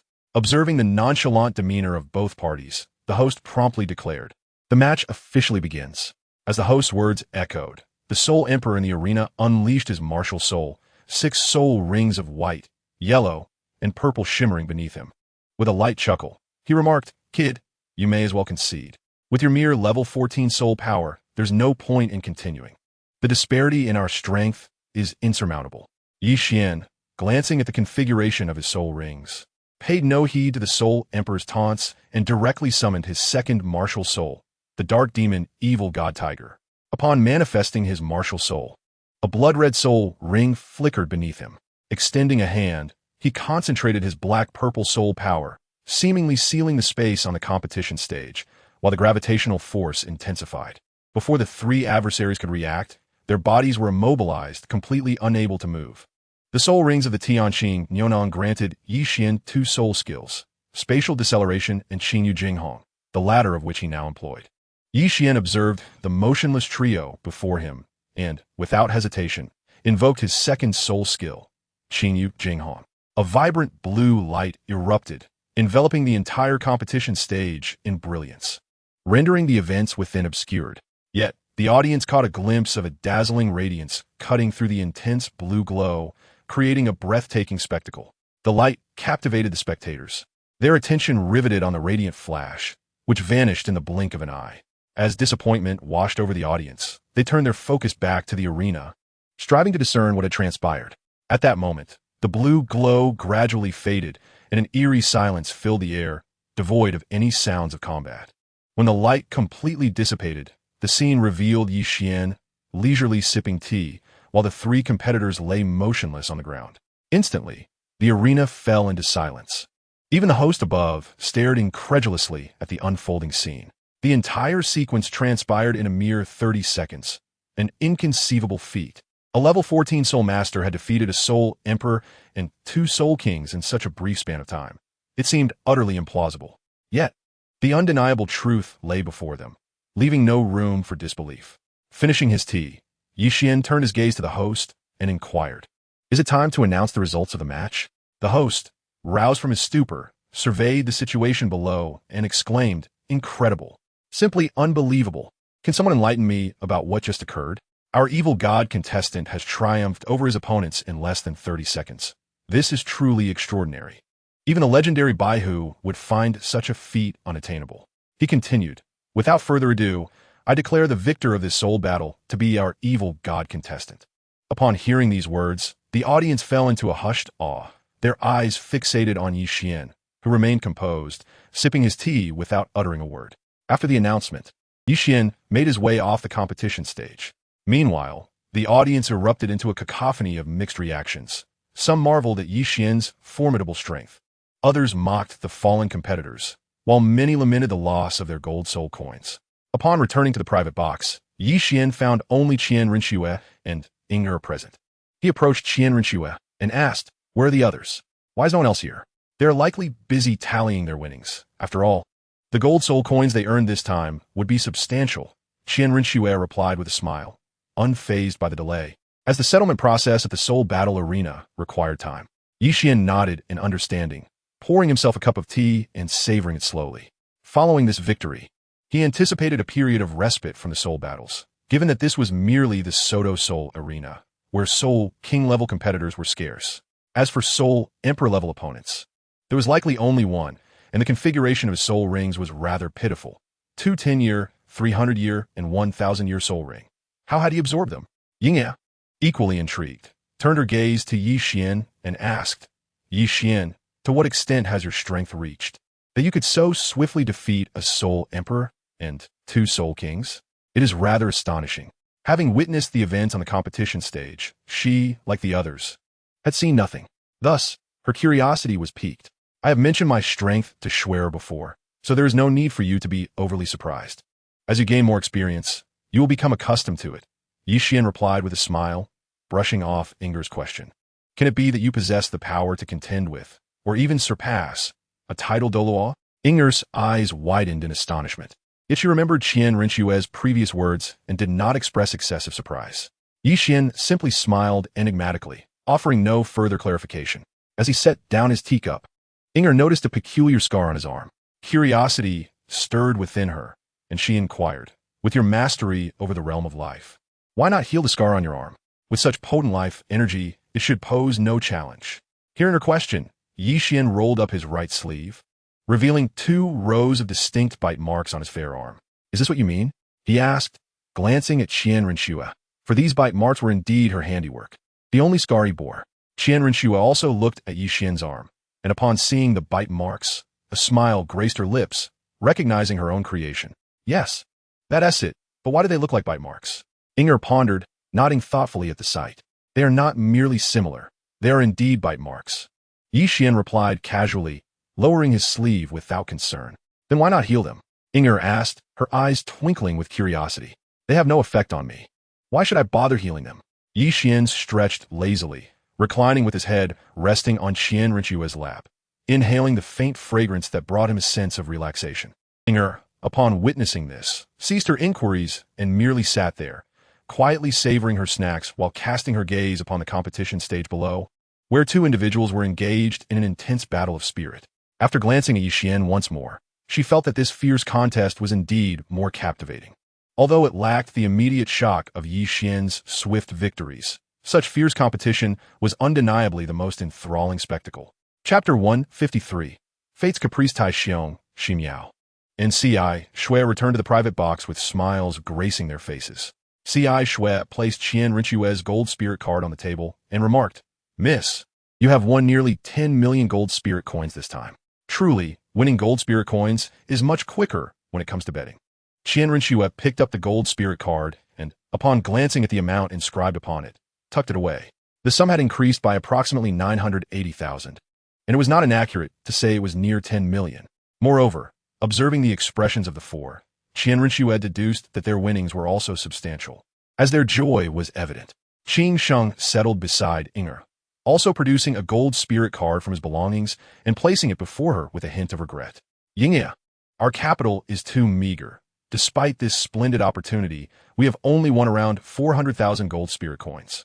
400,000 gold spirit coins is already a considerable sum, so be content," Inger retorted, rolling her eyes at Qing Sheng before promptly putting the card away. Qing Sheng chuckled softly, taking a sip from a flask of wine, choosing not to speak further. While 400,000 gold spirit coins might indeed be a fortune for an ordinary family, to the eyes of the nobility, it was merely a trifling amount. Now that we have some wealth, we can repay our debts when we return in a few days. Additionally, I will take you to see Dugu Bo and see if he can cure the poison afflicting you," Qing Sheng said, gently stroking Inger's hair. A sweet smile graced Inger's features, yet she remained silent, simply gazing at Qing Sheng. Yi Xian, reclining on Qian Rinxue's lap, casually inquired, I am quite curious about who inflicted the poison upon Inger and who your enemies are. Upon hearing this, Qian Renshue directed her inquisitive gaze towards Qing Sheng and Inger, equally eager to learn the identities of their foes, for it was inconceivable that one could be poisoned without cause, especially with such a potent venom.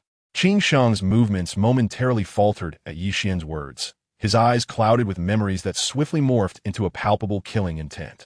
In my youth, I rashly killed an evil spirit master, which led to being pursued by several black-clad evil spirit masters. Only by a stroke of luck did I escape with Ing. But she was poisoned in the process.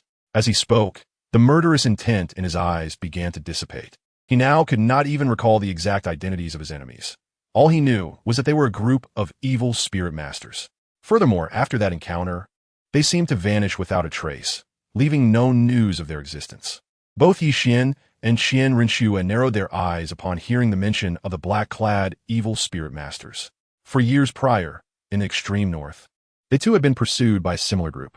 Had it not been for the right arm bone of the evil I Saint King that Yi Xian possessed, they might not have returned from that desolate land, although they could not ascertain if it was the same organization. The audacity with which they acted and their similar attire led them to believe with 80% certainty that it was indeed the same group. Even if it were not, it mattered little. Evil spirit masters were universally reviled across the continent. As for Yi Xiaosui, who resided within the Xingyan Hall, although she too was an evil spirit master, no one could discern her true nature. Furthermore, she had not taken any lives.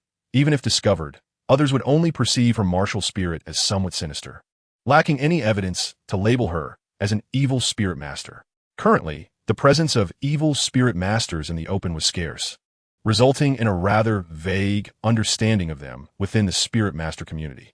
Unlike in 1,000 years hence, when possessing an evil martial spirit would immediately classify one as an evil spirit master, the current judgment hinged upon whether one employed shortcuts in cultivation, relying on the absorption of other soul power, soul rings, mental energy, flesh, blood, souls, and martial spirits to hasten their advancement. Engaging in such shortcuts would cause mental instability, manifesting in an unsettling aura of bluish-black energy, accompanied by an evil and bloody essence that repulsed others.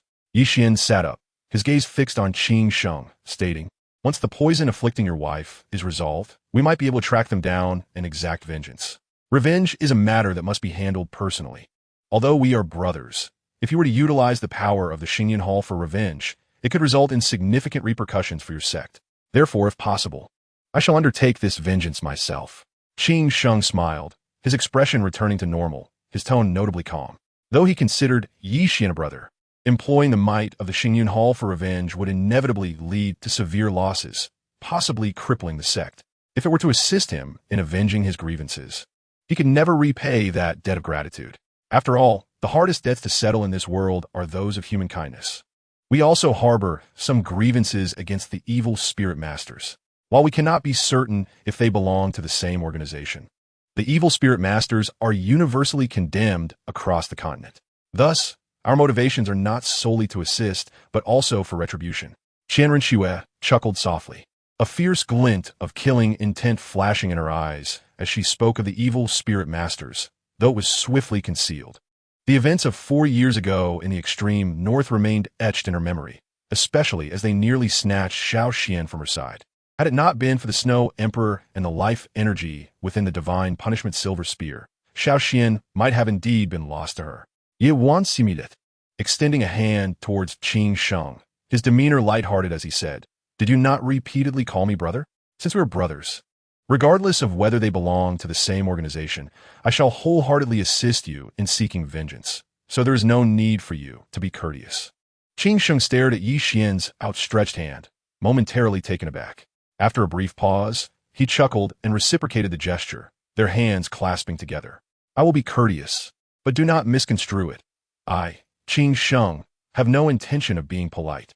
I am determined to challenge the wealthy, so how could I possibly be courteous?" Yi Xian merely smiled, releasing his hand and reclining once more on Qian Renshue's lap, casually remarking, "With your current strength, aspiring to challenge the wealthy is rather unrealistic." Chapter 154.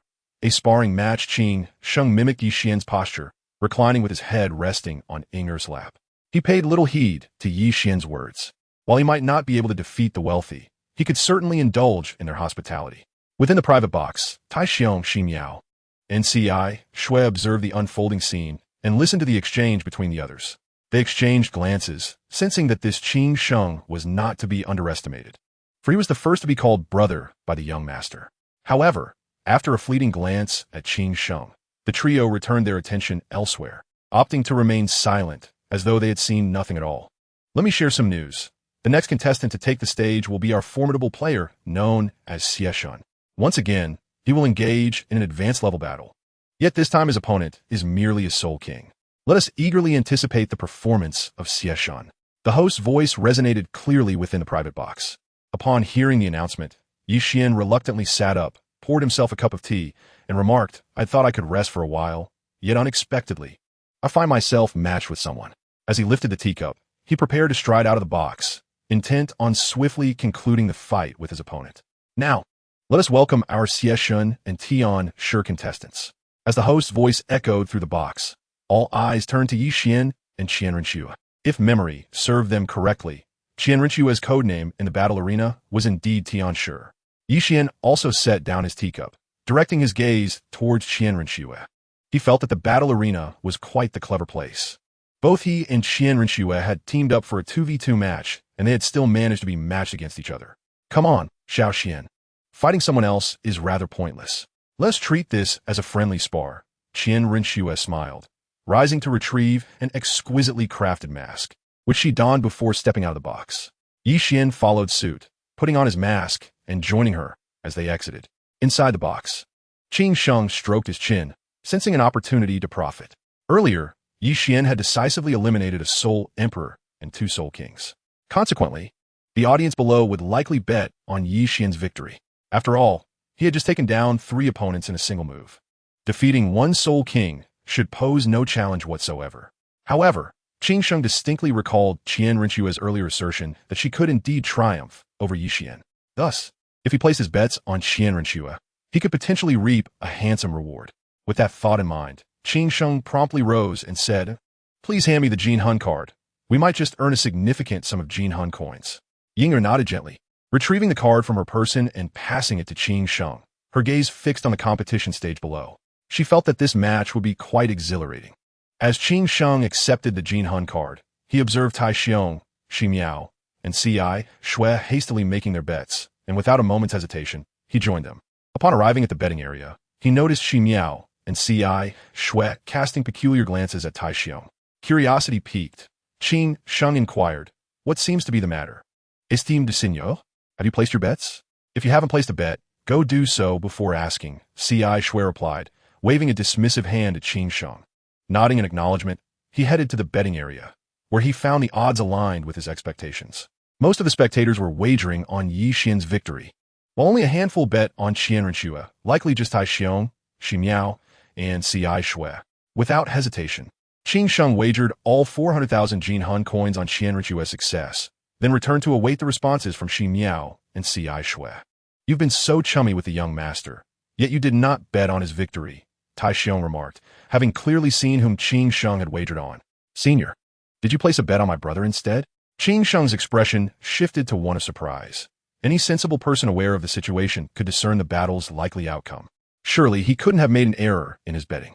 Of course, the young master's strength far surpasses that of the young lady, Tai Xiong stated confidently.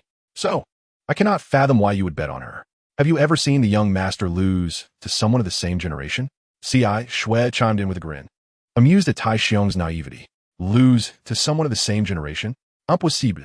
I followed the young master and witnessed his undefeated streak in the battle arena, where he consistently fought above his rank. Thus, it is utterly inconceivable he could lose to someone of his own generation. Tai Xiong shot a skeptical glance at Ci Shui, his conviction unwavering. Actually, the young master has lost before and on multiple occasions. Each time he and the young lady spar, he loses by a half move. You just haven't witnessed it. Xi Miao chuckled, knowing that whether others would lose, everything was uncertain. But Tai Xiong would undoubtedly end up with nothing. "Why do I feel as though you were trying to deceive me?" Tai Xiong crossed his arms, his expression rife with disbelief. "Why would we waste our time deceiving you?" In the beginning, the young master and young lady were nearly evenly matched, but over time, the young master would consistently lose by half a move. As he himself puts it, when they're fond of each other, they're evenly matched. When they love each other, one is inevitably weaker. Shui stated before turning to leave the box, uninterested in further explanations. Tai Xiong, bewildered, turned to Ximiao and asked, "What did Shui mean?" "Figure out for yourself," Ximiao retorted before also departing, knowing that explaining such matters to a simpleton like Tai Xiong would be a tedious endeavor. Observing their departures, Qing Sheng decided against descending and instead returned to the box to spend time with Inger. Moreover, he realized he might draw some inspiration from Yixian's approach. After the others had left, Tai Xiong stroked his chin, pondering the meaning behind Shui's words. However, after a lengthy contemplation, he arrived at no conclusion.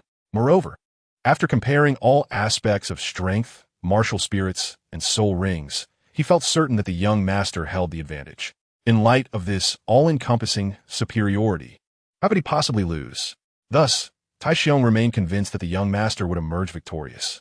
As the competition commenced, the host announced that both contestants had entered the arena and were prepared.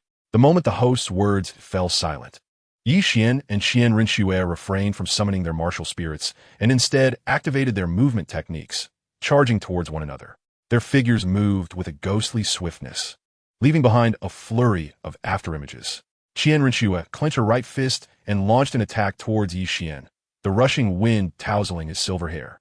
As Yixian beheld the oncoming strike, he extended a hand to grasp Qian Rinxue's fist while simultaneously sidestepping to evade her sweeping kick. Gazing at Qian Rinxue before him, Yixian smiled, restraining his power to match her level before counterattacking. Both fighters boasted nearly equal combat experience. Their familiarity with each other's fighting styles ensured that accidental injuries would not occur. Their figures danced across the arena, rendering them nearly indistinguishable, and their speeds continued to escalate, each clash generating a howling gust of wind. Within the box, Qing Sheng sipped his drink, his eyes transfixed on the duel below. A hint of astonishment flickered in his gaze. While he had previously acknowledged that his abilities paled in comparison to those of Yixian and Qian Rinxue, he had not anticipated the disparity to be this vast. Just from the speed they exhibited in the present moment, even if he unleashed his martial spirit, he would hardly keep pace. Moreover, neither Yixian nor Qian Rinxue had yet summoned their martial spirits or utilized any soul power. Inger gazed down at the contest and inquired, "Sheng, if you were to compete against Sister Schwerer and her companions now, what would your chances of victory be?" "I possess no chance of victory. Any one of them is beyond my current capabilities. Unless my state of mind had not faltered, perhaps I could have matched them. At present, I stand no chance.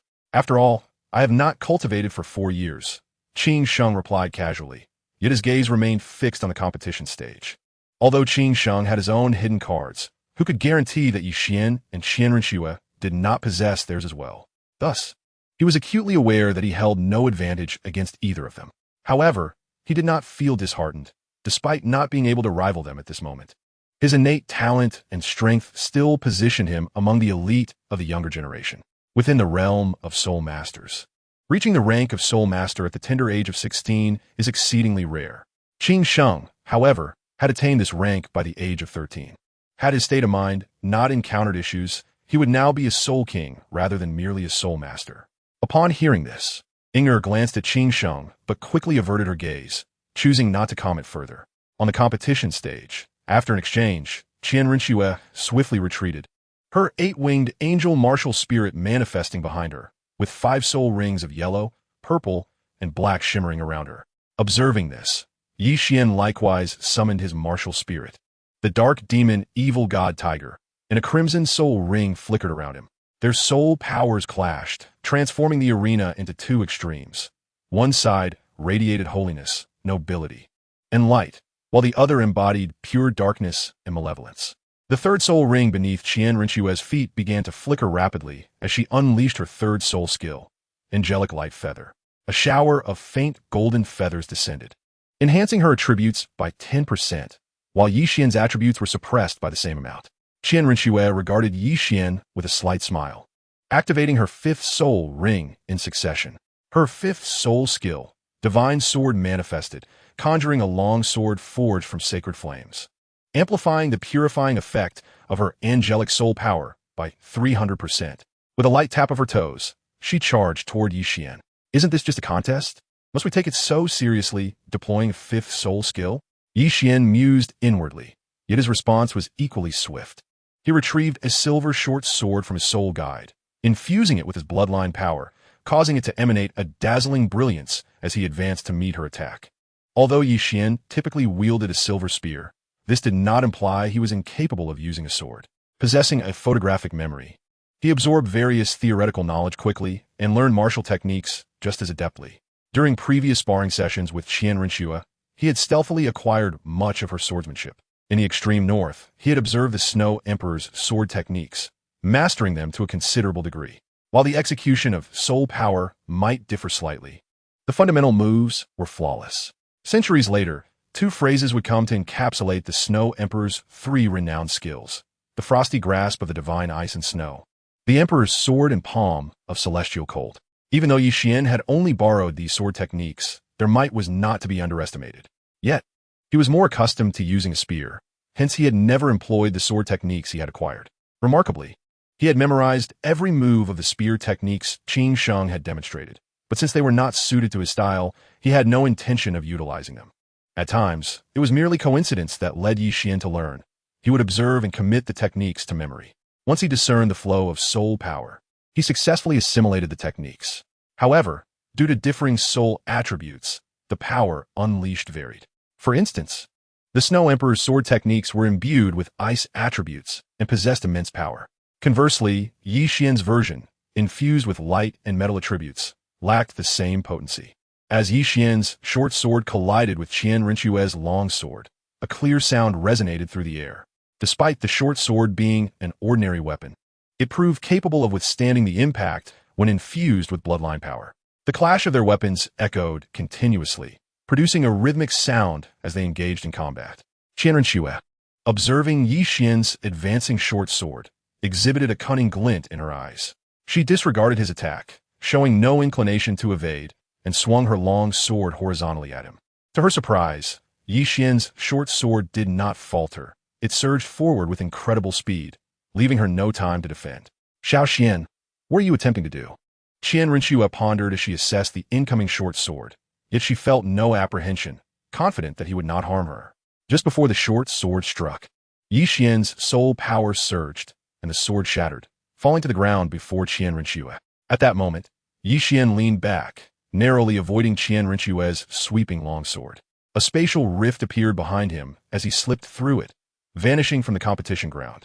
The dark demon evil god Tiger possessed attributes of evil, darkness, lightning, wind, time, and space, allowing Yi Qian to traverse the rift without reliance on a soul bone. However, there was a distinction. Using a soul bone permitted extensive spatial movement, provided one had sufficient soul power. In contrast, entering a spatial rift through one's martial spirit allowed movement only within 50 meters.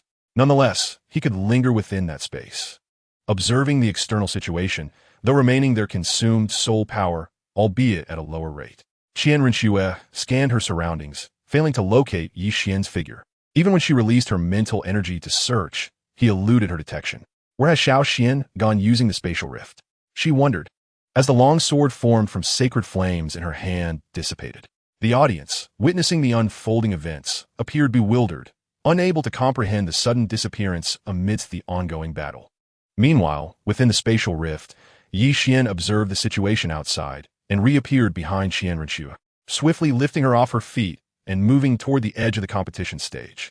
Upon realizing she had been lifted by Yi Qian, Qian Rinxue shot him an amused glance before retracting her martial spirit, allowing him to carry her away.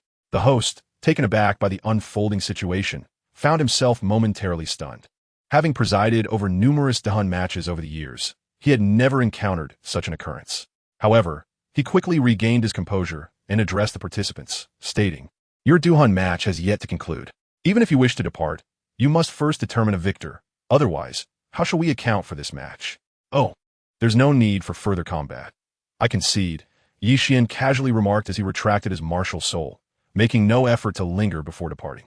As his words faded, an eerie silence enveloped the arena. The host, observing the direction in which the two had left, couldn't he help but feel a tinge of incredulity. In all his years of officiating Dahun matches, he had never seen a competitor concede and leave so abruptly. Nevertheless, the outcome of the match still required announcement. Ahem. This has indeed been an exhilarating Duhan match, but our Xieshun contestant has conceded. Thus, the victor of this Duhan match is our Qian Shi contestant. As the host concluded his statement, a cacophony of voices erupted in the arena. Damn it, I wagered 5,000 gold soul coins on you. And just as victory seemed within reach, you conceded. Please, with your mere 5,000, do not speak. I staked 80,000 gold soul coins and have remained silent. But conceding right before winning is simply intolerable. It's just a trivial amount of gold soul coins. Don't take it to heart. After all, I'm not lacking in that regard. My good fellow, you truly are carefree. Pray tell, how much did you wager? Not too much.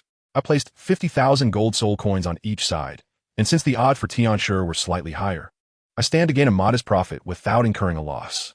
In a private booth, Xi Miao, Ci Shui, and Qing Sheng emerged, grinning as they prepared to settle their gold soul coins. As they passed by Tai Xiong, Xi Miao extended a hand and patted Tai Xiong on the shoulder, saying, Tai Xiong, it seems you are destined to lose everything this time.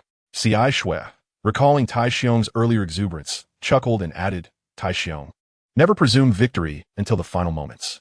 Look at now. Unforeseen circumstances have indeed arisen. Qing Sheng glanced at Tai Xiong, but remained silent, merely shaking his head before walking out to settle the bill. Tai Xiong's lips twitched.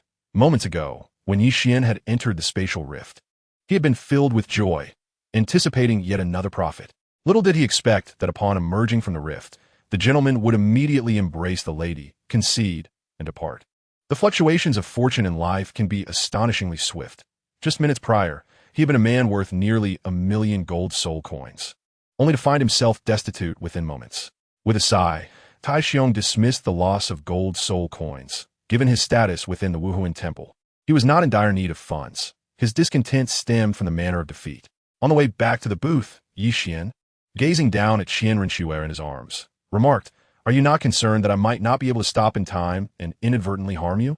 Why did you forego your defense, refusing to evade or dodge? Fear? Why should I fear? Is it not commonplace to sustain injuries during a spar? Qian Rinxue glanced at Yi Xian, her exquisite features displaying a hint of arrogance. Yi Xian, amused by her proud demeanor, chuckled affectionately. All right, you little proud one. Let us return to the booth. I suspect we shan't need to participate in Duhan again for some time. In a Duhan match devoid of opponents, what difference does it make whether one participates or abstains? Qian Rinxue gazed at Yi Xian with a haughty expression, extending her arms to embrace him, her tone dismissive. Were it not for Qing Sheng insisting that we join the Duhan matches, we would not have come to the arena at all. 3 days later, within the Duhan arena's booth, after witnessing Qing Sheng's final match conclude, Yi Xian addressed Tai Xiong, Xi Miao, and Ci Shui, saying, You three may return first. We must leave Suotawa City. Tai Xiong, Xi Miao, and Ci Shui exchanged glances before bowing respectfully toward Yi Xian and Qian Rinxue, saying, Young master, miss, we shall take our leave. Very well, depart. Certain matters do not require my reiterated reminders. Qian Rinxue waved her hand nonchalantly, glancing at Ing Er without elaborating further. Rest assured, miss, we comprehend, the trio affirmed before making their exit from the booth. As they left, Tai Xiong inquired via thought transmission to Xi Miao and Ci Shui. What did the miss mean by that? Did you not understand? Why ask? Ci Shui replied, casting a glance at Tai Xiong, his tone tinged with exasperation. I did not quite grasp it earlier, but upon seeing your agreement, I concurred as well. Tai Xiong scratched his head, displaying a simple-minded smile. The miss means for us to conceal our identities and not reveal them, Xi Miao explained after glancing at Tai Xiong, before ignoring his single-mindedness. Tai Xiong, hearing this, fell silent. He was entirely unconcerned about the matter of hidden identities. As an elder of the Xingyun Hall, it was impossible for him to expose his true identity. After departing the Suotawa Grand Duhan Arena, Tai Xiong, Xi Miao, and Ci Shui made their way directly toward Tiando City and the Tiando Imperial Palace. Qing Sheng, holding a wine jug, ambled back into the booth, announcing, Brothers, we can return now. Remaining in the Duhan Arena has lost its appeal. Then let us depart. We might as well procure some items while in Suotawa City, Yi Xian replied, loosening his hold on Qian Rinxue. Once Qian Rinxue descended from Yi Xian's embrace, he rose and took her delicate hand as they proceeded toward the booth's exit. Ing Er picked up a piece of pastry, took a bite, and followed closely behind them as they exited the booth. Yi Xian, Qian Rinxue, Qing Sheng, and Ing Er headed straight to a blacksmith shop after leaving the Duhan Arena. The shopkeeper, upon seeing them, offered a warm smile and said, Esteemed young masters and misses, are you here to purchase items or to commission some crafting? Neither. I require a complete retempering, Yi Qian stated, retrieving from his soul guide a collection of various weapons, including daggers, short swords, long swords, willow leaf blades, and trident spears. Qing Sheng, Ing Air, and the blacksmith were left speechless as they beheld the impressive array of weapons Yi Qian produced, totaling over 20 in number. Typically, a rational individual would carry 1 or 2 daggers for self-defense or for use in emergencies, which would suffice. Who would carry such an abundance of weapons? Moreover, as soul masters, they could resolve issues using their martial souls, rendering weapons unnecessary. Yi Qian paid no mind to their astonished expressions and directly inquired of the shopkeeper, "How long will it take to retemper these weapons?" The shopkeeper, taking the weapons and examining them closely, began to estimate the time required for the tempering process. Upon inspection, he realized that their identities were certainly not ordinary, for the weapons before him were predominantly crafted from rare metals such as diamond essence gold, blazing iron, crystal steel, secret silver, fine gold, fine iron, and dark iron. Furthermore, the craftsmanship was exceptional. The weapons were not only exceedingly sharp, but also exquisitely designed. Each weapon, if sold, would fetch thousands or even tens of thousands of gold soul coins. In this place, there are a total of 28 weapons. Even at the minimum price of 5,000 Jin Hun coins per weapon, it amounts to a staggering 140,000 Jin Hun coins, a sum that is far beyond the means of an ordinary person. After a brief pause, the proprietor finally spoke. "Young master, if it is merely for tempering, the 28 weapons can be completed by tonight. I require not only tempering, but also poisoning. As for the toxins needed, I shall provide them to you shortly." Yi Qian gazed at the proprietor before him, hoping for a precise time frame. If poisoning is involved, it will take longer. It won't be completed until tomorrow morning. The proprietor chuckled, seemingly unperturbed. Although few come to the blacksmith shop for weapon poisoning, it is not unheard of. Moreover, the process is not overly complicated. One simply needs to pour the required poison onto the tempering weapon and wait for it to cool down naturally. The only difference is that the duration for poisoning is slightly extended. Not a problem. You may commence with the tempering, and I will deliver the necessary poison to you shortly. With that, Yi Qian took hold of Qian Rinshue's delicate hand and exited the blacksmith shop. Once outside, Qing Sheng could not help but inquire, "Brother, what do you intend to do with so many weapons, and why the need for poisoning?" "It is merely a precaution. One never knows when it may prove useful," Yi Qian replied with a casual smile. His soul guide contained numerous weapons, ranging from ordinary to those of rare materials and exorbitant prices. The latter had been crafted long ago at the Spirit Hall, with 5 distinct types of weapons, each consisting of 7 pieces, totaling 35 weapons. 5 were lost during soul beast hunts, and 2 remained with Qian Rinshua, leaving Yi Qian with only 20 expensive weapons. The function of these weapons is rather straightforward. During battles, one can hurl smaller weapons like daggers, short swords, and tridents at opponents. It is unnecessary to inflict harm. Merely throwing accurately to force the opponent to evade or defend is sufficient. After all, the outcome of a battle often hinges on a fleeting moment, and seizing that moment can alter the entire situation. Qing Sheng, let us separate and procure any poisonous herbs available in Suatawa City. I intend to use them for weapon poisoning. Yi Qian's gaze fell upon Qing Sheng, his tone remarkably calm. "Certainly, I can assist with this minor task." Qing Sheng smiled, promptly leading Inger in a specific direction. Chapter 158. Weapon poisoning. Yi Qian and Qian Rinshue meandered through the streets of Suatawa City, continuously acquiring various toxic herbs. However, as the quantity of herbs increased, Qian Rinshue began to feel perplexed, for Yi Qian was purchasing not only highly toxic herbs, but also those with milder toxicity. "Xiao Qian, if you wish to poison the weapons, a few types of highly toxic herbs would suffice. There is no need to acquire these less potent ones." Qian Rinshue regarded Yi Qian with a puzzled expression. Upon hearing her, Yi Qian smiled and produced a snow-white, celestial herb from his soul guide. The herb glimmered with an immaculate white, each leaf seemingly dripping with moisture, elegantly elongated and curved, resembling the neck of a swan. "Xuya, do you know what the celestial herb is?" Yi Qian inquired with a gentle smile. Qian Rinshue leaned closer to the herb, scrutinizing it intently. After a moment, she shook her head and replied, "How would I know what this celestial herb is without your explanation? This celestial herb is called Shui Se Tian Iwan. It possesses no inherent toxicity. However, its effect is to amplify any toxin by hundreds of times. and even the slightest contact will activate its potency on any part of the body. As he spoke, Yi Qian held the Shui Se Tian Yiwen back slightly to prevent any accidental contact with Qian Renxue. Upon hearing the herb's capabilities, Qian Renxue instinctively recoiled. She began to comprehend Yi Qian's rationale for acquiring all the poisonous herbs. Xiao Xian, to use Shui Se Tian Yiwen for poisoning is exceedingly perilous. The amplification of any toxin by hundreds of times could lead to dire consequences if one were to accidentally touch it.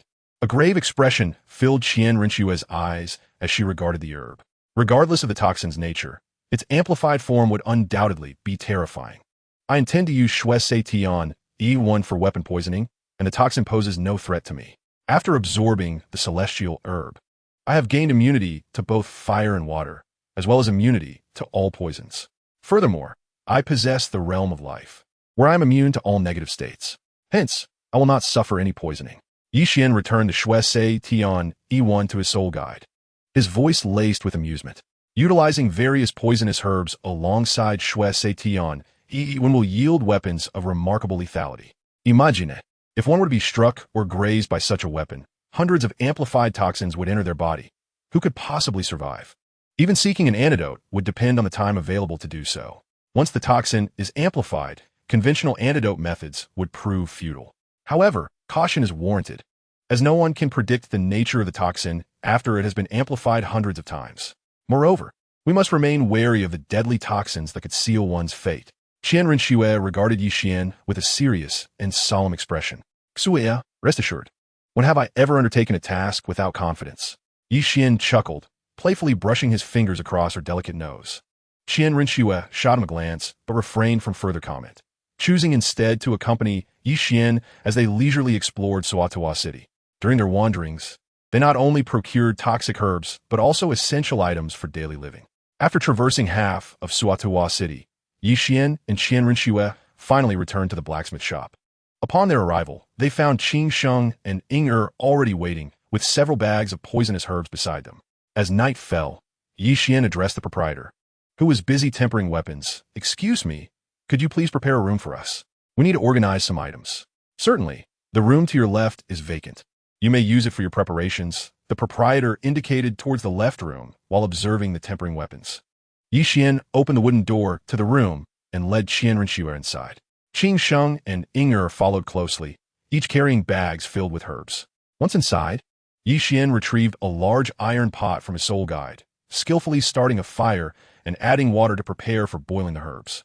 Although he was uncertain how to extract the toxins from the herbs, he understood that boiling them like a medicinal soup would suffice.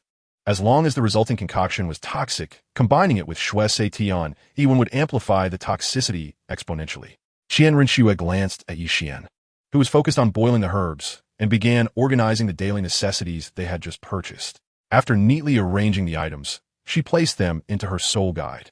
Qing Sheng observed the actions of the two individuals and inquired, "Brothers, are you preparing for a long journey? Your preparations seem remarkably thorough." "Indeed, we are embarking on an extensive voyage, which may last from 3 to 5 months, or even a year or two before we return." Yi Qian replied with a slight smile as he placed the Shui Se Tian snow-colored swan into the pot. "Where could you possibly be going that requires such a lengthy absence?" Qing Sheng's gaze shifted between the two, revealing a hint of confusion. Yi Qian rested his hand behind his head and remarked, "Shui'er and I are first heading to the Xing Luo Empire to attend to certain matters, after which we shall proceed to the City of Slaughter, where we intend to undergo a period of training." "The City of Slaughter? You plan to train there? Are you aware that once you enter, there is little chance of exit?" Qing Sheng's voice carried an undertone of alarm. He had heard of the City of Slaughter, but only in vague terms. From what he knew, it was a haven for the most ruthless and depraved individuals. Few who ventured into the City of Slaughter ever emerged. And now Yi Qian and Qian Renxue intended to enter such a perilous place for training. Was that not a jest? Who told you that leaving is impossible? The City of Slaughter is indeed an excellent place for honing one's skills, Yi Qian chuckled. While it may be true that others struggle to exit, I assure you, I will find my way out. The City of Slaughter is the site of my own inheritance. How could I possibly fail to return, even without the Shura God's legacy? Traversing the path through hell will suffice for my escape. Hence, the notion of being trapped is utterly unfounded. Chapter 159. Inheritance and legacy, the city of slaughter, cannot possibly be a suitable place for training. Who in their right mind would choose to hone their skills there? Moreover, you are not lacking in time or resources for cultivation. Your combat experience is already quite extensive. If you continue to cultivate diligently, your achievements will undoubtedly be significant. Thus, I cannot fathom your reasons for venturing to the city of slaughter, Qing Sheng expressed, his tone tinged with perplexity. To him, the city of slaughter was far from an appealing locale, making it difficult to comprehend why they would choose to go there. Yi Qian leaned against the wall and replied, "The city of slaughter is indeed an exceptional place for training. Achieving 100 victories there grants access to the domain of the god of slaughter. Furthermore, we have compelling reasons to go. While many perceive the title of Douluo as the pinnacle of a soul master's journey, I view it merely as a new beginning." A mysterious smile graced Yi Qian's face, and his tone remained calm and casual. Across the continent, it is widely believed that attaining the title of Douluo represents the culmination of a soul master's life's work. Only a select few are aware that beyond Douluo lies the existence of gods. However, it has been millennia since a divine being has graced the continent, thus remaining unknown to the common populace. You speak of inheritance? Qing Sheng's gaze fixed on Yi Qian, his voice tinged with uncertainty. As a former inheritor of the Qinglong legacy, he understood the concept of inheritance. Although he was aware of Yi Qian's possession of the White Tiger's legacy, he found it difficult to fully believe Yi Qian's assertions. To Qing Sheng, the title of Douluo was already a towering achievement. How could it merely represent a new starting point? It is indeed inheritance, but it differs fundamentally from what you envision. The four symbols inheritance pertains to being the master of a specific celestial domain, governing the 5 elements, the great Tao, and the heavenly stars. Though referred to as a deity, it does not equate to a divine position. Divine inheritance requires one to comprehend the corresponding divine laws to ascend to godhood within the divine realm. Of course, one can also create their own divine position and enter the divine realm without existing divine inheritance. The self-created divine position aligns with the laws one comprehends. The stronger the understanding, the higher the level of the self-created divine position. Thus, there exists a fundamental difference between the two. The four symbols inheritance allows one to customize and govern the rules of a domain without any constraints, thereby commanding the great Tao. In contrast, divine inheritance is bound by the powers of one's divine position and must adhere to the order and rules of the divine realm.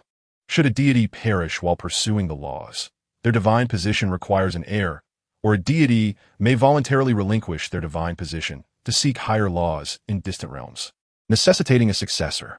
As Qing Sheng listened to Yi Qian's words, a profound curiosity surged within him, prompting him to ask, "Brother, are you suggesting that there exist other forms of inheritance that surpass the level of Douluo? I have previously stated that the title of Douluo is merely a new starting point," Yi Qian replied with a smile, approaching the pot where the herbs were simmering to inspect the concoction.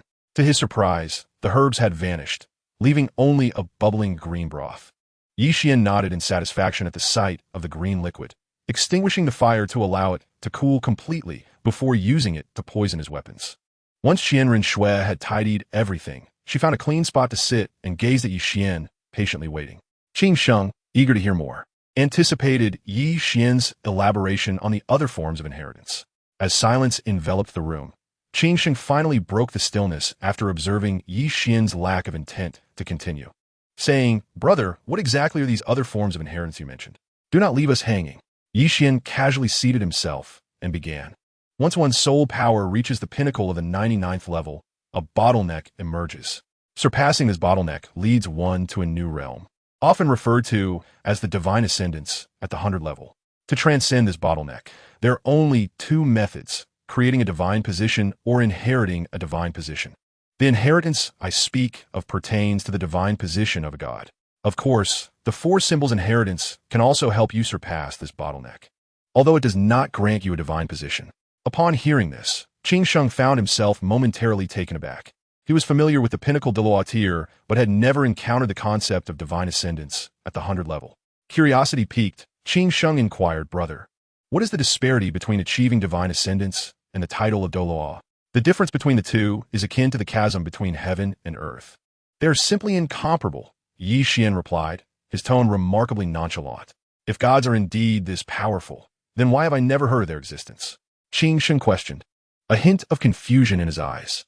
Despite his extensive knowledge, he had never encountered tales of the divine. It is entirely normal that you have not heard of him. It has been millennia since a god has appeared on this continent.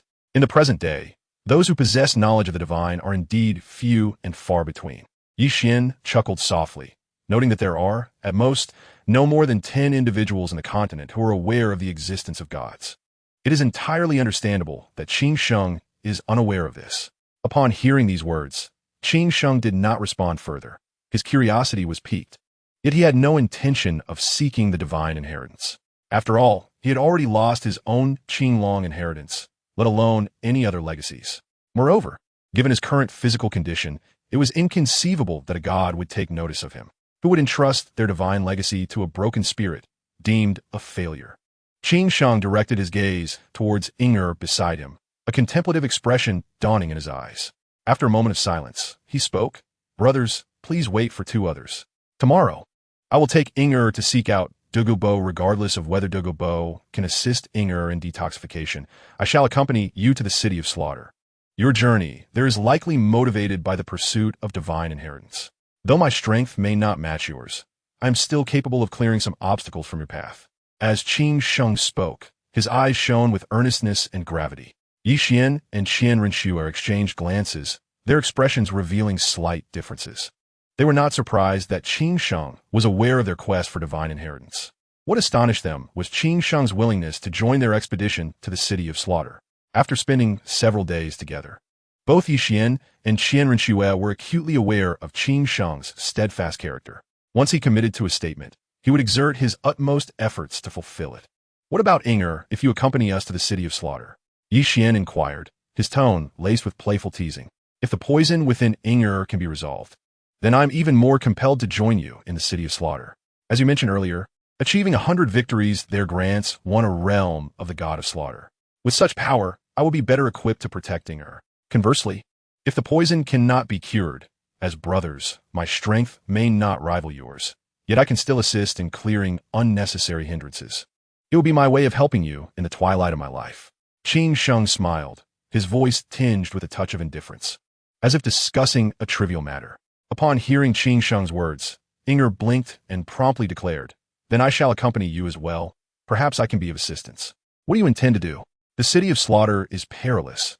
Even I am uncertain of my ability to emerge unscathed. What chance does someone without any combat experience like you stand?" Qin Sheng gazed at Inger, a hint of helplessness in his eyes.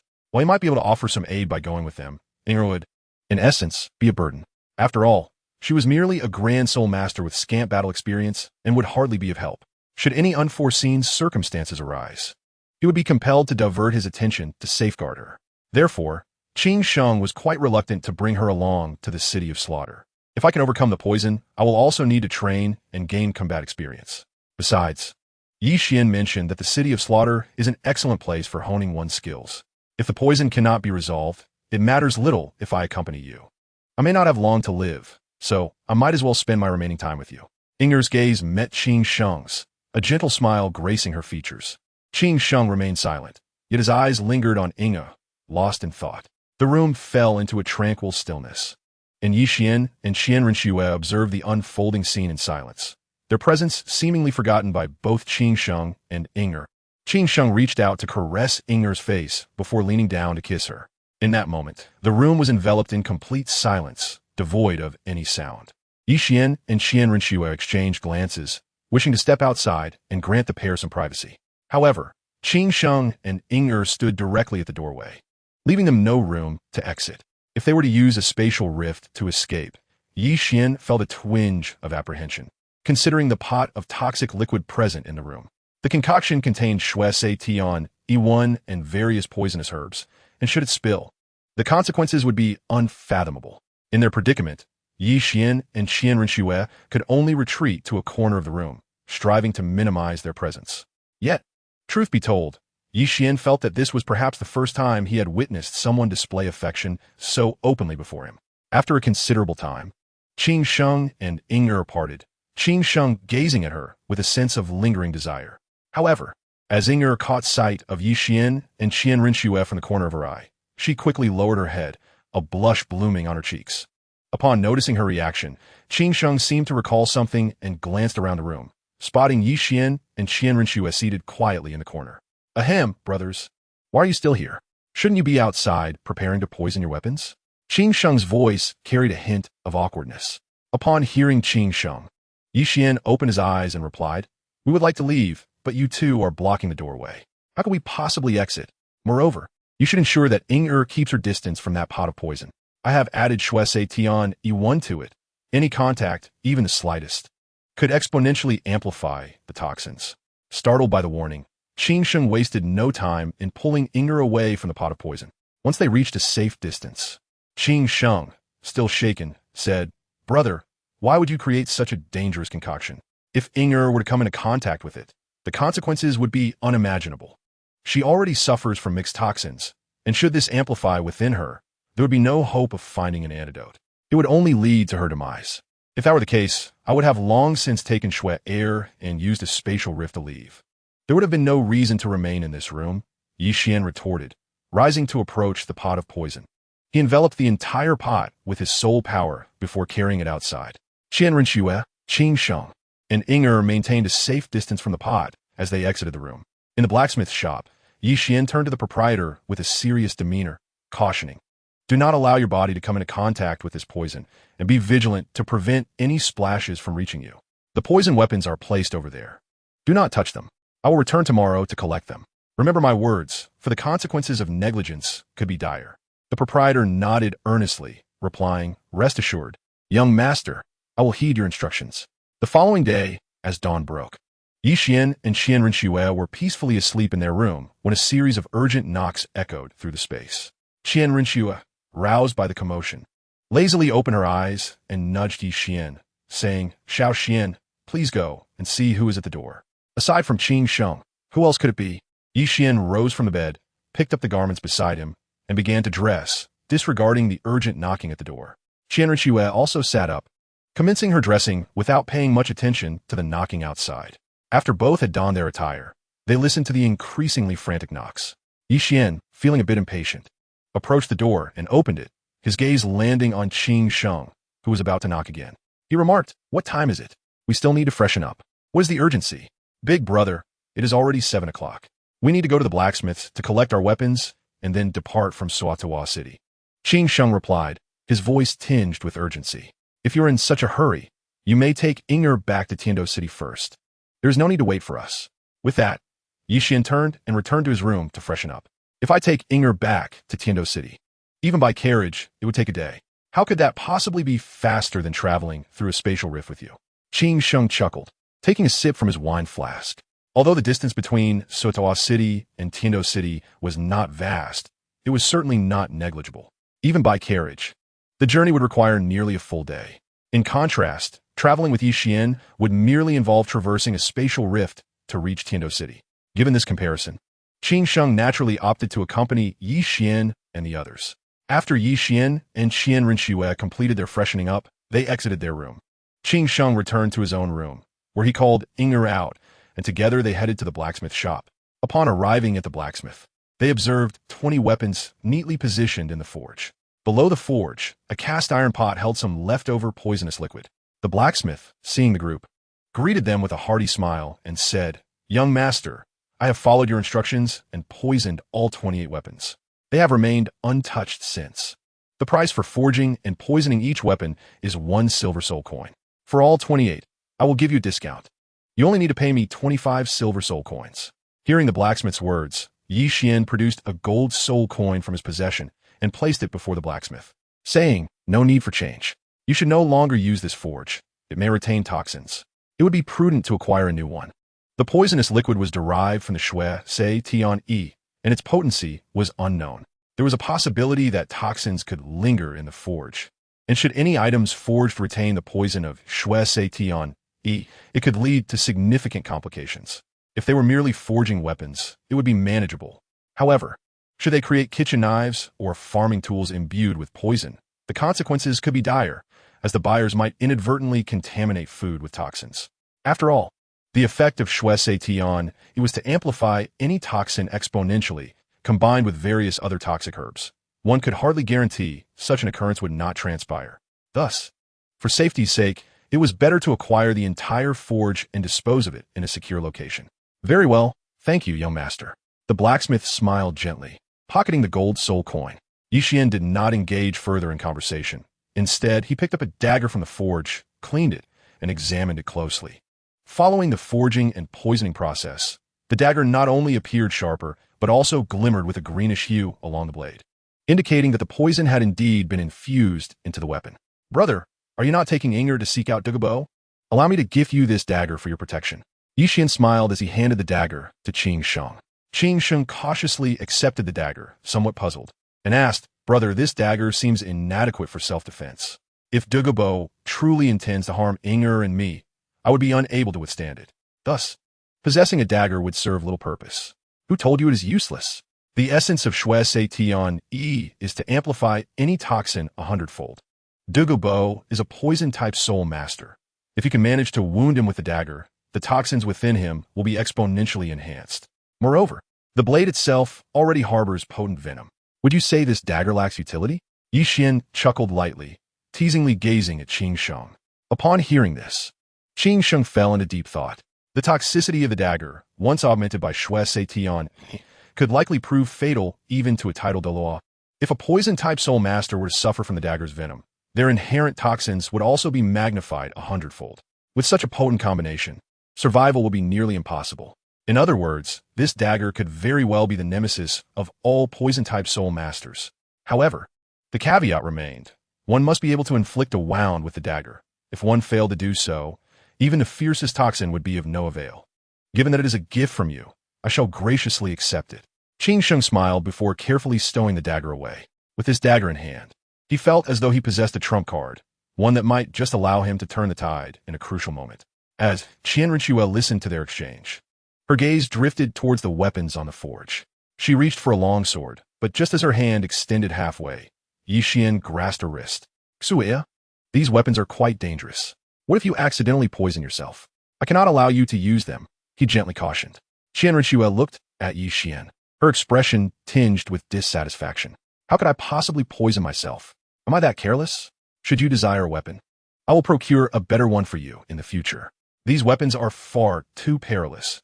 Even if you're cautious, it is not worth the risk. The toxicity enhanced by Shui Se Tian Yi is no trivial matter. Qian released her wrist, his tone firm. He was entirely unversed in matters of poison. Should Qian Rinchua fall victim to it, he would be unable to provide an antidote. Furthermore, this was a mixed toxin amplified by Shui Se Tian, and whether anyone could neutralize it remained uncertain. Qian Rinchua, upon hearing this, merely huffed in mild annoyance, but chose not to argue further. It was merely a weapon, and she was not lacking in armaments. Moreover, she understood that Qian's reluctance stemmed from his concern for her safety. Observing her expression, Qian reached out and playfully flicked her nose, choosing not to speak further. Instead, he began to gather the weapons from the forge. Once he had collected the weapons, Qian retrieved several porcelain vials from his soul guide, carefully storing the leftover poison from the pot, and returned the vials to the soul guide. The empty pot was then discarded into the forge. After ensuring everything was in order, Qian grasped the forge and effortlessly lifted it. A purple-black glow flickered around his leg as a spatial rift appeared before him. In the astonished gaze of the master, Qian, Qian Rinchua, Qing Sheng, and Inger each stepped into the spatial rift. Once all four entered, the rift vanished without trace.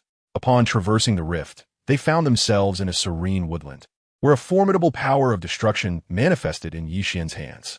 This destructive force flowed from his palm into the forging furnace. Under its influence, the furnace gradually disintegrated into dust, dissipating before their eyes.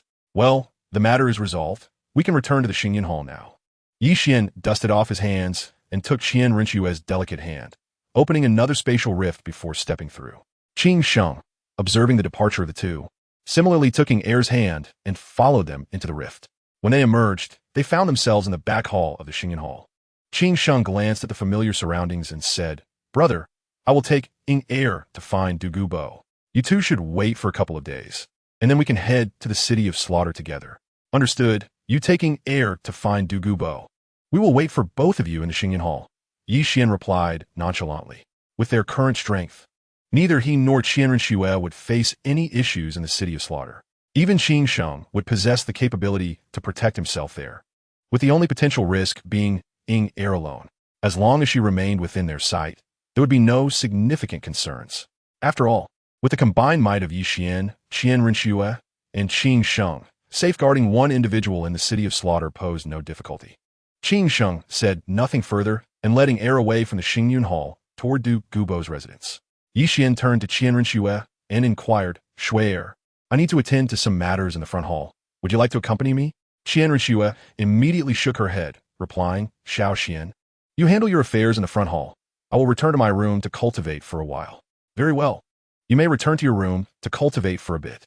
I will come to fetch you for lunch, Yi Qian said. After planting a gentle kiss on her beautiful lips, he proceeded toward the front hall. Qian Renshue merely shot him a glance before turning and heading to her room. Upon arriving at the front hall, Yi Qian found Yi Shishui attending to some matters and asked, Aunt Yi, who killed Shunyan, and where is Wu Changkong now?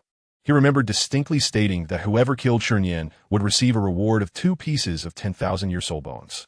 As the master of the Xingyan Hall, he was obliged to honor his word, and since he had no shortage of such soul bones, especially for his own people, it was only fitting to reward them. Master, it was Elder Lai Yin who killed Shunyan. As for Wu Changkong, I arranged for him to become an elder in the Xingyan Hall. He is currently here. Yi Shishui replied with a hint of indifference. Aunt Yi, please summon Elder Lai Yin so she can collect her rightful reward. Yi Xian smiled, surprised that Yi Shishui had already taken care of the situation regarding Wu Changkong. Indeed, with Yi Shishui around, he could comfortably assume the role of a figurehead, knowing she would manage everything efficiently and remained wholly loyal to him. Understood, Master. Yi Shishui responded before heading outside. Yi Xian settled into the master's seat and waited patiently. After about 5 minutes, Yi Shishui returned with Elder Lai Yin. Elder Lai Yin bowed respectfully before Yi Xian and said, Subordinate greets the hall master. Yi Yuan, waving his hand dismissively, replied, Elder Lai Yin, having slain Shunyan, you shall receive your due reward of 2 pieces of 10,000-year soul bones. As his words fell, Yi Xian retrieved 2 soul bones from the soul guide device and placed them on the table before him. The left leg bone of the Qin Yu Phoenix and a 10,000-year right arm bone. With a fervent gleam in her eyes, Elder Lai Yin gazed at the bones on the table. While she was indifferent to the right arm bone, it was the left leg bone of the Qin Yu Phoenix that truly captivated her, as its attributes resonated perfectly with her own. The enhancement to her power from absorbing it would be substantial. Moreover, the Qin Yu Phoenix was a supreme soul beast.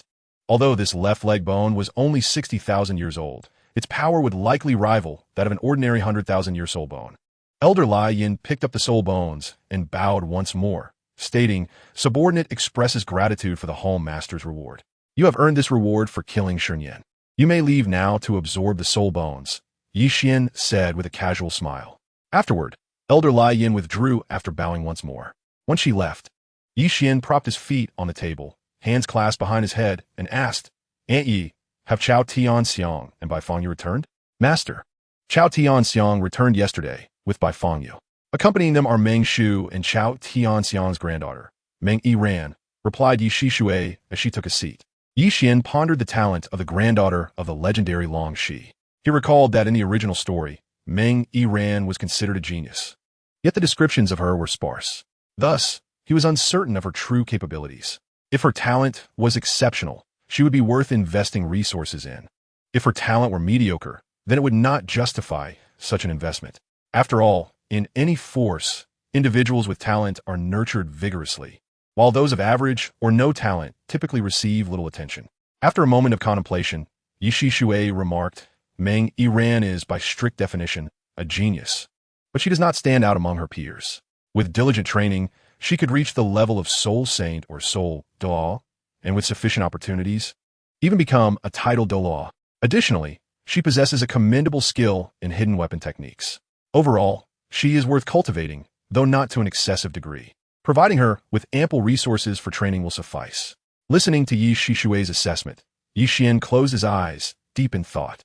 Based on her insights, he surmised that Meng Yiran's innate soul power was likely around levels 7 to 8. While she could be classified as a genius, her standing among them was rather modest. Nonetheless, Yi Xian was intrigued by her proficiency in hidden weapon techniques, especially since Yi Shishui had described them as commendable. His soul guide contained recently poisoned daggers and short swords, while he was accurate in throwing them, it paled in comparison to true hidden weapon techniques. If he could learn Meng Yiran's methods and combine them with the poison weapons, the results would undoubtedly be impressive. Auntie, please locate Meng Yiran and Bai Fangyu, and bring them to the garden in the back hall. I will wait for them there. If Meng Shu and Chao Tianxiang wish to accompany them, feel free to bring them along, Yi Xian instructed before making his way toward his room. Understood, master. Yi Shishui responded with a sound and directly followed Yi Xian out of the room. After leaving the room, Yi Xian did not head straight to the garden, but first went to the dining hall, where he personally brewed a pot of fragrant tea. He then took the freshly brewed tea in 4 teacups and made his way to the garden. Upon arriving at the garden, Yi Xian settled himself in a pavilion, filled a cup with tea, and quietly awaited the arrival of others. In a room in the front hall, Meng Shu gazed at his granddaughter with a sense of nostalgia and said, Yiran, while you are in the Xingyun Dian, you must diligently cultivate. The resources provided by the Xingyun Dian for your training are incomparable to those offered by the Beast Academy. Serving as some sort of vice captain at the Beast Academy is of no real use. Your own strength is the essence of being a soul master. The Hall Master is merely a few years your senior, yet he has already attained the status of a 5-ring Soul King and is capable of defeating a title de law. I do not expect you to surpass a title de law like the Hall Master, but if you can reach the Soul Zone level by the same age, I shall be content. Hearing her grandfather's words, Meng Yiran felt a headache coming on and rubbed her temples. Since being brought to the Xingyun Dian yesterday, she had heard the same sentiments repeated no less than 10 times and was thoroughly weary of it. Grandfather, you needn't worry. I will strive to cultivate diligently and will not let you down, Meng Yiran replied, her voice tinged with a hint of indifference. The idea of a 5-ring Soul King defeating a 9-ring title Daw seemed far-fetched to her. The disparity in soul power was an insurmountable chasm. She did not care whether others believed it. To her, it was merely a joke. You did not witness the Hall Master's strength. Had you, you would not speak so lightly. The Hall Master's prowess truly deserves to be called the foremost among the younger generation. I have never encountered a young talent like him, Meng Shu remarked, shaking his head at his granddaughter's demeanor, choosing not to say more. After all, the idea of a 5-ring Soul King defeating a title de law was indeed a tall tale. If he had not witnessed it himself, he would not have believed it either. Even he and Chao Tianxiang, when employing their martial soul fusion technique, could only rival a title de law, and whether they could triumph was uncertain. At that moment, there was a gentle knock on the door, and Meng Shu rose to open it. Upon seeing Yi Shishui at the doorway, he immediately inquired, Vice Hall Master, have you come with some matter requiring my assistance? I am here to find you, but there is no specific matter. Rather, the Hall Master has returned and wishes to meet your granddaughter, Meng Yiran, in the garden of the rear hall. If you wish to accompany me, you may come along. Ye Jishui replied, Her, Tonis Somehat cold. The Hall Master wishes to see Yiran in the rear hall. Vice Hall Master, please wait a moment. I will summon Yiran to join you in the rear hall, Meng Shu said before turning to enter the room. Yi Shishui had no intention of entering, but remained waiting outside the door. Once inside, Meng Shu called out, Yiran, come with me. I will take you to meet the Hall Master in the rear hall. Understood, grandfather, Meng Yiran replied as she followed her grandfather outside. Her curiosity piqued about what the Hall Master, who had received such praise from her grandfather, looked like. Yiran, the rear hall is not a place where just anyone can enter. Even I have never been inside. The vast rear hall is home to only a select few. So you must understand the importance of etiquette and not act according to your whims, Meng Shu advised as they walked. I understand, grandfather. Meng Yiran replied with a hint of exasperation. Chapter 164. Techniques of Hidden Weapons. Yi Shishui guided Meng Shu and Meng Yiran through the front hall and directly into the rear hall. As they walked along the smooth path, Meng Yiran's gaze wandered, taking in her surroundings. Compared to the front hall, the rear hall exuded a serene ambience, making it an ideal place for cultivation and self-refinement. Yi Shishui led them to a room, called out by Fangyu, and directed them toward the garden. Upon entering the garden, Meng Yiran's attention was immediately captivated by Yi Xian. She gazed at his flawless features and ethereal aura, and could not help but whisper, Grandfather, is this the Hall Master? Meng Shu nodded and reminded her, Indeed, this is the Hall Master. Remember to observe proper etiquette and not act impulsively. All right, I understand, Grandfather. You need not keep reminding me, Meng Yiran replied softly, though her eyes remained fixed on Yi Xian. Yi Xian noticed the arriving guests, picked up the teapot, poured 3 cups of tea, and gestured for everyone to take a seat. After they were seated, he placed a cup of tea before Yi Shishui, Meng Shu, and Meng Yiran, saying, "Please try the tea I brewed. It is quite good." The three of them, upon hearing this, picked up their cups in unison and began to savor the tea. Bai Fangyu glanced at the empty table before her, but said nothing. As a maid, being allowed to sit was already a considerable honor. After a moment, Meng Shu set his cup down and exclaimed, "What excellent tea! The Hall Master's brewing is truly remarkable." "Hall Master, you summoned Yi Ran to the rear hall for some specific purpose, did you not?" Meng Shu queried, eager to learn the reason for Yi Xian's summons. Yi Xian smiled and replied, "I just returned and heard Aunt Yi mention Meng Tongzhu's granddaughter, Meng Yiran. Her talent is quite impressive, making her a true prodigy. So I intend to provide her with additional cultivation resources to aid her training. Additionally, I heard that she possesses a remarkable technique for using hidden weapons, and I would like to see her demonstrate it, provided that Meng Tangzhu agrees." Meng Shu, his voice laced with amusement, responded, "Iran does excel at using hidden weapons. And since the Hall Master wishes to see, let her put on a demonstration. More cultivation resources would undoubtedly accelerate his granddaughter's training." However, after a long while, Meng Yiran showed no signs of rising to perform, remaining seated with her gaze fixed on Yi Xian. "Are you staring at me because there is something on my face?" Yi Xian asked, lifting his teacup and unperturbed by Meng Yiran's intense gaze. Seeing this, Meng Shu cleared his throat, raising his voice slightly. "Yiran. Huh? What is it, grandfather?" Meng Yiran snapped back to attention at her grandfather's call. Meng Shu lifted his teacup and said, "The Hall Master wishes to see your demonstration of hidden weapons."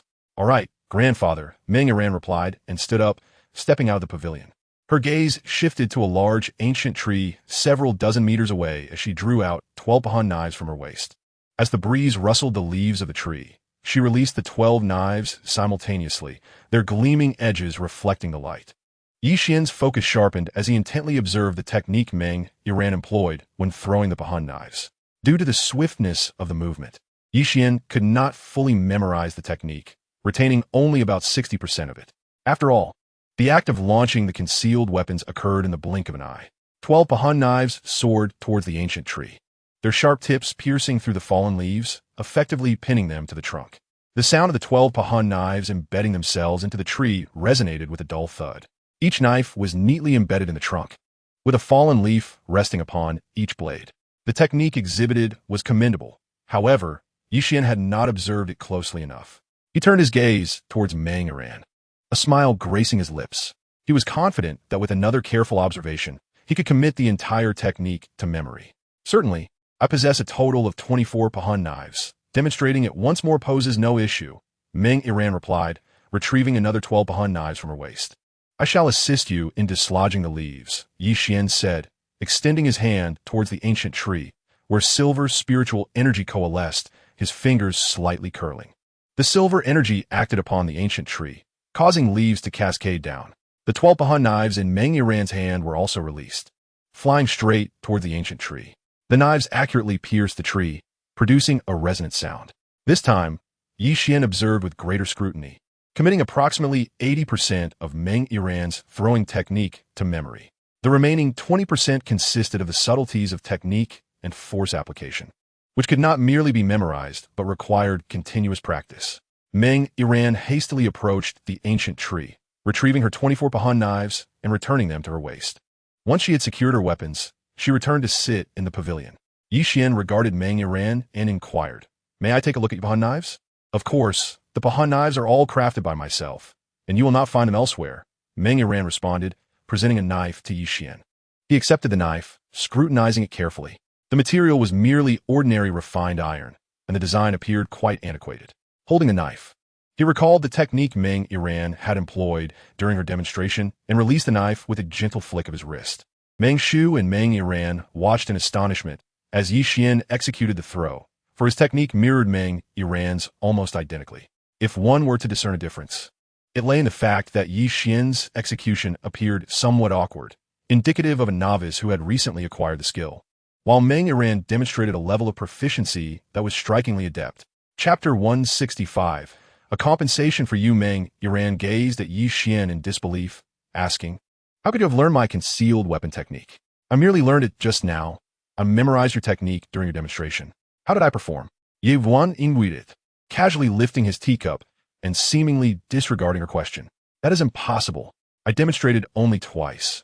How could you possibly memorize the technique? Meng Iran's voice conveyed incredulity. Yet, the evidence lay before her, leaving her no choice but to accept it. A prodigy indeed. The Hall Master has merely observed twice and can already reproduce Iran's concealed weapon technique. Such talent is rarely seen in my lifetime, Meng Shu remarked, setting his teacup down, his aged face a mask of astonishment. Yi Qian smiled gently, responding, "You flatter me, Meng Hall Master. I have only memorized the technique. The nuances of execution and force application remain elusive to me. If Iran is willing to teach me these aspects, I can offer a rare treasure or a millennium-old soul bone as compensation. After all, it would be fair to acknowledge that I have somewhat stolen her technique." A subtle smile played on Yi Qian's lips, recognizing the validity of his claim and the appropriateness of offering Meng Iran some form of compensation. Upon hearing this, Meng Iran refrained from speaking, instead casting her gaze towards her grandfather, seeking his response. Meng Shu's eyes narrowed slightly, seemingly oblivious to Yi Qian's words or his granddaughter's look. Yet, his lips moved, transmitting his thoughts into Meng Iran's mind through a form of telepathy. Sitting nearby, Yi Shishui turned her attention towards Meng Shu with her strength. Detecting such subtle communications was effortless. However, she had no intention of revealing this, for although she was unaware of the specifics of Meng Shu's message, she could surmise that he was advising Meng Iran to select something advantageous as compensation. After a moment, Meng Iran finally directed her gaze back to Yi Qian, stating, "If I teach you the techniques and force application of the concealed weapons, may I make a request?" "Of course. Please share your request with me. If it is reasonable, I shall not refuse," Yi Qian replied with a light chuckle, setting his teacup down and focusing on Meng Iran. "I wish to become your disciple. If that is not possible, I would be willing to become a disciple of the Vice Hall Master or either of the two elders," Meng Iran said, her eyes sparkling with anticipation. Although she was uncertain of Yi Qian's true abilities, she had faith in her grandfather's judgment, knowing he would not lead her astray. Moreover, she had overheard her grandfather mention that the Vice Hall Master was a 99th level limit Douluo, one of the most formidable individuals on the continent.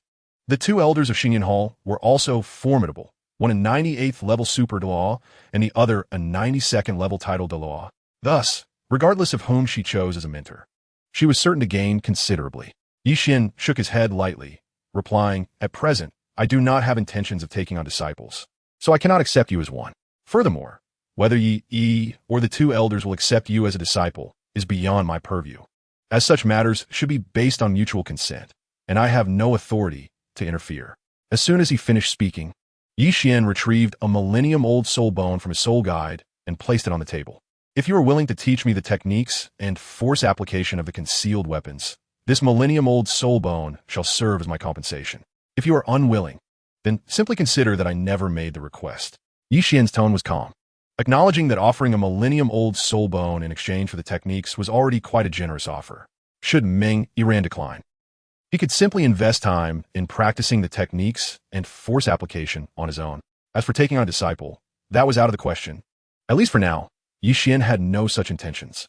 Meng Iran gazed at the millennium-old soul bone on the table, refraining from reaching for it and instead looking towards her grandfather. "Iran, since the Hall Master has spoken thus, you should put away the millennium-old soul bone," Meng Shu said, his voice tinged with regret. Given the Hall Master's talent, his future accomplishments would undoubtedly be remarkable.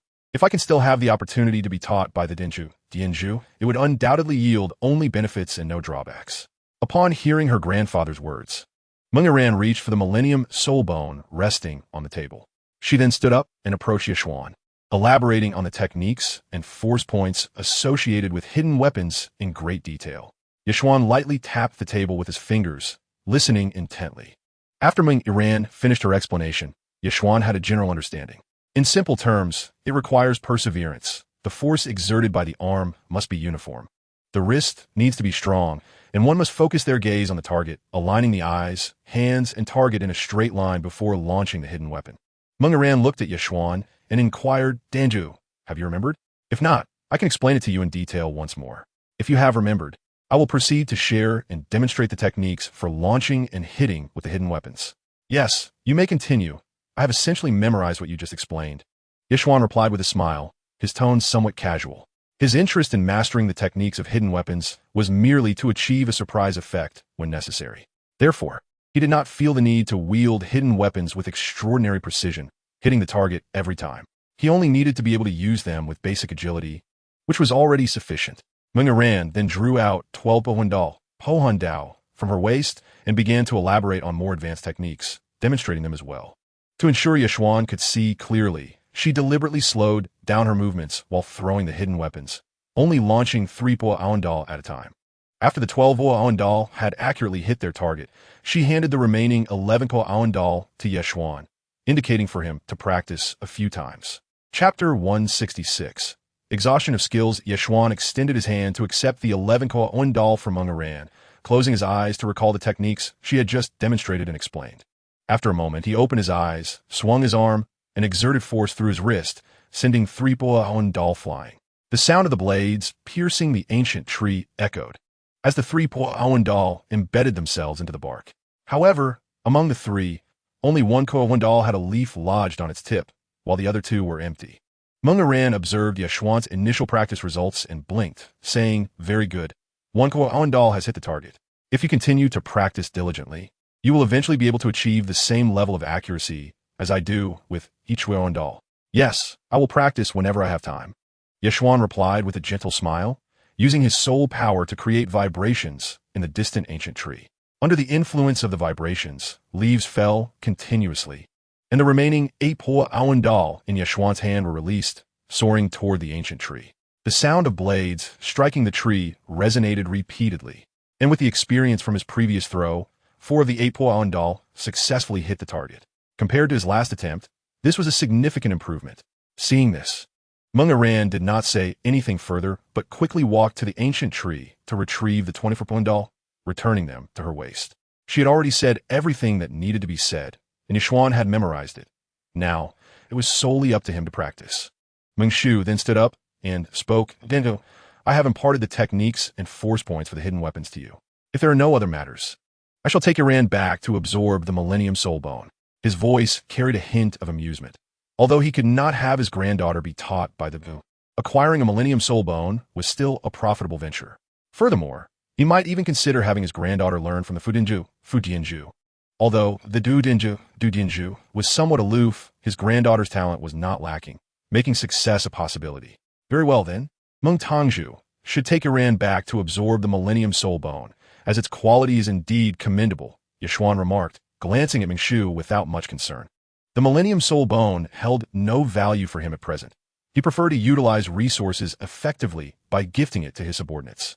After Meng Shu departed with Meng Ran, Yeshuan turned his attention to Bai Fangyu, saying, "Bai Fangyu, prepare yourself.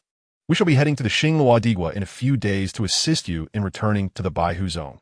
Bai Fangyu momentarily froze upon hearing his words, but quickly regained her composure, responding, "Young master, I have been prepared for a long time.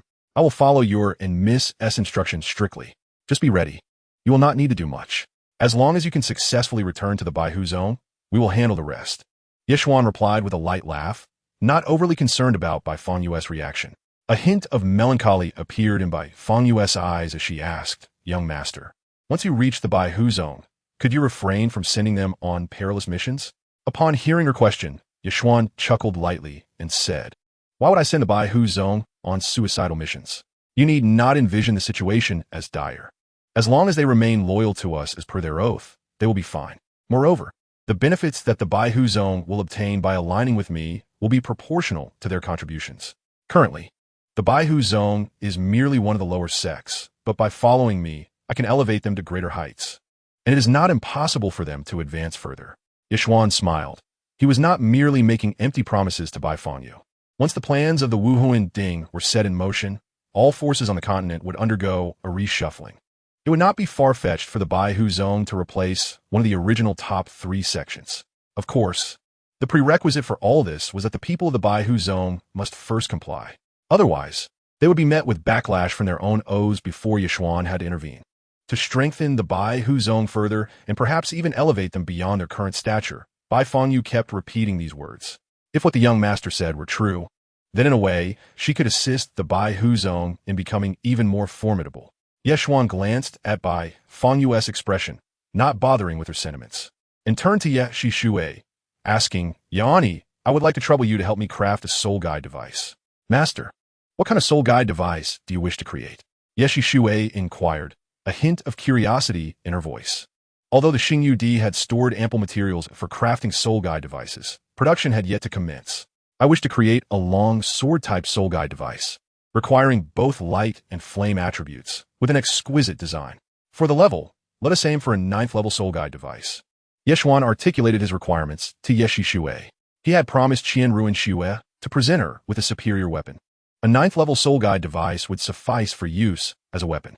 Furthermore, Ye Shui was not only a limit Dalu, but also a soul master nearing the 10th level. Thus, crafting a 9th level soul guide device would pose no challenge. Master, producing a 9th level soul guide device is not an issue. However, it may take some time. After all, I must oversee the entire Xingyu Di and constantly monitor the situation with the Qi Bao, Liu Li Zong, and Tiando Huanggong, leaving little time for crafting soul guide devices. Ye Shui expressed with a hint of helplessness in her eyes. She not only needed to manage the Xingyu Di, but also formulate its overarching plans.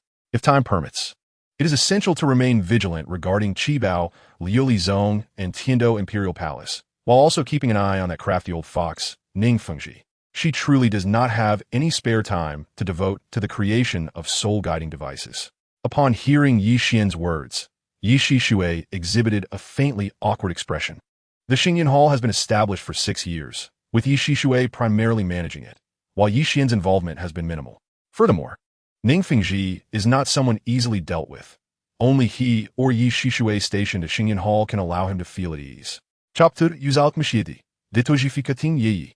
Once we return from the city of slaughter, you can take it a bit easier, Yi Xian said, observing Ye Shui with a hint of apology in his tone. Although Ye Shui was summoned by the system, she remains a person with her own emotions, not a mere machine. Assigning her too many tasks would inevitably lead to her fatigue. It matters not.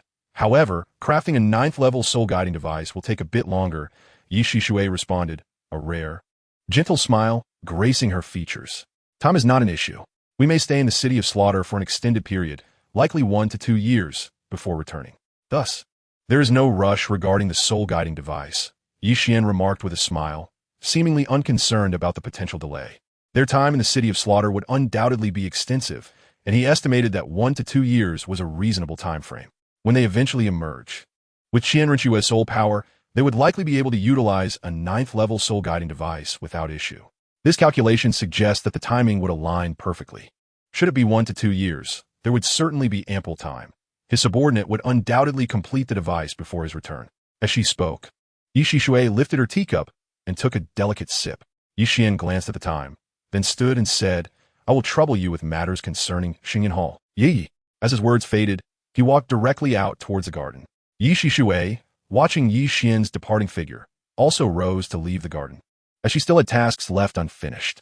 In the garden, Bai Fangyu remained alone, her gaze sweeping the area before settling on the beautiful sea of flowers.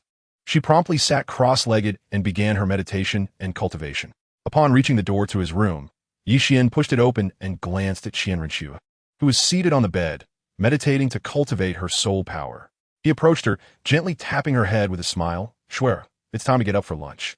Startled by his voice, Qian Rinxue awoke from her meditation, opening her eyes to see Yi Xian and replied, Is it already noon? Time truly flies. With that, she descended from the bed and walked with Yi Xian towards the dining hall. Upon arriving at the dining hall, they found their bowls and chopsticks neatly arranged on the table. Sitting down, they began to savor the dishes before them. As Qian Rinxue enjoyed the meal, she turned her gaze to Yi Xian and inquired, Xiao Xian, when we head to the Xingluo Empire, do you plan to have Yi accompany us? The responsibilities at Xingyan Hall were quite burdensome, making it difficult for her to leave. Instead, it would suffice to have Wu Changkong join them on their trip to the Xingluo Empire. Yi Xian casually replied, not giving it much thought. After all, there were no titled law among the lower 4 sects, and even without companions, his own strength was sufficient to reach the Baihu sect. Bringing Wu Changkong along was merely a precaution. Upon hearing the name Wu Changkong, Qian Rinxue blinked. Aren't there only Yi Shui and Lai Yin as titled Douluo in Xingyan Hall? Who is this Wu Changkong? I have never heard of him. Yi Xian pondered for a moment before responding. Wu Changkong is a recent addition to our Xingyan Hall, now the second elder. His strength is at the 98th level super Dalu, so having him accompany us to the Xingluo Empire will pose no issues.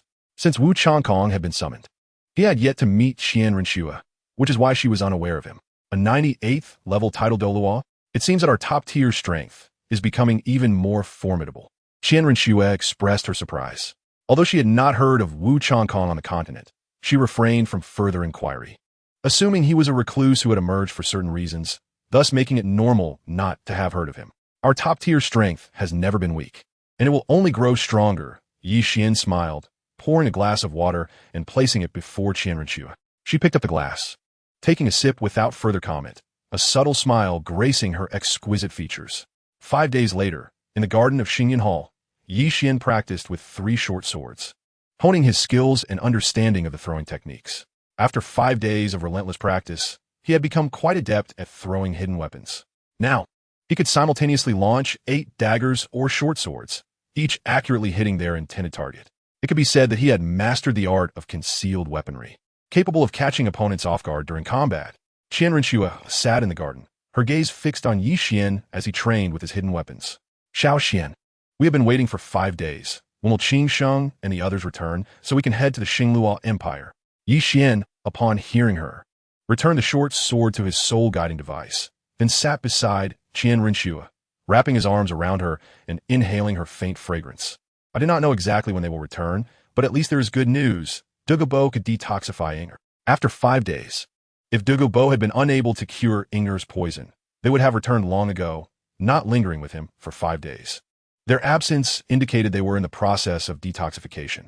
With a hint of mirth in his voice, Yi Xian expressed his happiness for Qing Sheng, as resolving Inger's poison also meant Qing Sheng's emotional turmoil would be alleviated. Of course, there was a second possibility. Qing Sheng and Inger could have been eliminated by Douluo. However, that possibility seemed exceedingly slim. Yi Xian held firm in his belief that Qing Sheng possessed some means of survival. Chapter 168. Journey to the Xingluo Empire at 10 o'clock in the morning. Qing Sheng and Inger entered Xingyan Hall with smiles on their faces, walking straight past the front hall to the back hall in search of Yi Xian and Qian Renshua. It was only when they reached the garden that they spotted Yi Xian and Qian Renshua, who also noticed the return of the two. Upon witnessing the genuine smiles adorning the faces of the two individuals, Yi Xian and Qian Renshua instinctively understood the outcome of the detoxification process. If they had not been cured, such heartfelt expressions would not have graced their countenances. Yi Xian turned his gaze towards Qing Sheng, a gentle smile gracing his lips as he remarked, "You two have finally returned. If you had not, Qian Renshua and I would have been compelled to journey to the Xingluo Empire."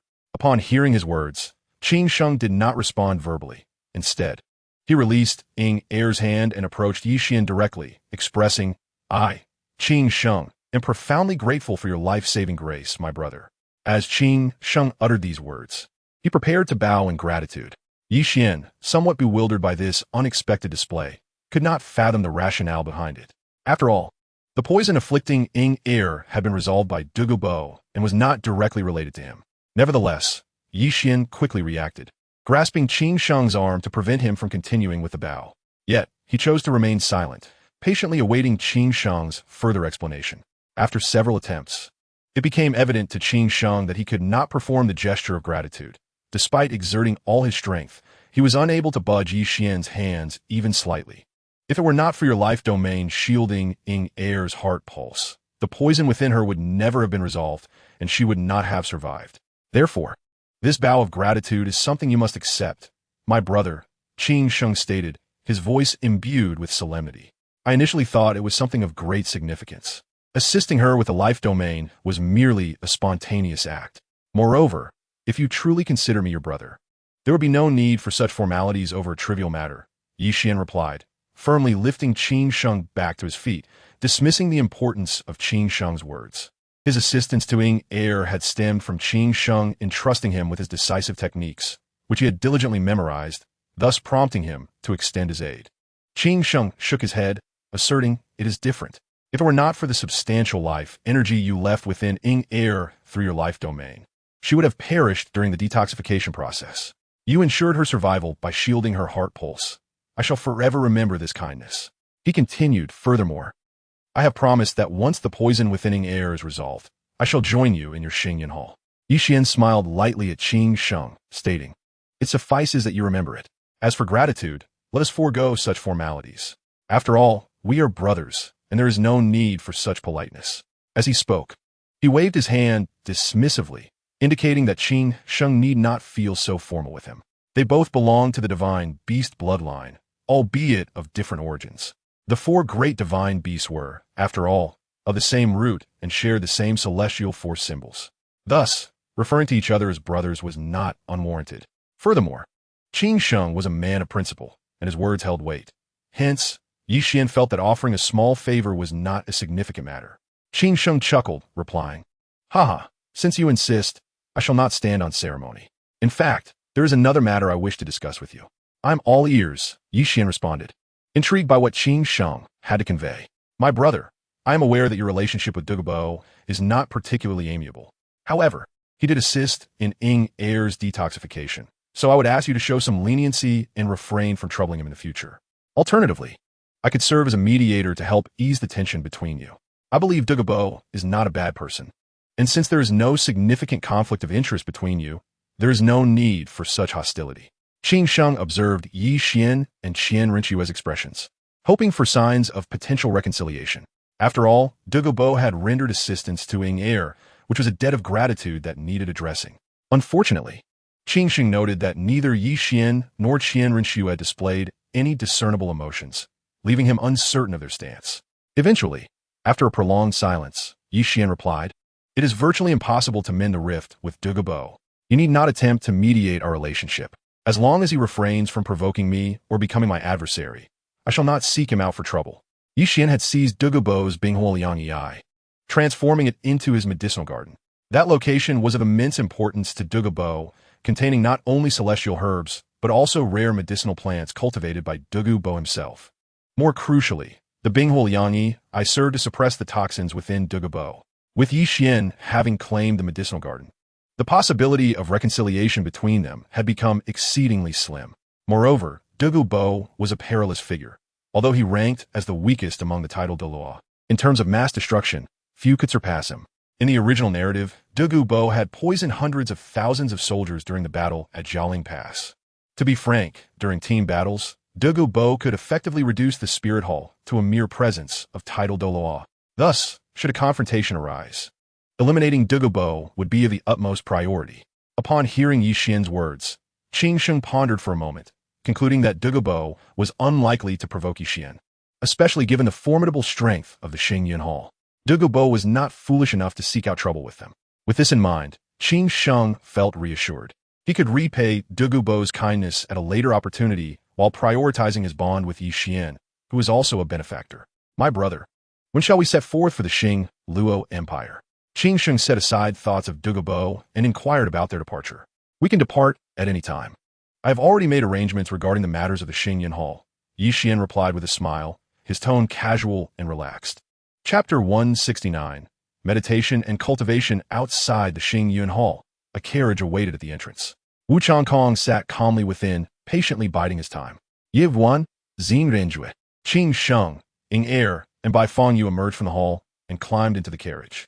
The spacious interior comfortably accommodated all five, ensuring no one felt cramped. Once they settled inside, the horses whinnied, and the carriage began its journey towards the Xing-Luo Empire. Within the carriage, Qing Sheng turned to Yi Qian and asked, Brother, are you not able to open spatial rifts?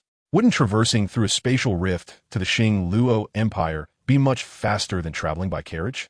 Opening a spatial rift requires a significant expenditure of my soul power. Furthermore, the distance from Xingyan Hall to the Xing-Luo Empire spans an entire month.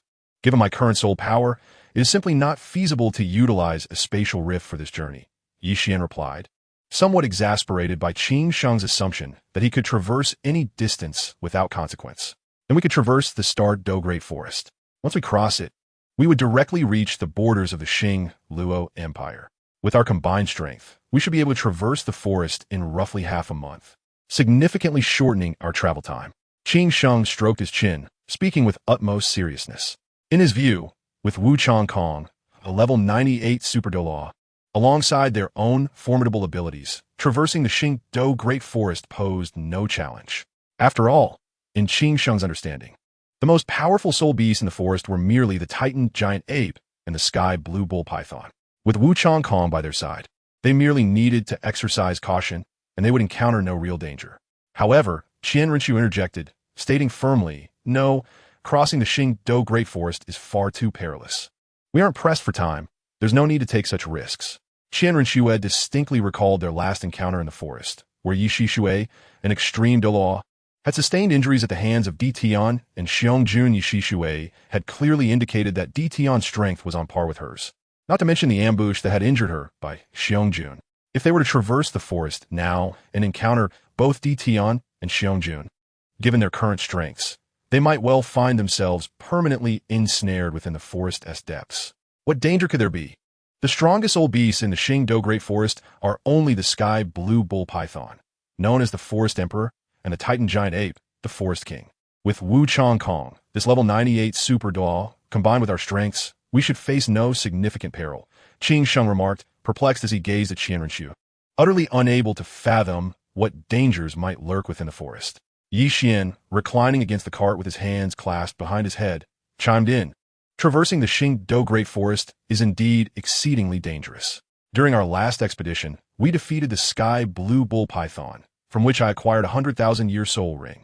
However, the strongest soul beasts in the forest are not solely the sky blue bull python and the Titan giant ape.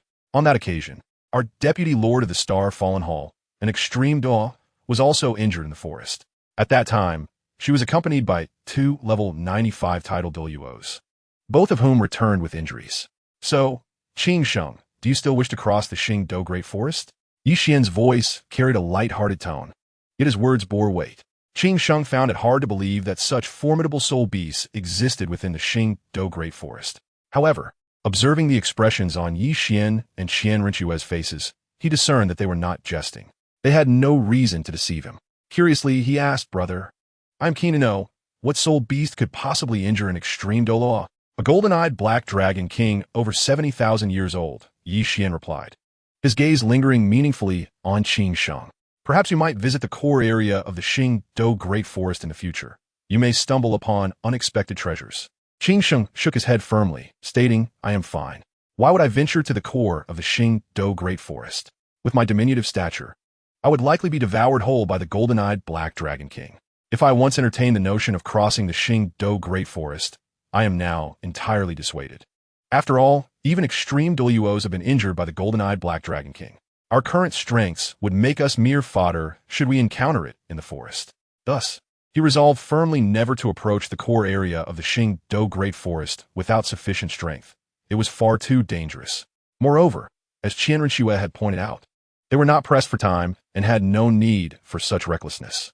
Upon witnessing Qin Sheng's reaction, Yi Xian merely smiled and remarked, "It is a month's journey to the Luo Empire.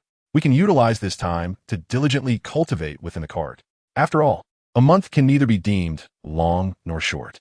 As his words settled, Yi Xian stretched before settling into a meditative posture within the cart, focusing on cultivating his soul power.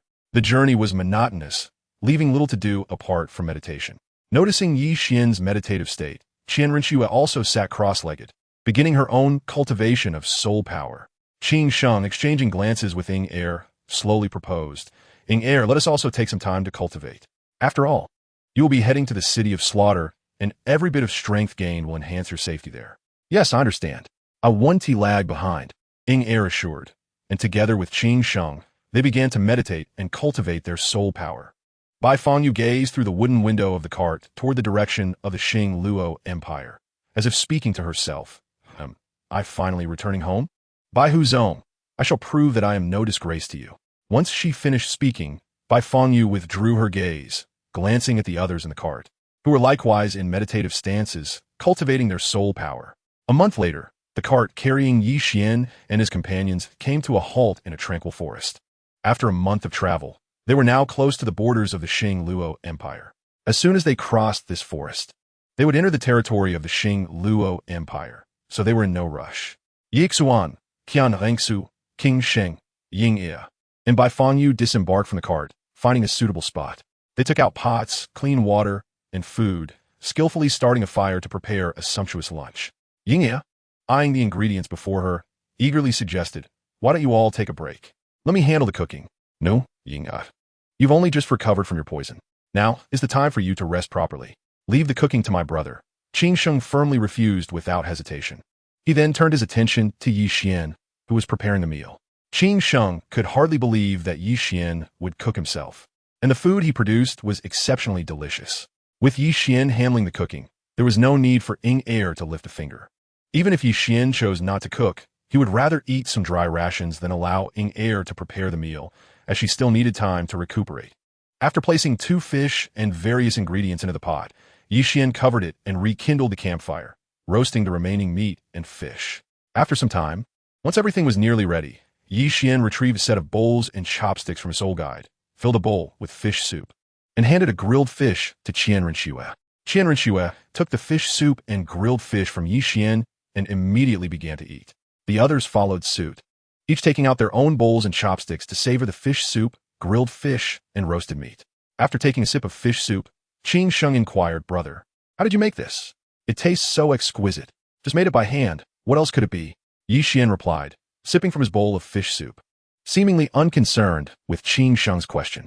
As everyone enjoyed their meal, it seemed that Yi Xian, Qian Renshue, Wu Changkong, and Qin Sheng sensed something amiss, their gazes simultaneously shifting toward the front of the forest. There, it appeared that something was happening, as birds took flight in a startled frenzy. Wu Changkong further unleashed his spiritual energy to investigate the situation ahead. After a brief moment, he withdrew his spiritual energy and spoke, "My lord, there is someone pursuing a young girl ahead, who appears to be quite young. They are heading in our direction. Moreover, the pursuers possess strength only at the level of a soul master to soul sovereign. Should we intervene and rescue the girl?"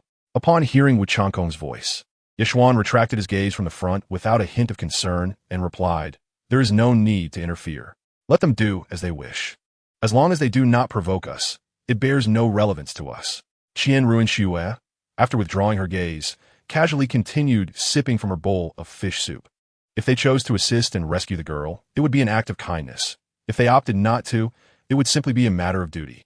There is a saying, if someone helps you, it is your fortune. If no one helps you, it is the fairness of fate. No one is obligated to do anything for anyone else, for life is one's own responsibility. In this instance, if they intervened to save the girl, it would be her fortune. If they did not, it would be a manifestation of fate's fairness. After all, they had no prior acquaintance with the girl and bore no obligation to assist. Qin Sheng and Bai Fangyu were engrossed in their fish soup and roasted meat, seemingly oblivious to Wu Changkong's words. Ying'er's face reflected a tinge of compassion, and just as she was about to speak, she heard Qin Sheng's voice resonate beside her. "Ying'er, have you forgotten what transpired 4 years ago? Sometimes it is wiser to refrain from involving oneself. We are not obligated to assist." Qin Sheng's tone was calm as he savored his soup. Upon hearing Qin Sheng's words, Ying'er seemed to recall something, and after a moment's silence, she merely sighed and continued to drink her soup without further comment. Observing this, Wu Changkong pondered for a moment before speaking again. "My lord, the girl being pursued is merely 8 or 9 years old. The strength of her pursuers is not formidable, only at the level of a soul master to soul sovereign. I believe that intervening to save her would not be an issue. Let us finish our meal first.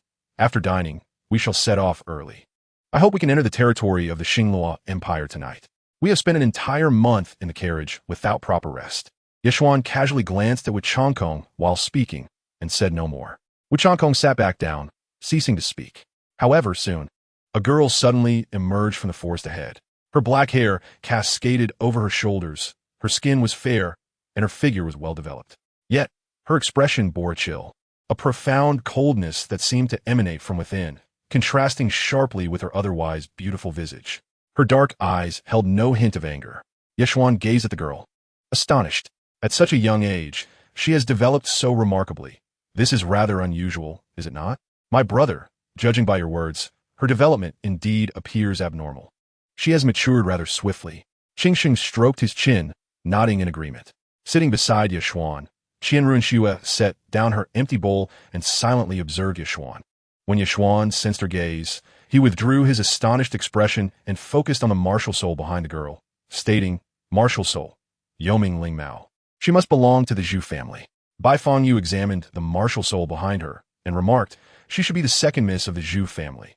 Zhu Zhuqing. The Zhu family has had a long-standing alliance with the Xingluo royal family through marriage. Therefore, her current plight is likely a consequence of the Xingluo imperial system. The Xingluo imperial system permits competition among princes, rendering her current predicament quite normal.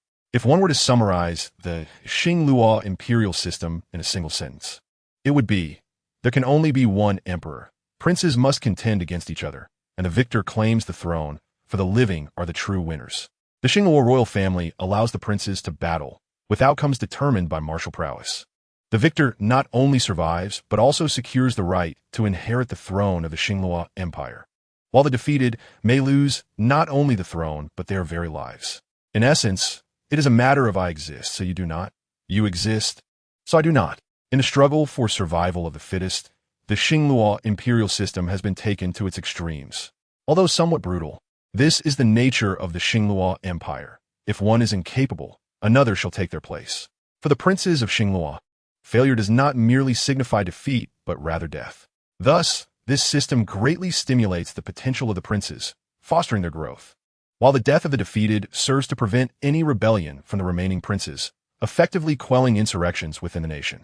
Of course, there are exceptions. For instance, Dai Mubai, who has gone to extremes, would not have fled the Xingluo Empire only to seek pleasures in Suatoa City otherwise.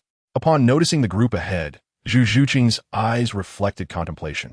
Yet, in an instant, she pivoted her body, changing direction away from the group as she continued her escape. Hot on her heels were over 10 individuals, presumably free soul masters, led by a 4-ring soul sovereign.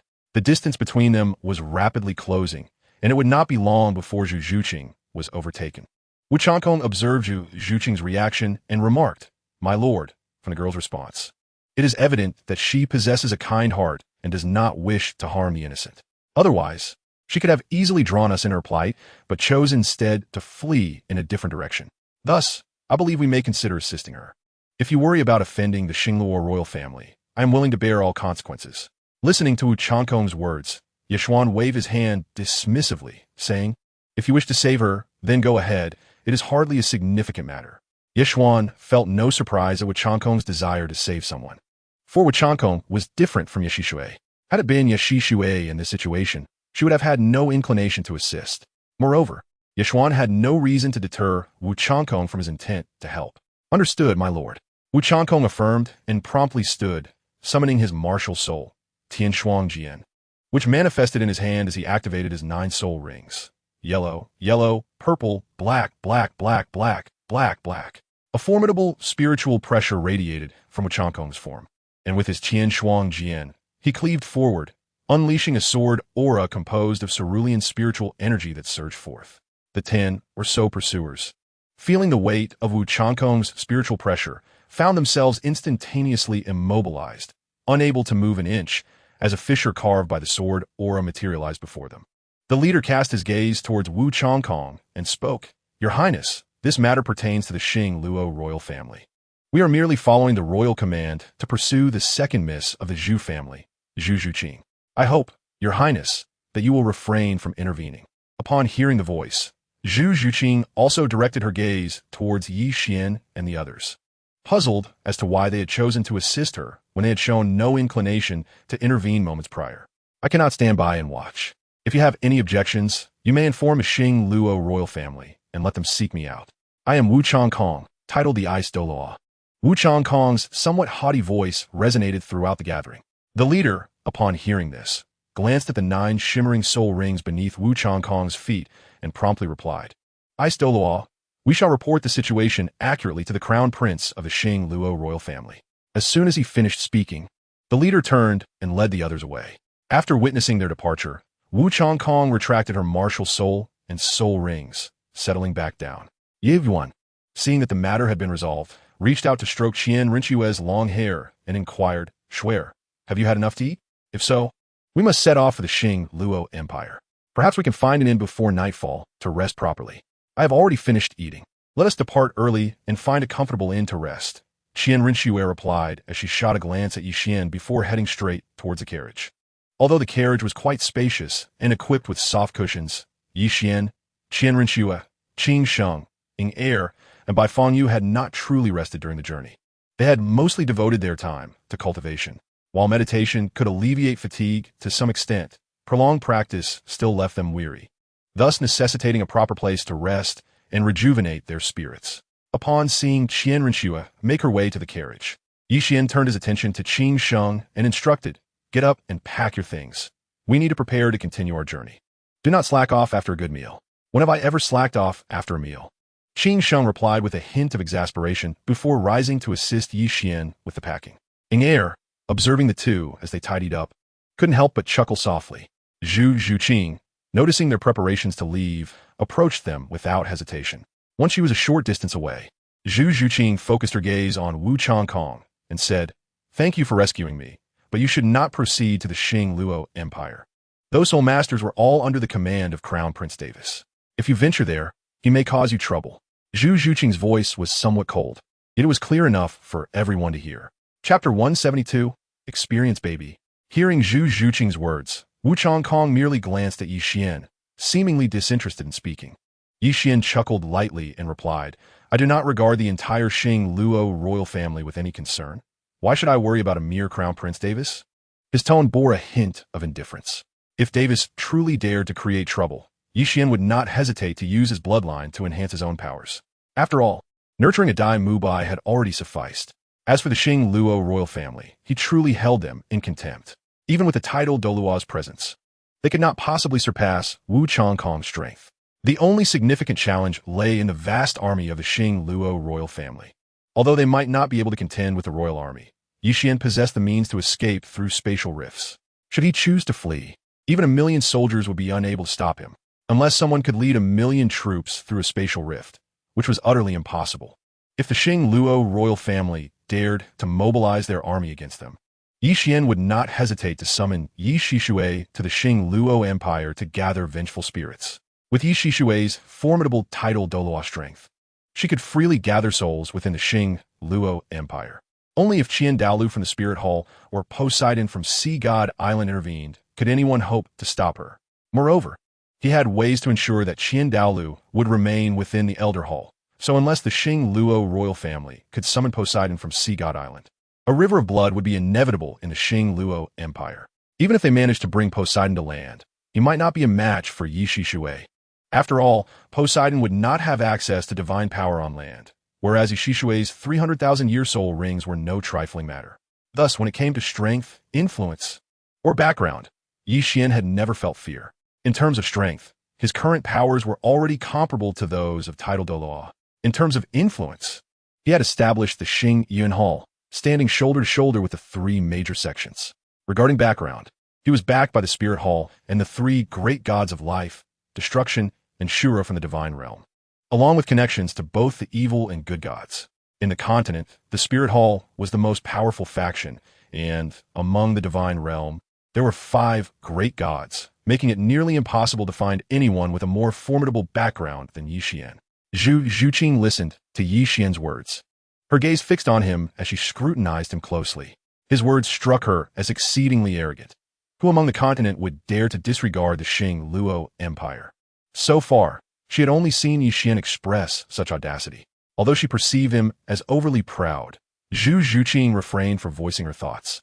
After all, they were the ones who had saved her, and it would feel inappropriate to speak against them. Zhu Zhuqing stood still for a moment before saying, "If you decide to go to the Xing Luo Empire, it would be wise to exercise caution. After all, Davis is the crown prince of the Xing Luo Empire." "Understood. Just a mere Davis. There is no need to be concerned." Yixian waved dismissively as he finished packing and proceeded towards the carriage with Qin Sheng. Zhu Zhuqing remained in place, choosing not to say anything further. Once Yixian and Qin Sheng boarded the carriage, Wu Changkong turned her gaze to Zhu Zhuqing and asked, "Are you also returning to the Xing Luo Empire? If so, you may accompany us. It may not be safe for you to travel alone, and our Lord would not mind escorting you a short distance." Zhu Zhuqing gently shook her head in response. "I will not return to the Xing Luo Empire, so there is no need to trouble you. If the opportunity arises in the future, I will repay this kindness." With that, Zhu Zhuqing turned and walked in the opposite direction of the Xing Luo Empire. Accompanying them could potentially bring unnecessary trouble, and she truly had no need to return to the Xing Luo Empire. "I wish you good fortune," Wu Changkong said. watching Zhu Zhuqing's retreating figure before shifting her gaze back. As the horses neighed, the carriage swiftly moved forward. Despite its rapid pace, those inside felt no jarring bumps. In the carriage, Yi Xian gazed at the somewhat fatigued Qian Renshua, reaching out to hold her in his embrace. He softly inquired, "Schwerer, would you like to rest for a while? It seems we will not reach the borders of the Xinghua Empire until late. If we search for an inn to rest, we may not know when we will arrive." After all, even once they entered the Xinghua Empire, they would still need to travel to a nearby city to find a hotel for adequate rest. "Very well, I shall rest for a bit. Once we find a hotel, we can have a proper rest," Qian Renshua replied, leaning against Yi Xian as she prepared to doze off. Yi Xian then retrieved a blanket from his soul guide and draped it over Qian Renshua to prevent her from catching cold. Qing Sheng observed the soul guide in Yi Xian's hand with mild curiosity and asked, "Brother, what other items do you possess in your soul guide?" During the past month, Qing Sheng had witnessed Yi Xian produce a variety of items from his soul guide, including weapons for self-defense, cooking pots, and even tents and sleeping bags for outdoor resting, alongside a chessboard and pieces for leisure. Therefore, he was genuinely curious about what else Yi Xian might have. "Myself and Schwerer have trained in the extreme north for nearly 4 years, so I have stocked my soul guide with essential daily items," Yi Xian replied casually. Casting a glance at Qing Sheng, the items in his soul guide were replenished periodically, ensuring that whether traveling or training, he would lack nothing. "Do you typically carry so many items with you?" Qing Sheng inquired, his eyelids twitching slightly. While he was uncertain about the specifics of Yi Xian's daily necessities, he was sure they were plentiful. Yi Xian chuckled and said, "I simply keep them in the soul guide. It is not troublesome. It serves as a precaution, for one never knows when they might come in handy." As the night deepened, Yi Xian's carriage entered a border city of the Xinghua Empire, gradually coming to a halt before an inn. Observing Qian Renshua, who was peacefully asleep against him, Yi Xian retrieved a gold soul card from his soul guide and handed it to Bai Fengyu, whispering, "Please procure 4 of the finest rooms at the inn. Once they are ready, inform us." "Understood, my lord," Bai Fengyu replied, taking the gold soul card and promptly disembarking from the carriage to head towards the inn. Upon seeing the inn, Qing Sheng stretched and remarked with a hint of amusement, "Finally, we can have a good rest. This carriage journey has been quite exhausting." While speaking, he gently nudged Inger awake. Rubbing her eyes, Inger groggily asked, "Sheng, what is the matter? Have we found a place to rest? We have discovered an inn that appears decent. However, as this is a border city of the Xinghua Empire, having such an inn is already commendable. Resting in the inn will certainly be more comfortable than in the carriage," Qing Sheng observed, peering through the wooden window of the carriage at the inn. The inn's decor was not lavish. Rather, it had a certain simplicity. Yet, given that it was located in a border city of the Xinghua Empire, such an establishment was quite satisfactory. After all, this border city was not bustling, resembling a rather remote town akin to Nodding City within the Tindo Empire. "Then let us settle here and rest properly before continuing our journey," Inger yawned, attempting to rouse herself before directing her gaze towards the inn. "I have already sent Bai Fengyu to reserve a room. Let's see if there are any available. If not, we may have to spend the night in the carriage." Yi Xian replied with a smile. If the inn truly had no vacant rooms, they would have no choice but to continue their journey and rest in the carriage. "Let us hope we find a room. It would be dreadful to spend the night in the carriage. It is utterly uncomfortable, and we need to find an inn for a proper rest to adjust our states." Qing Sheng shook his head. After spending a month in the carriage, he felt physically drained, and his spirit was somewhat fatigued. With the inn so close, he was unwilling to endure another night in the carriage. "Then depends on our luck. If there are rooms available, we can certainly rest comfortably at the inn.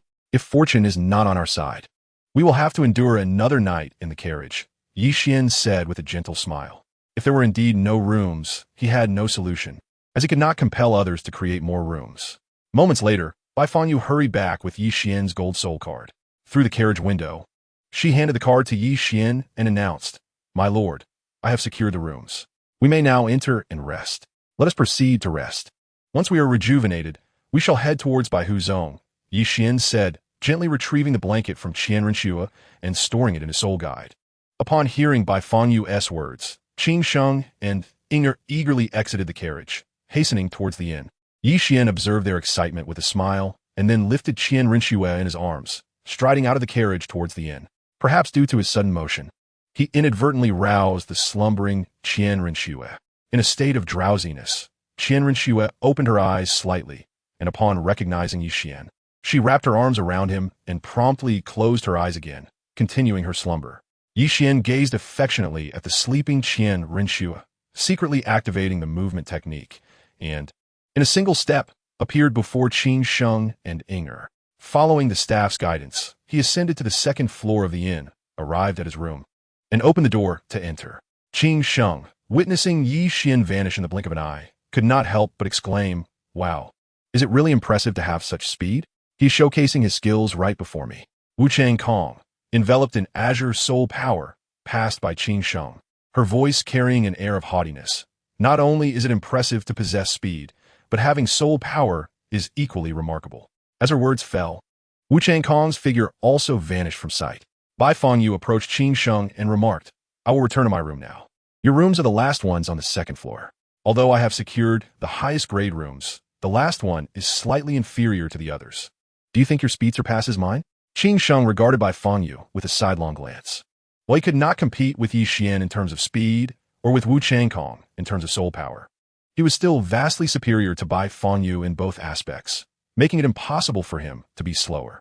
"I may lack speed, and my soul power level cannot compare to yours, but I can traverse through space," Bai Fangyu chuckled. Releasing her martial soul, the dark demon, evil god tiger, a yellow 100-year soul ring shimmered beneath her feet as she stepped forward, directly entering the space. "Traversing through space? Do you think you're my brother, Yi Qian?" Qin Sheng chuckled lightly, lifting Inger into his arms. His body emanated blue soul power as he swiftly ascended to the second floor. As Bai Fangyu emerged from the spatial realm, she was astonished to find that Qin Sheng and Inger had already arrived before the door of the room she had chosen, casting her disdainful glances. "It seems your ability to manipulate space is rather lacking. Perhaps you should practice for another 2 years before challenging me again," Qin Sheng remarked, leading Inger directly into the room, leaving Bai Fangyu standing alone in a daze. After a brief moment, Bai Fangyu pursed her lips, said nothing further, and proceeded towards the last room. In Yi Qian's chamber, he gently placed Qian Ruxue on the bed, carefully tucked her in, and then switched off the room's lights. Lying on the soft, comfortable bed and embracing Qian Ruxue, he closed his eyes, preparing to rest and adjust his state of being. The next day, around noon, Yi Qian and Qian Ruxue, their hair somewhat disheveled, rose from the bed. Qian Ruxue looked at Yi Qian beside her and said, "Xiao Qian, I'm feeling a bit hungry.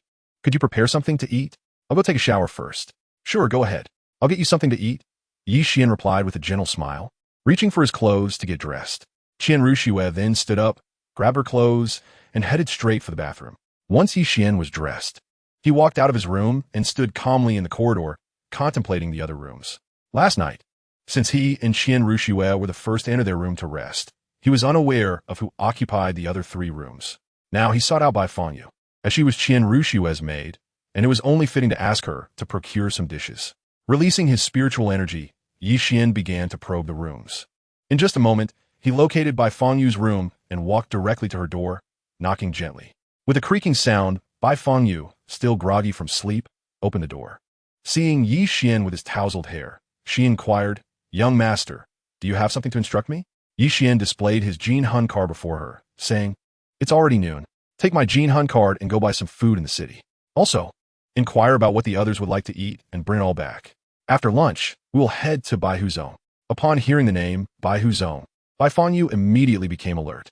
She took the Jin Hun card from Yi Qian with excitement, saying, "Understood, young master.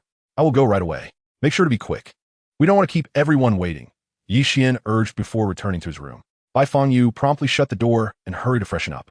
After washing up, she stepped out to ask the others what they wished to eat. As she exited, she glanced in the direction of Baihuzong, smiling softly. "Baihuzong, I am finally returning. This time, I will prove to everyone that I am not a disgrace to Baihuzong." In his room, Yi Qian sat cross-legged on the bed, meditating to cultivate his soul power. He was merely a step away from the bottleneck of level 53. With a bit more accumulation of soul power, he would reach level 53. However, due to the extraordinary purity of his soul power, the accumulation was quite slow. If he had not trained tirelessly for nearly a month on the carriage, reaching level 53 would have taken considerably longer. About half an hour later, the sound of water from the bathroom ceased, and Qian Ruxue emerged, dressed neatly, drying her damp hair with a towel. Noticing Yi Qian meditating on the bed, she scanned the surroundings and asked, Xiao Qian, where's my food? Upon hearing her voice, Yi Qian opened his eyes, reclining on the bed. I've sent your maid, Bai Fangyu, to the city to buy food. Considering the time, she should be back soon. Oh, then let us wait a bit. After we eat, we will head to Bai Huzong. Qian Rushua sat on the bed, continuing to dry her hair with the towel. Bai Huzong isn't going anywhere. It will eventually be ours, so there's no need to rush. Yi Qian smiled, taking the towel from Qian Rushua's hands and gently drying her hair. I understand that it will eventually be ours, but resolving the matters with Bai Huzong sooner allows us to head to the city of slaughter sooner. Doesn't it? Qian Rushua blinked, her voice laced with amusement. No need to rush. We will be in the city of slaughter for quite some time. Besides, nothing can escape our grasp. It will all be ours in due time. Yi Qian's tone carried a hint of profundity. Indeed, it will all be ours eventually. A radiant smile graced Qian Rushua's face. Before long, Qian Rushua's hair was dry. After a gentle caress of her silky strands, Yi Qian proceeded towards the bathroom, needing to freshen up himself before heading to Bai Huzong. With a slight pang of hunger, Qian Rushua idly waited in the room. Shortly after, there was a knock at the door. She stood up to open it, finding Bai Fangyu at the threshold, holding takeout dishes. Miss, here are the dishes prepared for you. Along with the young master's Jinhun card, Bai Fangyu handed over the food and the card to Qian Rushua. I understand. Go prepare yourself in your room. We will head to Bai Huzong shortly. Qian Rushua accepted the dishes and card, tucking the Jinhun card away and returning to her room with the food. Yes, Mississippi. I am all set and ready to go to Bai Huzong, Bai Fangyu replied excitedly. All right, head back for now. I will call for you when we are ready to depart. Qian Rushua waved her hand dismissively, signaling Bai Fangyu to leave. Understood, Mississippi, Bai Fangyu replied, closing the door behind her and heading back to her room with a sense of eagerness. Qian Rushua placed the dishes on the table and, taking a set of bowls and chopsticks, began to sample the food. The flavor was rather mediocre, not particularly delicious, but it sufficed to satisfy her hunger. After some time, Yi Qian emerged from the bathroom, noticing the dishes on the table and Qian Rushua sitting on the bed, somewhat bored. He smiled and asked, Schwer, have you eaten enough? Yes, I saved some for you. Hurry and eat. Once you finish, we will head to Bai Huzong. Qian Rushua nodded, looking at Yi Qian. Yi Qian quickly finished the food before they both exited the room to gather the others. He looked at the excited Bai Fangyu and asked, You know the exact location of Bai Huzong, right? Tell me, so we can use the spatial rift to get there. Bai Fangyu's eyes lit up with excitement as she replied, The precise location of Bai Huzong is 30 miles east of Luo City. Once we reach there, we will be able to see Bai Huzong. Is this the place 30 li east of Luo City? Then let us proceed to Bai Huzong. Yi Qian extended his hand, gently grasping Qian Rinshua's delicate fingers. A purple-black radiance flickered upon his left leg, and before them, a spatial rift materialized. The six of them, Yi Qian, Qian Rinshua, Wu Changkong, Qing Sheng, Ing and Bai Fangyu, each stepped into the rift. Upon emerging from the other side, they found themselves in a picturesque valley, characterized by its serene beauty. In front of them stood a grand and majestic sect, with the characters Bai Huzong elegantly inscribed above the entrance. Flanking the entrance were two imposing stone tigers, exuding an aura of power. As Yi Qian gazed at the Bai Huzong ahead, he exhaled softly.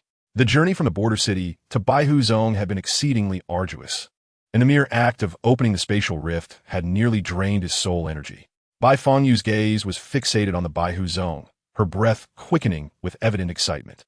After a moment, she spoke, Young master, miss, let us hurry inside. The scenery within Bai Huzong is no less splendid than that of the back hall of Xinjiang. Then let us enter, Yi Qian replied, pulling Qian Rinshua along towards Bai Huzong. The others followed closely behind them. Upon reaching the entrance, Yi Qian knocked firmly on the door. With a creak, the heavy doors of Bai Huzong swung open from within, revealing two disciples clad in the sex attire. Their eyes swept over the group before settling on Bai Fangyu. One of them displaying surprise as he exclaimed, Third miss, you have actually returned. Quickly come inside, lest the elders of the sect see you. What third miss? She is merely an illegitimate daughter and a disgrace to our Bai Huzong, having been expelled from the sect and possessing no right to enter. She is nothing more than a useless pet, the other disciple sneered, disdain evident in his gaze. Upon hearing his words, Bai Fangyu clenched her fists tightly, yet a smile appeared on her face as she addressed the disciple who had called her third miss, Bai Hong. I have returned today with my head held high.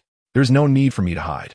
Bai Hong was taken aback by her words, his eyes widening in disbelief as he observed her transformation. He recalled that when Bai Fangyu had been expelled from the sect, her ears had been pure white. But now they were black, and she appeared to be missing a tail. However, before he could voice his thoughts, the other disciple interjected mockingly. "Return to the sect with your head held high? Do you still see yourself as that illegitimate daughter, the third miss? Wake up to reality. Our Baihu Zong only recognizes the white tiger, and you are merely a stain upon the sect. You should find a place to be a pet instead. We do not need a mere ornament like you, nor will we allow this disgrace to return."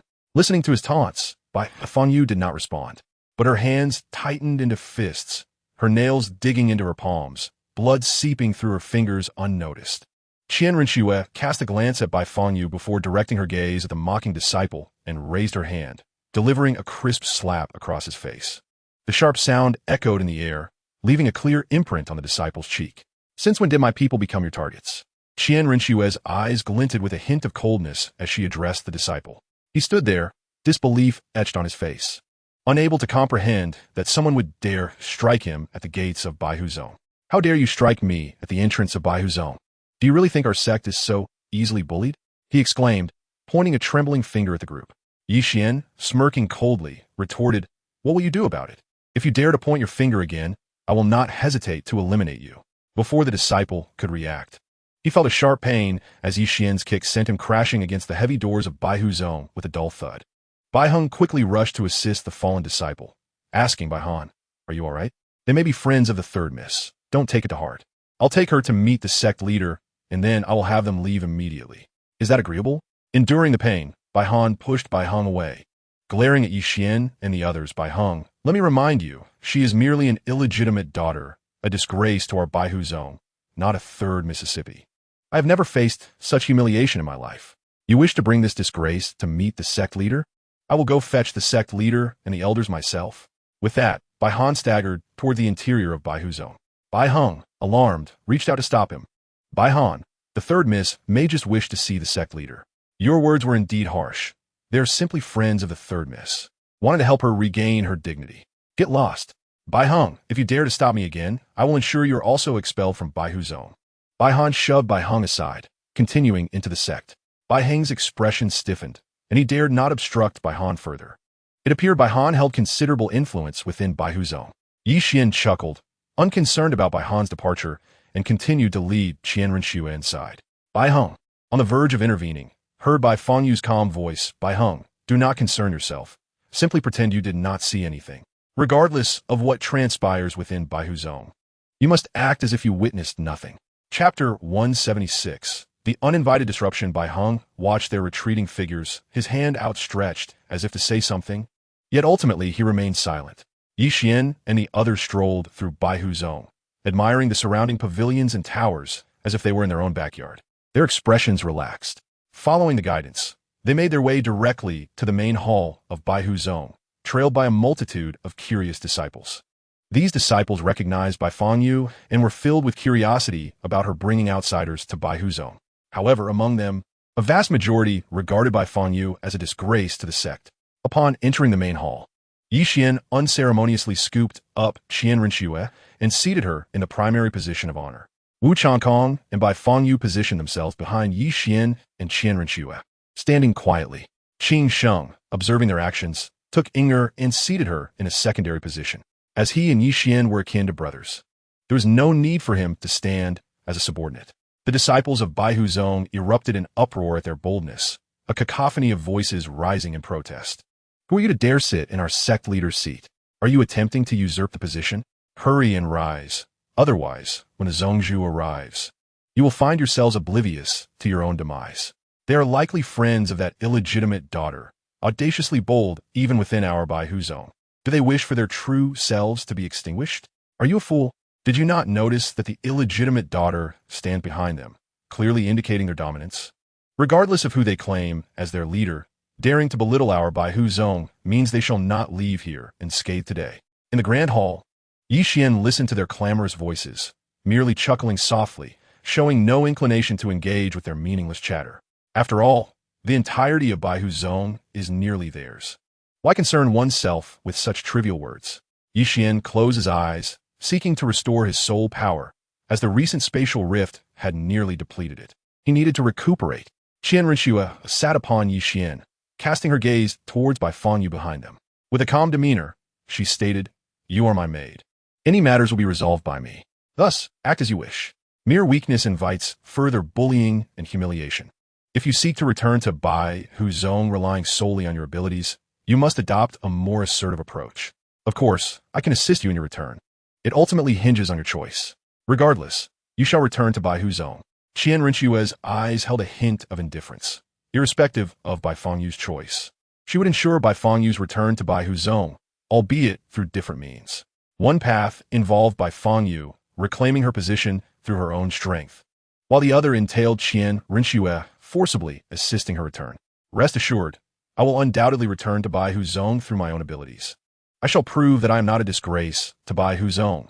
Bai Fangyu's voice resonated with unwavering determination. I respect your choice. I will refrain from intervening unless absolutely necessary. Qian Renshua smiled, retracting her gaze from Bai Fangyu. After a while, amidst the raucous crowd, a voice of authority resonated. What is all this noise? Disperse at once. What are you all doing crowded in this hall? As the commanding voice echoed, the tumultuous noise vanished, and the disciples of Bai Huzong parted to create a path. Yi Xian, who had been meditating, opened his eyes and looked towards the entrance. 6 individuals entered, led by a distinguished middle-aged man, followed by 4 elders. Bai Han, who had recently been beaten, walked alongside one of the elders. Yi Xian and the middle-aged man exchanged silent glances, the atmosphere growing tranquil in the absence of spoken words. Bai Han shot an angry glare at Yi Xian and Qian Renshua, attempting to speak, but was interrupted by the elder beside him. Bai Fangyu's gaze lingered on the middle-aged man, murmuring, "Father, I have returned, stronger than before, no longer the shame of the sect. I will prove it to you." After a moment, the elder beside Bai Han inquired, "Which major sect do you belong to so rudely intrude upon Bai Huzong, assault my grandson, and now audaciously occupy the main seat? Do you truly believe Bai Huzong to be so easily bullied?" The elder scrutinized Yi Xian and Qian Renshua, appearing cautious. Their extraordinary appearance and opulent attire, coupled with an aura that seemed beyond the cultivation of ordinary families, left him wary. He had attempted to probe their soul power with his mental strength, but found himself unable to discern their true levels. Upon hearing the elder's voice, Yi Xian withdrew his gaze from the middle-aged man, chuckling lightly as he spoke. "I am not a disciple of any major sect, nor do I possess any background. I have merely established a modestly successful force and wish for your Bai Huzong to join us. What do you think? This hardly resembles an invitation for us to join you, and you show no sincerity," the middle-aged man replied, hands clasped behind his back, his gaze fixed on Yi Xian. His tone gentle. "I understand. I have no expectations of your joining us," Yi Xian replied with a faint smile, gesturing towards Bai Fangyu. "This third young lady of yours is my wife's maid. Our sole purpose for being here today is to facilitate her return to Bai Huzong." Upon hearing this, the middle-aged man's expression shifted as he regarded Bai Fangyu, a complex emotion flickering in his eyes as he fell silent for a time. Eventually, he spoke. "She is my daughter. Since you brought her back, I, Bai Jian, am immensely grateful. However, it is utterly unacceptable for my daughter to serve as your maid. In light of your return of my daughter, I shall overlook your transgressions this time. Now, please leave Bai Huzong." Yi Xian chuckled softly, unabashedly, his laughter resonating clearly in the room. "Your daughter? She is my wife's maid, purchased with gold soul coins at the Tiando auction house. Where were you when she was captured? When she was confined in a cage and sold as a pet? What were you doing as her father?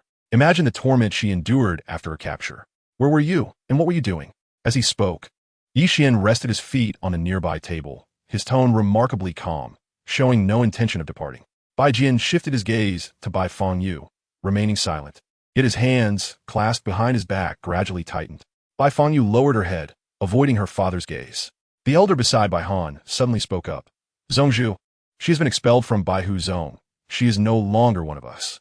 Allowing her to serve others, even as a pet, is not without merit. This is her fate, unrelated to Bai Huzong. As Zhongzhu, you must prioritize the greater picture." Upon hearing the elder's words, a fleeting coldness flickered in Bai Jian's eyes, but he quickly composed himself, loosening his grip. The elder then turned his attention to Yi Xian and Qian Renshua, stating, "Your blatant disrespect towards Bai Huzong cannot be overlooked. Given your youth, perhaps you could reveal the names of your family elders. I cannot guarantee I will recognize them. But perhaps out of respect for your family, I may spare you this time. The names of my elders are beyond your knowledge, and there is no need to consider them. I never intended to leave by Huzong, Yi Qian retorted disdainfully, casting a dismissive glance at the elder, disregarding his words. Grandfather, look at their arrogance. They clearly do not regard Bai Huzong. Moreover, they assaulted me right at our doorstep. You cannot allow them to leave easily. Those two women must remain with us, Bai Han exclaimed, pointing at Yi Qian and Qian Renshua, while also glancing at Qing Sheng and Ning Er, who were observing from a secondary position. You are indeed quite arrogant. Even if you are disciples of the top 3 sects today, you must remain here in our Bai Huzong and provide us with an explanation. The elder's expression darkened, although uncertain of their true identities. They had dared to strike within Bai Huzong, showing disdain for our sect. Thus, it was only reasonable to detain them while we slowly investigated their backgrounds. If they truly possessed an identity we could not provoke, we could release them later. As this thought crossed his mind, a formidable aura emanated from the elder. Behind him rising a Baihu with black stripes, which gradually shimmered with 8 soul rings of yellow, purple, and black. Upon hearing Bai Han's words, both Yi Qian and Qing Sheng felt a chill in their eyes. Standing behind Yi Qian, Wu Changkong also unleashed his martial spirit in response to the elder's display. An overwhelming aura, far surpassing that of the elder, surged from Wu Changkong's form, revealing his martial spirit, the Heavenly Frost Sword, adorned with 9 flashing soul rings of yellow, purple, and black. Wu Changkong's gaze was firmly locked onto the elder. Any movement from him would provoke immediate action. I recall telling you at the entrance that should you dare to point recklessly, I would not hesitate to end your life. Yet it appears you do not believe me. Yi Qian's icy stare fell directly upon Bai Han. Feeling the weight of Yi Qian's gaze, Bai Han's body stiffened, and he cast a pleading look toward his grandfather, hoping he would intervene as he often did. However, the elder remained rooted in place, paralyzed by fear, beads of sweat rolling down his forehead. The pressure emanating from Wu Changkong was overwhelming. He felt incapable of withstanding even a single attack from him. To his astonishment, he realized that standing behind these two individuals was a titled Douluo. This notion of having no background is absurd. How can one claim to have no connections when a titled Douluo stands behind them? The elder's mind was rife with internal protests. Yet he felt relieved that he had only released his martial spirit and had not acted rashly. Otherwise, given their attitudes, today's events would likely not end well. Seeing the 9 soul rings flickering around Wu Changkong, Bai Jian's eyes sparkled with brilliance. He stepped forward and, in the astonished gazes of the crowd, sat down at the spot Qing Sheng had occupied. Picking up a cup of tea, he spoke, Elder, your dedication to uphold the sect's dignity is commendable, and I, Bai Jian, hold you in high regard. However, as the sect leader, I must prioritize the greater picture. I hope you can understand.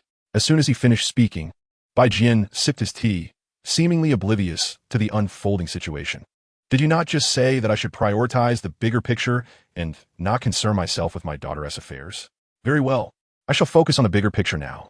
For the sake of a single elder, is it worth it for Bai Huzong to clash with a titled Douluo? Moreover, with these two having a titled Douluo backing them, we cannot even ascertain whether there are more titled Douluos among their allies. Thus, from a broader perspective, it truly is not worth it. Qian Renshua's gaze fell upon the composed Bai Jian. It was evident from his earlier reaction that there was discord between him and the elder. When Bai Jian articulated his thoughts, she realized that their disagreement was not merely a matter of opinion, but a pointed confrontation. Perhaps Bai Jian had been enduring this tension due to his inferior strength compared to the elder. Yi Qian's frigid gaze remained fixed on Bai Han, and in his mind, he addressed the evil-eye Saint King, inquiring, surely, the members of Bai Huzong possess your bloodline as well. After all, their martial spirits are of the same nature. It should be feasible to use their blood to transform my evil eye, correct? In the sea of consciousness, upon hearing Yi Qian's voice, the evil-eye Saint King promptly responded, indeed, the members of Bai Huzong carry my bloodline, albeit less pure than that of the Xing Luo royal family. It would be entirely feasible to utilize their bloodline for the transformation of the evil eye. In the future, using the bloodline of the Xing Luo royal family to enhance the evil, I will yield similar results. As Yi Qian absorbed the evil, I Saint King's words. He prepared to set Qian Renshua down and procure Bai Han's bloodline for the transformation of his evil eye. Observing Yi Qian's actions, Qing Sheng let out a cold laugh and remarked, Brother, sit tight for a moment. Allow me to handle this. Do not kill him. Leave him be. He still holds some value for me. Upon hearing Qin Sheng's words, Yi Xian hesitated, retracting his intention to lower Qian Renshue. This prompted Qian Renshue to cast an exasperated glance at him. Qin Sheng then stood up and strode directly toward Bai Han, his eyes gleaming with a coldness akin to the icy depths of the heavens. My grandfather is present. Do not act recklessly. Moreover, this is Bai Huzong. Do you truly believe I fear you? Bai Han felt a surge of fear emanating from Qin Sheng's icy demeanor. Nevertheless, he summoned his Bai Hu martial spirit, manifesting 3 soul rings, 2 yellow and 1 purple. Your grandfather is an 8-ring soul Douluo. I certainly cannot match him. But ask him if he dares to act now. Qin Sheng advanced step by step, his Qinglong martial spirit rising behind him, its 4 soul rings, 2 yellow and 2 purple, gleaming beneath him. Moreover, his Qinglong martial spirit seemed to have gained some semblance of sentience, no longer appearing as a lifeless entity. When the toxins within Ing air were purged, his state of mind had recovered significantly, though not wholly. Regular cultivation was still achievable, albeit at a slower pace. It was precisely due to his partially restored mental state that his Qinglong martial spirit exhibited signs of awareness. The suppression stemming from the quality of his martial spirit bore down heavily upon Bai Han, leaving him feeling as if his own martial spirit trembled, utterly devoid of any fighting spirit. The 3 elder figures nearby exchanged astonished glances. Although the suppression directly affected Bai Han, they stood close enough to feel its presence. The Bai Hu martial spirit was widely recognized as one of the top-tier martial spirits on the continent. While it might not rival the blue lightning tyrant dragon martial spirit, it was still a formidable force. Yet now, facing an unfamiliar dragon-type martial spirit, they sensed an inexplicable pressure, leaving them baffled. Despite their astonishment, they quickly reacted by unleashing their own martial spirits. The combined might of 2 8-ring soul Douluos and 1 7-ring soul sage emanated from them, attempting to leverage their numbers to contend with Wu Changkong. One of them spoke, Your Excellency, while Bai Huzong may lack a titled low-level powerhouse, we are not to be trifled with. We are willing to take a step back today and offer our apologies. What do you say? After all, Bai Huzong venerates the Bai Hu and harbors no intent to make enemies. Wu Changkong paid no heed to his words, unleashing the full force of his aura as a 98th level super Duo, effortlessly overpowering the momentum released by the trio.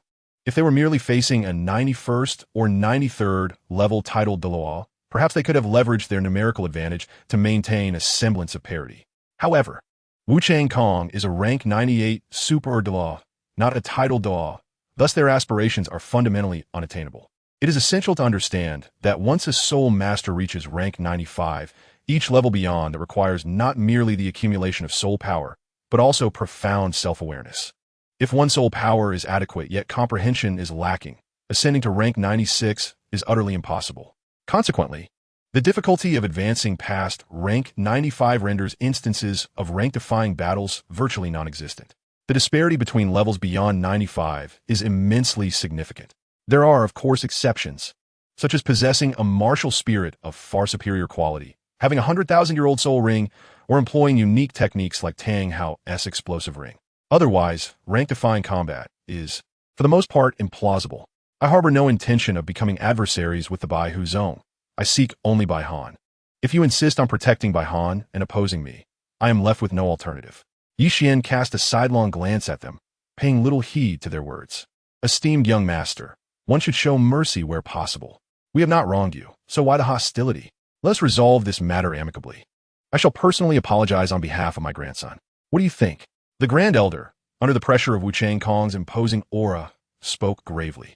The expressions of the other elders were equally grim, for they were certain that Wu Changkong was indeed not a titled Dalu, but a super Dalu above rank 95.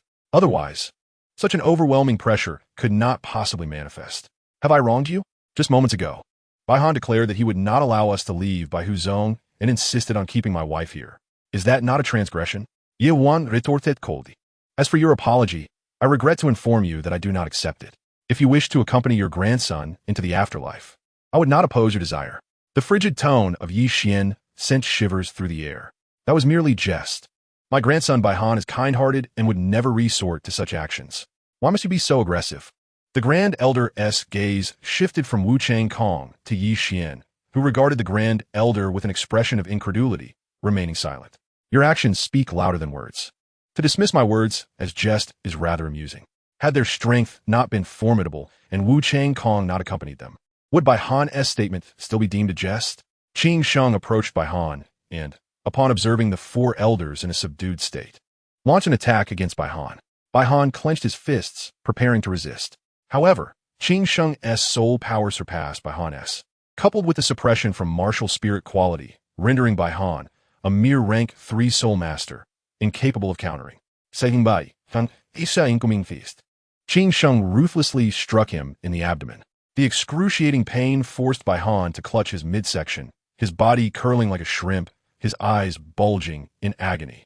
Grunts of suffering escaped his lips, his expression contorted in distress. The Grand Elder, witnessing this, attempted to intervene, but as he moved, Wu Chang-kong's Tian Shuang sword unleashed a blade of soul power, a sky-blue sword aura hurtling toward the Grand Elder. Yet, the sword aura did not harm him. It merely grazed his neck, leaving a deep gash on the ground while trickles of blood escaped from his neck. Cold sweat beaded on the Grand Elder's forehead as his body froze in place, paralyzed by fear. How could a Super Douluo's attack possibly miss? It was clearly intentional, meant to dissuade him from acting recklessly. Otherwise, the next strike might not miss. Qing Sheng paid no heed to the Grand Elder's intentions, unleashing a relentless barrage of attacks upon Bai Han. Agonizing screams echoed as Bai Han was battered. However, upon nearly rendering Bai Han unconscious, Qing Sheng grasped his throat, dragging him before Yi Qian, and unceremoniously tossed him to the ground. Yi Qian, observing the fallen Bai Han, inquired within his mind to the sacred king of the evil eye, "What must I do to have you utilize his bloodline to transform my evil eye?" Simple. Their bloodlines originate from me. As long as you release your martial spirit and make contact with him, I can extract my bloodline. However, due to the presence of numerous impurities within the bloodline, a significant portion will be discarded, leaving only a small, pure essence to enhance your evil eye. The sacred king's nonchalant voice resonated in Yi Qian's mind. Upon hearing this, Yi Qian released his grasp on Qian Renshue, who gazed at him curiously. Eager to understand the purpose of retaining Bai Han, Yi Qian rose from his seat, releasing his white tiger martial spirit, which exerted a pressure far exceeding that of Qing Sheng upon the members of Bai Hu Zone. The 5 soul rings of purple, gold, and black flickered incessantly. All members of Bai Hu Zone possessed tiger martial spirits. Thus they felt an overwhelming suppression from Yi Qian's martial spirit.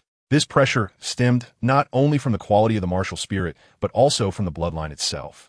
Both Bai Jian, quietly sipping tea, and the 4 elders, subdued by Wu Chang-kong, could distinctly sense their martial spirits trembling in fear, devoid of any battle spirit, stirring tumultuous waves within their hearts. Especially the 4 elders, whose abilities were already inferior to Wu Chang-kong. Now, as their martial spirits were suppressed, they could not muster any fighting spirit. Resisting Wu Chang-kong's soul power became increasingly arduous. The once upright postures of the 4 elders gradually slumped, beads of sweat rolling down their brows. Yi Qian, observing Bai Han on the ground, reached out, grasping his neck and lifting him. At the moment Yi Qian activated his martial spirit, the sacred king of the evil, I sensed the external situation. The 3 eyes of the sacred king shone vividly with red, blue, and gold hues. Simultaneously, Yi Qian's 3rd soul ring began to flicker rapidly, emitting beams of red, blue, and gold light that spiraled down his arm, enveloping Bai Han. Agonizing screams erupted from Bai Han as his white tiger martial spirit manifested behind him, and the 3 soul rings on his body began to shatter. As the 3 soul rings fragmented, Bai Han's white tiger martial spirit flickered. With the red, blue, and gold light departing from Bai Han, his martial spirit gradually dissipated like a reflection in water or a flower in a mirror. Overwhelmed by the agony of his bloodline being severed, Bai Han succumbed to unconsciousness. Yi Qian released his grip, and Bai Han's body thudded to the ground. Yi Qian paid him no further attention, directing his focus instead on the radiant red, blue, and gold lights. Nestled within these lights was a mass of vivid crimson blood, continuously being extracted. As the blood descended towards the ground, a pearl materialized from within Yi Qian's being, absorbing the extracted blood. Yi Qian gazed at the situation before him, feeling somewhat bewildered. The orb in question was none other than the inner core of the Mo Xiehan Hu. And what left Yi Qian in a state of confusion was the fact that this inner core could absorb blood. Though perplexed, He had no intention of reclaiming the inner core, for he was deeply curious about the transformations that would occur once it had fully absorbed the blood. As time passed gradually, the blood within the radiance was reduced to merely 2 drops of golden liquid, which shot towards Yixian's eyes. Once the inner core of the Mo Xiahun who absorbed the extracted blood, it hovered quietly before Yixian, appearing unchanged from before. However, as the 2 drops of golden blood merged into Yixian's eyes, 2 beams of purple-black light shot forth from the inner core, directly entering his gaze.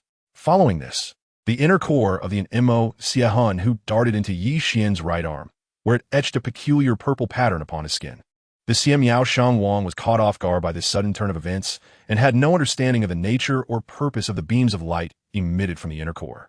Yet, he was currently in the midst of modifying Yixian's Xiamiao and could not afford to pause. Halting would yield dire consequences. Thus, the Xiamiao Shangwang pressed on with the modification, while silently hoping that nothing unforeseen would manifest during the process, lest he suffer grave repercussions in the future. As the 2 beams of purple-black light entered his eyes, Yixian involuntarily shut them, his body swaying slightly. Qian Renshua, noticing this, swiftly reached out to support him, helping him to sit down in the main seat. Leaning close to Yixian's ear, she whispered, "Xiao Xian, what is happening, or has something occurred?" "Xuya, it seems the matters ahead will require your attention. I am in the midst of modifying the Xiamiao and cannot intervene for the time being," Yixian replied, his voice lowered to a whisper that only he and Qian Renshua could hear. "Very well. Focus on the modification of the Xiamiao. I shall handle the other matters," Qian Renshua assured him, settling down beside him. Chapter 180. Arena of 100 Battles. Upon hearing Qian Renshua's voice, Yixian concentrated on the ongoing modification of the Xiamiao. The process was not uncomfortable. On the contrary, a refreshing coolness enveloped his eyes, providing a sense of ease. The Grand Elder's gaze fell upon Bai Han, who lay upon the ground, his eyes instantly turning crimson. He had witnessed the entire incident unfold. Although he was unaware of what had befallen his grandson, he clearly observed the shattering of the soul ring and the dissolution of the martial spirit. However, due to Wu Changkong's unwavering gaze upon him, he refrained from making any rash movements. Qian Renshua scanned the arena and addressed Bai Fangyu, who stood behind her. "You intended to rely on your own abilities to return to the Baihu Zone, did you not? The sect leader and the elders are present. What are you waiting for?" Upon hearing Qian Renshua's words, Bai Fangyu stepped forward with determination, stating, "There exists an unwritten rule within the Baihu Zone. Any disciple expelled due to lack of talent may re-enter the sect by achieving victory in 100 battles. Sect leader, elders, does this regulation still hold true?" Bai Fangyu's gaze turned to her father, Bai Jian, her expression resolute. "This rule certainly remains valid. Yet to succeed in 100 battles, one must fight against the top 100 disciples of the sect and emerge victorious in 60 matches. Are you certain you wish to proceed?" Bai Jian inquired, his eyes mirroring concern as he regarded his daughter. As his words faded, Bai Jian subtly moved his lips, utilizing a secretive method of communication to convey, "My daughter, you have endured much hardship over the years. You need not engage in 100 battles to return to the Baihu Zone. Simply wait 3 years, and I shall find a way to reinstate you." Bai Jian's gaze reflected his desire to dissuade her, recalling the circumstances that led to her expulsion from the Baihu Zone, which stemmed from her inability to cultivate. Had it not been for this, as sect leader, he would have protected her from expulsion, regardless of his own shortcomings against the Grand Elder. "Then please prepare the 100 battles, for I wish to return to the Baihu Zone with dignity," Bai Fangyu replied, bowing respectfully to Bai Jian, disregarding her father's counsel. Seeing this, Bai Jian sighed deeply after casting a glance at Bai Fangyu. He then turned his attention to Yixian and Qian Renshua, inquiring, "My lords, would you allow my esteemed elders to attend to the preparations for the 100 battles?" Qian Renshua nodded slightly, replying, "Wu Changkong, for now, cease hostilities to allow them to manage the sect's affairs. Certain matters can wait until they have concluded their business." As she spoke, Qian Renshua's gaze fell upon the Grand Elder, whose eyes glowed crimson. The Baihu Zone would soon align itself with their interests, necessitating the resolution of issues between the Grand Elder and Bai Jian. If their power struggles continued, it would undoubtedly lead to complications.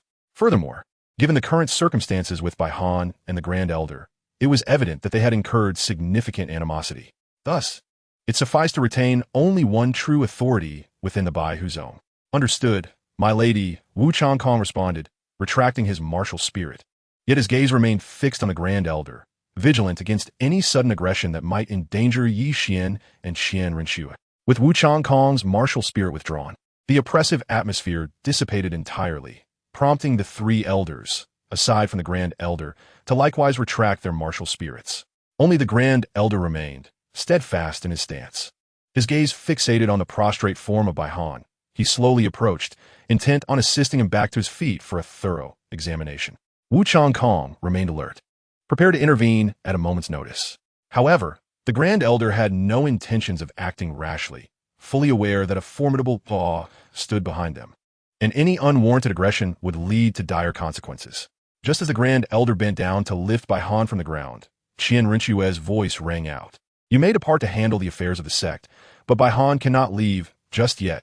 Let him remain here for now. The Grand Elder's eyes widened in disbelief as he scowled, retorting, My grandson's soul ring is shattered, and his martial spirit has dissipated. He merely spoke a jest. What more do you want? Ayest, if our strength were inferior to yours, would you still consider it a jest? Your power is not on par with ours. So, does that make a jest?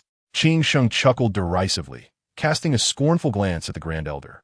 Qian Renshue, after a sidelong glance at the Grand Elder, chose to ignore him entirely, for Yi Qian was currently in the process of modifying the Xia Miao, and it was possible that Bai Han would be needed shortly.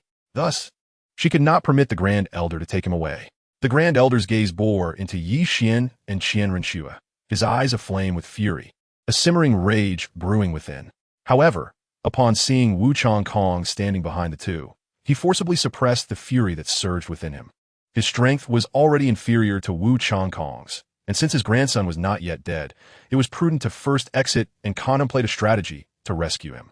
With this thought in mind, the Grand Elder turned away in anger and strode towards the hall's exit, casting a cold and furious glance at Bai Jian as he departed.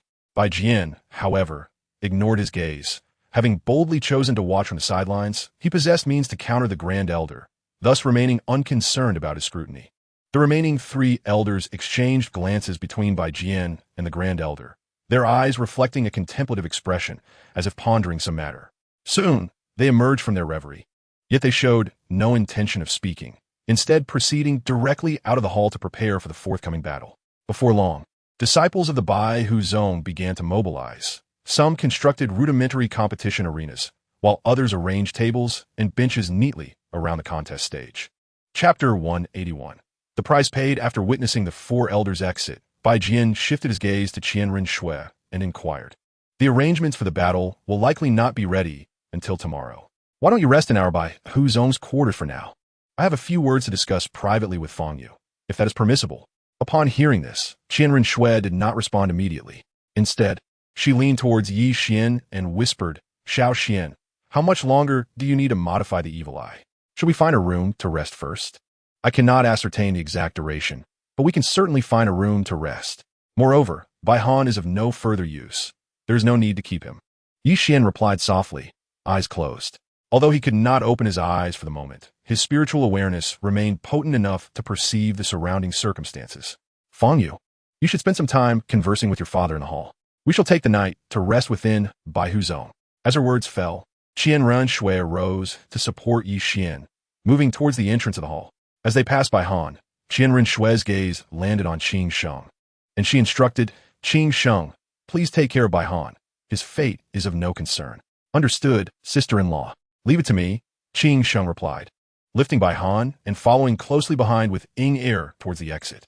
Wu Changkong calmly trailed behind the group, making his way to the door. Observing their departure, Bai Jian summoned a disciple and commanded, escort these esteemed guests to our Bai Hu Zone's quarters for rest. Do not delay. Yes, Secmaster. The disciple of Bai Hu Zone acknowledged and moved ahead of Qian Renshue and the others, guiding them to the quarters. Once Yi Qian and Qian Renshue had left, Bai Jian approached Bai Fang Yu, scrutinizing her intently. After a moment of silence, he spoke, Fang Yu, you have endured much hardship over the years. Just wait 3 more years, and I shall bring you back to Bai Hu Zone. There is no need for you to risk yourself in the battle. Should you wish to leave Bai Hu Zone, you may do so. Simply await 3 years, and I will return for you openly. Father, Bai Fang Yu replied, lowering her head, they will not leave Bai Hu Zone, and I will not regret this. I now possess the strength to compete. I am no longer the incapable, worthless child. As her words fell, the dark demon, evil god, tiger, martial spirit manifested behind her. A yellow 100-year soul ring shimmering at her feet. Baihan gazed at her transformation, disbelief etched across his features. Previously, he had summoned a titled Douluo to examine Baihan, and the conclusion was that she would never be able to cultivate soul power or possess her own martial spirit, as it had integrated with her body. Yet now, not only did she possess a martial spirit, but she also bore a 100-year soul ring. Bai Jian quickly recognized the anomaly. He distinctly remembered his daughter's ears being pure white, yet they had now turned black, and he had not noticed the tail behind her. Fangyu, what has transpired with you? Speak candidly with your father, especially regarding your martial spirit's origin, which I have never seen or heard of before. Bai Jian's voice carried a blend of pride and astonishment. After leaving Bai Huzong, I sought refuge, but was eventually captured by those from the Tiando auction house. During my auction, I was rescued by the young master and young lady, and I paid a significant price to obtain assistance in resolving my physical issues. In the process, I consumed countless rare treasures and faced near-death experiences, ultimately succeeding in acquiring a martial spirit and being able to cultivate soul power normally. Bai Fangyu explained. Her head lowered further as she spoke. Upon hearing his daughter's account, Bai Jian momentarily fell silent, his gaze intensely scrutinizing her.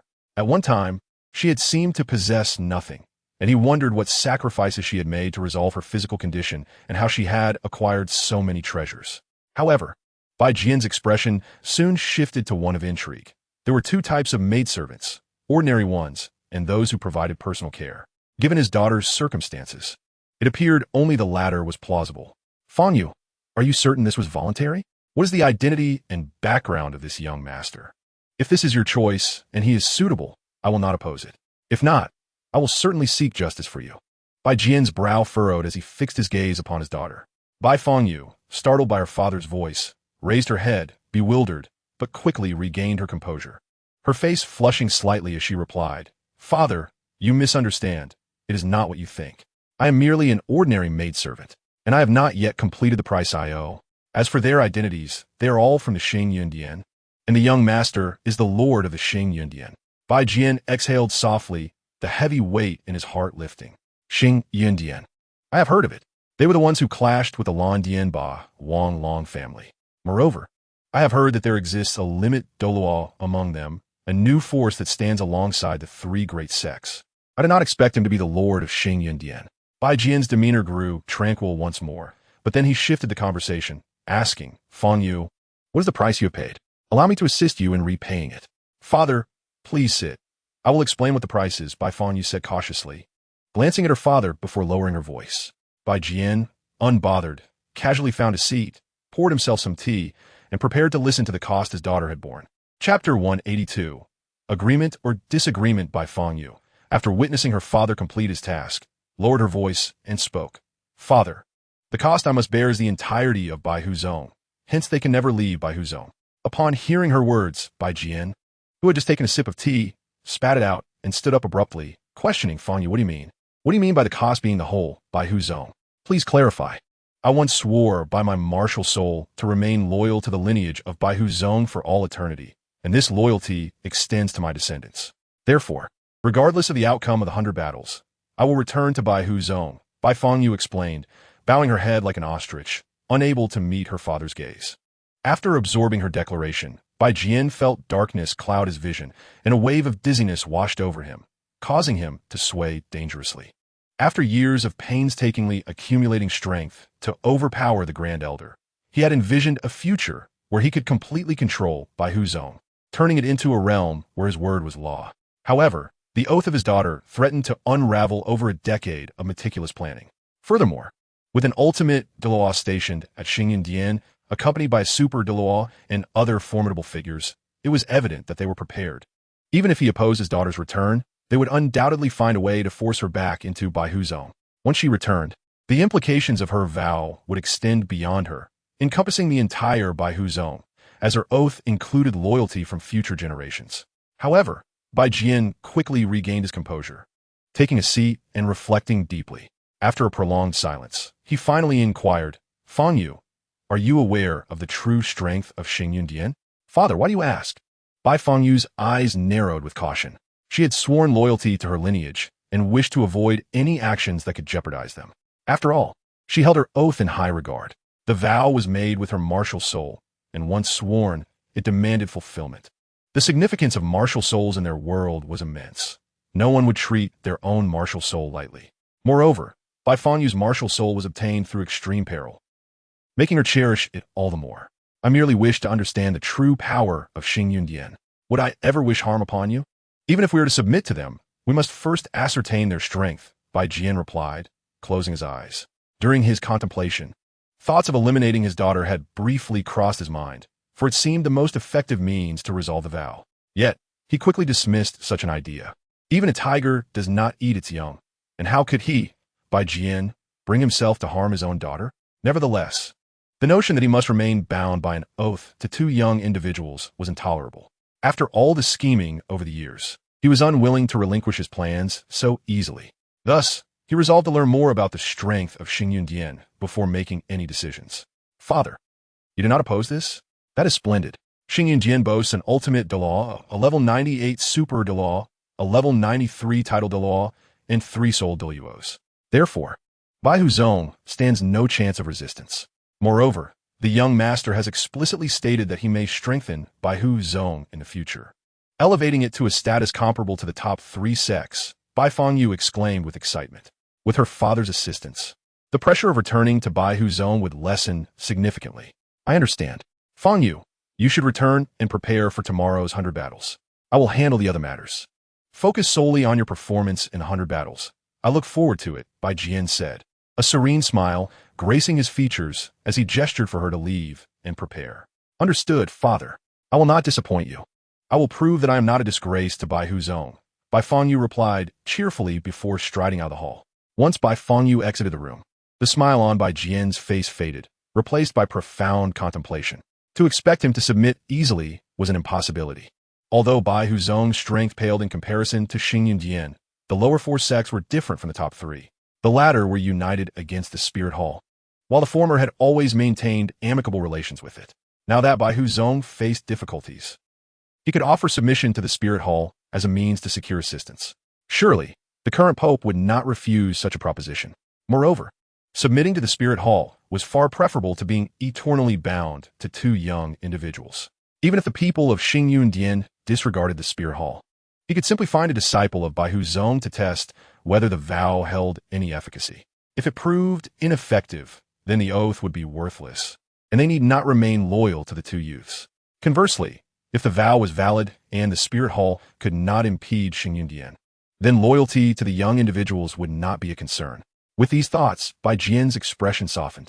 He believed that if the Spirit Hall could halt conflicts between 2 great empires, it could surely manage a single sect like Xingyundian. Even if it could not, the vow might not necessarily take effect.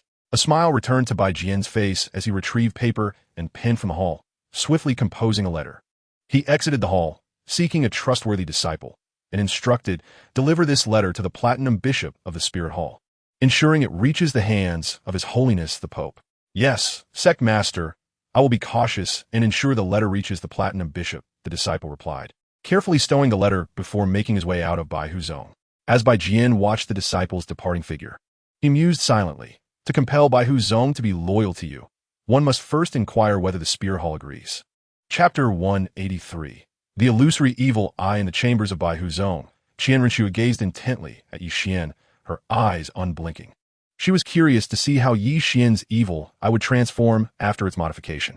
Meanwhile, Yi Xian's consciousness entered a realm of deep purple and black.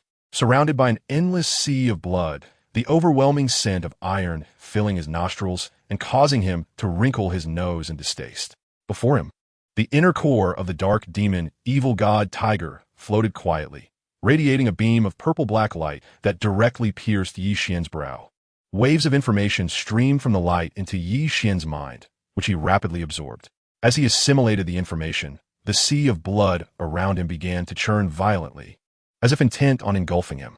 Time trickled by, and the purple light emanating from the inner core gradually faded. The surrounding blood sea seemed to lose its constraints, instantly swallowing Yi Xian whole. In the sea of consciousness, the evil I Holy King let out a sigh of relief. The modification of the evil I was now complete, and it appeared that Yi Qian had encountered no unforeseen complications. In the external world, Yi Qian, who had originally kept his eyes tightly shut, gradually opened his gaze. At this moment, although his eyes remained silver, they exuded an unparalleled depth, while seemingly devoid of anything within. A closer inspection revealed an endless expanse of stars swirling in his gaze, reminiscent of celestial bodies shimmering in the night sky. Suddenly, the infinite stars shattered, and the sun and moon faded like ephemeral illusions, leaving behind nothing but his profoundly deep silver orbs. Yi Qian looked at Qian Renshua, who had been gazing intently at him. He blinked and waved his hand in front of her eyes, speaking with a gentle smile. "Shuer, what captivates you so much?" Upon hearing his voice, Qian Renshua jolted back to reality, staring at Yi Qian's silver eyes, and remarked with a hint of astonishment, "Your eyes appear unchanged. Yet they seem to possess an intangible power that irresistibly draws one in. It's rather bewitching." As soon as her words fell, she turned her head away, unwilling to meet Yi Qian's gaze any longer. Bewitching eyes, indeed. It is only natural to be enchanted by them. After all, I have lost myself in your stunning beauty more times than I can count. Yi Qian mused with a hint of amusement in his voice, gently caressing Qian Renshua's exquisite face. Qian Renshua shot him a disapproving glance and said seriously, "Be serious. Bai Fangyu is having a private conversation with Bai Jian. He might become aware of our plans and could personally stop his daughter from returning to Bai Huzong. Can he really stop her? Tomorrow. Isn't Bai Fangyu supposed to engage in 100 battles? If she is allowed to participate, what reason would he have to intervene? Moreover, that would save us the trouble of acting ourselves." Yi Qian chuckled lightly, seemingly unconcerned about Qian Renshua's worries. Bai Fangyu is merely a soul master at this point. Her hope of achieving victory through the 100 battles seems rather bleak. "We should prepare to execute our second plan instead," Qian Renshua replied, shaking her head, clearly skeptical of Bai Fangyu's chances of success. While Bai Fangyu possesses a high-quality martial soul, the quality of the Bai Hu martial soul is not to be underestimated. And Bai Fangyu lacks combat experience, making her odds of winning exceedingly slim. It would be exceedingly difficult for Bai Fangyu to lose, even if she wished to. As Yi Qian spoke, he glanced at the sky outside, saying, "Schwerer, there is still some time left. I need to organize the information in my mind." "All right, you go ahead. I will meditate for a while, and when the 100 battles commence, remember to call for me," Qian Renshua replied, settling into a cross-legged position on the bed to begin cultivating her soul power. Yi Qian remained silent, closing his eyes to sort through the chaotic information within the inner core of the dark demon, evil god tiger. The disarray of this information consumed considerable time to organize. However, overall, this enhancement for Yi Qian was immensely significant. Not only had he acquired the illusory evil eye, but he had also learned the true method of utilizing the inner core of the dark demon, evil god tiger. His illusory evil eye possessed 3 abilities: evil eye of annihilation, blood shadow of enchantment, and illusory oblivion.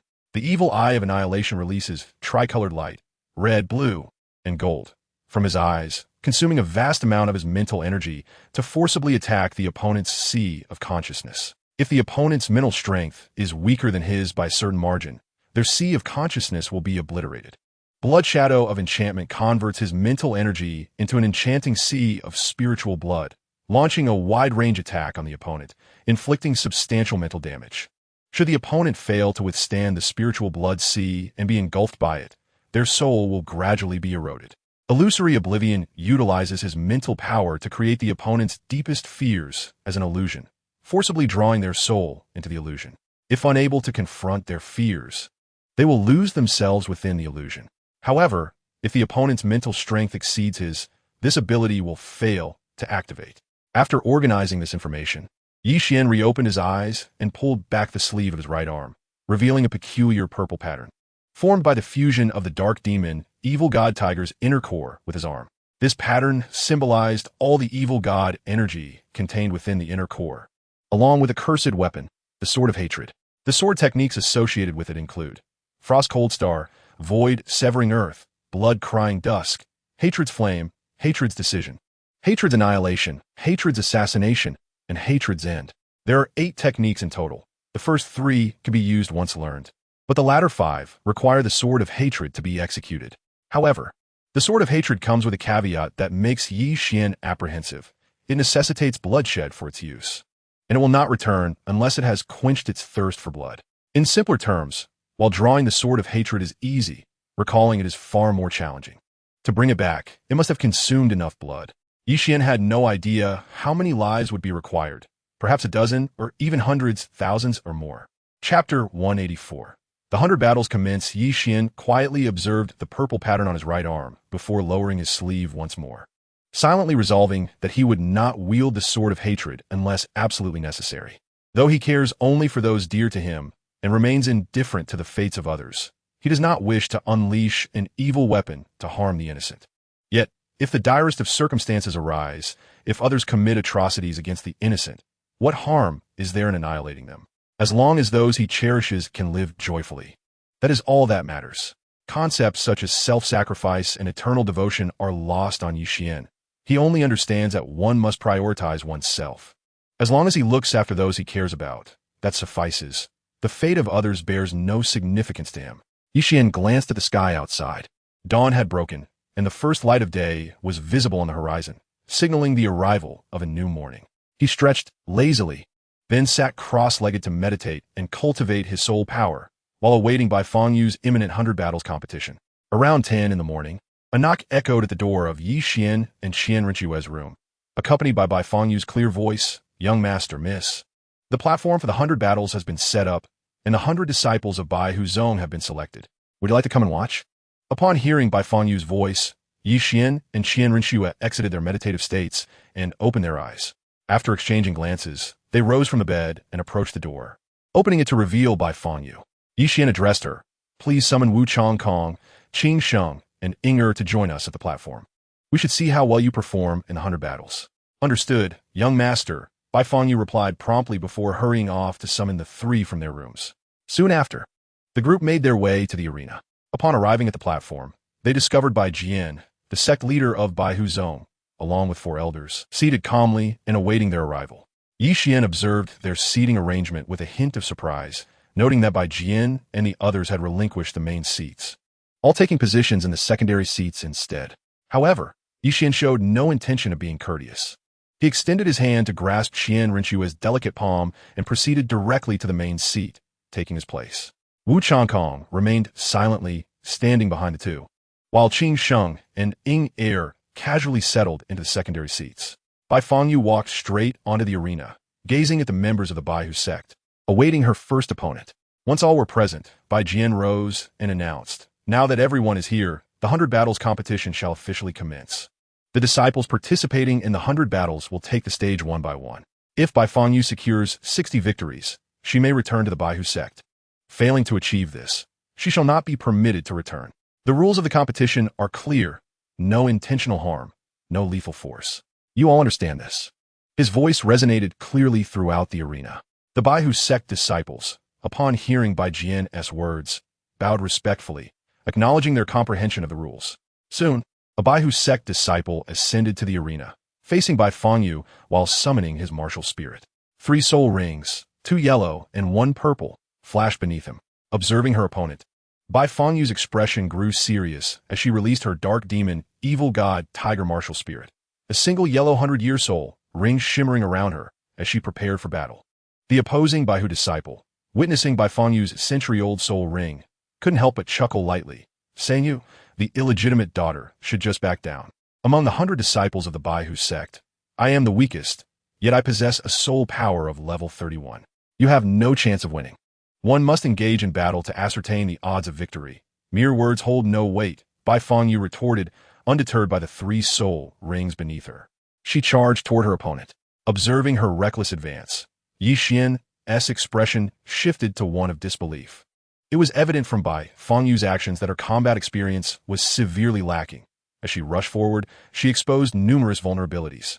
Bai Jian, seated in the secondary position, covered his eyes with his hand, unable to bear the sight. Given Bai Fengyu's inferior soul power and her lack of battle experience, he saw no hope for her victory. Qian reached for a pastry beside him, simultaneously channeling his bloodline power towards the arena. The pressure emanating from his bloodline directly affected the Baihu disciple. As Bai Fengyu charged, the disciple's face betrayed a look of disdain, but just as he was about to counterattack, he felt an invisible weight pressing down upon him. causing his martial spirit to tremble uncontrollably. He felt as though he were carrying an immense burden, making his movements sluggish. Additionally, due to his inherently lower soul power compared to Qian's, he found himself significantly suppressed. As Baifanyu noticed her opponent's slowed response, she hesitated not at all. Her first soul ring flickered rapidly as purple-black lightning crackled in her hands, emitting an aura of darkness and malevolence. First soul skill, Darkwing Thunder. The purple-black lightning vanished from her grasp, only to reappear instantaneously before the Baihu disciple, striking him squarely. The disciple felt a tremendous pain engulf him, and his body was sent hurtling off the stage, crashing heavily onto the ground. Qian paused mid-bite of his pastry, captivated by Baifengyu's unleashed soul skill. He pondered why, if her first soul skill could conceal its trajectory in space, she would choose to engage in close combat instead of launching a surprise attack from a distance. Was her combat experience so woefully insufficient that she lacked awareness of her own capabilities? Chapter 185. Do you have any opinions? Bai Jian and the other four elders turned their gazes towards Qian, having distinctly sensed the overwhelming pressure emanating from him that facilitated Baifengyu's victory. Qian merely cast a sidelong glance at them, displaying no intention to engage, instead reaching for another pastry to offer Qian Renshue. Xue, would you care for a bite? We didn't eat breakfast this morning. Perhaps a small morsel will suffice. Qian Renshue opened her mouth to take a small bite of the pastry placed before her. Bai Jian, observing their interaction, cleared his throat and spoke. Master Yi, the 100 battles is an internal affair of the Baihu sect. It may be inappropriate for you to intervene.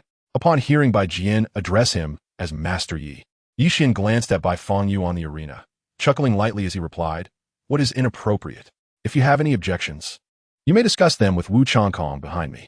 Upon hearing this, Bai Jian and the other elders promptly averted their gazes, pretending to be oblivious. They were not foolish enough to confront Wu Changkong, a super Douluo. Qian chose not to engage further and focused intently on the arena, continuously channeling his bloodline power, ready to suppress any Baihu disciple who dared to step onto the stage. Meanwhile, Qian Renshue, feeling somewhat bored, munched on the pastry. The 100 battles of the Baihu sect proved to be exceedingly tedious, with each match dragging on. Without Qian's assistance, Baifengyu's aspirations to return to the Baihu sect through the 100 battles seemed as daunting as scaling a mountain. On the arena, Baifengyu, witnessing the disciple she had defeated, wore an expression of disbelief, murmuring to herself, Am I truly this powerful? To easily triumph over a soul master of over 30 levels? However, the Baihu disciples below provided her with no time for contemplation, as a second disciple stepped onto the stage, releasing his martial spirit. His 3 soul rings, 2 yellow and 1 purple, flashed as well. Yet, as soon as he summoned his martial spirit, he too fell under the oppressive weight of Qian's bloodline power. Baifengyu, having no intention of engaging in idle chatter, unleashed her first soul skill once more, Darkwing Thunder. The same soul skill, the same stance, and the same unavoidable outcome. The second disciple was likewise sent crashing heavily to the ground outside the arena. However, he quickly regained his footing and addressed the sect leader and the 4 elders seated in the audience, declaring, Respected sect leader and elders, I felt a tremendous pressure as soon as I stepped onto the arena. I believe Baifengyu is cheating, and I beseech you to uphold justice. Do not speak recklessly. You lost because you were outmatched. Do not seek absurd excuses to defame me. Baifengyu retorted disdainfully, locking eyes with the disciple. Am I inferior to you? Upon awakening my martial soul, I possessed an innate soul power of level 8, marking me as a prodigious talent within the Baihu zone. Currently, my soul power has reached level 35, whereas you are merely a soul master of a scant few levels. The disciples of Baihu zone cast furious glances at Baifengyu. Had it been a fair contest, they would have accepted defeat without protest. Yet, they were certain that the preceding sense of suppression was no mere figment of their imagination. At that moment, the first Baihu zone disciple who had competed stepped forward, bowing respectfully to the audience, including the sect leader and elders, and spoke, Sect leader, elders, I too sense that inexplicable pressure earlier. Baifengyu might indeed have resorted to cheating. I implore you to uphold justice. Baifengyu regarded the two in silence, yet her eyes brimmed with disdain. Internally she scoffed, thinking that she had not cheated at all. It was their own inadequacy that led them to deny the truth. Bai Jian cast a discreet glance at Qian and the ever-watchful Wu Changkong before addressing the assembly. I have detected no evidence of cheating on by Fangyu's part. I wonder if the four esteemed elders have perceived any such misconduct. The elders, upon hearing this, simultaneously closed their eyes and gradually responded. Bai Fangyu is not engaged in any deceitful acts. The competition shall proceed. Should any cheating come to light, we will certainly deliver justice. As the words fell, the four elders silently lamented that while Bai Fangyu had not cheated, someone had undoubtedly assisted her in doing so, and lamentably, they lacked the means to rectify this injustice on behalf of the disciples. The two BibiDong disciples, upon hearing this, ceased their protests and merely shot Bai Fangyu a glare before returning to their positions. Bai Fangyu continued to regard the two with a scornful gaze, refraining from further comment. Soon, a third BibiDong disciple was about to ascend the competition platform when she was halted by a young woman, approximately 20 years of age. This woman advanced onto the stage, releasing her martial soul, which shimmered with 5 soul rings of yellow, purple, and black. Her gaze was not directed at Bai Fangyu, but rather towards the viewing area, where she queried, "Father, if my younger sister can defeat me, does that mean she need not face others? I believe no other disciple in our sect possesses strength surpassing mine." Bai Qian, upon hearing her, gently tapped the table and turned to the four elders, inquiring, "Esteemed elders, what do you think of Meng Chu's proposition? After all, it is evident that among the younger generation of BibiDong, none are stronger than Meng Chu." The sect leader interjected, "If Bai Fangyu can indeed triumph over Bai Meng Chu, she will have proved her worth. The outcome of the subsequent battles would be of little consequence." The voice of the Grand Elder resonated calmly, for regardless of the number of battles fought, there would always be someone aiding Bai Fangyu in her deceit. It would be more prudent to declare a victor rather than squander time on numerous matches. With the Grand Elder's agreement, should Bai Fangyu best Bai Meng Chu, she would be welcomed back into BibiDong. Bai Jian's voice rang clear within the assembly. Chapter 186. Illusions unveiled. Qian Rinxue observed the proceedings on the platform and whispered to Yi Qian, "Little Qian, what do you think are Bai Fangyu's chances against the Soul King?" Despite her inquiry, Qian Rinxue had already begun to prepare a secondary plan in her mind. Engaging a Soul King as a mere Soul Master was utterly futile. Even when she and Yi Qian were Soul Masters, they stood no chance against the Soul King. The disparity in soul power and soul rings was insurmountable. There was no probability of victory, even with my bloodline pressure to suppress her. Bai Fangyu would still lack any chance. In terms of soul power, soul rings, and battle experience, she was utterly overwhelmed. However, I do possess a means to secure Bai Fangyu's victory without resorting to my secondary plan, Yi Qian remarked nonchalantly. What method could you possibly employ? Should you act openly, it may yield counterproductive results. Qian Rinxue blinked her eyes, intrigued by Yi Qian's intentions. Just watch, for Bai Fangyu cannot possibly lose, Yi Qian chuckled lightly, playfully tapping her nose. On the competition platform, Bai Fangyu confronted Bai Meng Chu and called out, "Sister, do you intend to strike me?" "Fangyu, I merely wish to assess the extent of your abilities and ascertain whether you truly resorted to cheating as they claim. I shall utilize only my first soul ring. If I cannot defeat you within 20 strikes, I will concede and welcome you back to BibiDong," Bai Meng Chu replied, her tone laced with amusement. Though she sensed a formidable pressure bearing down on her, significantly suppressing her strength, she believed her remaining power was more than sufficient to handle a soul master like Bai Fangyu. After all, the gulf in soul power between them was one that Bai Fangyu could never bridge.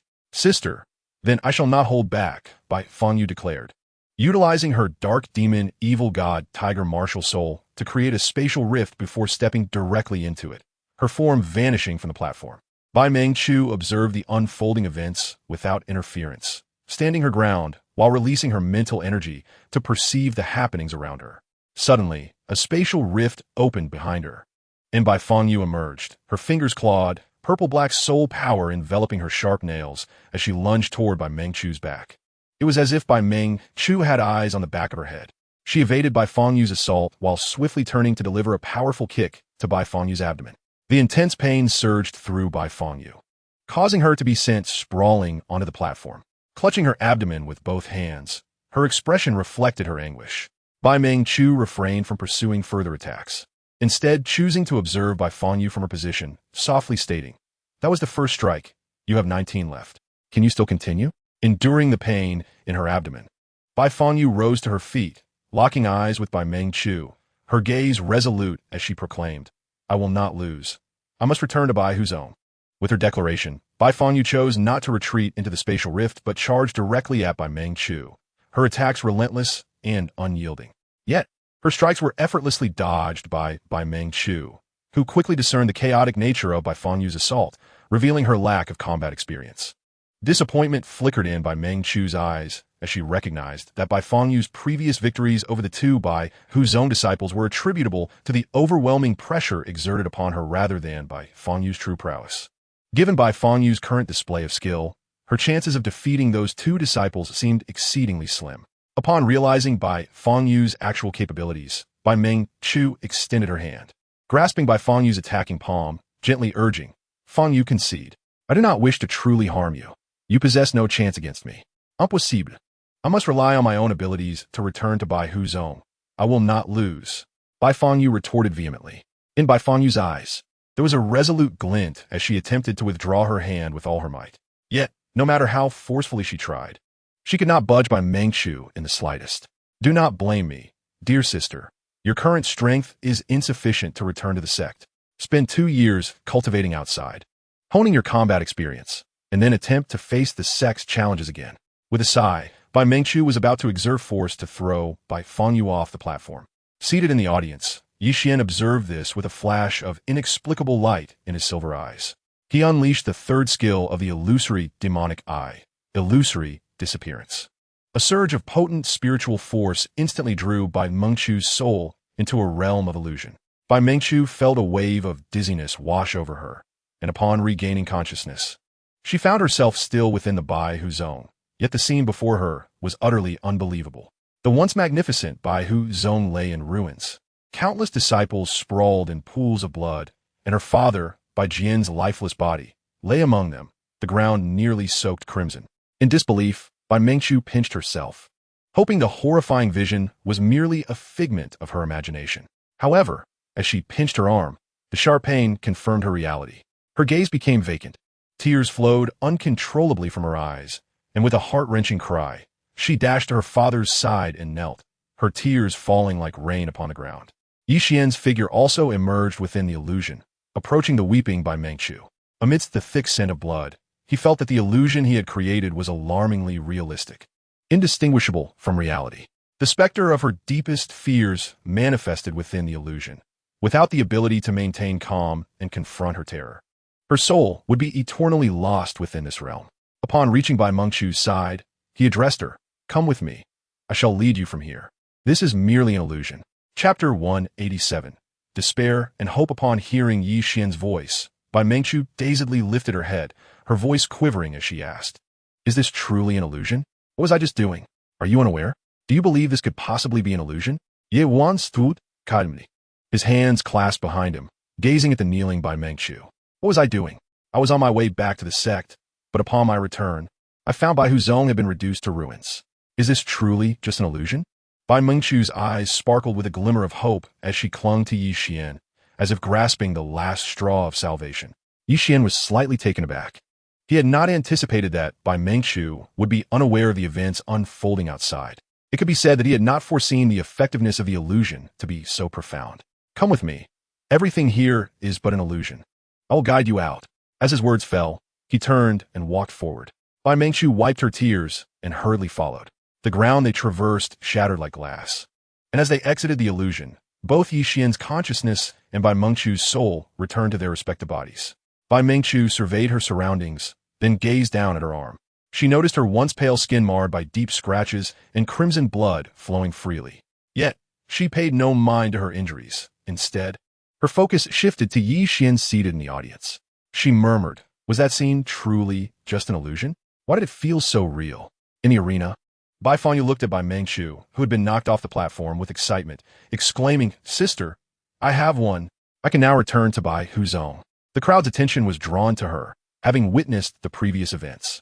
Just moments ago, Bai Mengchu had been poised to retaliate, but her movements had abruptly ceased, allowing Bai Fangyu to seize the opportunity to push her from the platform, leaving visible scratches upon her arm. Hearing Bai Fangyu's words, Bai Mengchu redirected her gaze from Qian to Bai Fangyu standing on the platform, slowly replying, "Congratulations. You have indeed triumphed. I welcome you back to Bai Huzong in advance." A sincere smile graced by Meng Chu's face, and she had no intention of revealing the events that had transpired. She could surmise that her sudden entry into the illusion was undoubtedly connected to Qian. The feelings of despair and fear she experienced in the illusion remained etched in her memory, as did the glimmer of hope akin to grasping a lifeline. Meanwhile, Qian and Qian Rushue in the audience directed their attention to Bai Jian, the sect leader. Should he express his approval, the subsequent matters would become considerably simpler. However, if Bai Jian chose not to acquiesce, they would have to resort to more forceful measures to ensure his agreement. Upon sensing their gazes, Bai Jian glanced at Wu Changkong standing behind them, then withdrew his gaze and spoke, "Since Mengchu has confirmed Bai Fangyu's victory, let the Bai Hu Zong begin preparations for her return to the sect. Tomorrow morning, we shall commence the formalities for Bai Fangyu's reintegration. Elders, do you have any suggestions? If not, let the disciples prepare for Bai Fangyu's return. I wish to discuss some matters with you." The four elders exchanged glances with Qian and Qian Rushue. Upon noticing their piercing gazes, they remained silent, merely nodding in acknowledgement of their lack of suggestions. It seemed the four elders had no proposals, thus concluding the competition. If any disciples of Bai Hu Zong were to commence preparations for Bai Fangyu's return, the elders were to follow him to his study for further deliberation. Bai Jian's gaze swept across the disciples of Bai Hu Zong, his voice resonating clearly. "Yes, sect leader." The disciples complied and began dismantling the arena they had constructed. After casting an apologetic glance at Qian and Qian Rushue, Bai Jian led the four elders to his study to discuss various matters. Bai Fangyu descended the platform, her face radiant with joy, and approached Qian and Qian Rushue, her eyes gleaming with excitement as she declared, "Young master, miss, I have triumphed. I actually defeated my sister, the five-ringed Soul King. I never imagined my strength could be so formidable." Qian Rushue regarded her with a look of exasperation, replying, "I do not wish to dampen your spirits, but your strength, among soul masters of the same tier, is merely considered inferior. Your combat experience is virtually non-existent, and your understanding of your martial soul is profoundly lacking. If your sister, Bai Mengchu, wished to defeat or even eliminate you, a single strike would suffice. Do not overestimate your abilities." Her tone remained flat, yet the truth of her words was undeniable. If Bai Mengchu truly wished to defeat her opponent, then the swift kick she could have delivered upon emerging from the spatial rift would have sufficed. Although her strength was largely suppressed by Qian's bloodline, the disparity in their soul power was insurmountable. Thus, Bai Mengchu had shown restraint with that strike. Otherwise, Bai Fangyu would have already been vanquished. "Yet, miss, did you not witness the outcome of the contest? Clearly, I emerged victorious. How could my strength be deemed so inadequate?" Bai Fangyu blinked, her voice tinged with a hint of defiance. Qian Rushue merely chuckled softly, choosing not to respond to her inquiry. Qian placed his hands behind his head and asked Bai Fangyu, "When your father spoke with you yesterday, did you divulge our purpose for visiting the Bai Hu sect, as well as our identities?" "Indeed, and my father does not oppose your objectives." "You need not worry," Bai Fangyu replied earnestly, nodding to both of them. Chapter 188. The Platinum Pontiff, upon hearing Bai Fangyu's words, Qian simply smiled and waved his hand, saying, "All right, I understand. You are set to return to the Bai Hu sect tomorrow. You should make your preparations." "Very well, young master. I shall take my leave now," Bai Fangyu responded, a smile gracing her features as she departed from the audience area. "Bai Jian is already aware of our intentions. It seems he has gone down with four elders to discuss strategies against us." Qian Rushue's gaze followed Bai Jian and the four elders as they left. Let him deliberate. In the face of absolute power, any scheme or strategy would be utterly futile. Furthermore, once Bai Fangyu returns to the Bai Hu sect tomorrow, the matter will be settled, beyond the realm of human intervention. Qian, unperturbed, chuckled lightly and stood, preparing to exit the audience area. Thus, come tomorrow, it is imperative that Bai Fangyu returns to the Bai Hu sect. The corners of Qian Rushue's mouth lifted in a breathtaking smile, equally unconcerned about the situation. Just as Qian had stated, in the face of absolute power, any plot or tactic would prove fruitless. With the presence of the 98th level super Dalu Zhangkong by their side, they undoubtedly held the advantage in strength. In fact, within the entire Luo Empire, no soul master of comparable caliber to Wu Zhangkong could be found. Qian Rushue also rose and followed Qian as they made their way to their quarters. Wu Zhangkong quietly trailed behind them. Qing Sheng and Ying Er similarly showed no inclination to remain in the audience area, following closely behind as they exited. Once everyone returned to their respective rooms, Qian and Qian Rushua sat on the bed, commencing their meditation and cultivation. Qian had reached a bottleneck at level 52. With focused meditation, the breakthrough to level 53, attaining the rank of Soul King, was merely a matter of days. In the study of the Bai Hu sect, Bai Jian and the four elders were seated together, yet none spoke initially. After a prolonged silence, the Grand Elder, somewhat impatient, inquired Bai Jian, "What matter did you summon us for? My time is precious, and I do not wish to waste it here." "Grand Elder, do you know the identities of those who returned with Feng Yu? Why do I address him as Yidianzhu?" Bai Jian glanced at him, unfazed by the Grand Elder's demeanor, accustomed as he was to their long-standing discord. Their identities are undoubtedly significant, especially with a super Douluo accompanying them. If you are unaware of their true identities, there is no need to squander time. The Grand Elder shot Bai Jian a cold glance, showing no intention of granting him respect. Bai Jian chuckled lightly and replied, "If I am to come forward, I must naturally be aware of their identities. They hail from the Xingyun Hall, and the young man at the forefront is none other than the Hall Master, Qian. Their purpose is to compel our Bai Hu sect to submit to the Xingyun Hall, and they have even slain your grandson, Bai Han. Now, with a formidable enemy before us, Grand Elder, we should set aside our grievances and unite against them." Upon hearing of Bai Han's demise, the Grand Elder's eyes instantly turned crimson, his chest heaving with rage as he slammed his palm on the table, exclaiming angrily, "Unite against them? Bai Jian, you speak so lightly. They have a super level powerhouse by their side. How can we stand united against them? Moreover, I've heard that there is also an ultimate Douluo stationed at the Xingyun Hall. With our meager strength, not only is unity futile, but it seems we are courting death." The Grand Elder's icy gaze bore into Bai Jian.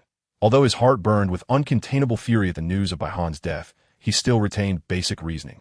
"Grand Elder, please remain calm. Since I have spoken of uniting against them, I have already devised a strategy.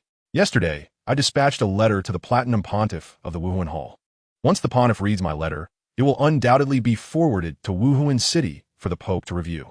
Our four sects have maintained amicable relations with the Wuhuan Hall, and I believe the Pope will not stand idly by."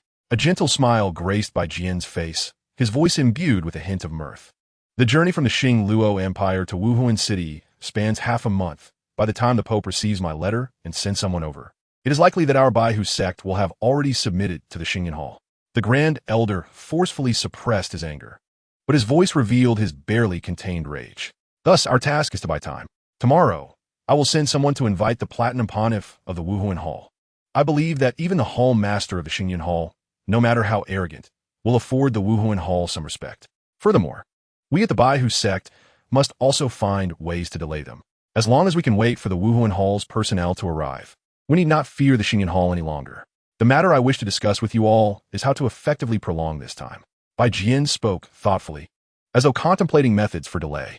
The other elders furrowed their brows in deep thought, fully aware that having a super Douluo-level expert nearby made the task of delaying time quite a formidable challenge.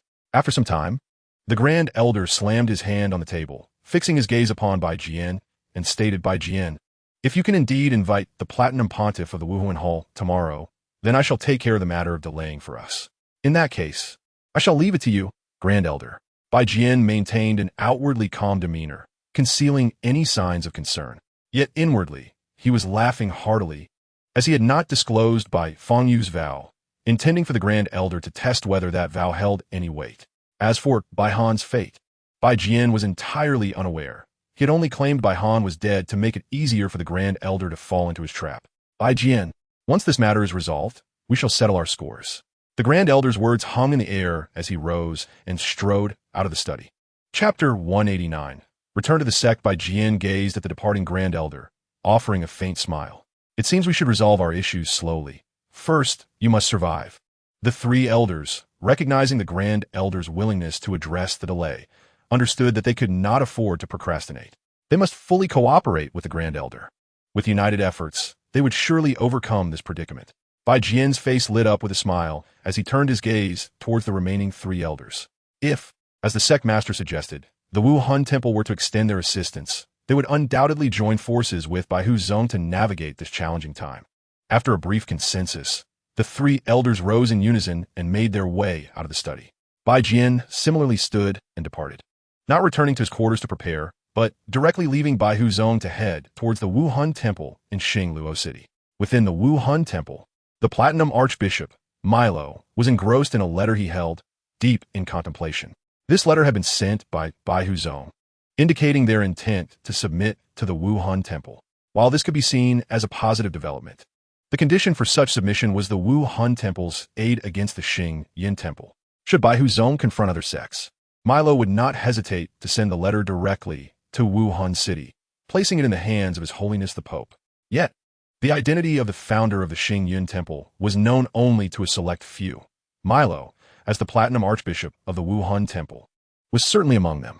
The Xinji Temple was an influence established by a son of the Wuhan Temple. To think that Bai Huzong would seek to combat the Xinji Temple at the cost of submitting to the Wuhan Temple was almost absurd. What difference did it make for Bai Huzong to submit to either the Wuhan Temple or the Xinji Temple? Both factions were essentially of the same lineage. Thus, yielding to one was akin to yielding to the other. With a dismissive gesture, Milo cast aside the letter from Bai Huzong, showing no inclination to convey it to Wuhan City. Just then, a staff member from the temple entered and announced, "Archbishop, the sect master of Bai Huzong has arrived and wishes to meet with you." "Let him in," Milo replied nonchalantly, waving his hand dismissively. "Understood, Archbishop," the staff member responded before exiting. Moments later, Bai Qian entered with a smile, addressing Milo seated in the main position. "Archbishop Milo, it has indeed been a long time since we last met. Visitors rarely come without purpose. If you have something to discuss, please do so directly," Milo remarked, glancing at Bai Qian before returning his focus to the documents and reports requiring submission to the Pope. Clearing his throat, Bai Qian said, "Archbishop Milo, I sent a letter yesterday, which I believe you have reviewed and forwarded to Wuhan City. Tomorrow, we would require your assistance in stalling for time, as I trust the people of Xinji Temple will not offend the Wuhan Temple."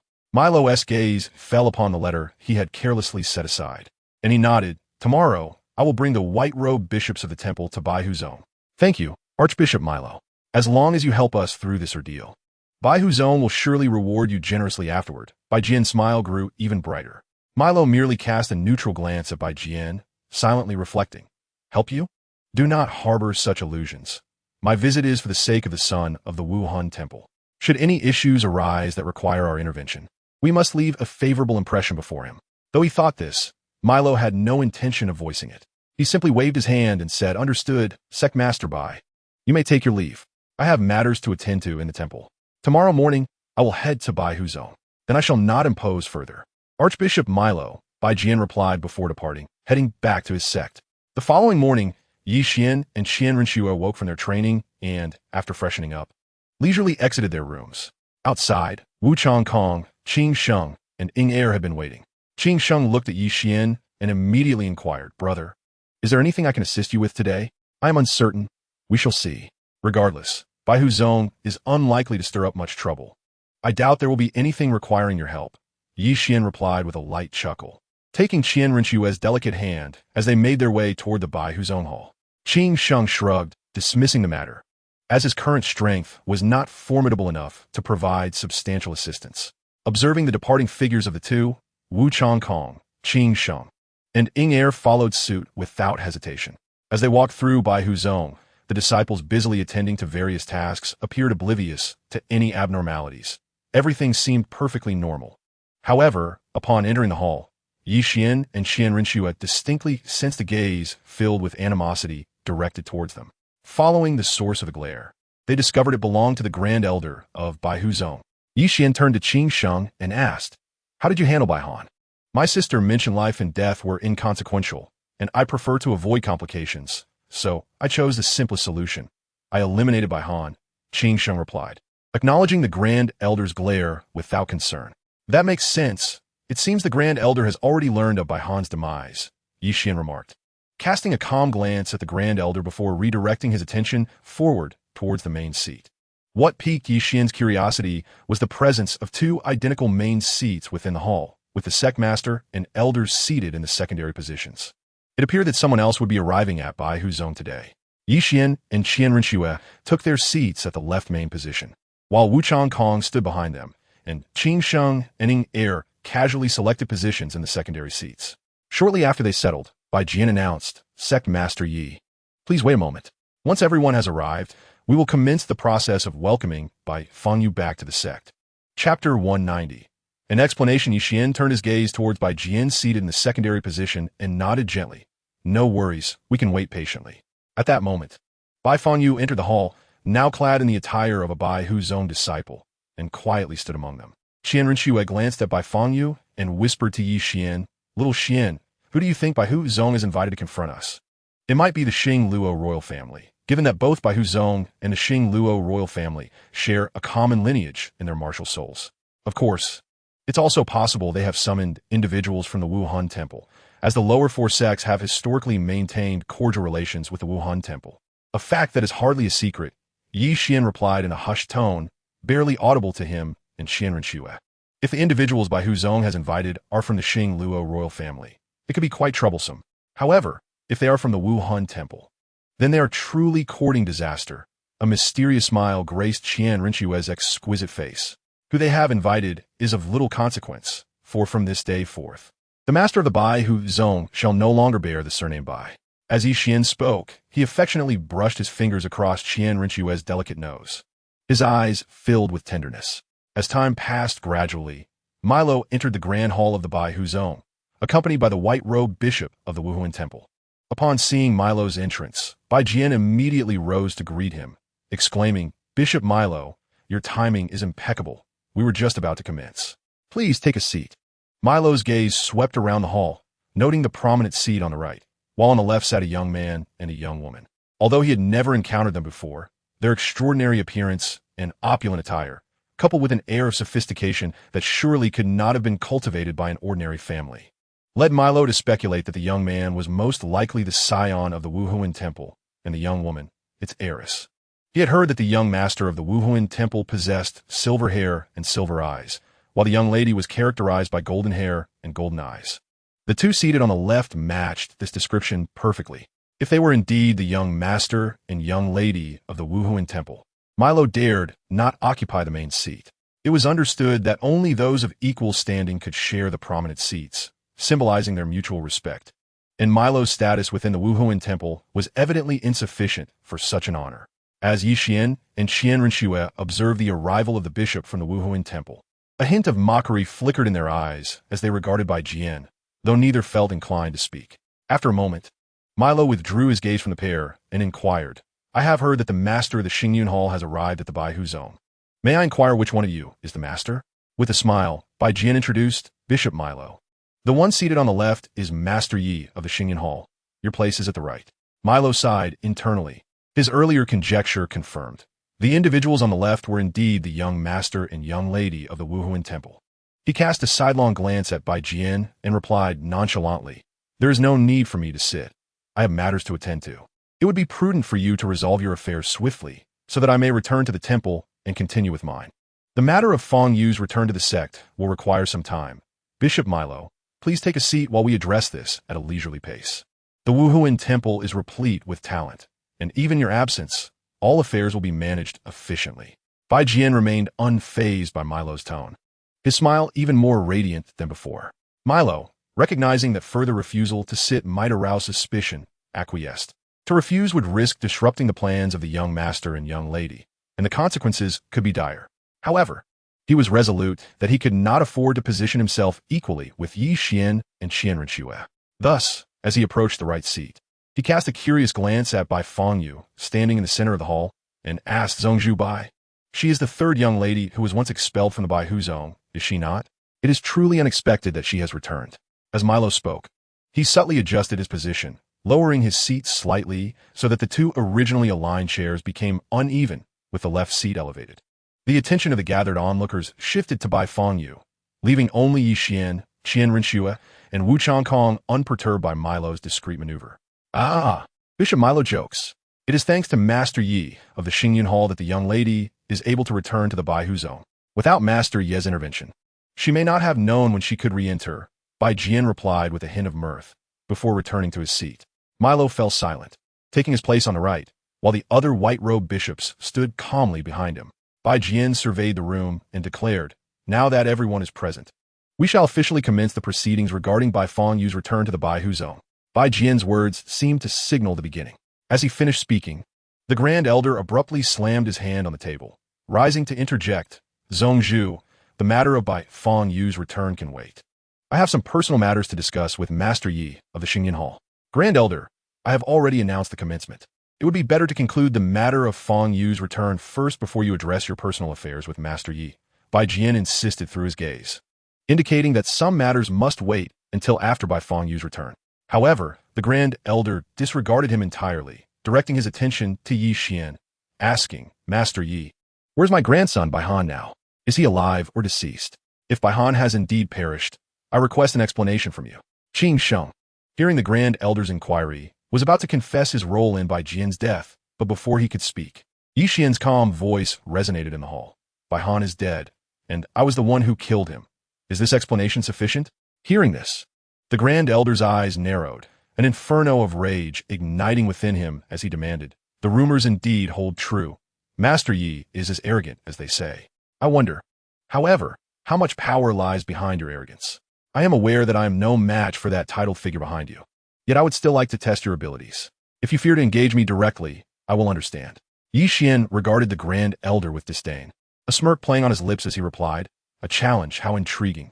Since you wish to test me, I shall indulge you. However, the proceedings regarding Bai Fong Yu's return have already begun, and there is no need for delay.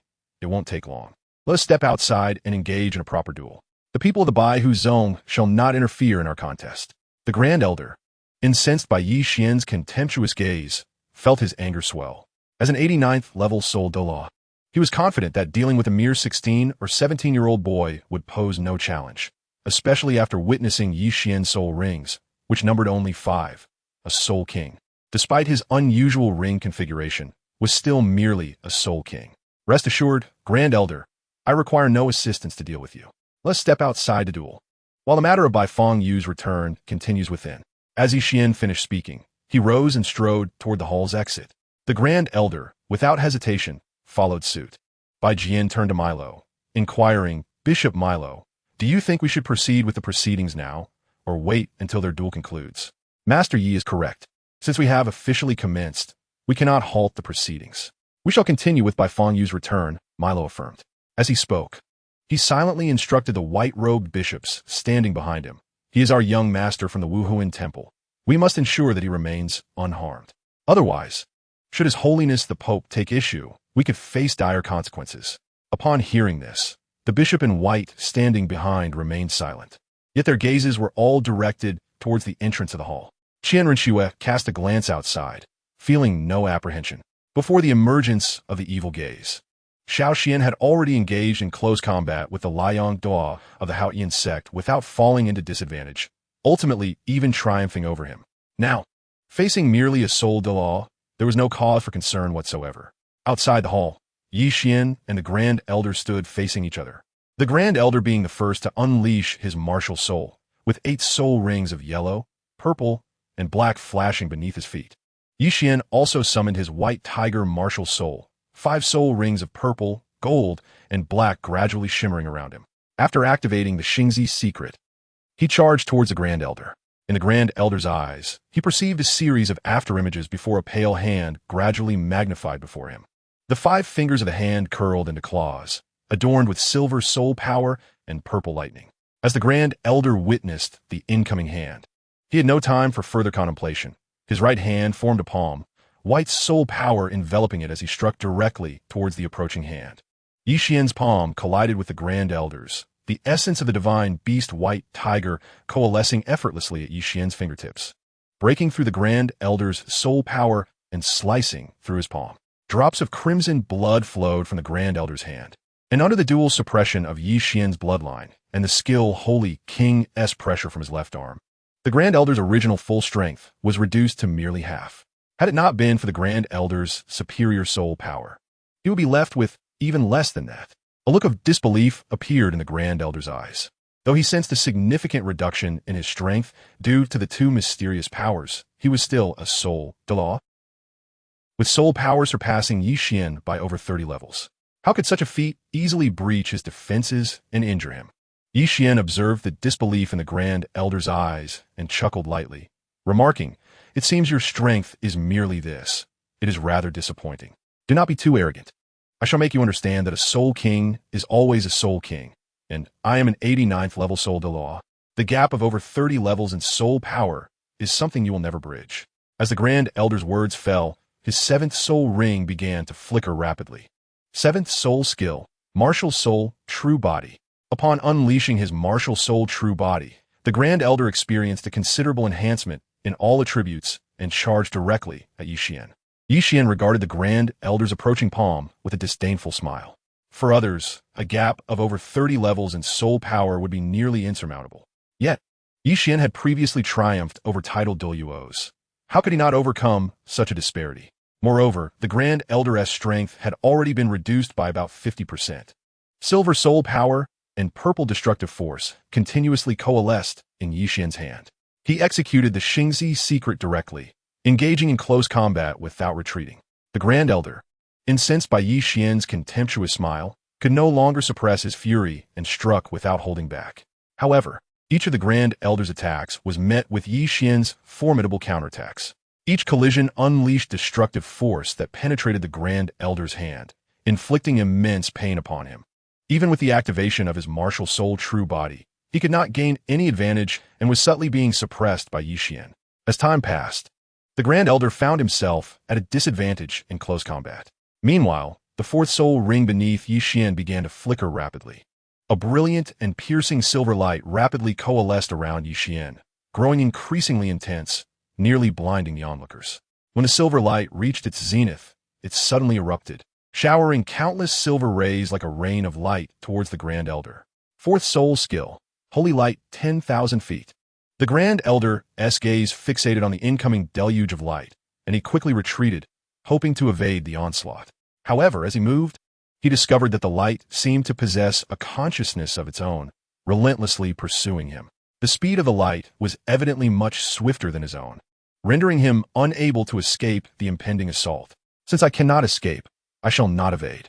I refuse to believe I cannot withstand even a single soul skill of yours. Resolute, the Grand Elder redirected his focus to Qian and charged directly through the shower of light. Qian, observing the Grand Elder's advance, activated his 3rd soul ring, his eyes transforming into a striking red and blue, the evil gaze unveiled.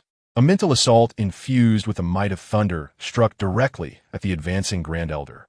As the Grand Elder rushed towards Qian, he suddenly experienced an intense pain within his spiritual sea.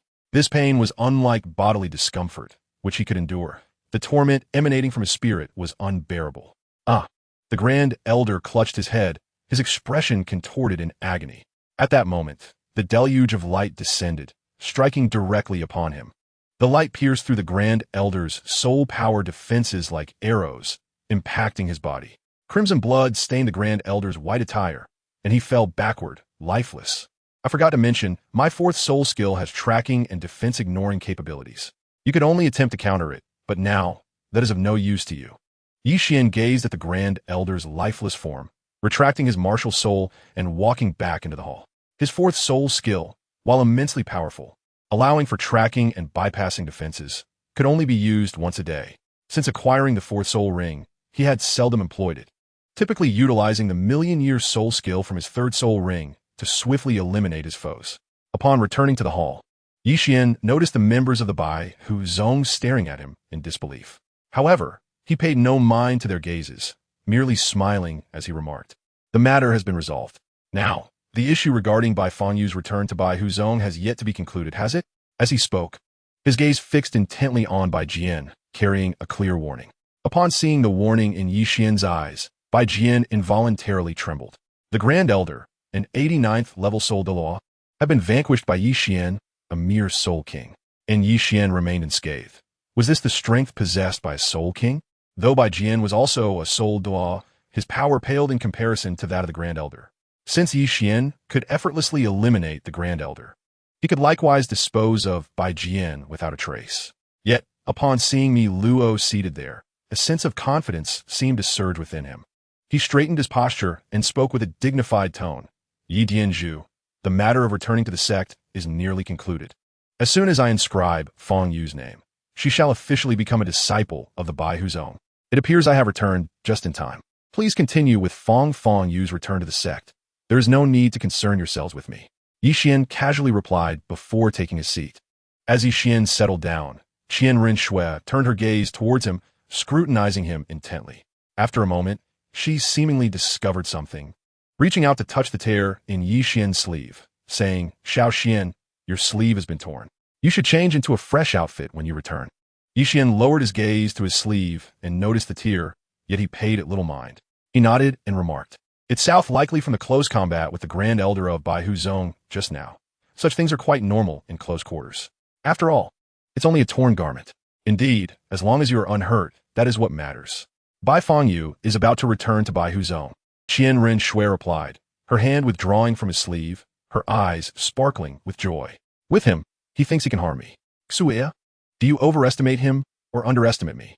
Qian teased, gently brushing his fingers against Qian Rinxue's proud nose, his eyes filled with affection. Qian Rinxue shot him a glance filled with disdain, turning her gaze away, now focused on Bai Fongyu, choosing not to speak further. Qian, meanwhile, clasped his hands behind his head, his eyes directed at Bai Fongyu, who was about to rejoin Baihuzong, remaining silent. In the hall, Bai Jian retrieved a rather aged book, flipping it open before taking a pen and inscribing Bai Fongyu's name. After completing the inscription, Bai Jian slowly closed the ancient tome and stood, proclaiming, "From this day forth, Bai Fongyu officially rejoins Baihuzong, becoming a disciple of our sect and my daughter." Suddenly, as Bai Jian's words echoed, the sky outside the hall rumbled with the sound of 3 lightning strikes. Upon hearing the thunder, Bai Jian could not help but ponder, could Fongyu's vow have taken effect? To be cautious, I will have someone verify shortly.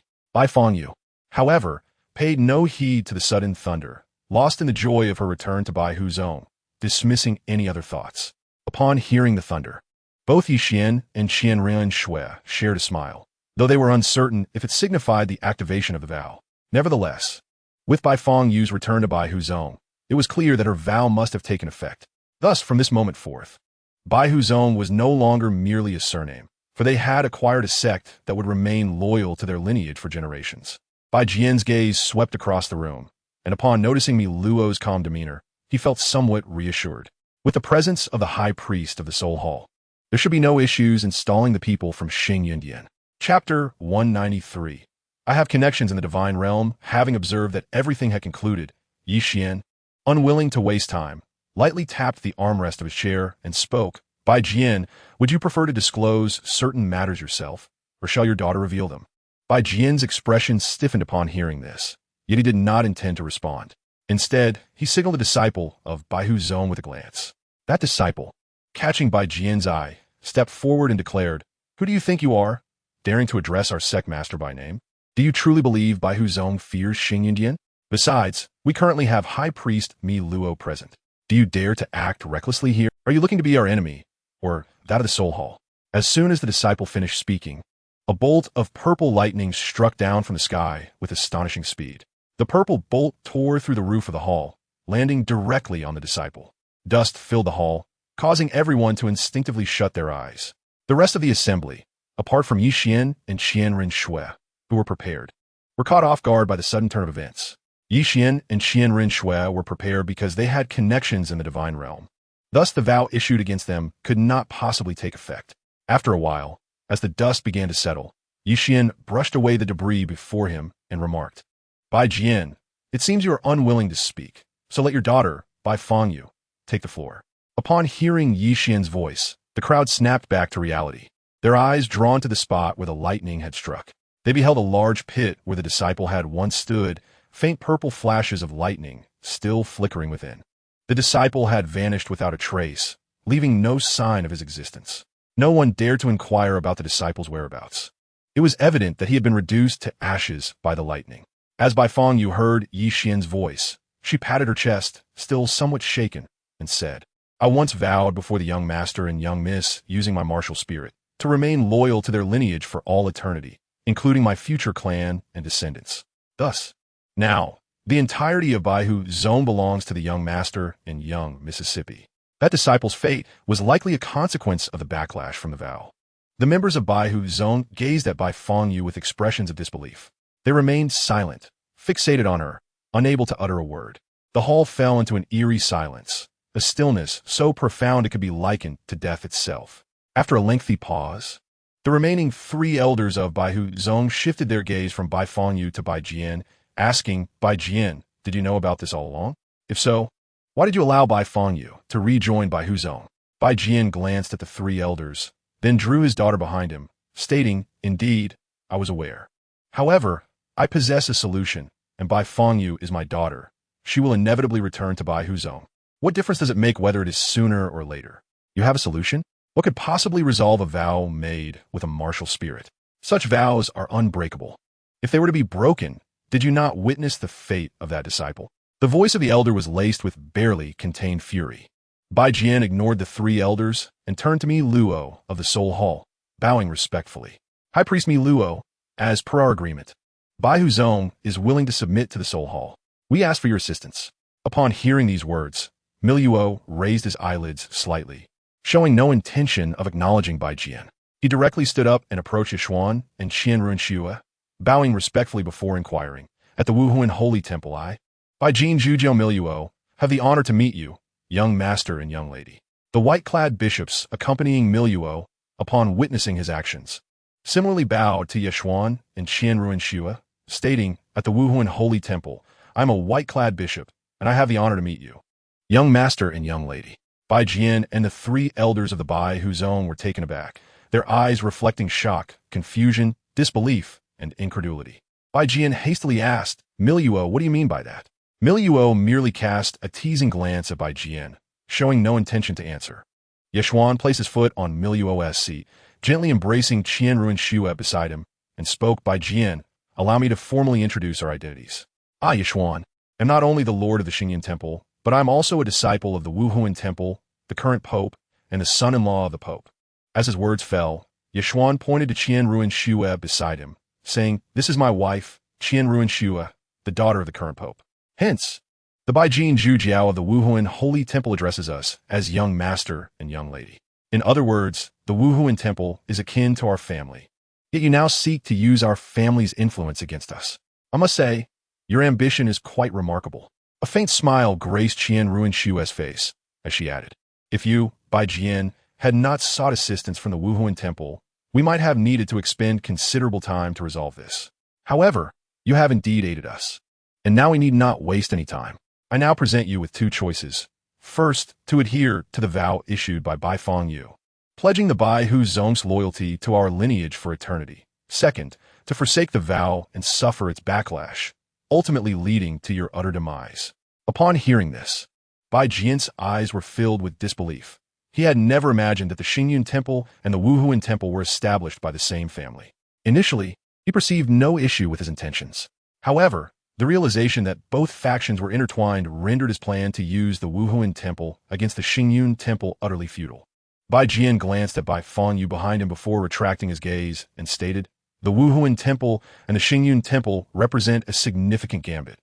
I, Bai Jian, concede my defeat wholeheartedly. I am willing to pledge eternal loyalty to your lineage.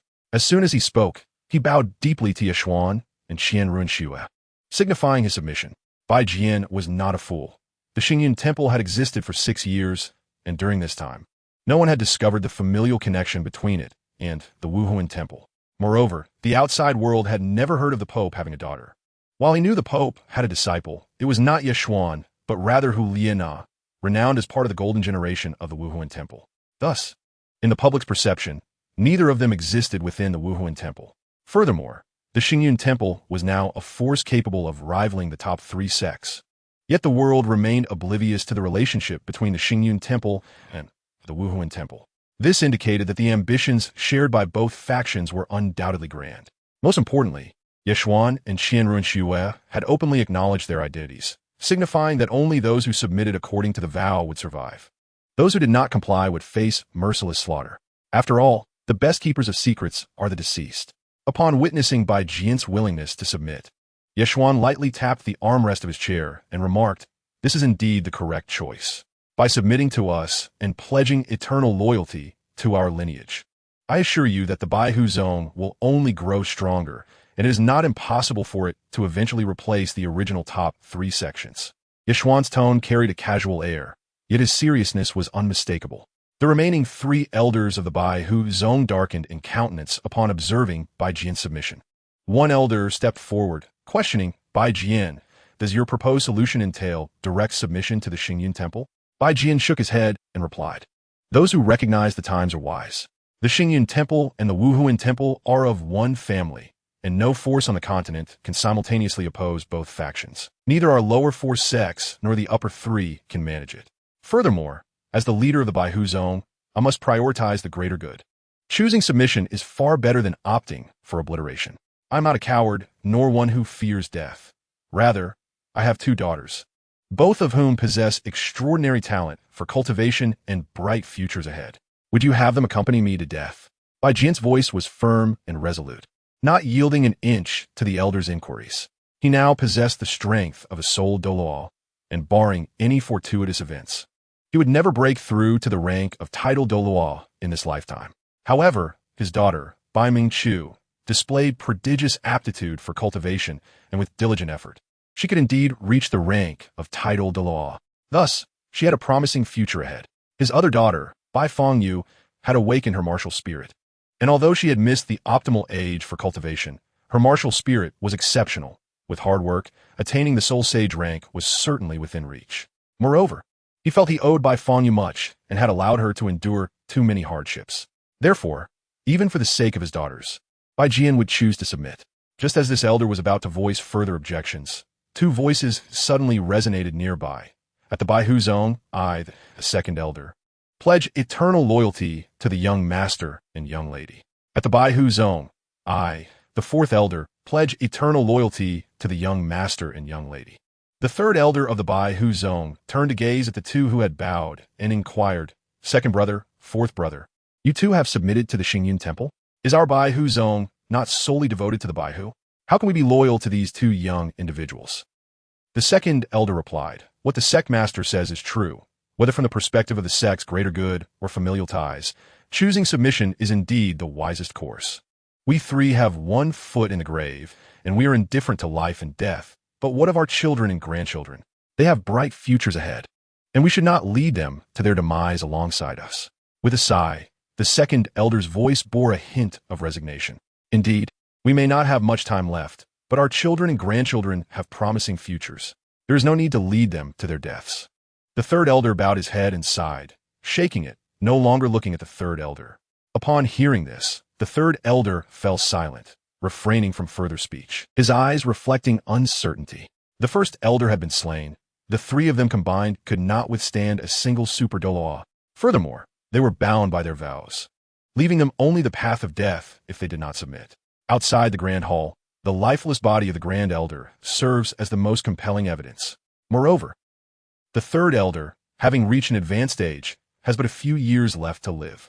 If he were to sacrifice his own children and grandchildren to accompany him in death, it would indeed be a tragic waste.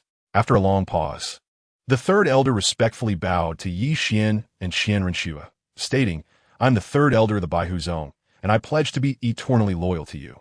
Miss and young master. Upon witnessing the Baihu Zone's leader and 3 elders choosing to submit, a smile crept onto the lips of Yi Qian and Qian Renshua. With all the high-ranking members of Baihu Zone having chosen allegiance, it would be considerably simpler to manage the remaining disciples of the sect. Sitet comfortably, Ye Wan spoke.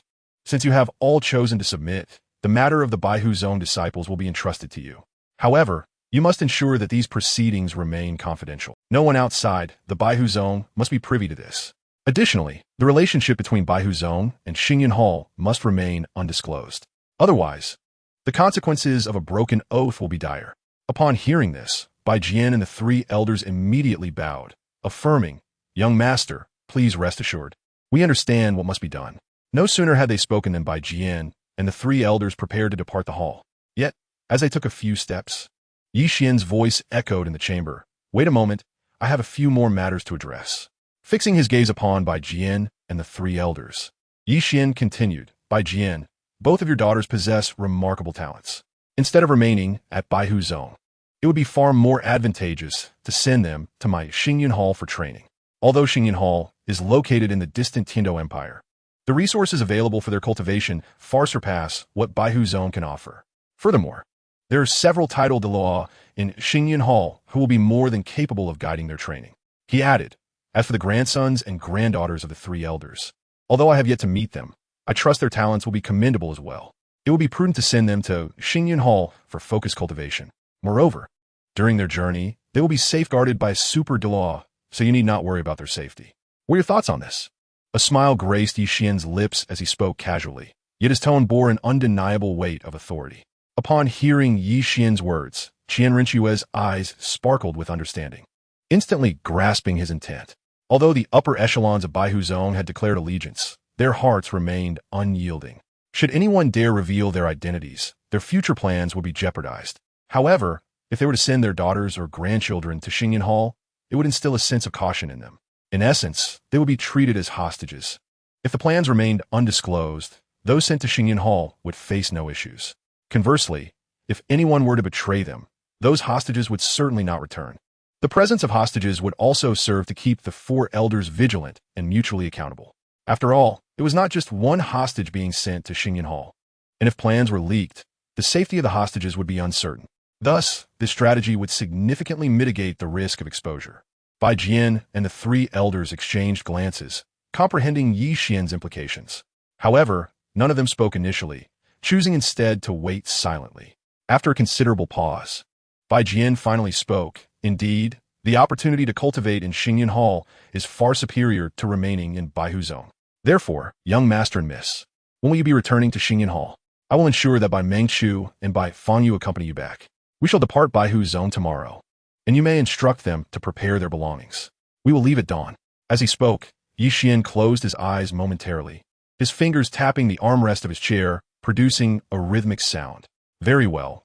I shall take Fangyu back to gather her things, and they will accompany you at dawn.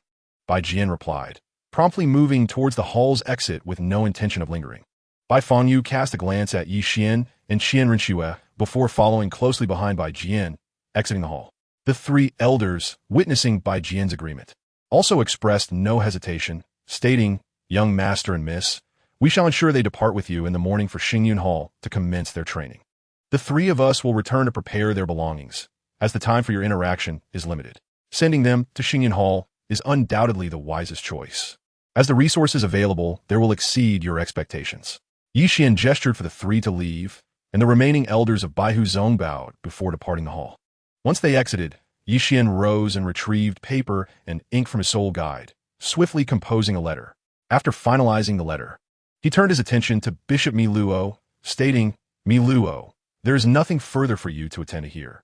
You may return to the Wuhuan Temple with your group. Upon your return, please deliver this letter to the Papal Palace in Wuhuan City, to my teacher. Inform her that we are heading to the city of slaughter and assure her of our safety. Yes, young master. I will deliver the letter to the Papal Palace and convey your message verbatim to Her Holiness. Luo replied respectfully, accepting the letter from Yi Xian and preparing to leave the hall. Qian Rinchue, observing Luo and his entourage preparing to depart, interjected, wait. I also have a letter that I need you to deliver to the worship palace. Upon finishing her sentence, she took the paper and ink from Yi Xian, swiftly writing her own letter. After carefully reviewing it and ensuring its accuracy, she sealed it and handed it to Luo.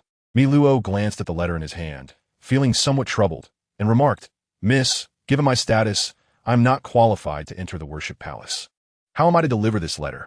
Simply leave the letter at the Papal Palace. Someone will ensure it reaches the worship palace. You need not concern yourself with that. Just deliver it, Qian Rinchue replied, casting a glance at Luo without acknowledging his dilemma. While it was true that Luo, as a bishop, could not enter the worship palace, he could leave both letters at the Papal Palace, and they would naturally be forwarded. Understood, Miss Luo acknowledged, carefully storing the two letters. Once secured, he departed the hall with the members of the Wuhuan Temple. Chapter 196. Journey to the City of Slaughter. Upon witnessing that matters had been resolved, Yi Xian rose gracefully and spoke, Wu Changkong, tomorrow you shall lead the members of BibiDong back to Xinyan. We must head to the City of Slaughter, so I will not accompany you back to Xinyan. Understood, my lord. Tomorrow morning, I will ensure their safe return to Xinyan, Wu Changkong replied. Yet remain stationary behind the two, not moving an inch. With your formidable strength, it is nearly impossible for anything to go awry. Now, let us rest well at BibiDong tonight. Tomorrow, while Wu Changkong takes the others back, we will proceed to the city of slaughter. Yi Xian smiled, seemingly unconcerned by Wu Changkong's words. Given Wu Changkong's status as a 98th level super Dalu, it was highly unlikely for any issues to arise. Unless they encountered 99th level limit Dalu, of which there were only a few, making such an encounter improbable. As soon as Yi Xian finished speaking, everyone rose in unison and made their way to their respective rooms to rest for the night at BibiDong. After Yi Xian and Qian Run Shui returned to their room, they sat cross-legged on the bed, commencing their meditative cultivation of soul power. On the following day, as dawn broke, Yi Xian, who had been immersed in meditation, suddenly opened his eyes, emerging from his state of deep concentration. Within him, it seemed as though the sound of shattering glass echoed in his ears. Once the noise subsided, Yi Xian exhaled softly, rising from the bed and standing still to stretch his body. His soul power had now broken through the 52nd level, reaching the 53rd level of Soul King. Moreover, due to the exceptional purity of his soul power, this advancement brought about a remarkable enhancement in his strength, improving at least by 20% compared to before. After stretching, Yi Xian glanced at the time and approached Qian Ren Shui, whispering, "Shui, the time is getting late. We must depart from BibiDong and head to the city of slaughter." Upon hearing this, Qian Ren Shui opened her eyes, stretched lazily on the bed, and replied, "Then let us go. We have already resolved matters concerning BibiDong, so there's no need to rush. We still have time to freshen up." Yi Xian smiled and turned, heading to wash up. Qian Ren Shui cast a playful glance at him and followed suit, descending from the bed to freshen up. After they completed their morning routines, they exited the room together. As they stepped out, they spotted Qing Sheng and Ying Er waiting patiently outside. Seeing them emerge, Qing Sheng stretched and said lazily, "Ying Er, I told you so. Before 8 o'clock, my brother would not leave his room.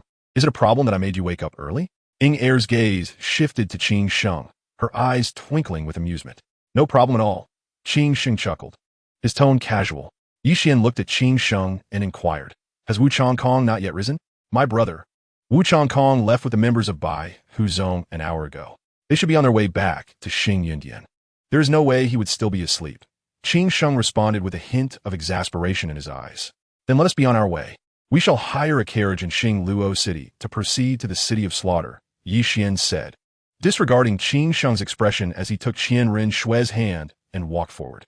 "I believe we can first have breakfast in Xingluo City before finding a carriage to the city of slaughter," Qing Sheng suggested, quickly catching up with Ying Er. The four of them, Yi Xian, Qian Ren Shui, Qing Sheng, and Ying Er, left BibiDong and arrived in Xingluo City. They found a reasonably good restaurant and entered, intending to finish breakfast before hiring a carriage to the city of slaughter. The breakfast was not lavish. They merely had something simple to satisfy their hunger. Soon after, while Yi Xian was about to retrieve his Jin Hun card from his soul guide to settle the bill, he realized it was missing. Familiar with the organization of items within his soul guide, he knew that it should not be lost unless it was absent altogether. He searched his person, but to no avail. Reflecting on the last time he had seen the Jin Hun card, he recalled giving it to Bai Fengyu to purchase lunch for everyone. After that, he seemed to have lost track of it. Could it be that Bai Fengyu forgot to return it to him? While Yi Xian was deep in thought, Qian Ren Shui blinked her eyes and asked, "Xiao Xian, what are you looking for?" "My Jin Hun card is missing. It might have been forgotten by Bai Fengyu when she bought lunch last time." "Shui, you still have your Jin Hun card, right? Please settle the bill," Yi Xian said with a helpless smile, as he was usually the one handling the payments. "My Jin Hun card is out of funds. But I remember Bai Fengyu gave me yours," Qian Ren Shui replied, beginning to search through her soul guide. After a moment, she finally produced a Jin Hun card and handed it to the nearby waiter. After processing the payment, the waiter returned the card to Qian Ren Shui, who then placed it in front of Yi Xian. Yi Xian looked at the card, picked it up, and then handed it back to Qian Ren Shui, saying, "Isn't your Jin Hun card out of funds? You should use mine for now. I can get a new one once we return to Xinjiang."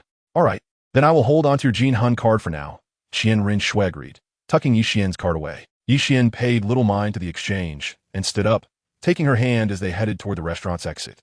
Qing Sheng and Ying Er exchanged glances, feeling as though they had been overlooked in the moment, yet they said nothing and simply followed along. In Xingluo City, they hired a luxurious and comfortable carriage, embarking on their journey to the city of slaughter. Chapter 197. The city of slaughter. After half a month of travel in the carriage, Yi Xian, Qian Ren Shui, Qing Sheng, and Ying Er arrived at a small town. As they stepped into the town, an unusual atmosphere enveloped them. Ye Vuan, Vien Renju, and Qin Sheng sensed a peculiar chill emanating from the townsfolk. Yi Xian surveyed the surroundings and quietly remarked, Qin Sheng, you must ensure the safety of Ying Er. It is best not to let her out of our sight. This place is anything but peaceful. Brother, rest assured, even if we cannot assist you, we will not hinder you. I will protect Ying Er well. Qin Sheng responded, his gaze scanning the area, a subtle chill evident in his eyes. Is it because I fear you will slow us down? I merely wish to ensure that your negligence does not bring harm to Ying Er, hence my warning. Yi Xian retorted, taking Qian Renshue's hand and proceeding toward a nearby tavern. Qin Sheng grasped Ying Er's hand and proceeded directly, ever prepared for battle. As the group entered the tavern, an involuntary frown crossed their faces. The cause of their discomfort was not without reason. The air inside the establishment was thick with a suffocating haze, leaving them uneasy. Furthermore, the tavern's decor was entirely cloaked in black, imbuing the space with a chilling and oppressive atmosphere, despite the daylight outside. The patrons were sparse, occupying only about 30% of the seats, and the murky air was met with an eerie silence, as few dared to speak. The arrival of Yi Xian, Qian Renshue, Qin Sheng, and Ying Er captured the attention of most within the tavern. Particularly, the gaze of the majority lingered on Qian Renshue and Ying Er, their eyes glinting with avarice. Yi Xian scanned the room with a chilling glare, which seemed to solidify in the air, yet no one dared to utter a word. The four took their seats in a corner, and a server clad in black approached with an indifferent expression, inquiring about their order. Yi Xian met the server's gaze and stated, We seek to enter the city of slaughter. As soon as the words left his lips, a mocking smile appeared on the server's face, prompting laughter from the other patrons. A bunch of fledglings. You don't even understand the rules of the city of slaughter. Yet you dare to come here? This is no place for you. Run back home, and leave those two lovely ladies behind. In my long life, I've never encountered such beautiful maidens. Let me enlighten you.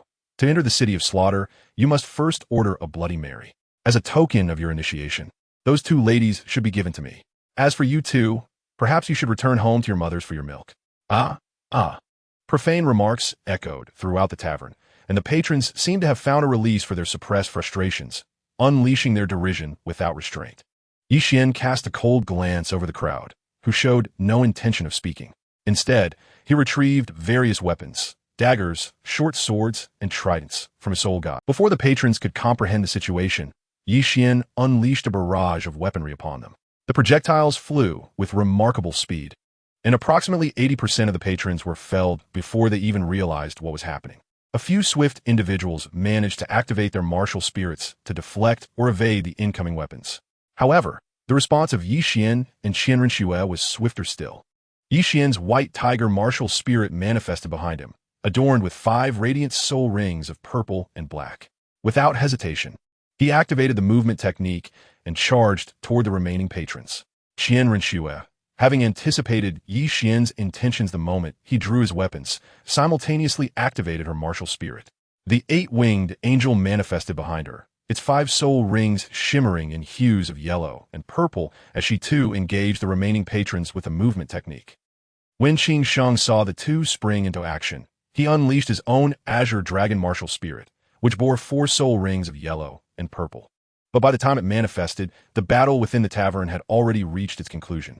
The patrons were few to begin with, and only a handful survived Yi Xian's initial assault.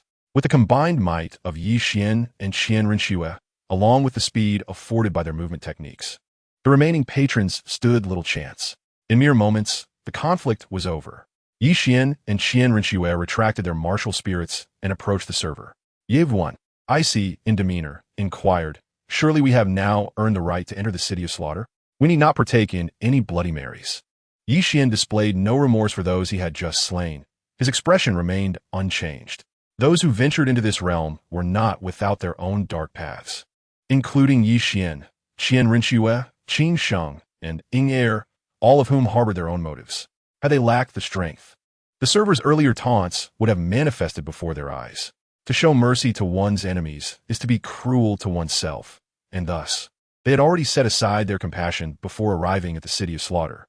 Only Ying Er, witnessing the aftermath, shut her eyes in a moment of pity. Yet she remained silent. The server, gazing at the fallen patrons, swallowed hard, taken aback by the decisive and ruthless actions of the youths before him. No need, no need.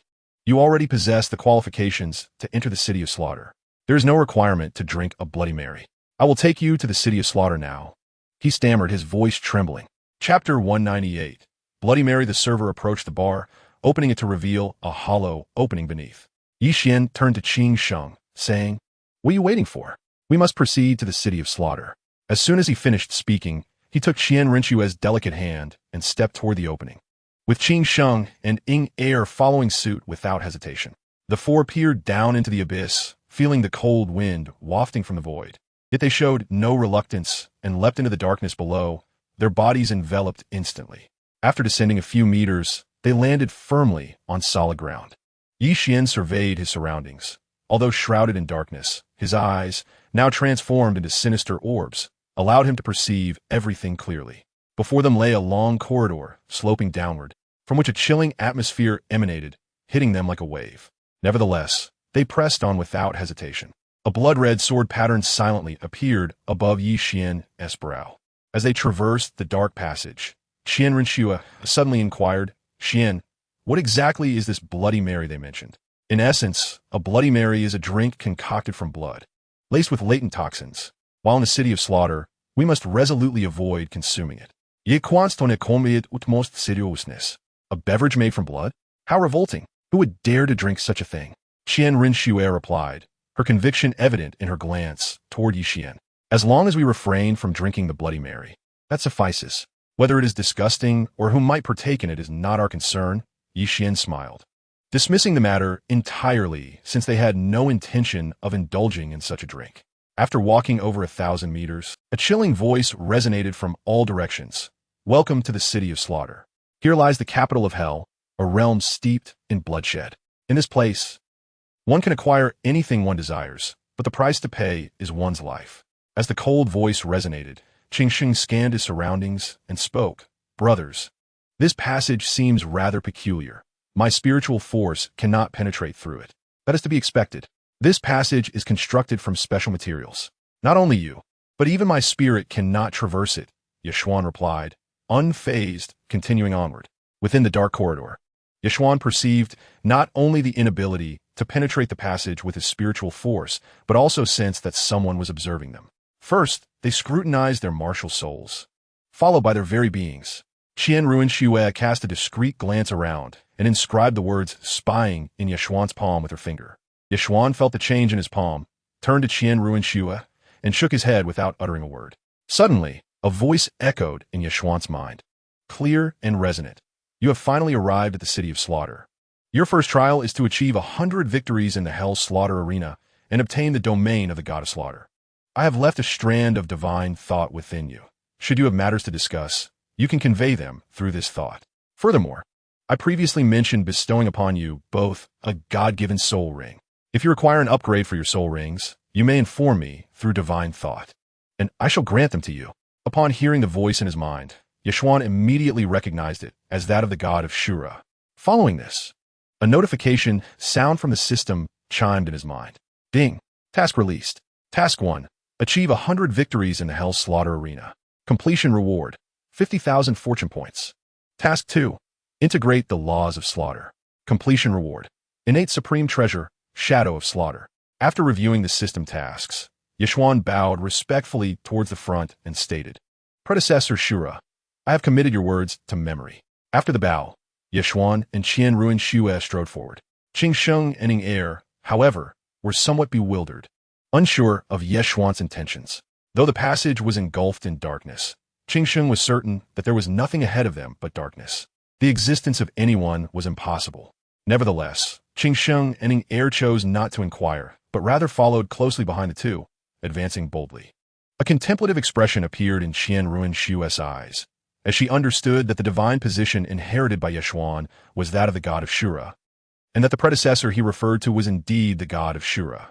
As the group turned a corner, they noticed a faint light ahead and hastily moved towards it. Upon exiting the passage, they encountered a battalion of black-armored knights, numbering around 100. Except for one seated atop a war horse, the others were clad in black battle armor, wielding heavy swords, their faces entirely concealed by helmets.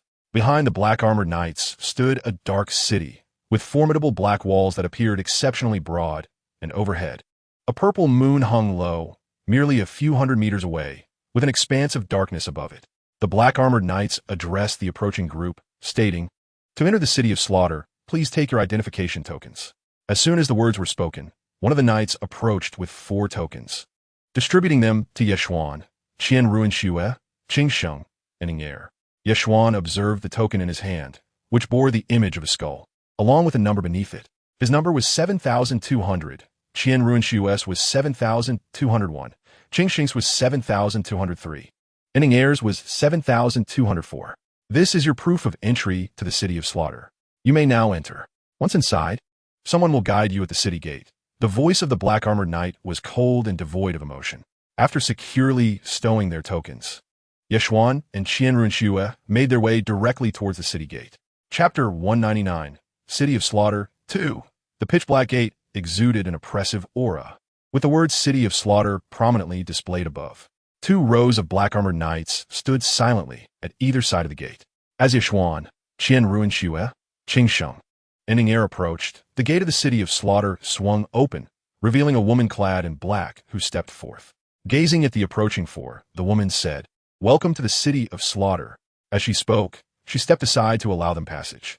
After a brief glance at the woman, Yeshuan and Qian Ruinxue proceeded into the City of Slaughter, with the woman following closely behind.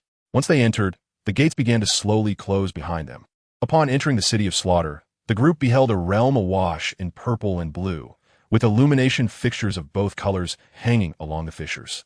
The city was populated, and aside from its somewhat somber atmosphere, it bore no significant difference from the outside world. The woman in black regarded the halted quartet and slowly spoke. "I am your receptionist. Within the next 12 hours, should you have any questions, feel free to ask me. I will answer all your inquiries during this time." She continued, "I must warn you that within the City of Slaughter, no skills of soul masters can be utilized.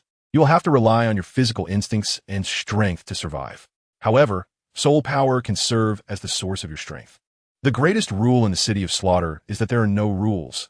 As long as your strength is sufficiently powerful, you may do anything you desire here.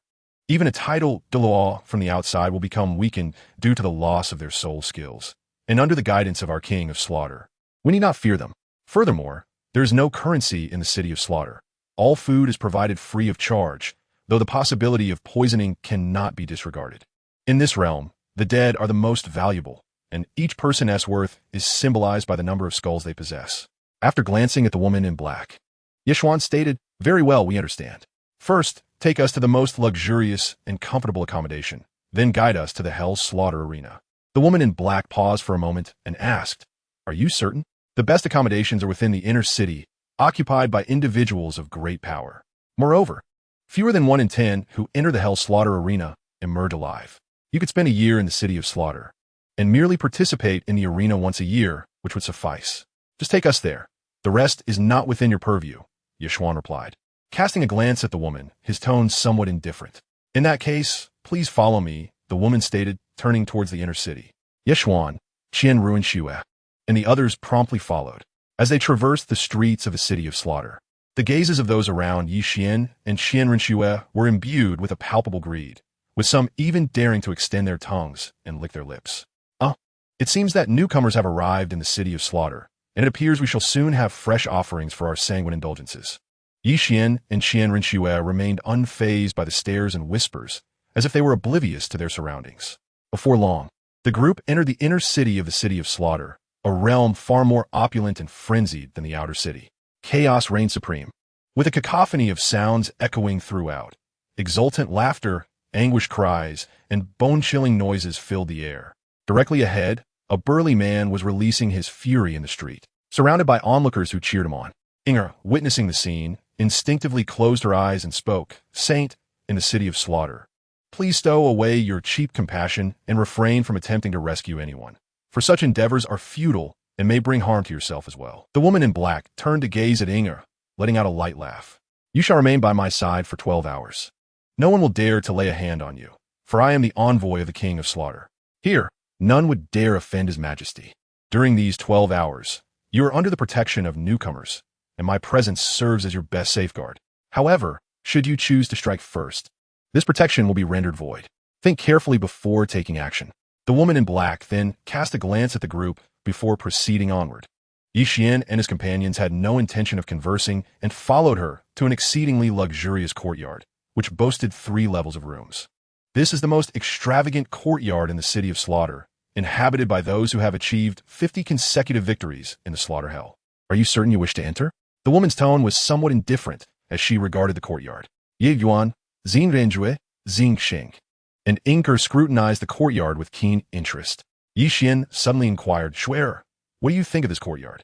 If it meets our standards, we ought to settle here.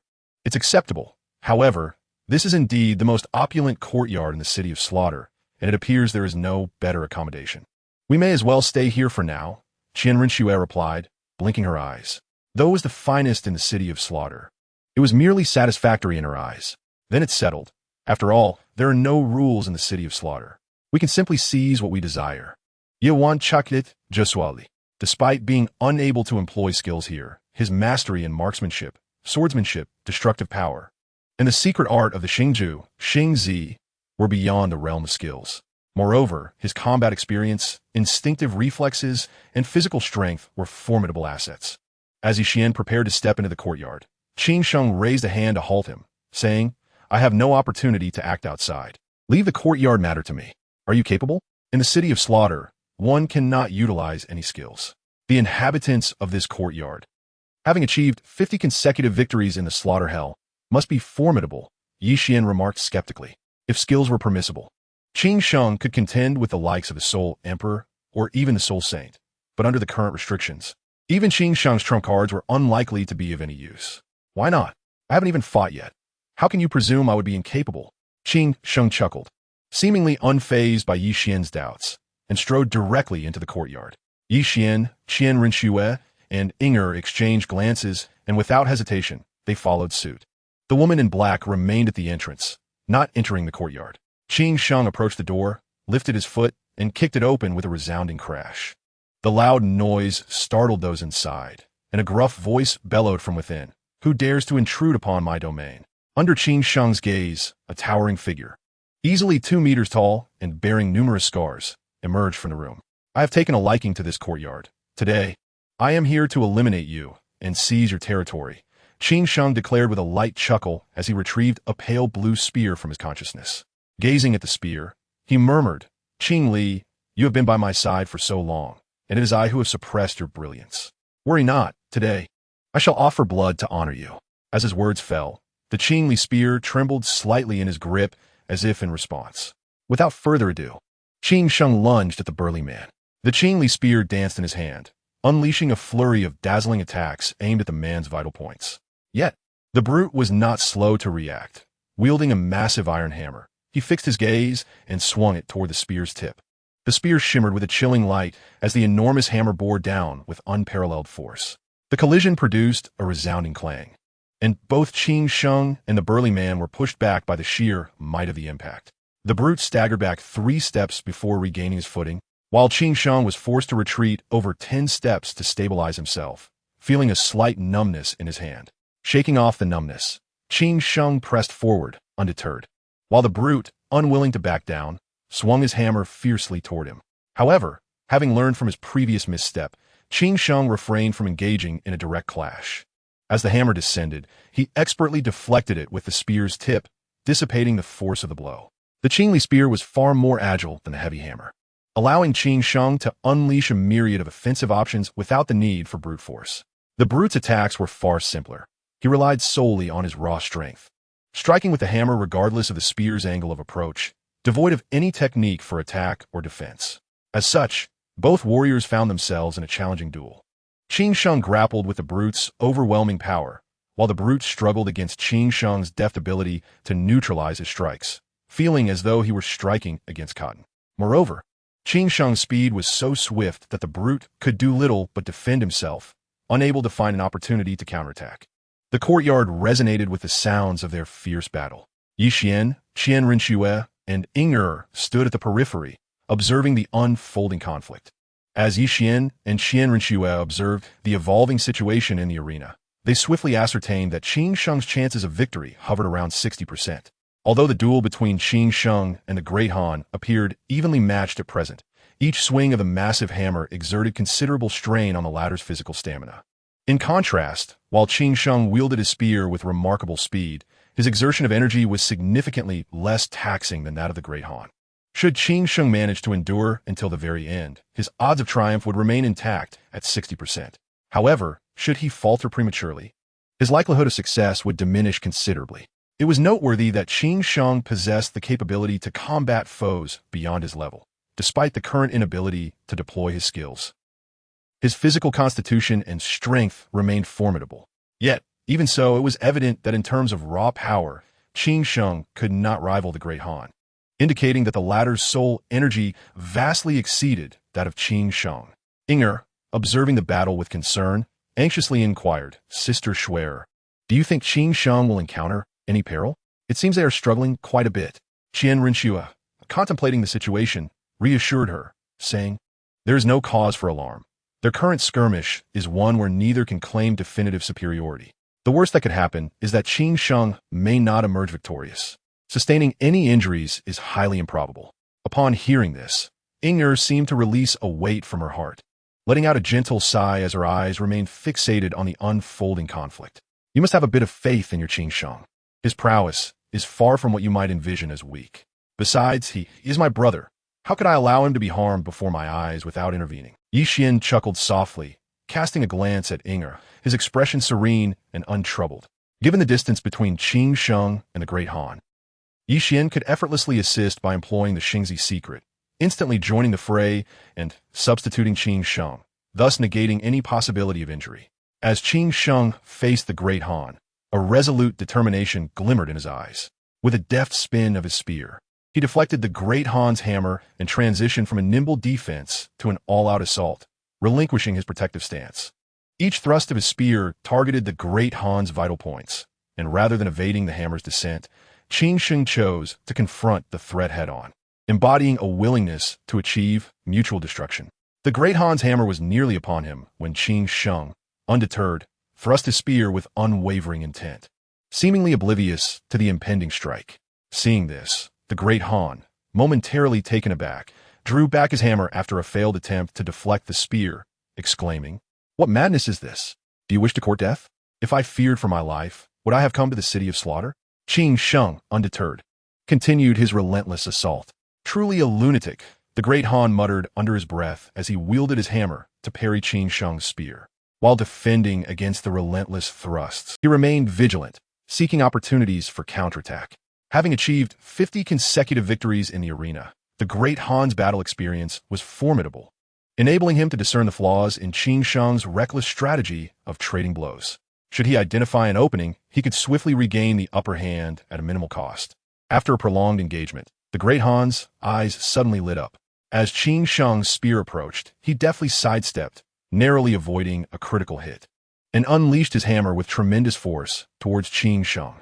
Realizing it was too late to retract his spear for defense, Qin Sheng leaned to the left to mitigate the impact of the hammer. With renewed vigor, he thrust his spear forward, determined to exchange injuries with the Great Han. Qian, observing the unfolding events, summoned his divine punishment silver spear from his consciousness, activating the Xunji secret to swiftly converge upon the battlefield.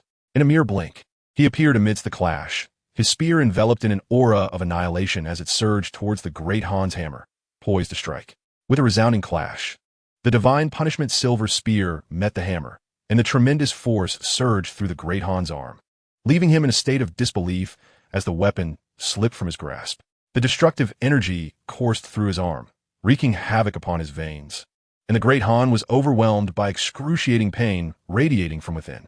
Meanwhile, Qin Sheng's spear penetrated the Great Han's shoulder without hindrance.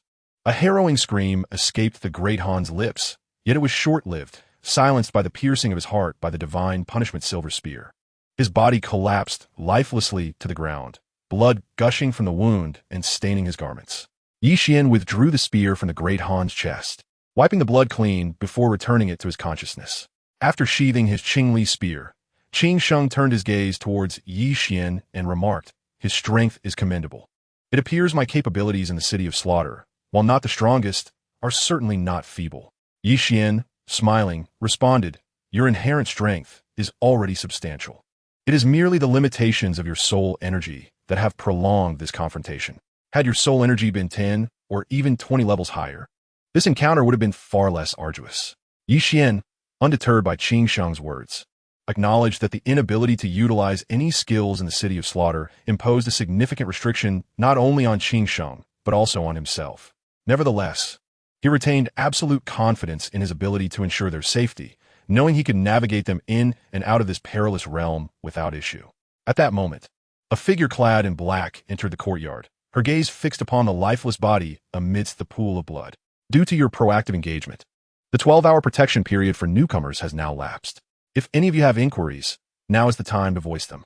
After addressing your questions, I shall take my leave. Yi Qian chuckled softly, surveying the courtyard before gently stating, "We have no questions, but we are uncertain of the path to the City of Slaughter. We may require your assistance in guiding us there." "Not a problem. The City of Slaughter is exceedingly perilous, especially for newcomers like yourselves. I advise you to prepare adequately before venturing there. I can grant you 10 minutes to ready yourselves. After that, I will escort you to the City of Slaughter." With her words, the woman stood silently, awaiting their response. Yi Qian, upon hearing this, refrained from further dialogue and instead approached Qian Renshue and Inger alongside Qing Sheng. Yi Qian cast his gaze toward Inger, withdrawing a long sword, tainted with poison, from the soul guiding device. He spoke solemnly. "This long sword is laced with venom. I present it to you for self-defense.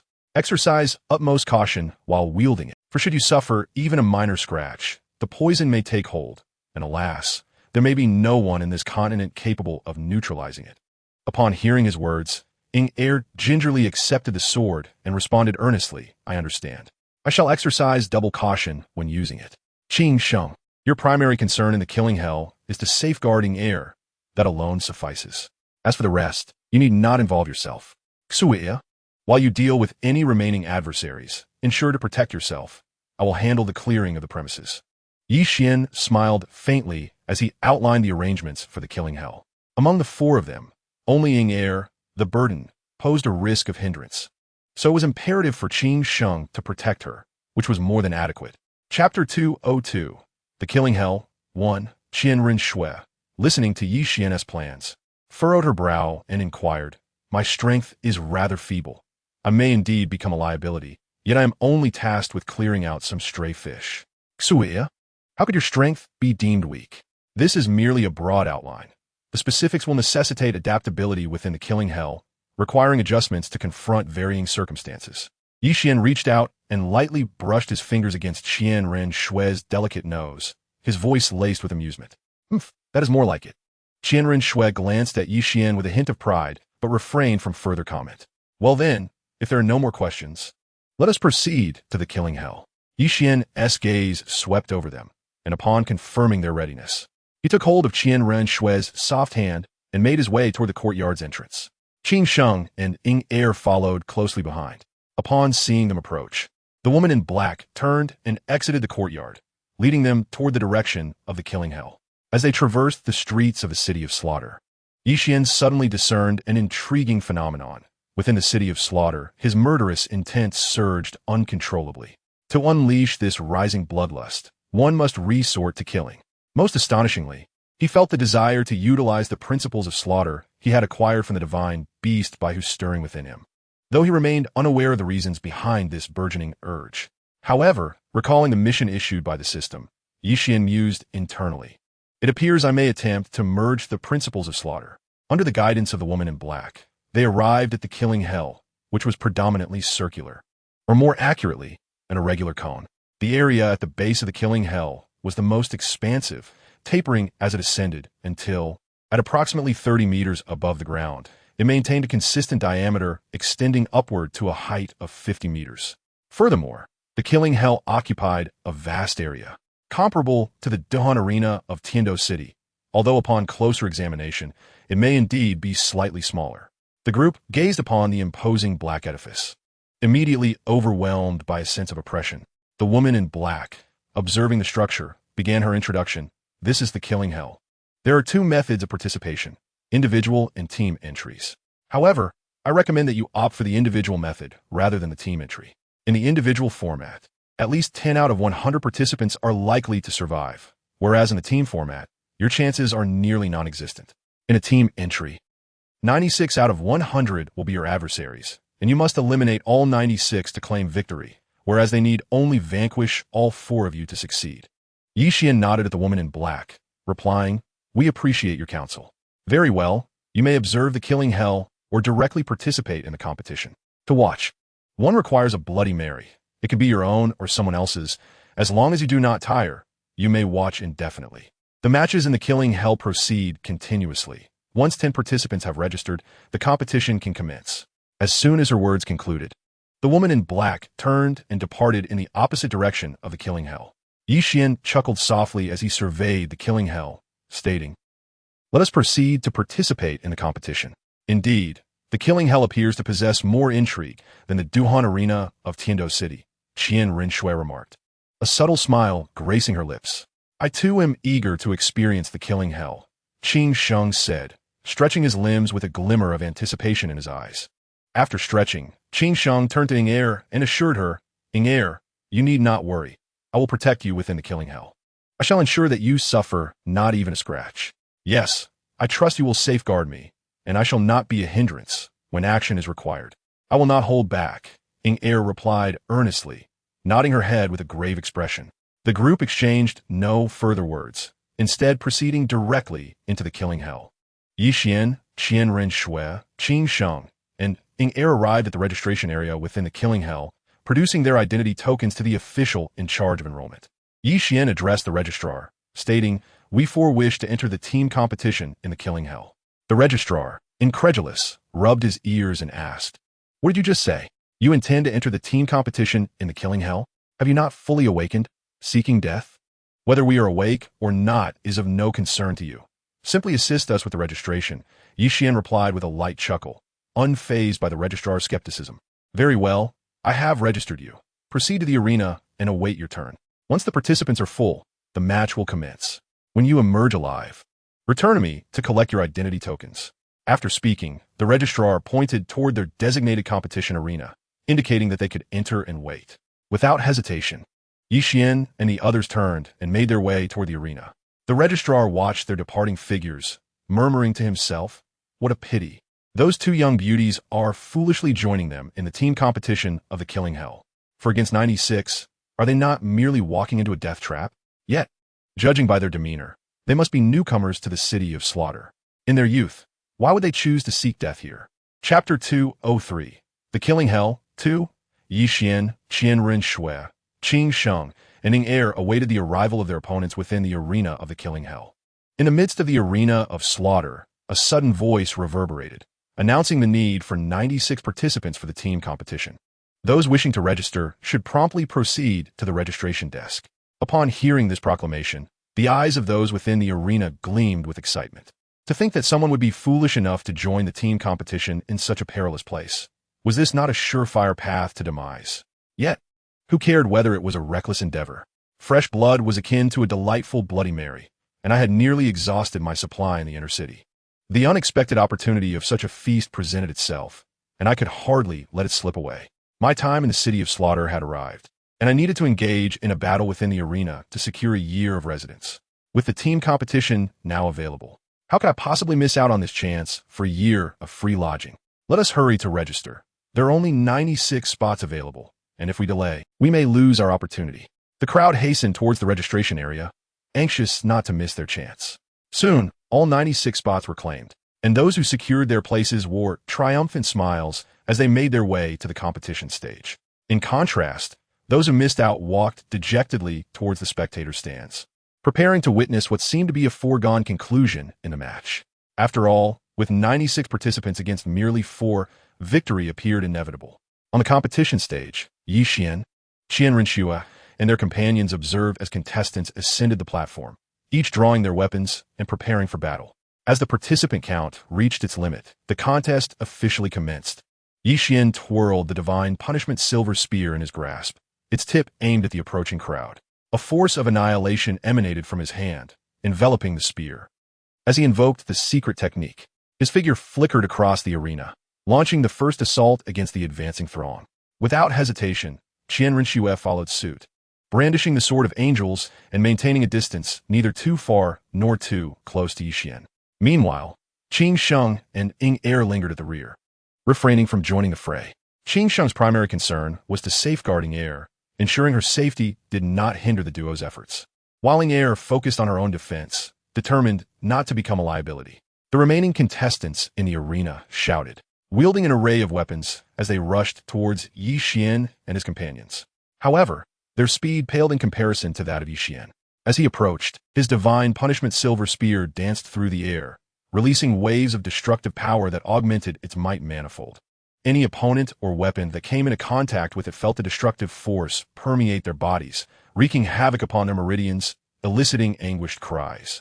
In mere moments, several had already succumbed beneath the onslaught of Yi Qian's spear, crimson blood splattering into the air, forming blossoms of red. Some even stained Yi Qian's once pristine white attire. Qian Renshua wielded her Sword of Angels with equal ruthlessness, her strikes not only fierce but her defenses impenetrable. Those who charged at her immediately after Yi Qian's assault were mercilessly cut down by her blade. Blood dripped from the Sword of Angels. Yet she paid it no heed. A slight flick of her wrist sent the blood flying as she continued her relentless assault on the advancing foes. Qing Sheng remained vigilant, scanning the surroundings. Should anyone breach the defenses set by Yi Qian and Qian Renshua, he would spring into action to protect Air from harm. Yingye, too, kept a watchful eye on her surroundings, her poisoned sword gripped tightly, resolved to strike without hesitation should any foe approach. Despite the decisiveness of Yi Qian, Qian Renshua, and Qing Sheng, their numbers were but 4, and only 3 of them possessed true combat prowess. Air's capabilities were insufficient in the City of Slaughter, and her lack of experience paled in comparison to those seasoned in the arena. Thus, she found herself devoid of any fighting ability. As a result of the overwhelming numerical disadvantage, Yi Qian, Qian Renshua, Qing Sheng, and Air gradually found themselves encircled. Yet, the proximity of the 4 allowed them to coordinate their attacks, and thus far, no injuries had been sustained. Should any unexpected incident arise among them, the others could swiftly provide assistance. Therefore, the encircling contestants found themselves at a stalemate. Yi Qian surveyed the surrounding adversaries, his silver spear moving with increasing speed, parrying their attacks while simultaneously delivering lethal thrusts to eliminate the weaker foes. In the midst of battle, he discerned the primary flaw in the opposing team, their utter lack of coordination. Despite their numbers, they fought individually, and some even inadvertently harmed their own allies during their assaults. At times, he could exploit their attacks to deflect unnecessary strikes. Though Qian Renshua was also ensnared in the fray, her combat was markedly less strenuous than Qing Sheng's. Her movements fluid and effortless, rendering injury improbable. In contrast, Qing Sheng faced a more arduous struggle, having to fend off the onslaught of numerous opponents while simultaneously protecting Air. To describe his situation succinctly, he was somewhat overwhelmed. Observing Qing Sheng's difficult battle, Air sought to alleviate his burden. With her poison sword, she targeted other attackers. The blade, infused with the essence of Blood Swan Kiss, possessed formidable toxicity and acted swiftly. A mere scratch would allow the poison to seep into the victim's body, leading to their demise within moments as they coughed up black blood. Seeing the unfortunate souls succumb to poisoning sent shivers down Qing Sheng's spine, especially as he watched Air's erratic swordplay. He felt compelled to caution her, saying, Air, be careful with your movements. Conserve your strength. Swift, precise, and lethal strikes are sufficient. You need not kill. Merely wounding them will suffice. Air ceased her reckless flailing, nodding in understanding. I comprehend. I will conserve my strength. As the assailants besieging Qing Sheng and Air observed that the two remained calm enough to engage in conversation, they could not suppress their ire, exclaiming, You dare to converse in such dire circumstances? Perhaps these will be your final words. Qing Sheng, disregarding the speaker entirely, wielded his Qing Li spear and executed a sweeping motion, the glinting tip of the spear slicing through the air to sever the man's throat, causing his lifeless body to collapse backward. At that moment, amidst the crowd in the arena, a few individuals, seizing the opportunity presented by the distraction, retrieved several willow leaf knives from their person and hurled them toward Yi Qian, Qian Renshua, Qing Sheng, and Air. The knives flew through the air like arrows released from a bow, aimed with deadly precision. After dispatching an opponent with his spear, Qian quickly detected the incoming knives. Thanks to his formidable abilities and his training in concealed weaponry under Mangaran, he swiftly identified the assailants. Casting a glance at the three who were focused on their battle, Qian wasted no time. He swept his divine punishment silver spear, forcing back the attacker before relinquishing his grip on the spear, which soared through the air to deflect the willow leaf knife aimed at Qian Renshue. After knocking down the knife, the spear continued its trajectory, piercing through the bodies of 5 adversaries before finally embedding itself into the ground of the arena. Qing Sheng, be wary of the 2 willow leaf knives, Qian cautioned, while simultaneously retrieving a long sword from his soul guide to counter the knife aimed at him. Upon hearing his warning, Qing Sheng heightened his alertness, defending against the attack before remaining vigilant for any incoming knives. As the knives neared them, Qing Sheng deftly tapped the ground with his toes, launching himself into the air, executing a spin with his Qing Li spear to knock down the 2 attacking knives. As he descended, Qing Sheng performed a full 360-degree rotation, channeling the force of his fall into a powerful strike aimed at the encroaching adversaries. He silently rejoiced that IKneeled was by his side. Otherwise, it would have been nearly impossible to intercept both knives without sustaining injury. The attackers surrounding Qian, witnessing his switch to a long sword to counter the knives, immediately began to conspire, proclaiming, "Brothers, he has exchanged his spear for a sword, and his strength must have diminished. This is our chance. Let us strike together. Once we slay him, we can focus on the others. Victory will ultimately be ours. This boy's marksmanship is fearsome. I refuse to believe his swordsmanship rivals his spear skills. With our numbers, we cannot lose." Qian, upon hearing their banter, smirked with disdain. The thought of them killing him was nothing short of a pipe dream. Though his power would wane without the divine punishment silver spear, the decrease was minimal. After all, the spear was a divine artifact, and while Qian's comprehension lay in spear intent rather than sword intent, it did not imply his swordsmanship was lacking.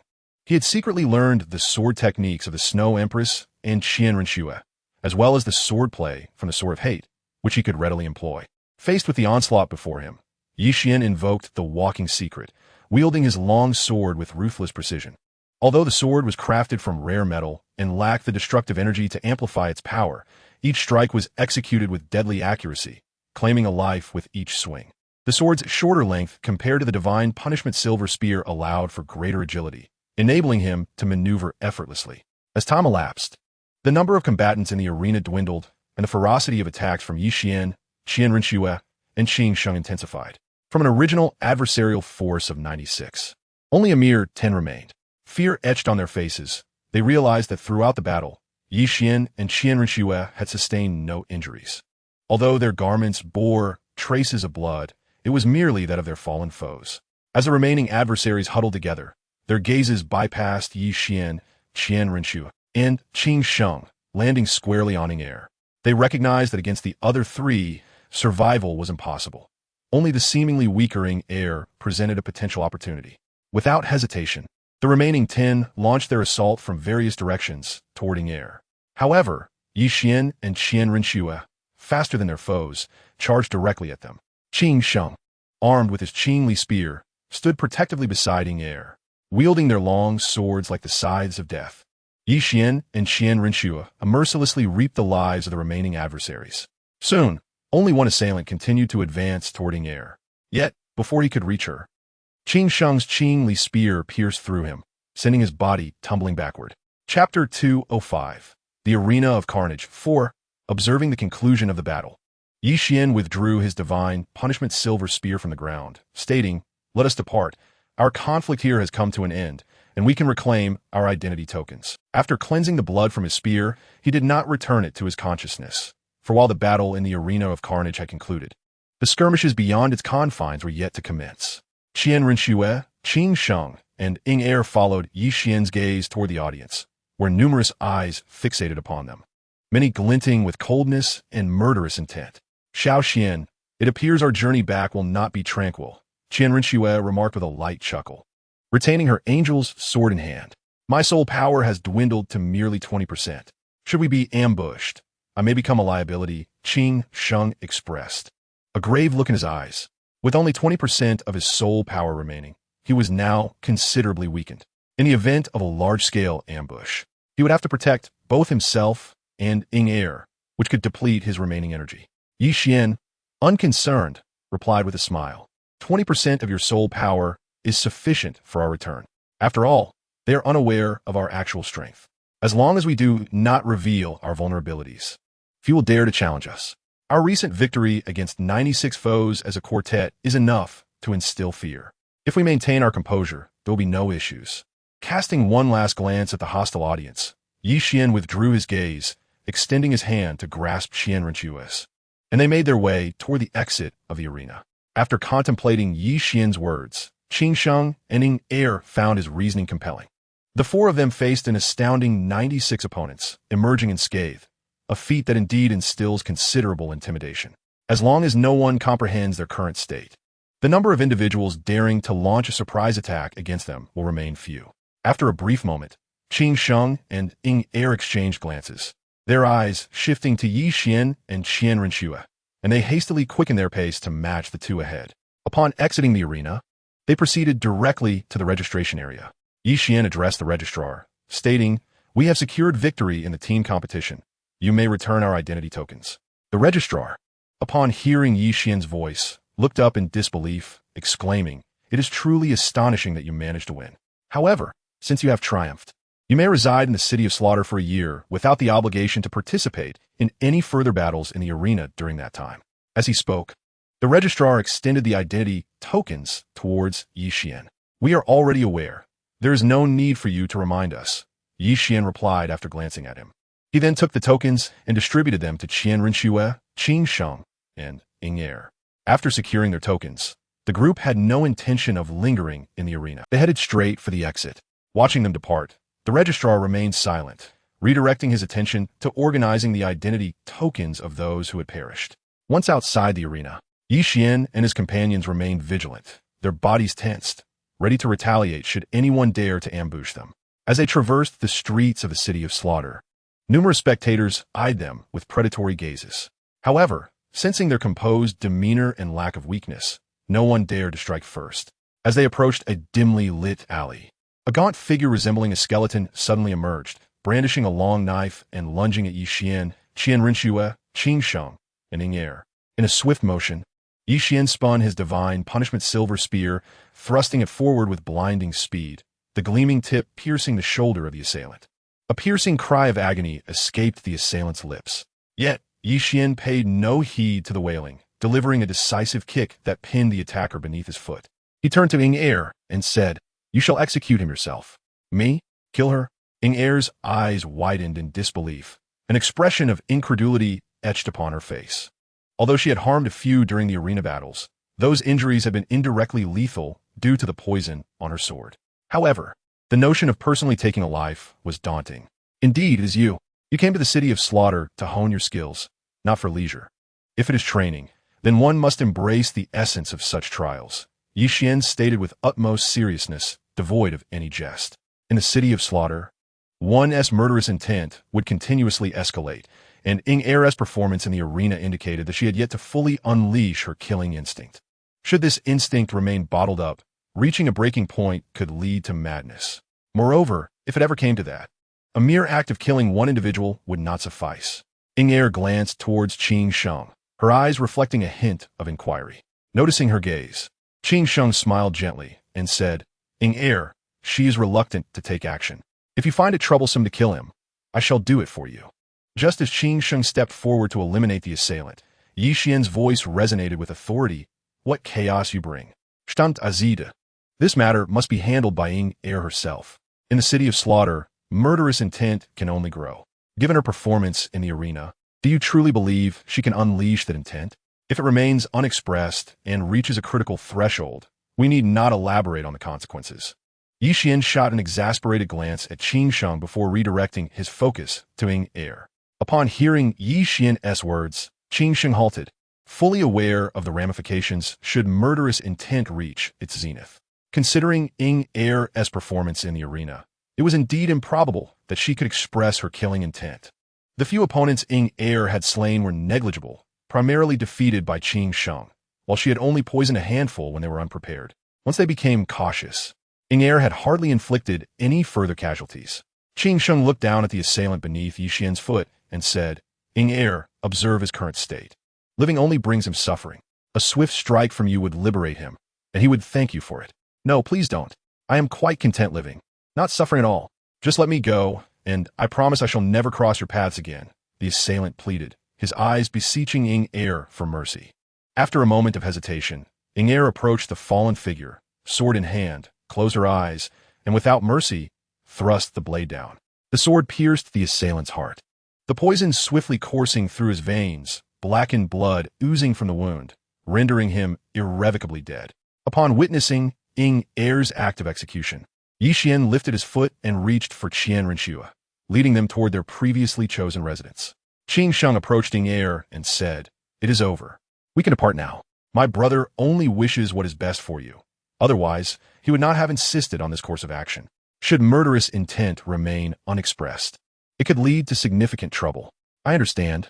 There is no need for your explanations. I am not foolish enough to overlook his intentions. Let us hurry. If we delay, they may venture too far," IKneeled replied, withdrawing her sword without glancing at the lifeless body on the ground, hastening to catch up with Qian and Qian. On their way back to the residence, several assailants attempted to ambush them, but predictably, they were swiftly dispatched. Upon returning to the residence, Qian, Qian, Qingsheng, and IKneeled entered the room, carefully surveying the disarray within. The accommodation was quite satisfactory, boasting 3 levels of space, more than sufficient for the 4 of them. However, the room was in a state of disarray, with layers of dust indicating a lack of maintenance. We have a lengthy duration ahead of us in the city of slaughter. Thus, to ensure a comfortable stay, we ought to tidy up this room. Moreover, all the bedding and linens can be discarded, Qian suggested. Qian, while speaking, continually surveyed the room as if searching for something elusive. Qian, after casting a glance around the space, fixed her gaze upon Qian, clearly indicating her unwillingness to assist in tidying up. IKneeled, observing the disarray, remarked, "You have all just emerged from the slaughtering hell, a time when rest is paramount. Allow me to take charge of the cleaning. While I may not have contributed much in the slaughtering hell, this minor task is certainly within my capabilities." Qian's eyes fell upon a square wooden board. Upon hearing IKneeld's voice, he nodded and said, "Then I shall leave the cleaning to you. I have matters to attend to in the courtyard." As soon as he finished speaking, Qian approached the square board, picked it up, and proceeded outside. Seeing Qian's actions, Qian offered, "Xiao Xian, let me assist you." Without hesitation, she followed him out of the room. Inside, only IKneeled and Qingsheng remained. Qingsheng glanced at IKneeled and proposed, "Allow me to help you with the cleaning. 2 hands will make the task swifter." "Very well, let us clean together," IKneeled replied, a faint smile gracing her features as she rolled up her sleeves to commence the tidying.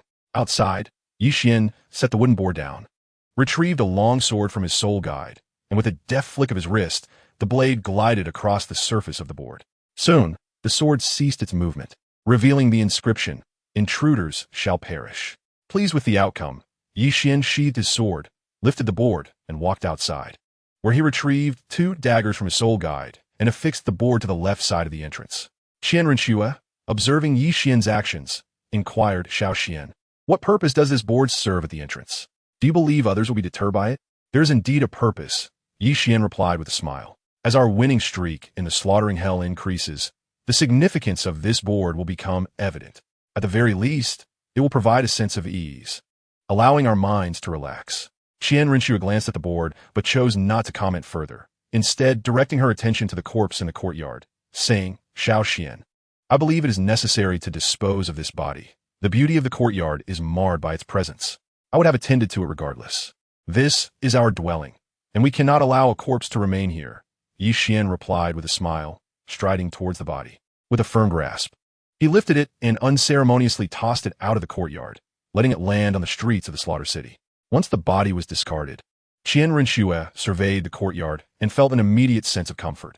Although the space remained unchanged, its ambience was significantly improved by the absence of the body.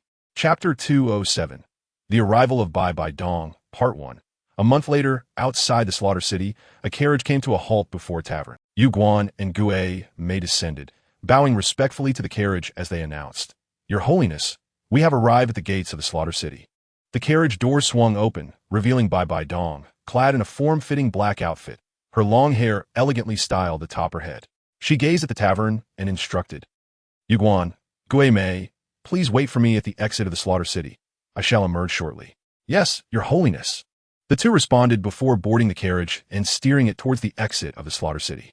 BibiDong, meanwhile, entered the tavern, making her way into the heart of the slaughter city. Before long, she arrived at the streets of the slaughter city, striding purposefully in a specific direction. Within the dark and expansive confines of a room, a grand chair adorned with blue and purple crystals, shaped like a drum tower, dominated the space, while the rest of the room was draped in dark red. The door creaked open, and BibiDong entered the chamber, silently observing the figure seated in the chair.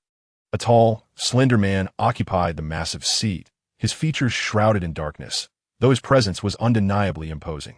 In the stillness of the room, a cold voice emanated from a man. What brings the god of slaughter to my slaughter city?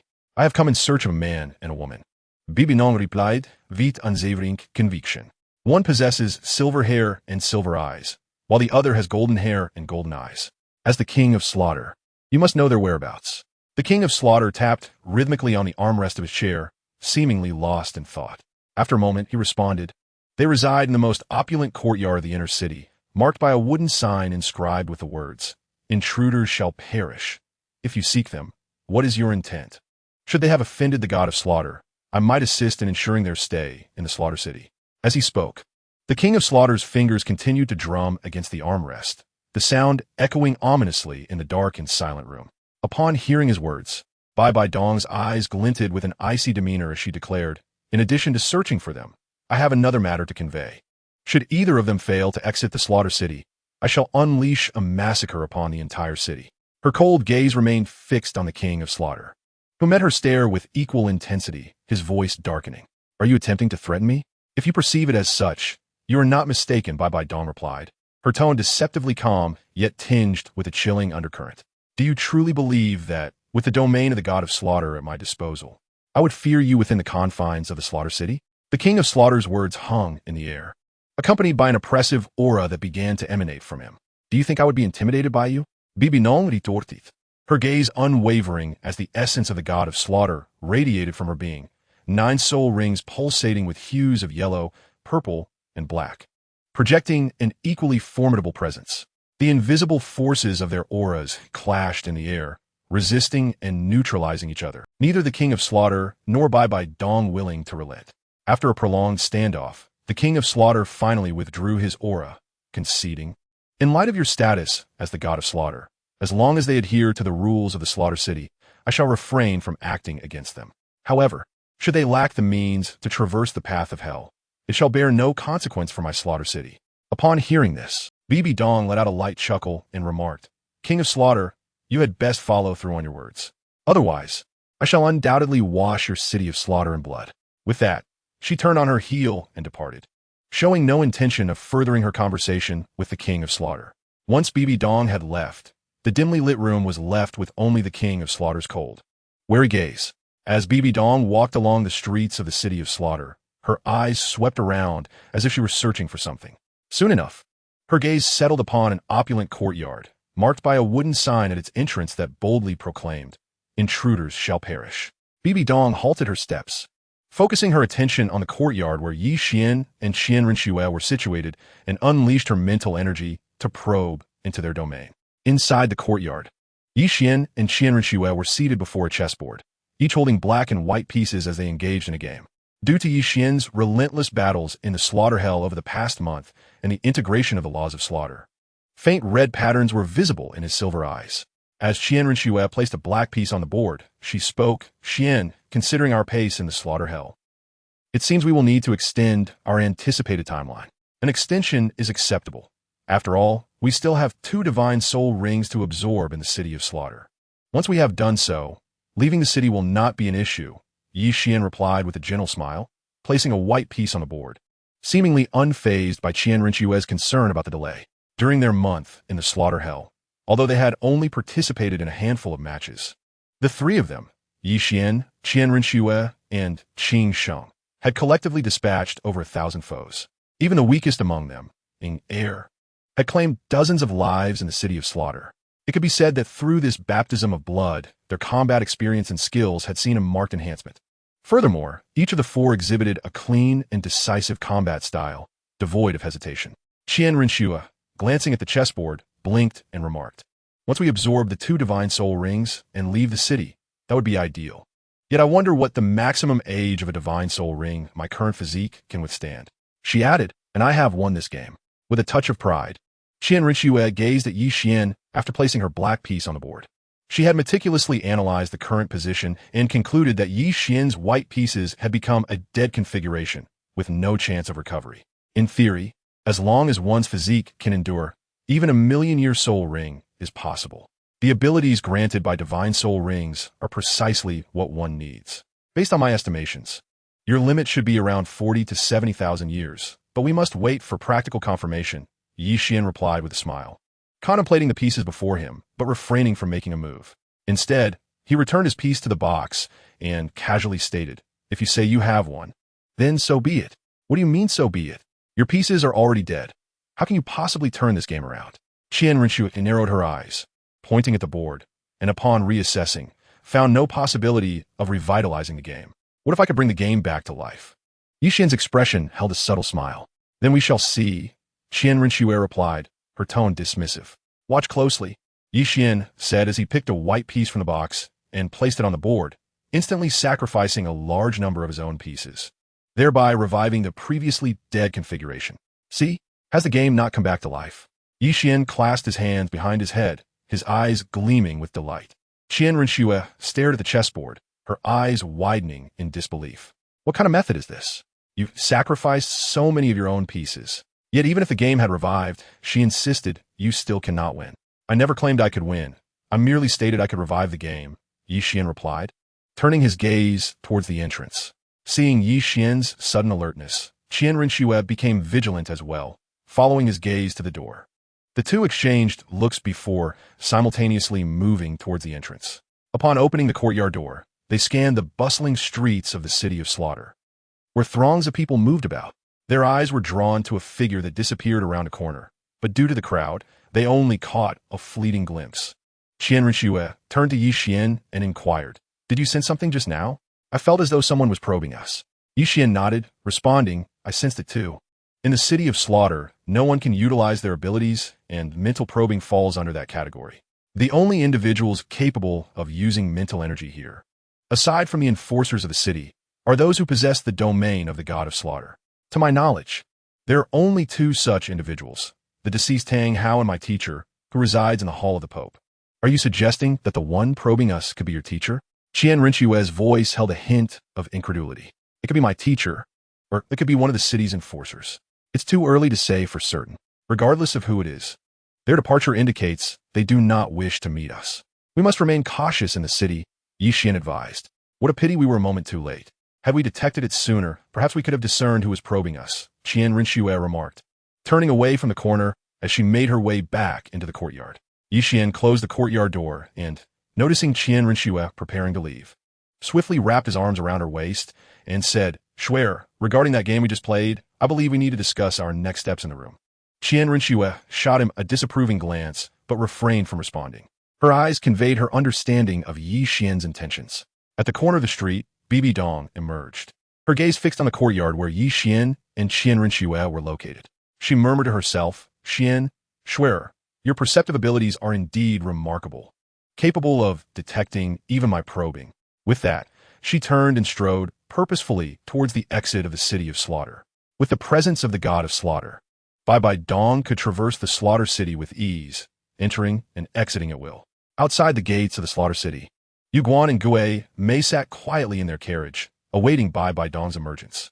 Yuguan glanced at the exit, his voice tinged with a hint of sarcasm as he remarked, "Old ghost. How long do you think it will take for the young master and young lady to emerge from the slaughter city?" "I cannot say for certain, but I have faith that they will indeed make it out," Gue Mei replied, his voice slightly hoarse. "Your words are as good as silence," Yuguan chuckled softly, his gaze fixed on the slaughter city, momentarily contemplative, yet he remained silent thereafter. Gue Mei shared a similar sentiment.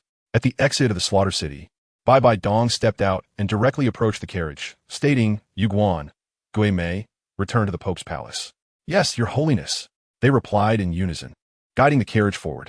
Chapter 209, Fusion of the Laws of Slaughter. 1. Time flows swiftly like an arrow. The years passed like a weaver's shuttle, never to return. 2 years had seemingly passed in the blink of an eye. During this interval, Yi Qian, Qian Renxue, Qing Sheng, and IKneeled had achieved a remarkable record of 99 consecutive victories in the slaughter hell arena. However, due to Yi Qian's endeavor to merge with the laws of slaughter, they had delayed entering the arena for the final match. Moreover, after 2 years of experience and the blood-soaked trials of the slaughter hell, their abilities had significantly enhanced, and their bonds of friendship had deepened considerably. Currently, both Yi Qian and Qian Renxue had reached level 60, the threshold of Soul Emperor, while Qing Sheng had attained the pinnacle of level 50, Soul King.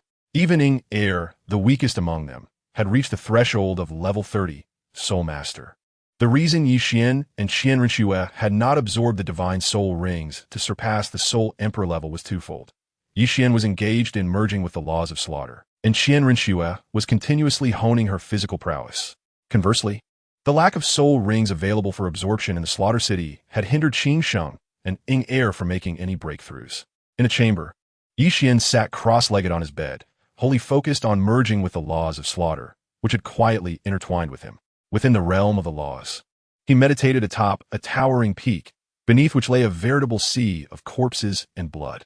In this gruesome landscape, 2 armies clashed relentlessly, their battle cries echoing into the heavens, while blood and dismembered limbs splattered everywhere. The ground was stained crimson, forming a small stream of blood. As warriors from both sides fell, their vibrant blood flowed into this stream, which gradually transformed into a vast river of red, encircling the combatants. Yet, oblivious to their surroundings, the soldiers continued their fierce struggle. Eventually, all the combatants succumbed, leaving behind a blood-red ocean that engulfed the entire world. The overwhelming stench of blood filled Yi Qian's nostrils, prompting him to open his eyes. Surveying his surroundings, he discovered that he was submerged in the blood-soaked ocean, with crimson liquid inching closer to him. Gazing at the blood ocean before him, Yi Qian remained as calm as still water, unperturbed, and spoke, "Laws of slaughter, you and I are inherently one. Why engage in futile resistance?" As soon as he finished speaking, the blood ocean roiled, and a blood tiger formed from the very essence of blood rose atop the waves, growling and roaring menacingly at Yi Qian below. The tiger's eyes brimmed with murderous intent and fury. Simultaneously, beside Yi Qian appeared a divine creature, a snow-white tiger with wings. Gently stroking the divine beast's head, Yi Qian smiled and said, "Go forth, reclaim what rightfully belongs to us." Upon hearing his words, the divine white tiger leaped into action, charging toward the blood tiger atop the waves. The blood tiger, not to be outdone, surged forward through the boundless blood, meeting the divine white tiger head-on. The resounding roars of the 2 tigers reverberated through the air as they clashed, engaging in a ferocious battle, their claws striking with merciless intent. Yet, after only a few exchanges, the blood tiger found itself utterly suppressed by the divine white tiger, which, due to its wings, exhibited far superior agility, deftly evading the majority of the blood tiger's attacks. Observing the fierce confrontation, Yi Qian chuckled softly, declaring, "Laws of slaughter, you have been integrated into me to 90%. You possess no capacity for resistance now. Why persist in this futile struggle? With the bloodline of the divine white tiger, I am destined to command the forces of slaughter. As a part of me, your resistance is in vain." The blood tiger roared in defiance, its eyes filled with rage and murderous intent. It was pinned beneath the claw of the divine white tiger, utterly immobilized. The divine white tiger then opened its massive jaws, devouring the blood tiger amidst the waves. As the blood tiger was consumed, the blood sea before Yi Qian steadily receded. Once the blood tiger was entirely devoured, the blood ocean vanished completely, and a powerful aura began to coalesce around the divine white tiger. Time passed unmeasured, and the divine white tiger let out a triumphant roar.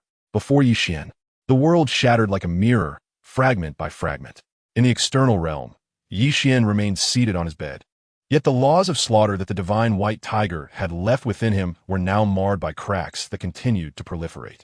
Once the laws were completely covered in fissures, they shattered instantaneously, releasing the power of the laws within Yi Qian's being. Outside the slaughter city, the stars of the west began to flicker incessantly, their light converging to form a colossal beam that pierced through the divine realm, heading straight toward the slaughter city. In the divine realm, the onlookers gazed at the immense beam of light, their expressions tinged with confusion. For such an occurrence had never transpired since the inception of the divine realm. A multitude of divine senses pursued the beam, sweeping across the continent.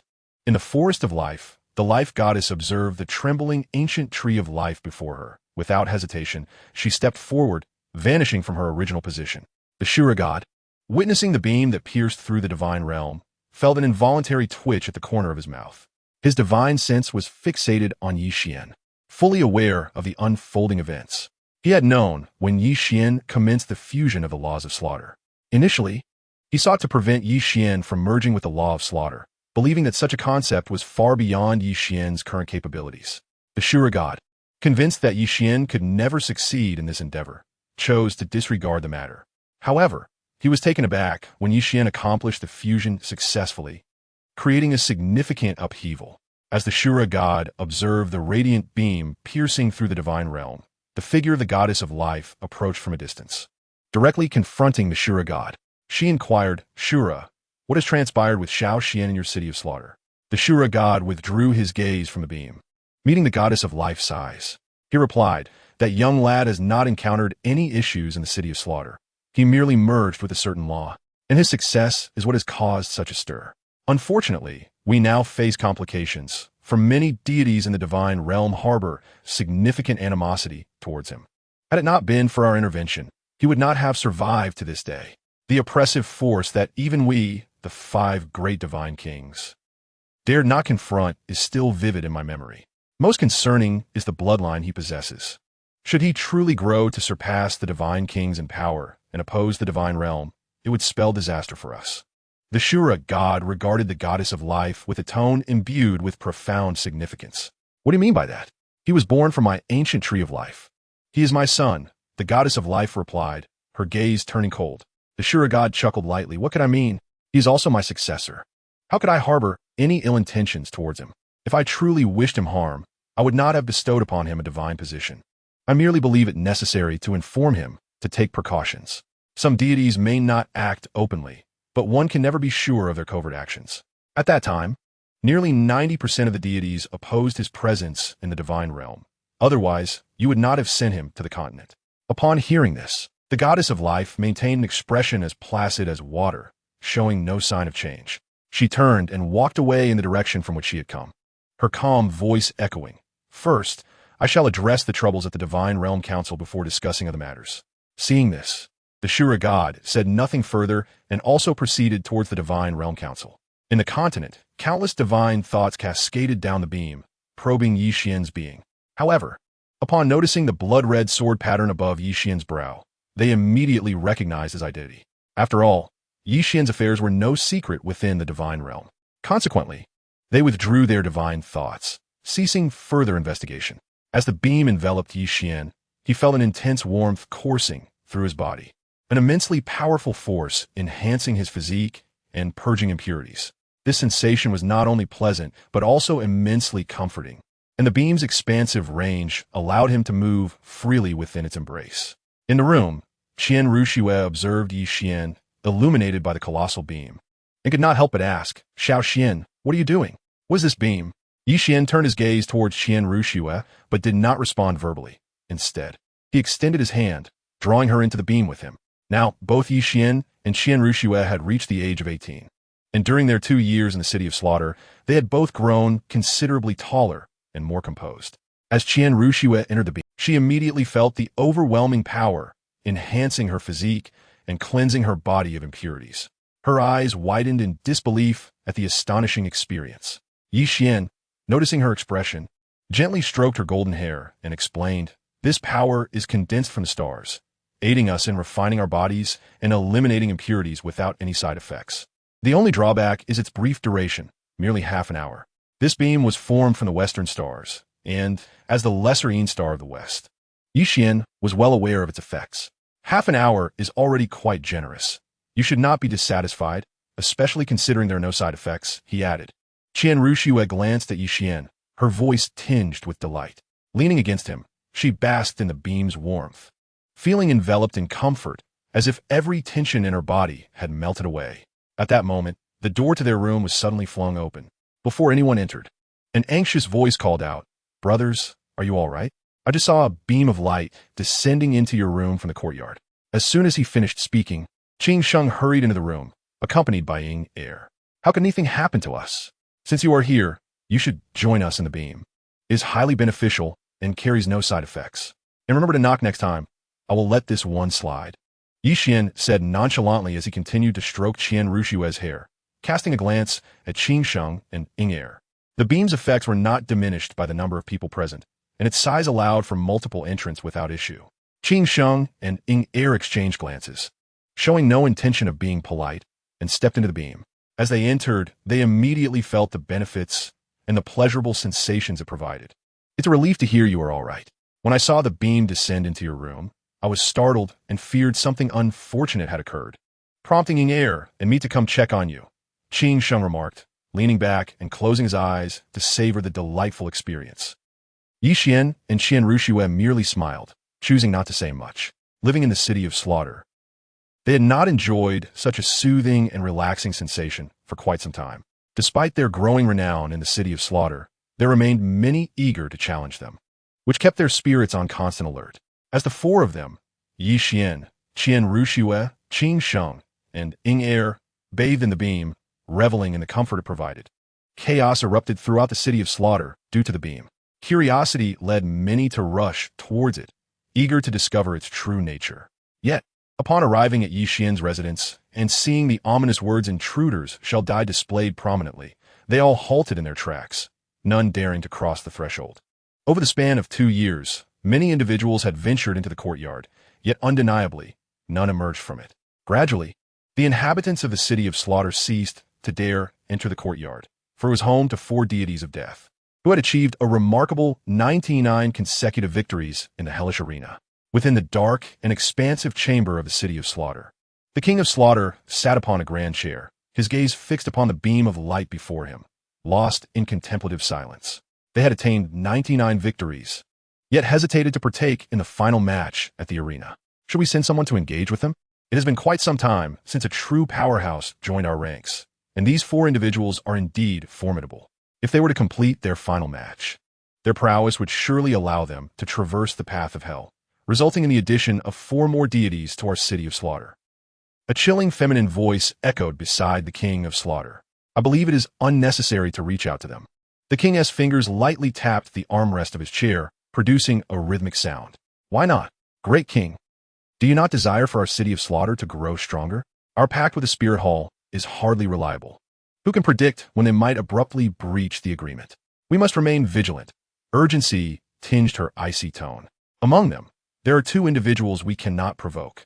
Should we act against them, it would spell unprecedented disaster for the city of slaughter. Furthermore, they are unlikely to join us, so we should not squander time on them. The king's voice was eerily calm, as if discussing a matter wholly detached from himself. However, the emergence of any deity poses a significant threat to our city of slaughter. Should they successfully traverse the path of hell, 4 deities would arise. A tremor of fear laced the chilling voice. While we cannot act against 2 of them, I did not imply that the remaining 2 are off limits. Do not send anyone to engage with them. Let them pursue their own agenda, for I have my own plans. The king of slaughter closed his eyes, and the tapping of his fingers ceased. Very well, great king. The chilling voice faded, enveloping the dark chamber in an eerie silence, devoid of sound. In the spirit hall of Wuhuan City, BibiDong stood before the entrance, her gaze fixed upon the descending beam of light, her eyes reflecting confusion and disbelief as she murmured, "That direction leads to the city of slaughter. What transpired there?" Furthermore, Xiao Xian and Xue Er have already been in the city of slaughter for 2 years. Given their strength, they should soon emerge. King of slaughter, you would do well to remember your words. Otherwise, I shall unleash a bloodbath upon the entire city of slaughter. BibiDong's expression shifted from confusion to icy determination, yet her gaze remained fixed upon the luminous beam. At the 7 Treasures glazed tile school, Ning Fengji, Chun Xen, and Gu Rong regarded the descending beam with bewilderment. Jian Shu, Gu Shu, do you have any insight into this phenomenon? Ning Fengji turned his gaze from the light to his companions. I have no idea. Unheard of. Both Chun Xen and Gu Rong shook their heads in a sign of ignorance. Never mind. The direction of the beam seems to lead toward the city of slaughter, which has no bearing on our 7 Treasures glazed tile school. Let us instead search for our little princess and see where she has wandered off to. Ning Fengji smiled and turned towards the hall. Chun Xian and Gu Rong followed suit, silently returning to the hall. In the Stardow Forest at the Lake of Life, a colossal dragon head emerged from the water, its gaze fixed upon the direction of the beam, exclaiming, "That little rascal cannot remain at peace, creating such a commotion." As soon as the words left its mouth, the dragon head vanished back into the Lake of Life, restoring tranquility to the waters. Simultaneously, people across the continent had begun to take notice of the beam of light descending from the heavens, yet few truly cared. For many, it was merely a topic for idle conversation. In the city of slaughter, in Yi Qian's chamber, the enormous beam gradually diminished until it vanished completely. As the light receded, the onlookers in the city of slaughter began to disperse. Ye Yuan, Xin Renjue, Xing Sheng, and Ning Er all stood and stretched as the beam disappeared. Qian Renxue, gazing at the vanishing beam, remarked with lingering satisfaction, "That was delightful. It has been ages since I felt such relaxation, though half an hour seemed a bit brief. Who was it that said half an hour was not short and urged me to be content? Now, who is the one lacking satisfaction?" Ye Wan Simideth, gently caressing Qian Renshue's exquisite face. In response, Qian Renxue merely shot him a glance, refraining from further comment. At that moment, a long-forgotten system notification echoed in Yi Qian's mind. "Ding! Congratulations, host, for completing the task. Fusion of the Laws of Slaughter. Reward for the host, 12th grade Annihilation Black Lotus, Phantom, and 9 Heavens God-Slaying Spear, sealed at 99. As the system's notification faded, Yi Qian felt two entities suddenly manifest within his consciousness. One was a black lotus radiating a purple-black glow, and the other was a long spear, entirely black and exuding endless demonic energy and ferocity. The 12th grade Annihilation Black Lotus and the 9 Heavens God-Slaying Spear were artifacts of the ancient world, wielded by the demon ancestor Luo Ho, their power deemed capable of obliterating the heavens, a claim not at all exaggerated. Yet, Yi Qian felt a tinge of regret that the 12th grade Annihilation Black Lotus existed merely as a phantom, while the 9 Heavens God-Slaying Spear remained sealed, with a daunting seal at 99%, leaving only 1% of its power. Chapter 212, Fusion of the Laws of Slaughter 4. Yi Qian beheld the 12th grade Annihilation Black Lotus and the 9 Heavens God-Slaying Spear in consciousness and addressed the system. The 12th grade Annihilation Black Lotus is merely a phantom. That is acceptable. However, why is the 9 Heavens God-Slaying Spear sealed? Would it not be better to allow me to use it directly? The system's voice resonated in Yi Qian's mind. Host, cannot you use it now? Moreover, if I were to unseal the 9 Heavens God-Slaying Spear, would you dare to wield it? The 9 Heavens God-Slaying Spear is a primordial innate treasure of slaughter, the only innate demonic weapon, regarded as the foremost instrument of slaughter in the ancient world. Had you not fused with the laws of slaughter, even 1% of the 9 Heavens God-Slaying Spears would remain beyond your reach. Even now, having fused with the laws of slaughter, being able to wield 1% of its might is already the limit for you. Furthermore, while the 12th grade Annihilation Black Lotus exists only as a phantom, its power should not be underestimated. For detailed functions, please refer to the host's own exploration. If there is nothing further, do not disturb this system. Upon hearing the system's words, Yi Qian felt an urge to retort. Having traversed this world for 18 years, the system's notifications were exceedingly rare. Yet, he ultimately refrained from expressing this sentiment, silently grumbling within, "System, you are troublesome."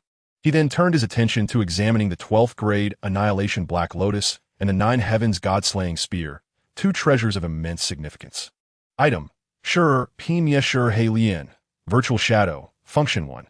Defends against all forms of energy, diminishes physical attacks, emanates a purple-black radiance, replenishing the soul power of its master. Function 2. Emits a terrifying aura of the Azura's annihilation realm, disrupting the mental state, utilizing the Annihilation Divine Light for long-range assaults. Function 3. Absorbs violent energy, assisting its wielder in cultivating their mental state and soul power. Item: Jiuxiao Shi Xinxiang, Sealed 99, Grade, Innate Killing Treasure Description, an innate demonic weapon, the foremost instrument of slaughter in the primordial world. Once the seal is lifted, none can withstand its brilliance, possessing unfathomable power. Note: though sealed, caution is still advised. Otherwise, it may cause harm to both others and oneself. Yi Qian gazed at the information of the two treasures, a glint of brilliance flashing in his eyes. Undoubtedly, the Shi Pin Mie Shi He Lian and Jiu Xiao Shi Shenxiang would become his greatest trump cards, not to be utilized lightly. In his sea of consciousness, the evil eye Saint King and the dark demon, evil tiger, trembled involuntarily at the sudden appearance of the Shi Pin Mie Shi He Lian and Jiu Xiao Shi Shenxiang. Dark demon, evil tiger, go take a look at those two items. Ensure they pose no threat to that little fellow. Otherwise, our beautiful future may be jeopardized. The evil eye Saint King instructed, observing the two newfound artifacts with caution. I am not blind. I can see that it is a black lotus and a pitch-black spear without needing to approach. If you wish to investigate, do so at your own peril. The dark demon, evil tiger retorted, its black wings quivering as it soared towards the left side of the sea of consciousness. It sensed that venturing closer might lead to its demise, rendering any notion of a bright future utterly meaningless. Furthermore, it felt that the evil eye Saint King had been misleading it all along. Upon witnessing the dark demon, evil tiger's actions, the evil eye Saint King merely sighed, choosing not to speak further. Instead, he stood up and moved towards the dark demon, evil tiger, intending to distance himself from the two artifacts to avoid any unforeseen accidents. The once vast sea of consciousness was now divided into three regions. The divine beast, the white tiger, occupied the central position, while the Shi Pin Mie Shi He Lian and Jiu Xiao Shi Shenxiang claimed the largest area on the left. The evil eye Saint King and the dark demon, evil tiger, occupied the smallest space on the right. Previously, aside from the area occupied by the divine beast, the entire sea of consciousness had been at the mercy of the two. After all, the white tiger spent most of its time resting in the center, ignoring their presence entirely. However, since the arrival of the Shi Pin Mie Shi He Lian and Jiu Xiao Shi Shenxiang, they no longer dared to act with such impunity. The aura emanating from the two artifacts instilled profound fear within them. They sensed that stepping into the left area could lead to their demise within the sea of consciousness. In the outside world, Yi Qian addressed the gathered crowd. I have now merged the laws of slaughter. Once Schwerer and I absorb the two divine soul rings, we will proceed to the slaughter hell to engage in the final contest. Completing this last match will grant us access to the slaughter god domain, allowing us to traverse the path of hell and depart from the city of slaughter. Xiao Qian, have you truly fully integrated the laws of slaughter? I am curious to know what abilities this fusion has bestowed upon you, Qian Rinxue inquired, her eyes sparkling with curiosity. Perhaps due to my current strength. Although I have integrated the laws, I have not gained any formidable abilities. It merely enhanced my overall prowess slightly and allows me to borrow the power of the laws when necessary, Yi Qian replied with a smile. Acknowledging that his current strength was insufficient to fully harness the laws, resulting in a modest enhancement. I expected something more extraordinary after your fusion of the laws, Qian Rinxue expressed, a hint of disappointment flickering in her gaze. After spending 2 years in the city of slaughter for the sake of integrating the laws, the resulting enhancement left her feeling somewhat disheartened, as it seemed unworthy of their extensive investment of time. One cannot say it is without merit. Perhaps it is due to my insufficient strength. I can sense the powerful forces within the laws, yet they are simply beyond my current grasp, Yi Qian consoled. Gently stroking Qian Rinxue's hair, turning to Qing Sheng and Inger, he instructed, Qing Sheng, Inger, please begin tidying up. After we absorb the divine soul rings, we shall head to the slaughter hell. Understood. You two can focus on absorbing the soul rings in your room. Leave the other matters to us, Qing Sheng affirmed, giving Yi Qian's shoulder a reassuring pat before departing with Inger. Chapter 213, Divine Soul Rings, Part 1. After Qing Sheng and Inger exited, Yi Qian and Qian Rinxue settled onto the bed. Yi Qian reached out with the divine consciousness left by the Shura god within him, addressing the deity, Senior. We have now reached the bottleneck of level 60 and require 2 divine soul rings to break through. As his words fell, the sword pattern on his forehead radiated a crimson glow, coalescing in the air into a towering figure. This imposing silhouette held 2 divine soul rings, and both Yi Qian and Qian Rinxue recognized him as the Shura god. The Shura god looked down upon the seated pair, remaining silent as he tossed the divine soul rings towards Yi Qian and Qian Rinxue. As the rings landed upon them, the Shura god's form dissipated into specks of red light, returning to the sword pattern above Yi Qian's forehead. Qian Rinxue observed the vanished Shura god and remarked, Xiao Qian, I can't shake the feeling that this Shura god is somewhat different from the one we encountered previously. This one is likely the Shura god's divine consciousness. After all, the Shura god is one of the 5 divine kings of the divine realm and a law enforcer. It is improbable that he would personally deliver the soul rings to us, Qian replied, not overly concerned about the nature of the presents. As long as the divine soul rings had arrived. Indeed, let us hasten to absorb the divine soul rings. Once we do, we can swiftly leave the city of slaughter. It has been 2 years since we arrived, and I find myself longing for the world outside, Qian Renshua said, flashing Qian a radiant smile before settling into a meditative position to absorb the divine soul rings. As she began the absorption process, the colors of her divine soul rings transformed rapidly, shifting first from white to yellow, then from yellow to purple-black, and finally from purple to black, with the black hue deepening continuously. After observing for a time, Qian also sat cross-legged on the bed, initiating the absorption of his own divine soul rings. His rings similarly changed colors at an astonishing rate, progressing through white, yellow, purple, and black, until reaching the red stage, where the transformation ceased. However, the red hue of Qian's soul ring continued to deepen, indicating a higher age of the soul ring. He now aimed to absorb not a 100,000-year soul ring, but rather a ferocious beast soul ring of 200,000 years. His physique, having undergone relentless refinement through his bloodline, absorbing the principles of slaughter, and enhanced by the previous beam of light, had reached an astonishing level. It was precisely for this reason that Qian dared to attempt absorbing the soul ring of a ferocious beast that had existed for 200,000 years. The red soul ring enveloping Qian gradually transformed from a light crimson to a deep scarlet, and eventually to a blood-red hue. Only when it reached this sanguine shade did the deepening of its color begin to slow, yet it continued to darken. At this moment, beads of sweat began to appear on his brow, dripping onto his pristine white robe, clearly indicating that he was nearing the limits of his physical endurance. The soul ring on him had now attained the extraordinary age of 240,000 years, the maximum limit for a ferocious beast's soul ring. A soul ring of this caliber was the pinnacle of what his body could currently withstand, and it was time for absorption. After a silent acknowledgement in his heart, Qian ceased to increase the age of the soul ring and commenced the absorption of the immense and pure energy contained within it. On the other hand, Qian Renshue's divine soul ring, although still a black 10,000-year soul ring, had begun to exhibit a faint red hue. Although it had not yet reached the threshold of 100,000 years, it was approaching that age. This was due to her long-term wearing of the 5-color stone, which had enhanced her physique and nourished her meridians, allowing her to elevate the divine soul ring close to the 10,000-year mark. However, this too was the utmost limit her body could endure at present. Upon realizing the age of her soul ring, Qian Renshue contemplated elevating it to the level of a 100,000-year soul ring. Alas, her body had already reached its limits, making any further enhancement impossible. She could only halt her attempts to increase the soul ring's age, and instead began to absorb the energy from the 87,000-year soul ring, which was nearing the 100,000-year mark. In a darkened chamber, the king of slaughter observed 3 figures cloaked in black robes before him and spoke. If you wish to collaborate, you must demonstrate your sincerity.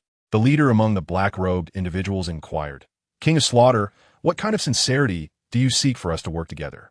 Several individuals were on the verge of achieving 100 victories in the arena of slaughter, and with their strength, they would undoubtedly traverse the path of hell.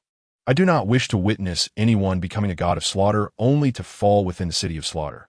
This predicament poses a significant challenge for me. The king of slaughter drummed his fingers upon the armrest of his chair, his tone appearing somewhat casual. If we help you resolve this issue, can we proceed with our collaboration? A flicker of sharp brilliance passed through the eyes of the black-robed leader.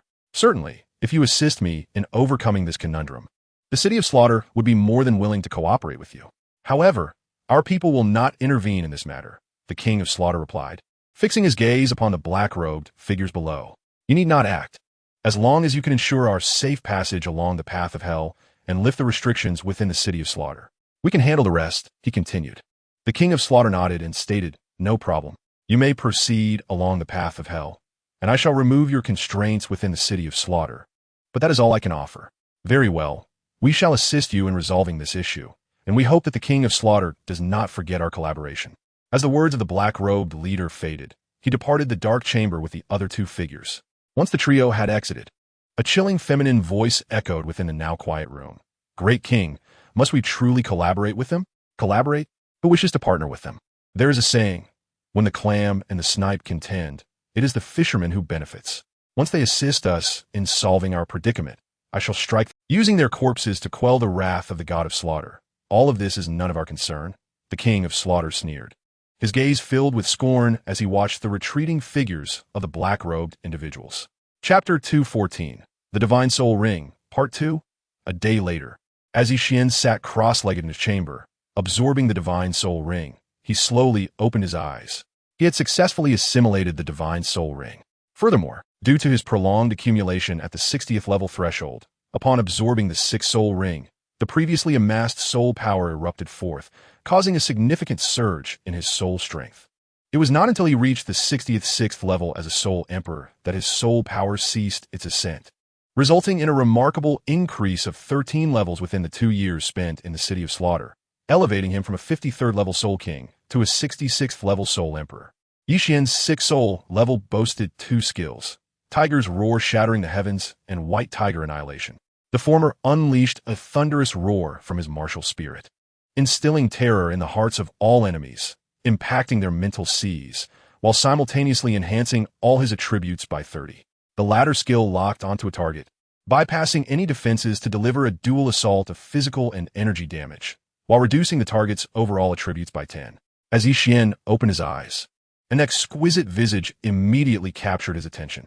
Without hesitation, he reached out and embraced the figure, saying, "Schwerer, it seems your speed in absorbing the Divine Soul Ring surpasses mine by quite a margin. Can an 87,000-year soul ring be compared to a 100,000-year soul ring? It is only natural that I absorb it faster," Qian Rinxue replied, blinking at Qian. An 87,000-year soul ring is already quite impressive. The average Soul Emperor can only withstand a maximum of a 20,000-year soul ring when acquiring their 6th. Therefore, Xuya, you have already absorbed a soul ring that exceeds your level, and when you acquire your next soul ring, it can indeed reach the 100,000-year mark, Qian remarked, smiling as he pinched her cheek. Due to the accumulation during my time in the City of Slaughter, my soul power has now reached 69. Hence, when I attain level 70, I will need you to help me find a 100,000-year soul ring, Qian added. Qian Rinxue's beautiful face displayed a hint of pride as she responded. Schwer, even if you do not express it, I will assist you in finding a 100,000-year soul ring when you reach level 70, Qian assured her. All right, we have successfully absorbed the Divine Soul Ring, and it is time to pack our belongings and head to the arena of slaughter for our final match, after which we shall traverse the path of hell and leave the City of Slaughter. Upon finishing his sentence, Qian released his embrace of Qian Rinxue and surveyed the room for any items they needed to take with them, discarding anything unnecessary to be left behind in the City of Slaughter. Qian Rinxue descended from Qian's embrace and walked directly to the wardrobe, placing her garments into her soul guide. After organizing her attire, she too scanned the room for any belongings. After a brief moment, Qian spoke, Schwerer, we can depart now. There is nothing left to take. Then let us proceed to the arena of slaughter for our final match, so we can finish early and exit the City of Slaughter, Qian Rinxue declared, striding towards the door.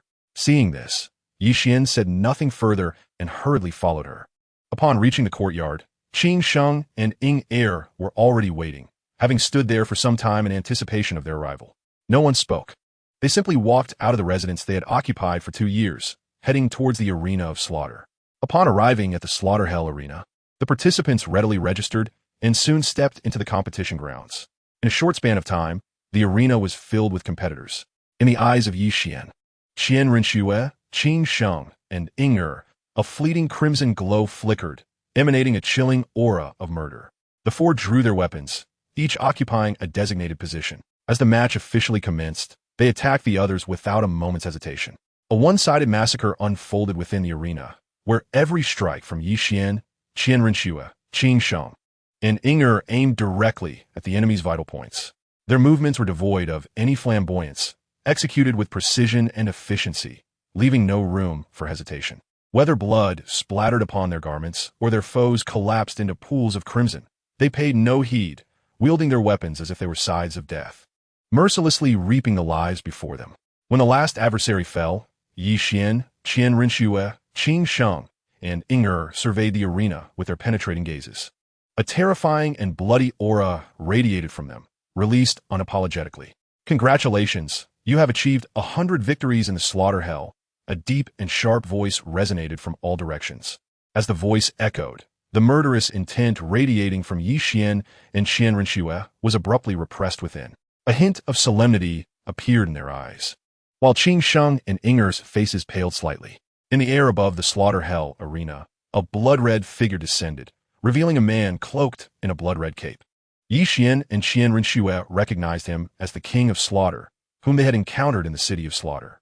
I am delighted to meet the 7 formidable warriors of the slaughter hell today. Now, I invite the other 3 victors to step forward, the King of Slaughter declared. As his words subsided, 3 figures shrouded in black robes emerged from the forefront of the arena. At that moment, a notification chimed in Yi Qian's mind. Congratulations, host, for completing the task. 100 victories in the slaughter arena. Reward, 50,000 luck points. A subsequent notification confirmed the automatic conversion of 50,000 luck points into 50,000 luck value, available for use in the marketplace. Yi Qian, however, paid no mind to the system's notification and focused his gaze on the approaching black-robed figures.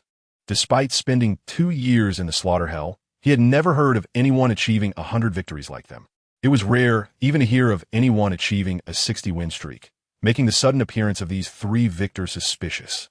Not only did Yi Qian find the 3 black-robed figures dubious, but Qian Renshue, Qing Sheng, and Inger shared the same sentiment. They exchanged glances but remained silent, directing their attention to the King of Slaughter. From his elevated position, the king addressed the crowd, stating, according to the rules of the City of Slaughter, you must traverse the Hell Path to earn the title of Slaughter God. However, given your exceptional strength, I can grant you the title of Guest Elder in my City of Slaughter and personally bestow upon you the title of Slaughter God. Alternatively, you may choose to walk the Hell Path and become true Slaughter Gods, but be warned, the dangers are immense and life is singular. I urge you to choose wisely. Yi Qian cast a glance at the 3 black-robed figures before stating firmly, no need, we choose to walk the Hell Path. The black-robed figures surveyed Yi Qian and the others with a chilling demeanor, one of them uttering, we too wish to witness the perils of the legendary Hell Path. Then I can only wish you good fortune in navigating the Hell Path. I shall now open the gateway to it, the King of Slaughter proclaimed. As he spoke, a crimson light emanated from his form, enveloping the entire arena in a massive red barrier, emanating an intensely bloody scent. Scarlet blood flowed like a stream towards the center of the arena, gradually coalescing into a vast crimson pattern resembling a bird, albeit an unusual one, far from ordinary. As the onlookers gazed at the design, the bird's eyes suddenly ignited, shattering the mental fortitude of all present. A colossal red light surged upwards, engulfing their bodies within its embrace. The surroundings blurred into obscurity, with only the voice of the King of Slaughter echoing in their ears. I wish you luck on the Hell Path. As the red light consumed them, they felt their footing vanish, and the world around them became ephemeral, as if their senses had been sealed. Yet, a white ripple of murderous intent coalesced around them, providing a protective barrier. Simultaneously, the 12th grade annihilation Black Lotus within Yi Qian's consciousness unfurled, absorbing the murderous energy directed towards him. In that instant, as the 12th grade annihilation Black Lotus blossomed, Yi Qian regained all his senses, scanning his surroundings to find Qian Renshue, Qing Sheng, and Inger struggling against the relentless onslaught of murderous intent.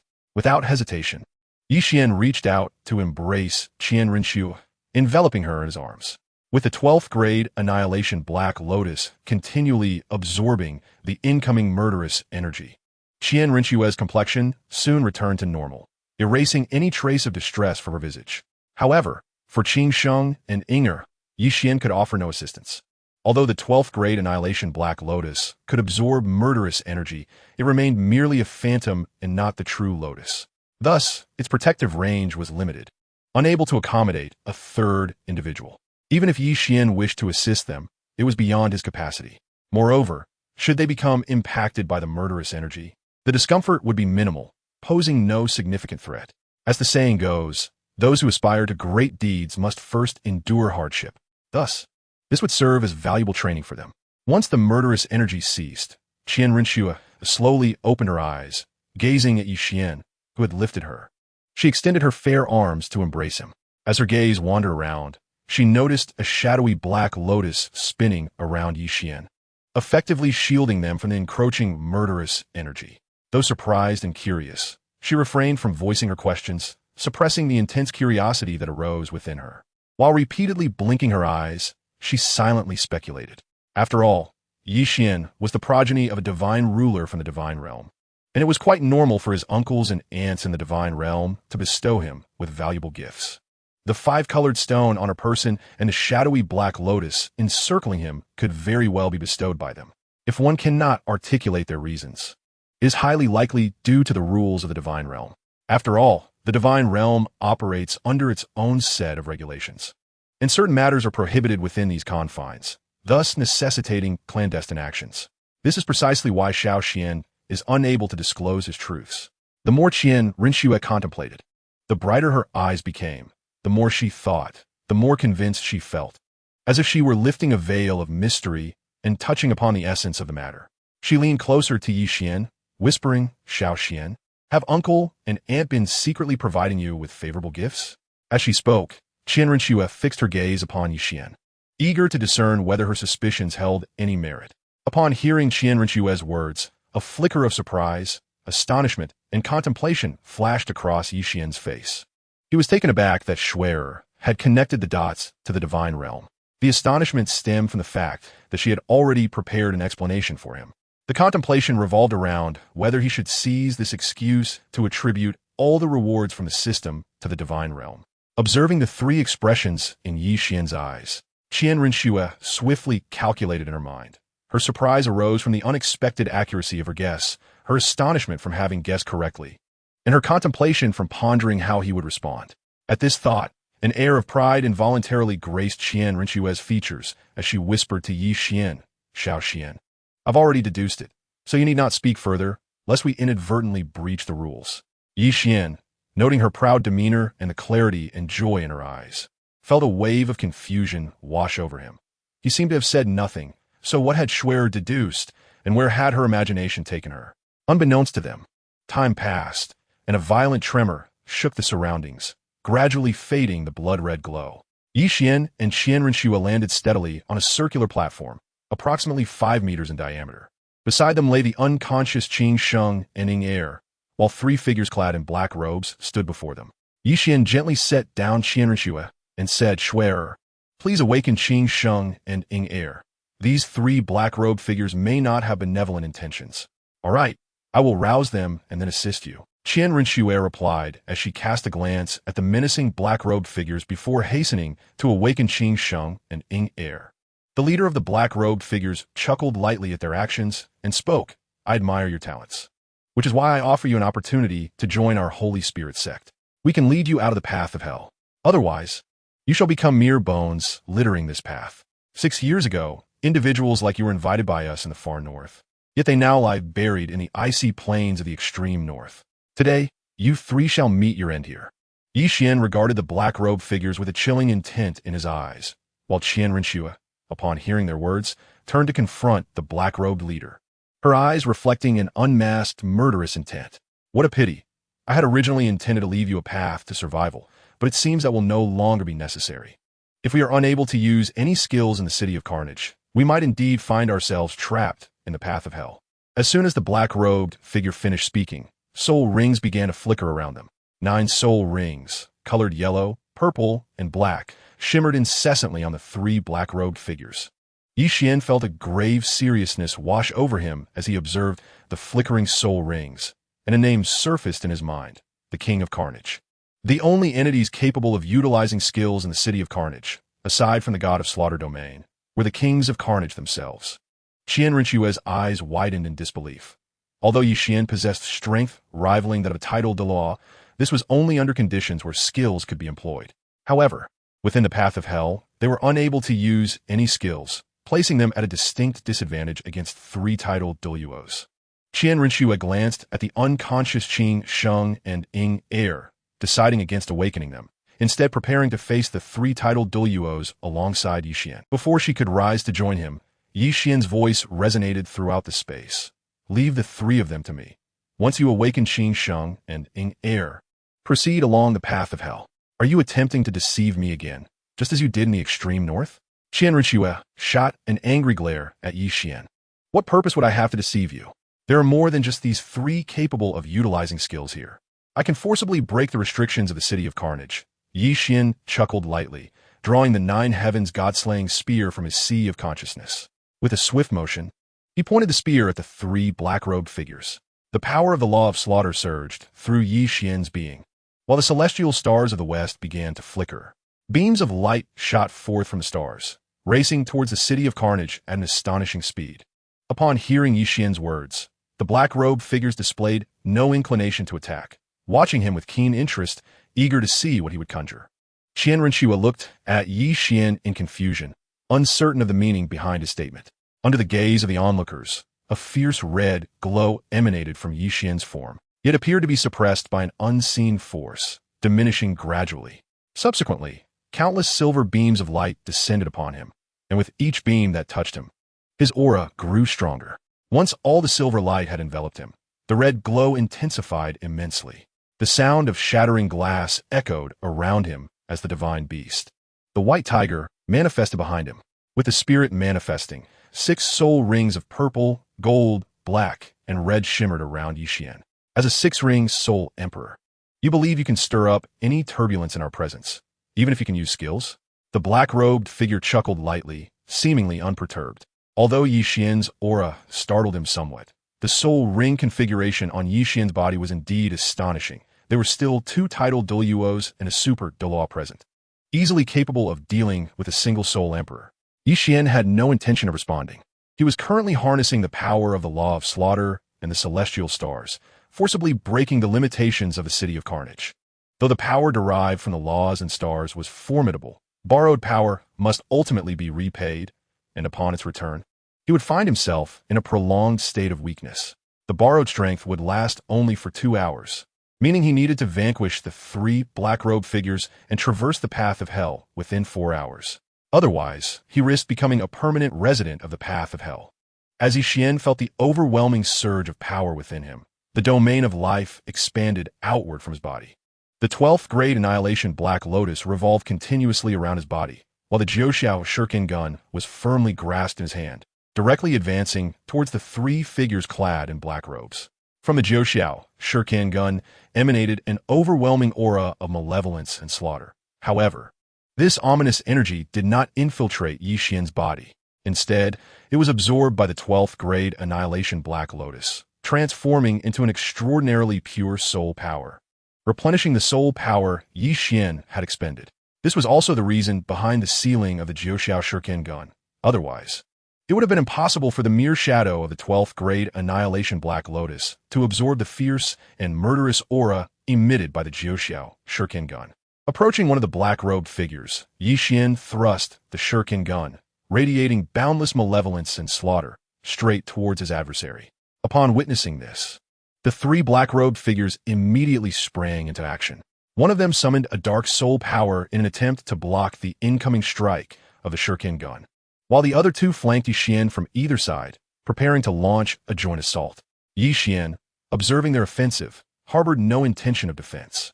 With the 12th grade Annihilation Black Lotus safeguarding his form and the life domain continuously mending his wounds, he felt no fear of engaging in a mutually harmful confrontation. Ultimately, he reasoned that he would only sustain injuries, whereas the black-robed figures risked their very lives.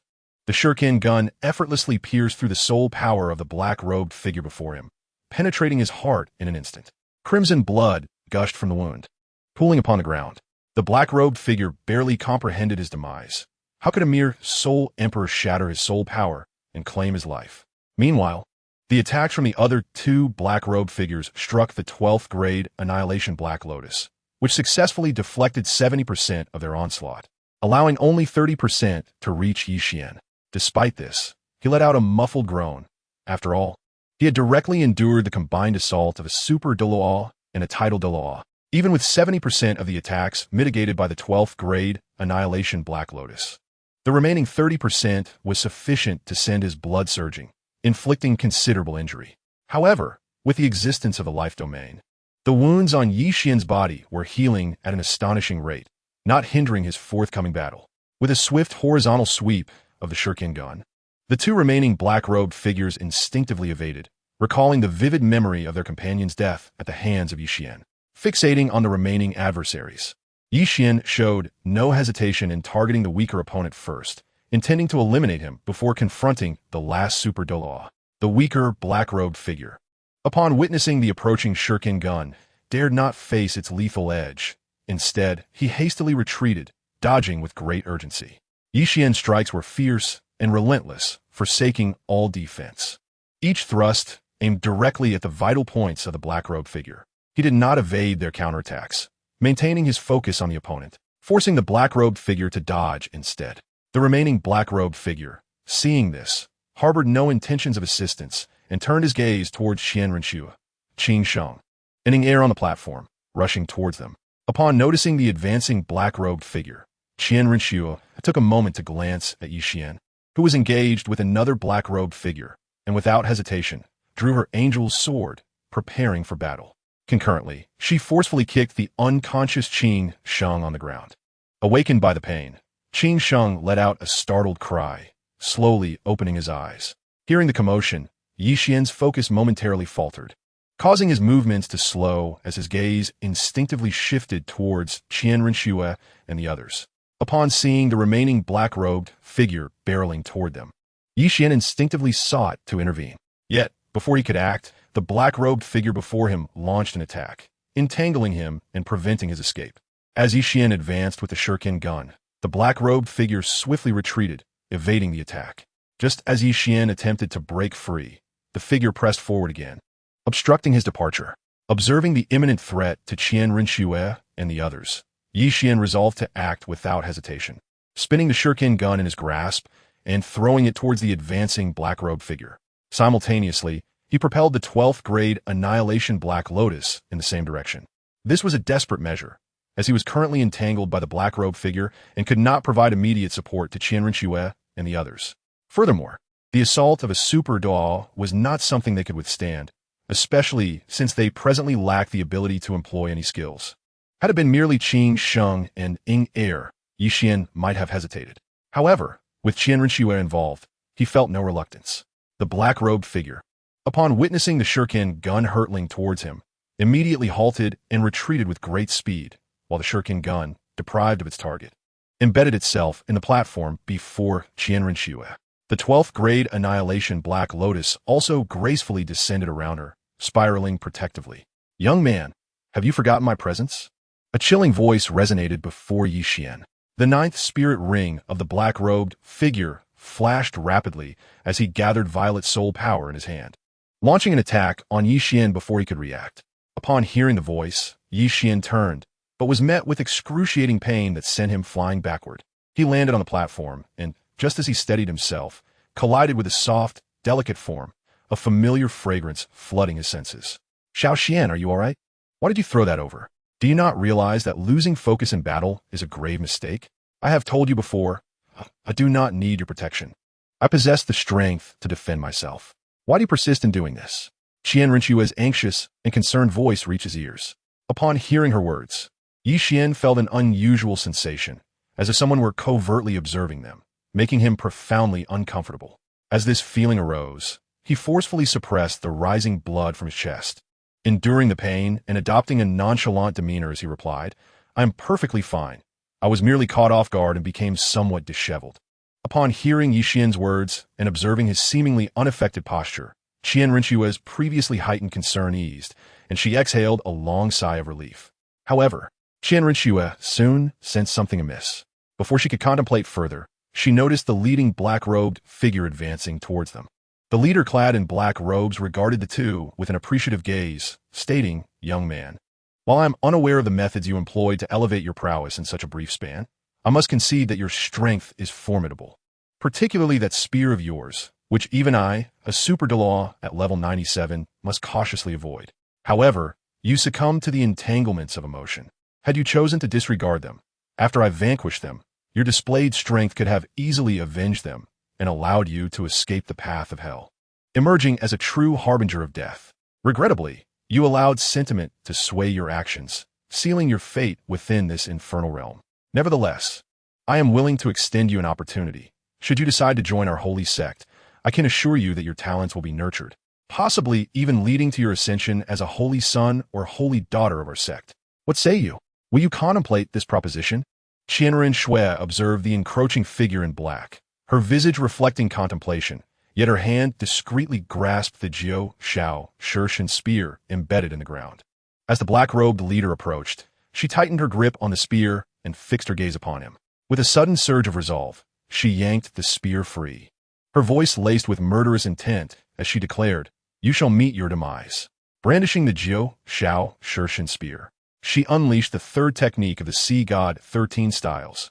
One way, never to return, directing its icy brilliance towards the black-robed figure not far from them. Sensing the imminent threat, the black-robed figure attempted to retreat, but the proximity to Yi Xian and Qian Shui, coupled with her sudden assault, left him unprepared. Thus, as he sought to evade, the spear pierced through his body, leaving a gaping wound from which crimson life force flowed, rendering him powerless as he toppled backward. At the moment Qian Shui struck, Qin Sheng had fully regained his senses. Aware that his presence would only hinder the two due to his current capabilities, he lay low, biding his time. As Qian Shui dispatched the leading black-robed figure, Qin Sheng and Yi Xian surged into action almost simultaneously. Qin Sheng sprang to his feet, wielding the Qing Li spear, charging at the remaining black-robed figure. Yi Xian forcefully activated his secret technique to suppress the surging reverse blood. Taking the Jiu Shao Shirshan spear and the 12th grade Annihilation Black Lotus from Qian Shui and advanced toward the last black-robed figure. Watching Yi Xian depart, concern flickered in Qian Shui's eyes as she sensed something amiss with him while handing over the Jiu Shao Shirshan spear and the 12th grade Annihilation Black Lotus. However, just as she contemplated expressing her worries, Yi Xian's gaze silenced her. Though she did not comprehend his silence, she opted not to voice her thoughts. Qin Sheng dashed towards the black-robed figure with remarkable speed, but his trajectory reversed even faster. The attack of a tidal Douluo was beyond his capacity to withstand, especially since he was unable to utilize any skills at that moment. Yi Xian confronted the black-robed figure, thrusting the Jiu Shao Shirshan spear repeatedly, each strike indistinguishable from the previous. The black-robed figure's eyes ignited with a fierce, murderous intent, realizing that survival was beyond his reach. Rather than continuing to evade, he resolved to launch an all-out assault on Yi Xian, exclaiming, "I refuse to believe that after fully enduring my 9th soul skill, you remain unscathed." The reality was undeniable, and Yi Xian chuckled lightly, dismissing the notion of defending himself. The black-robed figure's strike, upon colliding with the 12th grade Annihilation Black Lotus, bore down on Yi Xian, causing his internal energy to surge violently, and a hint of blood tainted his mouth. After forcibly suppressing the rising reverse blood, Yi Xian ruthlessly pierced the black-robed figure's heart with the Jiu Shao Shirshan spear, his lifeless form collapsing backward. Having concluded his actions, Yi Xian stood firm, repressing his injuries, and with a spin of the Jiu Shao Shirshan spear, he pointed it toward a direction, proclaiming, "King of Slaughter, I trust you have seen enough of this spectacle from the shadows. Is it not time for you to reveal yourself?" "Ah, your perception is indeed sharp. To discern my presence," the King of Slaughter replied, "but do not misunderstand. I am here to retrieve those 3 back to the City of Slaughter. I have only just learned of their violation of its rules. However, it appears that my intervention is no longer necessary." The King of Slaughter emerged from the shadows, surveying Yi Xian and his companions from a position of dominance. In his gaze lay a tinge of apprehension, as he realized they were now aware of his orchestration behind the events. After all, only he, the King of Slaughter, could allow the use of skills within the City of Slaughter. Furthermore, the King of Slaughter harbored a desire to eliminate them, for their eventual return would undoubtedly expose his actions to the God of Slaughter. Thus, the predicament was such that regardless of whether they departed or remained, they would earn the ire of that deity. In light of this, it seemed wiser to confine them within the path of hell. Yet, the King of Slaughter, wary of Yi Xian's current strength and the Jiu Shao Shirshan spear in his grasp, refrained from attacking until he ascertained Yi Xian's condition, lest he suffer the same fate as the 3 black-robed figures. "You may opt to take their bodies with you. If you have no further matters to attend to, we shall continue our journey through hell." Yi Xian lowered the Jiu Shao Shirshan spear, his expression nonchalant. "You are welcome to proceed along the path of hell. And as for their remains, let them linger here. As the words of the king of slaughter faded, he turned abruptly to depart the path of hell. Upon witnessing the king of slaughter's retreat, Qian could not help but exhale a silent sigh of relief. Although the realm of life allowed for the gradual healing of his wounds, he had just forcibly endured a titled Daluo's ninth soul skill, and had been suppressing his injuries to prevent recovery, rendering the restorative effects moot. His injuries would not mend in the short term, and should the king of slaughter choose to strike while he was vulnerable, they would surely be lost within the path of hell. Qian's current strength was borrowed. As time elapsed, he would inevitably succumb to profound weakness, compounded by his injuries, stripping him of the capacity to fight. In such a scenario, for individuals devoid of skills would stand no chance against the king of slaughter. Let us speak of nothing else. Whatever the matter, we shall address it once we have traversed the path of hell. Qian's gaze fell upon Qian Shui as he swept her into his arms, proceeding toward a narrow path barely half a foot wide, just sufficient for their feet to tread, surrounded by the abyss's depths. This slender path was the sole means of reaching the outside world. Qing Sheng observed Qian's demeanor and immediately sensed that something was amiss with his current state. Without pausing to awakening heir, who was sprawled on the platform, he swiftly scooped her up and hastened after Qian's figure. Qian moved rapidly along the narrow path, maintaining a pace that Qing Sheng could keep up with, without leaving him behind. After traversing several hundred meters, they both felt the surrounding air gradually becoming warmer. Moreover, Qian keenly detected a continuous buzzing sound emanating from ahead. Yet, he showed no inclination to sustaining his swift pace along the slender pathway. Gradually, the buzzing grew louder, and before them appeared a swarm of blood-red bats charging towards them. Each bat resembled a miniature version of the grotesque patterns left in a realm of slaughter. Though diminutive, each blood-red bat, with its wings spread, exceeded a meter in size. Furthermore, the quantity of these blood-red bats was not merely a handful or dozens, but rather a staggering multitude of over 1,000. In the dimly lit path, this swarm resembled a vast expanse of crimson clouds, hurtling towards Qian and his companions at an alarming speed. The third soul ring beneath Qian's feet flickered rapidly, unleashing the third soul skill, Sacred King Tiger Roar. The divine beast, the white tiger, unleashed a thunderous roar, and Qian's soul power swiftly transformed into a mental shockwave, radiating outward. As the blood-red bats were struck by this mental force, they ceased flapping their wings and plummeted downwards. None of the bats could evade their fate. The only bat that remained suspended in the air was a colossal, dark golden, three-headed bat. This dark golden three-headed bat emitted an enraged shriek, unfurling its massive wings and charging directly at Qian and Qian Shui. Even before its body reached them, a formidable aura, comparable to that of a 10,000-year soul beast, surged from it, creating a fierce wind that tousled the hair of both Qian and Qian Shui. Qian's eyes gleamed with murderous intent. But before he could make a move, Qian Shui's voice rang in his ears. "Little Qian, put me down. I will handle this. You cannot continue to suppress your injuries any longer. We cannot afford any delays. We must exit this hellish path with utmost haste. Stay still, and let me take care of this." Qian glanced at Qian Shui in his arms, with no intention of setting her down. He thrust the god-slaying spear directly towards the oncoming dark golden, three-headed bat. In the blink of an eye, the central head of the bat was pierced, and the remaining two heads let out piercing cries of agony. With a sweeping motion from left to right, the sharp spearhead cleaved through the other two heads, silencing the dark golden, three-headed bat and causing its wings to cease their flapping as its body plummeted into the abyss below. Having completed this, Qian did not linger and continued onward along the slender path. Meanwhile, the king of slaughter suddenly halted his steps. For 2 years in the city of slaughter, he had kept a close watch on Qian and his companions, gaining a profound understanding of their personalities. Moreover, considering the recent actions of the robed figure, it was evident they were not oblivious to his interference. Given the nature of that young man, he knew that if he realized the king of slaughter was behind him, he would not allow himself to escape easily, unless something were amiss. The king of slaughter stood still, lost in contemplation. But soon, a fierce killing intent ignited in his eyes, and a chilling voice escaped his lips. "What an intriguing young man. You nearly deceived me. If you manage to escape the city of slaughter alive, chaos will surely ensue." The king of slaughter turned sharply, setting his gaze towards the path of hell and advancing in that direction. Within the entire path of hell, only that slender route led to the outside world, so he had no doubt he would find the group if he followed it.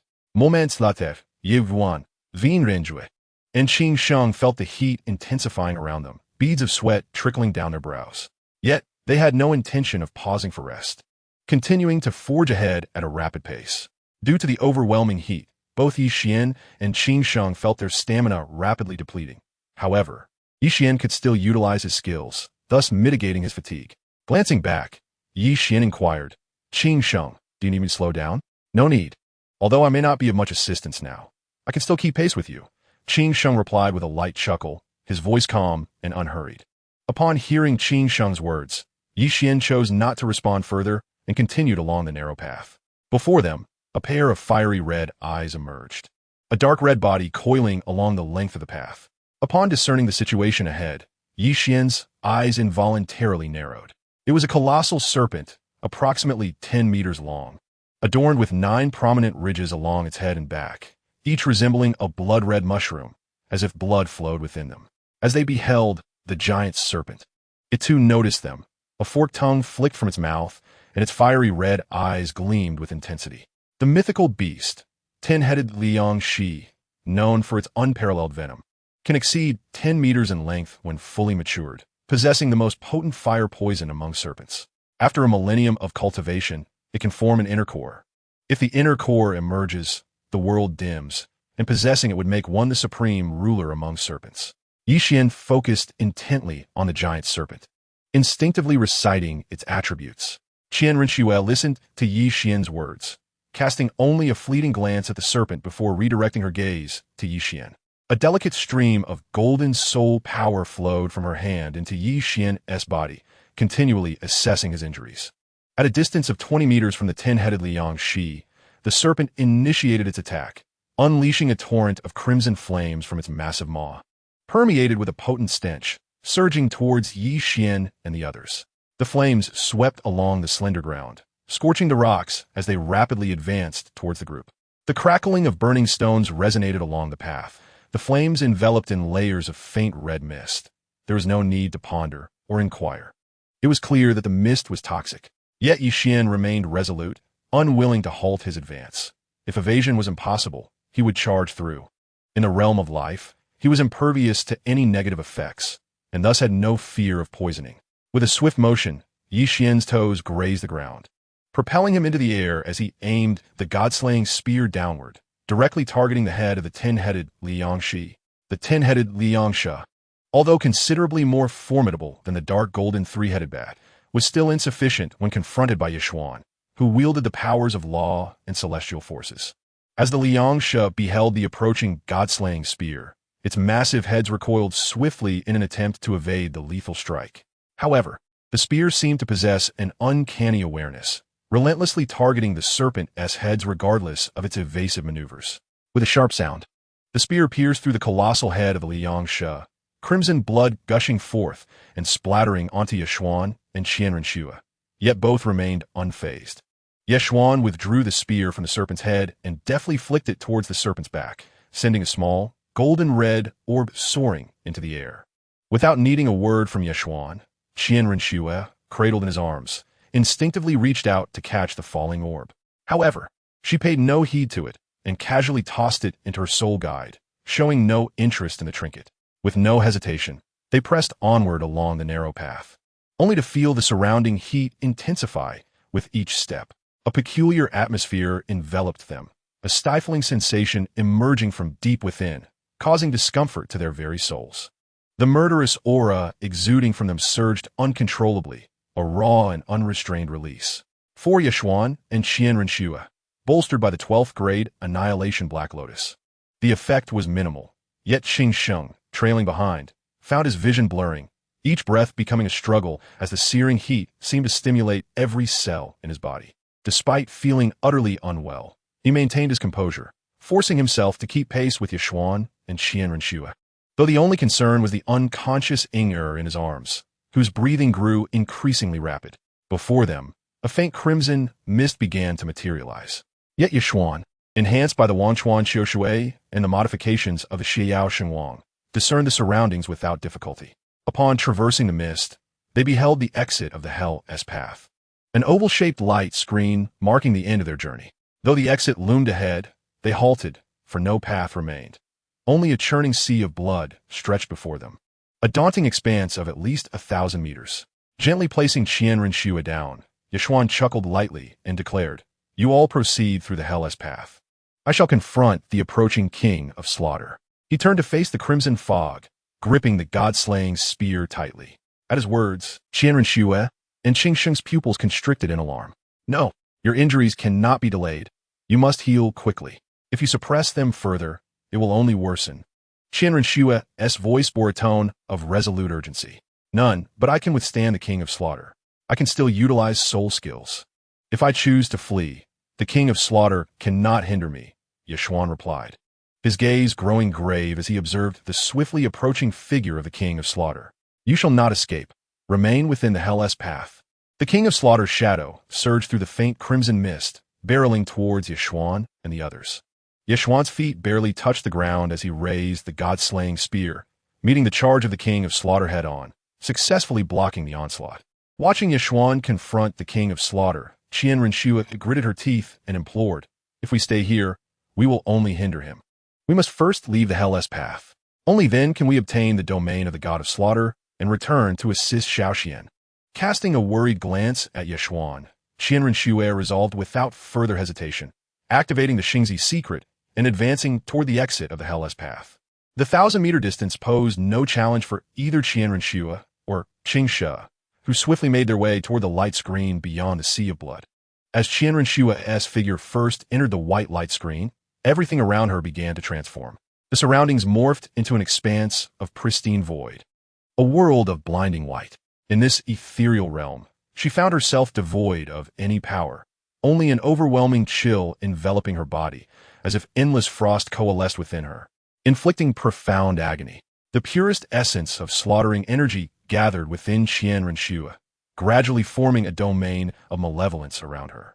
As this domain solidified, her form transcended the light screen and emerged into the world outside, with no time to acclimate to her newfound domain or survey her surroundings.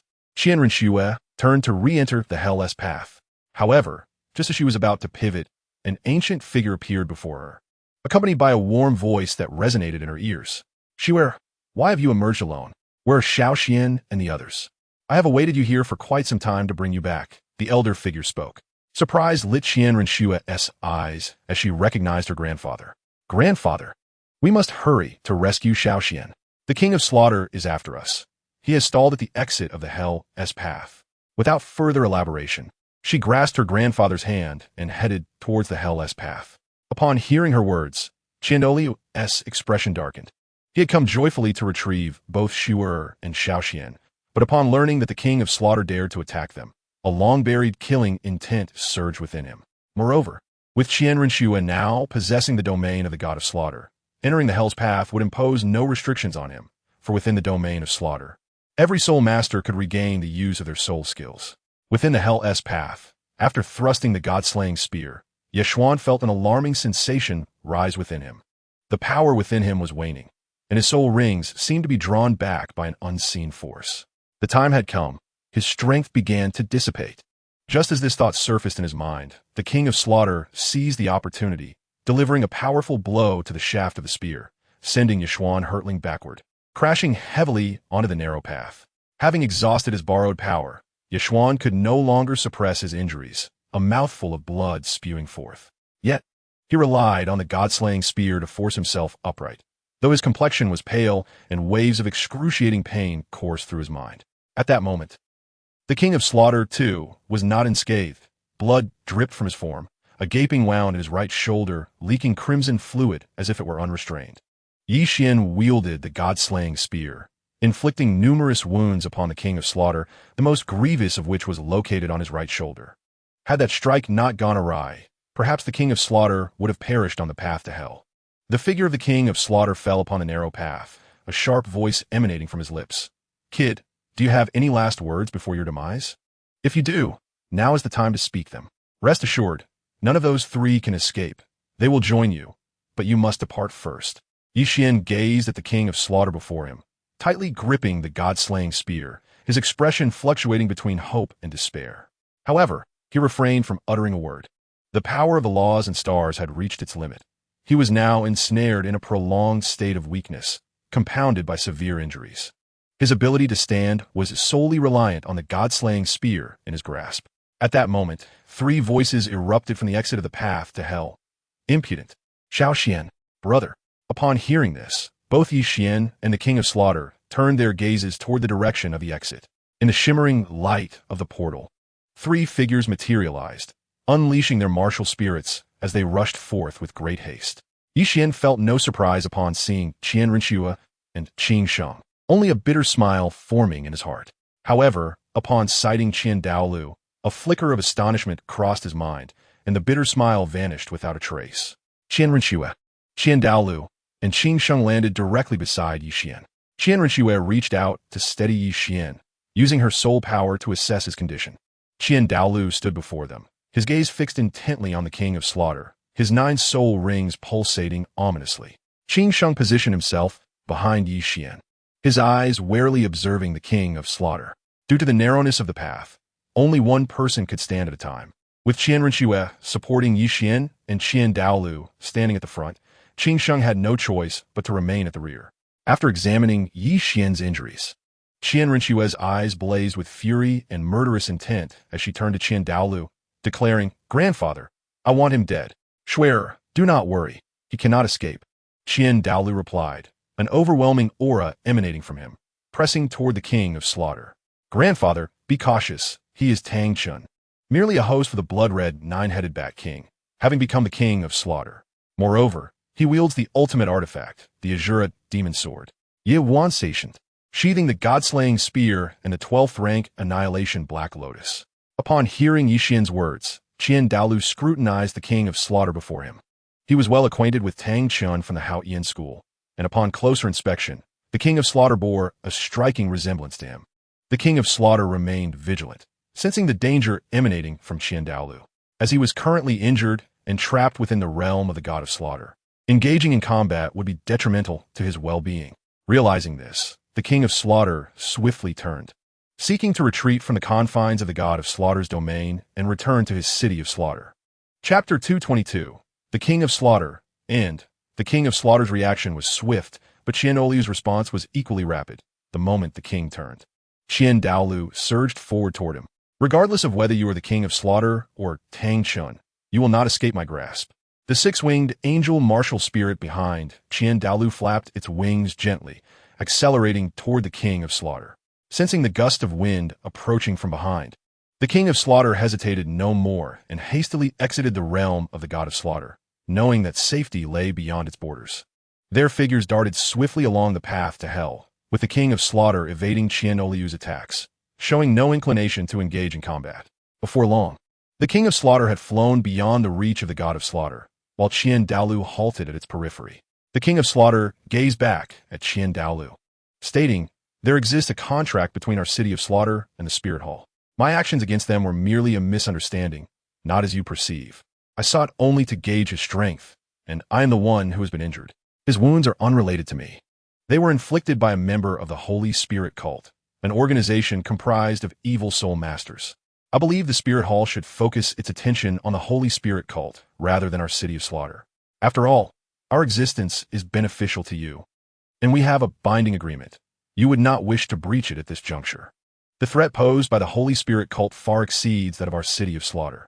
The King of Slaughter and Qian Dalu maintained a distance that was neither too close nor too far, a safe distance indeed. The moment Qian Dalu stepped beyond the realm of the God of Slaughter, he would be subject to the restrictions of the city of Slaughter, unable to utilize any skills.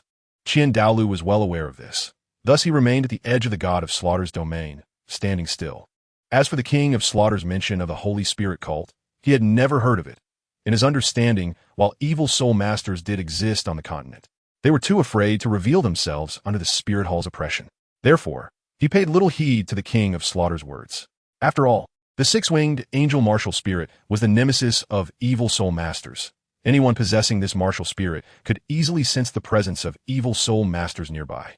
Once the King of Slaughter finished speaking, he observed that Qian Dalu remained unresponsive and promptly turned, swiftly making his way toward the city of Slaughter. Qian Dalu watched the departing figure of the King of Slaughter, The confines of the god of slaughter were limited. Should he step beyond its bounds, he would fall under the restrictions of the city of slaughter, and, at that point, not only the prospect of defeating the king of slaughter would be in jeopardy, but his own survival would be uncertain. Qian Dalu turned to Yi Qian, Qian Renxue, and Qing Sheng, observing that Qian Renxue was intently scrutinizing Yi Qian, completely oblivious to the situation around them. Qing Sheng's gaze remained fixed on Qian Dalu, suspended in midair, yet he too remained stationary. Meanwhile, Yi Qian was channeling the life domain to heal his injuries, with no time to concern himself with the encounter between Qian Dalu and the king of slaughter. After a while, Qian Dalu gradually descended from the air, stating, "Let us depart. We should leave the path to hell and return to Spirit City." Upon hearing Qian Doliu's voice, Qian Renxue finally surveyed her surroundings, asking, "Grandfather, where is the king of slaughter?" "He has already exited the confines of the god of slaughter. The domain is limited in size. You two who possess the domain remained motionless. How could I have captured him?" Qian Dalu replied, a gentle smile gracing his aged features.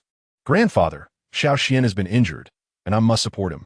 He can only unleash the life domain in the realm of the god of slaughter to heal his wounds. How can I possibly move?" As Qian Renxue spoke, she cast a fierce glare at Qing Sheng, who stood behind them, motionless, watching the king of slaughter escape. Upon meeting Qian Renxue's gaze, Qing Sheng remarked, "Sister-in-law, why do you stare at me? The path is so narrow, and with you two blocking the way. Even if I wish to pass, I would need the space to do so. Can't you use your martial soul to fly over?" After giving Qing Sheng a sharp look, Qian Renxue redirected her focus back to Yi Qian. "Cough, sister-in-law, I can't fly, nor do I possess a flight martial skill. Even if I wanted to, I wouldn't be able to," Qing Sheng replied, his tone tinged with a hint of awkwardness. Qian Renxue's eyes widened in disbelief as she regarded Qing Sheng, but soon withdrew her gaze, choosing not to comment further. At this moment, Yi Qian retracted his life domain, slowly opening his eyes and stating, "Let's first leave the Hell Road. I am the only one left who has not acquired the god of slaughter's domain." Hearing this, Qian Renxue nodded, "Yes, let us depart from the Hell Road first. Once we are outside, you can properly recuperate." As her words fell, the eight-winged angel martial soul behind Qian Renxue gently flapped its wings, guiding Yi Qian toward the luminous exit. Qian Dalu shot a glance at Qing Sheng before swiftly following the steps of Yi Qian and Qian Renxue, disregarding Qing Sheng entirely. Qing Sheng chuckled and quickly kept pace with the group. Upon entering the luminous barrier, Yi Qian felt an intense chill, which was particularly pronounced given his injuries. As he passed through the barrier, the god of slaughter's domain involuntarily emanated from him. Within this domain, the enemy's strength would be diminished by 10%, while the user could exert 110% of their own power. Furthermore, as the user's martial soul developed, the rates of weakening and enhancing would gradually increase. After reviewing the effects of the god of slaughter's domain, Yi Qian retracted it once more. Chapter 223, Return to Wuhuan City, Part 1. As Yi Qian withdrew the god of slaughter's domain, Qian Renxue supported him as they settled into a carriage bearing the emblem of the Wuhuan Temple. Inside the carriage was another person, the previously unconscious Ing Er, who had now awakened and looked at them with confusion. After Qian Dalu, Yi Qian, Qian Renxue, and Qing Sheng boarded the carriage, Ing Er finally asked, "Saint, weren't we supposed to traverse the Hell Road? How did we emerge directly?" "We completed the Hell Road. I carried you the entire way, and you were never in any danger," Qing Sheng replied, placing his hands behind his head and reclining against the carriage, his voice casual and relaxed. Indeed, as Qing Sheng stated, they had run through the entire Hell Road without encountering any danger, with Yi Qian clearing the path ahead. If not for Qing Sheng and Ing Er's presence during the final exit, Yi Qian could have easily utilized the secret of movement to take Qian Renxue out without needing to confront the king of slaughter directly. Ing Er cast a dubious glance at the nonchalant Qing Sheng and then at Yi Qian, who lay pale and weak across Qian Renxue's lap. Observing their conditions, Ing Er inquired, "If it was so effortless, why does Brother Qian appear so frail? He was merely responsible for carrying you while running, so of course, it was easy for him. The entire time, Xiao Xian was the one leading the way. How could there have been any danger?" Qian Renxue remarked, stealing a glance at Qing Sheng before closing her eyes to rest in the carriage. Upon hearing Qian Renxue's words, Qing Sheng could only manage an awkward smile. During the Hell Road, it wasn't that he didn't wish to assist. It was simply that he was incapable of doing so. Neither the three evil soul masters of the Holy Spirit sect, nor the King of Slaughter were adversaries that Qin Sheng could contend with at this stage. The dark gold, three-headed bat and the 10-headed fiery sun serpent were swiftly dispatched by Yi Xian, leaving him with no opportunity to intervene. The carriage fell into silence due to the absence of conversation, as Yi Xian, Qian Rinxue, Qin Sheng, and Ning Er all closed their eyes to rest. During their 2 years in the City of Slaughter, their emotions had been profoundly affected, and they were now striving to adjust their mental states. After all, the outside world was vastly different from that of the City of Slaughter. There, a mere disagreement could lead to ruthless killings, but outside, such behavior was unacceptable. Thus, they needed to recalibrate their emotions from the City of Slaughter. Qian Oliu's gaze fell upon the pattern above Yi Xian's brow, a faint smile appearing on his aged face. As the envoy of the angel god, he understood precisely what that pattern signified. Its presence indicated the formal commencement of the divine inheritance. Xiao Xian's divine position had officially begun, and Qian Rinxue's divine inheritance should soon follow. After glancing at Qian Rinxue, Qian Dalu sat back in the carriage to rest, not wishing to disturb the others. Meanwhile, as Yi Xian sought to adjust his emotions, he prepared to access the system store to explore potential purchases. After all, having just acquired 50,000 luck points, it would be a pity not to browse the system store. Upon opening the system store, a dazzling golden light enveloped him, and 2 items resembling gift packages materialized before his eyes. Upon closer inspection, these 2 packages were labeled as a random package and a martial soul package, priced at 30,000 and 20,000 luck points, respectively. Together, they amounted to exactly 50,000 luck points. Both packages bore the words highly recommended in bold letters, each word appearing as large as the packages themselves, making them particularly eye-catching to Yi Xian. Contemplating the 2 packages, Yi Xian internally questioned, "System, what exactly are these packages that justify such a high price?" The voice of the system resonated in Yi Xian's mind. "Host, that is an excellent question. These 2 packages have been specially tailored based on your strength and luck points. The random package offers 5 random items, guaranteeing at least 1 item from your previous life's mythology. Don't you envy the innate spiritual treasures and innate supreme treasures in the store? Purchasing the random package could potentially grant you 1. As for the martial soul package, its enhancement for you is simply unimaginable. Acquiring it will randomly grant you a martial soul and bestow upon you a 3rd martial soul. This opportunity is rare. Hence, the system strongly recommends that you purchase both packages. With them, you may acquire an innate supreme treasure or a martial soul that surpasses divine level." Listening to the system's explanation, Yi Xian raised an eyebrow, feeling a twinge of skepticism. "System, why do I have the impression that you are trying to deceive me? What benefit could I possibly gain by deceiving you? Everything provided by this system is undoubtedly valuable. Is there any need for me to mislead you?" The voice of the system echoed in his mind. "You certainly have benefits. Isn't the value of luck a testament to that?" Yi Xian gazed at the 2 gift packs before him, hesitating internally. Trust in this system. Purchasing these 2 gift packs will certainly not lead to any loss. If you choose not to believe it, there's little I can do. The system's words lingered, and soon, silence enveloped Yi Xian's mind. After a moment of contemplation, he opted to purchase the packs, his luck value plummeting from 51,900 to 1,900 in an instant. His gaze fell upon the 2 gift packs, each adorned with an open button, which could be activated with mere thought. Upon opening the random gift pack, 5 brilliant golden beams of light erupted, revealing 5 items floating gracefully within. Congratulations to the host for obtaining Milk Candy, Diamond Chest Set, Youth Elixir, Ethereal Garment, and Iron-Eating Beast.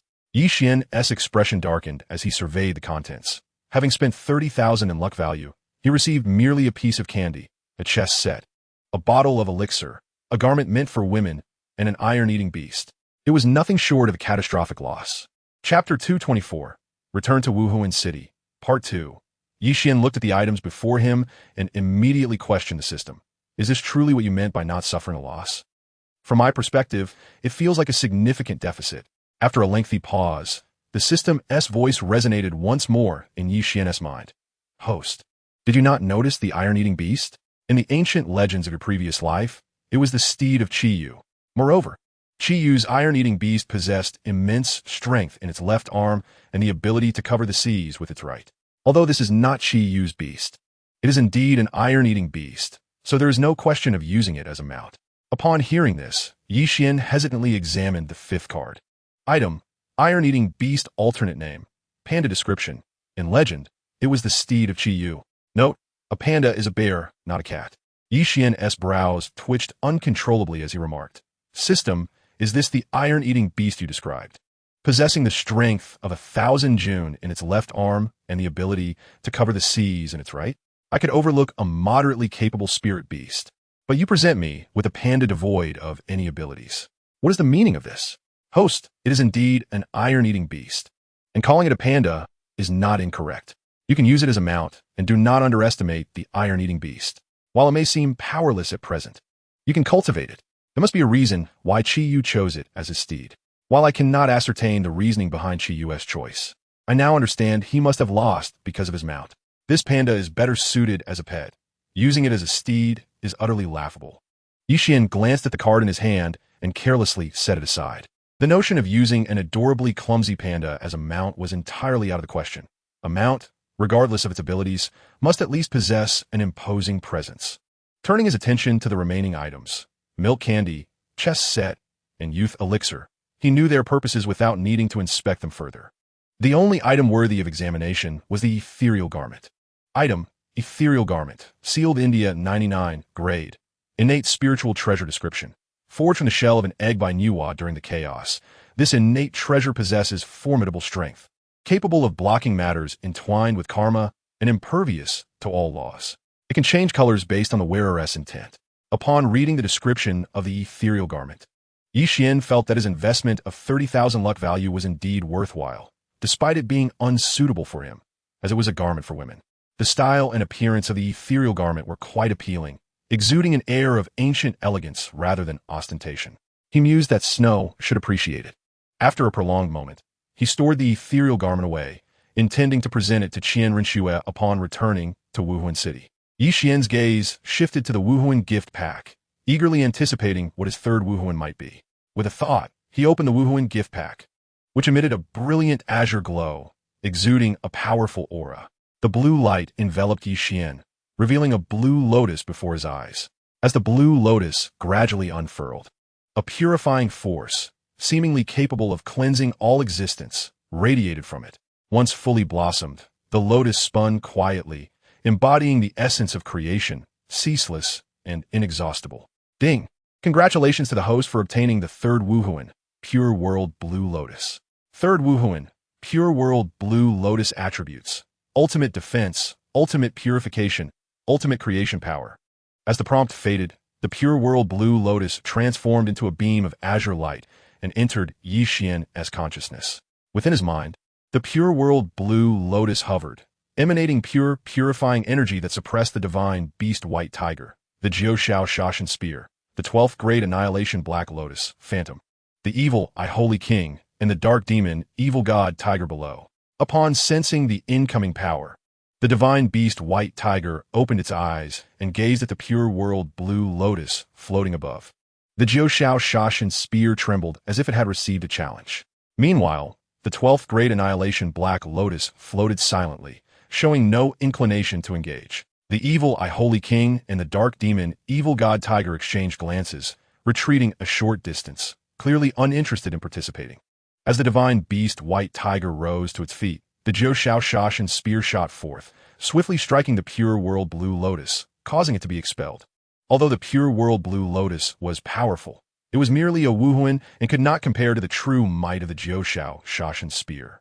Witnessing this, the divine beast white tiger lowered itself once more, closing its eyes as if oblivious to the scene unfolding. The expelled Pure World Blue Lotus retracted its purifying energy, quietly floating in Yi Xian's consciousness, while the Jiushao Shashan spear returned to its position, ceasing all actions. Yi Xian observed the situation within his consciousness, merely smiling without uttering a word, and exited the system store. The 50,000 luck value he spent was an assured profit. Solely the Wuhuan, Pure World Blue Lotus, made it an undeniable gain. Outside, the sky had darkened, and the carriage continued its swift journey toward Wuhuan City. Yi Xian opened his eyes, surveying the interior of the carriage, and upon noticing the others in repose, he was just about to release his life domain when he heard Qian Oliu's voice resonate within the carriage. Qian, tell grandfather about what transpired during your 2 years in the City of Slaughter. Upon hearing this, Yi Qian sat up in the carriage and recounted the events of the past 2 years in the city of slaughter to Qian Dalu. Qian Dalu listened intently to Yi Qian's narration, his brow involuntarily furrowing. He spoke, "Xiao Qian, you mentioned that during your journey on the Hell Road, you encountered 2 title Douluo and a Xiehunshi of Super Douluo rank. Indeed, they are affiliated with the Holy Spirit sect. Furthermore, 6 years ago, Xue and I had already encountered Qianshi from the Holy Spirit sect in the extreme northern region, but fortunately, we emerged unscathed each time." Yi Qian clasped his hands behind his head, his eyes reflecting a calm demeanor, yet a subtle aura of killing intent lingered beneath the surface. Chapter 225, Return to Wuhuan City, Part 2, Qian Dalu, observing the killing intent in Yi Qian's gaze, pondered momentarily before continuing, "Xiao Qian, I will dispatch individuals to investigate matters concerning the Holy Spirit sect across the continent. There is no need for you to expend your efforts. Moreover, now that your divine inheritance has officially commenced, your focus should be on the Holy Spirit sect, not on anything else." He added, "Of course, there is another matter you and Xue must remain vigilant about. You are both already 18 years old, no longer children. I have 2 wishes. Firstly, to witness the day you both ascend to divinity, and secondly, to see our Qian family's angel Wuhuan continue its lineage. If the angel Wuhuan were to cease its inheritance, I would be left with no face to meet the angel god in the future." As Qian Dalu spoke, he sighed softly, his gaze shifting to Yi Qian and Qian Renshue. Upon hearing Qian Oliu's words, Qian Renshue opened her eyes, a blush creeping onto her cheeks, yet she remained silent. Yi Qian gently reached out to stroke Qian Renshue's hair, softly assuring her, "Grandfather, we will inevitably fulfill your 2 wishes. It is merely a matter of time." A faint smile graced Yi Qian's face, and the question of whether the angel Wuhuan would cease its inheritance remained uncertain. After all, he possessed 3 Wuhuan, and regardless of whether it was the divine beast White Tiger or the pure world Qinglian, their ranks undeniably surpassed that of the 8-winged angel. Thus, the question of whose Wuhuan would be inherited was indeed a complex one. Qian Dalu regarded Yi Qian with a hint of helplessness in his eyes. Yi Qian's response seemed equivalent to no response at all. The issue of time lingered, but Qian Dalu chose not to elaborate further, closing his eyes to meditate instead. Yi Qian, on the other hand, unleashed his life domain, initiating the rapid recovery of his injuries. Within this domain, his wounds could heal swiftly, yet even after recovery, he would be unable to utilize his Wuhuan in combat for the next month. During his time on the Hell Road, he had relied on the power of the stars and laws to swiftly vanquish Tidal Douluo and even Super Douluo.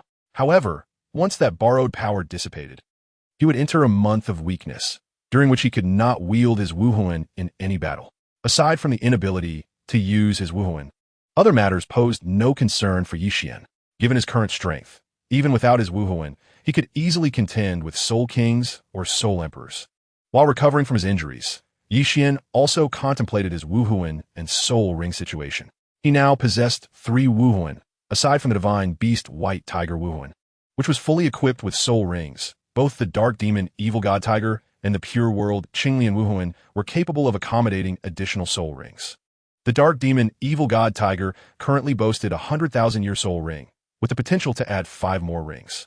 Meanwhile, the Pure World Qinglian Wuhuan, having no Soul Rings at present, could accommodate 6, totaling 11 Soul Rings. If all 11 rings were to be filled with those exceeding 100,000 years in age, his soul power could witness a rapid elevation in a short span, potentially reaching the level of an 80-level Soul Douluo. While there were not many soul beasts exceeding 100,000 years on the continent, there were still enough. Yi Qian needed to ponder which soul beasts could be hunted and which should be spared. For instance, the formidable beasts like the Emperor of Stars and the Bear King in the Stardoe Forest were certainly off-limits. Provoking Guyuna from the Lake of Life would be far from a pleasant affair. Although Guyuna was currently recuperating in the Lake of Life, she undoubtedly retained divine-level strength. Should she be agitated, only a deity descending from the divine realm could hope to contend with her. Additionally, the Ice Emperor and Snow Emperor in the extreme north were also to be left undisturbed. During their time in the extreme north, Yi Qian and Qian Renshue had received considerable care from the 2 emperors, and their relationship had flourished over the past 3 years. Thus, Yi Qian would never consider hunting them merely for a soul ring. Yi Qian remained indifferent to the lives and deaths of those he did not know, as their fates bore no significance to him. However, When it came to those he recognized and was familiar with, he would never shy away from offering assistance when needed. The extent of that assistance would depend on the nature of his relationship with the individual in question. For close friend, he would help with anything that did not infringe upon his principles. Conversely, for mere acquaintances, his willingness to assist would hinge on his mood. After eliminating the soul beasts he could not hunt, the remaining known soul beasts exceeding 100,000 years were limited to the Titan giant ape in the Douluo forest and the dark phoenix in the Misty Gorge. Although Qian had never encountered the dark phoenix, its ability to speak suggested that its age exceeded 100,000 years. Moreover, during his time in the Misty Gorge, he had been pursued by soul beasts controlled by the dark phoenix. Thus it had been inscribed on his hunting list. Beyond these two soul beasts, the only other locations housing soul beasts of such caliber were the southern grasslands and the endless seas. Qian was uncertain about the number of 100,000-year soul beasts residing in the southern grasslands, but it was guaranteed that the oceans harbored significant quantities, given their vast expanse compared to land. As for soul beasts under 100,000 years, they fell entirely outside Qian's consideration. He held no interest in 10,000-year soul rings. The minimum requirement was a 100,000-year soul ring.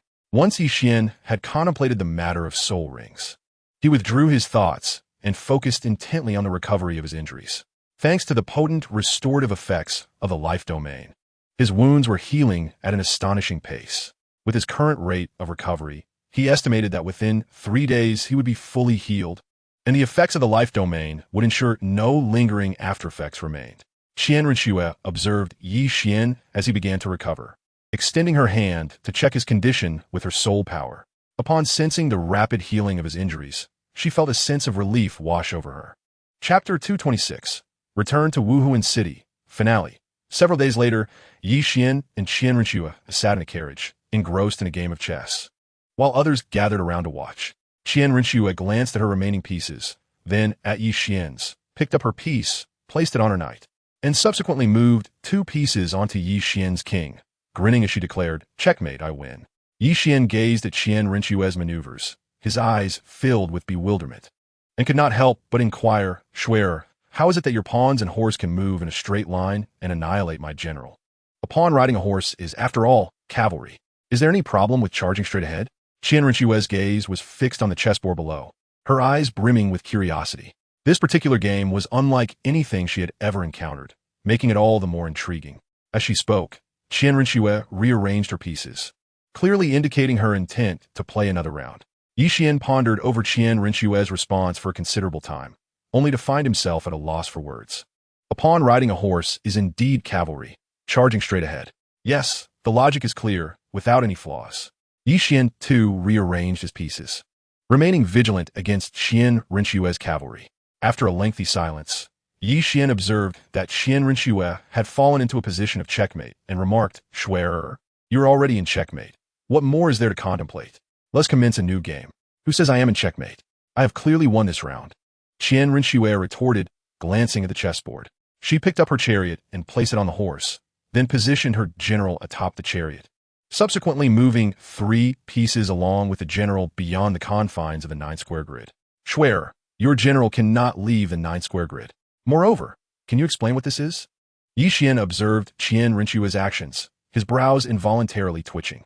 "My general did not leave. It merely took the horse-drawn chariot out," she replied. "A horse combined with a chariot is a horse-drawn carriage. What is the issue?" Qian Renshue blinked at Qian.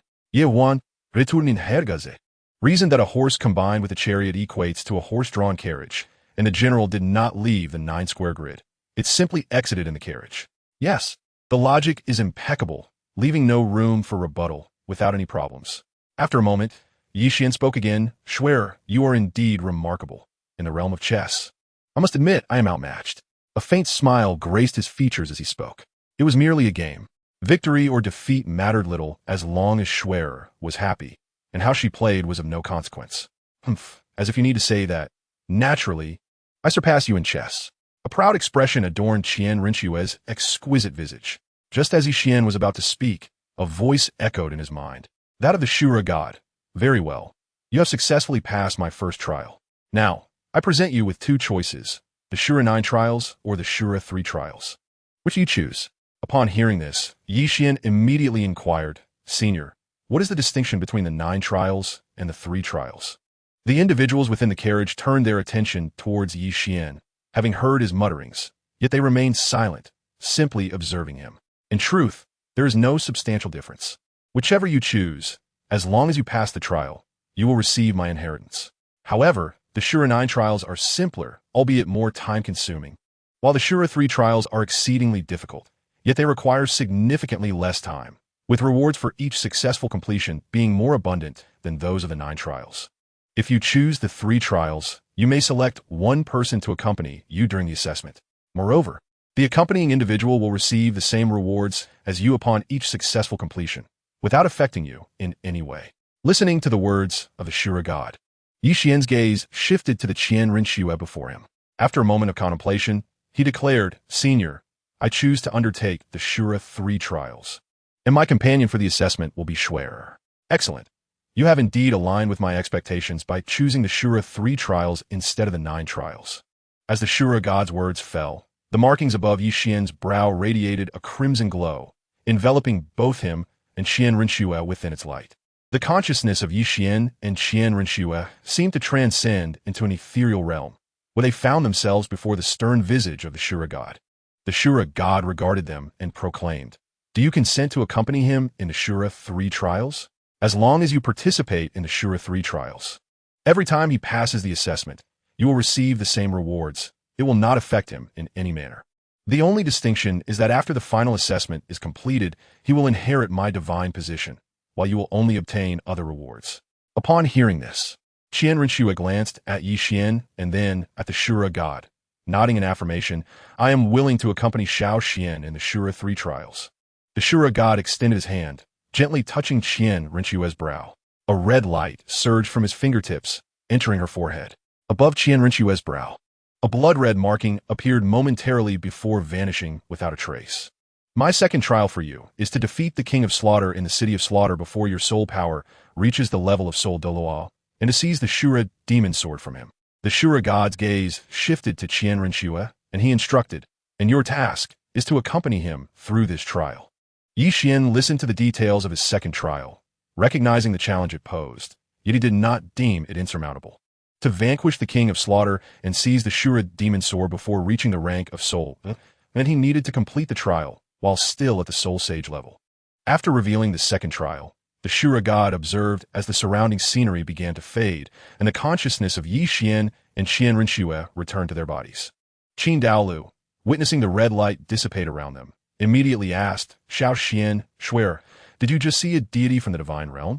"Indeed, it was the Shura god, who came to inform me of the second trial." Yi Qian replied with a faint smile. "Then, Xiao Qian, what is your second trial? Do you require grandfather to offer you some advice?" A benevolent smile graced Qin Daolu's face. "My second trial is to defeat the King of Slaughter in the City of Slaughter and seize the Shura demon sword before my soul power reaches the level of Soul Douluo." A contemplative expression crossed Yi Qian's features. This trial was challenging, yet not impossible. The crux lay with the Shura demon sword. If the King of Slaughter chose to conceal it and not present it, that would indeed pose a significant hurdle. Chapter 227, The God of Malice, Part 1. Upon hearing this, Qin Dalu interjected, "Xiao Qian, your second trial is indeed rather daunting.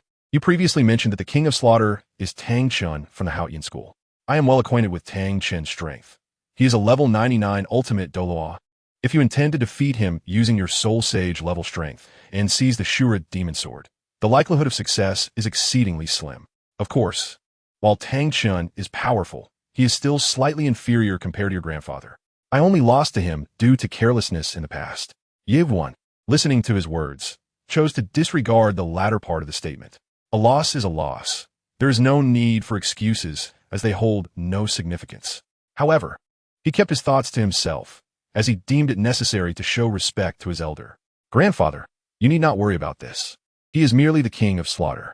When I reach the Soul Sage realm, defeating him will not be difficult," Yi Qian replied, a confident smile adorning his face. Days later, Yi Qian and his companion's carriage gradually entered Wuhuan City, driving directly to the front of the papal palace before coming to a slow halt.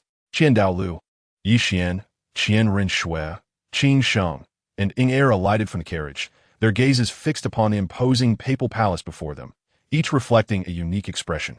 Yi Qian reached out taking Qian Shui's delicate hand, intending to stride towards the papal palace.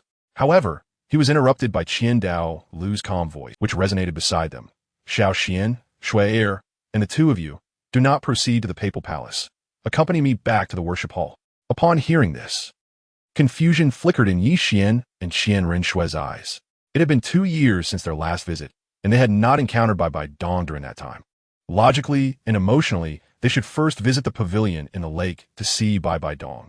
Yet, upon witnessing the serious and solemn expression on Lu's face, they refrained from questioning him, following him instead towards the worship hall. For Qing Sheng and Ying this was their first visit to Wuhan City, and they were entirely unfamiliar with their surroundings. Thus, seeing Yi Xian and Qian Shui accompany Lu, they followed without hesitation. Upon reaching the worship hall, Lu suddenly turned and addressed them. Shui, take your 2 friends and explore the worship hall. Xiao Xian, come with me. I have matters to discuss. Understood. Grandpa, Qian Shui replied, a hint of confusion in her voice as she led Qing Sheng and Ying to wander within the worship hall. Meanwhile, Yi Xian accompanied Lu into a room. Inside, Lu casually seated himself and said, Xiao Xian, feel free to sit. There is no need for formality here. Yi Xian settled down, curiosity lacing his voice as he inquired, Grandpa, may I ask why you summoned me? Xiao Xian, if in the future, BibiDong and Shui become adversaries, whom will you choose to support? The one who raised you, BibiDong, or your wife?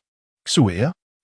Lu's tone was serene, yet his gaze remained fixed on Yi Xian. Grandpa, what do you mean by that? I do not quite understand. How could my teacher and Shui possibly become adversaries? Yi Xian lowered his head, staring at the floor, lost in thought. Due to certain reasons concerning your uncle Qian, BibiDong harbors deep animosity towards our Qian family, as well as towards Shui. Although their relationship improved a few years ago for unknown reasons, BibiDong has always viewed us with hostility. In the past, I could gauge her strength and chose to overlook this matter. However, I can no longer see through her. I have sensed a divine aura emanating from her, a malevolent essence belonging to the god of evil thought. On this continent, aside from you and Shui, she is the only one with the potential to ascend to divinity. The god of evil thought is the Rakshasa god, our angelic deity's sworn enemy. Hence, I ask you, should the day come when BibiDong and Shui stand opposed, whom will you choose to aid? Upon finishing his words, Lu closed his eyes, sitting in silence, patiently awaiting Yi Xian's response. Yi Xian remained still, head bowed, silent. Yet his eyes betrayed a struggle. One side was his wife, who had grown up with him, and the other was his teacher, who had nurtured him and imparted knowledge. How should he choose? He was no longer the same person he was 12 years ago. Back then, he had not yet awakened his martial soul and felt powerless in the face of Xunji's situation. Speaking too much could lead to a predicament where neither side would favor him, and who would heed the words of a child. Thus, he chose to feign ignorance. That incident had left him with a lingering guilt towards Qian Shui. Now, however, he possessed strength rivaling that of Super Douluo. Should he still choose to remain oblivious, allowing events to unfold naturally? Although Lu spoke of a hypothetical scenario, what if it were to come to pass? In the papal palace, within the pavilion in the lake, BibiDong and Hulina sat surrounded by an array of exquisite dishes, with 4 untouched sets of chopsticks and bowls before them. Hulina glanced at the sumptuous feast and then at the sky, asking, Teacher, did you not say that senior brother and sister Shui have returned to Wuhan City? Why have they not yet arrived at the pavilion? In response, BibiDong gestured for a maid, issuing a command. Go to the papal palace and check if Xiao Xian and Shui have returned. If they have not, inquire with the guarding knights about their whereabouts. Yes, your holiness, the maid acknowledged before making her way toward the papal palace. Shortly thereafter, the maid returned from the papal palace, bowing to BibiDong as she announced, Your holiness, both the young master and young mistress have returned. However, they have gone to the worship hall with the grand worshipper and have not come to the pavilion. I see. You may leave, BibiDong replied, dismissing the maid and closing her eyes, awaiting in tranquility. Hulina, observing BibiDong's demeanor, remained silent, sitting quietly at the dining table. As time passed, the sun began to set, casting shadows over the gathering. BibiDong, seated at the table, clenched her hands tightly but maintained a calm facade as she spoke. Nana, please have a maid's clear away the dishes. If you're hungry, Request the maids to prepare something fresh for you. As soon as she finished speaking, BibiDong opened her eyes, rising and departing from the pavilion. In that fleeting moment, as she turned, a fleeting expression of melancholy crossed her features. Understood, teacher. Hu Lina responded, watching her mentor's retreating figure, sensing something amiss, yet unable to articulate what it was. In the worship hall, Qian suddenly raised his head, standing up and preparing to leave the room. Sensing his movement, Dalu opened his eyes and asked, Qian, have you come to a decision? Will you support BibiDong or your wife, Shui? When he spoke the words wife and Shui, he placed particular emphasis on the latter, as if to remind Qian of something significant. Grandpa, I do not even need to think about whom to support. The scenario you described is impossible. There is no if or what if to consider. Qian smiled faintly, placing his hands behind his back as he walked out of the room. Watching Qian depart, Dalu shook his head, muttering to himself, I hope your words ring true, and such a situation does not arise. But if it does, who will you ultimately choose to support, Qian? Upon exiting the room, Qian discovered Qian Renshui, Qing Sheng, and Ing seated in the hall of the worship hall, patiently waiting. Qian approached Qian Renshui and directly lifted her into his arms, saying, Shui, it is time for us to return to the Lake Heart Pavilion. If we delay any longer, I fear our teacher will grow anxious. He turned to Qing Sheng and Ing, adding, you both should accompany us to the Lake Heart Pavilion as well. It would be an opportune moment to arrange suitable accommodations for you there. Upon hearing this, Qing Sheng immediately replied, at last, we can leave the hall. We have spent the entire day waiting for you, sipping tea in that place. With that, Qing Sheng and Ing rose and followed closely behind Qian, heading in the direction of the Lake Heart Pavilion. Qian merely smiled, not expressing any intention to reply. Qian Renshui gazed at Qian and inquired, Qian, what did grandfather say to you that took so long? Ah, he mentioned quite a few things. Which ones would you like to hear, Shui? Qian looked down at her in his arms, a gentle smile gracing his face, his eyes filled with affection. Just share the important matters, please. There's no need to mention trivialities, Qian Renshui replied, a hint of its tsundere demeanor appearing on her face. After a moment of contemplation, Qian, under Qian Renshui's expectant gaze, stated, the most crucial matter, of course, is to ensure your safety, Shui. I must not allow you to come to any harm. Rest assured, my resolve is unwavering.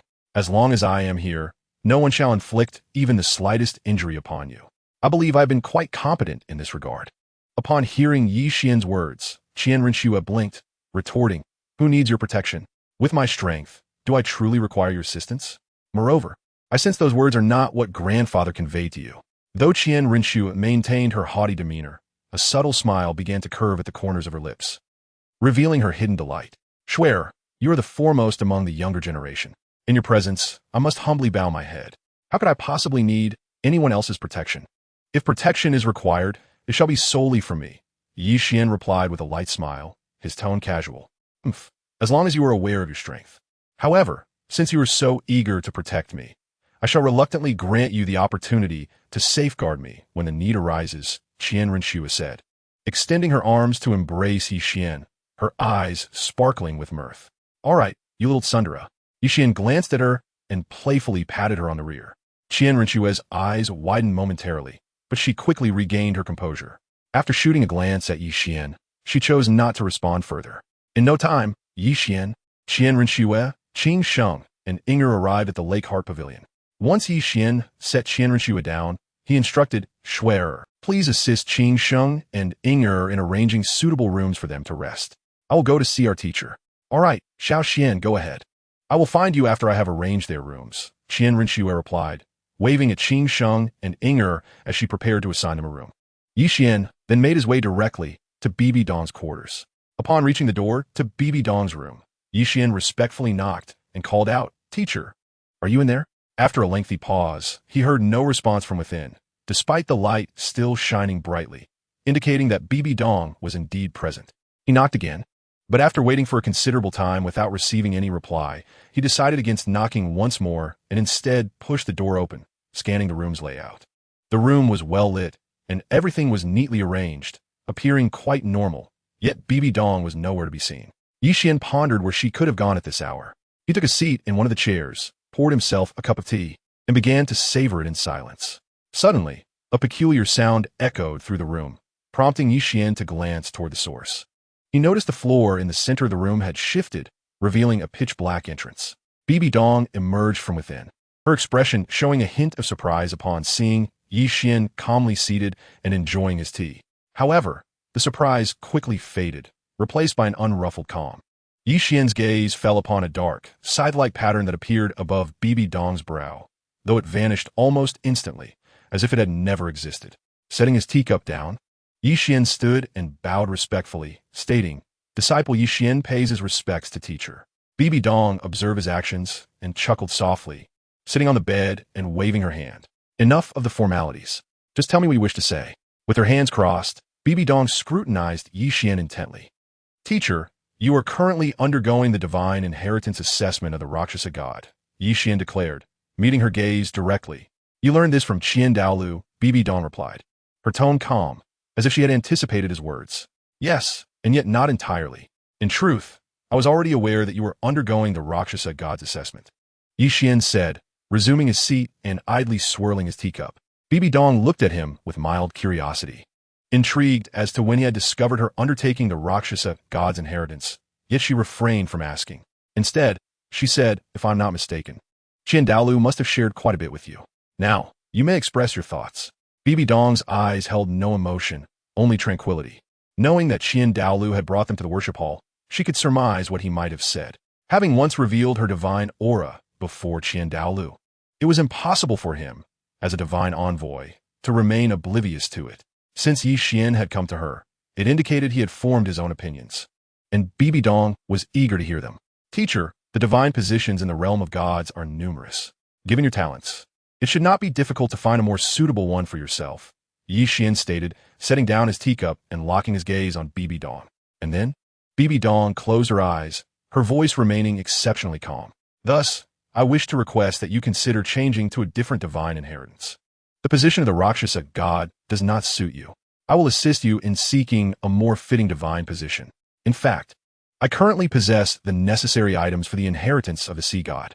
If you find the sea god's position unappealing, there are certainly other divine positions within the realm that would be more suitable for you," Qian elaborated, standing and bowing respectfully to BibiDong once more. Upon hearing Qian's words, BibiDong did not open her eyes nor respond immediately, remaining seated silently on the bed, lost in thought. Qian maintained a respectful posture, standing still and awaiting BibiDong's response. After a considerable pause, BibiDong opened her eyes and gazed at the bowing Qian, speaking, "Xiao Qian, is this your belief? Indeed, the Luocha god is not suited for you, and thus you need not insist on inheriting the Luocha deity position." As Qian spoke, he did not rise, his voice imbued with a tone of seriousness. "I will not relinquish the Luocha deity position. I have embraced its inheritance for over a decade. Are you suggesting that I cast aside years of effort and dedication?" "Xiao Qian, I understand your concerns. However, you need not worry. At any time, I will not harm you or swear. Thus, your apprehensions are unfounded." BibiDong rose and approached Qian, assisting him to his feet, her gaze resting on the markings above his brow, revealing a gentle smile. "Moreover, there exists a mutual restriction between the Shura god and the Luocha god positions. So what is there to fear?" Looking at Qian, who towered over her, she reminisced about the young boy who had once clung to her, eager to absorb various theories and knowledge. In the blink of an eye, 18 years had passed, and the boy who once sought her guidance had transformed into her disciple and son-in-law. As Qian rose with BibiDong's assistance, he regarded her smiling countenance, a contemplative expression crossing his face, yet he refrained from suggesting a change of deity position. Just then, Qian Rinxue entered the room, her gaze shifting between the two, inquiring, "Mom, Xiao Qian, what are you discussing? You both seem quite pleased." "We were reminiscing about our experiences in the Slaughter City, assessing whether we had become lax in our training during those 2 years," BibiDong replied, returning to her seat with a glint of amusement in her eyes as she observed the pair. "How could we possibly be negligent in our training during our 2 years in the Slaughter City? I am now at the 69th level of Soul Emperor, and with just 2 more months of effort, I could break through to the Soul Saint level. Xiao Qian is just slightly behind me. Currently at the 66th level of Soul Emperor," Qian Rinxue remarked, taking a seat and pouring herself a cup of tea from the pot on the table, savoring it delicately. "Ye wa mireli similet, chusin silenge." In terms of soul power, he indeed lagged slightly behind Qian Rinxue. However, in terms of true strength, the disparity was far greater. You both have reached the Soul Emperor level. It seems you did not neglect your training in the Slaughter City, BibiDong noted with satisfaction. Acknowledging that both Qian and Qian Rinxue possessed the ability to combat beyond their rank, indicating their true capabilities exceeded mere Soul Emperor status. Please share your experiences from the past 2 years in the Slaughter City, BibiDong said, intertwining her fingers, ready to listen to their tales. In response, Qian and Qian Rinxue recounted their adventures in the Slaughter City and the Hell Road. However, as BibiDong listened to their narrative, her earlier smile faded, replaced by a somber expression. After they finished, she nodded gently, saying, Xiao Xian, Shuer, you have just returned from the Slaughter City, and your emotions have yet to stabilize. It will be best for you to rest and not focus too intensely on training right now. Engage in reading or music to help you adjust your mood. Qian and Qian Rinxue exchanged glances, both replying, Teacher, Mom, we shall take our leave and rest. Very well, go ahead, BibiDong gestured for them to depart. Once outside, Qian and Qian Rinxue set their teacups down and made their way out. Watching them leave, BibiDong's gaze turned cold as she contemplated the existence of the Slaughter City, muttering, Spirit Hall, King of Slaughter, you truly are formidable, especially the Spirit Hall, which boasts 2 titled Douluos and 1 super Dual-level evil spirit master. I wonder what the subordinates are doing. The Spirit Hall spreads across the continent. Yet I have not heard a whisper about the Spirit Hall. After exiting BibiDong's chamber, Qian and Qian Rinxue returned directly to their own room. Observing the tidy and well-organized space, a faint smile crept onto their faces. Without hesitation, Qian lay upon the bed, exclaiming, Indeed, sitting in the carriage cannot compare to the comfort of lying in bed. A carriage is merely a carriage. It cannot rival the softness and coziness of a splendid bed. Qian Rinxue glanced at Qian reclining on the bed, retrieving a clean outfit from her soul guide and heading towards the bathing area. Ye Huan, notigen her movements, rose from the bed and took out a rejuvenating pill, a graceful garment, and a card from his soul guide. Placing the pill and garment on the bed, he focused on the card in his hand, stating, Iron-eating beast, I am curious to see how you differ from a panda. With a slight exertion, Qian shattered the card, which emitted a brilliant light, gradually revealing a creature resembling a bear. Once the brilliance dimmed, a plump, rotund panda appeared before him. Its black and white fur strikingly adorable. Qian squinted, scrutinizing the iron-eating beast before him, reaching out to pat its head while using his soul power to assess its condition. Ultimately, he concluded that it was an exceedingly ordinary panda. A panda is a panda. What is the point of calling it an iron-eating beast? I have never seen how formidable Chiyo's iron-eating beast truly is. Yet this one is undoubtedly an ordinary panda. Ye wan silently gurumblet. Acknowledging that while this panda was merely common, it could serve as a delightful pet, as its appearance was undeniably charming. The panda lay on the ground, eyeing Qian with an endearing expression, occasionally rolling over, appearing quite delightful. Qian observed for a while before returning to his bed, patiently awaiting Qian Rinxue's return. Noticing that Qian had disregarded it, the panda, displaying a keen awareness, lay still, its eyes blinking occasionally.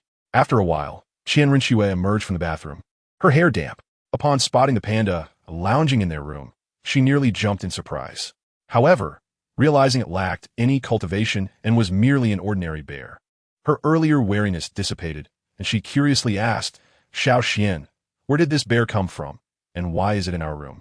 Upon seeing Qian Rinxue emerge, the panda quickly stood, placing itself protectively in front of Qian, letting out a low growl. Its earlier endearing demeanor vanished, replaced by a vigilant gaze directed at Qian Rinxue. Qian rose and gently patted the panda's head, speaking, What are you barking for? She is your mistress, and you possess no cultivation whatsoever, yet you stand in front of me as if to protect me. Just lie down. Upon hearing Qian's voice, a spark of intelligence flickered in the panda's eyes. Its low growl dissipated, and it resumed its endearing and clumsy demeanor, rolling its body and ambling away. Qian Rinxue, observing the panda's antics, couldn't help but chuckle softly, moving to sit beside Qian. She gazed at him and inquired, Xiao Xian, where did this intriguing bear come from? It was sent down from above. It is called Shidiexu, or more commonly, the giant panda. It has no cultivation at all, and can only serve as a pet. Qian replied, taking a towel from Qian Rinxue and gently drying her hair. Sent down from above? A hint of confusion appeared in Qian Rinxue's eyes, and she began to ponder silently. The realm above the continent is the divine realm. Thus, it implies that this shitty Exu was sent from the divine realm. Contemplating this, Qian Rinxue refrained from further questioning and instead regarded the giant panda with keen interest. Soon, after drying Qian Rinxue's hair, Yi Xian pointed to two items on the bed and said, "Schwerer, the beauty elixir and the Ling Xiao Piao Yi on the bed are gifts for you, a small token of my affection." Upon hearing this, Qian Rinxue looked towards the bed and discovered a beautifully crafted jade vial and a garment that appeared both ancient and elegant. Curiously, she asked Xiao Xian, "What is this beauty elixir? And if you had clothes to give me, why didn't you present them earlier?" The beauty elixir ensures eternal youth within one vial. There are 10 pills. However, consuming just one is sufficient, as the effects remain unchanged regardless of how many you take. As for the clothing, you will need to remove it later anyway, so it matters not when I give it to you, Yi Xian said with a hint of amusement, pulling Qian Rinxue close. Qian Rinxue, hearing his words, shot him a playful glare before picking up the jade vial, extracting a crystal-clear pill, and without hesitation, consuming it. After swallowing the beauty elixir, she felt no immediate change and turned her gaze towards Yi Xian, asking, "Xiao Xian, is it truly possible to maintain eternal youth after taking the elixir?" "Of course. It is. If you doubt it, time will be your proof. I have taken it too. Let's see how we look in a few years to determine if the elixir works," Yi Xian replied with a smile, gently caressing her exquisite face. "With 9 pills remaining, I shall give one to Mother tomorrow and keep the rest.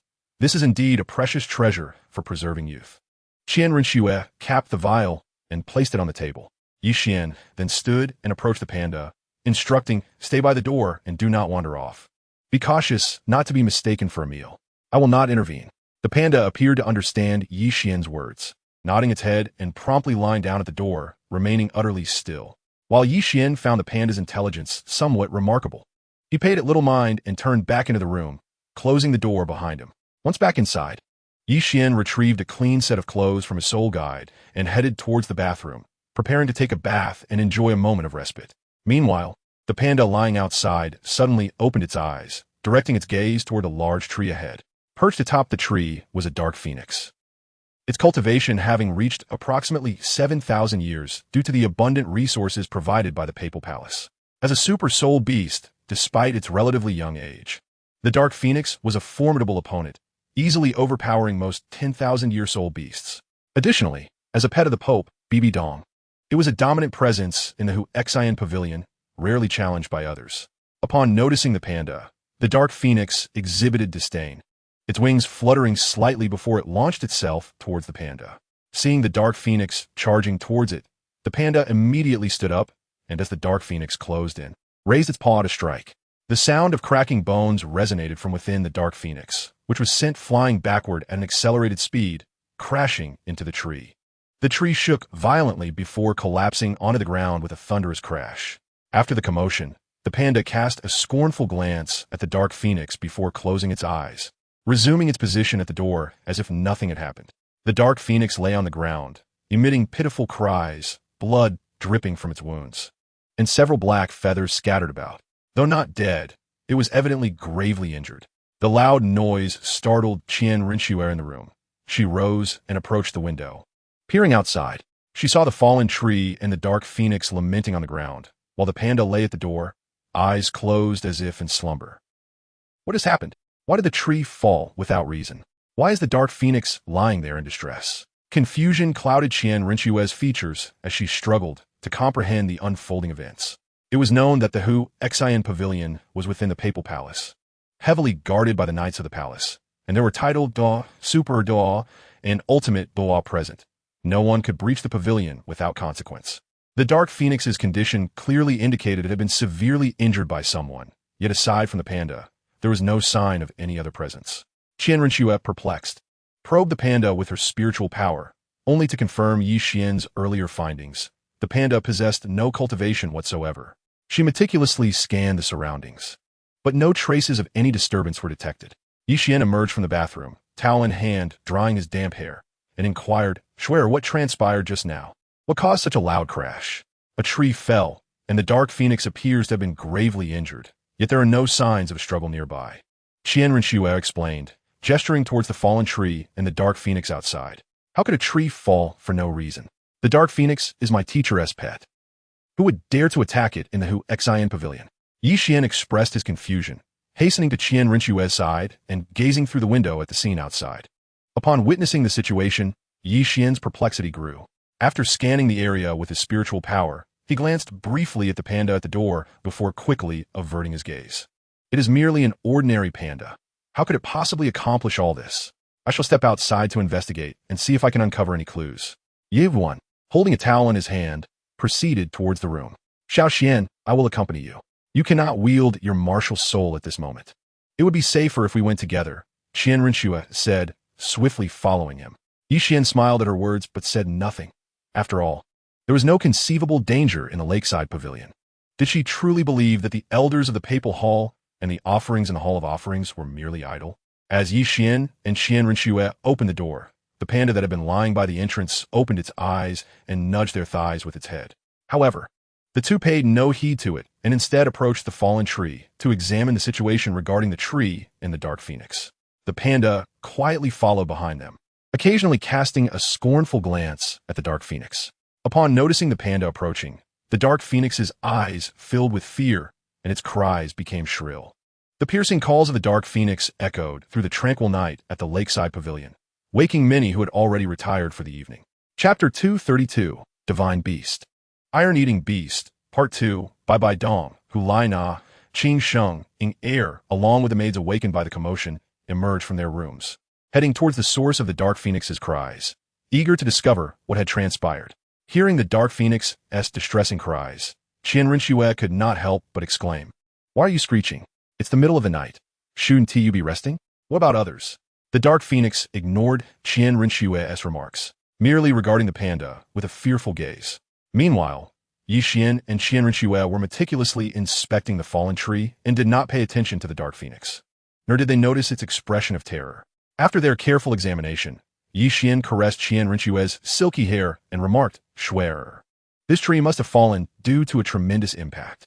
Observing the position of the dark phoenix, it can be inferred that the one who struck the tree with such force was indeed the dark phoenix. Qian Rinchue, looking at the marks on the tree caused by the immense force, crouched down to assess the injuries of the dark phoenix.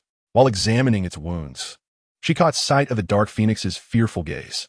As Qian Rinchue's eyes met those of the dark phoenix, she saw nothing but the panda's form. Xiao Xian. The injuries of the dark phoenix were also inflicted by great power.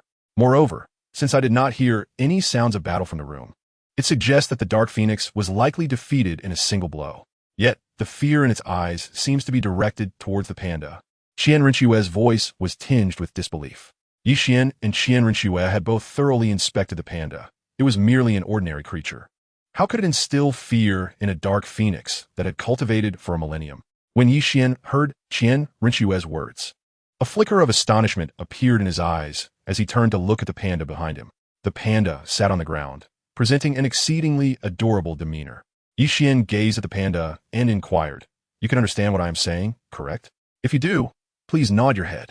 Upon hearing Yi Xian's voice, the panda's eyes sparkled with intelligence, and it promptly nodded its head. Yi Xian and Qian Rinchue exchanged glances at the panda's response, and Yi Xian directly asked, "Did you cause the incident between the dark phoenix and the tree? If so, please nod. If not, shake your head." The panda nodded and then cast a scornful look at the dark phoenix lying on the ground. Xiao Xian, when I opened the window to check, it was already lying at our doorstep, having never moved. Furthermore, it possesses no cultivation. How could it possibly defeat a millennium-old dark phoenix without my knowledge? Qian Rinchue's tone conveyed incredulity. Yi Xian pondered for a moment, glancing towards the door and then at the tree's location. He noted that the tree and the doorway were essentially aligned. Given that the panda had been lying at the door, it indeed seemed plausible that the panda could have been responsible for the events. "Schwerer, I believe this is quite possible. Observe how our doorway and the tree are in a straight line. If the dark phoenix flew down from the tree directly towards our door and was swatted back by the panda's paw, it would surely crash into the tree. The tree, having sustained such a tremendous impact, would naturally fall, and the dark phoenix would slide down along with it. Moreover, the panda may not lack cultivation. Rather, its power might be so great that our soul power cannot detect it. Perhaps we should not call it panda, but rather an iron-eating beast." Yi Wan IKneeled, his eyes reflecting newfound excitement. He recalled the system's prior words. The iron-eating beast of Qi Yu possessed the strength of 10,000 Jun in its left arm and the ability to cover the seas in its right. While the iron-eating beast he had acquired was not Qi Yu's, it was indeed a genuine iron-eating beast. Even if it were weaker than Qi Yu's, it could not be lacking by much. Furthermore, in his past life, Qi Yu was referred to as the demon god. Thus, the iron-eating beast associated with such a figure could not possibly be an ordinary panda. With this thought, Qian could not help but silently commend the system in his heart. He then inquired, "System, what level of power does this iron-eating beast possess?" The system's voice responded, "The strength of a juvenile iron-eating beast is a matter for the host to determine through personal assessment. Do not inquire about everything from this system." The voice faded swiftly, as if it had never appeared at all. "You are quite something, aren't you? If I must assess it myself, so be it. Even if I cannot ascertain an exact evaluation, I can at least gauge it roughly," Qian thought to himself as he resumed his scrutiny of the iron-eating beast. Qian Rinchue's gaze was similarly fixed upon the iron-eating beast, examining it from top to bottom, while the dark phoenix had been selectively forgotten by the two. Simultaneously, BibiDong, Hulai Na, Qing Sheng, Ing Er, and a host of maids approached from various directions. Hulai Na was the first to reach Qian and Qian Rinchue, asking, "Senior brother, sister Shuer, what has transpired? How did you manage to leave the Dark Phoenix in such a state? And where did this bear come from? I have never seen it in the lakeside pavilion before." BibiDong also approached, her perplexed gaze fixed upon the two and the seated iron-eating beast. Finally, Qing Sheng and Ing Er arrived, inquiring, "Brother, what has happened here?" Qian and Qian Rinchue exchanged glances, and, after a moment, Qian spoke. "Nothing much happened. It's merely a pet I brought back that had a scuffle with the teacher's Dark Phoenix. The tree was broken during their altercation. The maids can simply tidy up the mess." Upon hearing these words, everyone turned their gaze to the iron-eating beast sitting before them, their eyes filled with curiosity. BibiDong even released her spiritual power, continuously probing the iron-eating beast. Though she could not discern its cultivation level or age, she could sense a faint air of danger emanating from it. Chapter 233, Divine Beast, Iron-Eating Beast, Part 2. BibiDong withdrew her gaze from the iron-eating beast, surveying the situation in the room, and spoke, "Since there is nothing pressing, let the maidens tidy up and take the Dark Phoenix below for treatment. The rest of you, if you need a rest, please do so." "Yes, Your Holiness," the maidens responded, promptly beginning their tasks, while some took the Dark Phoenix down for healing. Qian smiled gently and said, "Teacher, Snow and I happen to have something to present to you. How about we enjoy a cup of tea first before we rest? You have something for me? What is it? If it's a soul bone or something of the sort, you needn't present it. You may as well keep it." BibiDong replied, a subtle smile gracing her features. After all, the Hall of the Pope is not lacking in soul bones. "Teacher, you will know what we bring once you come with us. Qing Sheng and Ing Er, you two should join us as well," Qian said, reaching for the nearby Qian Rinchue and gently kicking the iron-eating beast with his foot, signaling it to lead the way. Understanding Qian's intent, the iron-eating beast stood and walked toward the room. Qian Rinchue, and BibiDong followed without hesitation. Qing Sheng and Ing Er exchanged respectful glances with BibiDong before hastily joining their pace. Upon reaching the doorway, the iron-eating beast did not enter but lay down beside it. Qian merely cast a glance at the iron-eating beast without speaking, and led Qian Rinchue into the room. Qing Sheng entered last, casually closing the door behind him. After observing their entrance, Hulai Na surveyed the surroundings but said nothing further, heading straight to her own chamber. Inside the room, Qian picked up a bottle of youth elixir from the table and placed it before BibiDong, saying, "Teacher, the elixir in this jade bottle will ensure perpetual youth upon consumption. I wonder if you're satisfied with our gift." BibiDong took the jade bottle in hand, opened it, and poured out a youth elixir, examining it with disbelief. "Just one pill can grant me eternal youth? This is truly hard to believe. Whether it grants you eternal youth, you will know after you try it." "Teacher," Qian replied, affectionately stroking Qian Rinchue's hair, his voice brimming with mirth. Although both he and Qian Rinchue had consumed the elixir, their age of 18 meant their appearances would remain unchanged. However, BibiDong, despite her youthful looks, was of an age where the elixir would significantly enhance her appearance. BibiDong gazed at the youth elixir in her hand and, without hesitation, consumed it. The elixir dissolved instantly, its potent essence working within her. Her appearance transformed visibly, regressing to that of an 18-year-old before finally stabilizing. "Yivuan, Zin Renju, Xingxing, and Air watched in astonishment as BibiDong's transformation unfolded. While Qian was aware of the elixir's effects, he had not anticipated such remarkable results. Qian Renshui picked up a mirror and held it before BibiDong, smiling as she said, "Mother, take a look at your reflection. You will surely be amazed." "Not just amazed. Teacher, if you were to walk alongside Snow now, you would surely be mistaken for sisters," Qian remarked, clasping his hands behind his head. His tone playful. BibiDong held the mirror, gazing at her reflection with a hint of disbelief, though she quickly regained her composure. "Qian Shui, I am very pleased and fond of the gift you have presented. However, there are still 8 more youth elixirs in this bottle. May I take one more?" BibiDong asked, her eyes seeking permission from Qian and Qian Renshui. In her heart, she understood the value of the youth elixir, and despite her desire to take another, she sought their consent first. "Since you have asked, you may take the entire bottle without concern. However, if it is for your disciple, it is best to wait until she turns 18 before administering it. The youth elixir only has the effect of preserving youth. It possesses no other benefits," Qian replied nonchalantly. The elixirs were readily available for purchase in the system's shop at an affordable price, not truly rare treasures. "I need but one. The rest should remain with you and Snow." While some may deem the elixir's effect insignificant, for others, it is remarkably astonishing. BibiDong smiled as she retrieved the youth elixir from the jade bottle, placing it back before Qian and Qian Renshui. Qian then took the bottle, extracted 2 more youth elixirs, and tossed them to Qingsheng and Air, placing the bottle in Qian Renshui's hands.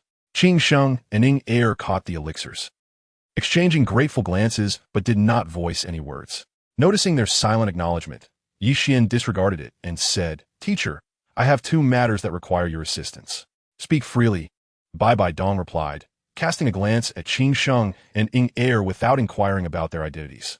It was evident that few could enter the pavilion, and their presence undoubtedly stemmed from Qian and Qian Renshui's invitation. Their interactions suggested a relationship deeper than mere acquaintances. Qian smiled and continued, "It is nothing of great importance, merely a query regarding the iron-eating beast's specific cultivation level. Additionally, I seek assistance concerning Qingsheng and Air. Qingsheng is my brother, and Air is his wife. Air's martial spirit is the purple-winged butterfly, which excels in speed and poison attributes. However, she lacks knowledge of poison, so I would like to request your guidance for her in this area." Chapter 234, Divine Beast, Iron-Eating Beast, Finale. Listening to Qian's words, BibiDong closed her eyes in contemplation for a moment before responding. "As for your iron-eating beast, I cannot discern its cultivation level. Yet I sense a subtle danger from it. Regarding Air, I cannot teach her due to time constraints. However, I can provide her with books on poison. How much she learns will depend on her own capabilities and understanding." BibiDong opened her eyes and briefly glanced at Air before averting her gaze.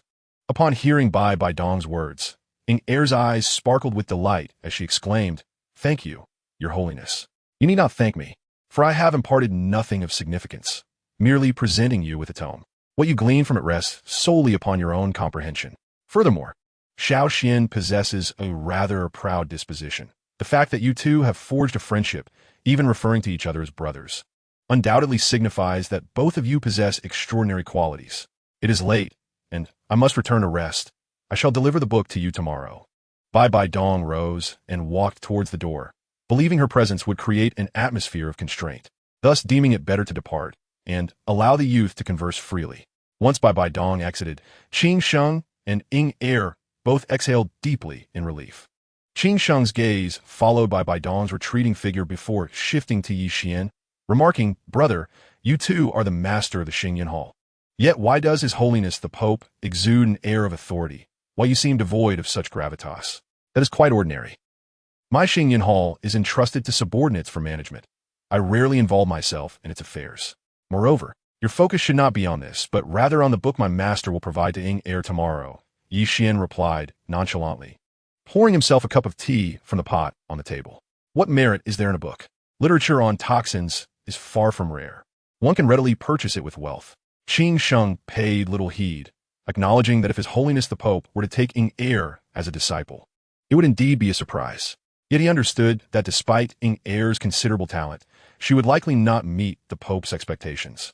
"The book my mother provides is not something you can procure externally. If I am not mistaken, is a manuscript penned by her, encompassing her insights and knowledge regarding toxins. Qian Rinshui cast a glance at Qing Sheng before returning her gaze and placing the jade vial into her soul guide. Upon hearing this, Qing Sheng and Ying Er exchanged appreciative smiles and directed grateful looks at Yi Xian.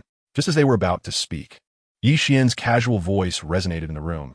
There is no need for you both to express gratitude. I merely mentioned it in passing. Whether you can learn anything from it depends solely on Ying Er. Furthermore, it is quite late, and while you may not require rest, Snow and I certainly do. Yi Xian's gaze pointedly shifted towards the door of his room, his meaning clear. Given our relationship, indeed, we need not be overly courteous. Well then, since night has fallen, Ying Er and I shall take our leave. Qing Sheng chuckled, taking Ying Er's hand and leading her out of the room. After they departed, Yi Xian glanced at the Iron Eater lying at the door, his eyes filled with mirth. He had struck gold. The implications of BibiDong's words were crystal clear. The Iron Eater's current power was likely akin to that of a super Daw, for it had elicited even a hint of danger from BibiDong, indicating formidable strength. Moreover, it was still merely in its juvenile phase. Once it matured, achieving divine prowess would pose no challenge at all. Qian Rinshui also gazed at the Iron Eater, commenting, Xiao Xian, it truly lives up to its reputation as a divine beast sent from the realm of gods. If we can cultivate it, its power will undoubtedly be immense. The Iron Eater's overwhelming strength was undeniable, yet the challenge lay in nurturing it. They could only do their utmost. Yi Xian, noticing the earnest expression on Qian Rinshui's face, chuckled softly and lifted her effortlessly, heading towards a bed. Shui Er, it is indeed quite late. We should retire for the night. He glanced at Qian Rinshui in his arms and turned off the room lights. Qian ain't su smite, saying nothing as she allowed him to carry her towards the bed. Under the starry night sky, the principal stars of the east, south, and north flickered momentarily before settling back into tranquility, as if nothing had transpired. Yet within the void, a deep, rugged voice echoed, filled with mirth. Qing Long, Zhu Ke, come and observe my successor, see how he fares. Aside from a slight deficiency in bloodline purity, he is commendable in every other aspect. However, when compared to that little one of Baihu, your successor pales in comparison. An ethereal feminine voice chimed in the void. Is this truly what you deem commendable? I would argue that acceptable would be a stretch. A haughty and disdainful tone followed closely behind. Upon hearing this, Xian Wu's expression darkened, and he retorted, Qing Long, you have forsaken your own bloodline, descendant, to select an outsider as your successor. How dare you criticize the inadequacies of your chosen one? If he lacks the capability to be my successor, then I shall seek someone more competent to fulfill that role. What issue lies therein? Qing Long chuckled lightly, seemingly indifferent to Xian Wu's words. There is no problem. I merely wish to understand how deficient your bloodline descendant must be to warrant such abandonment. Xian Wu's voice carried a hint of amusement, eager to hear Qing Long's own assessment of his offspring. Qing Long, with an air of superiority, regarded Xian Wu's successor, sneering. Though my descendant may be lacking, they undoubtedly surpass your successor by leaps and bounds. Xian Wu's countenance darkened further, poised to respond when the ethereal voice interjected, Enough. You two should temper your words. It appears that the only one capable of rivaling that little one of Baihu is my successor. As dawn broke, Yi Xian opened his eyes, glancing at the still sleeping Qian Rinshui. He gently covered her with a blanket before rising, dressing himself, and heading to wash up. After completing his morning routine, he exited the room and made his way to the library, intending to retrieve a few books for perusal and to adjust his own mindset. Upon entering the library, Yi Xian surveyed the neatly arranged books before ascending directly to the third floor, bypassing the first and second. On the third floor, he selected several volumes of interest and proceeded towards the garden. In the garden, a riot of colors greeted him as flowers bloomed in abundance. A gentle breeze swept through, causing the blossoms to sway as if creating a vast sea of petals, a sight most enchanting. The garden's tranquil ambience provided an ideal setting for introspection. Yi Xian entered the garden, placing the books upon the stone table in the pavilion. He then retrieved a pot of tea and a plate of pastries, settling down at the stone table to read, occasionally sipping tea or sampling the pastries. As time slipped away, it was soon noon when Qian Rinshui appeared in the garden. Yi Xian looked up to see her clad in a flowing, ethereal garment, holding an ancient zither as she approached. Qian Rinshui sat beside Yi Xian, taking a piece of pastry and curiously inquiring, Xiao Xian, Where did you acquire this garment? It changes color according to my wishes. The garment you wear is known as Lingxiu Piaoi, which possesses formidable defensive capabilities, arguably impervious to all forms of attack. Most significantly, there exists but a single piece of Lingxiu Piaoi on the continent, and aside from the one adorning Shuer, you will find no other. Qian closed the tome before him, his gaze, imbued with mirth, continually appraising Qian Renshue. Lingxiu Piaoi boasts exceptional defensive prowess, deemed invulnerable, and is singular on the continent. As Qian Renshue listened to Qian's depiction of Lingxiu Piaoi, her eyes instinctively fell upon her attire. Internally, she began to speculate that since there exists only one Lingxiu Piaoi on the continent, it might not originate from this realm, but rather belong to the divine, thus accounting for its singularity. Contemplating this notion, Qian Renshue's eyes sparkled momentarily as they shifted to Qian, who sat beside her. She took a small bite of the pastry in her hand, keeping her musings to herself, all the while wearing a smile as she savored the delicacy. Qian, meanwhile, lifted a teacup, poured a cup of clear tea, and placed it before Qian Renshue, gently advising her, Shuer, do indulge a bit to tide you over. Lunch will soon be upon us. If you fill up now, you may find yourself unable to partake in a meal later. He added with a hint of jest, Am I so forgetful as to overlook the timing of our repast at the lakeside pavilion? Qian Renshue finished her pastry, took up the clear tea offered by Qian, and sipped it directly. Upon hearing her words, Qian merely smiled indulgently, refraining from further comment. Qian Renshue then placed the guqin upon her lap, her fingers delicately dancing across the strings. As her fingers moved rhythmically, a melodious and enchanting sound emanated from the guqin, resonating throughout the garden.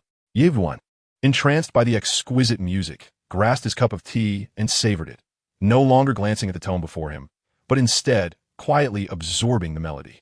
As Qian Renshue entered the garden with her guqin, Qian discerned that she, like him, sought solace in this tranquil setting. Though their methods differed, Qian with his reading and Qian Renshue with her musical expression, their objectives remained aligned, as both activities cultivated inner peace and refinement. At that moment, Qing Sheng and Inger appeared in the garden, making their way directly towards Qian. They settled at the stone table, listening to the enchanting strains of Qian Renshue's guqin, choosing silence so as not to disturb her. After a considerable time, the music ceased, and Qian Renshue's hands rested upon the strings as she opened her eyes, gazing curiously at Qing Sheng and Inger, pondering their presence in the garden instead of immersed in their studies on poisons.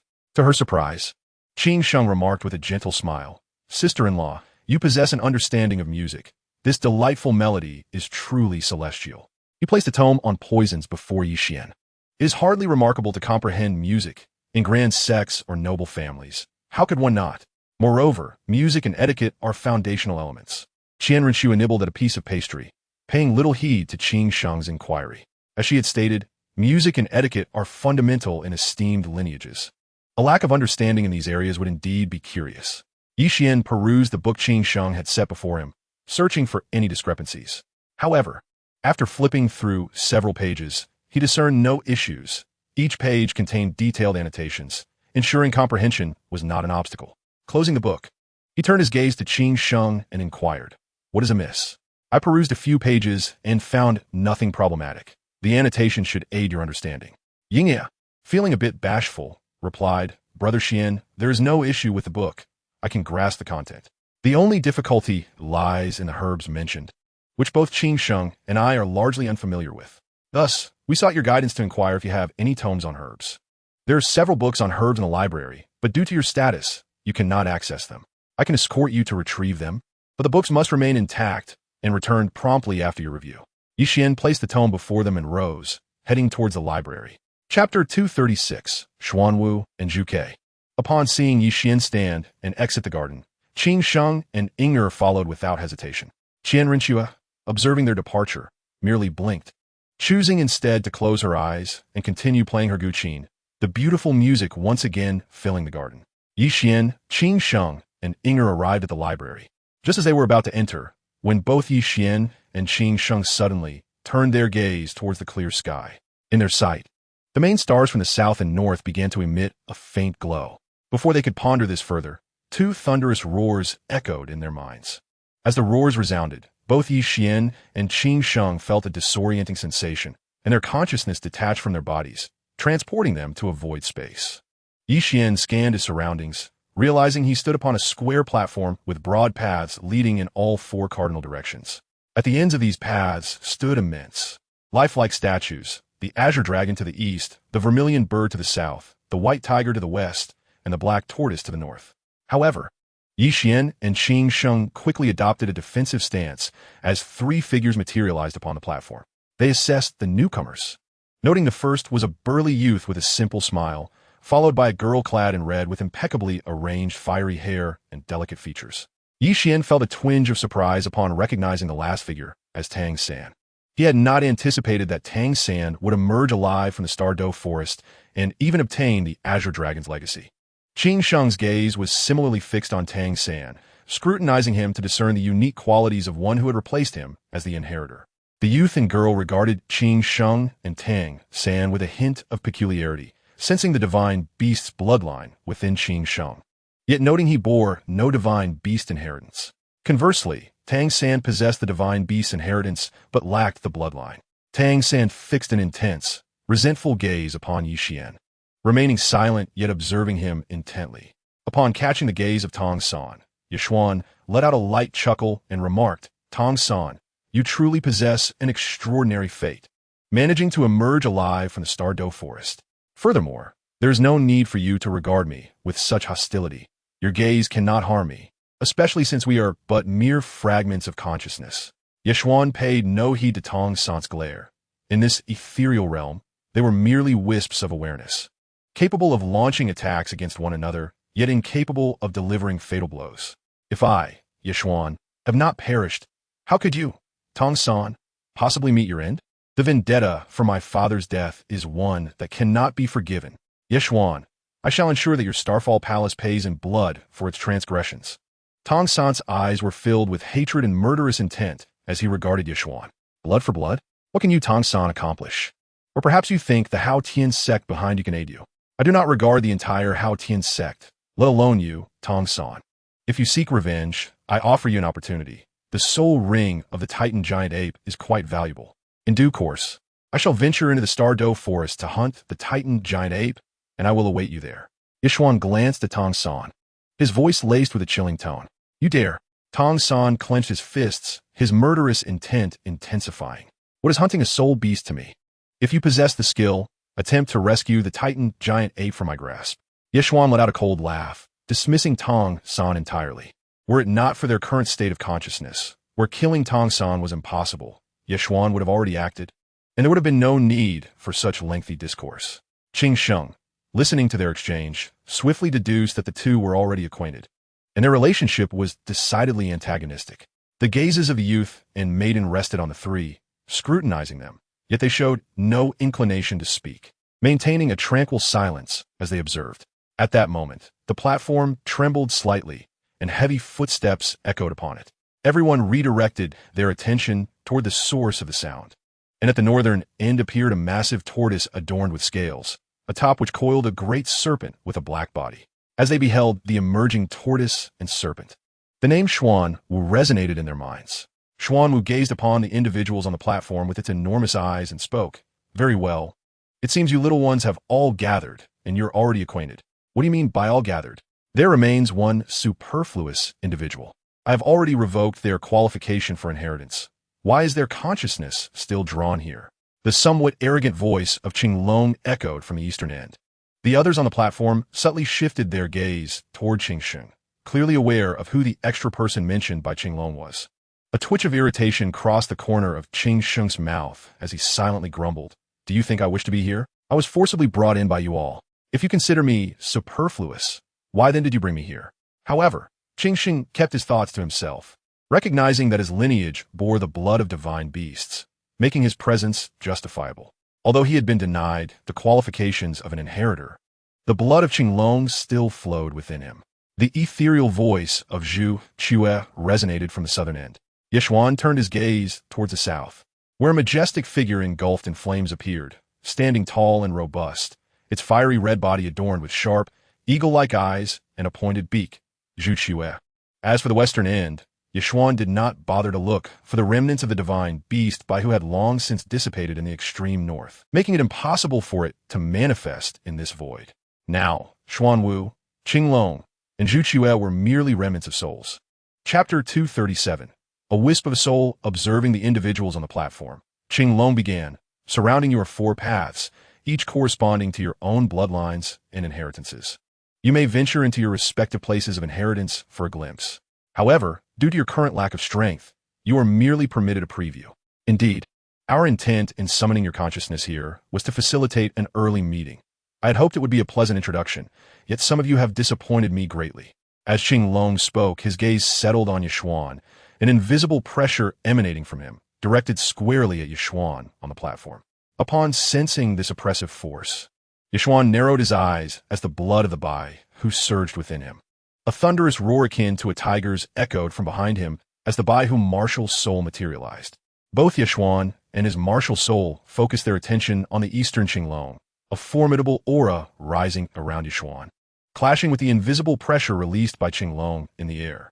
If Qinglong were a true divine beast and not merely a wisp of a soul, he could easily exert his will over Yixuan. Yet, as a mere remnant of a soul, Qinglong's strength was limited, and he held no dominion over Yixuan's martial soul or bloodline. Furthermore, Yixuan had merged with the principles of slaughter, granting him a power that rendered Qinglong's attempts to intimidate him futile. Young one, is this how you treat your elders? By lineage, I am of equal standing with the previous Bai Hu, while you are merely its bloodline descendant, a junior in my presence. How dare you glare at your elder with such defiance?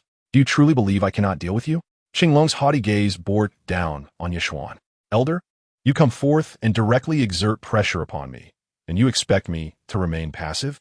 Or do you believe that your unwarranted intimidation is the conduct expected of an elder, while my resistance is disrespectful?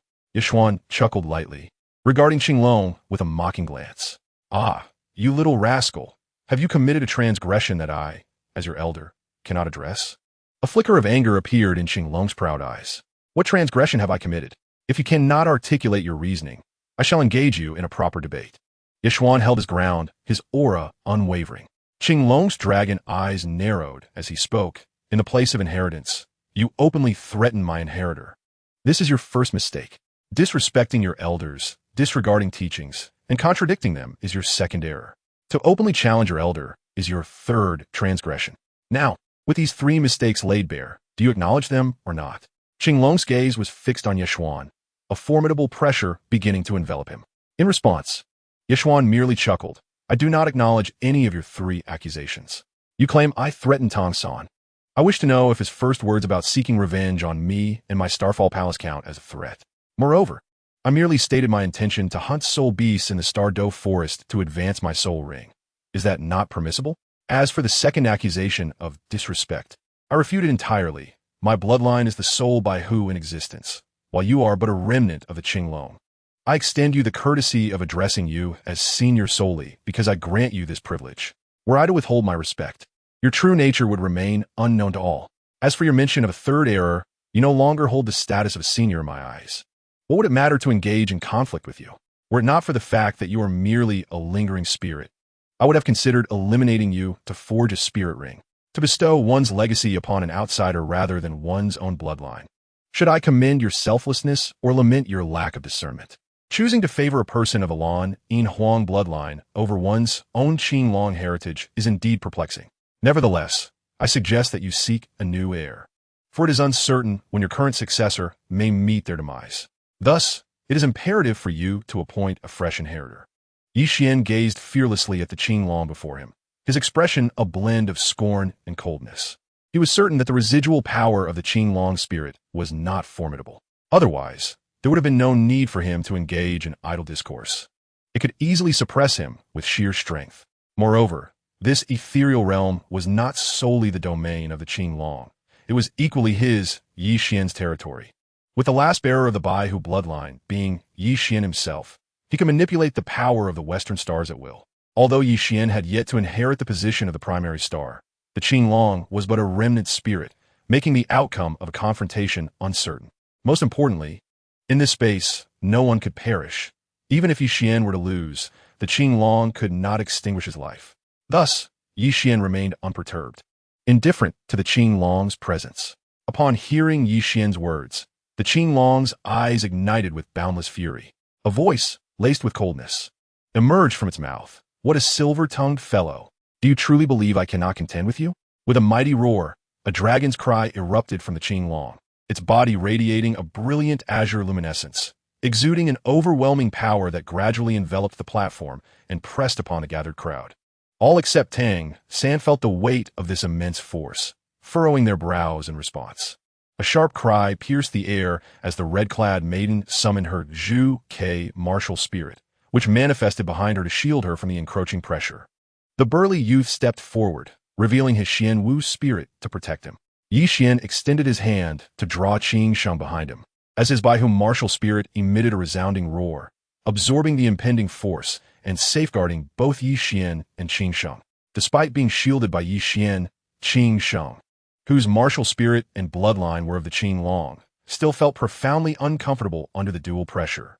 In contrast, Tang San stood calmly, untouched by the overwhelming aura of the Qing Long, which seemed to bypass him entirely. As time passed, the burly youth found himself retreating under the Qing Long's oppressive aura, while Qing Sheng's complexion paled, gasping for breath in evident distress. The red-clad maiden remained unfazed, appearing to exert minimal effort, clearly not yet unleashing her full potential. Yi Xian stood resolute, his gaze fixed unwaveringly on the Qing Long. Though the Qing Long's might was formidable, it could not sway Yi Xian. Xian Wu and Zhu Ke observed the unfolding situation on the platform and communicated silently. "It appears your successor possesses greater strength. Mine always seems to lag behind. It seems only my successor can match the prowess of that Baihu youngster. Your successor may falter, but they are slightly superior to the one of the Qing Long bloodline." Zhu Ke replied, a hint of amusement in its voice. "Can they prevail? I sense their strengths are not vastly different. Strangely, I cannot discern their true capabilities at all. Even in my current state as a remnant spirit, I should be able to perceive their power. Yet, I cannot see anything clearly. That girl is your successor. You must know her prowess. And we can estimate the strength of the Baihu youth." Xian Wu's voice carried a blend of curiosity and uncertainty. Zhu Ke did not respond immediately, but took a moment to ponder internally. It was well acquainted with its own successor, but the true strength of Yi Xian eluded them, leaving only a vague estimation. After a while, Zhu Ke communicated their odds of victory likely range between 2 and 8 or 1 and 9. Given our inability to gauge his strength accurately, there will inevitably be some discrepancies in our estimation. Your successor's prowess is surprisingly formidable, with at least an 80% chance of victory against the Baihu youth. Xian Wu's eyes widened in disbelief. "When I fell, I sacrificed my body and transformed it into 6 pieces of legacy soul bones using the powers and laws of the Southern Stars. My successor absorbed these 6 legacy soul bones, which is why you cannot perceive her strength. Furthermore, when I mentioned 2 and 8 or 1 and 9, I referred to her possessing a 20% chance of victory, but only when utilizing the soul bone armor." Zhu Ke sighed, revealing the conclusion it had reached after much contemplation. To transform your body into 6 legacy soul bones is a remarkable approach. If the soul bone armor only grants her a 20% chance, just how formidable is the Baihu youth? Xian Wu's eyes mirrored astonishment, not at Yi Xian's strength, but at Zhu Ke's ingenuity in choosing to convert its own body into 6 legacy soul bones. Upon reflection, it seemed Zhu Ke's decision was exceptionally astute. Faced with certain death, what better way to pave a smooth path for one's bloodline than to burn oneself before perishing? A nostalgic glimmer appeared in Zhu Ke's eyes as it began to recount. The concept of sacrificing oneself to become legacy soul bones was not my own idea, but rather that of Baihu. I merely emulated his example. Moreover, Baihu once stated that he had no bloodline heirs left in this world, which is why he chose to burn himself. Yet he never anticipated that this would result in the creation of 6 legacy soul bones. It remains a mystery how a descendant of such pure bloodline emerged. Perhaps Baihu intentionally paved the way for him, concealing his identity. Conversely, it is also conceivable that he hails from the same origin as us. However, this possibility seemed exceedingly slim, leading me to believe that he is indeed a descendant hidden by Baihu, intended to receive favorable treatment. As Xian Wu absorbed Zhu Ke's words, it shook its head gently and remarked, "It is practically impossible for him to originate from the same place as us. hence he must be the one by who concealed. We should also urge the Qinglong to cease its actions. Its haughty nature often leads to conflicts with anyone.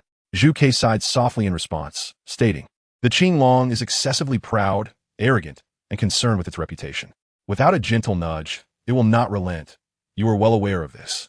Although Zhu Ke spoke thus, it still unfurled its wings, emitting a sharp cry that completely thwarted the imposing presence radiated by Qinglong. Xuanwu then stepped forward, articulating, Qinglong, you have made your point. You are, after all, of a senior generation. Engaging in conflict with them would tarnish your reputation, regardless of victory or defeat. Winning would be perceived as bullying the weak, while losing would reflect your inferiority. For your own dignity, let us consider this matter settled. Upon hearing this, Qinglong surveyed the assembly on the platform and replied, very well. I shall grant you this favor and refrain from lowering myself to their level, lest they accuse me of oppressing mere juniors. With that, Qinglong withdrew its formidable aura, turned, and vanished from sight at the eastern end. Now, you may retract your martial spirits and proceed to your respective legacies. We will await your arrival at the sites of inheritance. Zhu Ke's gaze fell upon Yi Qian, and an ethereal voice emanated from its lips, young one. Though the remnant soul of the white tiger has dissipated, it has left something for you in the realm of inheritance. You may enter and explore. Thank you for the information, esteemed elder. Yi Qian replied, a faint smile gracing his lips as he regarded Zhu Ke in the south. The crowd on the platform, upon hearing Zhu Chue's words, hesitated not a moment and promptly made their way towards their own legacy sites. Just before the red-clad maiden stepped into the southern passage, she abruptly turned, her gaze fixed upon Yi Qian, and declared, you are formidable. I eagerly anticipate a duel with you. Chapter 239, Ruins of Broken Walls, Part 2. Listening to her words, Yi Qian responded, if you desire a battle, you may find me outside the Tiando City at the Xingyan Hall. I shall gladly engage you. Tiando City, Xingyan Hall, I shall remember. The red-clad maiden affirmed before striding towards the southern passage. Yi Qian then placed a hand on Qin Sheng's shoulder, smiling gently as he remarked, everyone has departed. What are you still gazing at? Moreover, it would be wise not to harbor any intentions towards her. Her strength is formidable. What are you implying? Do I seem like that kind of person? I am merely puzzled as to why I cannot discern the strengths of the five of you, aside from Tang San, who has taken my place in the legacy. Am I truly the weakest among the divine beast bloodlines? Qin Sheng's expression displayed mild confusion. He had reached the 50th level, albeit without additional soul rings for advancement. If he could not gauge Yi Qian and the maiden's power, he would not be overly concerned. However, the robust youth's strength eluded him as well, which seemed rather absurd. With a sturdy physique and a simple smile, he did not strike one as particularly gifted. How could he fail to perceive such a presence? Should we consider only the four of us, then I truly find myself at the bottom, as the inheritor of Xuanwu surpasses you in both strength and soul power. As for the inheritor of Zhu Ke, I cannot gauge their strength either, let alone yours. Yi Qian cast Qin Sheng a knowing glance, curious about his reaction. If you cannot even discern her strength, does that not imply she is stronger than you? We are of similar age. How has her power escalated to the point of eluding your perception? Qin Sheng's eyes widened, disbelief evident within them. He knew that Yi Qian possessed strength rivaling that of a super Douluo, and yet Yi Qian could not perceive the maiden's prowess, suggesting her strength exceeded even that of a super Douluo. It is not as exaggerated as you think. While I may not perceive her strength, it is assuredly not superior to mine. In fact, her abilities do not surpass those of Shuer. Yi Qian chuckled lightly, patting Qin Sheng's shoulder. Since you have nowhere else to go, why not accompany me to my legacy site? It would be an excellent opportunity to observe what the realm of inheritance truly entails. Upon hearing this, Qin Sheng glanced towards the eastern and southern passages before responding. Very well. I shall accompany you to explore the legacy site. I too wish to witness its true form. Yi Qian said nothing further and proceeded directly towards his inheritance site, with Qin Sheng following closely behind without hesitation. The silhouettes of Yi Qian and Qin Sheng gradually faded away at the western passage's end, where stood a colossal stone door adorned with countless engravings. In the center of the door lay a circular depression, filled to the brim with a faint golden liquid. The appearance of the depression suggested that even a single drop more would cause it to overflow, while a drop less would leave it unfilled. Yi Qian extended his hand towards the stone door, and at the moment of contact, the liquid within the depression began to bubble, flowing along the engravings of the door. Soon, the golden liquid coursed throughout the entirety of the door's lines, revealing the image of a divine beast, the white tiger. The massive stone door then began to swing open, revealing a silver light barrier. Due to this barrier, they could not see what lay beyond the door. Qian and Sheng stepped directly into the light barrier, finding it quite ordinary. Aside from obstructing their view, it served no other purpose, allowing them to pass through it effortlessly. Once beyond the barrier, they were momentarily struck dumb, their expressions reflecting disbelief. They had envisioned the legacy sight of the divine beast, the white tiger, to be magnificent and grand, yet what lay before them was a scene of ruined walls and crumbling remnants. Indeed, it was a landscape of shattered walls, with stars flickering in the sky. Nearby, a starry river shimmered beautifully, yet this picturesque scene was marred by the devastation surrounding them. Beneath the celestial light lay the ruins of collapsed structures, congealed dark red blood, and in some areas, stark white bones, as if a dreadful calamity had obliterated this place. Sheng gazed at the scene before him, incredulous as he questioned, "Brother, are you certain this is your legacy site? Have you not arrived at the wrong place? It appears entirely unlike what one would expect from site of inheritance." "I cannot say for certain. Let us investigate further. However, since Zhuke has stated there is something left for me, it must hold true," Qian replied, scanning the remnants around him as he moved forward. Sheng remained silent, quickly matching Qian's pace. As Qian advanced, he gradually sensed a shift within his white tiger martial spirit, as if it were imbued with an emotion, the sorrow of a lost companion. Gradually, the white tiger martial spirit autonomously emerged from Qian's body, leading the way ahead. Uncertain of the duration of their journey, they traversed a landscape marred by destruction, where not a single structure remained intact. All were mere remnants of their former selves. If one were to draw a distinction, it would be the increasing pools of congealed blood surrounding them, the metallic scent of carnage growing ever more potent. The overwhelming stench of blood filled the nostrils of Qian and Sheng as they reached the end of their path. Before them loomed a grand hall, largely collapsed, yet still the most complete edifice they had encountered on their journey. From the ruins, one could discern the magnificence and grandeur it had once possessed. Chapter 240, The Ruins of Severed Limbs, Part 3. Qian and Sheng gazed at the hall ahead, their expressions revealing their varied emotions. Sensing the morbid stillness in the air, Sheng remarked with a faint smile, "Brother, it's not all bad. At least there is one hall that remains relatively intact." "Indeed, at least half of it remains," Qian replied with a light chuckle, stepping into the hall.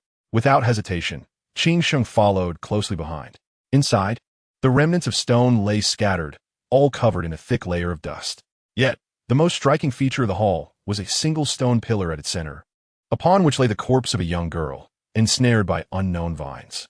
Upon closer inspection, one might notice the girl's features bore a resemblance to Qian's, including her silvery hair and silver eyes. As they beheld the lifeless form, a complex array of emotions flickered in their eyes. Sheng reached out, attempting to sever the vines that bound the girl, wishing to lower her body. However, his hand passed through the vines as if they were mere illusions, making it impossible to free the girl. "There is no point in trying. We are but a wisp of consciousness, incapable of touching the vines. To truly free her, we must enter the realm of inheritance," Qian stated, turning away from the sight. At that moment, the white tiger martial spirit let out a low growl, its sorrow palpable to both Qian and Sheng. Sheng, too, averted his gaze from the girl as corpse, as Qian articulated. While they had entered the realm of inheritance, they had not truly arrived, for they were but echoes of thought. They could perceive the realm's landscape, but could alter nothing within it. In essence, the realm was real, while they existed in a state of ethereality, mere observers unable to affect the inheritance. Suddenly, a spectral figure materialized on a throne before them. This apparition was imposing, though its features remained obscured. Silver hair and eyes glinting in the dim light. A voice, imbued with regal authority, resonated from the figure, "Descendant of my bloodline. You have at last arrived at your realm of inheritance. I can see the astonishment upon your face, for you believed I had vanished from this world when I saved you in the far north. Yet, you likely did not anticipate my leaving behind this visage to communicate with you in the realm of inheritance. I'm aware you have many questions, but for now, remain silent and listen. This is merely an illusion, and I cannot respond to your inquiries. When I fell, all kin of the white tiger lineage perished within this realm. Thus, It was impossible for any descendant to remain. Your unexpected appearance astounds me, as I do not know how you bear the bloodline of the white tiger.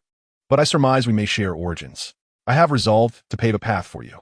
The reason I chose you as my successor is simple. You are the last living bearer of the white tiger bloodline. You should now behold the visage of your realm of inheritance. Do not fret, for it has not been destroyed. Under normal circumstances, you would not encounter that level of existence, so there is no need for concern. Should you ever reach that level and hear the words, "Having departed, why return?" Distinctions must be maintained. Do not interfere, then do not challenge the limits of the rules without absolute certainty. Instead, quietly cultivate your strength. In time, you shall break these constraints.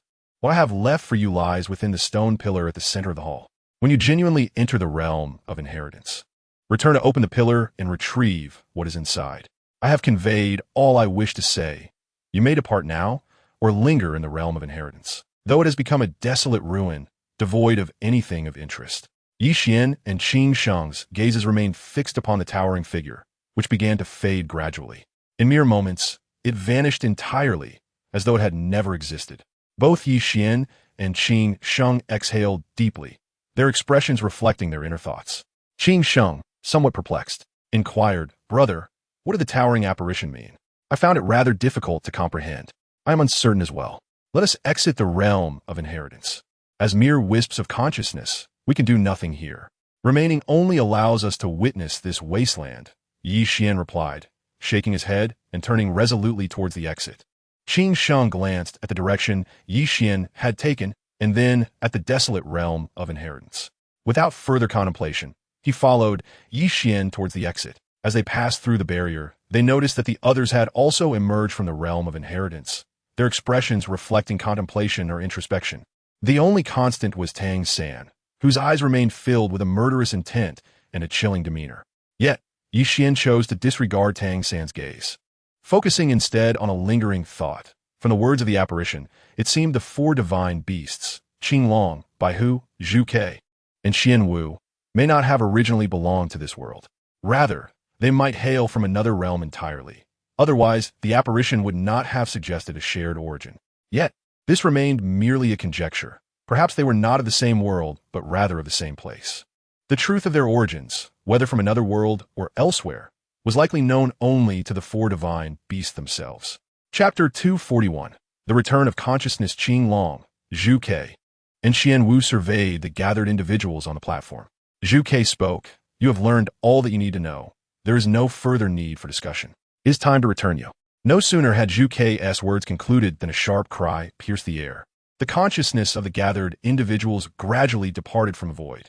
Before the library, Yi Qian and Qing Sheng felt their consciousness return to their bodies. As the two individuals glanced at the time, they realized that several hours had unexpectedly passed. "Xian Sheng, what have you been watching? You've been engrossed for hours.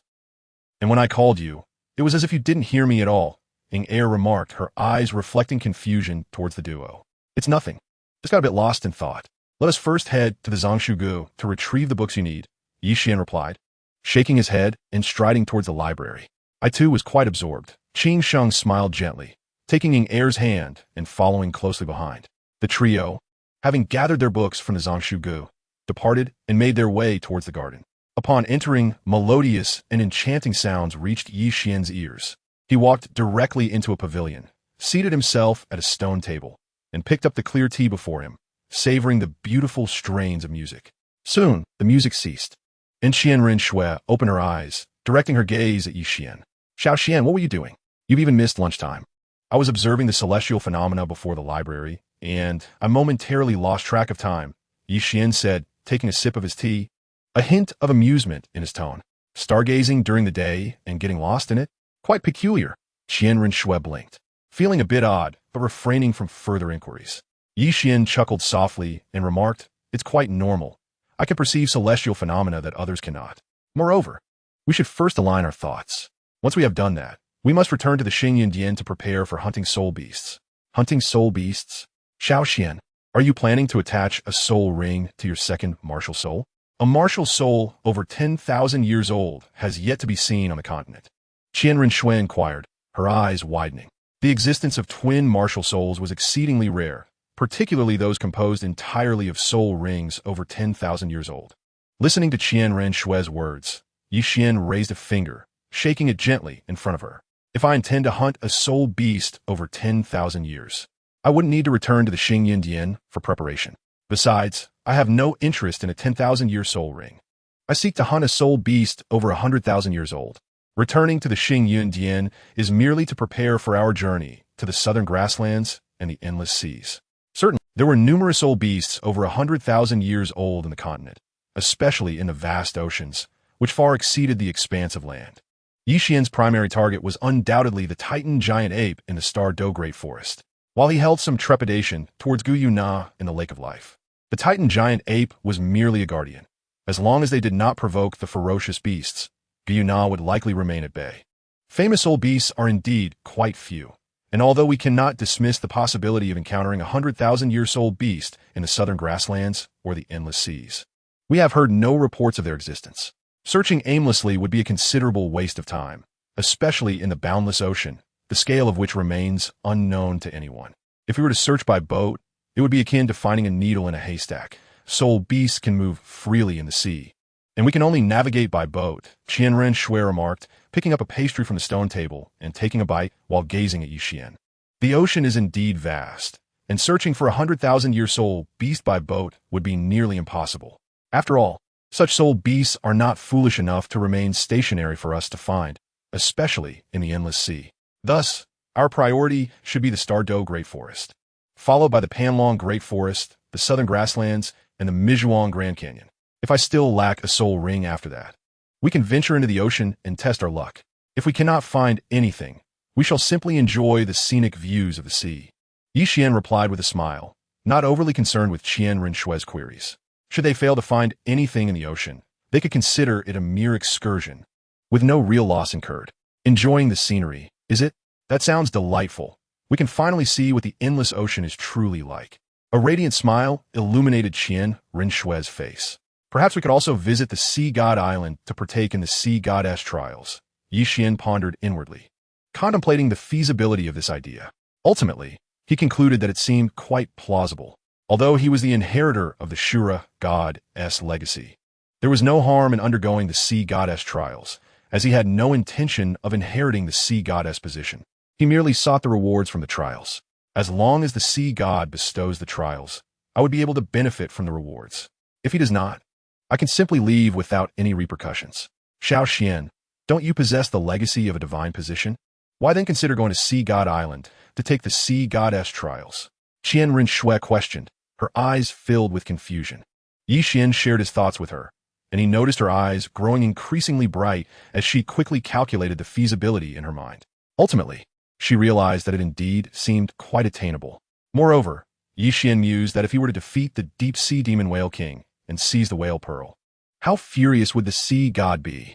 After all, if the treasure were in his possession, the sea god would have no chance of reclaiming it. On Sea God Island, the only one who could potentially impede him was Poseidon. As long as he brought Yi Shue along, it would pose no problem. As for the sea god, he surely would not dare to act against him. Not only were there rules of the divine realm to consider, but even if he disregarded them, he would have to weigh the repercussions from the three divine kings of destruction, life, and Shura behind him. Thus, Yi Xian felt that this plan posed no issues. As for why he would target the sea god, he asserted that he held no animosity towards the sea god. He simply could not let go of the 100,000-year soul ring from the deep-sea demon whale king, nor could he dismiss the value of the whale pearl. Anything that fell into his hands would rightfully belong to him. Chapter 242. Returning to the Xingyun Dian 3 months later, after bidding farewell to BibiDong, Yi Xian, Qian Renshue, Qing Sheng, and Ying Er set off towards Tiando City and the Xingyun Dian, accompanied by the Iron Eater beast. Over the course of these 3 months, they had successfully adjusted their mental states.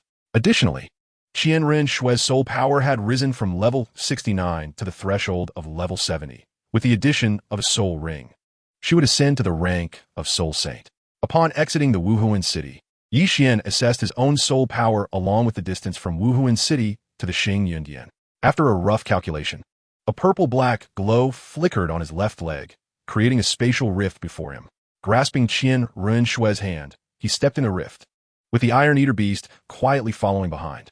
Qing Sheng and Ing Er exchanged glances at the spatial rift that had appeared before them, and without hesitation, they proceeded to follow Yi Qian and Qian Rinxue through it. Upon traversing the rift, they found themselves directly before the entrance of a Xing Yundian. After executing a long-distance spatial movement, Yi Qian felt his soul power nearly dissipate in an instant. After releasing a long breath, Yi Qian took Qian Rinxue's hand, stepping toward the interior of the Xing Yundian. They did not linger in the front hall, but headed straight to the rear hall. Upon arriving at the rear hall, Qing Sheng and Ing Er did not follow Yi Qian and Qian Rinxue any longer, opting instead to return to their own quarters. Although Qing Sheng had joined the Xingyan Hall, he held no official position within it. Yi Qian, as the hall master of Xingyan Hall, had not returned in 2 years. While he did not actively manage the affairs of the hall, it was imperative for him to grasp its general situation. Thus, Qing Sheng's presence would serve little purpose. It was more beneficial for him to engage in cultivation within his chambers. Yi Qian and Qian Rinxue approached the study and pushed open the grand door, stepping inside. Yi Shixue was already within, organizing matters pertaining to Xingyan Hall and reviewing various documents. Upon noticing Yi Qian and Qian Rinxue's entrance, she promptly rose from her seat and greeted them, Master, Mistress. Yi Qian and Qian Rinxue took their places on the main seat. Yi Qian waved his hand dismissively and said, Aunt Yi, please summarize the events that have transpired in Xingyan Hall over the past 2 years. After a moment of reflection, Yi Shixue began, Master, Xingyan Hall is currently in a phase of stable development. Nothing significant has occurred. However, our Xingyan Academy has been established and numerous students have enrolled. The Academy is fully prepared and ready to commence operations. Here is the list of enrolled students for your review. Additionally, the soul guide you requested has also been completed. As her words fell, Yi Shixue retrieved a stack of documents and a pale golden longsword from her soul guide, placing them on the table before Yi Qian. Yi Qian picked up the pale golden longsword and scrutinized it briefly before handing it to Qian Rinxue, saying, Shuer, this is a soul guide crafted for you. You should appreciate its design, and rest assured, its power is formidable. Upon receiving the longsword, Qian Rinxue examined it closely, noting its similarities to her angel sword. She surmised that it had likely been modeled after her own weapon. Meanwhile, Yi Qian began to peruse the list of students, discovering that most were from minor families, small sects, or aristocratic backgrounds, with only a handful of talented commoners among them. Yi Qian closed his eyes, rhythmically tapping on the table, before inquiring, Aunt Yi, are there no commoner students enrolling in Xingyan Academy? Master, Yi Shixue replied with a touch of resignation. Most commoners cannot afford the tuition fees, and their innate talents are generally lacking.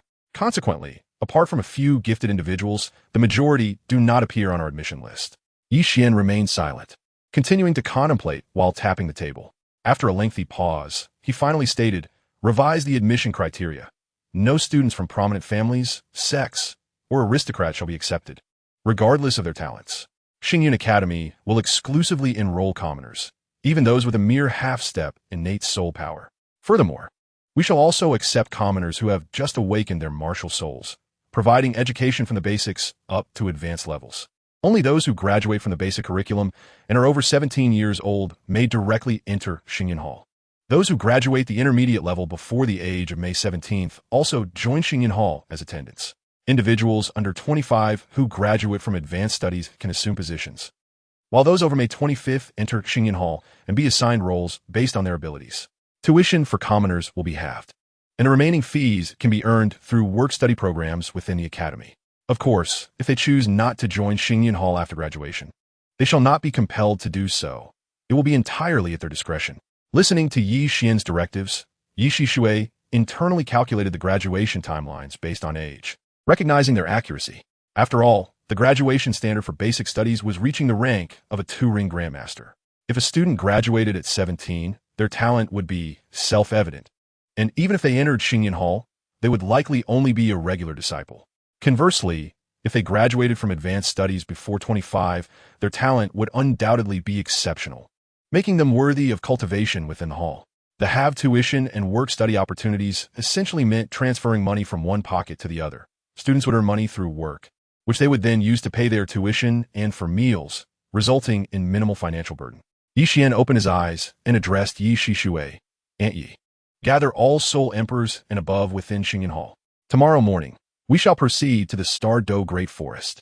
As for matters concerning Xinyan Academy, let Tai Xiong handle them alone. Master, should we not leave someone behind to oversee things?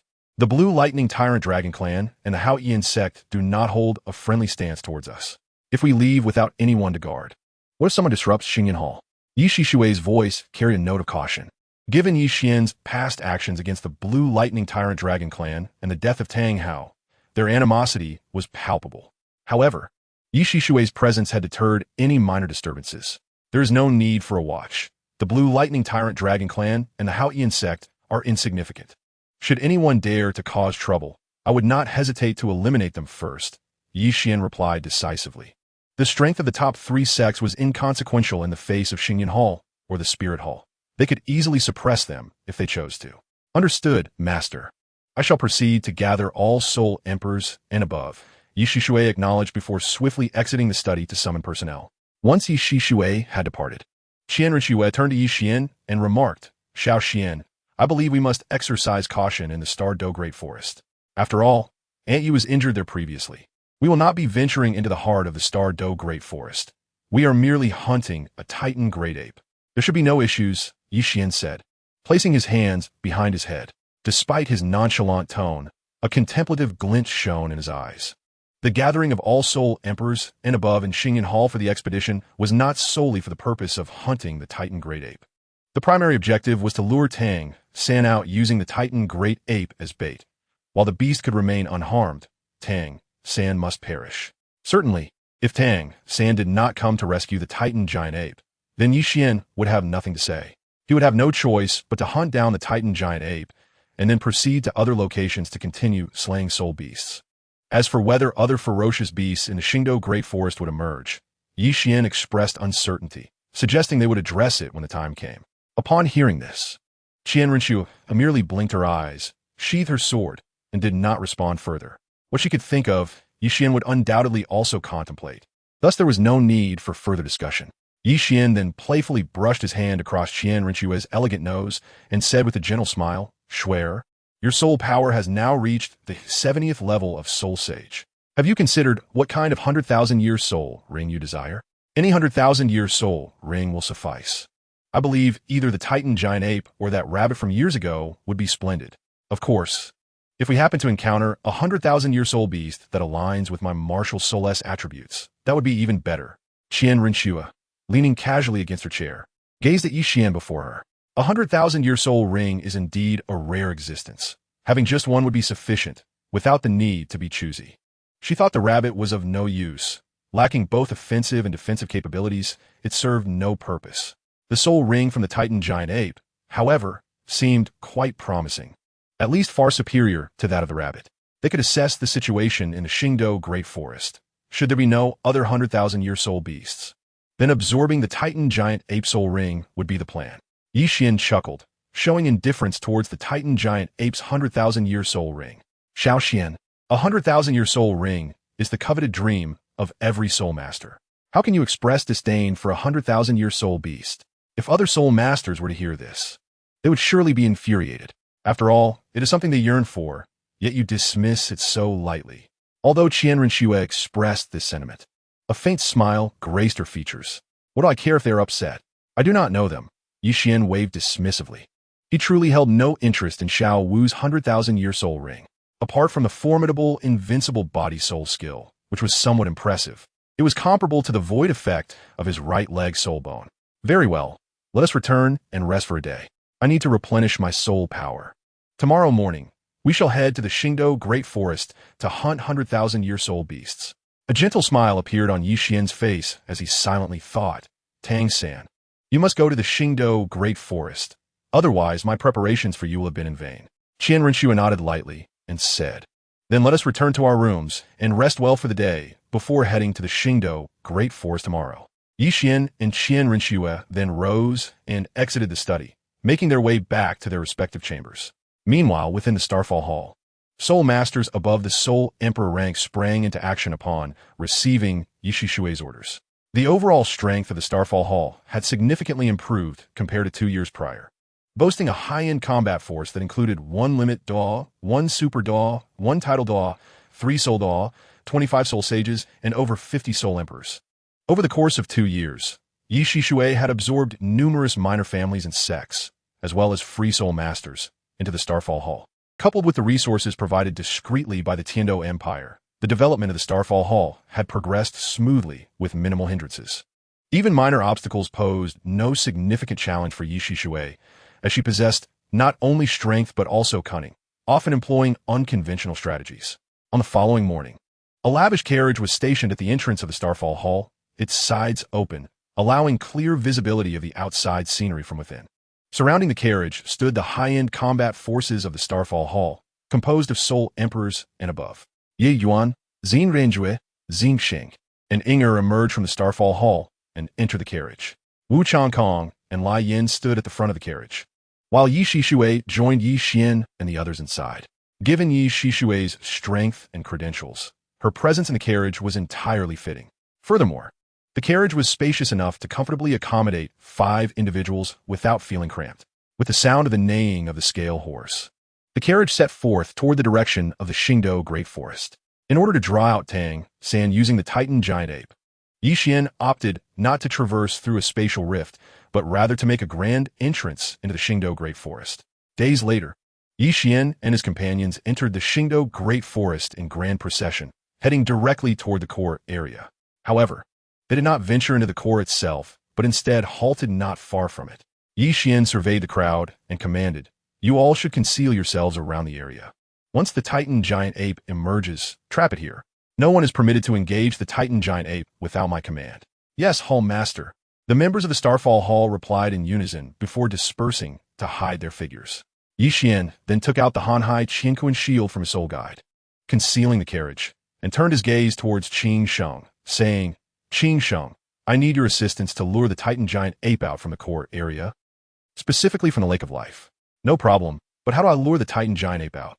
100,000-year soul beast possesses intelligence that is not inferior to that of humans, Qin Sheng replied, a hint of confusion in her eyes. Tempting 100,000-year soul beast was no trivial matter, especially provoking it to emerge from the Lake of Life in the core area.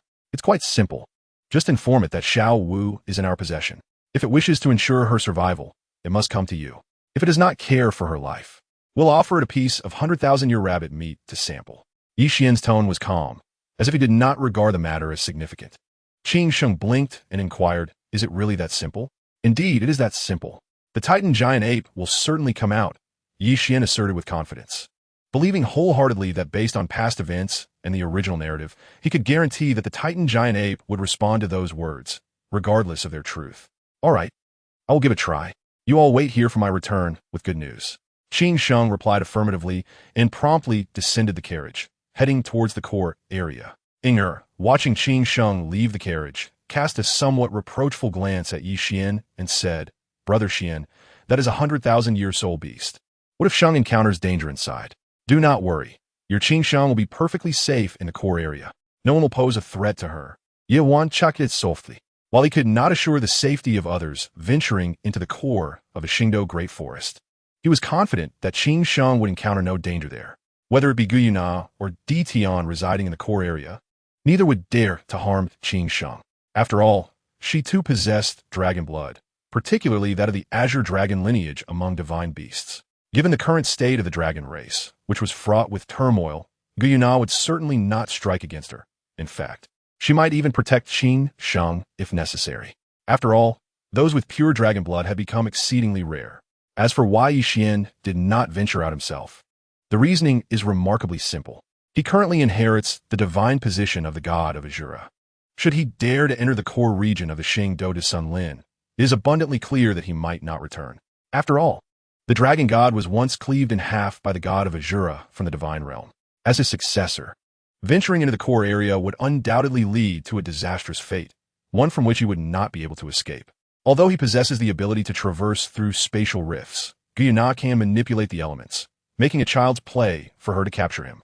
Upon reaching the core area, Qin Sheng witnessed the Titan giant ape crawling within the vicinity of the Lake of Life, its eyes resembling lanterns, glinting with murderous intent as they locked onto him. Qin Sheng regarded the Titan giant ape and promptly declared, "Titan giant ape, Xiao Wu is currently in my possession. If you wish for her to live, then you must follow me." If you desire her demise, I can provide you with some 100,000-year-old rabbit meat to savor." Upon hearing Qin Sheng's words, a chilling malice ignited in the Titan giant ape's eyes, and an irate voice erupted from its mouth. "Human, you seek death." Without hesitation, Qin Sheng turned and released his martial soul, bolting in the direction he had come from. The assault of a 100,000-year-soul beast is no trivial matter, especially given the evident fury of the Titan giant ape. The Titan giant ape, too, acted without hesitation, its thunderous roar reverberating throughout the Xing Dot de Sun Lin as it pursued Qin Sheng.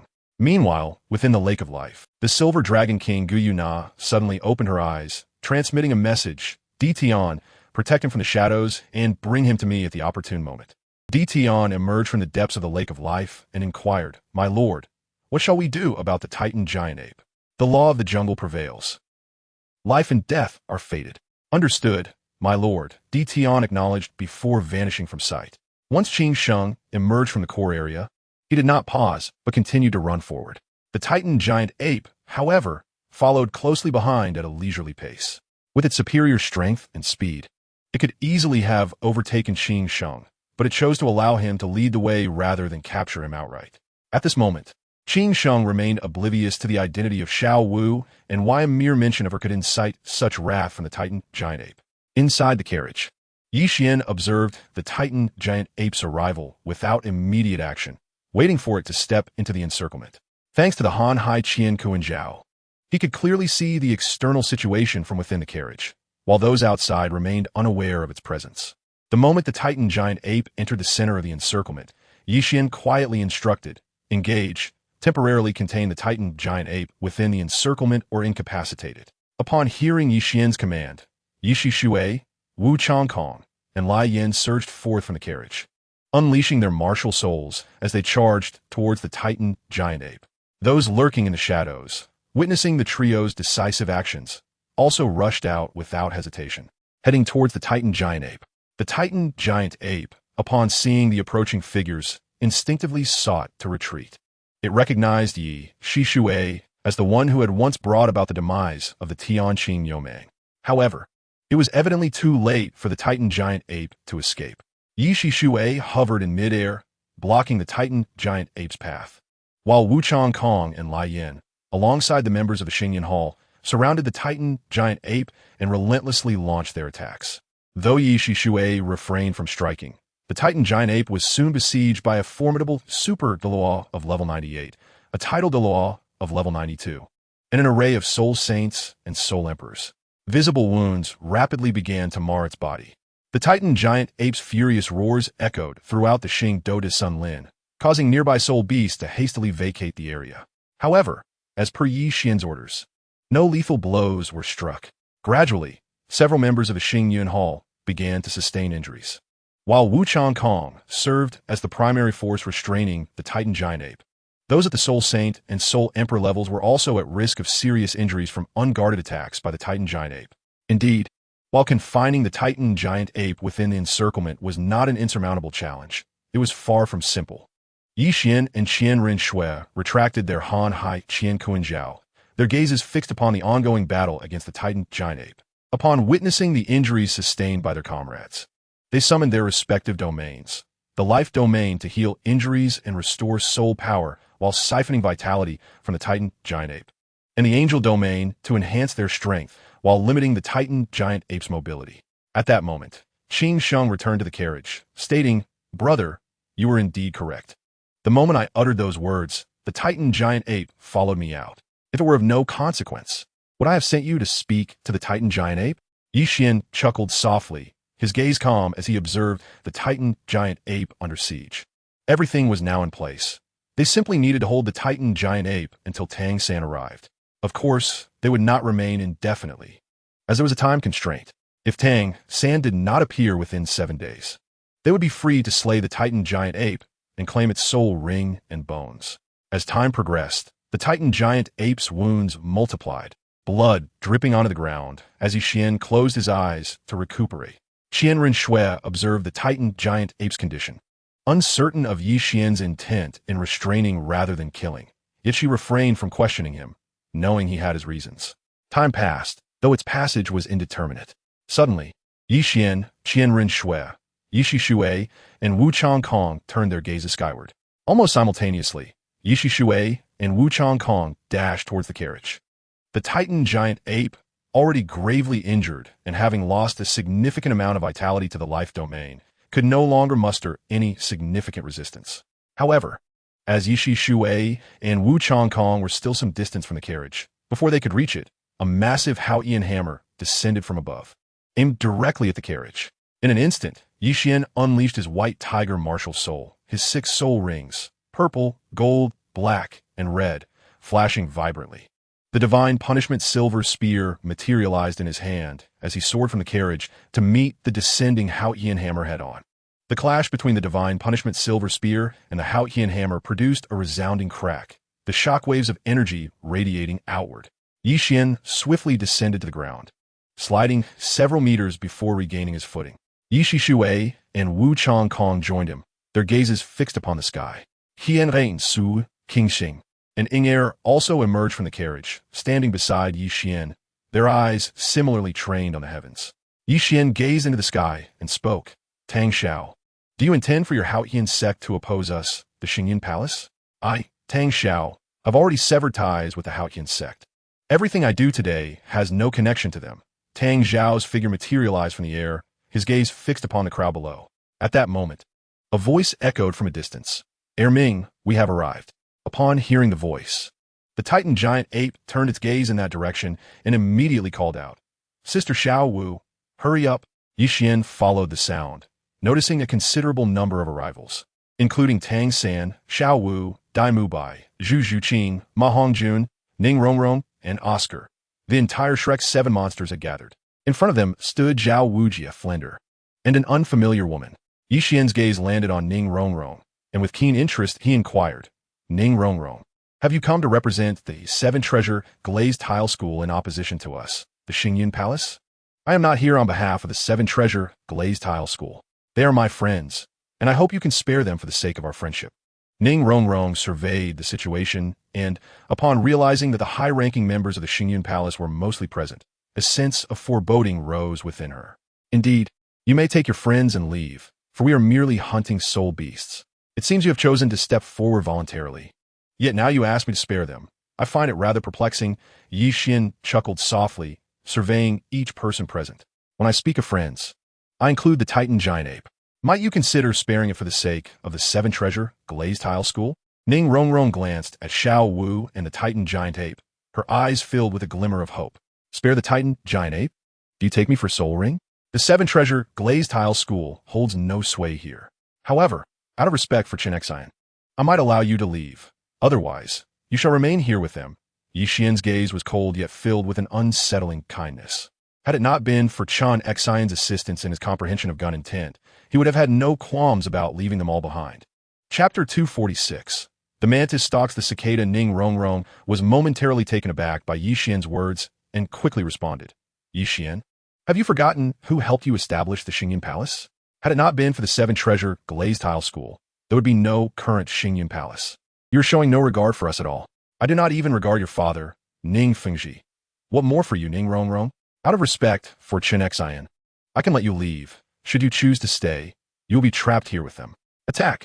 If Ning Rongrong does not leave, let her remain here with them. Yixian commanded, showing no intention of further discourse with her. The assailants surrounding the Titan giant ape, with the exception of Lai Yin and 3 soul Douluos, redirected their attacks towards Tang San and his companions. Zhao Wujia observed the unfolding situation and suddenly inquired, Flender, what shall we do now? What is there to discuss? The battle has already begun, and you still ask for guidance. The woman in front glanced at them and unleashed her crimson dragon martial soul, her 7 soul rings shimmering as she charged forward. Erlong, wait a moment. Flender, seeing Lu Erlong rush ahead, hesitated not and released his own martial soul, his 7 soul rings flashing as he followed suit. Little monsters, you should leave now. We will handle things here, Zhao Wujia told the group behind him. Then, casting a glance at Yixian, he summoned his martial soul, positioning himself in front of the Shrek 7 monsters. The Shrek 7 monsters exchanged glances, and none chose to flee. Each released their martial souls, standing resolutely in anticipation. Aunt Yi, Everyone can leave here alive today, except for Tang San, who wields the blue-silver grass martial soul. You need not concern yourselves with Tang Zhao's affairs. I shall handle it. Yi Xian's gaze was icy as it bore into Tang San, filled with a chilling intent to kill. Understood, master. Yi Shui fixed her gaze on Tang San, unsure why the master placed such importance on a mere three-ringed soul master. However, since the master had issued a command, it was clear that he was not meant to leave this place alive. Yi Xian remained silent, lightly tapping the ground with his toes. Propelling himself towards the airborne Tang Xiao, his divine punishment silver spear aimed mercilessly at Tang Zhao's vital points. Tang Xiao remained vigilant as he observed Yi Xian's approach. 2 years prior, Yi Xian had been able to defeat a title Douluo, and now, after 2 years, his strength was comparable to that of a super Douluo. This was something Tang Xiao could perceive from their earlier encounter. Despite unleashing his full power, Yi Xian had not only endured Tang Zhao's onslaught, but had done so unscathed. Thus, Tang Xiao felt compelled to exercise caution. His only advantage over Yi Xian lay in his more substantial soul power, while he held no superiority in any other aspect. Though Tang Xiao possessed 9 soul rings, Yi Xian had only 6. However, one of Yi Xian's soul rings was a million-year ring, and another was 200,000 years, which effectively bridged the gap posed by 3 soul rings. Qian Renshua, witnessing the clash between Yi Xian and Tang Xiao, scanned the surroundings as if searching for something. Her gaze eventually settled on Xiao Wu, and she remarked, "You should join the fray. I will entertain myself with that rabbit for a while." With that, 8-winged angelic martial soul manifested behind Qian Renshua, her 6 soul rings flashing as she activated her movement technique and headed toward Xiao Wu. Yi Shui and Wu Changkong made haste toward the Shrek 7 monsters. Qing Sheng looked around with a hint of exasperation and said, "Ing Air, I will protect you here. We won't be needed in this conflict." "Protect what? Do you think we have the strength to attack? We should assist as well," Ing Air replied, glancing around at the situation and contemplating where to lend her aid. The issue was where to help. The Titan giant ape was currently being overwhelmed. "My brothers are unable to assist at all. The battles ahead are all at the Soul Emperor level." Qing Sheng pointed to 3 areas of conflict, his expression tinged with helplessness. Neither of them could intervene, especially not in the battle ahead, which involved an ultimate Douluo and a super Douluo, compounded by the onslaught from Soul Saints and Soul Emperors, a decisive advantage. At that moment, 2 voices resonated from outside. 7th Soul Skill, 10,000 swords return to origin. 7 Treasure, True Body. Countless swords, forged from soul power, rained down upon the members of the Xingyun Palace. Upon noticing the descending blades, Yi Shui rushed to stand before Qian Renshua, deflecting the barrage of swords. Wu Changkong activated his 6th soul ring, unleashing his 6th soul skill, Frost, effectively blocking the incoming swords. The others swiftly evaded the onslaught, though a few were struck by the blades. However, thanks to the effects of their life domain, their injuries healed rapidly. The figures of Qin Xin and Ning Fengji emerged in the arena. Ning Fengji observed the situation, and a hint of gravity clouded his gaze as he turned to Yi Shui, inquiring, "Deputy Hall Master Yi, has our Rongrong offended your Xingyan Hall? What does your unwarranted attack signify?" Yi Shui met Ning Fengji's gaze and replied, "Sect Master Ning, this query should rightly come from us. We of Xingyan Hall have been hunting soul beasts here for 100,000 years, yet your daughter suddenly appears, declaring this soul beast to be her friend and demanding its release. A soul beast of 100,000 years is undeniably precious. And do you intend for your 7 treasure, glazed tile, sect to brazenly seize it from us? Moreover, Tang Zhao's direct assault on our hall master. Should I then assume that your 7 treasure glazed tile sect and Haoyan sect have conspired to brazenly rob us of the 100,000-year soul beast?" Ning Fengji's gaze swept across the surroundings, seemingly seeking a strategy. At that moment, unnoticed by all, a faint white mist began to drift towards them, enveloping everyone as if it were a colossal circle. The white mist approached with alarming speed, and as it came into view, expressions of confusion adorned the faces of the onlookers.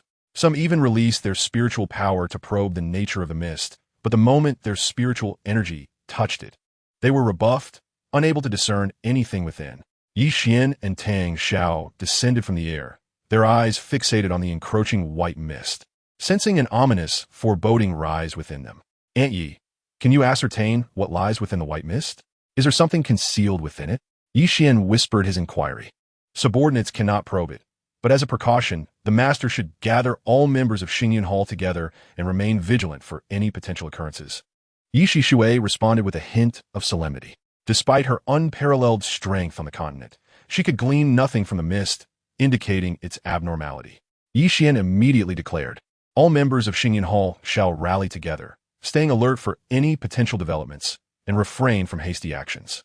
"Understood, Hall Master," the members of Xingyun Hall responded, gathering cautiously and casting wary glances about. Even those who had been attacking the Titan Great Ape abandoned their assault and converged towards the assembled group. Ning Feng Qi, Tenzing, Tang Xiao, Tang San, and the others observed the reaction of Xingyun Hall and similarly grouped together, their gazes scanning the area with vigilance. The Titan Great Ape remained stationary, its instincts as a soul beast urging it to remain still, for it sensed danger within a mist, an instinctual warning stronger than the threat posed by Xingyun Hall. The Seven Treasure Glazed Tile Sect, Haoqian Sect, and Xingyun Hall are indeed the pinnacle of power on this continent. With 200,000 years soul beasts present, it appears our visit here may yield significant rewards. A hoarse voice resonated through the mist, which soon enveloped everyone entirely. The scene transformed into a blinding white, where spiritual power was rendered useless and visibility diminished to mere meters. Even Yi Xian's enhanced vision, augmented by celestial herbs, could only penetrate the mist for a scant few meters, underscoring its eerie nature. Within the mist, several dozen figures clad in black proceeded unhurriedly towards the direction of Xingyun Hall and Shrek Academy. The leader surveyed the surroundings and spoke slowly. "Those at the title Douluo level and above shall be intercepted by the elders and offerings. As for that 99th level ultimate Douluo, I shall personally intervene to stop them. There's no need for concern. The others hold little value. They would not align with us anyway." The leader's eyes glimmered with a faint smile, clearly pleased with the unexpected fortune of potentially capturing 200,000-year soul beasts and simultaneously weakening the forces on this continent. Truly a double victory. "Yes, Master." The black-clad figures responded in unison, splitting into two groups and racing towards Xingyun Hall and Shrek Academy. With the majority heading towards Xingyun Hall, while only a small faction directed their charge towards Shrek Academy. Before the crowd, the nefarious soul masters, exuding malevolent martial spirits and dark auras, surged forth with alarming speed, launching ferocious assaults. The members of Xingyun Hall, having remained vigilant, were prepared for battle upon the appearance of the black-clad figures. In retaliation against the soul master's assault, the members of Xingyun Hall did not falter, countering with fierce resistance. With the restorative and amplifying effects of the life domain and angel domain at their disposal, they could afford to trade injuries. As their wounds healed rapidly while the soul masters could not recover as swiftly, Ye Yuan, Xin Renjue, Xingxing, and Inger found themselves encircled by the protective formation of Xingyun Hall. Observing the situation within the mist, Yi Xian proclaimed, "This white mist must have a boundary. Engaging them within it is unwise. We should break free from its confines before confronting the soul masters. Let us pave the way. Our priority is to exit the mist." Yi Shui responded, her tone imbued with apprehension. The restrictions imposed by the mist were overwhelming. Not only was spiritual power ineffective, but visibility was also severely compromised. In contrast, the soul masters appeared unaffected, maintaining clear sight of their actions. Just as Yi Shui, Wu Chongkong, and Lian attempted to break free, they were intercepted by the soul masters, whose strength was comparable, rendering a swift resolution impossible. Particularly, the soul master engaged with Yi Shui with a 99th level ultimate Douluo, and their clash was impenetrable for outsiders. The situation was similarly dire for Xunji and Tang Xiao. Upon their initial attempt to escape, they too were thwarted by the soul masters, unable to depart or influence the ongoing battle. Yi Xian, observing the circumstances, refrained from immediate engagement. Uncertain if any soul masters remained that could impede him, he turned his gaze to the Titan Great Ape and inquired of Qian Renshua beside him, "Shuer, if you are able to manifest your martial spirit's true form, how much would the amplification effect of the angel domain increase?"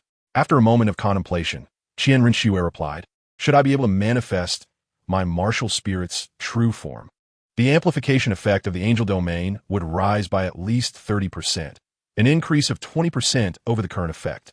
If we can achieve a 30% increase, it would significantly alter our predicament.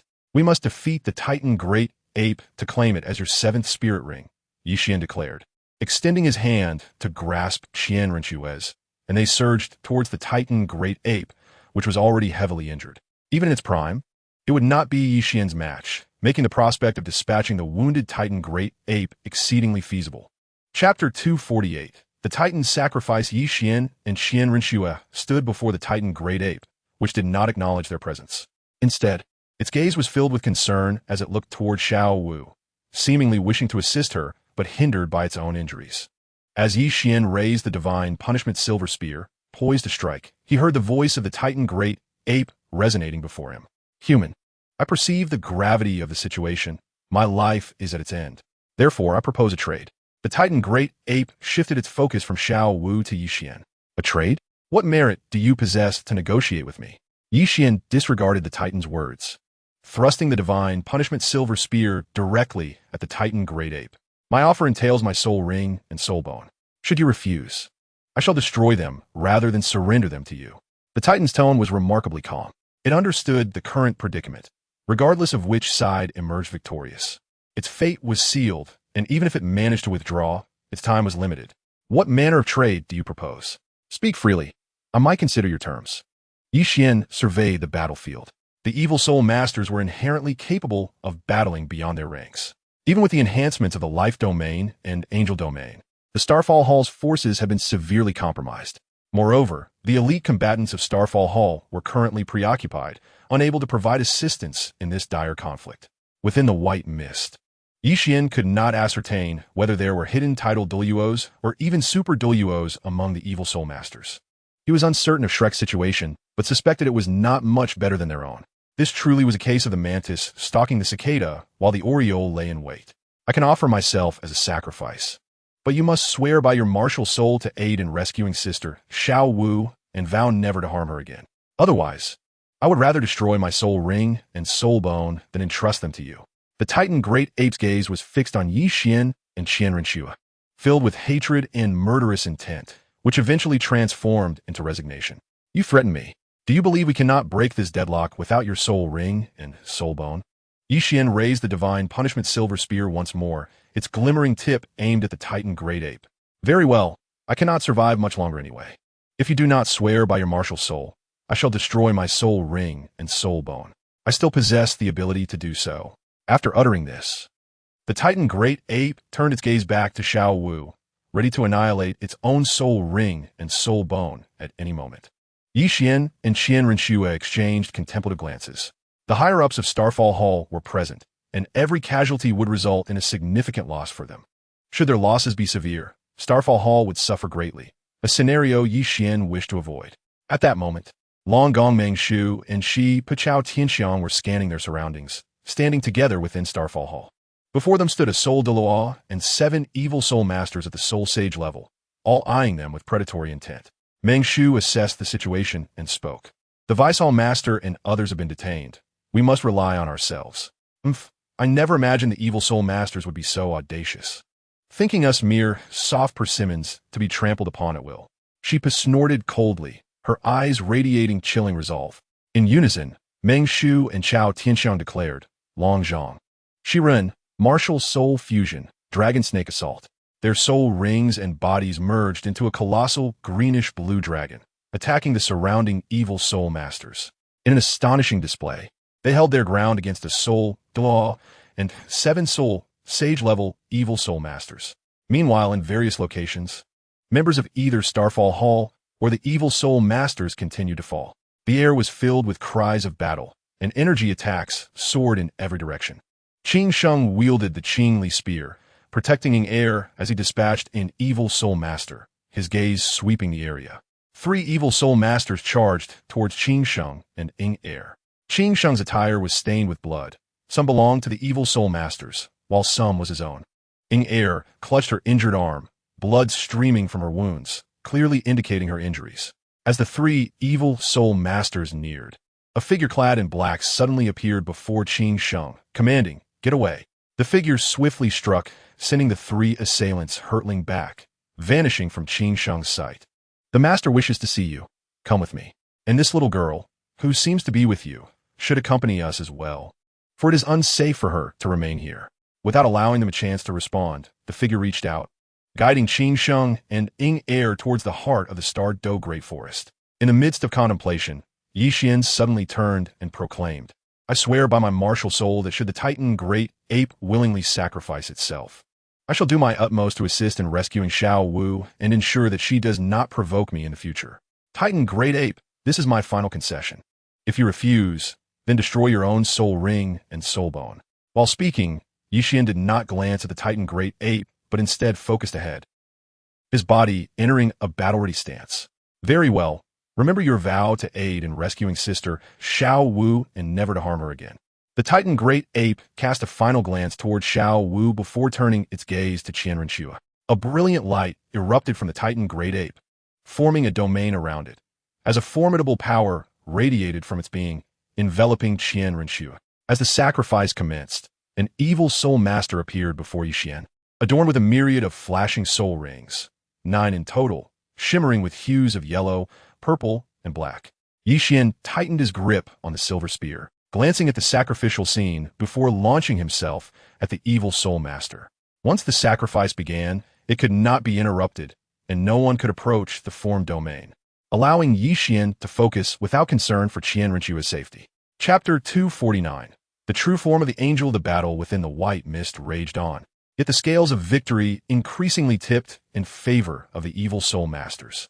The elite forces of Starfall Hall had been ensnared, with none able to extricate themselves to support the ongoing conflict. Particularly, the clash between Yi Shiyu and the leader of the evil soul masters created a vacuum around them, preventing anyone below the 95th level from approaching. Even the energy ripples generated from their confrontation could severely injure a title Douluo, rendering it impossible for those below 95 to engage in their battle. Aside from their skirmish, the battles involving other title Douluos had not ceased. However, the circumstances varied. Wu Changkong and an evil soul master at the super Douluo level were locked in combat, with no clear victor emerging in the short term. Lian found himself entangled with an evil soul master of title Douluo rank, and he was already at a disadvantage. Do not even mention providing support. It is questionable whether one can prevail. Yi Xian wields the divine punishment silver spear, engaged in battle with a malevolent soul master of superlative rank. The silver spear in his grasp glimmers with a chilling light, relentlessly assaulting the malevolent soul master before him. His gaze sweeps across the soul master, as if searching for a flaw to exploit. Meanwhile, the Titan giant ape, in the throes of sacrifice, suddenly emits a thunderous roar. Within its voice resides a mixture of murderous intent, reluctance, and defiance. Yet its eyes are closed, and its body has collapsed, rendering it incapable of rising again.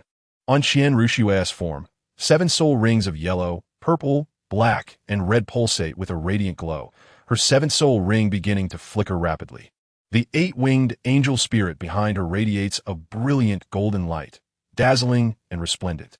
A voice emerges from her lips. 7th soul skill, true body of the martial spirit. Under the augmentation of the true body of the martial spirit, Qian Rushua's strength escalates swiftly, with the power amplification within the angel domain increasing from 10% to 30%. The members of the Xingyun Hall, feeling their own strength surge, launch a fierce counterattack. In stark contrast, the malevolent soul masters within the angel domain find their own power reduced by approximately 10%. The angel domain is suffused with divine energy that possesses a purifying and dissolving effect, continuously eroding the soul power of the malevolent soul masters. Even those beneath the rank of title Douluo find their movements increasingly hindered. It is evident that the tide of battle has shifted dramatically in favor of Xingyun Hall.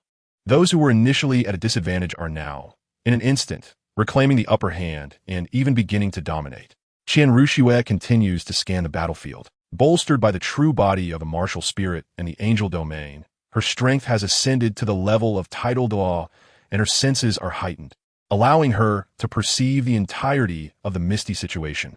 The sword of angels materializes in her hand, but instead of aiding the title Douluo in their battle, she activates the secret technique, launching an immediate assault on the malevolent soul masters engaged with the members of Xingyun Hall.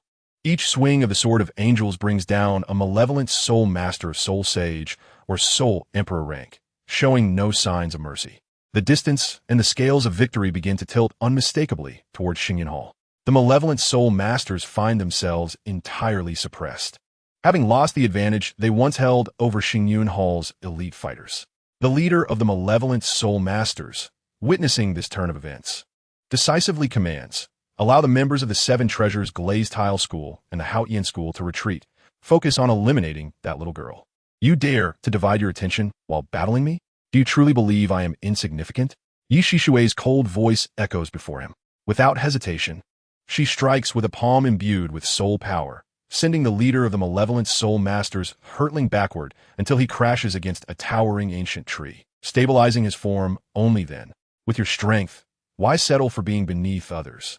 Why not join my holy church, where we may stand as equals? What say you? The leader of the malevolent soul masters wipes the blood from his lips, his tone earnest. Equal? You think you are worthy of such parity with me? Yi Shishui regards him with scorn, dismissing any further discourse as she launches her attack. Indeed, we are of different paths, and I initially considered inviting you into our holy church. However, it appears you are destined for death, the leader of the malevolent soul masters declares, a chilling murderous intent flashing in his eyes as he lunges at Yi Shishui. His prior distraction, focused on the battlefield's dynamics, had allowed her to strike. Both he and Yi Shishui are limit Douluo of the 90th rank, differing only in martial spirits and soul rings, rendering a decisive victory challenging to achieve. Meanwhile, the malevolent soul masters besieging the Shrek Academy abruptly retreat, heading toward Xinyan Hall for support. Even those obstructing Tang Xiao and Chen Xian withdraw, racing towards Qian Rushue. Master Ning, Chen Xian, you lead them away. I shall observe the situation here, Tang Xiao instructs. Ning Fengji, covering his bleeding arm, nods lightly. Understood. I shall take them away with Jian Shu. It is truly perplexing how such beings have suddenly emerged on the continent. Their audacity grows. They dare to appear openly in the Star Do Great Forest, Ning Fengji muses. If the malevolent soul masters were timid, they would not be malevolent soul masters. Chen Xian chuckles softly, expressing his surprise not at the appearance of the malevolent soul masters, but at the presence of a limit Douluo of the 90th rank among them. Otherwise, the members of Xinyan Hall would not have found themselves at a disadvantage previously. Tang San grasps Xiao Wu's hand, sprinting towards the outskirts of the Star Do Great Forest. Noticing Xiao Wu glance towards the Titan giant ape, he softly remarks, Xiao Wu, we shall temporarily keep track of these blood debts. In the future, I will ensure that Xinyan Hall and Yi Xian pay in full for their transgressions. I simply cannot fathom why Air Ming would sacrifice himself for them. Yet, the blood debt of Air Ming must rest squarely upon Yi Xian's shoulders. Had it not been for him, De Ming and Air Ming would not have perished. Xiao Wu's voice is laden with unending hatred. Chapter 250. Unexpected development upon noticing someone charging towards Qian Rushue. Yi Xian's eyes narrow. He summons the 12th grade Annihilation Black Lotus and the 9 Heavens God-slaying spear into his mind, returning the Divine Punishment Silver Spear to his sea of consciousness. The 12th grade Annihilation Black Lotus swirls around him, enveloping his form. The 9 Heavens God-slaying spear spins in his hand, executing the first move of the Sea God's 13 techniques, unreturning, as he directly attacks the malevolent soul master before him. The malevolent soul master, wielding a serrated blade, cleaves towards the spear's tip. Yi Xian had previously employed this very tactic against him, and he reciprocates in kind to counter-strike. However, the Divine Punishment Silver Spear pales in comparison to the God-slaying spear. When the God-slaying spear meets the serrated blade, the latter shatters into 2 pieces, and the spear thrusts unimpeded into the malevolent soul master's heart. His body falls from the air, crashing to the ground. Yi Xian then activates the secret technique, instantly positioning himself before Qian Rushue, intercepting the 2 malevolent soul masters charging towards her. Qian Rushue, seeing this, hesitates not for an instant, launching an attack against the weaker of the 2 malevolent soul masters, alleviating some of Yi Xian's burden. In the mist, Tang Xiao observes their battle, a fierce murderous intent rising within him as he thinks, this boy's talent is too extraordinary. Since our Qian school stands against him, he must not be allowed to live. Otherwise, given time, he will become a great threat. With this resolve, Tang Xiao's eyes harden. He has severed ties with the Qian school. His actions now are independent of them, and thus he feels no concern that Yi Xian may confront the Qian school, as his grievances lie solely with him, Tang Xiao. Moreover, this moment presents a once-in-a-lifetime opportunity, as the elite forces of the Xinyan Temple are currently preoccupied. Yi Xian and Qian Rushue find themselves confronting the malevolent soul masters before them. Should they hesitate now, such an opportunity may never present itself again. Tang Zhao's gaze sharpened slightly, and as the two malevolent soul masters launched their assault, the Qian hammer in his grasp expanded dramatically, descending upon Yi Qian and Qian Renxue with formidable force. By the time Yi Qian and Qian Renxue sensed Tang Zhao's attack, it was already too late. The assault from the malevolent soul masters was imminent, and with the Qian hammer crashing down, they could only defend against one direction, leaving them no time to brace for dual onslaughts. Without any hesitation, Yi Qian positioned Qian Renxue beneath him for protection, employing the seamless transition technique taught to him by BibiDong, shifting his spirit from the divine beast white tiger to the purifying world green lotus. 3 attacks struck them, stirring up immense clouds of dust that obscured the scene. As the dust gradually settled, a colossal green lotus emerged, its petals tightly closed, concealing what lay within. Slowly, the petals began to unfurl, revealing the unscathed forms of Yi Qian and Qian Renxue before the onlookers. Dan Xiao, how dare you assist the malevolent soul masters? Or is it that your Qian sect has colluded with them? Yi Qian's voice was laced with chilling coldness and overwhelming killing intent. I, Tang Xiao, have severed ties with the Qian sect. My actions bear no relation to them. Moreover, I have not aided the malevolent soul masters. I merely seek vengeance for my younger brother, Tang Xiao declared. After his strike had missed, he retracted his Qian hammer and hastily made his way toward the exit of the Douluo forest, without pausing for a moment. After all, having failed to injure them with a surprise attack, remaining there would serve no purpose. Yi Qian and Qian Renxue had undoubtedly fortified their defenses and would not grant him another opportunity. Upon hearing Tang Zhao's words, Yi Qian let out a cold laugh, silently contemplating, severing ties with the Qian sect and claiming no affiliations. Do you think you are the only one who can play that game? Once this matter is resolved, I shall show you what true detachment entails. Though he harbored such thoughts, Yi Qian quickly refocused, for they still faced 2 malevolent soul masters above the title Dalu level. Leaving no time to ponder the Qian sect's affairs, Yi Qian once again utilized the seamless transition technique, shifting from the purifying world green lotus to the divine beast white tiger. Armed with the Jiuxiao Shirshan spear, he launched a rapid and incisive assault against the 2 malevolent soul masters before him.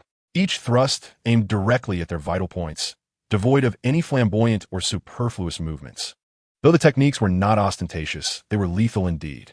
Coupled with the unparalleled power of the Jiuxiao Shirshan spear, the opposing malevolent soul masters found themselves unable to counter. Forced instead to evade, Qian Renxue wielded the angel sword with angles so cunning that they often caught her adversaries off guard. With her strength amplified, she had also reached the title Dalu level, making her presence impossible to ignore for the 2 malevolent soul masters before them. Despite the opposition fielding 2 super Douluos and several soul sage-level malevolent soul masters, the tide of victory continued to sway in favor of the Xunji Temple. Currently, the soul masters of the soul Dalu, soul sage, and soul emperor levels were thoroughly suppressed by the forces of the Xunji Temple, while the elite combatants were entangled in their own battles, unable to assist. If the situation persisted, victory would undoubtedly belong to the Xunji Temple.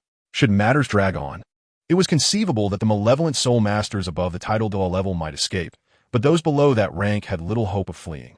The leading malevolent soul master recognized this, and thus had no intention of continuing the battle with Yi Qian and Qian Renxue. Initially believing they could trap all 3 factions within the Douluo forest, it now appeared that not only could they not confine their enemies there, but their own survival was also uncertain. Continuing this fight serves no purpose. It only leads to unnecessary casualties. Let us withdraw. Our objective was merely 2 10,000-year soul beasts. You have already absorbed one, so allow us to take the remaining rabbit. From this day forth, our holy church and your Xunji Temple shall maintain a peaceful coexistence. What do you think? The raspy voice of the malevolent soul master resonated throughout the gathering. Upon hearing this, Yi Qian chuckled softly, responding, "Cease hostilities? You must be dreaming. This matter will not be resolved so easily. This is not our first encounter. In the extreme north, you once attacked us. On the Hell Road, you even sought to end our lives. Do you truly believe I would simply let this go? Those are my sect whom you slaughtered? In the extreme north? You disrupted my plans. On the Hell Road, you did the same. Do you really think the Holy Spirit sect is at your mercy?" The voice of the figure in black echoed with a hint of chilling fury. "If your people had not provoked me, there would have been no casualties. I had even considered sending someone to track your whereabouts. However, it seems that is no longer necessary, since you have ventured into the Stardow Forest. You shall remain here, Yi Qian replied with an icy smile, disregarding his words entirely. The members of the Xingyun Temple showed no signs of halting their assault, launching attacks against the malevolent soul masters before them, forcing them into retreat. Xingyun Temple, what a formidable name. I shall remember you well as you. The Temple Master of Xingyun Temple. One day, we shall meet again, but today I lack the time to continue this battle. The voice of the Temple Master rang with a decisive tone. As soon as he finished speaking, he turned and departed without regard for the members of the Holy Spirit sect. Some quick-witted malevolent soul masters, upon hearing the Temple Master's command, forcefully repelled their opponents and pursued him. Others, caught off guard, found themselves ensnared by the Xingyun Temple members, with no chance of escape. In a brief span, 2/3 of the malevolent soul masters perished within the Stardow Forest, with those who fled numbering less than 1/3 of their original ranks. The forces of the Xingyun Temple, bolstered by the presence of the life domain, suffered minimal casualties, though the wounded were still numerous. Even the title, though a level blaze, sustained significant injuries. As Yi Qian observed their retreating figures, he refrained from issuing a command to pursue, for Qian Renshue was continuously expending her soul power in releasing the angel domain, resulting in considerable fatigue. Additionally, she had defended against a super-dual-level malevolent soul master. Thus, even if they were to pursue, capturing all of them within the Stardow Forest would come at a heavy cost, potentially losing a dual-level elite fighter in the process. Yi Qian retracted his martial soul and spoke, "Please assess the casualties suffered by the Xingyun Hall. Those injured should tend to their wounds and take a brief respite. We shall return to the Xingyun Hall." "Yes, Hall Master." The crowd responded in unison, promptly beginning to tally the losses. Those with more severe injuries sat cross-legged, channeling the life energy to heal themselves. Qian Rushue stood by Yi Qian's side and softly remarked, "Xiao Qian, I may have exposed my identity. The ensuing plan might be difficult to conceal." "It matters not," Yi Qian replied. "The situation is already set in stone. Whether my identity is revealed or not makes little difference. We must initiate the soul-hunting operation ahead of schedule." A chilling, murderous intent flickered in his eyes. Time was of the essence. Even if they dispatched someone to relay messages back to the Holy Hall, the round trip would take nearly 2 months. By then, it would likely be too late, and relying solely on the Xingyun Hall would not suffice to swiftly eliminate the 3 major sects simultaneously. A bitter smile crossed Qian Rushue's face. It is not impossible to simultaneously clear the 3 major sects. We can discuss the specifics upon our return to the Xingyun Hall. Yi Qian meticulously organized his thoughts, ensuring nothing was overlooked. Qian Rushue had just unleashed her martial soul's true form, the angel martial soul Ning Fengji. While perhaps not widely recognized, was certainly known to Chen Xian and Tang Xiao. Therefore, her identity was nearly impossible to conceal. To be prudent, they must commence the soul-hunting operation without delay. Qian Rushue remained silent, pondering their chances of successfully executing the soul-hunting operation while simultaneously clearing the 3 major sections. As time passed, members of the Xingyun Hall approached them, reporting, "Hall Master, we have suffered nearly 30 soul emperors, several soul saints, and 3 hall masters, along with Elder Lu Yin sustaining serious injuries. Additionally, 2 individuals are missing. Their presence is unaccounted for, and no bodies have been found." Hearing this, Yi Qian inquired, "Who are the 2 missing individuals? The area is limited. How could they simply vanish without a trace?" "The missing individuals are 2 friends of the Hall Master. Since there are no corpses or sightings, we speculate they may have sensed danger and fled." The speaker lowered his head as he spoke. "Impossible. They would not abandon their post. Expand the search radius and conduct a thorough investigation. 2 living beings cannot simply disappear without reason." Yi Qian's voice was resolute. He had known Qin Sheng for over 2 years and understood his character well. At critical moments, Qin Sheng would never hesitate, making it inconceivable for them to flee. "My lord, there is no need to search further. They have been taken. They should now be in the core region of the Stardow Forest," came the indifferent voice of Yi Shishue from ahead. "Taken? By whom? When did this occur? How did I not perceive anything?" Although Yi Qian's voice conveyed confusion, he already had an inkling of the answer. After all, Yi Shishue had indicated that Qin Sheng and Ying Er were likely in the core region of the Stardow Forest, making it evident who was responsible for their abduction. It was either Di Tian, the beast god, or Guyu Na, the soul bee sovereign. However, Yi Qian felt that the likelihood of Tian's involvement was greater. If Gu Na had acted, her strength would have made it nearly impossible for Yi Shishui to detect her presence. My lord, it was Tian who took them. Should I proceed to the core region of the Star Doe Forest to retrieve them? Yi Shishui glanced towards the core area of the Star Doe Forest as she spoke. Yi Qian pondered for a moment, then shook his head, saying, there is no need. He is quite safe in the core region of the Star Doe Forest. There should be no issues. I cannot allow you to take risks to retrieve him, and even if you did, it is unlikely you could succeed. Then, Hall Master. What do you mean? Yi Shishui's eyes displayed a hint of confusion, uncertain why Yi Qian would assert such a statement. Despite Tian possessing the strength of a limit Dalu, she was also a limit Dalu. Extracting the two of them should pose no problem.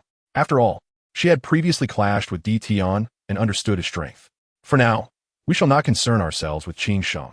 Let us rest here before returning to the Xingyan Hall. There are crucial matters to discuss. Qin Sheng and the others will return on their own. Yi Qian's tone was firm. He was confident that Qin Sheng would be safe in the core region of the Star Doe Forest. Their current focus was the soul hunting operation, and even if they all ventured to the core region of the Star Doe Forest, they might not be able to retrieve Qin Sheng. After all, he was aware that there were not only Tian in the Star Doe Forest, but also other ferocious beasts and Gu Na, the Soul Bee Sovereign. Time continued to pass, and the members of the Xingyan Hall gradually recovered their injuries within the life whale's domain. Consequently, Yi Qian withdrew his life energy and opened a spatial rift, leading the members of the Xingyan Hall into it. Upon traversing through the rift, they found themselves back in the Xingyan Hall. Yi Qian scanned the crowd and said, Yi and the two elders, follow me to the study for a discussion. The rest of you may return to rest and await further instructions. Yes, Hall Master, the crowd acknowledged before dispersing to rest, leaving only Yi Shishui, Wu Changkong, and Elder Luyan present. Yi Qian and Qian Ruxue remained silent, directly heading towards the study, with Yi Shishui and the others quietly following behind. Upon entering the study, everyone took their seats. Yi Qian looked at the three individuals and stated, I intend to initiate the soul hunting operation, without relying on the Holy Hall. How confident are you that we can simultaneously eliminate the three major sects? Upon hearing this, Elder Luyan lowered his head, showing no inclination to speak. Relying solely on the Xingyan Hall to eliminate the three major sects simultaneously was practically impossible. Wu Changkong furrowed his brow in contemplation, as if weighing the situation. After a moment, he spoke, My lord, while simultaneously eliminating the three major sects is nearly impossible, we may still have the capacity to severely injure them all at once. Yi Qian and Qian Ruxue remained silent, directing their gaze towards Yi Shishui in the main seat, eager to hear her suggestions on how to simultaneously clear the three major sections. My lord, given our current manpower, it is impossible for the Xingyan Hall to simultaneously eliminate the three major sections. However, if we consolidate all our forces, it may be feasible to clear two sects at once. Yi Shishui shook her head, revealing no viable strategies. Yi Qian tapped his fingers on the table and declared, If there are no solutions, we must attempt it forcefully. Wu Changkong, head to the Tiando Royal Palace and secretly gather all the soul masters there to the Xingyan Hall.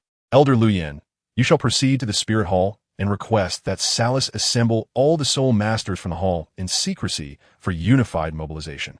Wu Changkong and Elder Luyan exchanged glances, nodding in agreement. Yes, we will head to the Tiando Royal Palace and the Spirit Hall at once. After their departure, Yi Qian turned his attention to Yi Shishui and inquired, Yi, if you were to go all out against the Haotian sect, could you eliminate the entire sect? Your Majesty, I am not well acquainted with the power of Hao Tianzong, hence I cannot make a judgment. However, should it be without reservation, I am willing to venture forth. A hint of uncertainty laced Yi Shishui's voice, although they were aware of Hao Tianzong's location. The specifics of its strength remained elusive. Thus, even as a limit Dalu, Yi Shishui could not ascertain whether she could single-handedly eradicate the entire sect. Yeshuan lightly tapped the table, producing a black-purple longsword from the intricate patterns on his arm, placing it upon the surface before him. Despite the presence of a scabbard, an aura of malevolence emanated from the sword. This sword was none other than Henchang Jian. Since the dark evil god's inner core had formed a pattern upon his arm, Yeshuan had not dared to unsheathe the sword, for while drawing it forth was easy, returning it required a sacrifice of blood. And yeah, I entrust this sword to you, but do remember that once Henchang Jian is unsheathed, it must be quenched with blood before it can return to its scabbard. However, I am uncertain of the quantity required. It may be but a few lives, or it could demand the blood of thousands, even tens of thousands. Hence, unless absolutely necessary, do not wield Jian. Ye Xuan spoke with utmost seriousness, for under normal circumstances, he would not have entrusted the sword to Ye Shui. Of course, a member of Hao Tianzong should suffice to draw the sword, and if it remained unsheathed afterward, Ye Xuan would be left with no recourse. After all, Hao Tianzong must be obliterated. They were mistaken if they believed that merely distancing themselves from the sect absolved them of its ties. Ye Xuan too could play the game. If they initiated the first move, he would respond in kind. The matters concerning the evil soul masters of Hao Tianzong held no relevance to him and his Xingyan Dian. And Qian Liu had not violated their initial agreement. Ye Shui grasped the long sword, her gaze scrutinizing its form. After a prolonged moment, she stated, "Your Majesty, rest assured, I understand what must be done. Unless absolutely necessary, I shall refrain from wielding Jian. Aunt Ye, you may leave to prepare. Tomorrow night marks the commencement of the Liehuan operation, during which we will swiftly eliminate the 3 major sections. Xue, draft a letter to be delivered to our teacher. At the very least, she should be informed of the situation." Ye Xuan had resolved within himself to direct Xingyan Dian, Tiando Huanggong, and Wu Huan Xingdian to launch an assault on the Qibao Liuli zone while he himself would head to the Lan Dianba Wang Long family. Within that family, only Yu Yuanjin, a level 95 title de law, remained. If he could delay Yu Yuanjin while awaiting support from Ye Shui or Xingyan Dian, there remained a significant possibility of swiftly clearing the 3 major sections. In Chapter 253, The Soul Hunting Operation, Part 2, Qian Ruinxue, in her study, took out paper and pen, composing a letter which she placed upon the table. She then inquired, "Xiao Xuan, though we have dealt with the matter of Hao Tianzong, we lack sufficient manpower to address the Qibao Liuli zone and Lan Dianba Wang Long family. Xue, you shall lead all members of Xingyan Dian to the Qibao Liuli zone, while I venture alone to the Lan Dianba Wang Long family.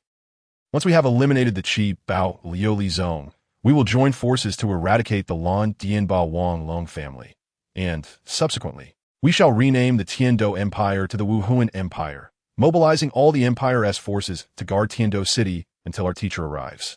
Ye Xuan's voice carried a note of determination.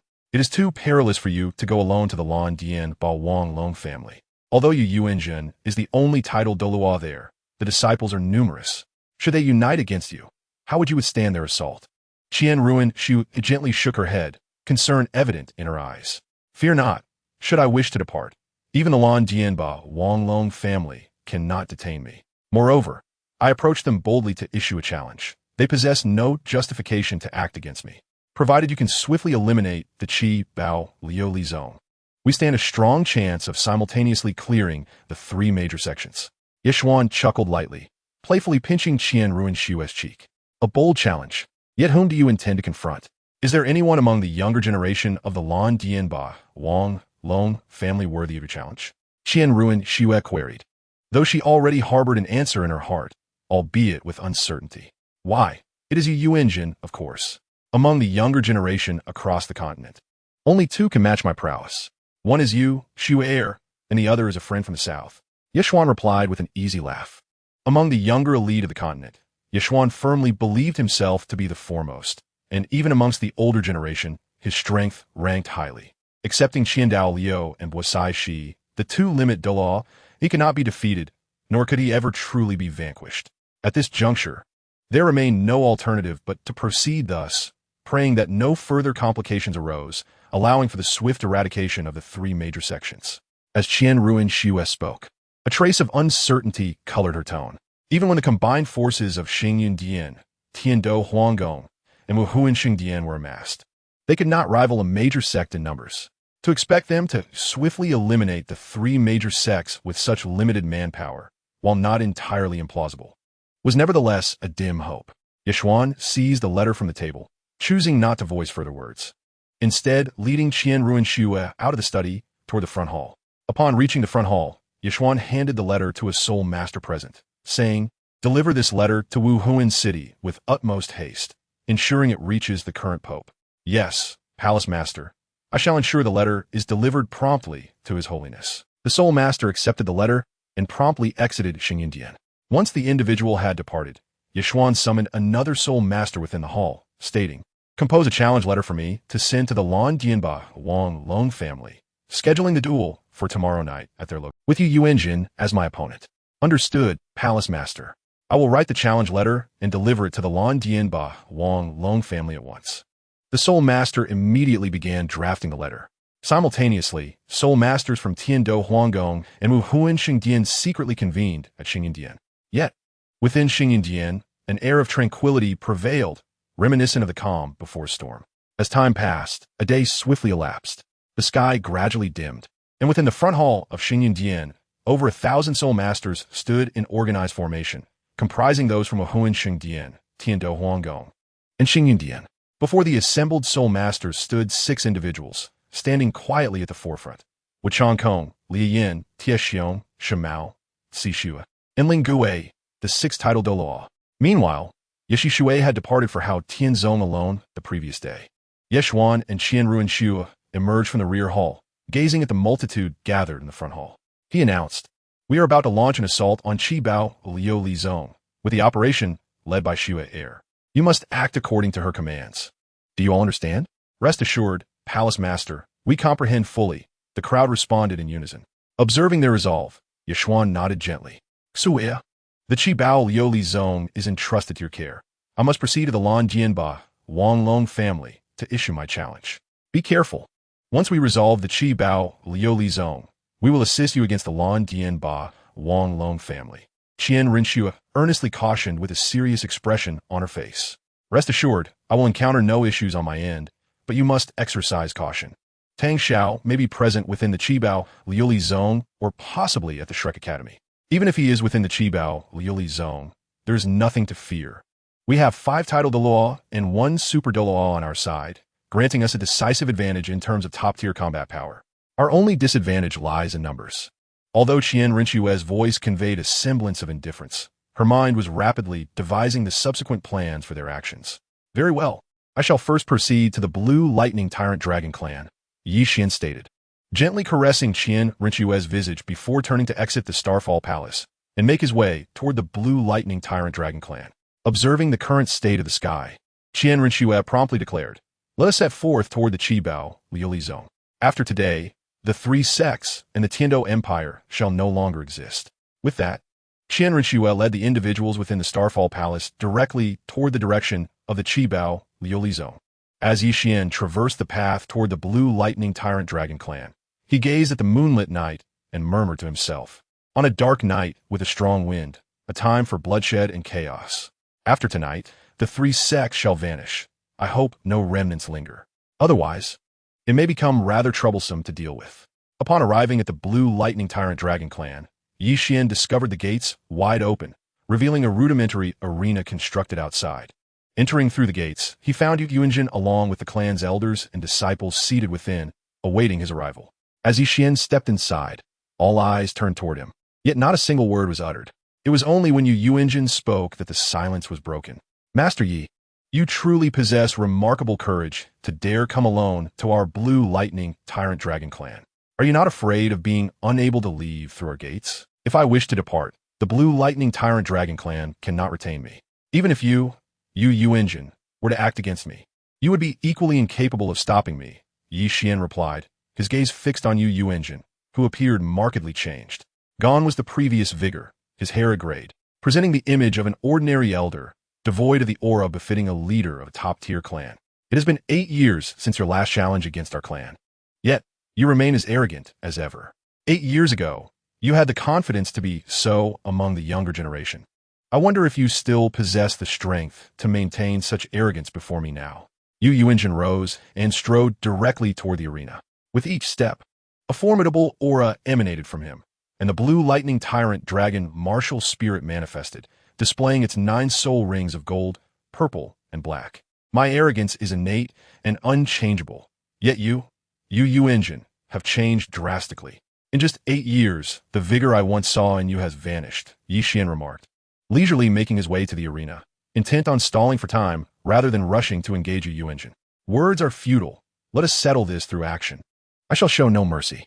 Prepare to witness what I have become over these 8 years and the capital I possess that allows me to stand so confidently Yu Yuanjin's voice remained calm, seemingly unfazed by Yi Xian's words. You shall soon discover my capital, but know this. Yu Yuanjin, are not my match now. Behind Yi Xian, the divine beast white tiger martial spirit emerged, its 6 soul rings shimmering with violet, gold, and crimson hues. Yu Yuanjin remained silent, his right hand morphing into a dragon claw, blue lightning crackling around it as he lunged forward to strike at Yi Xian. In response, Yi Xian summoned the purple power of destruction, delivering a punch directly toward Yu Yuanjin's dragon claw without any attempt to evade. The clash of fist and claw created a dazzling display of blue and purple light, intertwining as if to engulf one another. Both combatants were thrown back from the impact, with Yi Xian retreating 2 steps while Yu Yuanjin staggered back 3. The disparity in their strengths became immediately apparent. Yu Yuanjin's eyes narrowed involuntarily, and without hesitation, he pressed forward to continue his assault on Yi Xian. Yi Xian mirrored his resolve, charging at Yu Yuanjin with equal fervor. Neither held back. Each strike delivered with utmost intensity. In the eastern part of Tiando City, approximately 300 miles away, Yi Shishui, cloaked in black robes, her face obscured by a black mask, stood before the Haotian sect.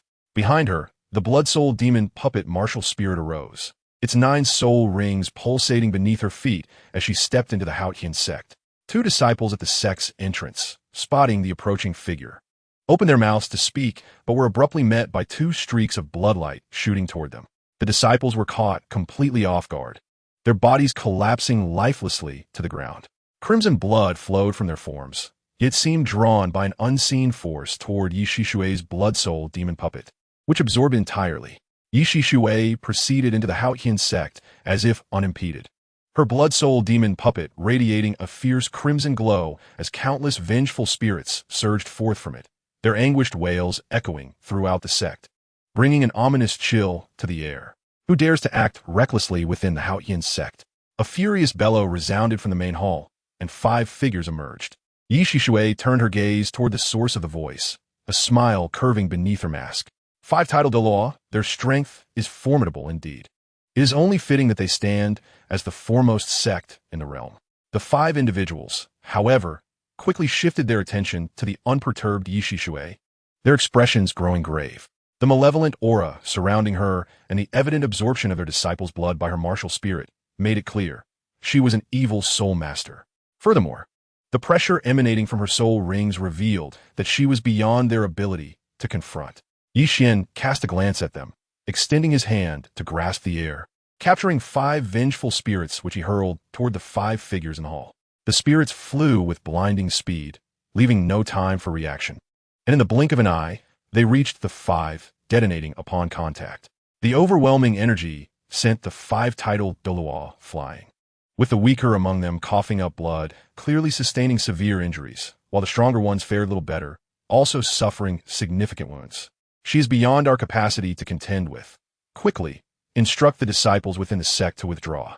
We will hold her off to buy you time. The 2 less injured individuals urged, releasing their martial spirits and charging toward Yi Shishui. The remaining 3 focused their soul power, calling out, disciples of the Haotian sect, retreat in different directions. Do not throw away your lives needlessly. Preserve the flame of our Haotian sect. As the words fell, the remaining 3 individuals advanced toward Yi Shishui with malicious intent. The 5 of them, all titled Law, sustained considerable injuries from a single strike. The other disciples, even if they rushed in, would only serve as sacrificial lambs. Rather than perish futilely, it would be wiser to withdraw first, with only one evil soul master present. If the disciples retreated from different directions, many could escape. Their purpose was to buy more time for the retreating disciples. Chapter 255, The 3 Great Sects, Part 1. Outside the Qibao, Liuli zone, Qian Renshue and her companions concealed themselves within the woods, their gazes fixed on the Qibao, Liuli zone, a look of contemplation evident in her eyes. Beside her stood a seemingly simple yet adorable iron-eater beast. A gentle breeze stirred, causing the clouds above to obscure the moonlight, rendering the already dark night even more shadowy. Who among you will take care of the guarding disciples and the surrounding sentinels? Once they are dealt with, we will launch a direct assault on the Qibao Liuli zone, leaving them no time to react. Qian Renshue's voice was soft, yet it carried an undercurrent of coldness. Miss, allow me and Sishue to handle it. There are only a handful of them. We can ensure they make not a single sound. Shimiao and Tsishua use their spiritual power to lock onto the disciples of Qibao, Liuli Zong, and the nearby sentinels. Very well, I entrust this task to you too. Exercise utmost caution and strive to avoid making any commotion, Qian Rinshua instructed, her gaze unwavering on the Qibao, Liuli Zong. Her hand brushed the Iron Eater beast beside her. Its true strength remained a mystery, but it could easily rival a titled Douluo, even a super Douluo, without question. Upon hearing Qian Rinshua's words, Shimiao and Tsishua stealthily advanced. They approached the hidden sentinels, knowing they must eliminate them before confronting the disciples guarding the sect to avoid alarming anyone. Both were titled Douluo and under the cover of night. The sentinels possessed no means to detect their presence. Their actions were swift and decisive, leaving no trace of hesitation. With each strike, a sentinel fell silently to the ground. After some time, the surrounding sentinels were cleared, and after exchanging a brief glance, the two proceeded toward the entrance of the Qibao, Liuli Zong. Once they dealt with the two disciples guarding the entrance, they could directly infiltrate the sect. Waiting for the opportune moment, they struck simultaneously. Before the two disciples from Qibao, Liuli Zong, could react, they seized their throats, the sound of shattering bones echoing as the disciples' eyes closed forever. Upon witnessing this, Qian Rinshue and the others emerged from the shadows, charging unreservedly into the Qibao, Liuli Zong. As they entered, Lai Yin surveyed the surroundings, a faint smile gracing his lips. The prospect of annihilating the Qibao, Liuli Zong, stirred his blood. 8th soul skill, blood boiling. Lai Yin clenched his palm tightly, a searing heat radiating from his being, flames igniting upon his hands. Feathers fell from the sky, igniting as they touched the buildings and ground of the Qibao, Liuli Zong. Qian Rinshua, observing the unfolding scene, declared, "All-out assault on the Qibao, Liuli Zong. Even if we cannot eradicate the entire sect, we must inflict significant damage." Upon hearing Qian Rinshua's command, the group dispersed, heading toward various directions of the Qibao, Liuli Zong. Many disciples, having just escaped from the burning buildings, found themselves under attack from the Xinyan Palace, the Wuhuan Hall, and the Tiando Imperial Palace. Only 6 top-tier powers, all titled Dalu, remained stationary, their gazes fixed on the direction of the main hall. At that moment, Wu Changkong, standing still, suddenly sprang into action, the Wuhuan Tianchuang sword appearing in his grasp. 9 soul rings, shimmering in hues of yellow, purple, and black, adorned him. Wu Changkong's figure advanced toward the main hall, intercepting Chen Exent, who had just burst forth from within. The others were not far behind, each releasing their respective Wuhuan as they surged toward the hall. Following closely behind Chen Exent, Gu Rong and Tang Xiao were also met by the remaining 5 titled law, quickly embroiled in combat. 7 treasures of Liuli. 1st, strength. 2nd, speed. 3rd, soul. 4th, defense. 5th, attack. 6th, enhancement. 7 treasures, true body. Ning Fengji's voice resonated before the main hall, 7 beams of varied colors cascading down upon Chen Exent, Gu Rong, and Tang Xiao. Ning Fengji appeared at the front of the main hall, his gaze fixed on Qian Rinshua below, stating, "You are indeed a member of the Wuhuan Hall, or rather, the entire Xinyan Palace is under Wuhuan Hall's influence. The Wuhuan Hall, Xinyan Palace, and the Tiando Empire form a grand chessboard, revealing your ambitious designs." Ambitious designs? While our plans are extensive, your schemes, Ning Fengji, are rather trivial, are they not? It is unfortunate that your years of planning will come to naught. Qian Rinshua chuckled softly, dismissing Ning Fengji's words with ease. Since you have already emerged, why does Yi Xian need to cower in hiding? Aren't you two inseparable? Ning Fengji refrained from lingering on the topic, instead inquiring about Yi Xian's whereabouts. After all, in his memory, Yi Xian and Qian Rinshua were practically always together, an inseparable pair. Moreover, Tang Xiao had clearly stated earlier that he might not be a match for Yi Xian. It was known that Tang Xiao was a 96th level super Douluo, and his admission of inferiority suggested that Yi Xian possessed at least super Douluo strength. If a super Douluo lay hidden in the shadows, ready to strike at a critical moment, the consequences would be dire. Are you so fearful of Xiao Xian? Unfortunately, he is not within the Qibao Liuli Zong at this moment, so you need not worry. As she spoke, Qian Rinshua gently patted the head of the Iron Eater beast, whispering, "Iron Eater, do you see that person at the entrance? Eliminate him, and afterward, I shall treat you to a feast of treasures." Upon hearing Qian Rinshua's words, the Iron Eater beast's adorably naive demeanor vanished.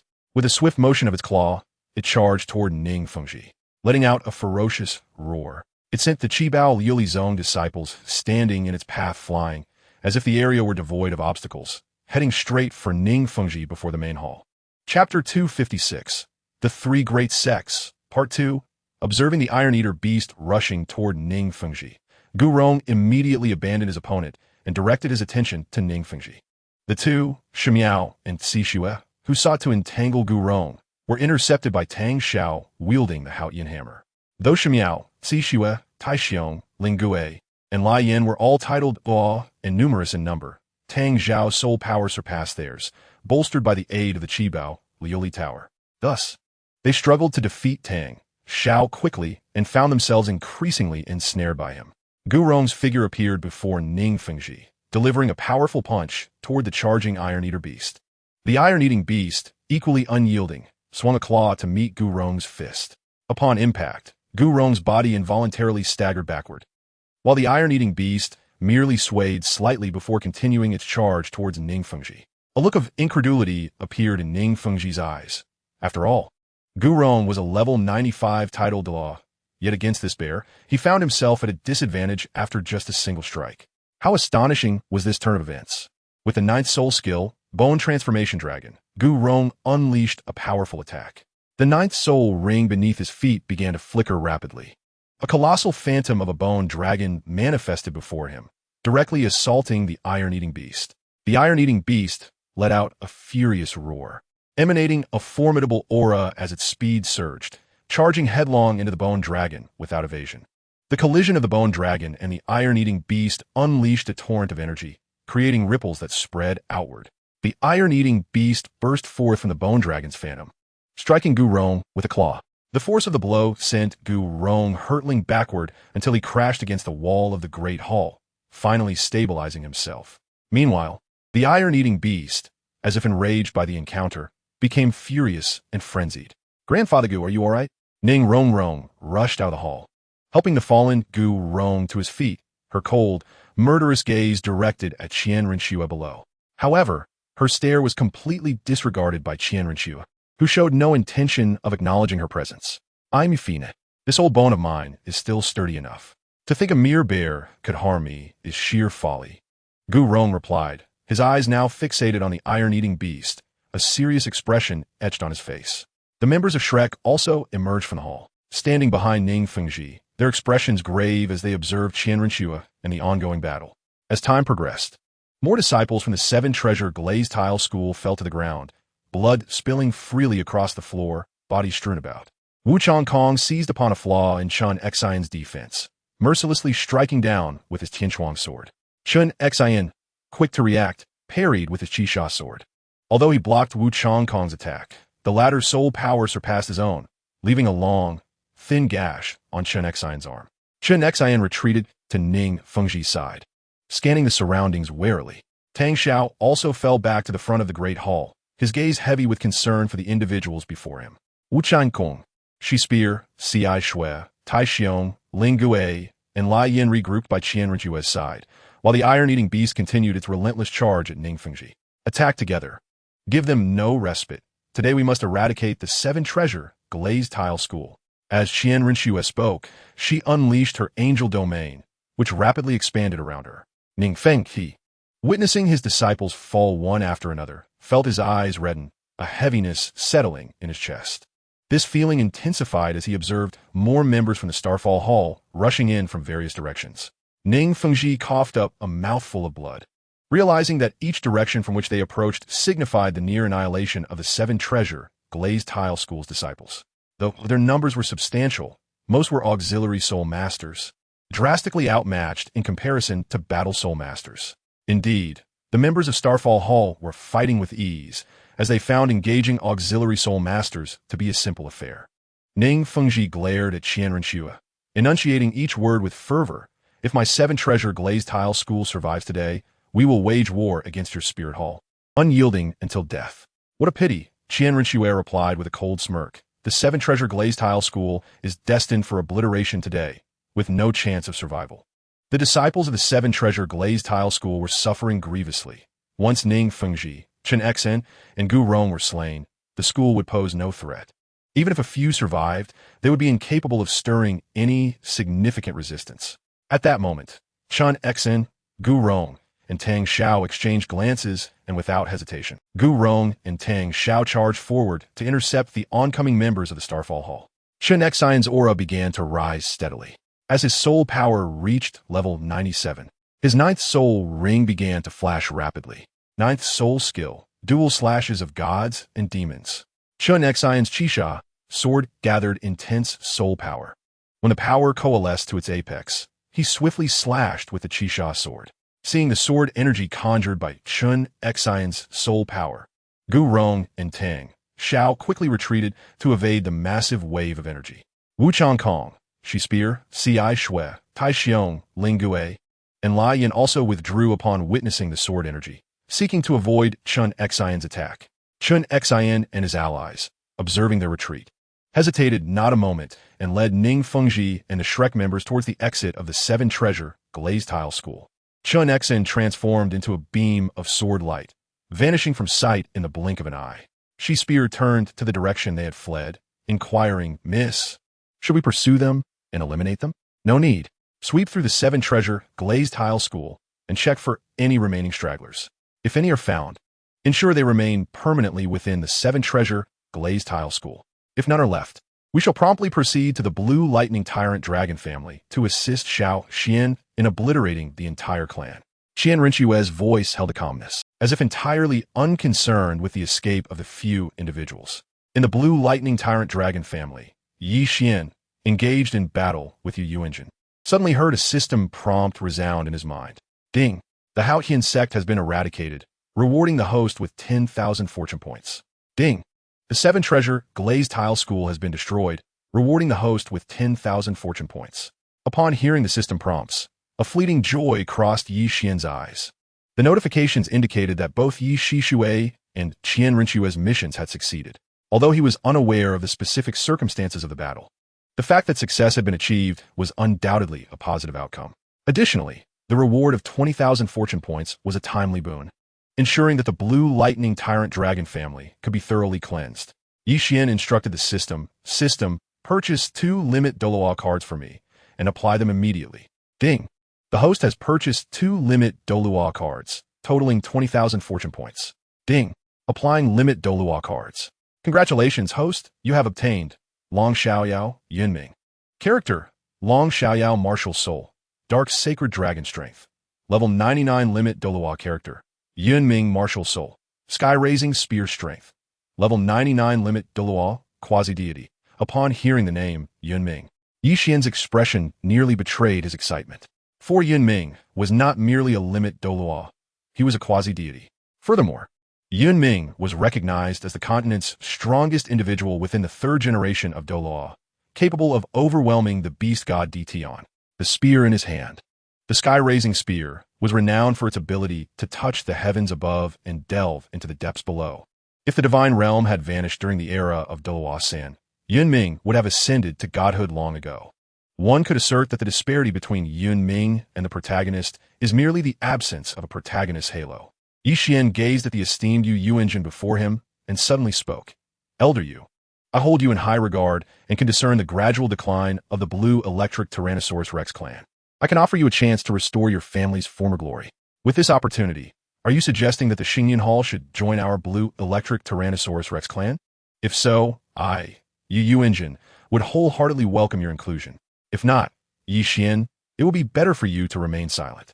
Yu Yuanjin chuckled softly, fully aware of Yi Xian's intent. However, pride in his martial soul prevented him from allowing his clan to join the Xingyan Hall. "Ah, Elder Yu, I truly admire you. After all, those who dare to confront the Spirit Hall head-on are few and far between, and you, Yu Yuanjin, are among them. In the past, the Supreme Sect, Haotian Sect, chose to retreat and remain hidden in the face of the Spirit Hall's might.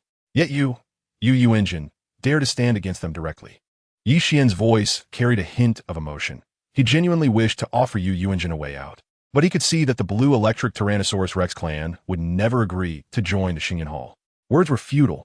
It was best to resolve the battle at hand before addressing other matters. As Yu Yuanjin spoke, the 6th spirit ring beneath his feet began to flicker rapidly. 6th spirit skill, breaking the heavens' dragon roar. A thunderous roar erupted from his lips, sending shockwaves of explosive sound racing toward Qian. Indeed, this battle was due to conclude. As Qian spoke, the domain of the god of death was unleashed from his body, and his own sixth spirit ring began to flicker rapidly as well. Sixth spirit skill, tiger shock to the sky. The white tiger martial soul behind him emitted a resounding roar, attacking Yuanjin's mind, while his attributes surged by approximately 30% in an instant. The clash of the tiger's roar and the dragon's roar created an invisible shockwave that spread outward. The disciples of the blue electric Tyrannosaurus Rex clan, witnessing the battle, instinctively covered their ears upon hearing the two roars. Some even appeared pained, their ears ringing from the sound. Yuanjin and Qian continued their fierce confrontation. But with the release of the god of death's domain, Qian had completely gained the upper hand, leaving Yuanjin at a distinct disadvantage. The disciples of the blue electric Tyrannosaurus Rex clan watched the unfolding battle with worry, as it became evident to all that Yuanjin was on the brink of defeat. It was merely a matter of time. At that moment, Yuanjin's ninth spirit ring began to flicker rapidly. His immense soul power, combined with the might of his martial soul's thunder, coalesced into 9 colossal thunder dragons, launching toward Qian. Ninth spirit skill, true dragon's fury, shaking the 9 heavens. Qian, regarding the impending 9 thunder dragons, drew forth the divine punishment silver spear from his mind, spinning in his hand before plunging it into the ground before him. A formidable power of destruction surged from his hand into the spear, enveloping it in purple lightning. In comparison to martial souls, your blue electric Tyrannosaurus Rex clan pales. When it comes to wielding thunder, you are equally lacking. Qian withdrew the divine punishment silver spear and thrust it directly at the incoming thunder dragons. The purple power of destruction enveloped the spear entirely, transforming it from silver to a vibrant purple, with destruction radiating from it.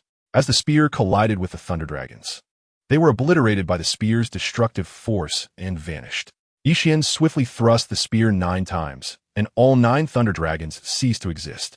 As Qian's figure retreated slightly from the impact, Yuanjin was forced to withdraw quickly until he exited the arena, finally stabilizing himself. Yuanjin gazed at Qian on the arena and declared, "In this contest, I, Yuanjin, concede. You, Qian, have decisively triumphed. Your strength is unrivaled among the younger generation. Elder Yu, I ask you once more, will your blue electric Tyrannosaurus Rex clan truly refrain from joining our Xinyan Hall? If you choose not to, after tonight, there will no longer be a blue electric Tyrannosaurus Rex clan on this continent." Qian raised the silver spear, pointing it toward Yuanjin. "What do you mean?" Yuanjin's expression darkened, and an ominous premonition arose within him. The implication is clear. If your blue electric Tyrannosaurus Rex clan does not join, then extinction is your only fate. The voice of Qian Renshua echoed outside the blue electric Tyrannosaurus Rex clan. Chapter 258, The 3 Great Sects, End. Yuanjin observed the approaching members of the Xinyan Hall, especially noting the bloodstains upon them, and understood immediately. They had undoubtedly emerged from a fierce battle before arriving at the blue electric Tyrannosaurus Rex clan, and Qian's purpose was clear. He was merely stalling for time. "Elder Yu, allow me to reintroduce myself. I am Qian, the master of the Xinyan Hall, and a disciple of the current pope. The Haotian sect and the 7 Treasure Glazed Tile sect have already been annihilated. If your blue electric Tyrannosaurus Rex clan joins the Xinyan Hall, you may preserve your existence and grow ever stronger. Should you refuse, your clan will share the same fate as the Haotian sect and the 7 Treasure Glazed Tile sect, doomed to obliteration." Qian sheathed the divine punishment silver spear, placing his hands behind his back while calmly gazing at Yuanjin. "Join your Xinyan Hall? You, Qian, are indulging in a delusion. A dragon is a dragon. Forever a dragon. It will never submit to anyone as a mere hound.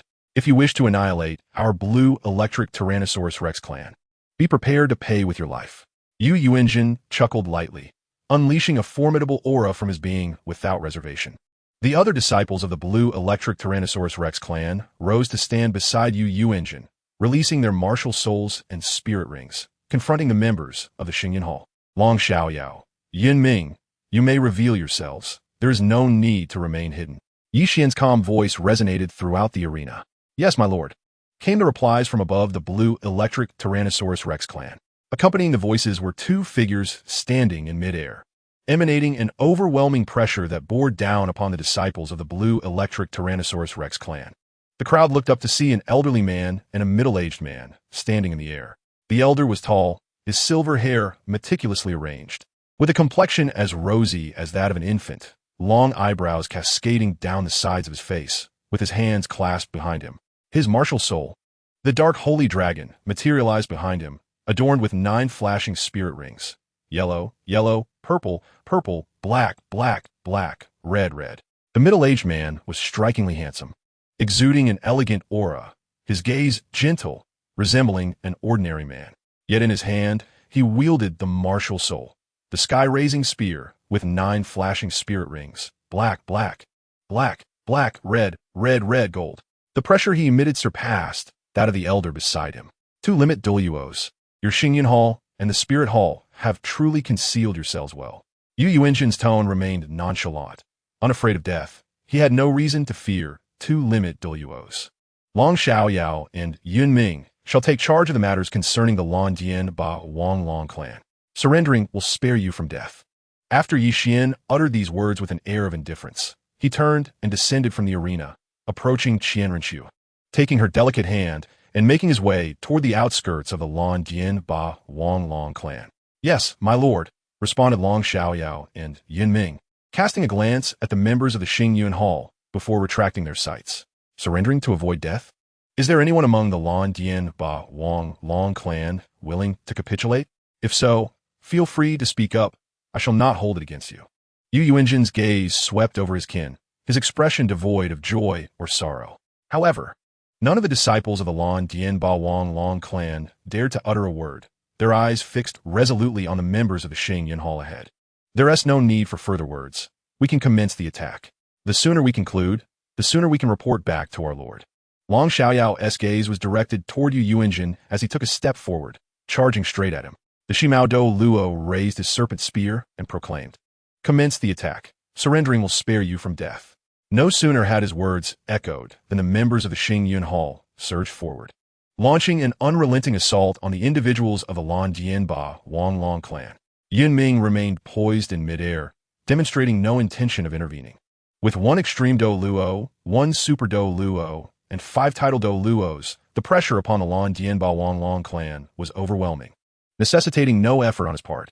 Outside the Londian Ba Wanglong clan, Yi Xian and Qian Renqiu settled upon a mound of earth. Unperturbed by the dust beneath him, Yi Xian reclined on the ground, gazing up at the starry night sky, remaining silent.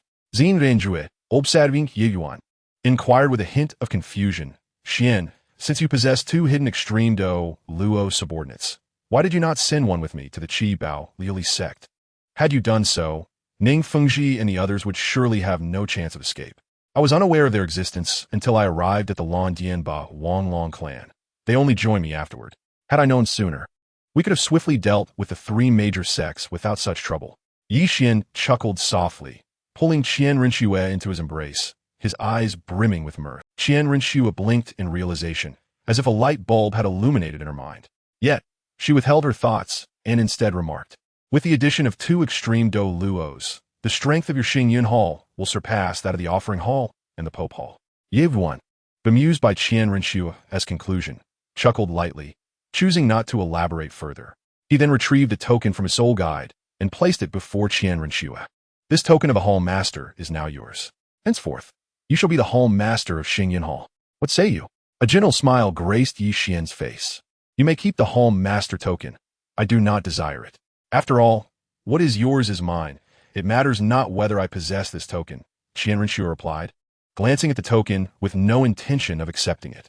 Yi Xian, upon hearing this, put the Hall Master token away and remarked, "You have a point. Eventually, the Xingyuan Hall will merge with the Wuhuan Hall, rendering the token inconsequential." The affairs concerning the 3 major sects were nearly resolved. Once the Tiando Empire is renamed the Wuhuan Empire tomorrow, the matter will be entirely settled. Although the timeline has advanced, it bears no adverse impact on the grand scheme of things, yielding the best possible outcome. A faint smile appeared on Qian Renqiu's face. Now that we possess the strength to sweep across the continent, the Tiando Empire's army, combined with the sole masters of the Wuhuan Hall, will find the Xing Luo Empire utterly defenseless. Yi Xian's tone was casual, with 4 extreme Douluos. The Tiando Empire's forces and the sole masters of the Wuhuan Hall would face no challenge in the continent. As time trickled by, dawn gradually broke, and the sounds of battle within the Lan Dianba Wang Long clan diminished, flames and black smoke rising from within.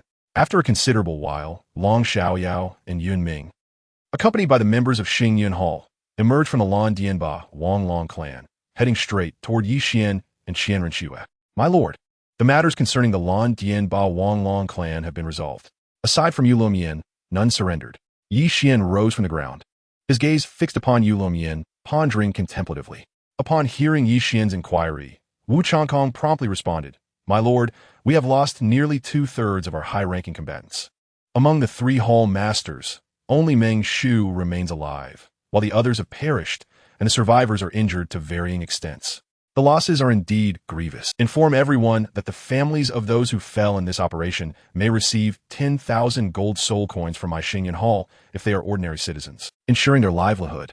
If they possess talent to become soul masters, they may join my Xingyun Hall for rigorous training. Should they wish to leave as free soul masters in the future, we shall not impede them. Yi Qian waved his hand, delegating the aftermath to Wu Changkong. Understood, my lord, Wu Changkong replied, standing patiently, awaiting Yi Qian's next command. Yi Qian turned his gaze back to Yu Luomian, inquiring, Are you the only one left of the Lan Dianba Wang Long clan, or are there other survivors? You should be well aware. Hall Master, aside from myself, 3 individuals are absent from the clan and have miraculously survived. Yu Qianxin, Yu Qianheng, and my illegitimate daughter, Lu Erlong. Yu Luomian bowed respectfully, revealing all he knew. Yu Qianxin, Yu Tianheng? Yi Qian chuckled softly. Rising as he spoke, the matter has been settled. Wu Changkong, Lai Yin, take the others back to Xingyun Hall. Long Xiaoyao, Yun Ming, Shi Mao, Ci Shui, Tai Xiong, and Ling Gue shall accompany me and Xuerer to the Tiando Imperial Palace. As for you, Yu Luomian, return with Wu Changkong and rest to recover from your injuries. We shall discuss your arrangements once our affairs are concluded. Yi Qian's gaze briefly met Yu Luomian's, showing little concern for his presence. However, as a soul Douluo, his continued existence could prove useful. Yes, my lord, the others replied in unison. Wu Changkong and Lai Yin led the group back toward Xingyun Hall to rest and recuperate. Meanwhile, Long Xiaoyao, Yun Ming, Shi Mao, Ci Shui, Tai Xiong, and Ling Gue followed Yi Qian and Qian Renxue toward the Tiando Imperial Palace. Upon their arrival, Yi Qian and Qian Renxue entered without taking their seats upon the dragon throne in the main hall of the palace. The individual masquerading as Shui Qinghe stood respectfully before them, awaiting their directives. Shui Qinghe, mobilize all the troops of the Tiando Empire and impose martial law throughout Tiando City. Furthermore, announce to the entire Tiando Empire that, effective immediately, the Tiando Empire shall be renamed the Wuhuan Empire, and the imperial throne shall be ceded to His Holiness the Pope. Yi Qian's fingers lightly tapped the armrest of the throne, producing a rhythmic sound. Understood, young master, young lady. I shall attend to this matter at once and prepare for the abdication. Shui Qinghe, after respectfully saluting the 2 individuals, promptly descended to prepare the necessary arrangements. Long Xiaoyao, Yin Ming, Shi Miao, Ci Shui, Tai Xiong, and Ling Gue, you 6 will be stationed in the Tiando Palace. Anyone who dares to intrude shall face merciless consequences. After Yi Qian uttered these words, he lifted Qian Renxue in his arms and proceeded toward the inner palace.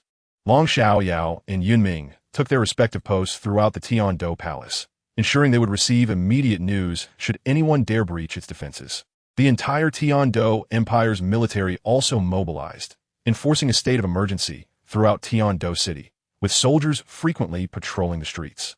The news of the Tiando Empire's rebranding as the Wuhan Empire and the abdication of the throne to the current pope swiftly spread across the continent. A few days later, in the Wuhan city, within the Pope's hall, BibiDong perused the information that had come to her, including a handwritten letter from Qian Renxue, and had grasped the situation's nuances. Setting the letter aside, she addressed Yu Guan and Gue Mei, instructing them to dispatch personnel to seal the borders of the Wuhan Empire and closely monitor the movements of the Xingluo Empire. Should they show any signs of mobilization, she demanded immediate reports, emphasizing that they must be halted at the borders of the Wuhan Empire. She then commanded all present in the Pope's hall, along with the palace knights, to accompany her to Tiando City. entrusting the affairs of Wuhan City to the grand offering for the time being. A subtle smile graced BibiDong's lips. Although the plan had been expedited, it did not alter the overall scheme, requiring only minor adjustments. "Yes, Your Holiness," replied Yu Guan and Gue Mei, before departing to execute their orders. In no time, the Soul Masters and Palace Knights of the Pope's hall mobilized, swiftly gathering together. Even the grand offering, Qian Dalu, along with several other offerings, exited the offering hall to prepare for their roles in Wuhan City. Before the Pope's hall, a long line of figures stood in formation, with a luxurious palanquin at the forefront, surrounded by palace knights on guard. BibiDong and Hulaina emerged from the Pope's hall and ascended the opulent palanquin, prompting the procession to commence. Upon reaching Wuhan Academy, the procession halted abruptly. BibiDong instructed Laina to summon Xiaoyu and Yan, asking them to join their journey to Tiando City. "Understood, teacher. I will fetch them right away," Hulaina replied, promptly leaping down from the palanquin and making her way into the Wuhan Academy. Watching her retreating figure, BibiDong reflected that the growth pace of the golden generation was somewhat sluggish. Indeed, tranquil cultivation seemed inferior to practical experience. 1 month later, within the inner palace of the Wuhan Empire, Yi Xian and Qian Renshu leisurely enjoyed their breakfast, their hair slightly disheveled, clearly having just risen. Yi Xian savored a bowl of meat porridge, while Qian Renshu set down her utensils, blinking her eyes with a smile as she addressed him. "Qian, I have something to tell you." "What is it, Shui?" "You need not hesitate to speak," Yi Xian replied nonchalantly, continuing to enjoy his porridge. "Qian, we are soon to have a child. I will fulfill a wish of my grandfather," Qian Renshu said, her eyes sparkling with joy. Upon hearing her words, Yi Xian's actions abruptly halted, and he sputtered the porridge he had just swallowed, coughing uncontrollably as if caught off guard. "Qian, what is wrong? How can you choke on your food?" Qian Renshu inquired, puzzled by his reaction. "Cough, it is nothing. I merely ate too hastily," Yi Xian managed to reply, his mind racing with the implications of Qian Renshu's statement. He had always envisioned having children when they reached their early 20s, and now seemed a bit early. But since the moment had arrived, there was no turning back. After a moment, Yi Xian composed himself and said, "Shui, once our teacher arrives, let us set aside all matters and return to a peaceful state of rest. Regardless of what transpires, we shall not concern ourselves for the time being." He gently stroked Qian Renshu's long hair, his eyes filled with affection. "Qian, shall we return to Wuhan Hall or remain in the Wuhan Empire?" Qian Renshu asked, her face beaming with a radiant smile, her voice tinged with excitement. "Wherever you wish to go, I shall accompany you, as long as I am by your side. No one shall harm you on the road," Yi Xian reassured her with a smile. Presently, no faction possessed a combat prowess that could rival the Xingyan Hall. After all, Yunming's near-divine strength was no trifling matter. Even an ultimate Douluo would be swiftly defeated before him. It is noteworthy that the divine realm had not yet faded away. If Yunming continued to pursue his divine status, attaining godhood would merely be a matter of time. Additionally, the Xingyan Hall boasted the presence of Yi Shishui and Long Xiaoyao, both ultimate Douluos, making it nearly invincible on the continent, unless a deity descended from the divine realm. At that moment, a voice echoed from outside the door. "Young master, miss. His Holiness, the Pope has arrived and is currently awaiting your presence in the palace." "Understood. We will freshen up and then proceed to the palace," Yi Xian responded, rising with Qian Renshu to wash up and change clothes. After completing their preparations, they exited their room and headed toward the palace. Upon their arrival, they found BibiDong seated upon the imperial throne, while other soul masters and palace knights stood respectfully on either side. Yi Xian and Qian Renshu approached and greeted, "Teacher, Mother." A smile graced BibiDong's face as she acknowledged their arrival, saying, "Qian, Shui, although you have expedited the plan, your actions have been commendable and have not disrupted the grand scheme. However, it is time for you both to prepare, as the Xingyan Hall can now merge with the Wuhan Hall. I will use my authority as the Pope to designate you as the holy son and holy daughter of the Wuhan Hall. In due course, Qian, you shall inherit the position of Pope. Before that, however, there's a matter that requires your attention.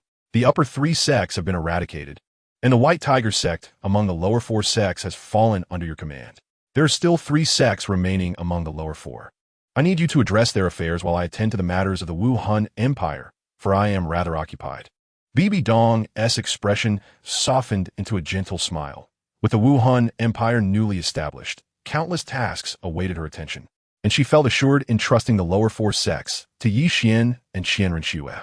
Upon hearing this, Yi Qian promptly replied, "Teacher, I fear that Shuer and I are unable to manage the affairs of the lower four sects.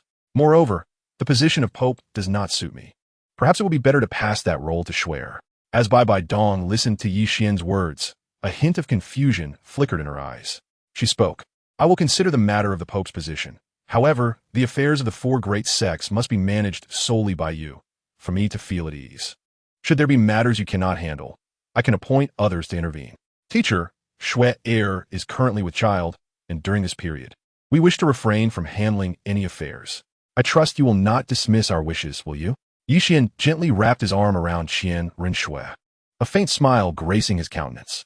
Upon hearing Yi Qian's words, BibiDong's gaze shifted to Qian Renshue, her eyes reflecting astonishment and surprise as she scrutinized her. Yet, BibiDong soon chuckled softly and replied, "How could I possibly refuse? Since you wish to avoid any dealings, you may take this time to rest and recuperate. You have been training outside for an extended period. It is indeed time for some respite. Nevertheless, the merger of the Xingyun Hall with the Wuhan Hall requires your oversight. After all, your people in the Xingyun Hall need the guidance of their hall master." Upon hearing this, Qian Renshue smiled and said, "Mother, you need not worry about the matters of the Xingyun Hall. Xiao Xian has already made all necessary arrangements for the merger into the Wuhan Hall, where will become the third hall. Very well, since the matters of the Xingyun Hall are settled, you may return to your rest. However, please prepare for the upcoming ceremony to confer the titles of Holy Son and Holy Daughter, which will take place in a few days. You need only fulfill the formalities. As for the Pope's position, I must deliberate thoroughly before making a decision, so there is no need for you to be anxious for the time being." With a gentle smile, BibiDong waved her hand, signaling for the two to depart and do as they wished. As Yi Qian and Qian Renshue exited the palace, they beheld the vibrant streets surrounding them. "Yixuan IKneeled, Xuia. Do you wish to explore Tiando City or accompany me back to the Xingyun Hall? Returning to the Xingyun Hall would leave us with little to do. Let us wander through Tiando City instead." Qian Renshue's gaze was drawn to the bustling thoroughfare, and she made her way toward it. Yi Qian simply smiled and followed closely behind. As they strolled amidst the throngs of people, the most discussed topics were the destruction of the Qi Bao Liuli clan and the Blue Electric Tyrant Dragon clan, as well as the renaming of the Tiando Empire to the Wuhan Empire. However, Yi Qian and Qian Renshue had little interest in the gossip and did not linger on it. Soon, Qian Renshue halted her steps, her attention caught by a stall selling candied hawthorns. "Xiao Xian, I want to eat candied hawthorns," she exclaimed. Desiring a treat, "I shall take you to purchase some." Yi Qian replied with a gentle smile, taking Qian Renshue's hand and leading her to the stall. The stall owner, an elderly gentleman, was engaged in conversation about recent events as they approached. "What you speak of is common knowledge among the people of Tiando City. However, let me share something you might not have noticed. There is something you have overlooked. What we have possibly missed. The recent events revolve around the annihilation of the Qi Bao Liuli clan and the Blue Electric Tyrant Dragon clan, and the transformation of the Tiando Empire into the Wuhan Empire. What else could there be? Ah, but you're unaware. The Xingyun Hall outside Tiando City. Surely you know of it? The hall master once dared to strike the main hall of the Blue Electric Tyrant Dragon clan. Now, however, the hall master has been challenged. Care to guess what happened next? What happened? Do not keep us in suspense. Did the hall master accept the challenge? Who is the challenger, and when will the competition commence? Perhaps we might witness the spectacle ourselves. Alas, it seems you may not be able to witness it. From what I understand, the hall master has not responded for half a month, suggesting a possible reluctance to engage. Reluctance? Surely not. The hall master once subdued the younger generation of the Blue Electric Tyrant Dragon clan single-handedly. How could he possibly shy away? It is not impossible. The Blue Electric Tyrant Dragon clan has been obliterated. It is conceivable that the Xingyun Hall's master may be hesitant. After all, who would have predicted that two major sects could be annihilated overnight? Who foresaw the sudden transformation of the Tiando Empire into the Wuhan Empire? Listening intently, Qian Renshue furrowed her brow, about to speak when Yi Qian offered her a skewer of candied hawthorns. She took a bite, but said nothing further, casting a glance at the stall owner. The owner, now noticing their presence, smiled and declared, "Young master, miss, the candied hawthorns total 5 copper soul coins." Yi Qian tossed a gold soul coin onto the counter and said, "No need for change. Consider the remainder a token of my goodwill." "Thank you immensely, young master. It is clear you possess a kind heart," the owner responded, bowing in gratitude as he accepted the gold coin. Yi Qian and Qian Renshui, however, offered no further acknowledgement and continued walking forward. Once they distanced themselves from the stall, Qian Renshui took another bite of her candied hawthorn and asked, Xiao Qian, are you not curious to see who challenges you at the Xingyan Hall? Why concern myself with that? Did you not wish to explore Tiando City? We can return to the Xingyan Hall after we have fully enjoyed our outing. Yi Qian chuckled, appearing unperturbed by the challenge directed at him. You seem quite unconcerned, yet others are whispering about your reluctance to engage. Will you not step forward to clarify? After all, we have only just learned of the challenge, Qian Renshui remarked, her tone earnest as she blinked her eyes. Let them say what they will. I need not concern myself with their opinions. What matters is my own understanding. We shall explore Tiando City first, and, once satisfied, return to discover who dares challenge me. Yi Qian replied with a light-hearted smile, gently ruffling Qian Renshui's hair. Very well then, let us first enjoy our time in Tiando City, and later we shall investigate who seeks to challenge you. A look of happiness illuminated Qian Renshui's eyes. She understood Yi Qian's character well. His pride would not allow him to ignore challenge. Yet, knowing that he prioritized their time together over responding to the challenge filled her heart with joy. The two wandered through the streets of Tiando City, enjoying the sights until dusk began to settle. They then made their way toward the Xingyan Hall. Upon arrival, they noticed a significant decrease in the number of people present, particularly among the higher ranks, where nearly 2/3 had vanished. After the soul hunting operation, the Xingyan Hall had been severely weakened and was now in a phase of recuperation. As they entered, they found Yi Shishui managing various affairs within the hall. Others were either assisting her or occupied with their own tasks. Upon noticing Yi Qian and Qian Renshui, Yi Shishui immediately stood and greeted Master Mistress. Yi, it is truly commendable that you are taking on the responsibility of reorganizing the myriad affairs of the Xingyan Hall.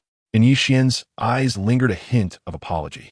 Since the establishment of the Xingyan Hall, it had been Yi Shishui managing various affairs. Now, with the hall suffering a severe blow and 2/3 of its upper echelon lost, it was imperative for Yi Shishui to handle the multitude of tasks.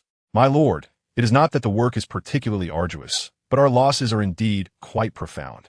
It is estimated that without a year and a half, we shall not recover, Yi Shishui said, a wry smile gracing her lips. Managing the affairs of Xingyan Hall was not exhausting at present. The daunting task lay in replenishing the upper echelons.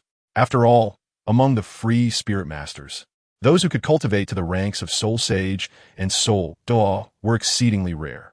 To swiftly bolster the upper tier of Xingyan Hall, it would necessitate the subjugation of smaller sects or clans.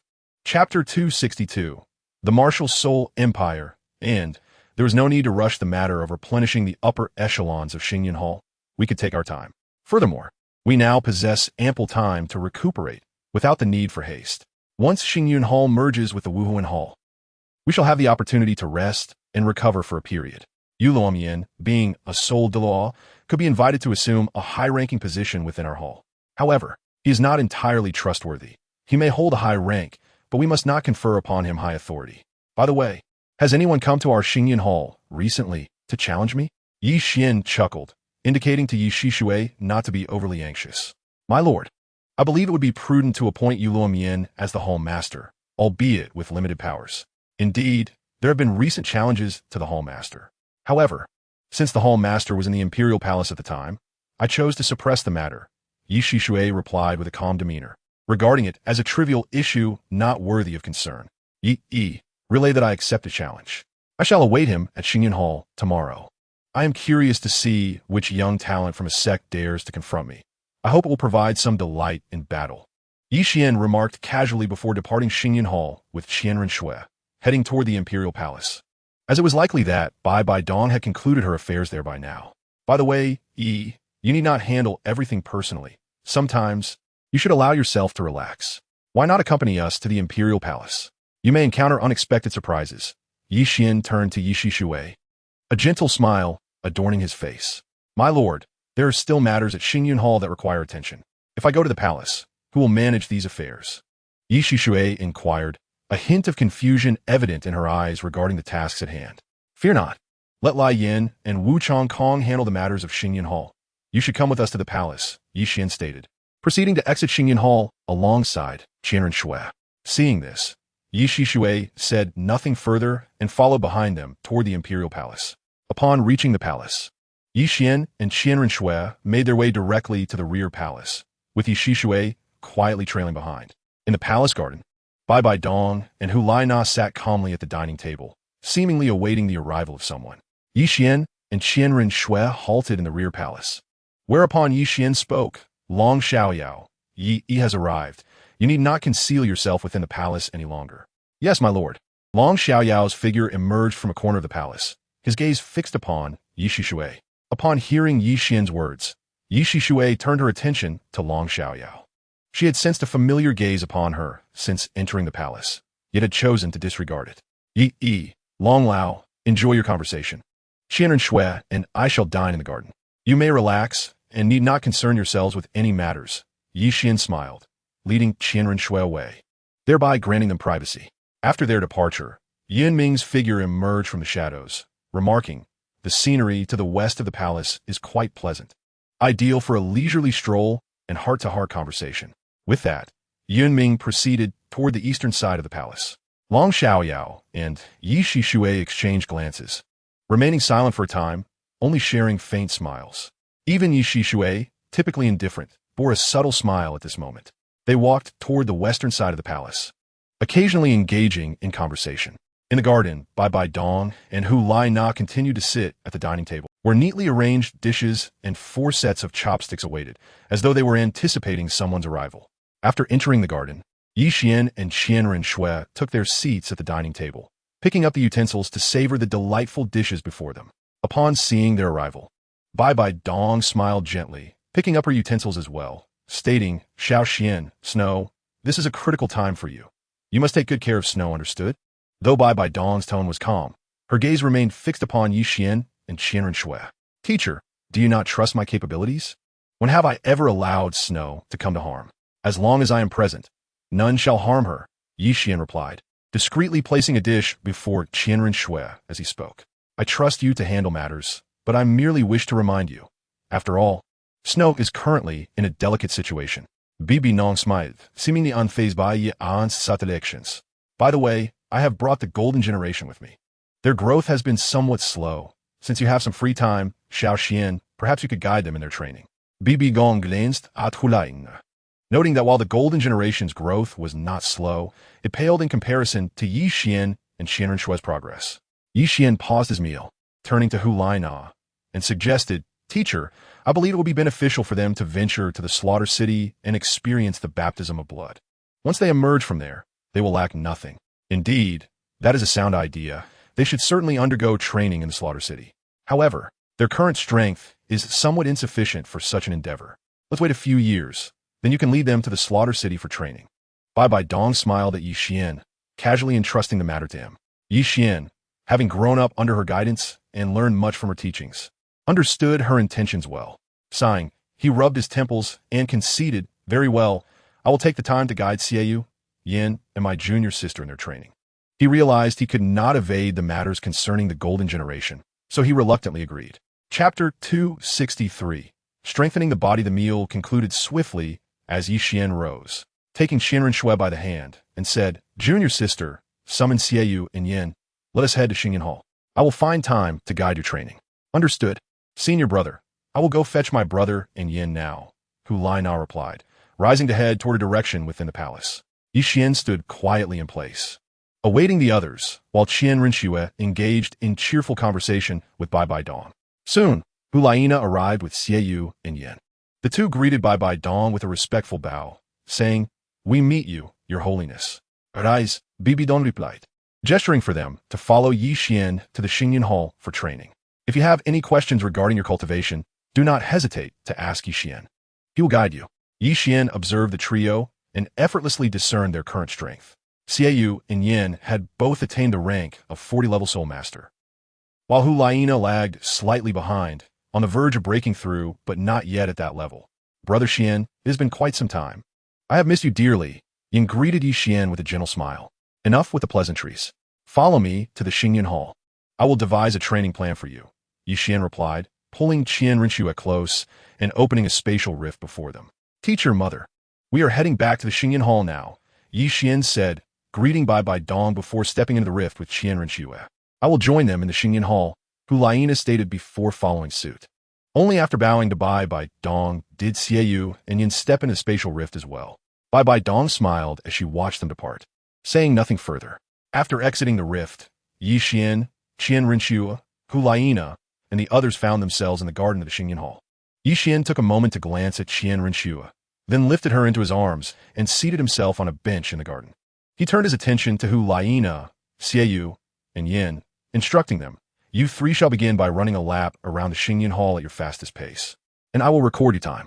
Hulaina, somewhat puzzled, asked, "Brother, it's already late. Why must we run a lap around the Xingyan Hall? While the speed of cultivation largely depends on innate talent, I cannot teach you that. However, I can guide you in strengthening your physique," Yi Qian said, gesturing for them to hurry. After a brief moment of contemplation, Hulaina, Xiaoyu, and Yin dashed towards the garden's exit at their utmost speed. During their run, Yin unleashed his martial spirit, radiating a sparkling aura of yellow and purple, and with 4 soul rings activated, he surged ahead, gaining a significant speed advantage. Xiaoyu followed closely, channeling his soul power, while Hulaina relied solely on her physical prowess, running swiftly without utilizing any soul power. Yi Qian observed their performance silently, mentally calculating their time to ensure accuracy. "Qian, is it necessary for them to run a lap first to strengthen their bodies? They could simply start their training without all this trouble," Qian Renshue remarked, curious about his intentions. "Tell me, can a person running at their fastest pace surpass their own recorded time while bearing an additional weight of 100 pounds? Yi Qian replied with a gentle smile, posing a question back to her. "Impossible. One cannot exceed their fastest recorded time under such weight." Qian Renshue shook her head in denial. Yet she began to grasp Yi Qian's method for training Hulaina and the others. First, they would record their best time. Then they would train under a weight they could bear, aiming to surpass that initial time. If successful, not only would their physical strength increase, but their speed and endurance would also see significant enhancement. Although this method would not directly aid in soul power cultivation, it would greatly benefit their overall physical conditioning. "Qian, how did you come up with this method?" Qian Renshue's eyes sparkled with interest, recognizing its suitability for establishing a solid foundation for soul masters in their early stages. "It's quite simple. Most soul masters tend to focus solely on cultivating their soul power, neglecting the importance of physical training. Establishing a foundation from a young age can significantly enhance the duration for absorbing soul rings." Yi Qian responded with a smile, brushing off her inquiry.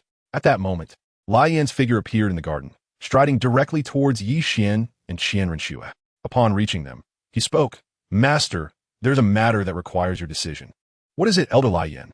"Tell me," Yi Qian replied, intrigued, as there had been no significant issues at the Xingyan Hall lately, and he was curious about what required his attention. Originally, there were 3 Hall Masters in the Xingyan Hall, but due to the last mission, Hall Masters Yi Xiao and Zhang Chun have perished. Hall Master Yi Xiao has a 6-year-old daughter, and I just took her to awaken her martial spirit. Unfortunately, her martial spirit has mutated, and she possesses only a first-level innate soul power. Hence, I seek your guidance on how to handle this situation." Lai Yin said with a wry smile, uncertain of the appropriate course of action. "If she lacks soul power, we can keep her at the Xingyan Hall until she comes of age or wishes to leave, providing her with 10,000 gold soul coins for a comfortable life. However, with her minimal talent, having only first-level innate soul power, she may only reach the rank of Great Soul Master and is unlikely to break through to Soul Master without further opportunities," Yi Qian mused aloud. Upon hearing this, Yi Qian stated firmly, "Yi Xiao was a Hall Master of the Xingyan Hall, and since he has fallen, we must take care of his daughter. Bring her to me, and we will respect her wishes in deciding her future." "Understood, Master," Lai Yin replied, and quickly departed to fetch the girl. Ye Wan nodded it lightly, remaining seated without any intention of rising. Before long, Lai Yin returned with a small girl, around 5 or 6 years old, her delicate features evoking a sense of fragility. The girl hid shyly behind Lai Yin, her demeanor timid. "Master, this is Yi Zhao's daughter, Yi Bing," Lai Yin introduced, gesturing to the girl behind him. Yi Qian regarded Yi Bing with a warm smile, gently inquiring, "Yi Bing, do you have any other family members?" "No, my father is missing, and I have no other family." Yi Bing timidly peeked out from behind Lai Yin, her voice soft and fragile. "Would you prefer to attend an academy or stay at the Xingyan Hall? Should you choose to remain here, you may leave whenever you wish once you're grown up." The same applies if you wish to go to the academy. Qian spoke kindly, aiming to make her feel at ease. Qian Renxue observed Bing with intrigue, finding the little girl quite fascinating. I wish to stay here. My father brought me here before, so I want to remain and become a soul master, Bing replied, clutching Lai Yan's clothing as her eyes scanned the surroundings with curiosity. Certainly, you may remain in the Xingyan Hall, and I shall find someone to instruct you in the cultivation of a soul master. If you wish to take anyone as your mentor, it is permissible as long as they are willing. Qian smiled lightly, not particularly concerned about leaving the girl in the Xingyan Hall. After all, with its vastness, it could easily accommodate another mouth to feed. So, can I choose anyone as my mentor?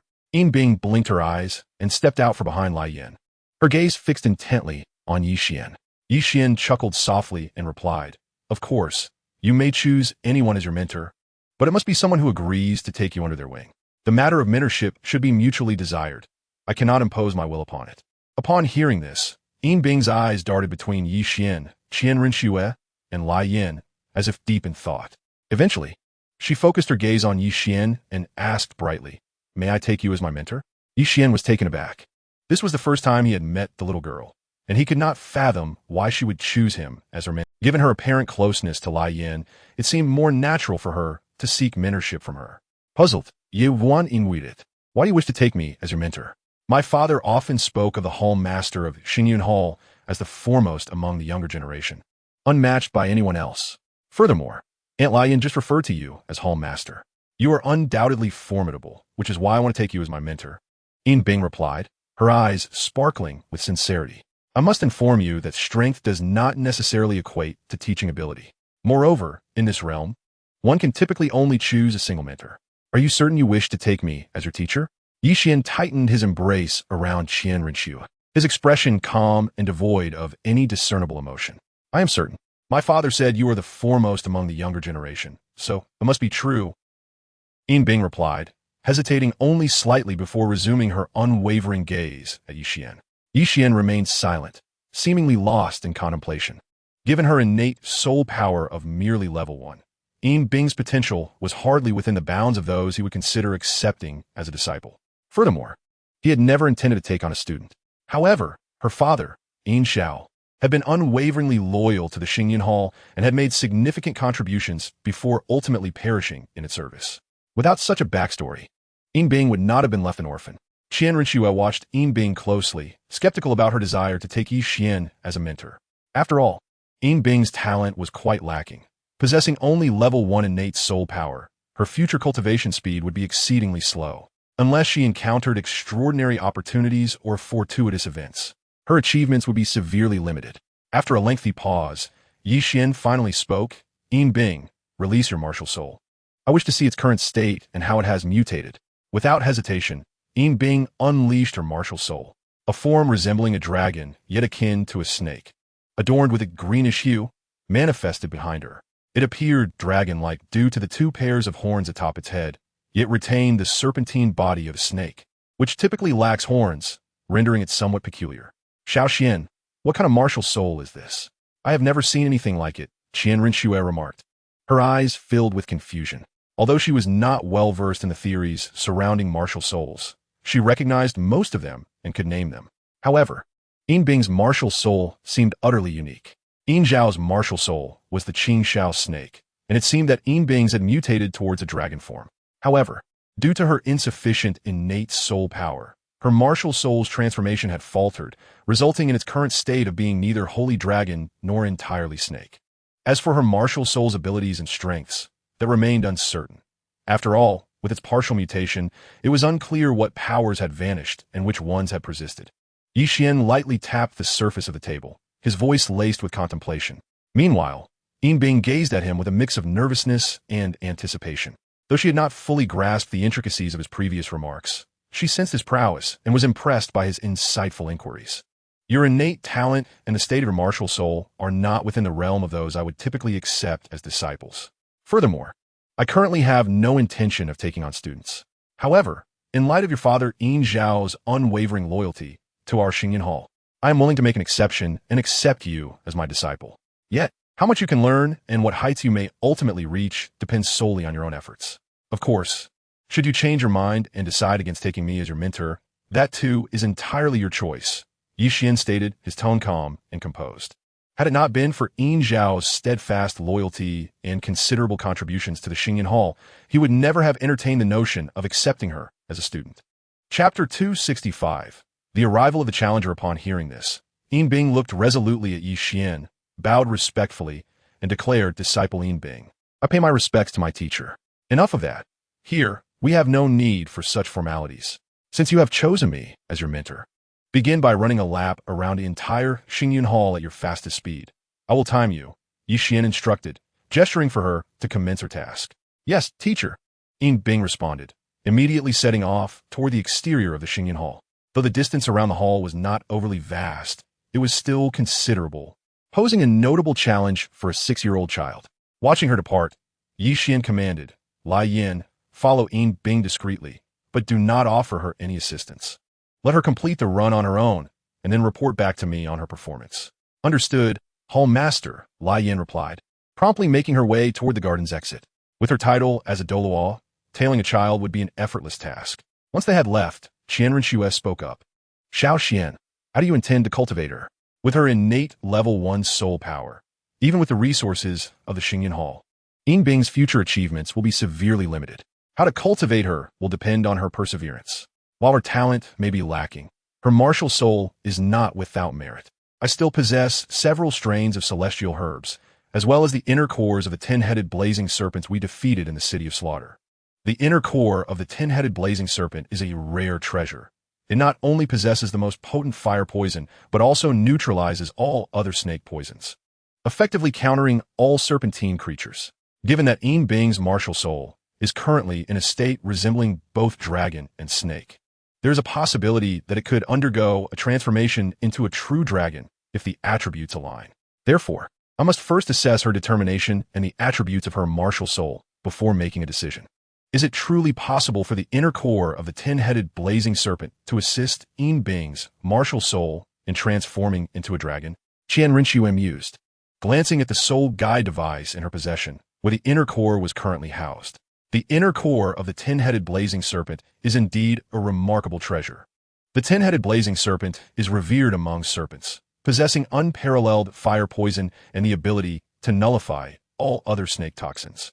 If Yin Bing's martial soul, currently in a state of ambiguity, can align with its attributes, it may very well enable her martial soul to metamorphose into a dragon and potentially grant her a 1,000-year soul ring. Yuan Chaklet Sofi. In the original narrative, Ma Hongjun had refined the inner cores of 10 fire serpents, not only elevating his martial soul to a new level, but also acquiring a millennium-old soul ring. Ma Hongjun's martial soul was a bird, which merely matched the attributes of the 10 fire serpents' inner cores. In contrast, Yin Bing's martial soul could undoubtedly be categorized as a serpent, thus presenting a more fitting alignment than a mere bird. Upon hearing this, Qian Renxue blinked and remarked, Xiao Qian, both the celestial herb and the inner cores are exceedingly rare treasures. If we were to easily bestow them upon Yin Bing, it would be a significant loss should she choose to leave the Xingyan Hall in the future. Of course, we must not disregard the contributions made by her father, Yin Xiao, who was unwaveringly loyal to the Xingyan Hall and ultimately fell in action. Therefore, we must consider her character before deciding whether to grant her the celestial herb and inner cores. Qian Renxue's gaze rested upon Yi Qian, a gentle smile lighting her eyes.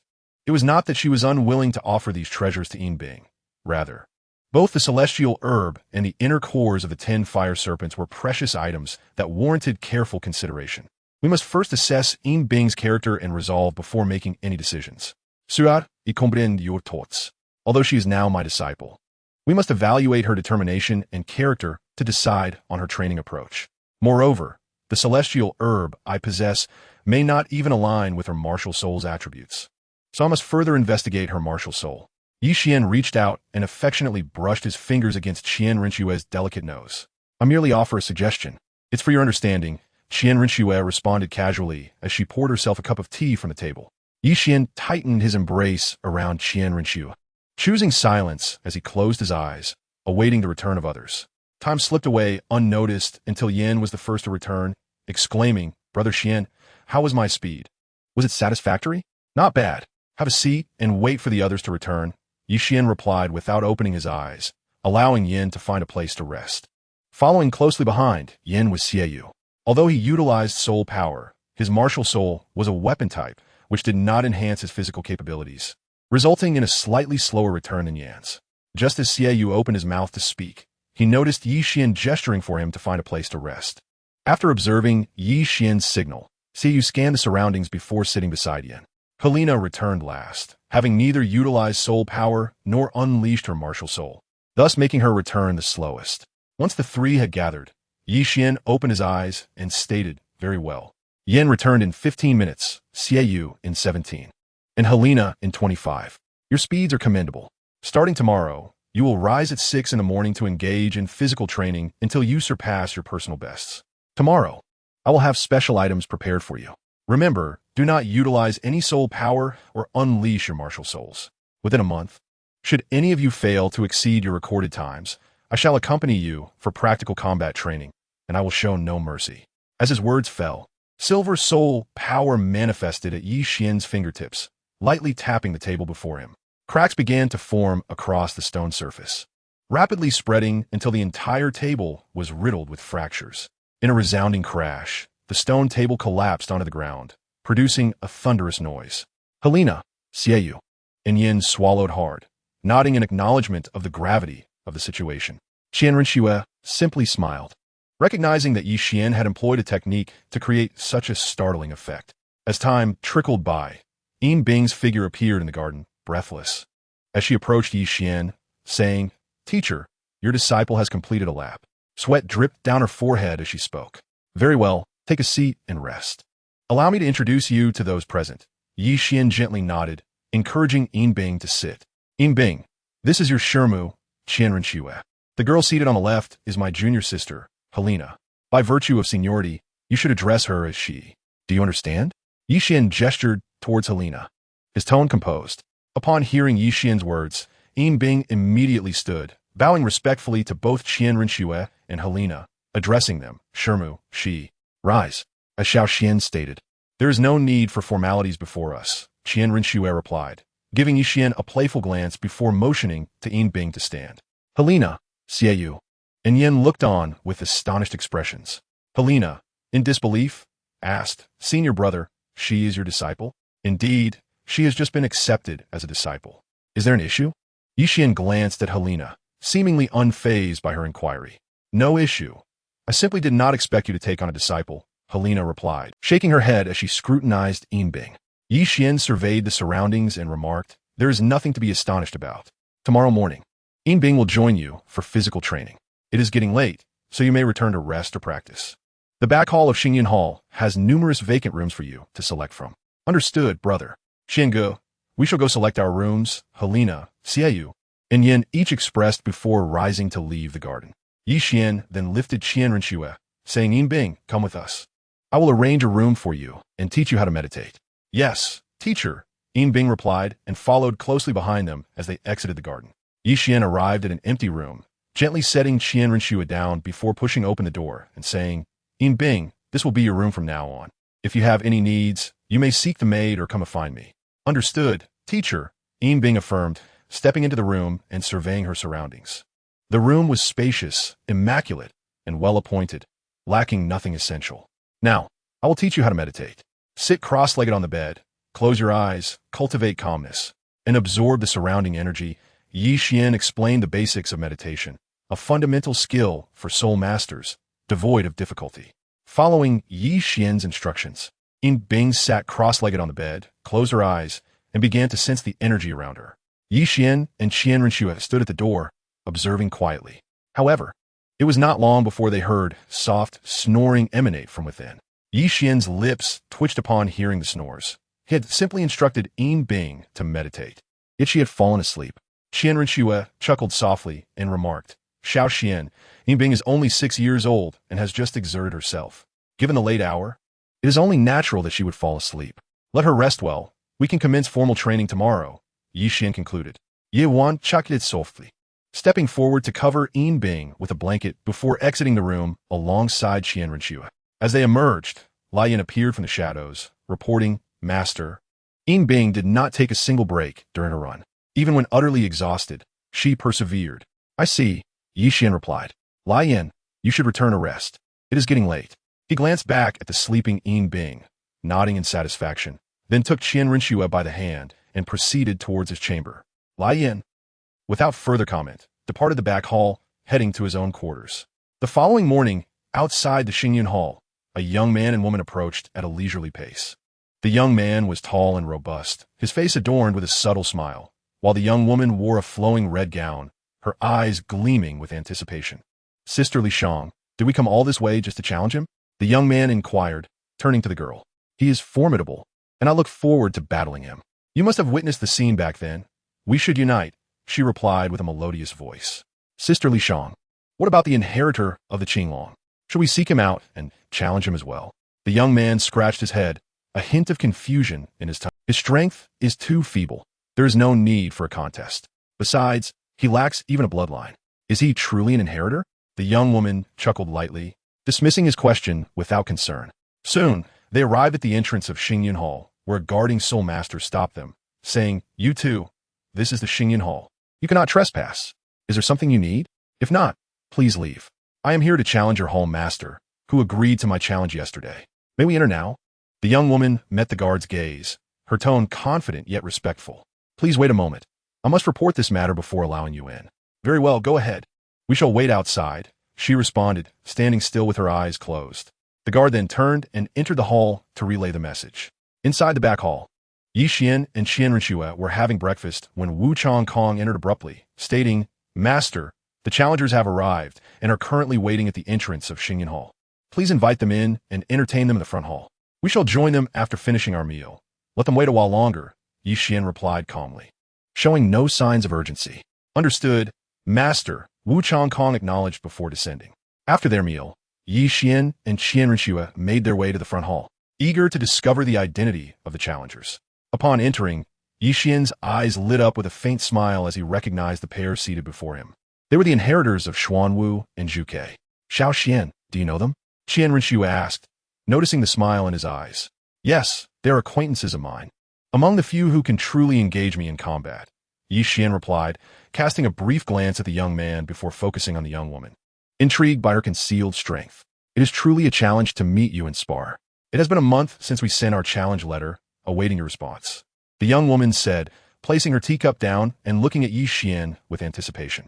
I was not in Xingyun Hall during that time. Hence I did not receive your challenge until yesterday. Yi Xian replied nonchalantly. Which of you wishes to challenge me? Or do you both intend to? Sister Li Shang, allow me to challenge him first. I am eager to gauge the difference between us.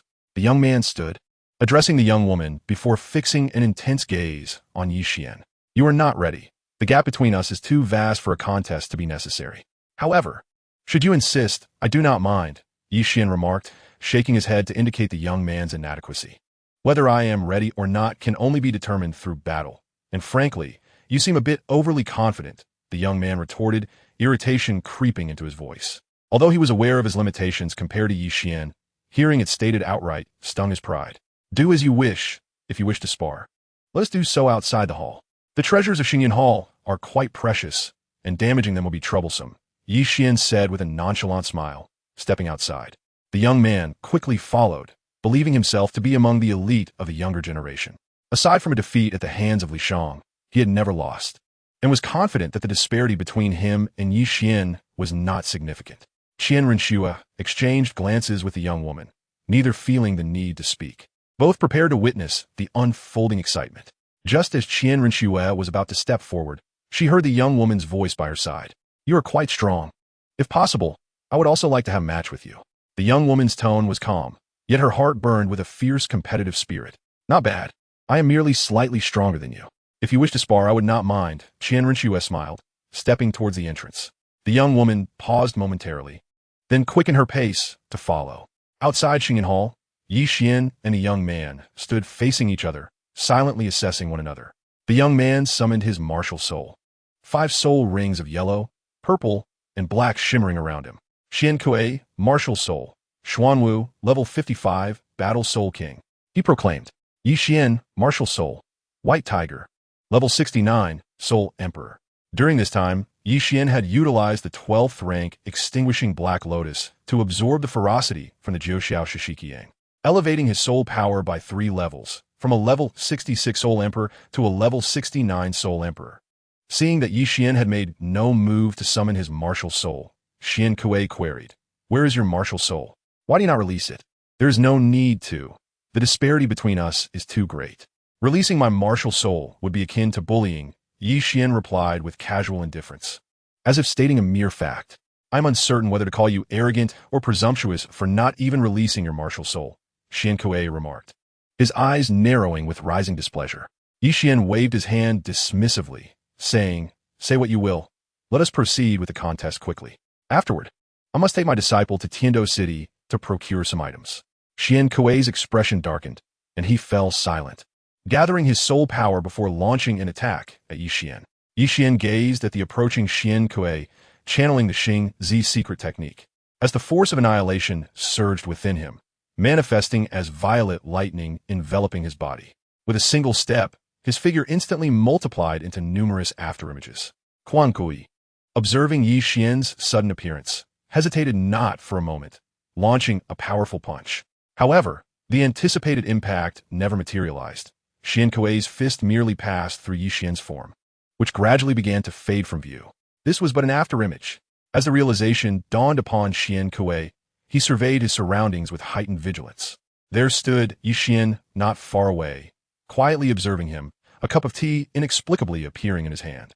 "Your strength is commendable, though your accuracy leaves much to be desired," Yi Qian remarked, taking a leisurely sip of his tea, his tone unhurried. Qian Kuei's previously sullen expression darkened further, and without uttering a word, he charged toward Yi Qian, his 3rd spirit ring flickering rapidly beneath him. The spirit energy coalesced within Qian Kuei, boosting his speed by approximately 30% in an instant. In response to Qian Kuei's relentless assault, Yi Qian deftly evaded, moving swiftly across the arena without any intention of countering. Meanwhile, Hulai Na, Xie Yin, and Bing emerged from the Xingyan Hall. Joining Qian Renshui's side, they watched the duel unfold with expressions of astonishment. Bing tugged at Qian Renshui's sleeve, her voice bright and innocent. "Master, do you think our teacher will win? It seems he isn't fighting back at all." The outcome of their match had been predetermined from the outset. It was merely a game where the elder toyed with the child. Qian Renshui gently patted Bing's head, signaling her to observe the duel closely. As time progressed, Qian Kuei found himself increasingly vexed. His every full-force strike landed only on Yi Qian's afterimages, never even brushing against his clothing. If you possess true skill, do not evade. Dodging incessantly signifies nothing, Qian Kuei lamented, standing his ground, his voice tinged with frustration. "Very well, we may conclude our contest here," Yi Qian acknowledged with a nod, remaining stationary as he summoned a potent force of annihilation to strike at Qian Kuei. The 5th spirit ring beneath Qian Kuei flickered rapidly, as a suit of armor formed from water enveloped him, providing comprehensive protection. 5th spirit skill, water spirit armor. Qian Kuei observed Yi Qian's incoming punch, channeling all his strength to counter with a strike of his own. Qian Renshui, Hulai Na, Xie and Yin watched in disbelief. Yi Qian's attack crackled with violet lightning, while Qian Kuei boldly engaged with his water armor. Did he not understand that water conducts electricity? The young girl pressed her hand to her forehead, murmuring softly, "Qian Kuei, could you perhaps employ some common sense in your duels? Are you truly unaware that water is a conductor?" Yi Qian displayed an expression of amusement, but hesitated not, retracting the destructive force he had gathered. When their fists collided, the immense recoil shattered Qian Kuei's water armor, sending him reeling backward, skidding across the ground for several dozen meters before regaining his balance. After steadying himself, Qian Kuei exhaled deeply, retracting his martial spirit.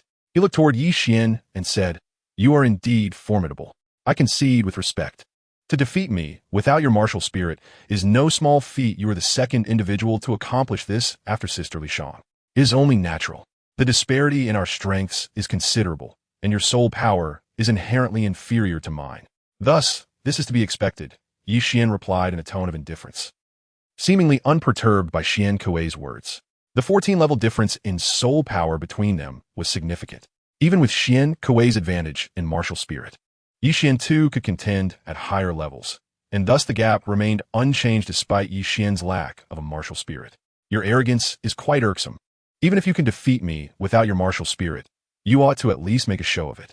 A semblance of respect is in order, Qian Kuei remarked, visibly displeased, and turned toward the young girl, abandoning any thought of further engagement with Yi Xian, feeling thoroughly frustrated. The girl stepped into the arena, standing before Yi Xian. Introducing herself, Yu Lishang, level 71, Soul Sage, I welcome your guidance. As her words echoed, she summoned her Zhu Ke martial spirit. 7 soul rings shimmering in hues of yellow, purple, and black, signaling her readiness for battle. In response, Yi Xian manifested his Baihu martial spirit. 6 soul rings glowing with shades of purple, gold, and red, equally prepared for combat. Yu Lishang observed the soul rings surrounding Yi Xian with a hint of solemnity, resolving to conclude their match swiftly, as only then could she hope for victory. From the previous bout between Yi Xian and Qian Kuei, it was evident that her strength paled in comparison. Although she could also triumph over Qian Kuei without her martial spirit, it would require far more effort than Yi Xian had expended. The disparity in their soul ring configurations further underscored the vast gulf between them, compelling her to pursue a quick resolution to the contest. With this determination, fiery red armor enveloped Yu Lishang, appearing lightweight rather than burdensome. The armor enhanced her already striking appearance, imbuing her with an aura of valor. Crafted from 6 Zhu Ke soul bones, the armor granted her unparalleled control over her form. Once clad in the soul bone armor, Yu Lishang's crimson wings fluttered gently as she ascended into the air, seeking the most advantageous battleground. Yi Xian chuckled lightly and remarked, choosing the sky as your arena? It seems you may have miscalculated. My Baihu martial spirit also possesses wings, rendering your aerial advantage negligible. With that, Yi Xian took to the skies, engaging Yu Lishang in combat. She unleashed searing flames from her hands, each strike rapid and relentless, akin to a torrential downpour upon Yi Xian. Yet, Yi Xian matched her speed, adeptly parrying her assaults while finding openings to counterattack. His demeanor remained relaxed, indicating he was not exerting his full strength.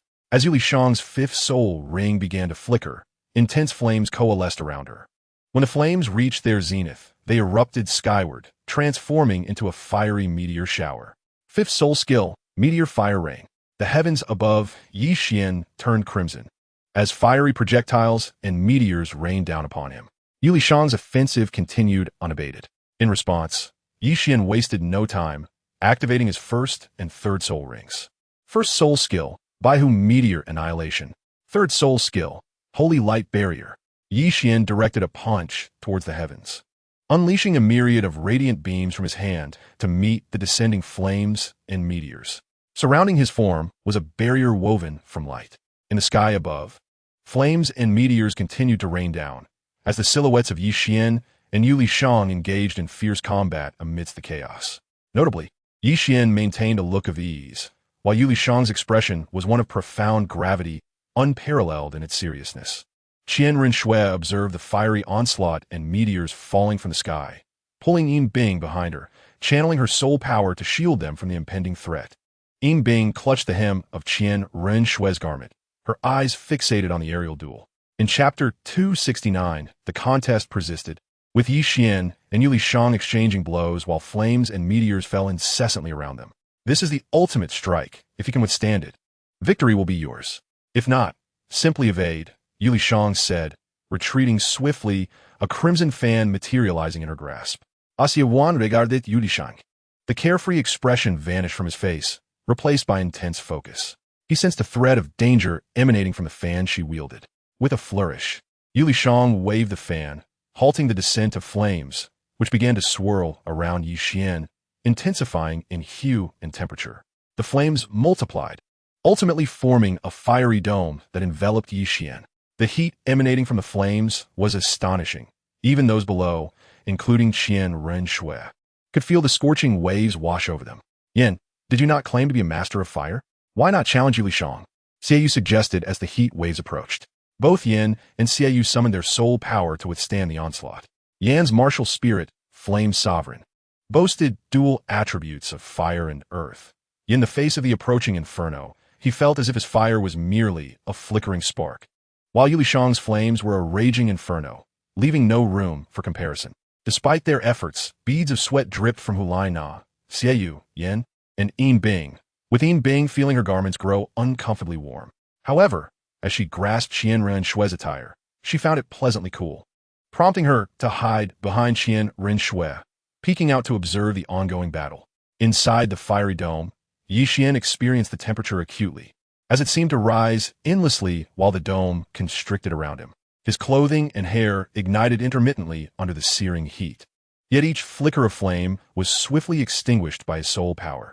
Though Yi Xian had consumed the 8-pointed Qian ice grass and the flame apricot blossom during his time in the ice and fiery Nyang'ai, granting him immunity to both fire and water, the flames of Yulishang were evidently no ordinary fire, rendering him vulnerable. Yi Xian retrieved the divine punishment silver spear from his consciousness, wielding it swiftly within the fiery dome.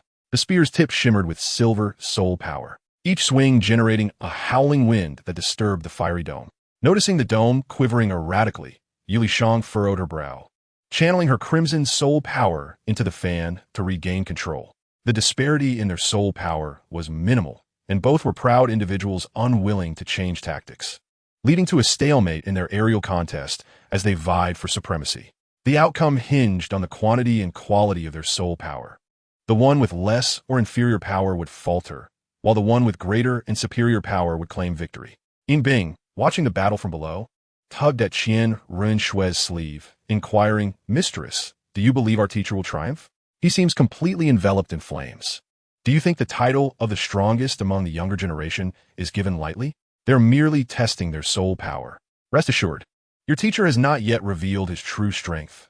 Otherwise, this contest would already be over." Qian Renshue replied with a light chuckle, dismissing Yin Bing's concerns. She knew Yi Xian still had numerous hidden cards to play, and should he reveal them, the contest would conclude swiftly. As time progressed, beads of perspiration began to trickle down Yulishang's face, and the fiery dome encasing Yi Xian began to tremble violently, indicating her waning control. Yet within the dome, Yi Xian remained steady, his spearwork accelerating.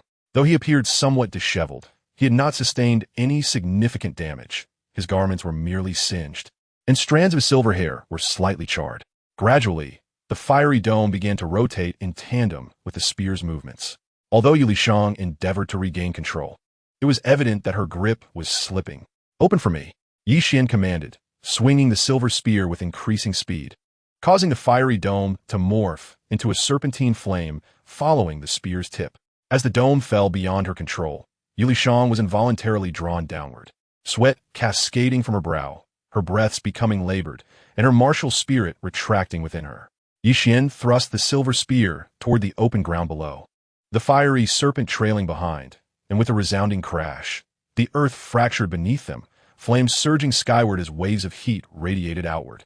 Qian Kuei caught the descending Yulishang, releasing his martial spirit to shield her from the searing heat, ensuring her safety amidst the turmoil. Qian Rensu, Hulai Na, Xieyu, and Yin also summoned their martial spirits to fend off the encroaching heat.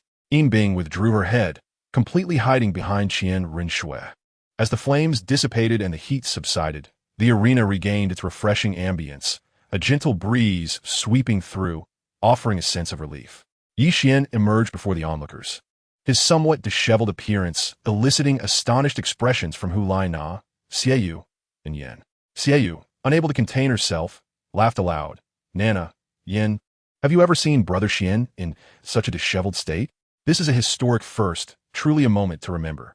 Her voice, though soft, resonated clearly in the now tranquil atmosphere.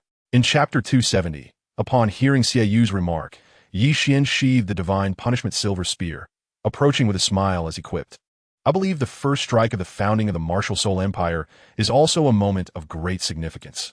Would you care to give it a try?" "Ahem. Xiangu, you're being rather polite. Such a momentous occasion should be entrusted to Yin. I feel I am not yet worthy of bearing the weight of such significance." A polite yet awkward smile graced Xieyu's face as she gestured towards Yin, who was merely spectating nearby. Yin felt a phrase bubbling within, yearning to be spoken. But upon glancing at Hulaina, she refrained, redirecting her gaze, as if she had seen and heard nothing at all. "Very well. You should also return and change into new attire. Qian Kuei and Yulishang have arrived, and I must extend my hospitality." Yi Xian waved at them, yet his attention was directed towards Qian Kuei and Yulishang. Qian Kuei turned to Yu Lishang, his eyes filled with inquiry. Iwa Lishang nudda zhenli, stutting. As the esteemed master of the Xingyin Dian, if you are hosting, we certainly cannot decline. At that moment, a familiar voice echoed from behind the group. Brother, you host a gathering, yet do not summon me, leaving us to traverse the Xingdo Great Forest alone. I thought you had perished there. I even prepared a tombstone, but it seems it will not be needed. A faint smile appeared on Yixian's face as he turned to face the source of the voice. Before him stood Qin Sheng and Ying Er, ambling towards them with serene smiles adorning their faces. Ah, as the saying goes, those who survive great tribulations are destined for greater fortunes.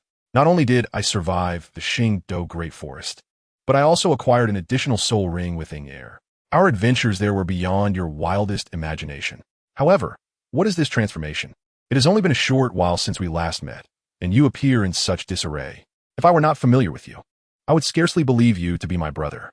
Qin Sheng scrutinized Yi Xian up and down, noting his rather disheveled appearance. Enough, since you have returned. Let's go together. I shall first change my attire.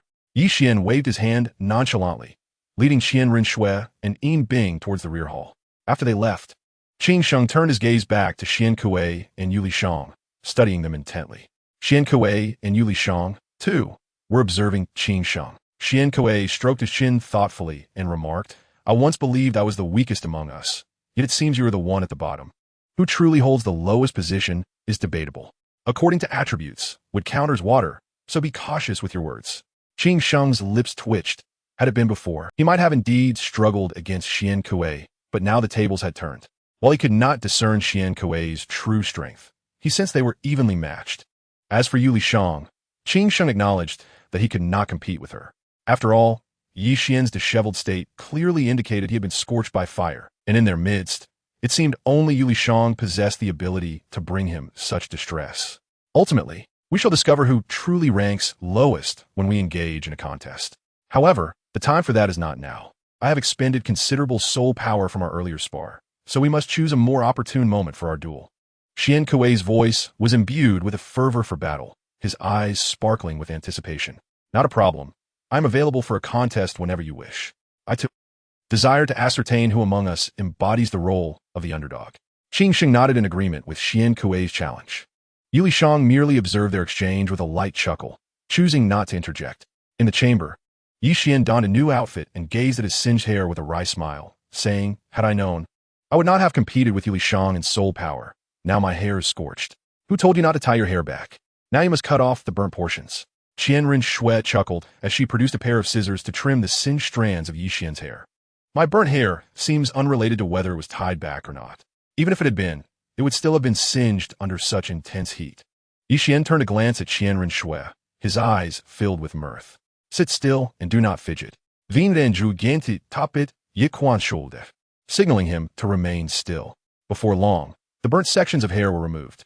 Yi Xian appraised his appearance and promptly styled his hair, opting not to let it hang loosely. After completing these tasks, Yi Xian and Qian Rinxue exited the room. Outside, Yin Bing sat quietly on the steps, patiently awaiting their return. Yin Bing, we are leaving. Today, the teacher shall treat you to a grand feast. Yi Xian called out to her as he and Qian Rinxue moved forward. Okay, teacher and Shermu.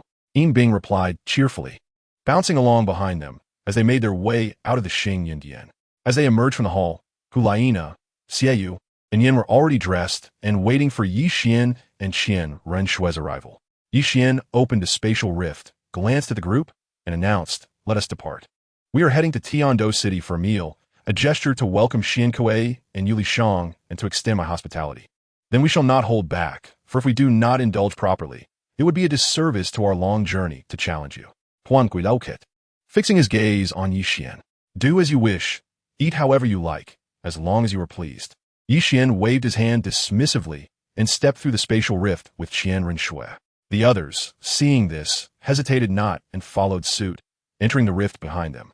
Upon emerging, they found themselves before a lavishly decorated restaurant, the finest establishment in Tiando City, boasting 4 opulent floors, each more extravagant than the last. Naturally, the prices were equally steep. Chapter 271. The truth revealed upon entering the restaurant. Yi Xian led Qian Rinxue straight to the front, stating, We have reserved the 4th floor today. If all is well, Please serve everything from a menu. Not a problem. The 4th floor is available. Please proceed to the 4th floor and wait. We shall promptly bring your orders. The waiter bowed respectfully, gesturing for them to move to the upper level. Qian nodded and, along with Qian Shui, ascended towards the 4th floor, while the others gazed around, following closely behind without losing a step. Upon reaching the 4th floor, the group marveled at the lavish surroundings, where not only luxury reigned, but the scenery was also breathtaking. Standing by the windows, they could view most of Tiando City.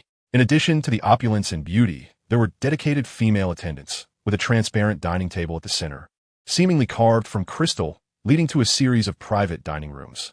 What do you think? Is it not splendid? Today, we shall host Qian Kuei and Yulishang here. Qian smiled faintly, surveying the group. Not just splendid, it is absolutely magnificent. Sister Lishang has never been to such an extravagant place. Qian Kuei surveyed the ornate decorations surrounding him, as well as the central table that gleamed like crystal. All of this was the result of substantial expenditure. Upon reaching a certain level of status, Jin Hanbai became merely a string of numbers, devoid of significant concern. Yi Xian, dismissively waving his hand, led Qian Shui to the dining table and gestured for everyone to take their seats. Whether it was the Xingyan Hall, the Wuhan Hall, or the Wuhan Empire, none of them lacked wealth. Particularly following the destruction of the Hao Tian sect, the 7 Treasures Glazed Tile School, and the Blue Lightning Tyrant Dragon Clan, the treasures within the Xingyan Hall could easily be described as a mountain of riches. After all, the items from the 3 major sects were certainly not scarce, especially considering that the 7 Treasures Glazed Tile School was reputed to be as wealthy as a nation. However, everything from the 3 sects now belonged to Yi Xian's Xingyan Hall. Once everyone was seated, the attendants began serving them tea and pastries. Yulishang picked up the tea before him and spoke. In truth, our purpose for visiting extends beyond mere competition. There is another matter, the propriety of which I am uncertain. As Yulishang spoke, her gaze subtly scanned the attendants around them, her meaning clear. You may leave now. We will call for you should we require anything. Understanding Yulishang's intent, Yi Xian immediately signaled for the attendants to withdraw, subsequently falling silent as he awaited her continuation.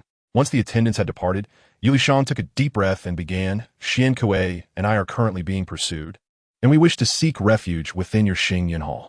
The force pursuing us is formidable.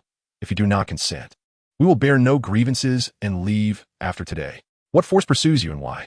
Yi Xian inquired, gently tapping the table with his fingers, not immediately acquiescing, but desiring to hear more about the pursuers and their motives. Yulishang inhaled deeply and replied, the force that hunts us is known as the Shengling Jiao. We are uncertain of their full strength, but I do know there exists an extreme Douluo within their ranks. Qian Kuei and I are not natives of this continent. We fled here from the Ryu continent, and the Shengling Jiao has followed us here. They pursue us for our talents, intending to transform us into evil soul masters within their ranks. Approximately 2 months ago, we were discovered by the Shengling Jiao within the Stardo Forest. That encounter was unlike previous ones, as it was led by their leader rather than a minor figure. Oddly enough, they ceased their pursuit halfway, allowing us to escape once more. However, I suspect the Shengling Jiao may have infiltrated this continent and are lurking in the shadows. After finishing her explanation, Yulishang sipped from her teacup. Yiv Wan, Qian Shui, Qing Sheng, and Ing Er listened intently, realizing the familiarity of her words.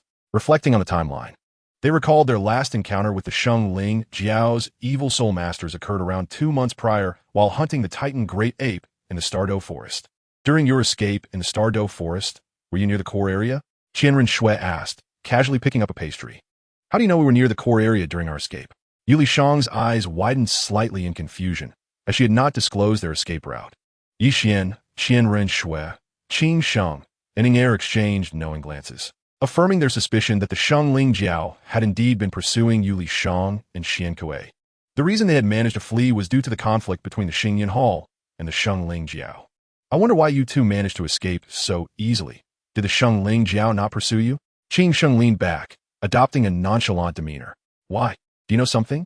Qian Kuei shot a sideways glance at Qing Sheng, puzzled by his question. I know more than just that. I was involved. Approximately 2 months ago, the higher-ups of the Xingyan Hall mobilized to hunt the Titan Great Ape near the core area of the Stardo Forest.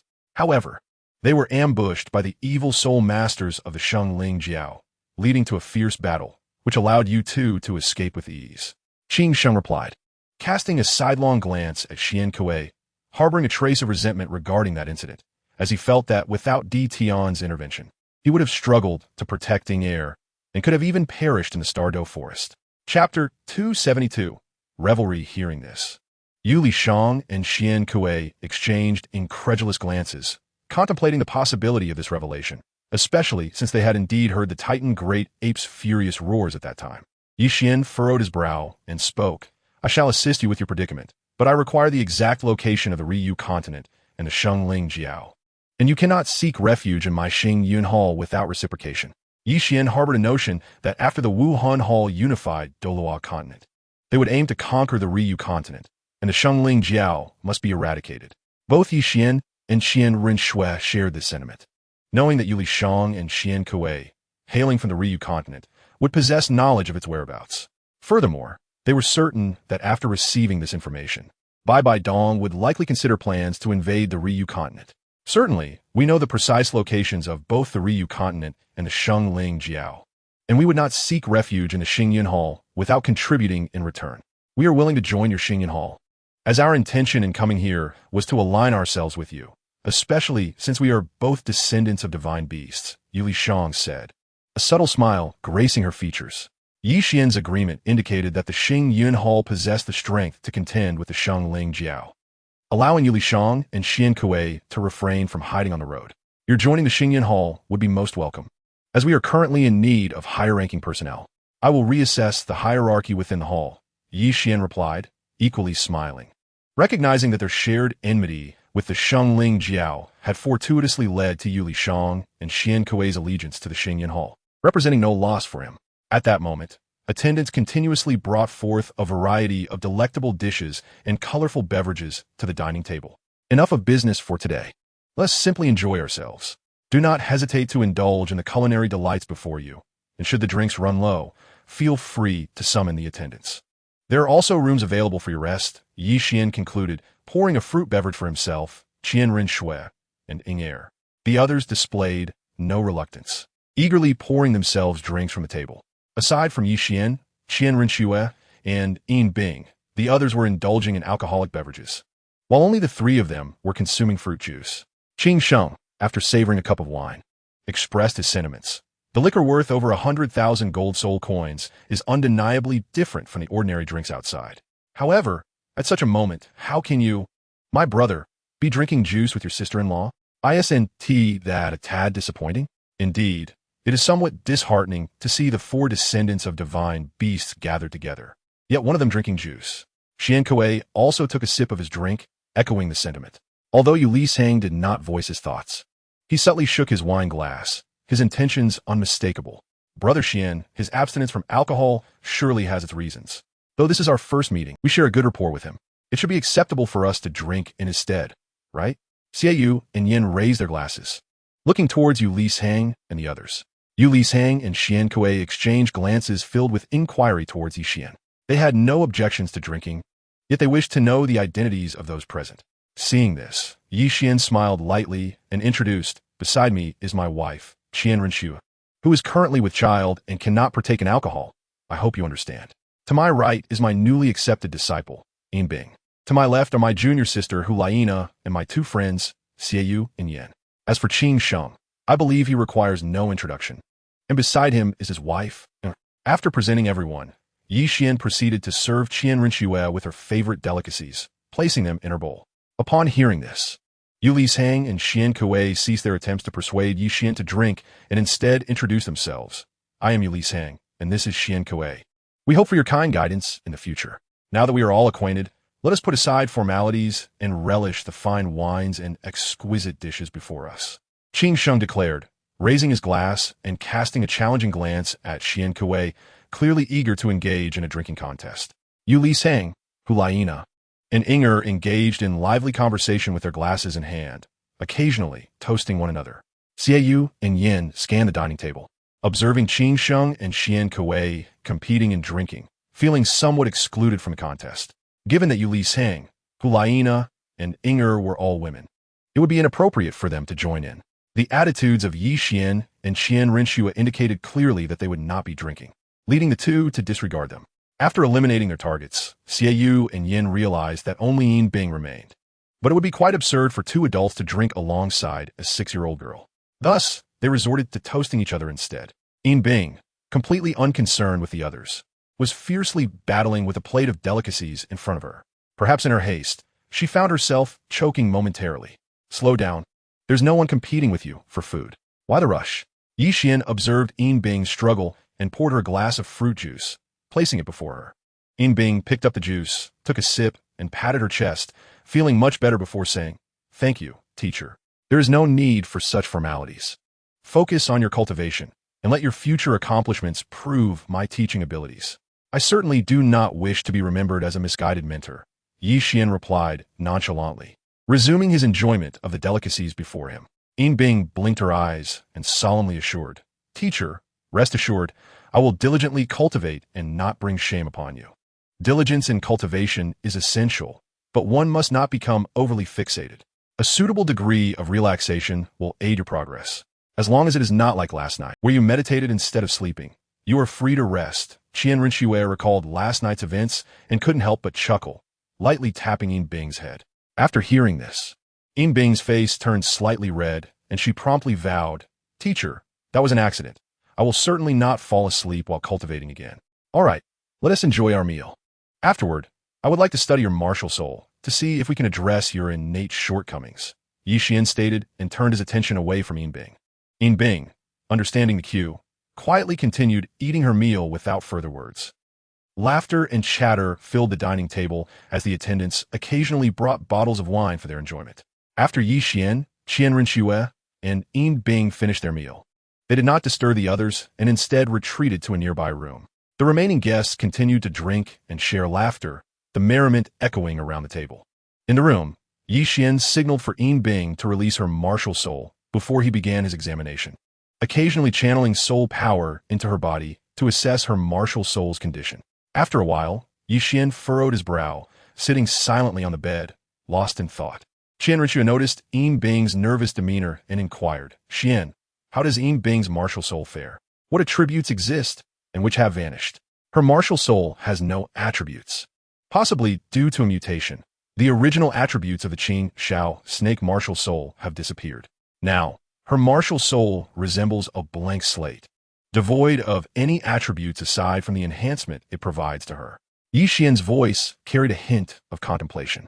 Every martial soul possesses inherent attributes, and even those deemed useless typically have corresponding characteristics. However, Yin Bing's martial soul lacks any attributes, presenting a challenge for Yi Qian. "No attributes?" Qian Renshua, while surprised, refrained from interrupting Yi Qian's deliberation, gesturing for Yin Bing to remain silent. As time passed, Yi Qian's eyes suddenly brightened as if struck by inspiration. He retrieved a red herb resembling a coxcomb from his soul guide. "Yin Bing, this is the celestial herb, coxcomb phoenix sunflower. You must consume it and use your soul power to refine and absorb its medicinal essence. However, be prepared for some discomfort while doing so. You must endure, understand?" Yi Qian extended the coxcomb phoenix sunflower towards Yin Bing, encouraging her to take it. "I understand, teacher. I will endure," Yin Bing replied, accepting the herb and following Yi Qian's instructions to ingest it. The moment she swallowed the coxcomb phoenix sunflower, her delicate features contorted in discomfort, yet she resolutely persevered, sitting cross-legged on the floor to commence the absorption of the herb's energies. "Qian, her soul power is only at level 1. Is it not premature to have her absorb the celestial herb?" Qian Renshua voiced her concern after observing Yin Bing's state of absorption. "My intention is not merely to enhance her soul power through the herb, but to ascertain whether her martial soul will exhibit any attributes after its consumption. At present, her martial soul is akin to a blank canvas due to its mutation, lacking any attributes. If, after absorbing the coxcomb phoenix sunflower, her martial soul reveals a fire attribute, then with physical training and the consumption of the inner core of a 10-headed fierce sun serpent, it could potentially transform her martial soul into one resembling a dragon." Yi Qian explained, wrapping an arm around Qian Renshua, his tone laced with a light-hearted chuckle. "And what if it fails, and her martial soul does not manifest a fire attribute?" Qian Renshua blinked her eyes, gazing at Yi Qian before her. Though she had failed, it would facilitate the enhancement of her soul power without posing any harm to her. She merely needed to contemplate alternative methods. Qian nonchalantly remarked that it was merely a celestial herb, which he did not currently regard with great importance.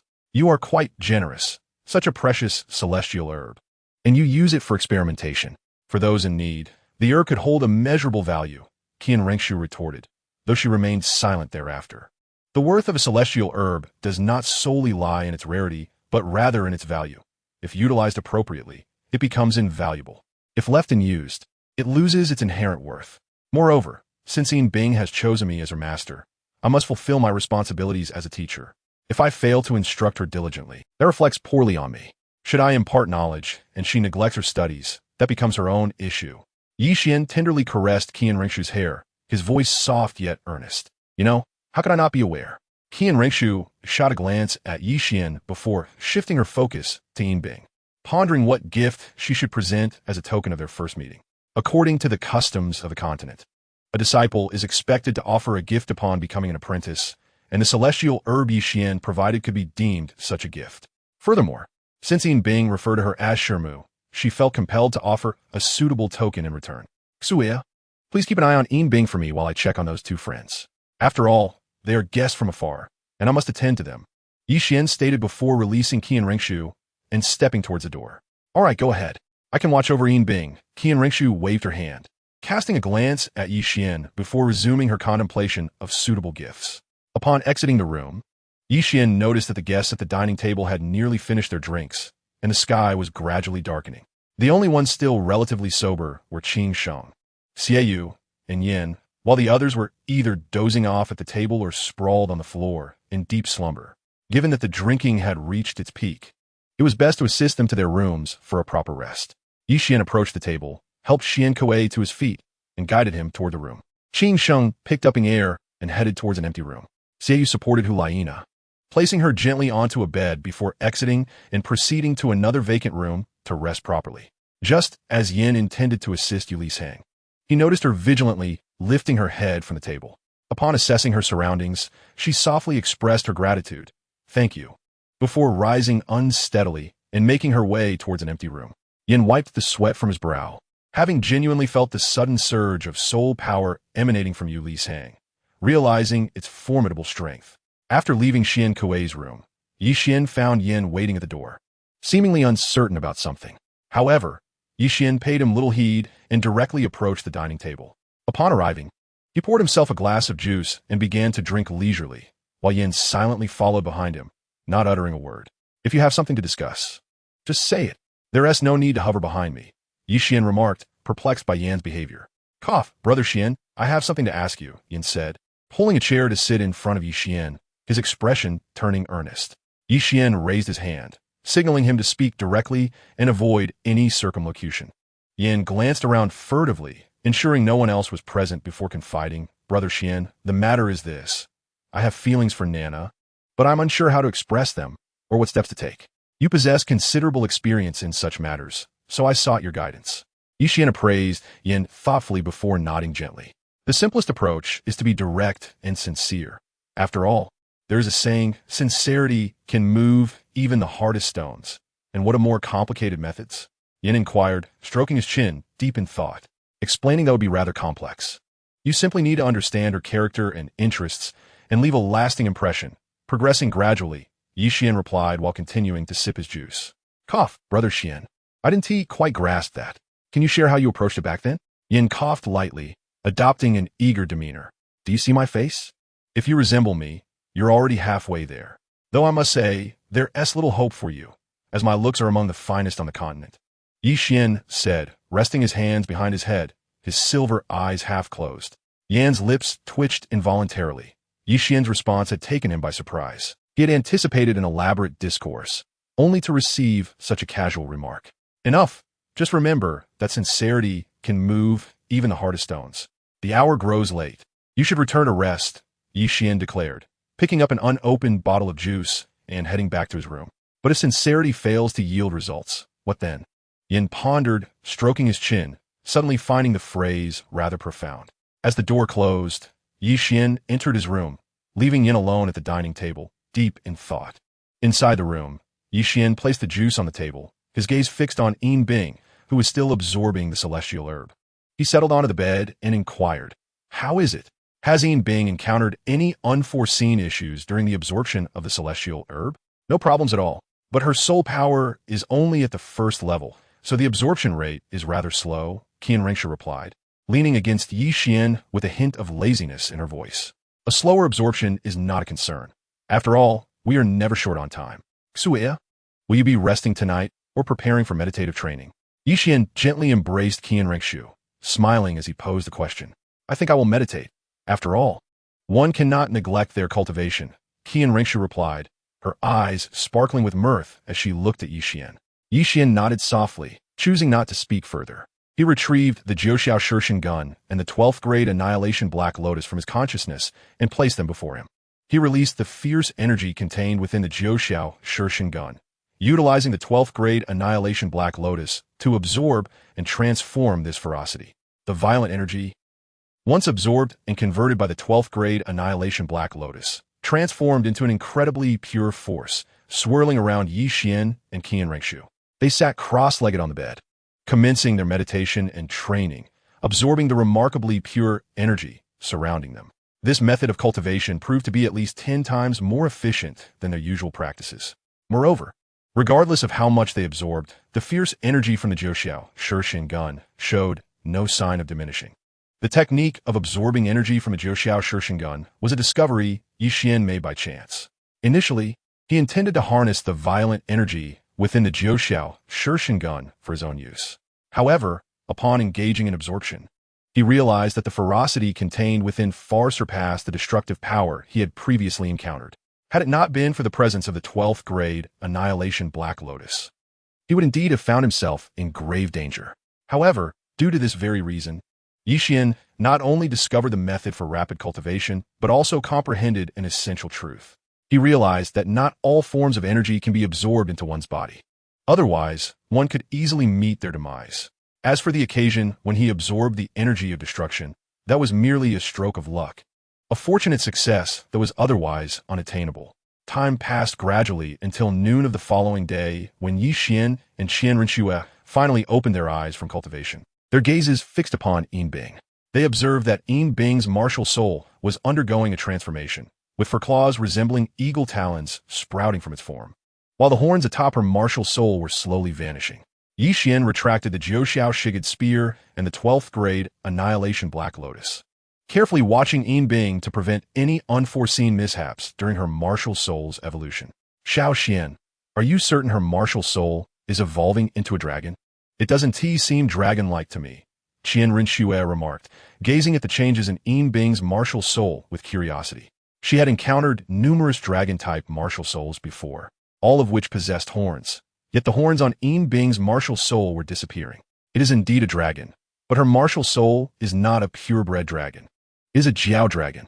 Jiao dragons are hornless, yet they are undeniably part of the dragon lineage," Qian replied with conviction, his eyes fixed on Bing's martial soul, which bore an uncanny resemblance to the description of a Jiao dragon.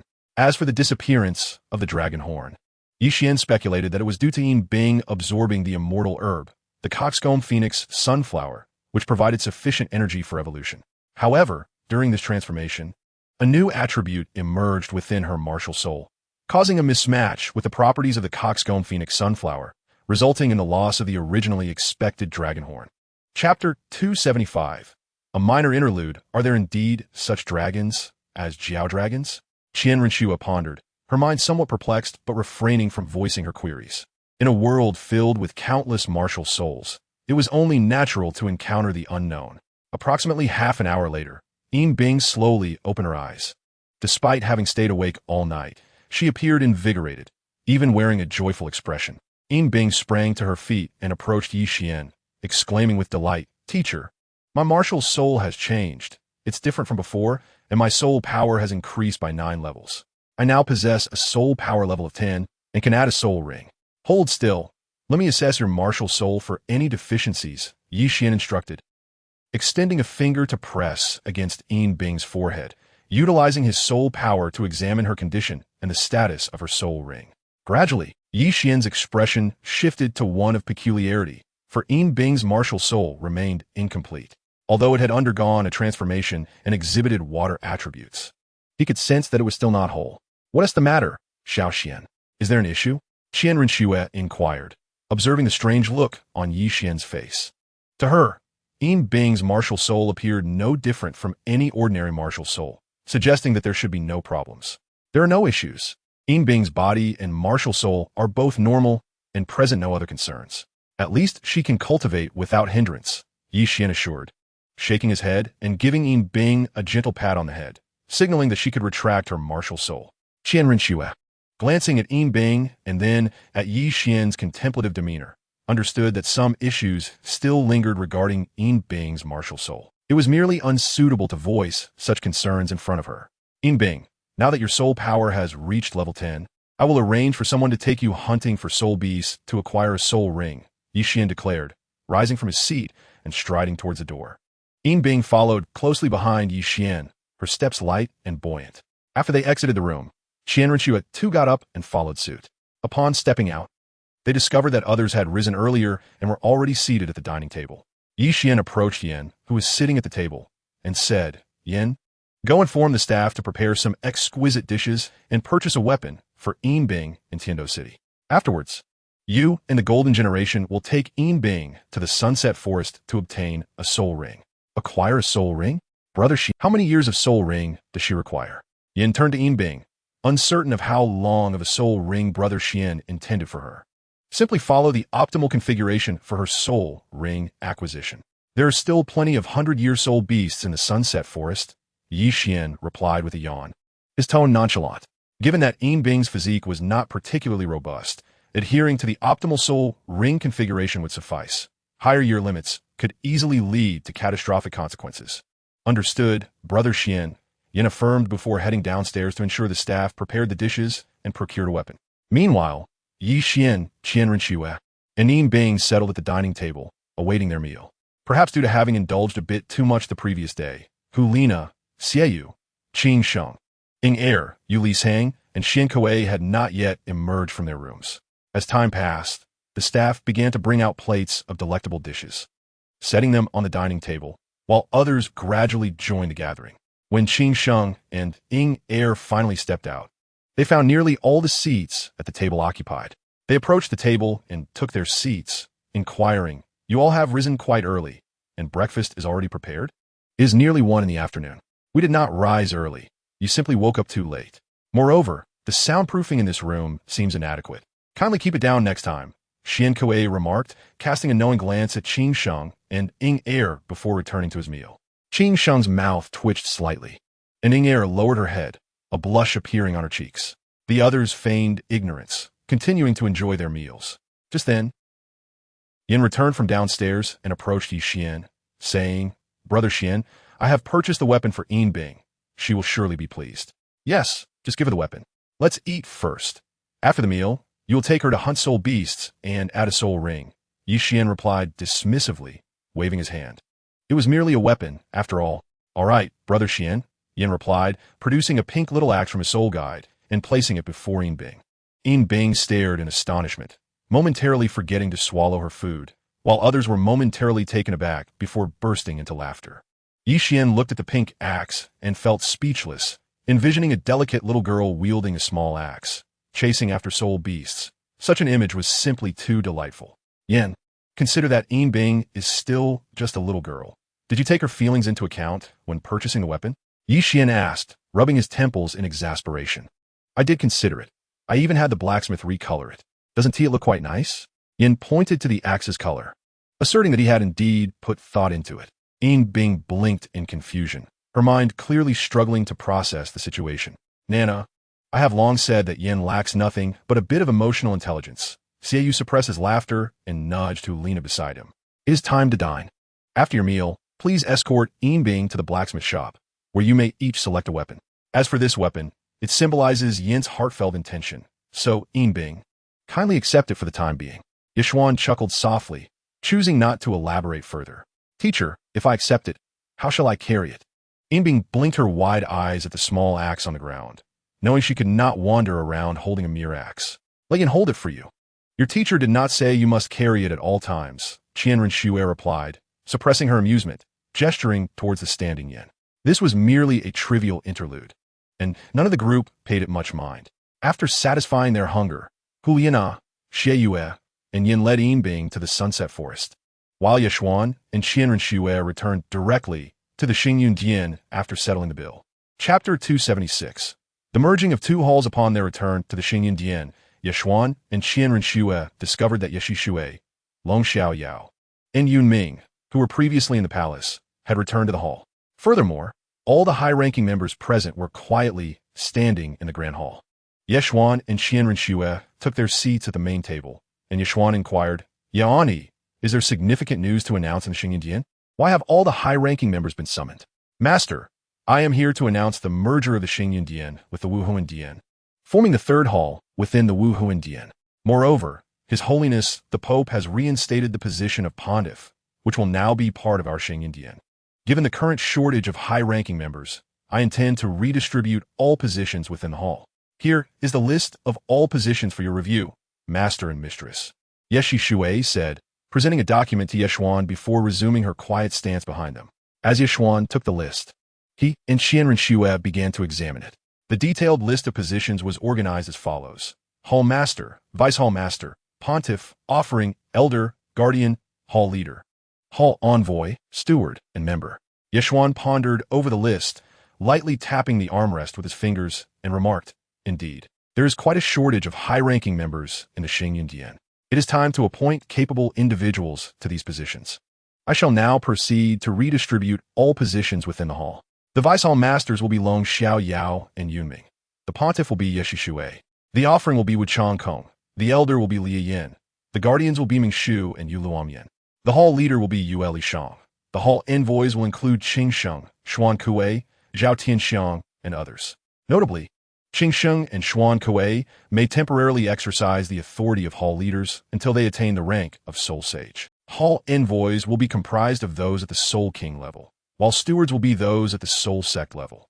Additionally, we will announce that the Xingyun Dian is recruiting free Soul Masters, as well as small sects or families to join.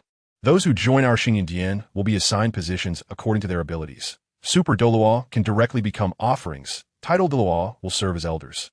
Soul Douluo as guardians. Soul Sages as hall leaders, while Soul Emperors and Soul Kings will become hall envoys, and Soul Sects will serve as stewards. If there are any questions, please feel free to voice them.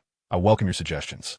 Li Yin stepped forward, saying, Master, I have no objection to your arrangements. However, regarding Vice Hall Master Ye, she has made immeasurable contributions to the Xingyun Dian, yet is assigned merely as a pontiff. I find this somewhat unfair. It was Ye who single-handedly upheld the entire hall, and without her, the Xingyun Dian would not enjoy its current glory. Therefore, I believe the position of Vice Hall Master should rightfully belong to her, rather than relegating her to the role of a mere pontiff. Yeshuan and Qian Renshue exchanged glances, both breaking into soft laughter. Yeshuan replied with a gentle smile, Sure, would you kindly elucidate the significance of the pontiff's position to them? The merger of the Xingyun Dian with the Pope's hall places the hall master on equal footing with the Pope, and the pontiff holds a similar standing. Within the Pope's hall, the position of pontiff does not subordinate to the Pope. In fact, it is not an exaggeration to say they are on par. Li Yin, do you still perceive the position of pontiff as inferior? Qian Renshue remarked, her expression hinting at displeasure. Yeshuan gently stroked Qian Renshue's hair in a comforting gesture. The position of pontiff had been abolished long ago. Now, with BibiDong reinstating it and assigning it to the Xingyun Dian, it is evident that the intention is to impose checks on future popes. The allocation of the pontiff's role to the Xingyun Dian is clearly not meant to constrain Yeshuan. If the aim were to limit Yeshuan, it would have been more appropriate to place the pontiff within the offering hall. Not constraining Yeshuan while placing the pontiff within the Xingyun Dian reveals the clear target of this arrangement. The authority of the current pope's hall has significantly diminished. Unless Yeshuan ascends to the position of pope, any future pope, should Yeshuan desire it, could be easily manipulated into a mere puppet. After all, the hall master of the Xingyun Dian is already on equal ground with the pope, and the pontiff's role not only matches that of the pope, but also wields the powers of a pope. I was mistaken. It is I who lack understanding of the significance and powers of the pontiff, Li Yin admitted before stepping back. Yanti, is there anything further? If not, we may dismiss them. There is no need for everyone to remain in the Grand Hall. Yishuan turned to Yeshi Shui, recognizing that with the designation of the pontiffess position, the choice of the Pope should also be established. Master, Mistress, His Holiness, the Pope has instructed me to inform you that tomorrow you will be conferred as the Saint's son and Saint daughter at the palace. With the next Pope's candidate determined by a vote among the Pope's Hall, Xunji, and Offering Hall, Yeshi Shui said, her gaze subtly flicking to Qian Renshue before returning to focus. What are the voting rules? Yeshuan asked, his arm around Qian Renshue, curious about what regulations his teacher, BibiDong, would establish for the voting process.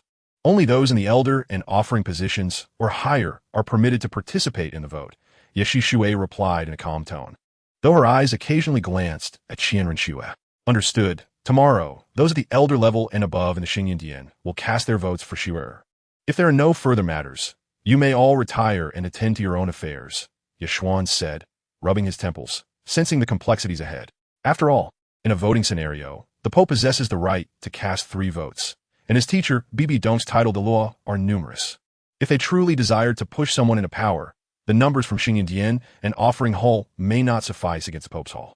The elders and those above in the Xinyan number only 5, and even with himself, that totals a mere 6. The Offering Hall currently has only 7 offerings, adding up to a total of 13 votes.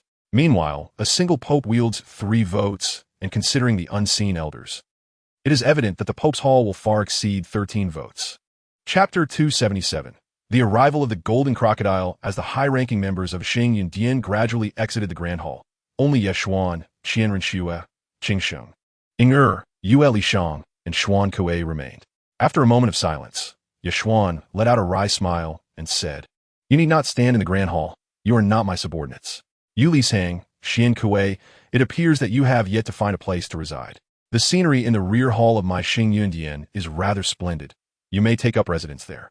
Yixian tugged at Qian Renshue and rose, heading directly towards the rear hall. However, a hint of discontent marred Qian Renshue's countenance. Qing Sheng and Ing Er noticed that both of them harbored unspoken concerns. Thus they refrained from speaking and merely followed quietly behind them towards the rear hall.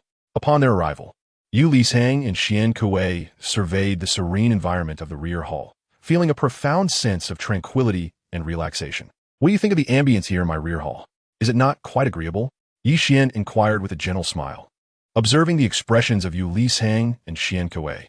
Not just agreeable, it is simply perfect for cultivation. If circumstances permitted, we would indeed wish to stay here. Yu Lishang replied with a slight nod, frequently casting glances around. I mentioned that you could reside here, and indeed you may. However, the rooms near the garden are mostly occupied.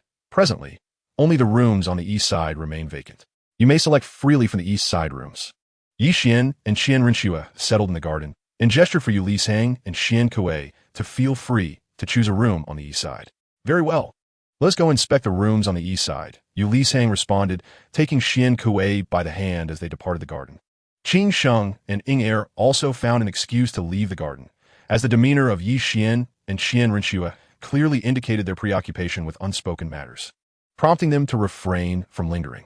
Once they had vacated the garden, Yi Xian gently wrapped an arm around Qian Renshue, smiling softly as he spoke. Shu'er, the teacher has decided on a fair voting process, so do not dwell on your discontent.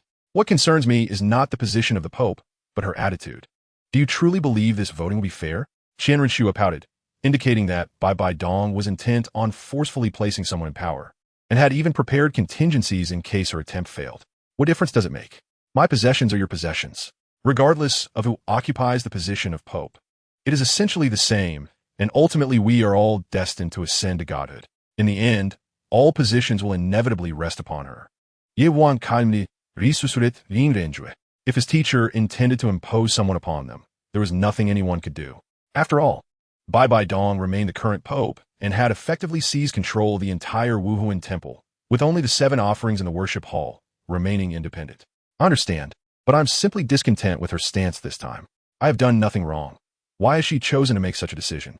Qian Renshue leaned against Yi Xian, her voice laced with confusion. Who knows? Perhaps there are reasons we do not comprehend. If there were no pressing circumstances, why would the teacher make such a decision? Yi Xian chuckled lightly, his voice imbued with a sense of tranquility. In the distance, Yi Shishue approached, accompanied by an elder. Upon seeing the elder, both Yi Qian and Qian Renshue exhibited a flicker of surprise in their eyes. Almost in unison, they rose to their feet and respectfully addressed the approaching elder. Grandfather, Jin. Within the worship hall, even the grand offering Qian Dalu held Jin Yi in high esteem.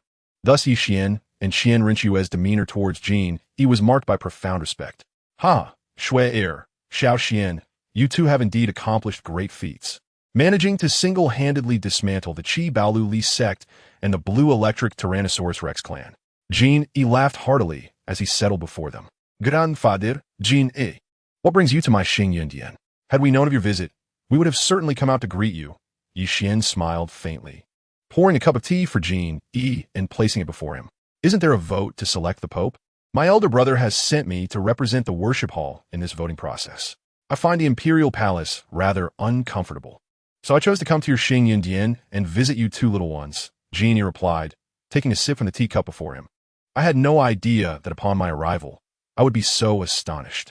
I never expected there to be individuals of my elder brother's caliber within your Xingyundian, and not just one, but multiple. It seems that in the future, the three halls shall revolve around your Xingyundian. Jin Yi remarked with a gentle smile as he regarded Yi Qian and Qian Renshue. Yi Qian shook his head in response, stating, Grandfather Jin Yi, you jest. The Wuhuan Temple has always been governed by the Pope Hall. The other halls operate independently. How can my Xingyundian possibly take precedence? Jin Yi nodded in agreement, expressing, indeed, I concur with your statement. The Wuhuan Temple has traditionally been led by the Pope Hall, with the other halls maintaining their independence. Xiao Qian, I recall you were exceptionally intelligent as a child. Furthermore, when Xunji brought you into the library, he remarked upon your photographic memory and foretold of your boundless future. It appears that you are not merely destined for greatness. Perhaps I will even witness the day you and Shui ascend to divinity. Jin Yi's gaze drifted downwards, fixated on his teacup rather than the two young ones. Upon hearing Jin Yi's words, a fleeting complexity crossed Yi Qian's eyes, yet he quickly regained his composure, revealing no signs of unease. Qian Renshue, however, exhibited a slight astonishment. She understood the implications of Jin Yi's statement, as the former pope was indeed Qian Xunji, and the mention of Qian Xunji was a clear insinuation. Meanwhile, Yi Shishui scrutinized Jin Yi with narrowed eyes, assessing him up and down. In the garden, a silence fell as Yi Qian pondered deeply, while Qian Renshue and Yi Shishui regarded Jin Yi with watchful eyes. Yi Qian felt an inexplicable agitation rising within him, as he found himself caught between the Pope Hall and the Worship Hall, with one side attempting to impose him into a position of power while the other warned against it, even calling upon Qian Xunji. He was now tasked with devising a strategy that would not offend either party, ensuring a satisfactory outcome for both. Suddenly, Yi Qian's gaze shifted to Qian Renshue, his eyes illuminating with a glimmer of inspiration as he meticulously deliberated his thoughts. Chapter 278, The Enfeoffment Ceremony Upon Careful Contemplation. Yi Qian realized that his idea seemed entirely feasible, and it could potentially satisfy both the Pope Hall and the Worship Hall. Grandfather Jin Yi, you need not worry. I fully comprehend how to proceed. Yi Qian's face re-emerged with a serene smile, his voice reflecting an unusual calmness. Ah, Xiao Qian, as long as you understand. That is sufficient. Very well. I shall not intrude upon you any longer. The enfeoffment ceremony is set for tomorrow, so you and Shui must prepare yourselves. Jin Yi sighed softly, preparing to take his leave from the garden, while inwardly reflecting on how his elder brother's foresight had proven accurate and that the outcome aligned perfectly with his brother's predictions. However, he feared that his image in Xiao Qian's eyes might not fare well. Grandfather Jin Yi, since you have come all this way, why the haste to depart? Shui has something that could bring you joy for quite some time. Why not stay at Xingyundian tonight and rest? Ye wan lightly chocolate, calling out to Jin Yi as he made to leave. Indeed, Grandfather Jin Yi, why the urgency to leave? Surely you did not come merely to discuss the enfeoffment ceremony? Qian Renshue added, her face adorned with a gentle smile. Oh, what could you possibly have to bring joy to the elders of the worship hall? Our state of mind is not something you youthful ones can compare to. Even if we describe our tranquility as akin to still waters, it would not be an exaggeration. As Jin Yi was about to depart, he sat back down, intrigued by the joyful news shared between the two. Yi Qian retrieved a mystical herb from his soul guide and placed it before Jin Yi, saying, Grandfather Jin Yi, you have been stuck at the 98th level for many years. Haven to you? This is the celestial herb Dilong Jinghua, which perfectly complements your martial spirit. The Golden Crocodile King. It may very well assist you in breaking through that bottleneck. Upon hearing this, Jin Yi's eyes widened in disbelief. A single herb capable of aiding one to surpass the 98th level and attain the status of a limit Dalu was indeed remarkable. Grandfather Jin Yi, there is another matter. You must return and inform my grandfather that Xiao Qian and I have already had a child. He will surely be overjoyed upon receiving this news, Qian Renshue added, a gentle smile gracing her features.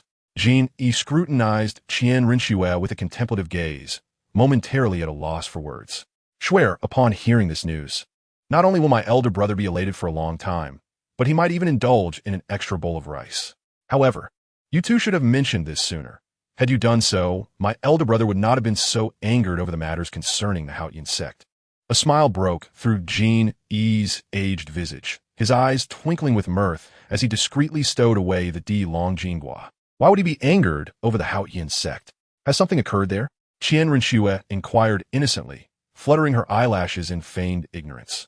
The Haotian sect has been destroyed, and my elder brother had previously declared that no one beneath him from the Spirit Hall should enter the Haotian sect.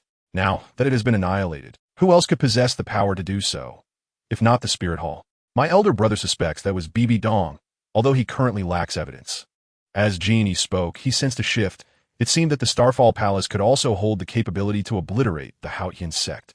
Given what he had witnessed of the Starfall Palace's strength, it undoubtedly had the means, for there were multiple limit Douluos within its ranks. Xiao Xuan, Xuea. You haven't been involved in the destruction of the Haotian sect, have you? Jin Yi regarded the two with a hint of suspicion, feeling that they might indeed have a hand in this affair. Yi Xian and Qian Renshue exchanged glances and, in perfect unison, shook their heads in denial. Grandfather Jin Yi. After the Starfall Palace depleted its strength in destroying the Seven Treasure Glazed Tile sect and the Blue Lightning Tyrant Dragon clan, we lack the capacity to take down the Haotian sect, Yi Xian stated with a gentle smile, his gaze lingering on Qian Renshue's abdomen.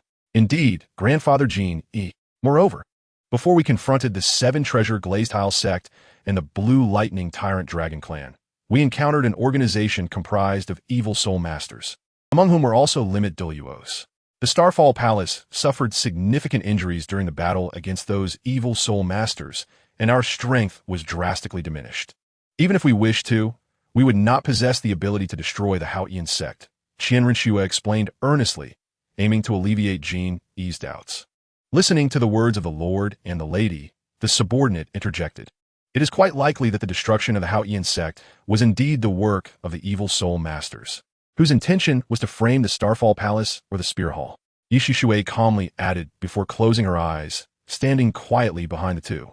Why have our veneration's offerings never heard of an organization of evil soul masters at the limit Douluo level? Jin Yi pondered doubtfully. No, Grandfather Jin Yi. You may be unaware, but my grandfather is certainly informed. The evil soul masters who attacked us in the City of Slaughter belong to the same organization. Furthermore, we have received credible intelligence that this organization does not reside on our continent, but rather on another, Qian Renshue asserted with a serious expression, as if they were entirely oblivious to the Haotian sect's plight. Yes, my elder brother has dispatched individuals to investigate. Those from the Haotian sect perished from complete blood loss. Now that you mention it, it is indeed plausible that it was the work of the evil soul masters, Jin Yi mused, nodding thoughtfully, finding their reasoning quite sound. Thus, my grandfather did not violate the original agreement. The destruction of the Haotian sect was not our Spirit Hall's doing, but rather that of those evil soul masters, and we bear no responsibility. After all, it is entirely normal for evil soul masters to obliterate sects.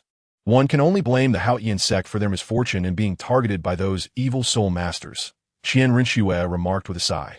Upon hearing this, Jin replied, Very well, I shall inform my elder brother of this matter upon my return. Nevertheless, these evil soul masters are a persistent threat that must be eradicated. We must investigate thoroughly to determine their hiding places and eliminate them decisively. Chapter 279. The Holy Son and Holy Maiden Yi Xian and Qian Renshue exchanged knowing glances, sharing a smile but refraining from further speech. Their objective was merely to provide Qian Dalu with a means to save face. The truth of the matter held no significance. They merely required an excuse, a stepping stone, to allow Qian Dalu to maintain his dignity. As for whether the evil soul masters were indeed responsible, it was an undeniable fact, given that Yi Shixue herself was an evil soul master. Therefore, regardless of any investigation, the blame would inevitably fall upon the evil soul masters. Very well, I shan't disturb you any longer. You both should prepare for tomorrow's enthronement ceremony, Jin Yi said with a smile before taking his leave from the garden. Once Jin Yi departed, Qian Renshue turned her attention to Yi Xian and asked, Xiao Xian, what are your plans for tomorrow? If handled poorly, one side is bound to be displeased. It's quite simple. If neither of us assumes the role of Pope, the issue will resolve itself. Yi Xian replied with a light smile, his gaze resting on her abdomen. Qian Renshue appeared momentarily taken aback, but upon realizing the implication in Yi Xian's gaze, she quickly comprehended his intentions. All right, it is time for us to prepare for the enthronement ceremony. Once the ceremony concludes, all matters will no longer concern us. Regardless of what transpires, we shall neither intervene nor acknowledge them, Yi Xian declared with a chuckle as he lifted Qian Renshue and proceeded toward their chamber. Meanwhile, Yi Shixue made her way toward the front hall, with Yi Xian and Qian Renshue opting not to handle affairs. It was evident that she would be responsible for all matters pertaining to the Starfall Palace. However, with Long Xiaoyao and Yunming present, her involvement was less critical. At least some significant matters could now be entrusted to them, thus alleviating her burden considerably. On the following morning, Yi Xian and Qian Renshue emerged from the Starfall Palace, accompanied by Yunming, Yi Shixue, Long Xiaoyao, Wu Changkong, Lai Yin, Jin Yi, and others. After all, they belonged to the highest echelons of the Starfall Palace and were required to attend the voting today, with Jin Yi representing the entire Veneration Hall. The city of Tiando was particularly lively today, with crowds gathering before the palace to witness the upcoming enthronement ceremony. A high platform had been erected in front of the palace, adorned with rows of chairs on either side. BibiDong occupied the central seat, flanked on her left by the elders of the papal hall, though Yueguan and Guimei were notably absent. The seat to her right remained conspicuously empty, awaiting its occupant. Yi Xian and Qian Renshue ascended the high platform and took their seats on the right side, quietly awaiting the commencement of the grand ceremony.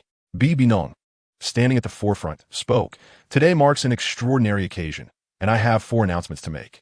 Firstly, the Xingyan Hall will merge with the Wuhuan Hall, becoming the third hall of our Wuhuan Hall. Secondly, the Tiando Empire has become a thing of the past, and thus, Tiando City will no longer exist. From this moment forth, Tiando City will be officially renamed Wuhuan Imperial City. Thirdly, the abolition of the slave and noble systems is hereby declared. From now on, those who dare to trade in human lives or engage in slavery shall face execution without mercy. Within the Wuhuan Empire, no noble family shall exist. The status of any noble family shall be equivalent to that of commoners, with no special privileges whatsoever. If any noble family present has objections or issues, they may voice them now. If there are no objections, then abide by the rules of the Wuhuan Empire. Otherwise, I will not hesitate to demonstrate the might of the Wuhuan Empire and the strength of the Wuhuan Hall. As BibiDong's words echoed, the crowd below exhibited a spectrum of emotions.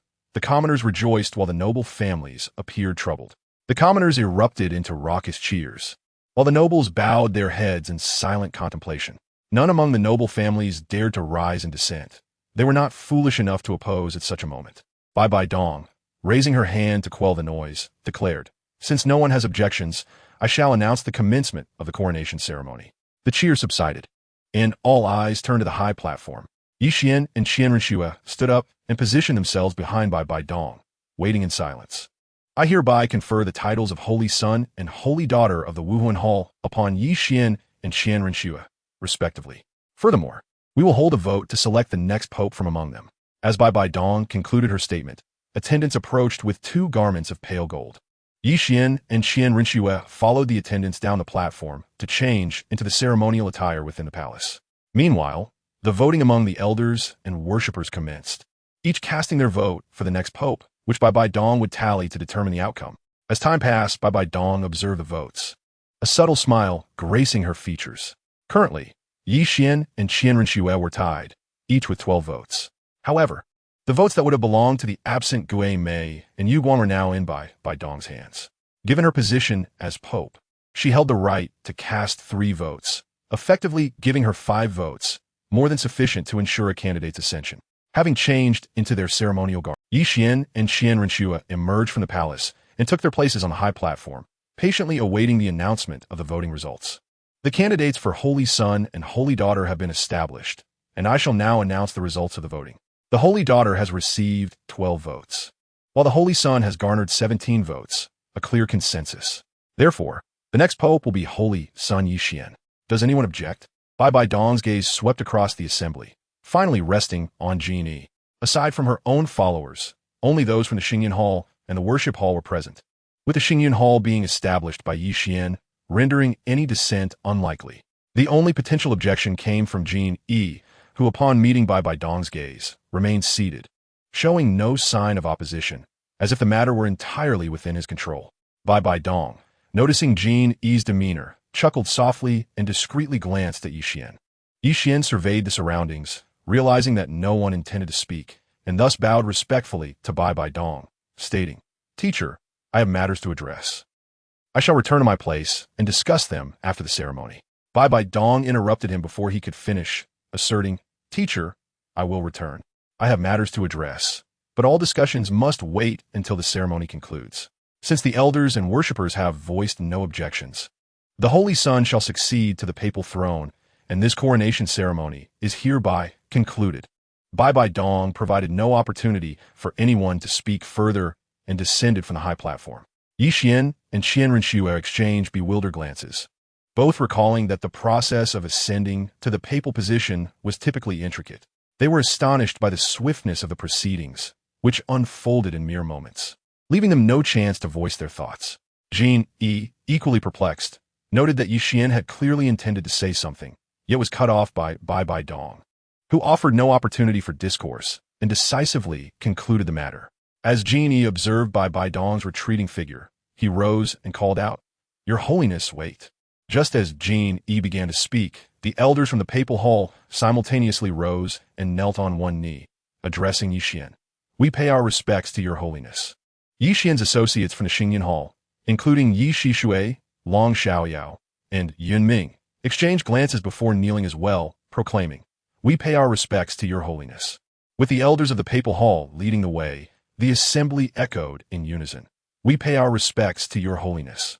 At that moment, BibiDong turned, eyeing Qian, and remarked, "Second worshipper, at this moment, I am not merely the Pope of the Wuhuan Hall, but the Empress of the Wuhuan Empire. If you have something to discuss, it should be addressed to the Pope, not to me. Moreover, please refrain from making such errors in the future." While the titles of Pope and Empress differ by a single character, their implications are worlds apart. With a light chuckle, BibiDong strode into the palace, clearly uninterested in lingering. Qian surveyed the gathering, feeling that the events had transpired too abruptly. He and Qian Renshua had prepared their statements, yet were afforded no opportunity to express them. BibiDong's decisive actions surpassed their expectations, leaving them astonished that they had not even been granted a moment to speak. As the elders of the papal hall surrounded them, the attendees of the Xingyan Hall joined in, stirring the crowd into a fervent celebration that solidified their allegiance. Qian and Qian Renshua exchanged bittersweet smiles, acknowledging the overwhelming nature of BibiDong's resolution, which had left them completely unprepared. Qian directed his gaze toward Qian. Upon noticing Qian's scrutiny, Qian helplessly shrugged, acknowledging that he too had been thrust into this role without any say, unable to alter the course of events. After a moment, Qian sighed and addressed Qian. "I have met the Holy Son." Qian, feeling a slight headache, rubbed his temples and surveyed the crowd, sensing his predicament. He had little choice but to acquiesce. It would be unseemly to announce his abdication immediately after ascending to the position. If he were to do so, news of the Wuhuan Hall's rapid succession of 3 popes within a single day would undoubtedly spread across the continent at lightning speed. "Everyone, please rise. The coronation ceremony has concluded, and we have important matters to attend to. The affairs of this platform will be managed by the Pope." Qian's gaze swept across the assembly as he swiftly grasped Qian Renshua's hand, leading her towards the palace with great urgency. As their figures vanished from the high platform, a look of astonishment flickered in Yi Shishui's eyes. Should it not be the Pope organizing the subsequent proceedings? How has it come to this? With her acting as the pontiff? Yi Shishui, though somewhat taken aback, refrained from voicing further concerns and began to methodically arrange the subsequent matters. As Qian and Qian Renshua entered the imperial palace, they beheld BibiDong seated leisurely in the grand hall, sipping her tea. They approached her and took their seats, each lifting a cup of tea from the table to drink. Teacher, your decision appears to have been made rather hastily. So much so that both Schwer and I were caught off guard, Qian remarked, a faint bitter smile gracing his face as he savored a sip of tea. Mother, even if you intend to push Qian into a position of power, you should at least allow us the chance to speak. How can you deny us even that? Qian pouted, showing a hint of displeasure. If I let you speak, how could I possibly push Qian into power? BibiDong replied, Hertonicum. Moreover, the position of the Pope carries immense burdens and responsibilities, and I do not wish for Schwer to bear them. Thus, I must advocate for Qian's ascension. BibiDong continued to sip her tea, her gaze fixed on Qian and Qian, her voice devoid of any urgency. Ahem, teacher, I believe you may be overestimating my capabilities. The responsibilities of the Pope are not something I am sure I can shoulder. Besides, my entire Xunji palace has always been managed by Aunt Yi. Qian coughed lightly, hoping to persuade BibiDong to reconsider the selection of the Pope.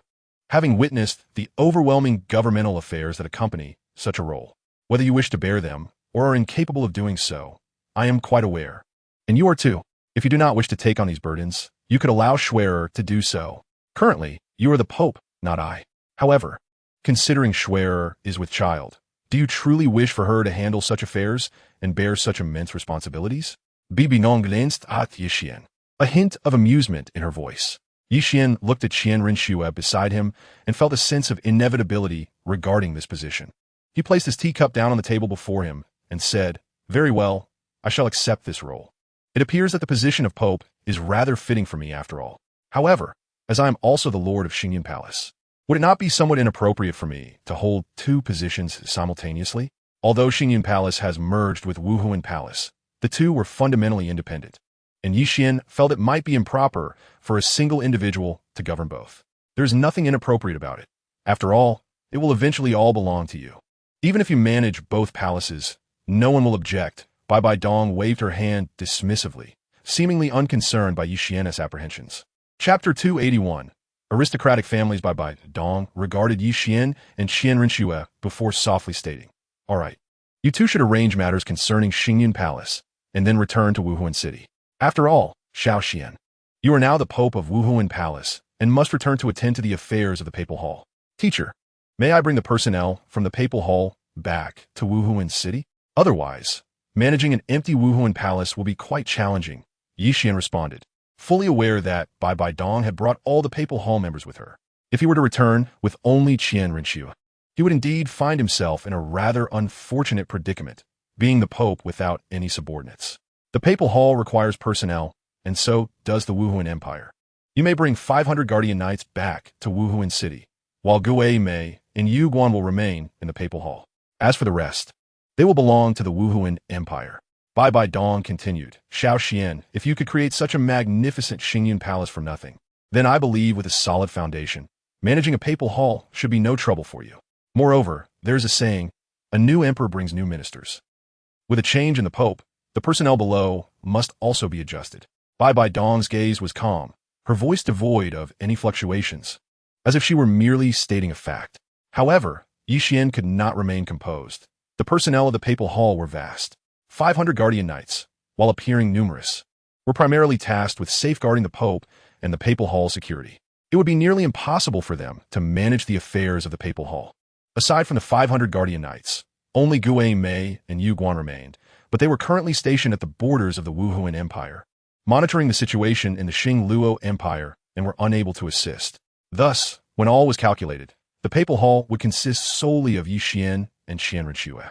BibiDong produced a list and placed it before them, stating, after the destruction of Hao Ian sect, Seven Treasure, Glazed Tile sect, and the Blue Lightning Tyrant Dragon family, many affiliated noble families and sects remain under the top 3 sections. I have compiled a list for you.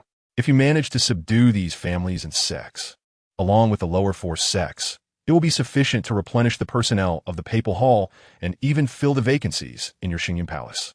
Qian and Qian studied the list, swiftly contemplating strategies for subduing these families, as they comprised not only the lower 4 sects, but also the single attribute 4 sects of Hao Ian sect, along with several smaller families and sections. After a moment, Yi Qian tucked the list away and said, "Schwerer, wait for me in the imperial palace for 3 months while I attend to these families and sections. During this time, if you need to go out, have Aunt Yi or Yunming accompany you for protection. We shall return to Wuhuan City in 3 months." As he spoke, Yi Qian gently kissed Qian Rinxue on the lips, while BibiDong pretended not to notice their exchange. "You do not intend to take me along?" Qian Rinxue blinked, her gaze fixed on Yi Qian. "Traveling is exhausting. You should rest well in the palace." "I will handle everything," Yi Qian replied with a smile, not elaborating further, and turned to exit the palace. However, as he did so, both BibiDong and Qian Rinxue clearly noticed the fleeting glint of killing intent in Yi Qian's eyes. Watching Yi Qian's departing figure, BibiDong remarked, somewhat pointedly, "There are matters that I cannot address openly, but you may take action. As the Pope, a firm hand is essential. I have heard rumors of human trafficking at the Tiando auction house. Perhaps you might look into it while you are there." Upon hearing this, Yi Qian did not respond verbally, but merely nodded slightly, indicating his understanding. After leaving the palace, he found that the crowd outside had dispersed, and Yi Shishui, Long Xiaoyao, and Yunming were waiting quietly at the palace gates. "Aunt Yi, I need you to handle matters concerning Xinyan Palace. Yunming, I entrust you with Schwetter's safety. Long Xiaoyao, you will accompany me to the Tiando auction house to deal with some affairs." Yi Qian glanced at the three and proceeded in the direction of the Tiando auction house. "Yes, master," they replied in unison and then went their separate ways. As Yi Qian and Long Xiaoyao entered the Tiando auction house, an attendant approached them, saying, "Your Holiness, it is truly an honor for us at the Tiando auction house to receive your visit." Yi Qian settled into a chair, propping his feet on the table before him, interlocking his fingers behind his head, and stated, "There is no need for pleasantries. I am in need of several obedient maidservants. Do you have any available at the Tiando auction house?" His Holiness the Pope jested. "The Wuhuan Empire has explicitly prohibited the trade of population and slaves. How could such dealings possibly occur at our auction house? However, our reception staff is rather commendable. If His Holiness finds someone to his liking, I can certainly arrange for him to take her." With a clap of his hands, the steward summoned a reception staff member clad in revealing attire. Yi Qian cast a discerning glance at these hollow-eyed attendants before fixing his gaze upon the steward. He kicked over the table before him and coldly remarked, "Do you think I can be easily deceived? The maidservant I seek must possess the ability to serve, yet what I see here is far from it. Do we need to lay it bare? Your Holiness, please do not be angered. Our auction house truly does not possess such maidservants. Furthermore, the Wuhuan Empire strictly forbids the trade of population and slaves. Even if we had the intention, we would lack the audacity to engage in such practices." The steward lowered his head, his expression fluctuating between shadows of uncertainty, pondering a myriad of thoughts. Is it truly that they have none, or do they simply refuse to sell to me? Yi Qian's gaze turned icy, a hint of murderous intent flickering within his eyes. "Forgive me, Your Holiness. We genuinely do not have that which you seek. Were it otherwise, we would undoubtedly present it to you. For what reason would we provoke your wrath?" The steward's face bore a serious yet bitter smile, as if to convey their innocence. "You at the Tiando auction house have truly disappointed me. I have heard that your establishment is willing to sell anything for the right price, yet now you claim to have nothing." Ye wan skofut, rising to depart towards the Tiando auction house. Chapter 282. A cake. After exiting the Tiando auction house, Yi Qian retrieved a list from his soul guide, his eyes scanning the names as though selecting a target. Long Xiaoyao followed closely behind him, suddenly speaking up, "My lord, would you like me to investigate the Tiando auction house to see if they're indeed engaged in the trade of population and slaves? There is no need. They are undoubtedly involved in such dealings, and there is no necessity for further inquiry. Moreover, the Tiando auction house is merely a facade put forth by the nobility. Even if we were to uncover the truth, there will always be Wuhuan auction houses or others, rendering the discovery devoid of substantial significance." Yi Qian did not intend for Long Xiaoyao to investigate, for it was entirely unnecessary. The Tiando auction house was merely a cover presented by the nobility. Even if it were dismantled, it would yield no meaningful impact. The true issue lies with the aristocrats hidden in the shadows. It is worth noting that during the Tiando Empire, the trade of population and slaves was strictly forbidden. The Tiando auction house is situated within Tiando City. How could the Emperor Shui Yi be oblivious to such happenings occurring under his very nose?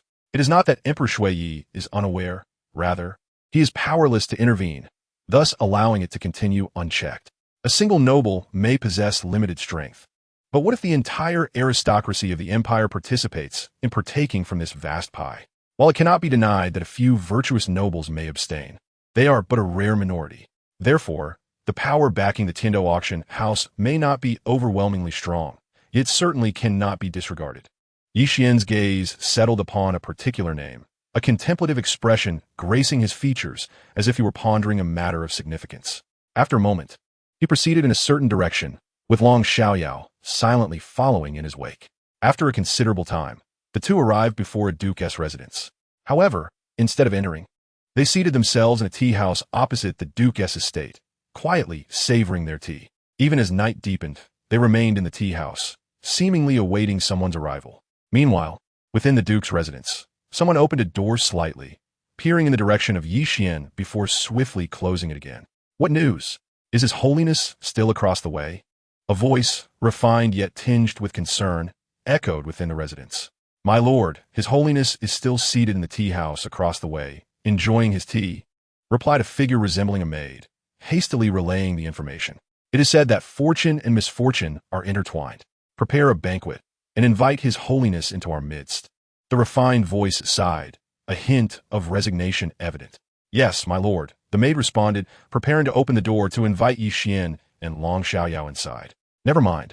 You may instruct others to prepare the banquet. I shall personally invite His Holiness. A middle-aged man clad in resplendent attire, with striking features, emerged from the shadows, directly opening the door to step outside. The middle-aged man approached Yi Xian, bowing respectfully as he spoke. Your Holiness, it seems inappropriate for you to linger in the tea house at this late hour. Might you accompany me to my residence to evaluate the tea we serve? Indeed, I have yet to sample the tea at the Duke's residence. I am curious how it compares to that of this tea house, Yi Xian replied, placing his teacup down and regarding the Duke before him. Before Your Holiness, I cannot presume to be called a Duke. You may simply address me as Yi Ming. The Duke said with a smile, gesturing invitingly. Yi Xian and Long Xiaoyao rose and made their way toward the Duke's residence. Upon entering, the lavish decor of the Duke's estate enveloped them in a sense of opulence, and as they stepped into the grand hall, it could only be described as resplendent. An array of exquisite treasures adorned the surroundings.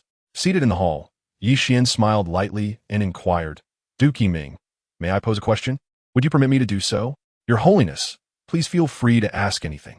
I assure you, I shall speak candidly and thoroughly, Duke Yi Ming replied, pouring tea with a gentle smile. The Tindo auction house is reputed for its wealth, claiming to sell anything one desires.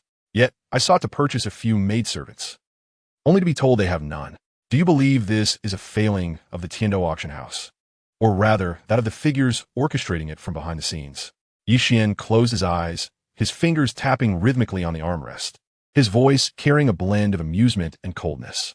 Your Holiness jested. The Wuhuan Empire has outlawed the trade of population and slaves. It is expected that Your Holiness adheres to this decree rather than contravening it. Duke Yi Ming replied, a refined smile gracing his features, deftly sidestepping Yi Xian's inquiry while reiterating the Wuhuan Empire's prohibition. Whom do you believe holds greater authority, the Pope or the Empress? Yi Xian opened his eyes, a glimmer of intrigue dancing within as he fixed his gaze upon Duke Yi Ming. Duke Yi Ming's eyes flickered momentarily, but he quickly regained his composure, responding, within the Wuhuan Hall, it is undoubtedly Your Holiness who holds a higher position. In the Wuhuan Empire, however, the Pope and Empress are of equal stature. This is merely my personal opinion. I ask for Your Holiness's understanding if my words are in error. Yi Xian surveyed the surroundings before speaking. Duke Yi Ming, might you ask these inconsequential individuals to withdraw? I have matters to discuss with you in private. Your Holiness has spoken. Thus it shall be done. Duke Yi Ming agreed, promptly signaling for the attendants to exit the hall. Long Xiaoyao, you two should withdraw. I have matters to discuss with Duke Yi Ming in solitude. Yi Xian gestured for Long Xiaoyao to leave.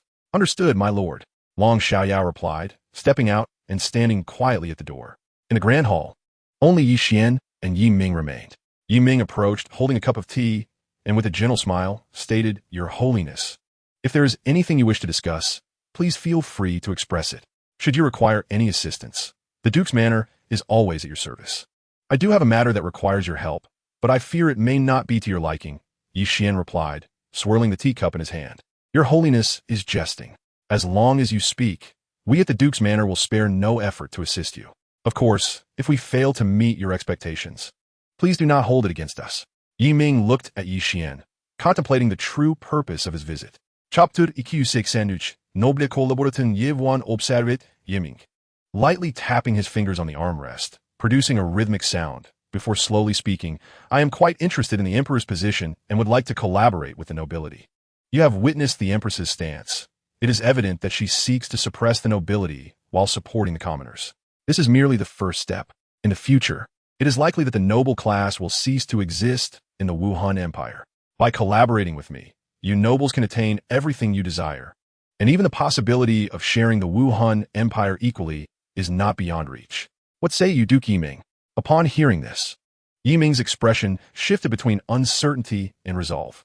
He soon struck the armrest of his chair, rose abruptly, and pointed a finger at Yi Qian, declaring, Your Holiness, our Duke's manor has always remained loyal to the Wuhan Empire. If you seek our cooperation, you may have come to the wrong place.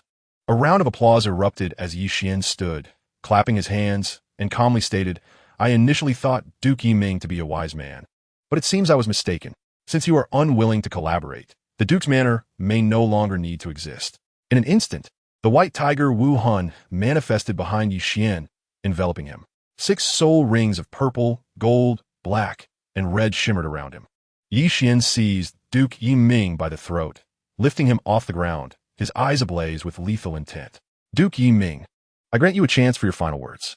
Yiming, witnessing the intense murderous aura in Yi Qian's eyes, was initially taken aback, but quickly a glimmer of hope emerged. Your Holiness, the Duke's manor is more than willing to collaborate with you. However, I am curious about your confidence in achieving success. Collaborate with me? Why should I trust you? Is your loyalty not to the Wuhan Empire? Yi Qian chuckled softly, tightening his grip. The murderous intent in his gaze intensified. Our Duke's manor can connect you with all the nobles in the empire. With our assistance, regardless of your confidence level, your chances of success will significantly increase. Yiming's complexion grew increasingly flushed, his breathing labored. I offer you one opportunity to convince me of your reliability. Otherwise, the Duke's manor will cease to exist.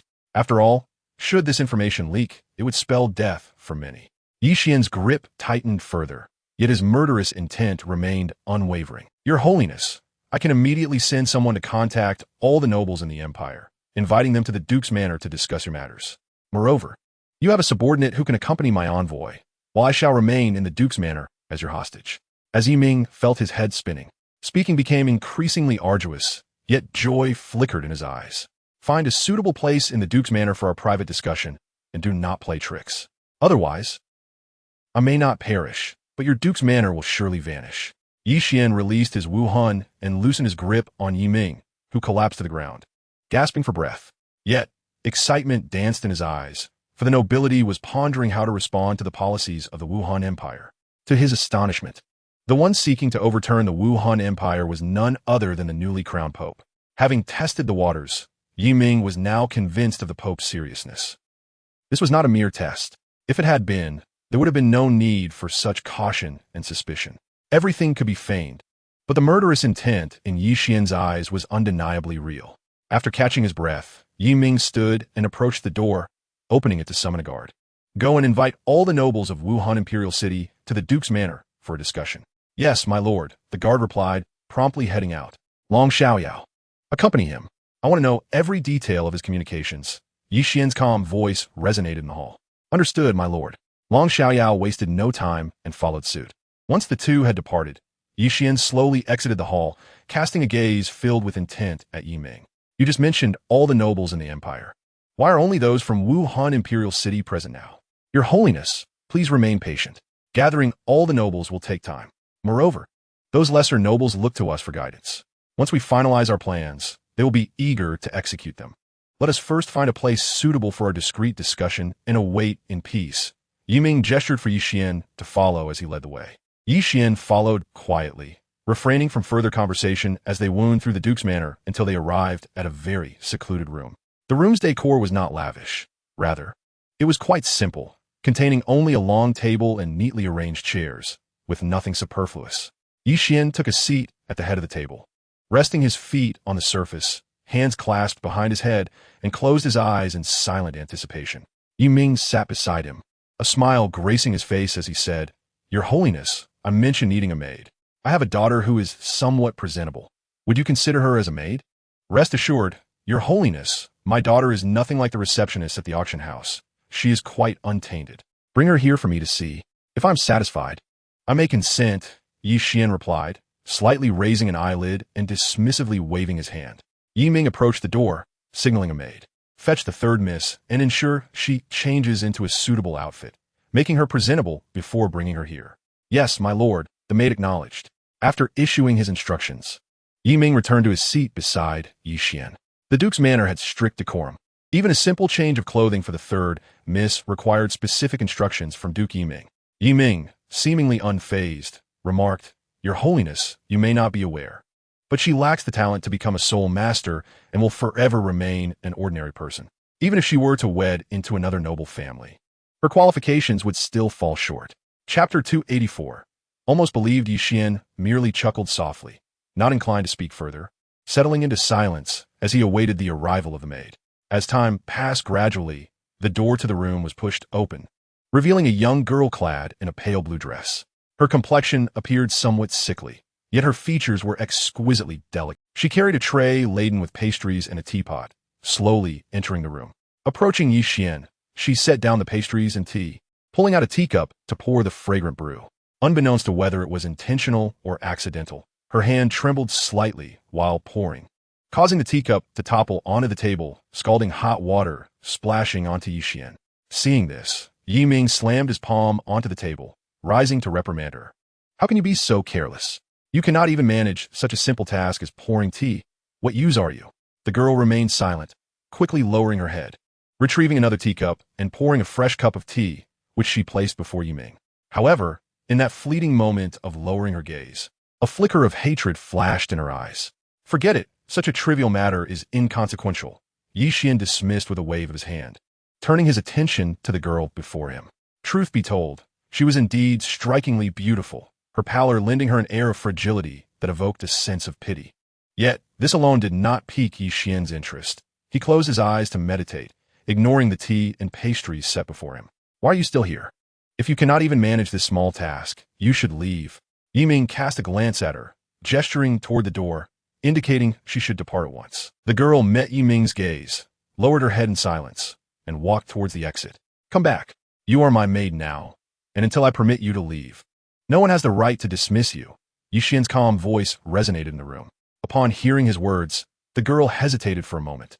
Yet Ming remained silent, and she continued toward the door. "Your Grace, did you not hear His Holiness call you back?" Ming's look shot at the girl, his voice laced with barely concealed anger. Taking a deep breath, the girl clenched her fists, turning to face Qian.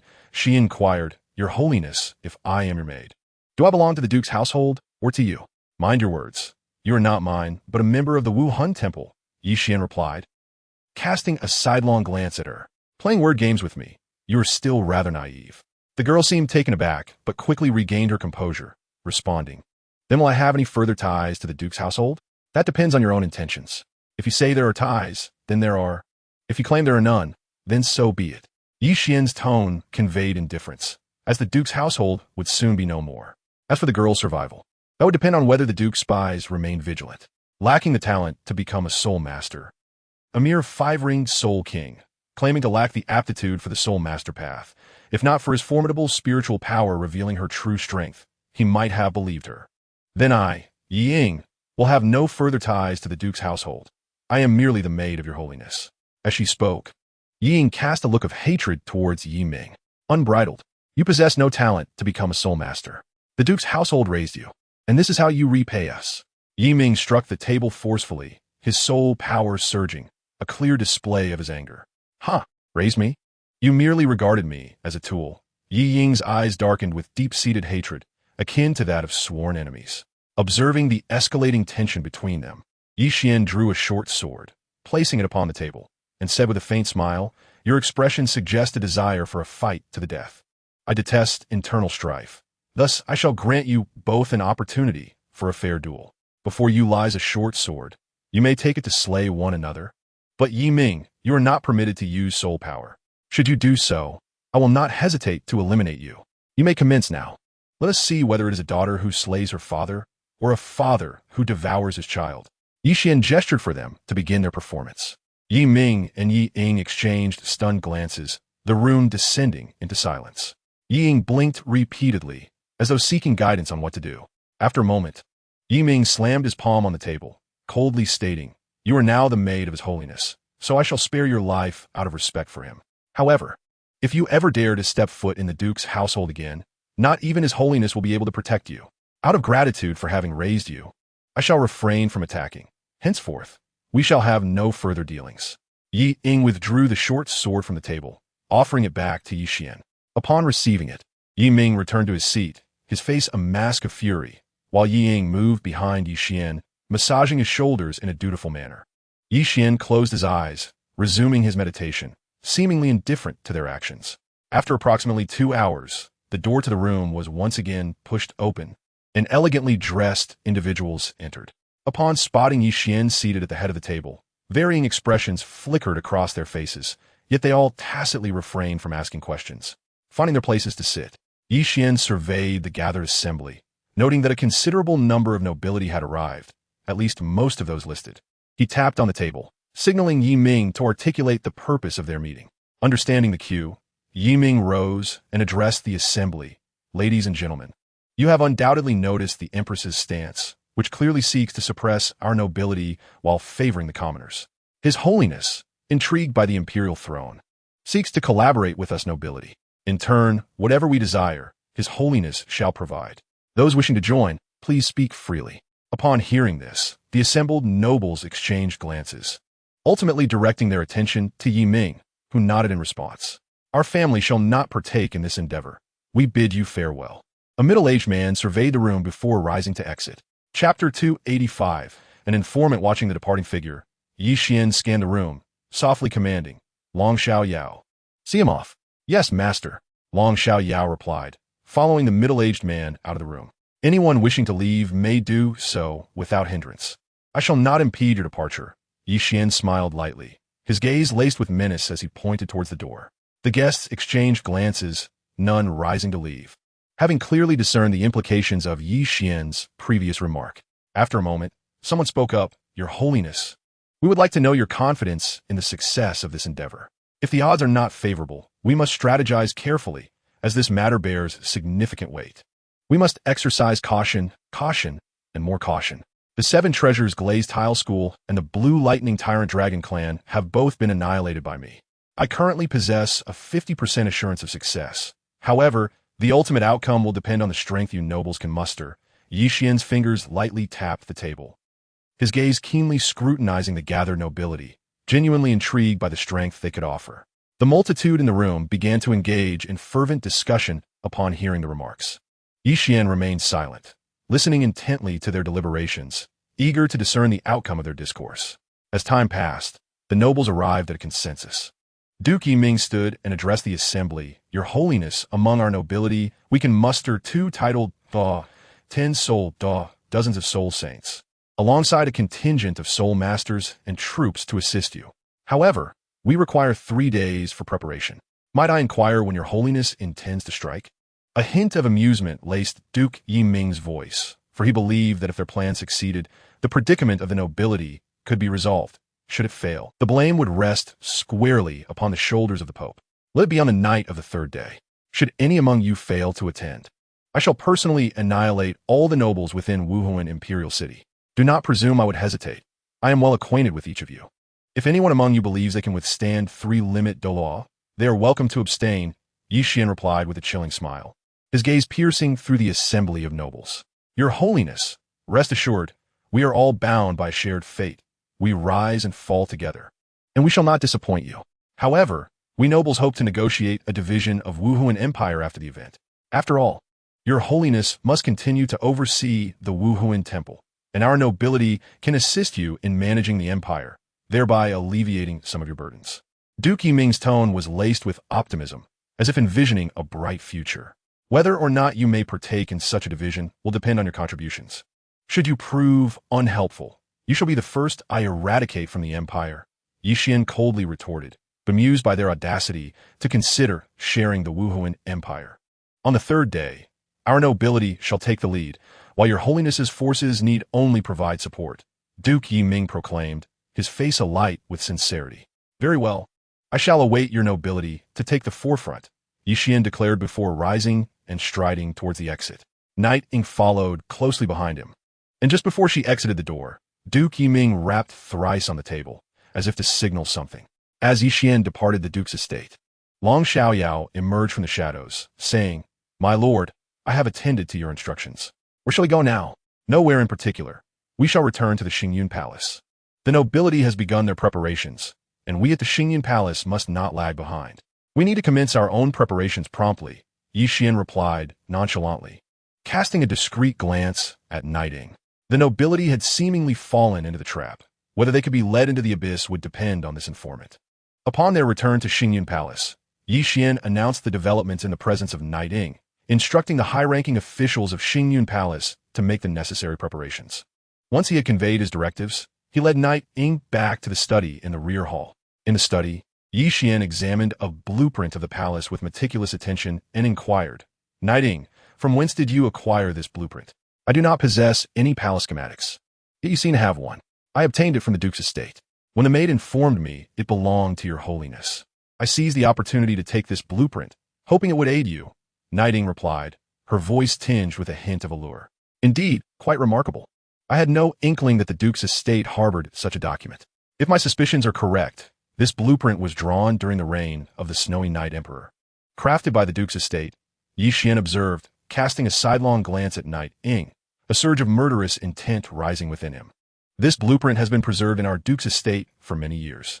Although some areas have undergone reconstruction, it does not compromise the blueprint's accuracy. Knight Ying nodded gently, confirming that the map was indeed clandestinely produced during the Snowy Night Emperor's reign. Very well, I understand. Please fetch me a cup of tea. I wish to study this blueprint thoroughly. Yi Qian gestured for her to leave. Certainly, your holiness, Knight Ying acknowledged before departing the study. Once outside, Knight Ying summoned a pigeon concealed in the trees, swiftly jotting down a note and affixing it to the bird's leg before sending it off into the skies. After completing her task, she clapped her hands, murmuring to herself, the master of Xingyun Palace, the current pope, and the elders and offerings within Xingyun Palace. Are they truly so formidable? With a gentle laugh, she proceeded in a particular direction, preparing to retrieve the tea, for she was now the pope's maid. Sister Li Shang, should we capture her, or shall we continue the charade for a while longer? Qian Kuei's voice resonated from a dense ancient tree. Let us complete the act. We must avoid alarming her for the time being. She may prove useful. Yu Li Shang instructed before vanishing silently from the ancient tree.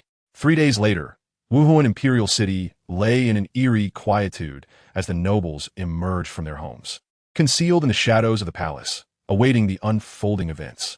At Xingyun Palace, Knight Ying returned to the study and approached Yi Qian, seemingly intent on sitting beside him.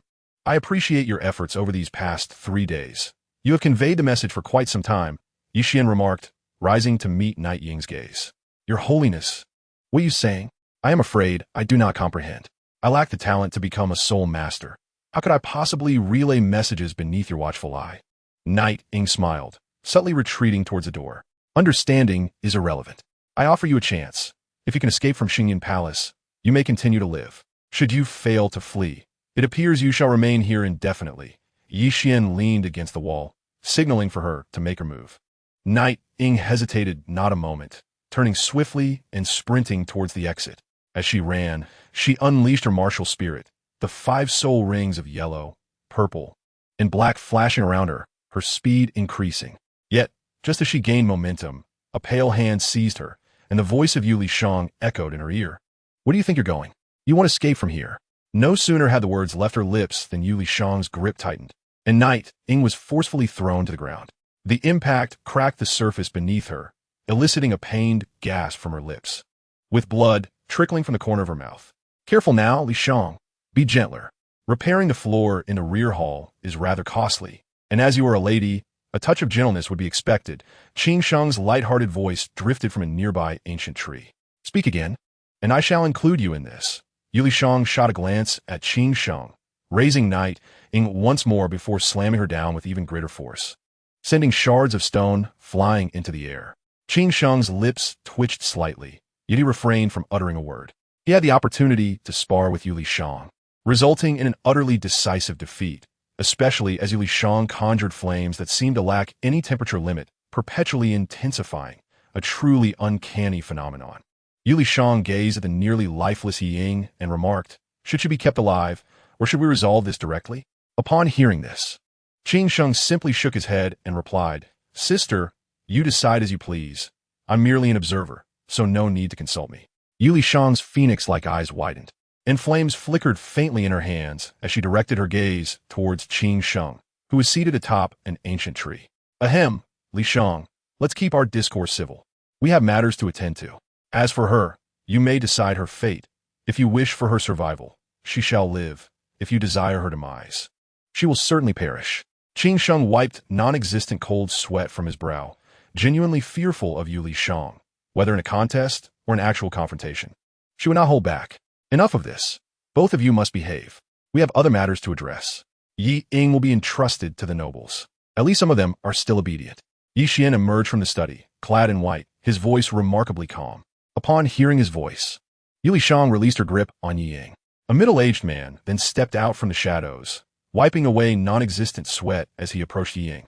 This man was the noble who had departed from the Duke's residence 3 days prior. To avoid disrupting the execution of plans, Yi Qian had instructed Long Xiao Yao to bring him to the Xingyan Hall, where he had remained for 3 days. "Lu Zheng, I leave her in your hands. Whether she lives or dies is entirely up to you. I admire your decisive departure the other day, though I lament that a noble has managed to survive." Yi Qian spoke as he stood before him, a hint of regret in his voice. "Your Holiness, you jest. Our Lu family is not noble. In the martial soul empire, there is no aristocracy. We are merely commoners with modest wealth." Lu Zheng's body trembled slightly, relieved by his earlier decision. Otherwise, he would surely have met the same fate as the nobles this evening, vanishing completely. For an 89th level soul Douluo to claim to be merely a modestly wealthy commoner, was that not a jest? I hold you in high regard. After all, you are among the few who can still call themselves nobles in the martial soul empire. Yi Qian chuckled lightly while glancing at himself, appearing quite unremarkable, wondering how a soul Douluo could be intimidated in such a manner. "Your Holiness, we truly are not nobles. We are merely common soul masters of the martial soul empire. Yet we shall remain loyal to it." Lu Zheng felt his heart racing. After resolving the rebellious nobles tonight, they would need to deal with those who had not participated in the uprising. Thus, it would be wise to behave well, as it might lead to a more favorable outcome for them. "We have matters to attend to. Once we finish, we shall address the nobles who did not partake. You may prepare in advance. Perhaps your fate will be more favorable. As for how to prepare, that is dependent on your own decisions." Yi Xiu Shui, Long Xiao Yao, Yuli Shang, Qin Sheng, let us proceed to the palace and ascertain their preparations. Yi Qian patted Lu Zheng's shoulder and walked ahead.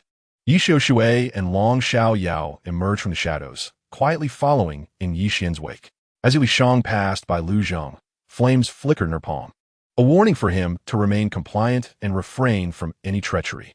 Despite being merely a soul saint, she found no difficulty in dealing with a soul Douluo lacking top-tier capabilities. Moreover, during the past 3 days, she had sparred with Lu Zheng, whose strength was rather mediocre, even inferior to the current Yu Luo Mian. Qin Sheng leaped down from the ancient tree, following closely behind Yi Qian as they exited the Xingyan Hall. The other high-ranking officials remained within, as Yi Qian did not wish for them to accompany him to the palace. After all, their goal was not murder, but to subdue the power held by the nobles. Chapter 287. Only punish the instigator. As Yi Qian's group arrived at the palace, Yi Xiu Shui and Long Xiao Yao detected the nobles lurking in the shadows, yet they chose to remain silent, quietly tailing Yi Qian. Yi Qian halted not far from the palace, surveying his surroundings before speaking. "Yi Auntie, relay a message to them, instructing them to take the lead. We shall arrive shortly." "Yes, master." Yi Xiu Shui nodded gently and conveyed Yi Qian's instructions to the concealed individuals. The surroundings were eerily quiet, as if devoid of life, yet Yi Qian remained calm, standing still and patiently awaiting developments. After a while, figures emerged from the shadows, swiftly heading towards the palace. Observing the rush towards the palace, a cold smile crept across Yi Qian's lips. The palace gates swung open effortlessly, and the crowd surged inside, while Yi Qian and his companions approached the palace nonchalantly. Upon entering, Long Xiao Yao reached out to close the palace doors. Inside the palace, BibiDong sat at the entrance of the Grand Hall. Flanked by the elders of the Pope's Hall and surrounded by neatly arranged palace knights and the martial Soul Empire's army, their gleaming weapons poised to confront the intruders. You nobles are quite audacious, storming into the palace of the martial Soul Empire at such an hour. What do you intend to accomplish? BibiDong's voice carried an icy edge. The nobles, realizing the trap they had fallen into, set by both the martial Soul Hall and the martial Soul Empire, were left speechless. Enough of this idle chatter. Surrender to join the martial Soul Hall and spare yourselves, with the exception of all noble leaders. Yi Xian's eyes brimmed with escalating murderous intent as he surveyed the nobles before him. The sounds of battle erupted within the palace, yet they soon ceased. 3 months later, a luxurious carriage rolled out of Wuhan City, surrounded by palace knights and attendants in martial Soul Hall attire, quietly following on either side. Inside the carriage, Yi Xian and Qian Renshua sat in silence, gazing at the scenery outside.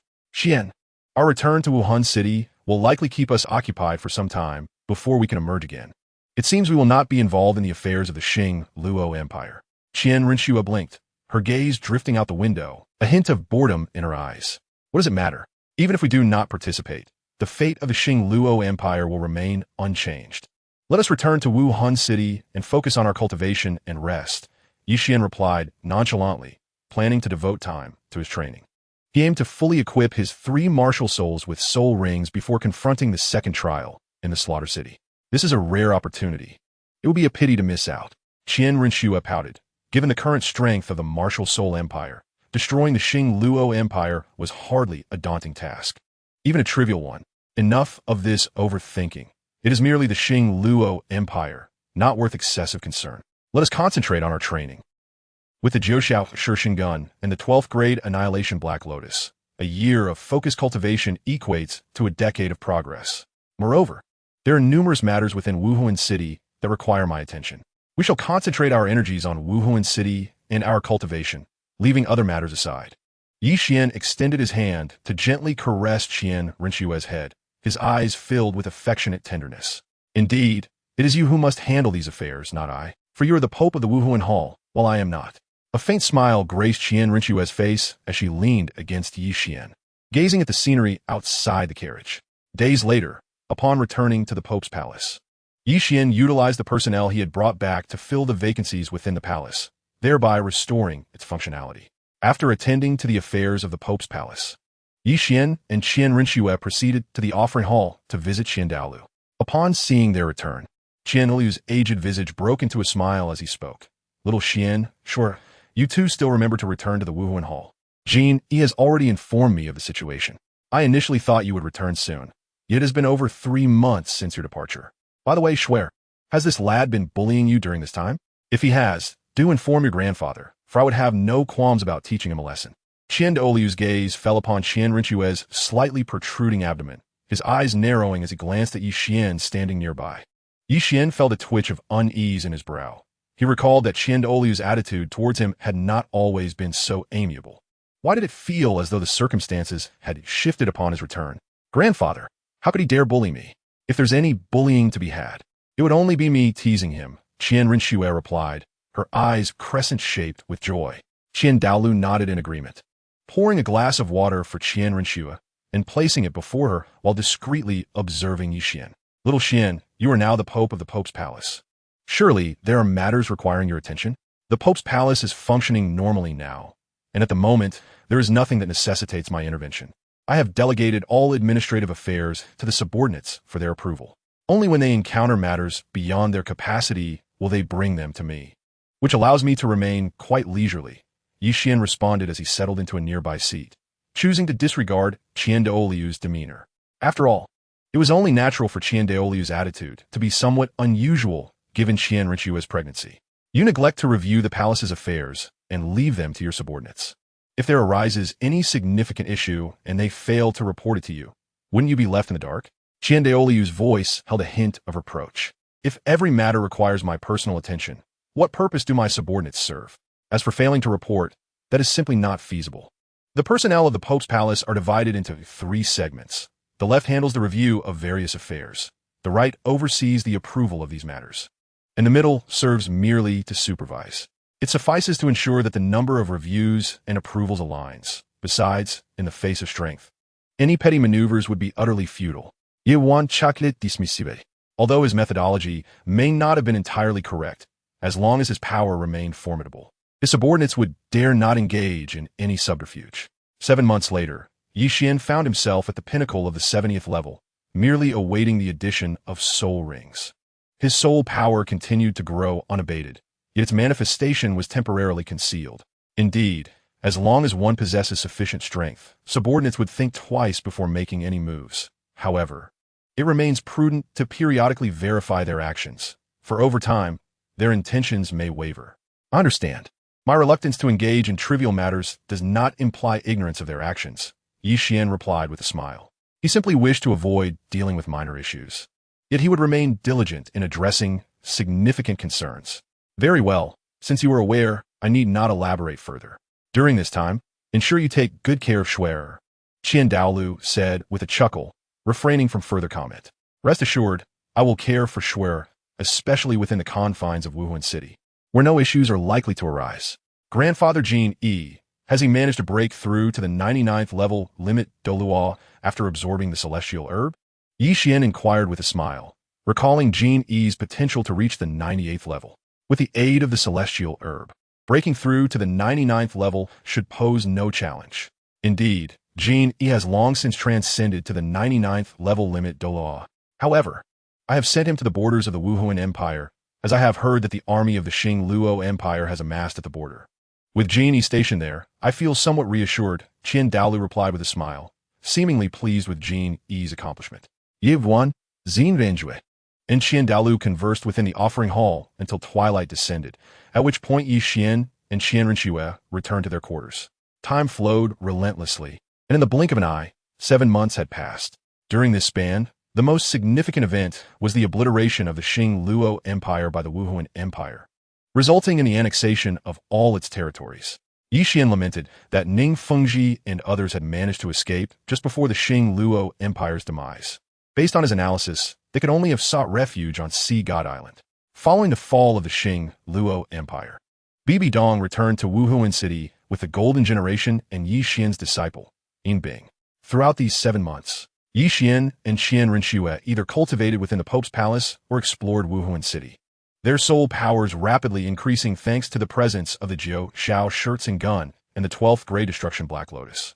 Though Qian remained at the 70th level, this was merely due to his not yet affixing soul rings to his martial spirit. Once he did so, the soul power he had accrued over the past 7 months would immediately manifest. Thus, he remained uncertain of the exact level of his soul power. In this time, Qian Renshue progressed from the 72nd level soul sage to the 78th level soul emperor, attributable to the tenfold cultivation speed afforded by the Jiu Shao shirts and gun and the 12th Grey Destruction Black Lotus. In the Wuhan City, at the center of the lake pavilion, BibiDong, Qian Dalu, Hulaina, and Bing sat quietly before the door to Qian and Qian Renshue's quarters.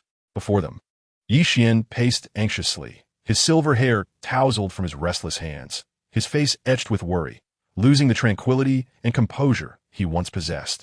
Little Qian, can you not sit still and wait quietly? Must you pace before us like this? A person destined for greatness must maintain their composure in the face of adversity, BibiDong remarked, resting her hand against her forehead, her expression one of exasperation. Cough, teacher, my wife is inside. I'm trying to remain calm, but it is rather difficult, Qian replied. Qian appeared somewhat agitated, running his fingers through his hair. He felt as though an eternity had passed. Yet the results remained elusive. Xiao Qian, calm your mind. Only 5 minutes have elapsed.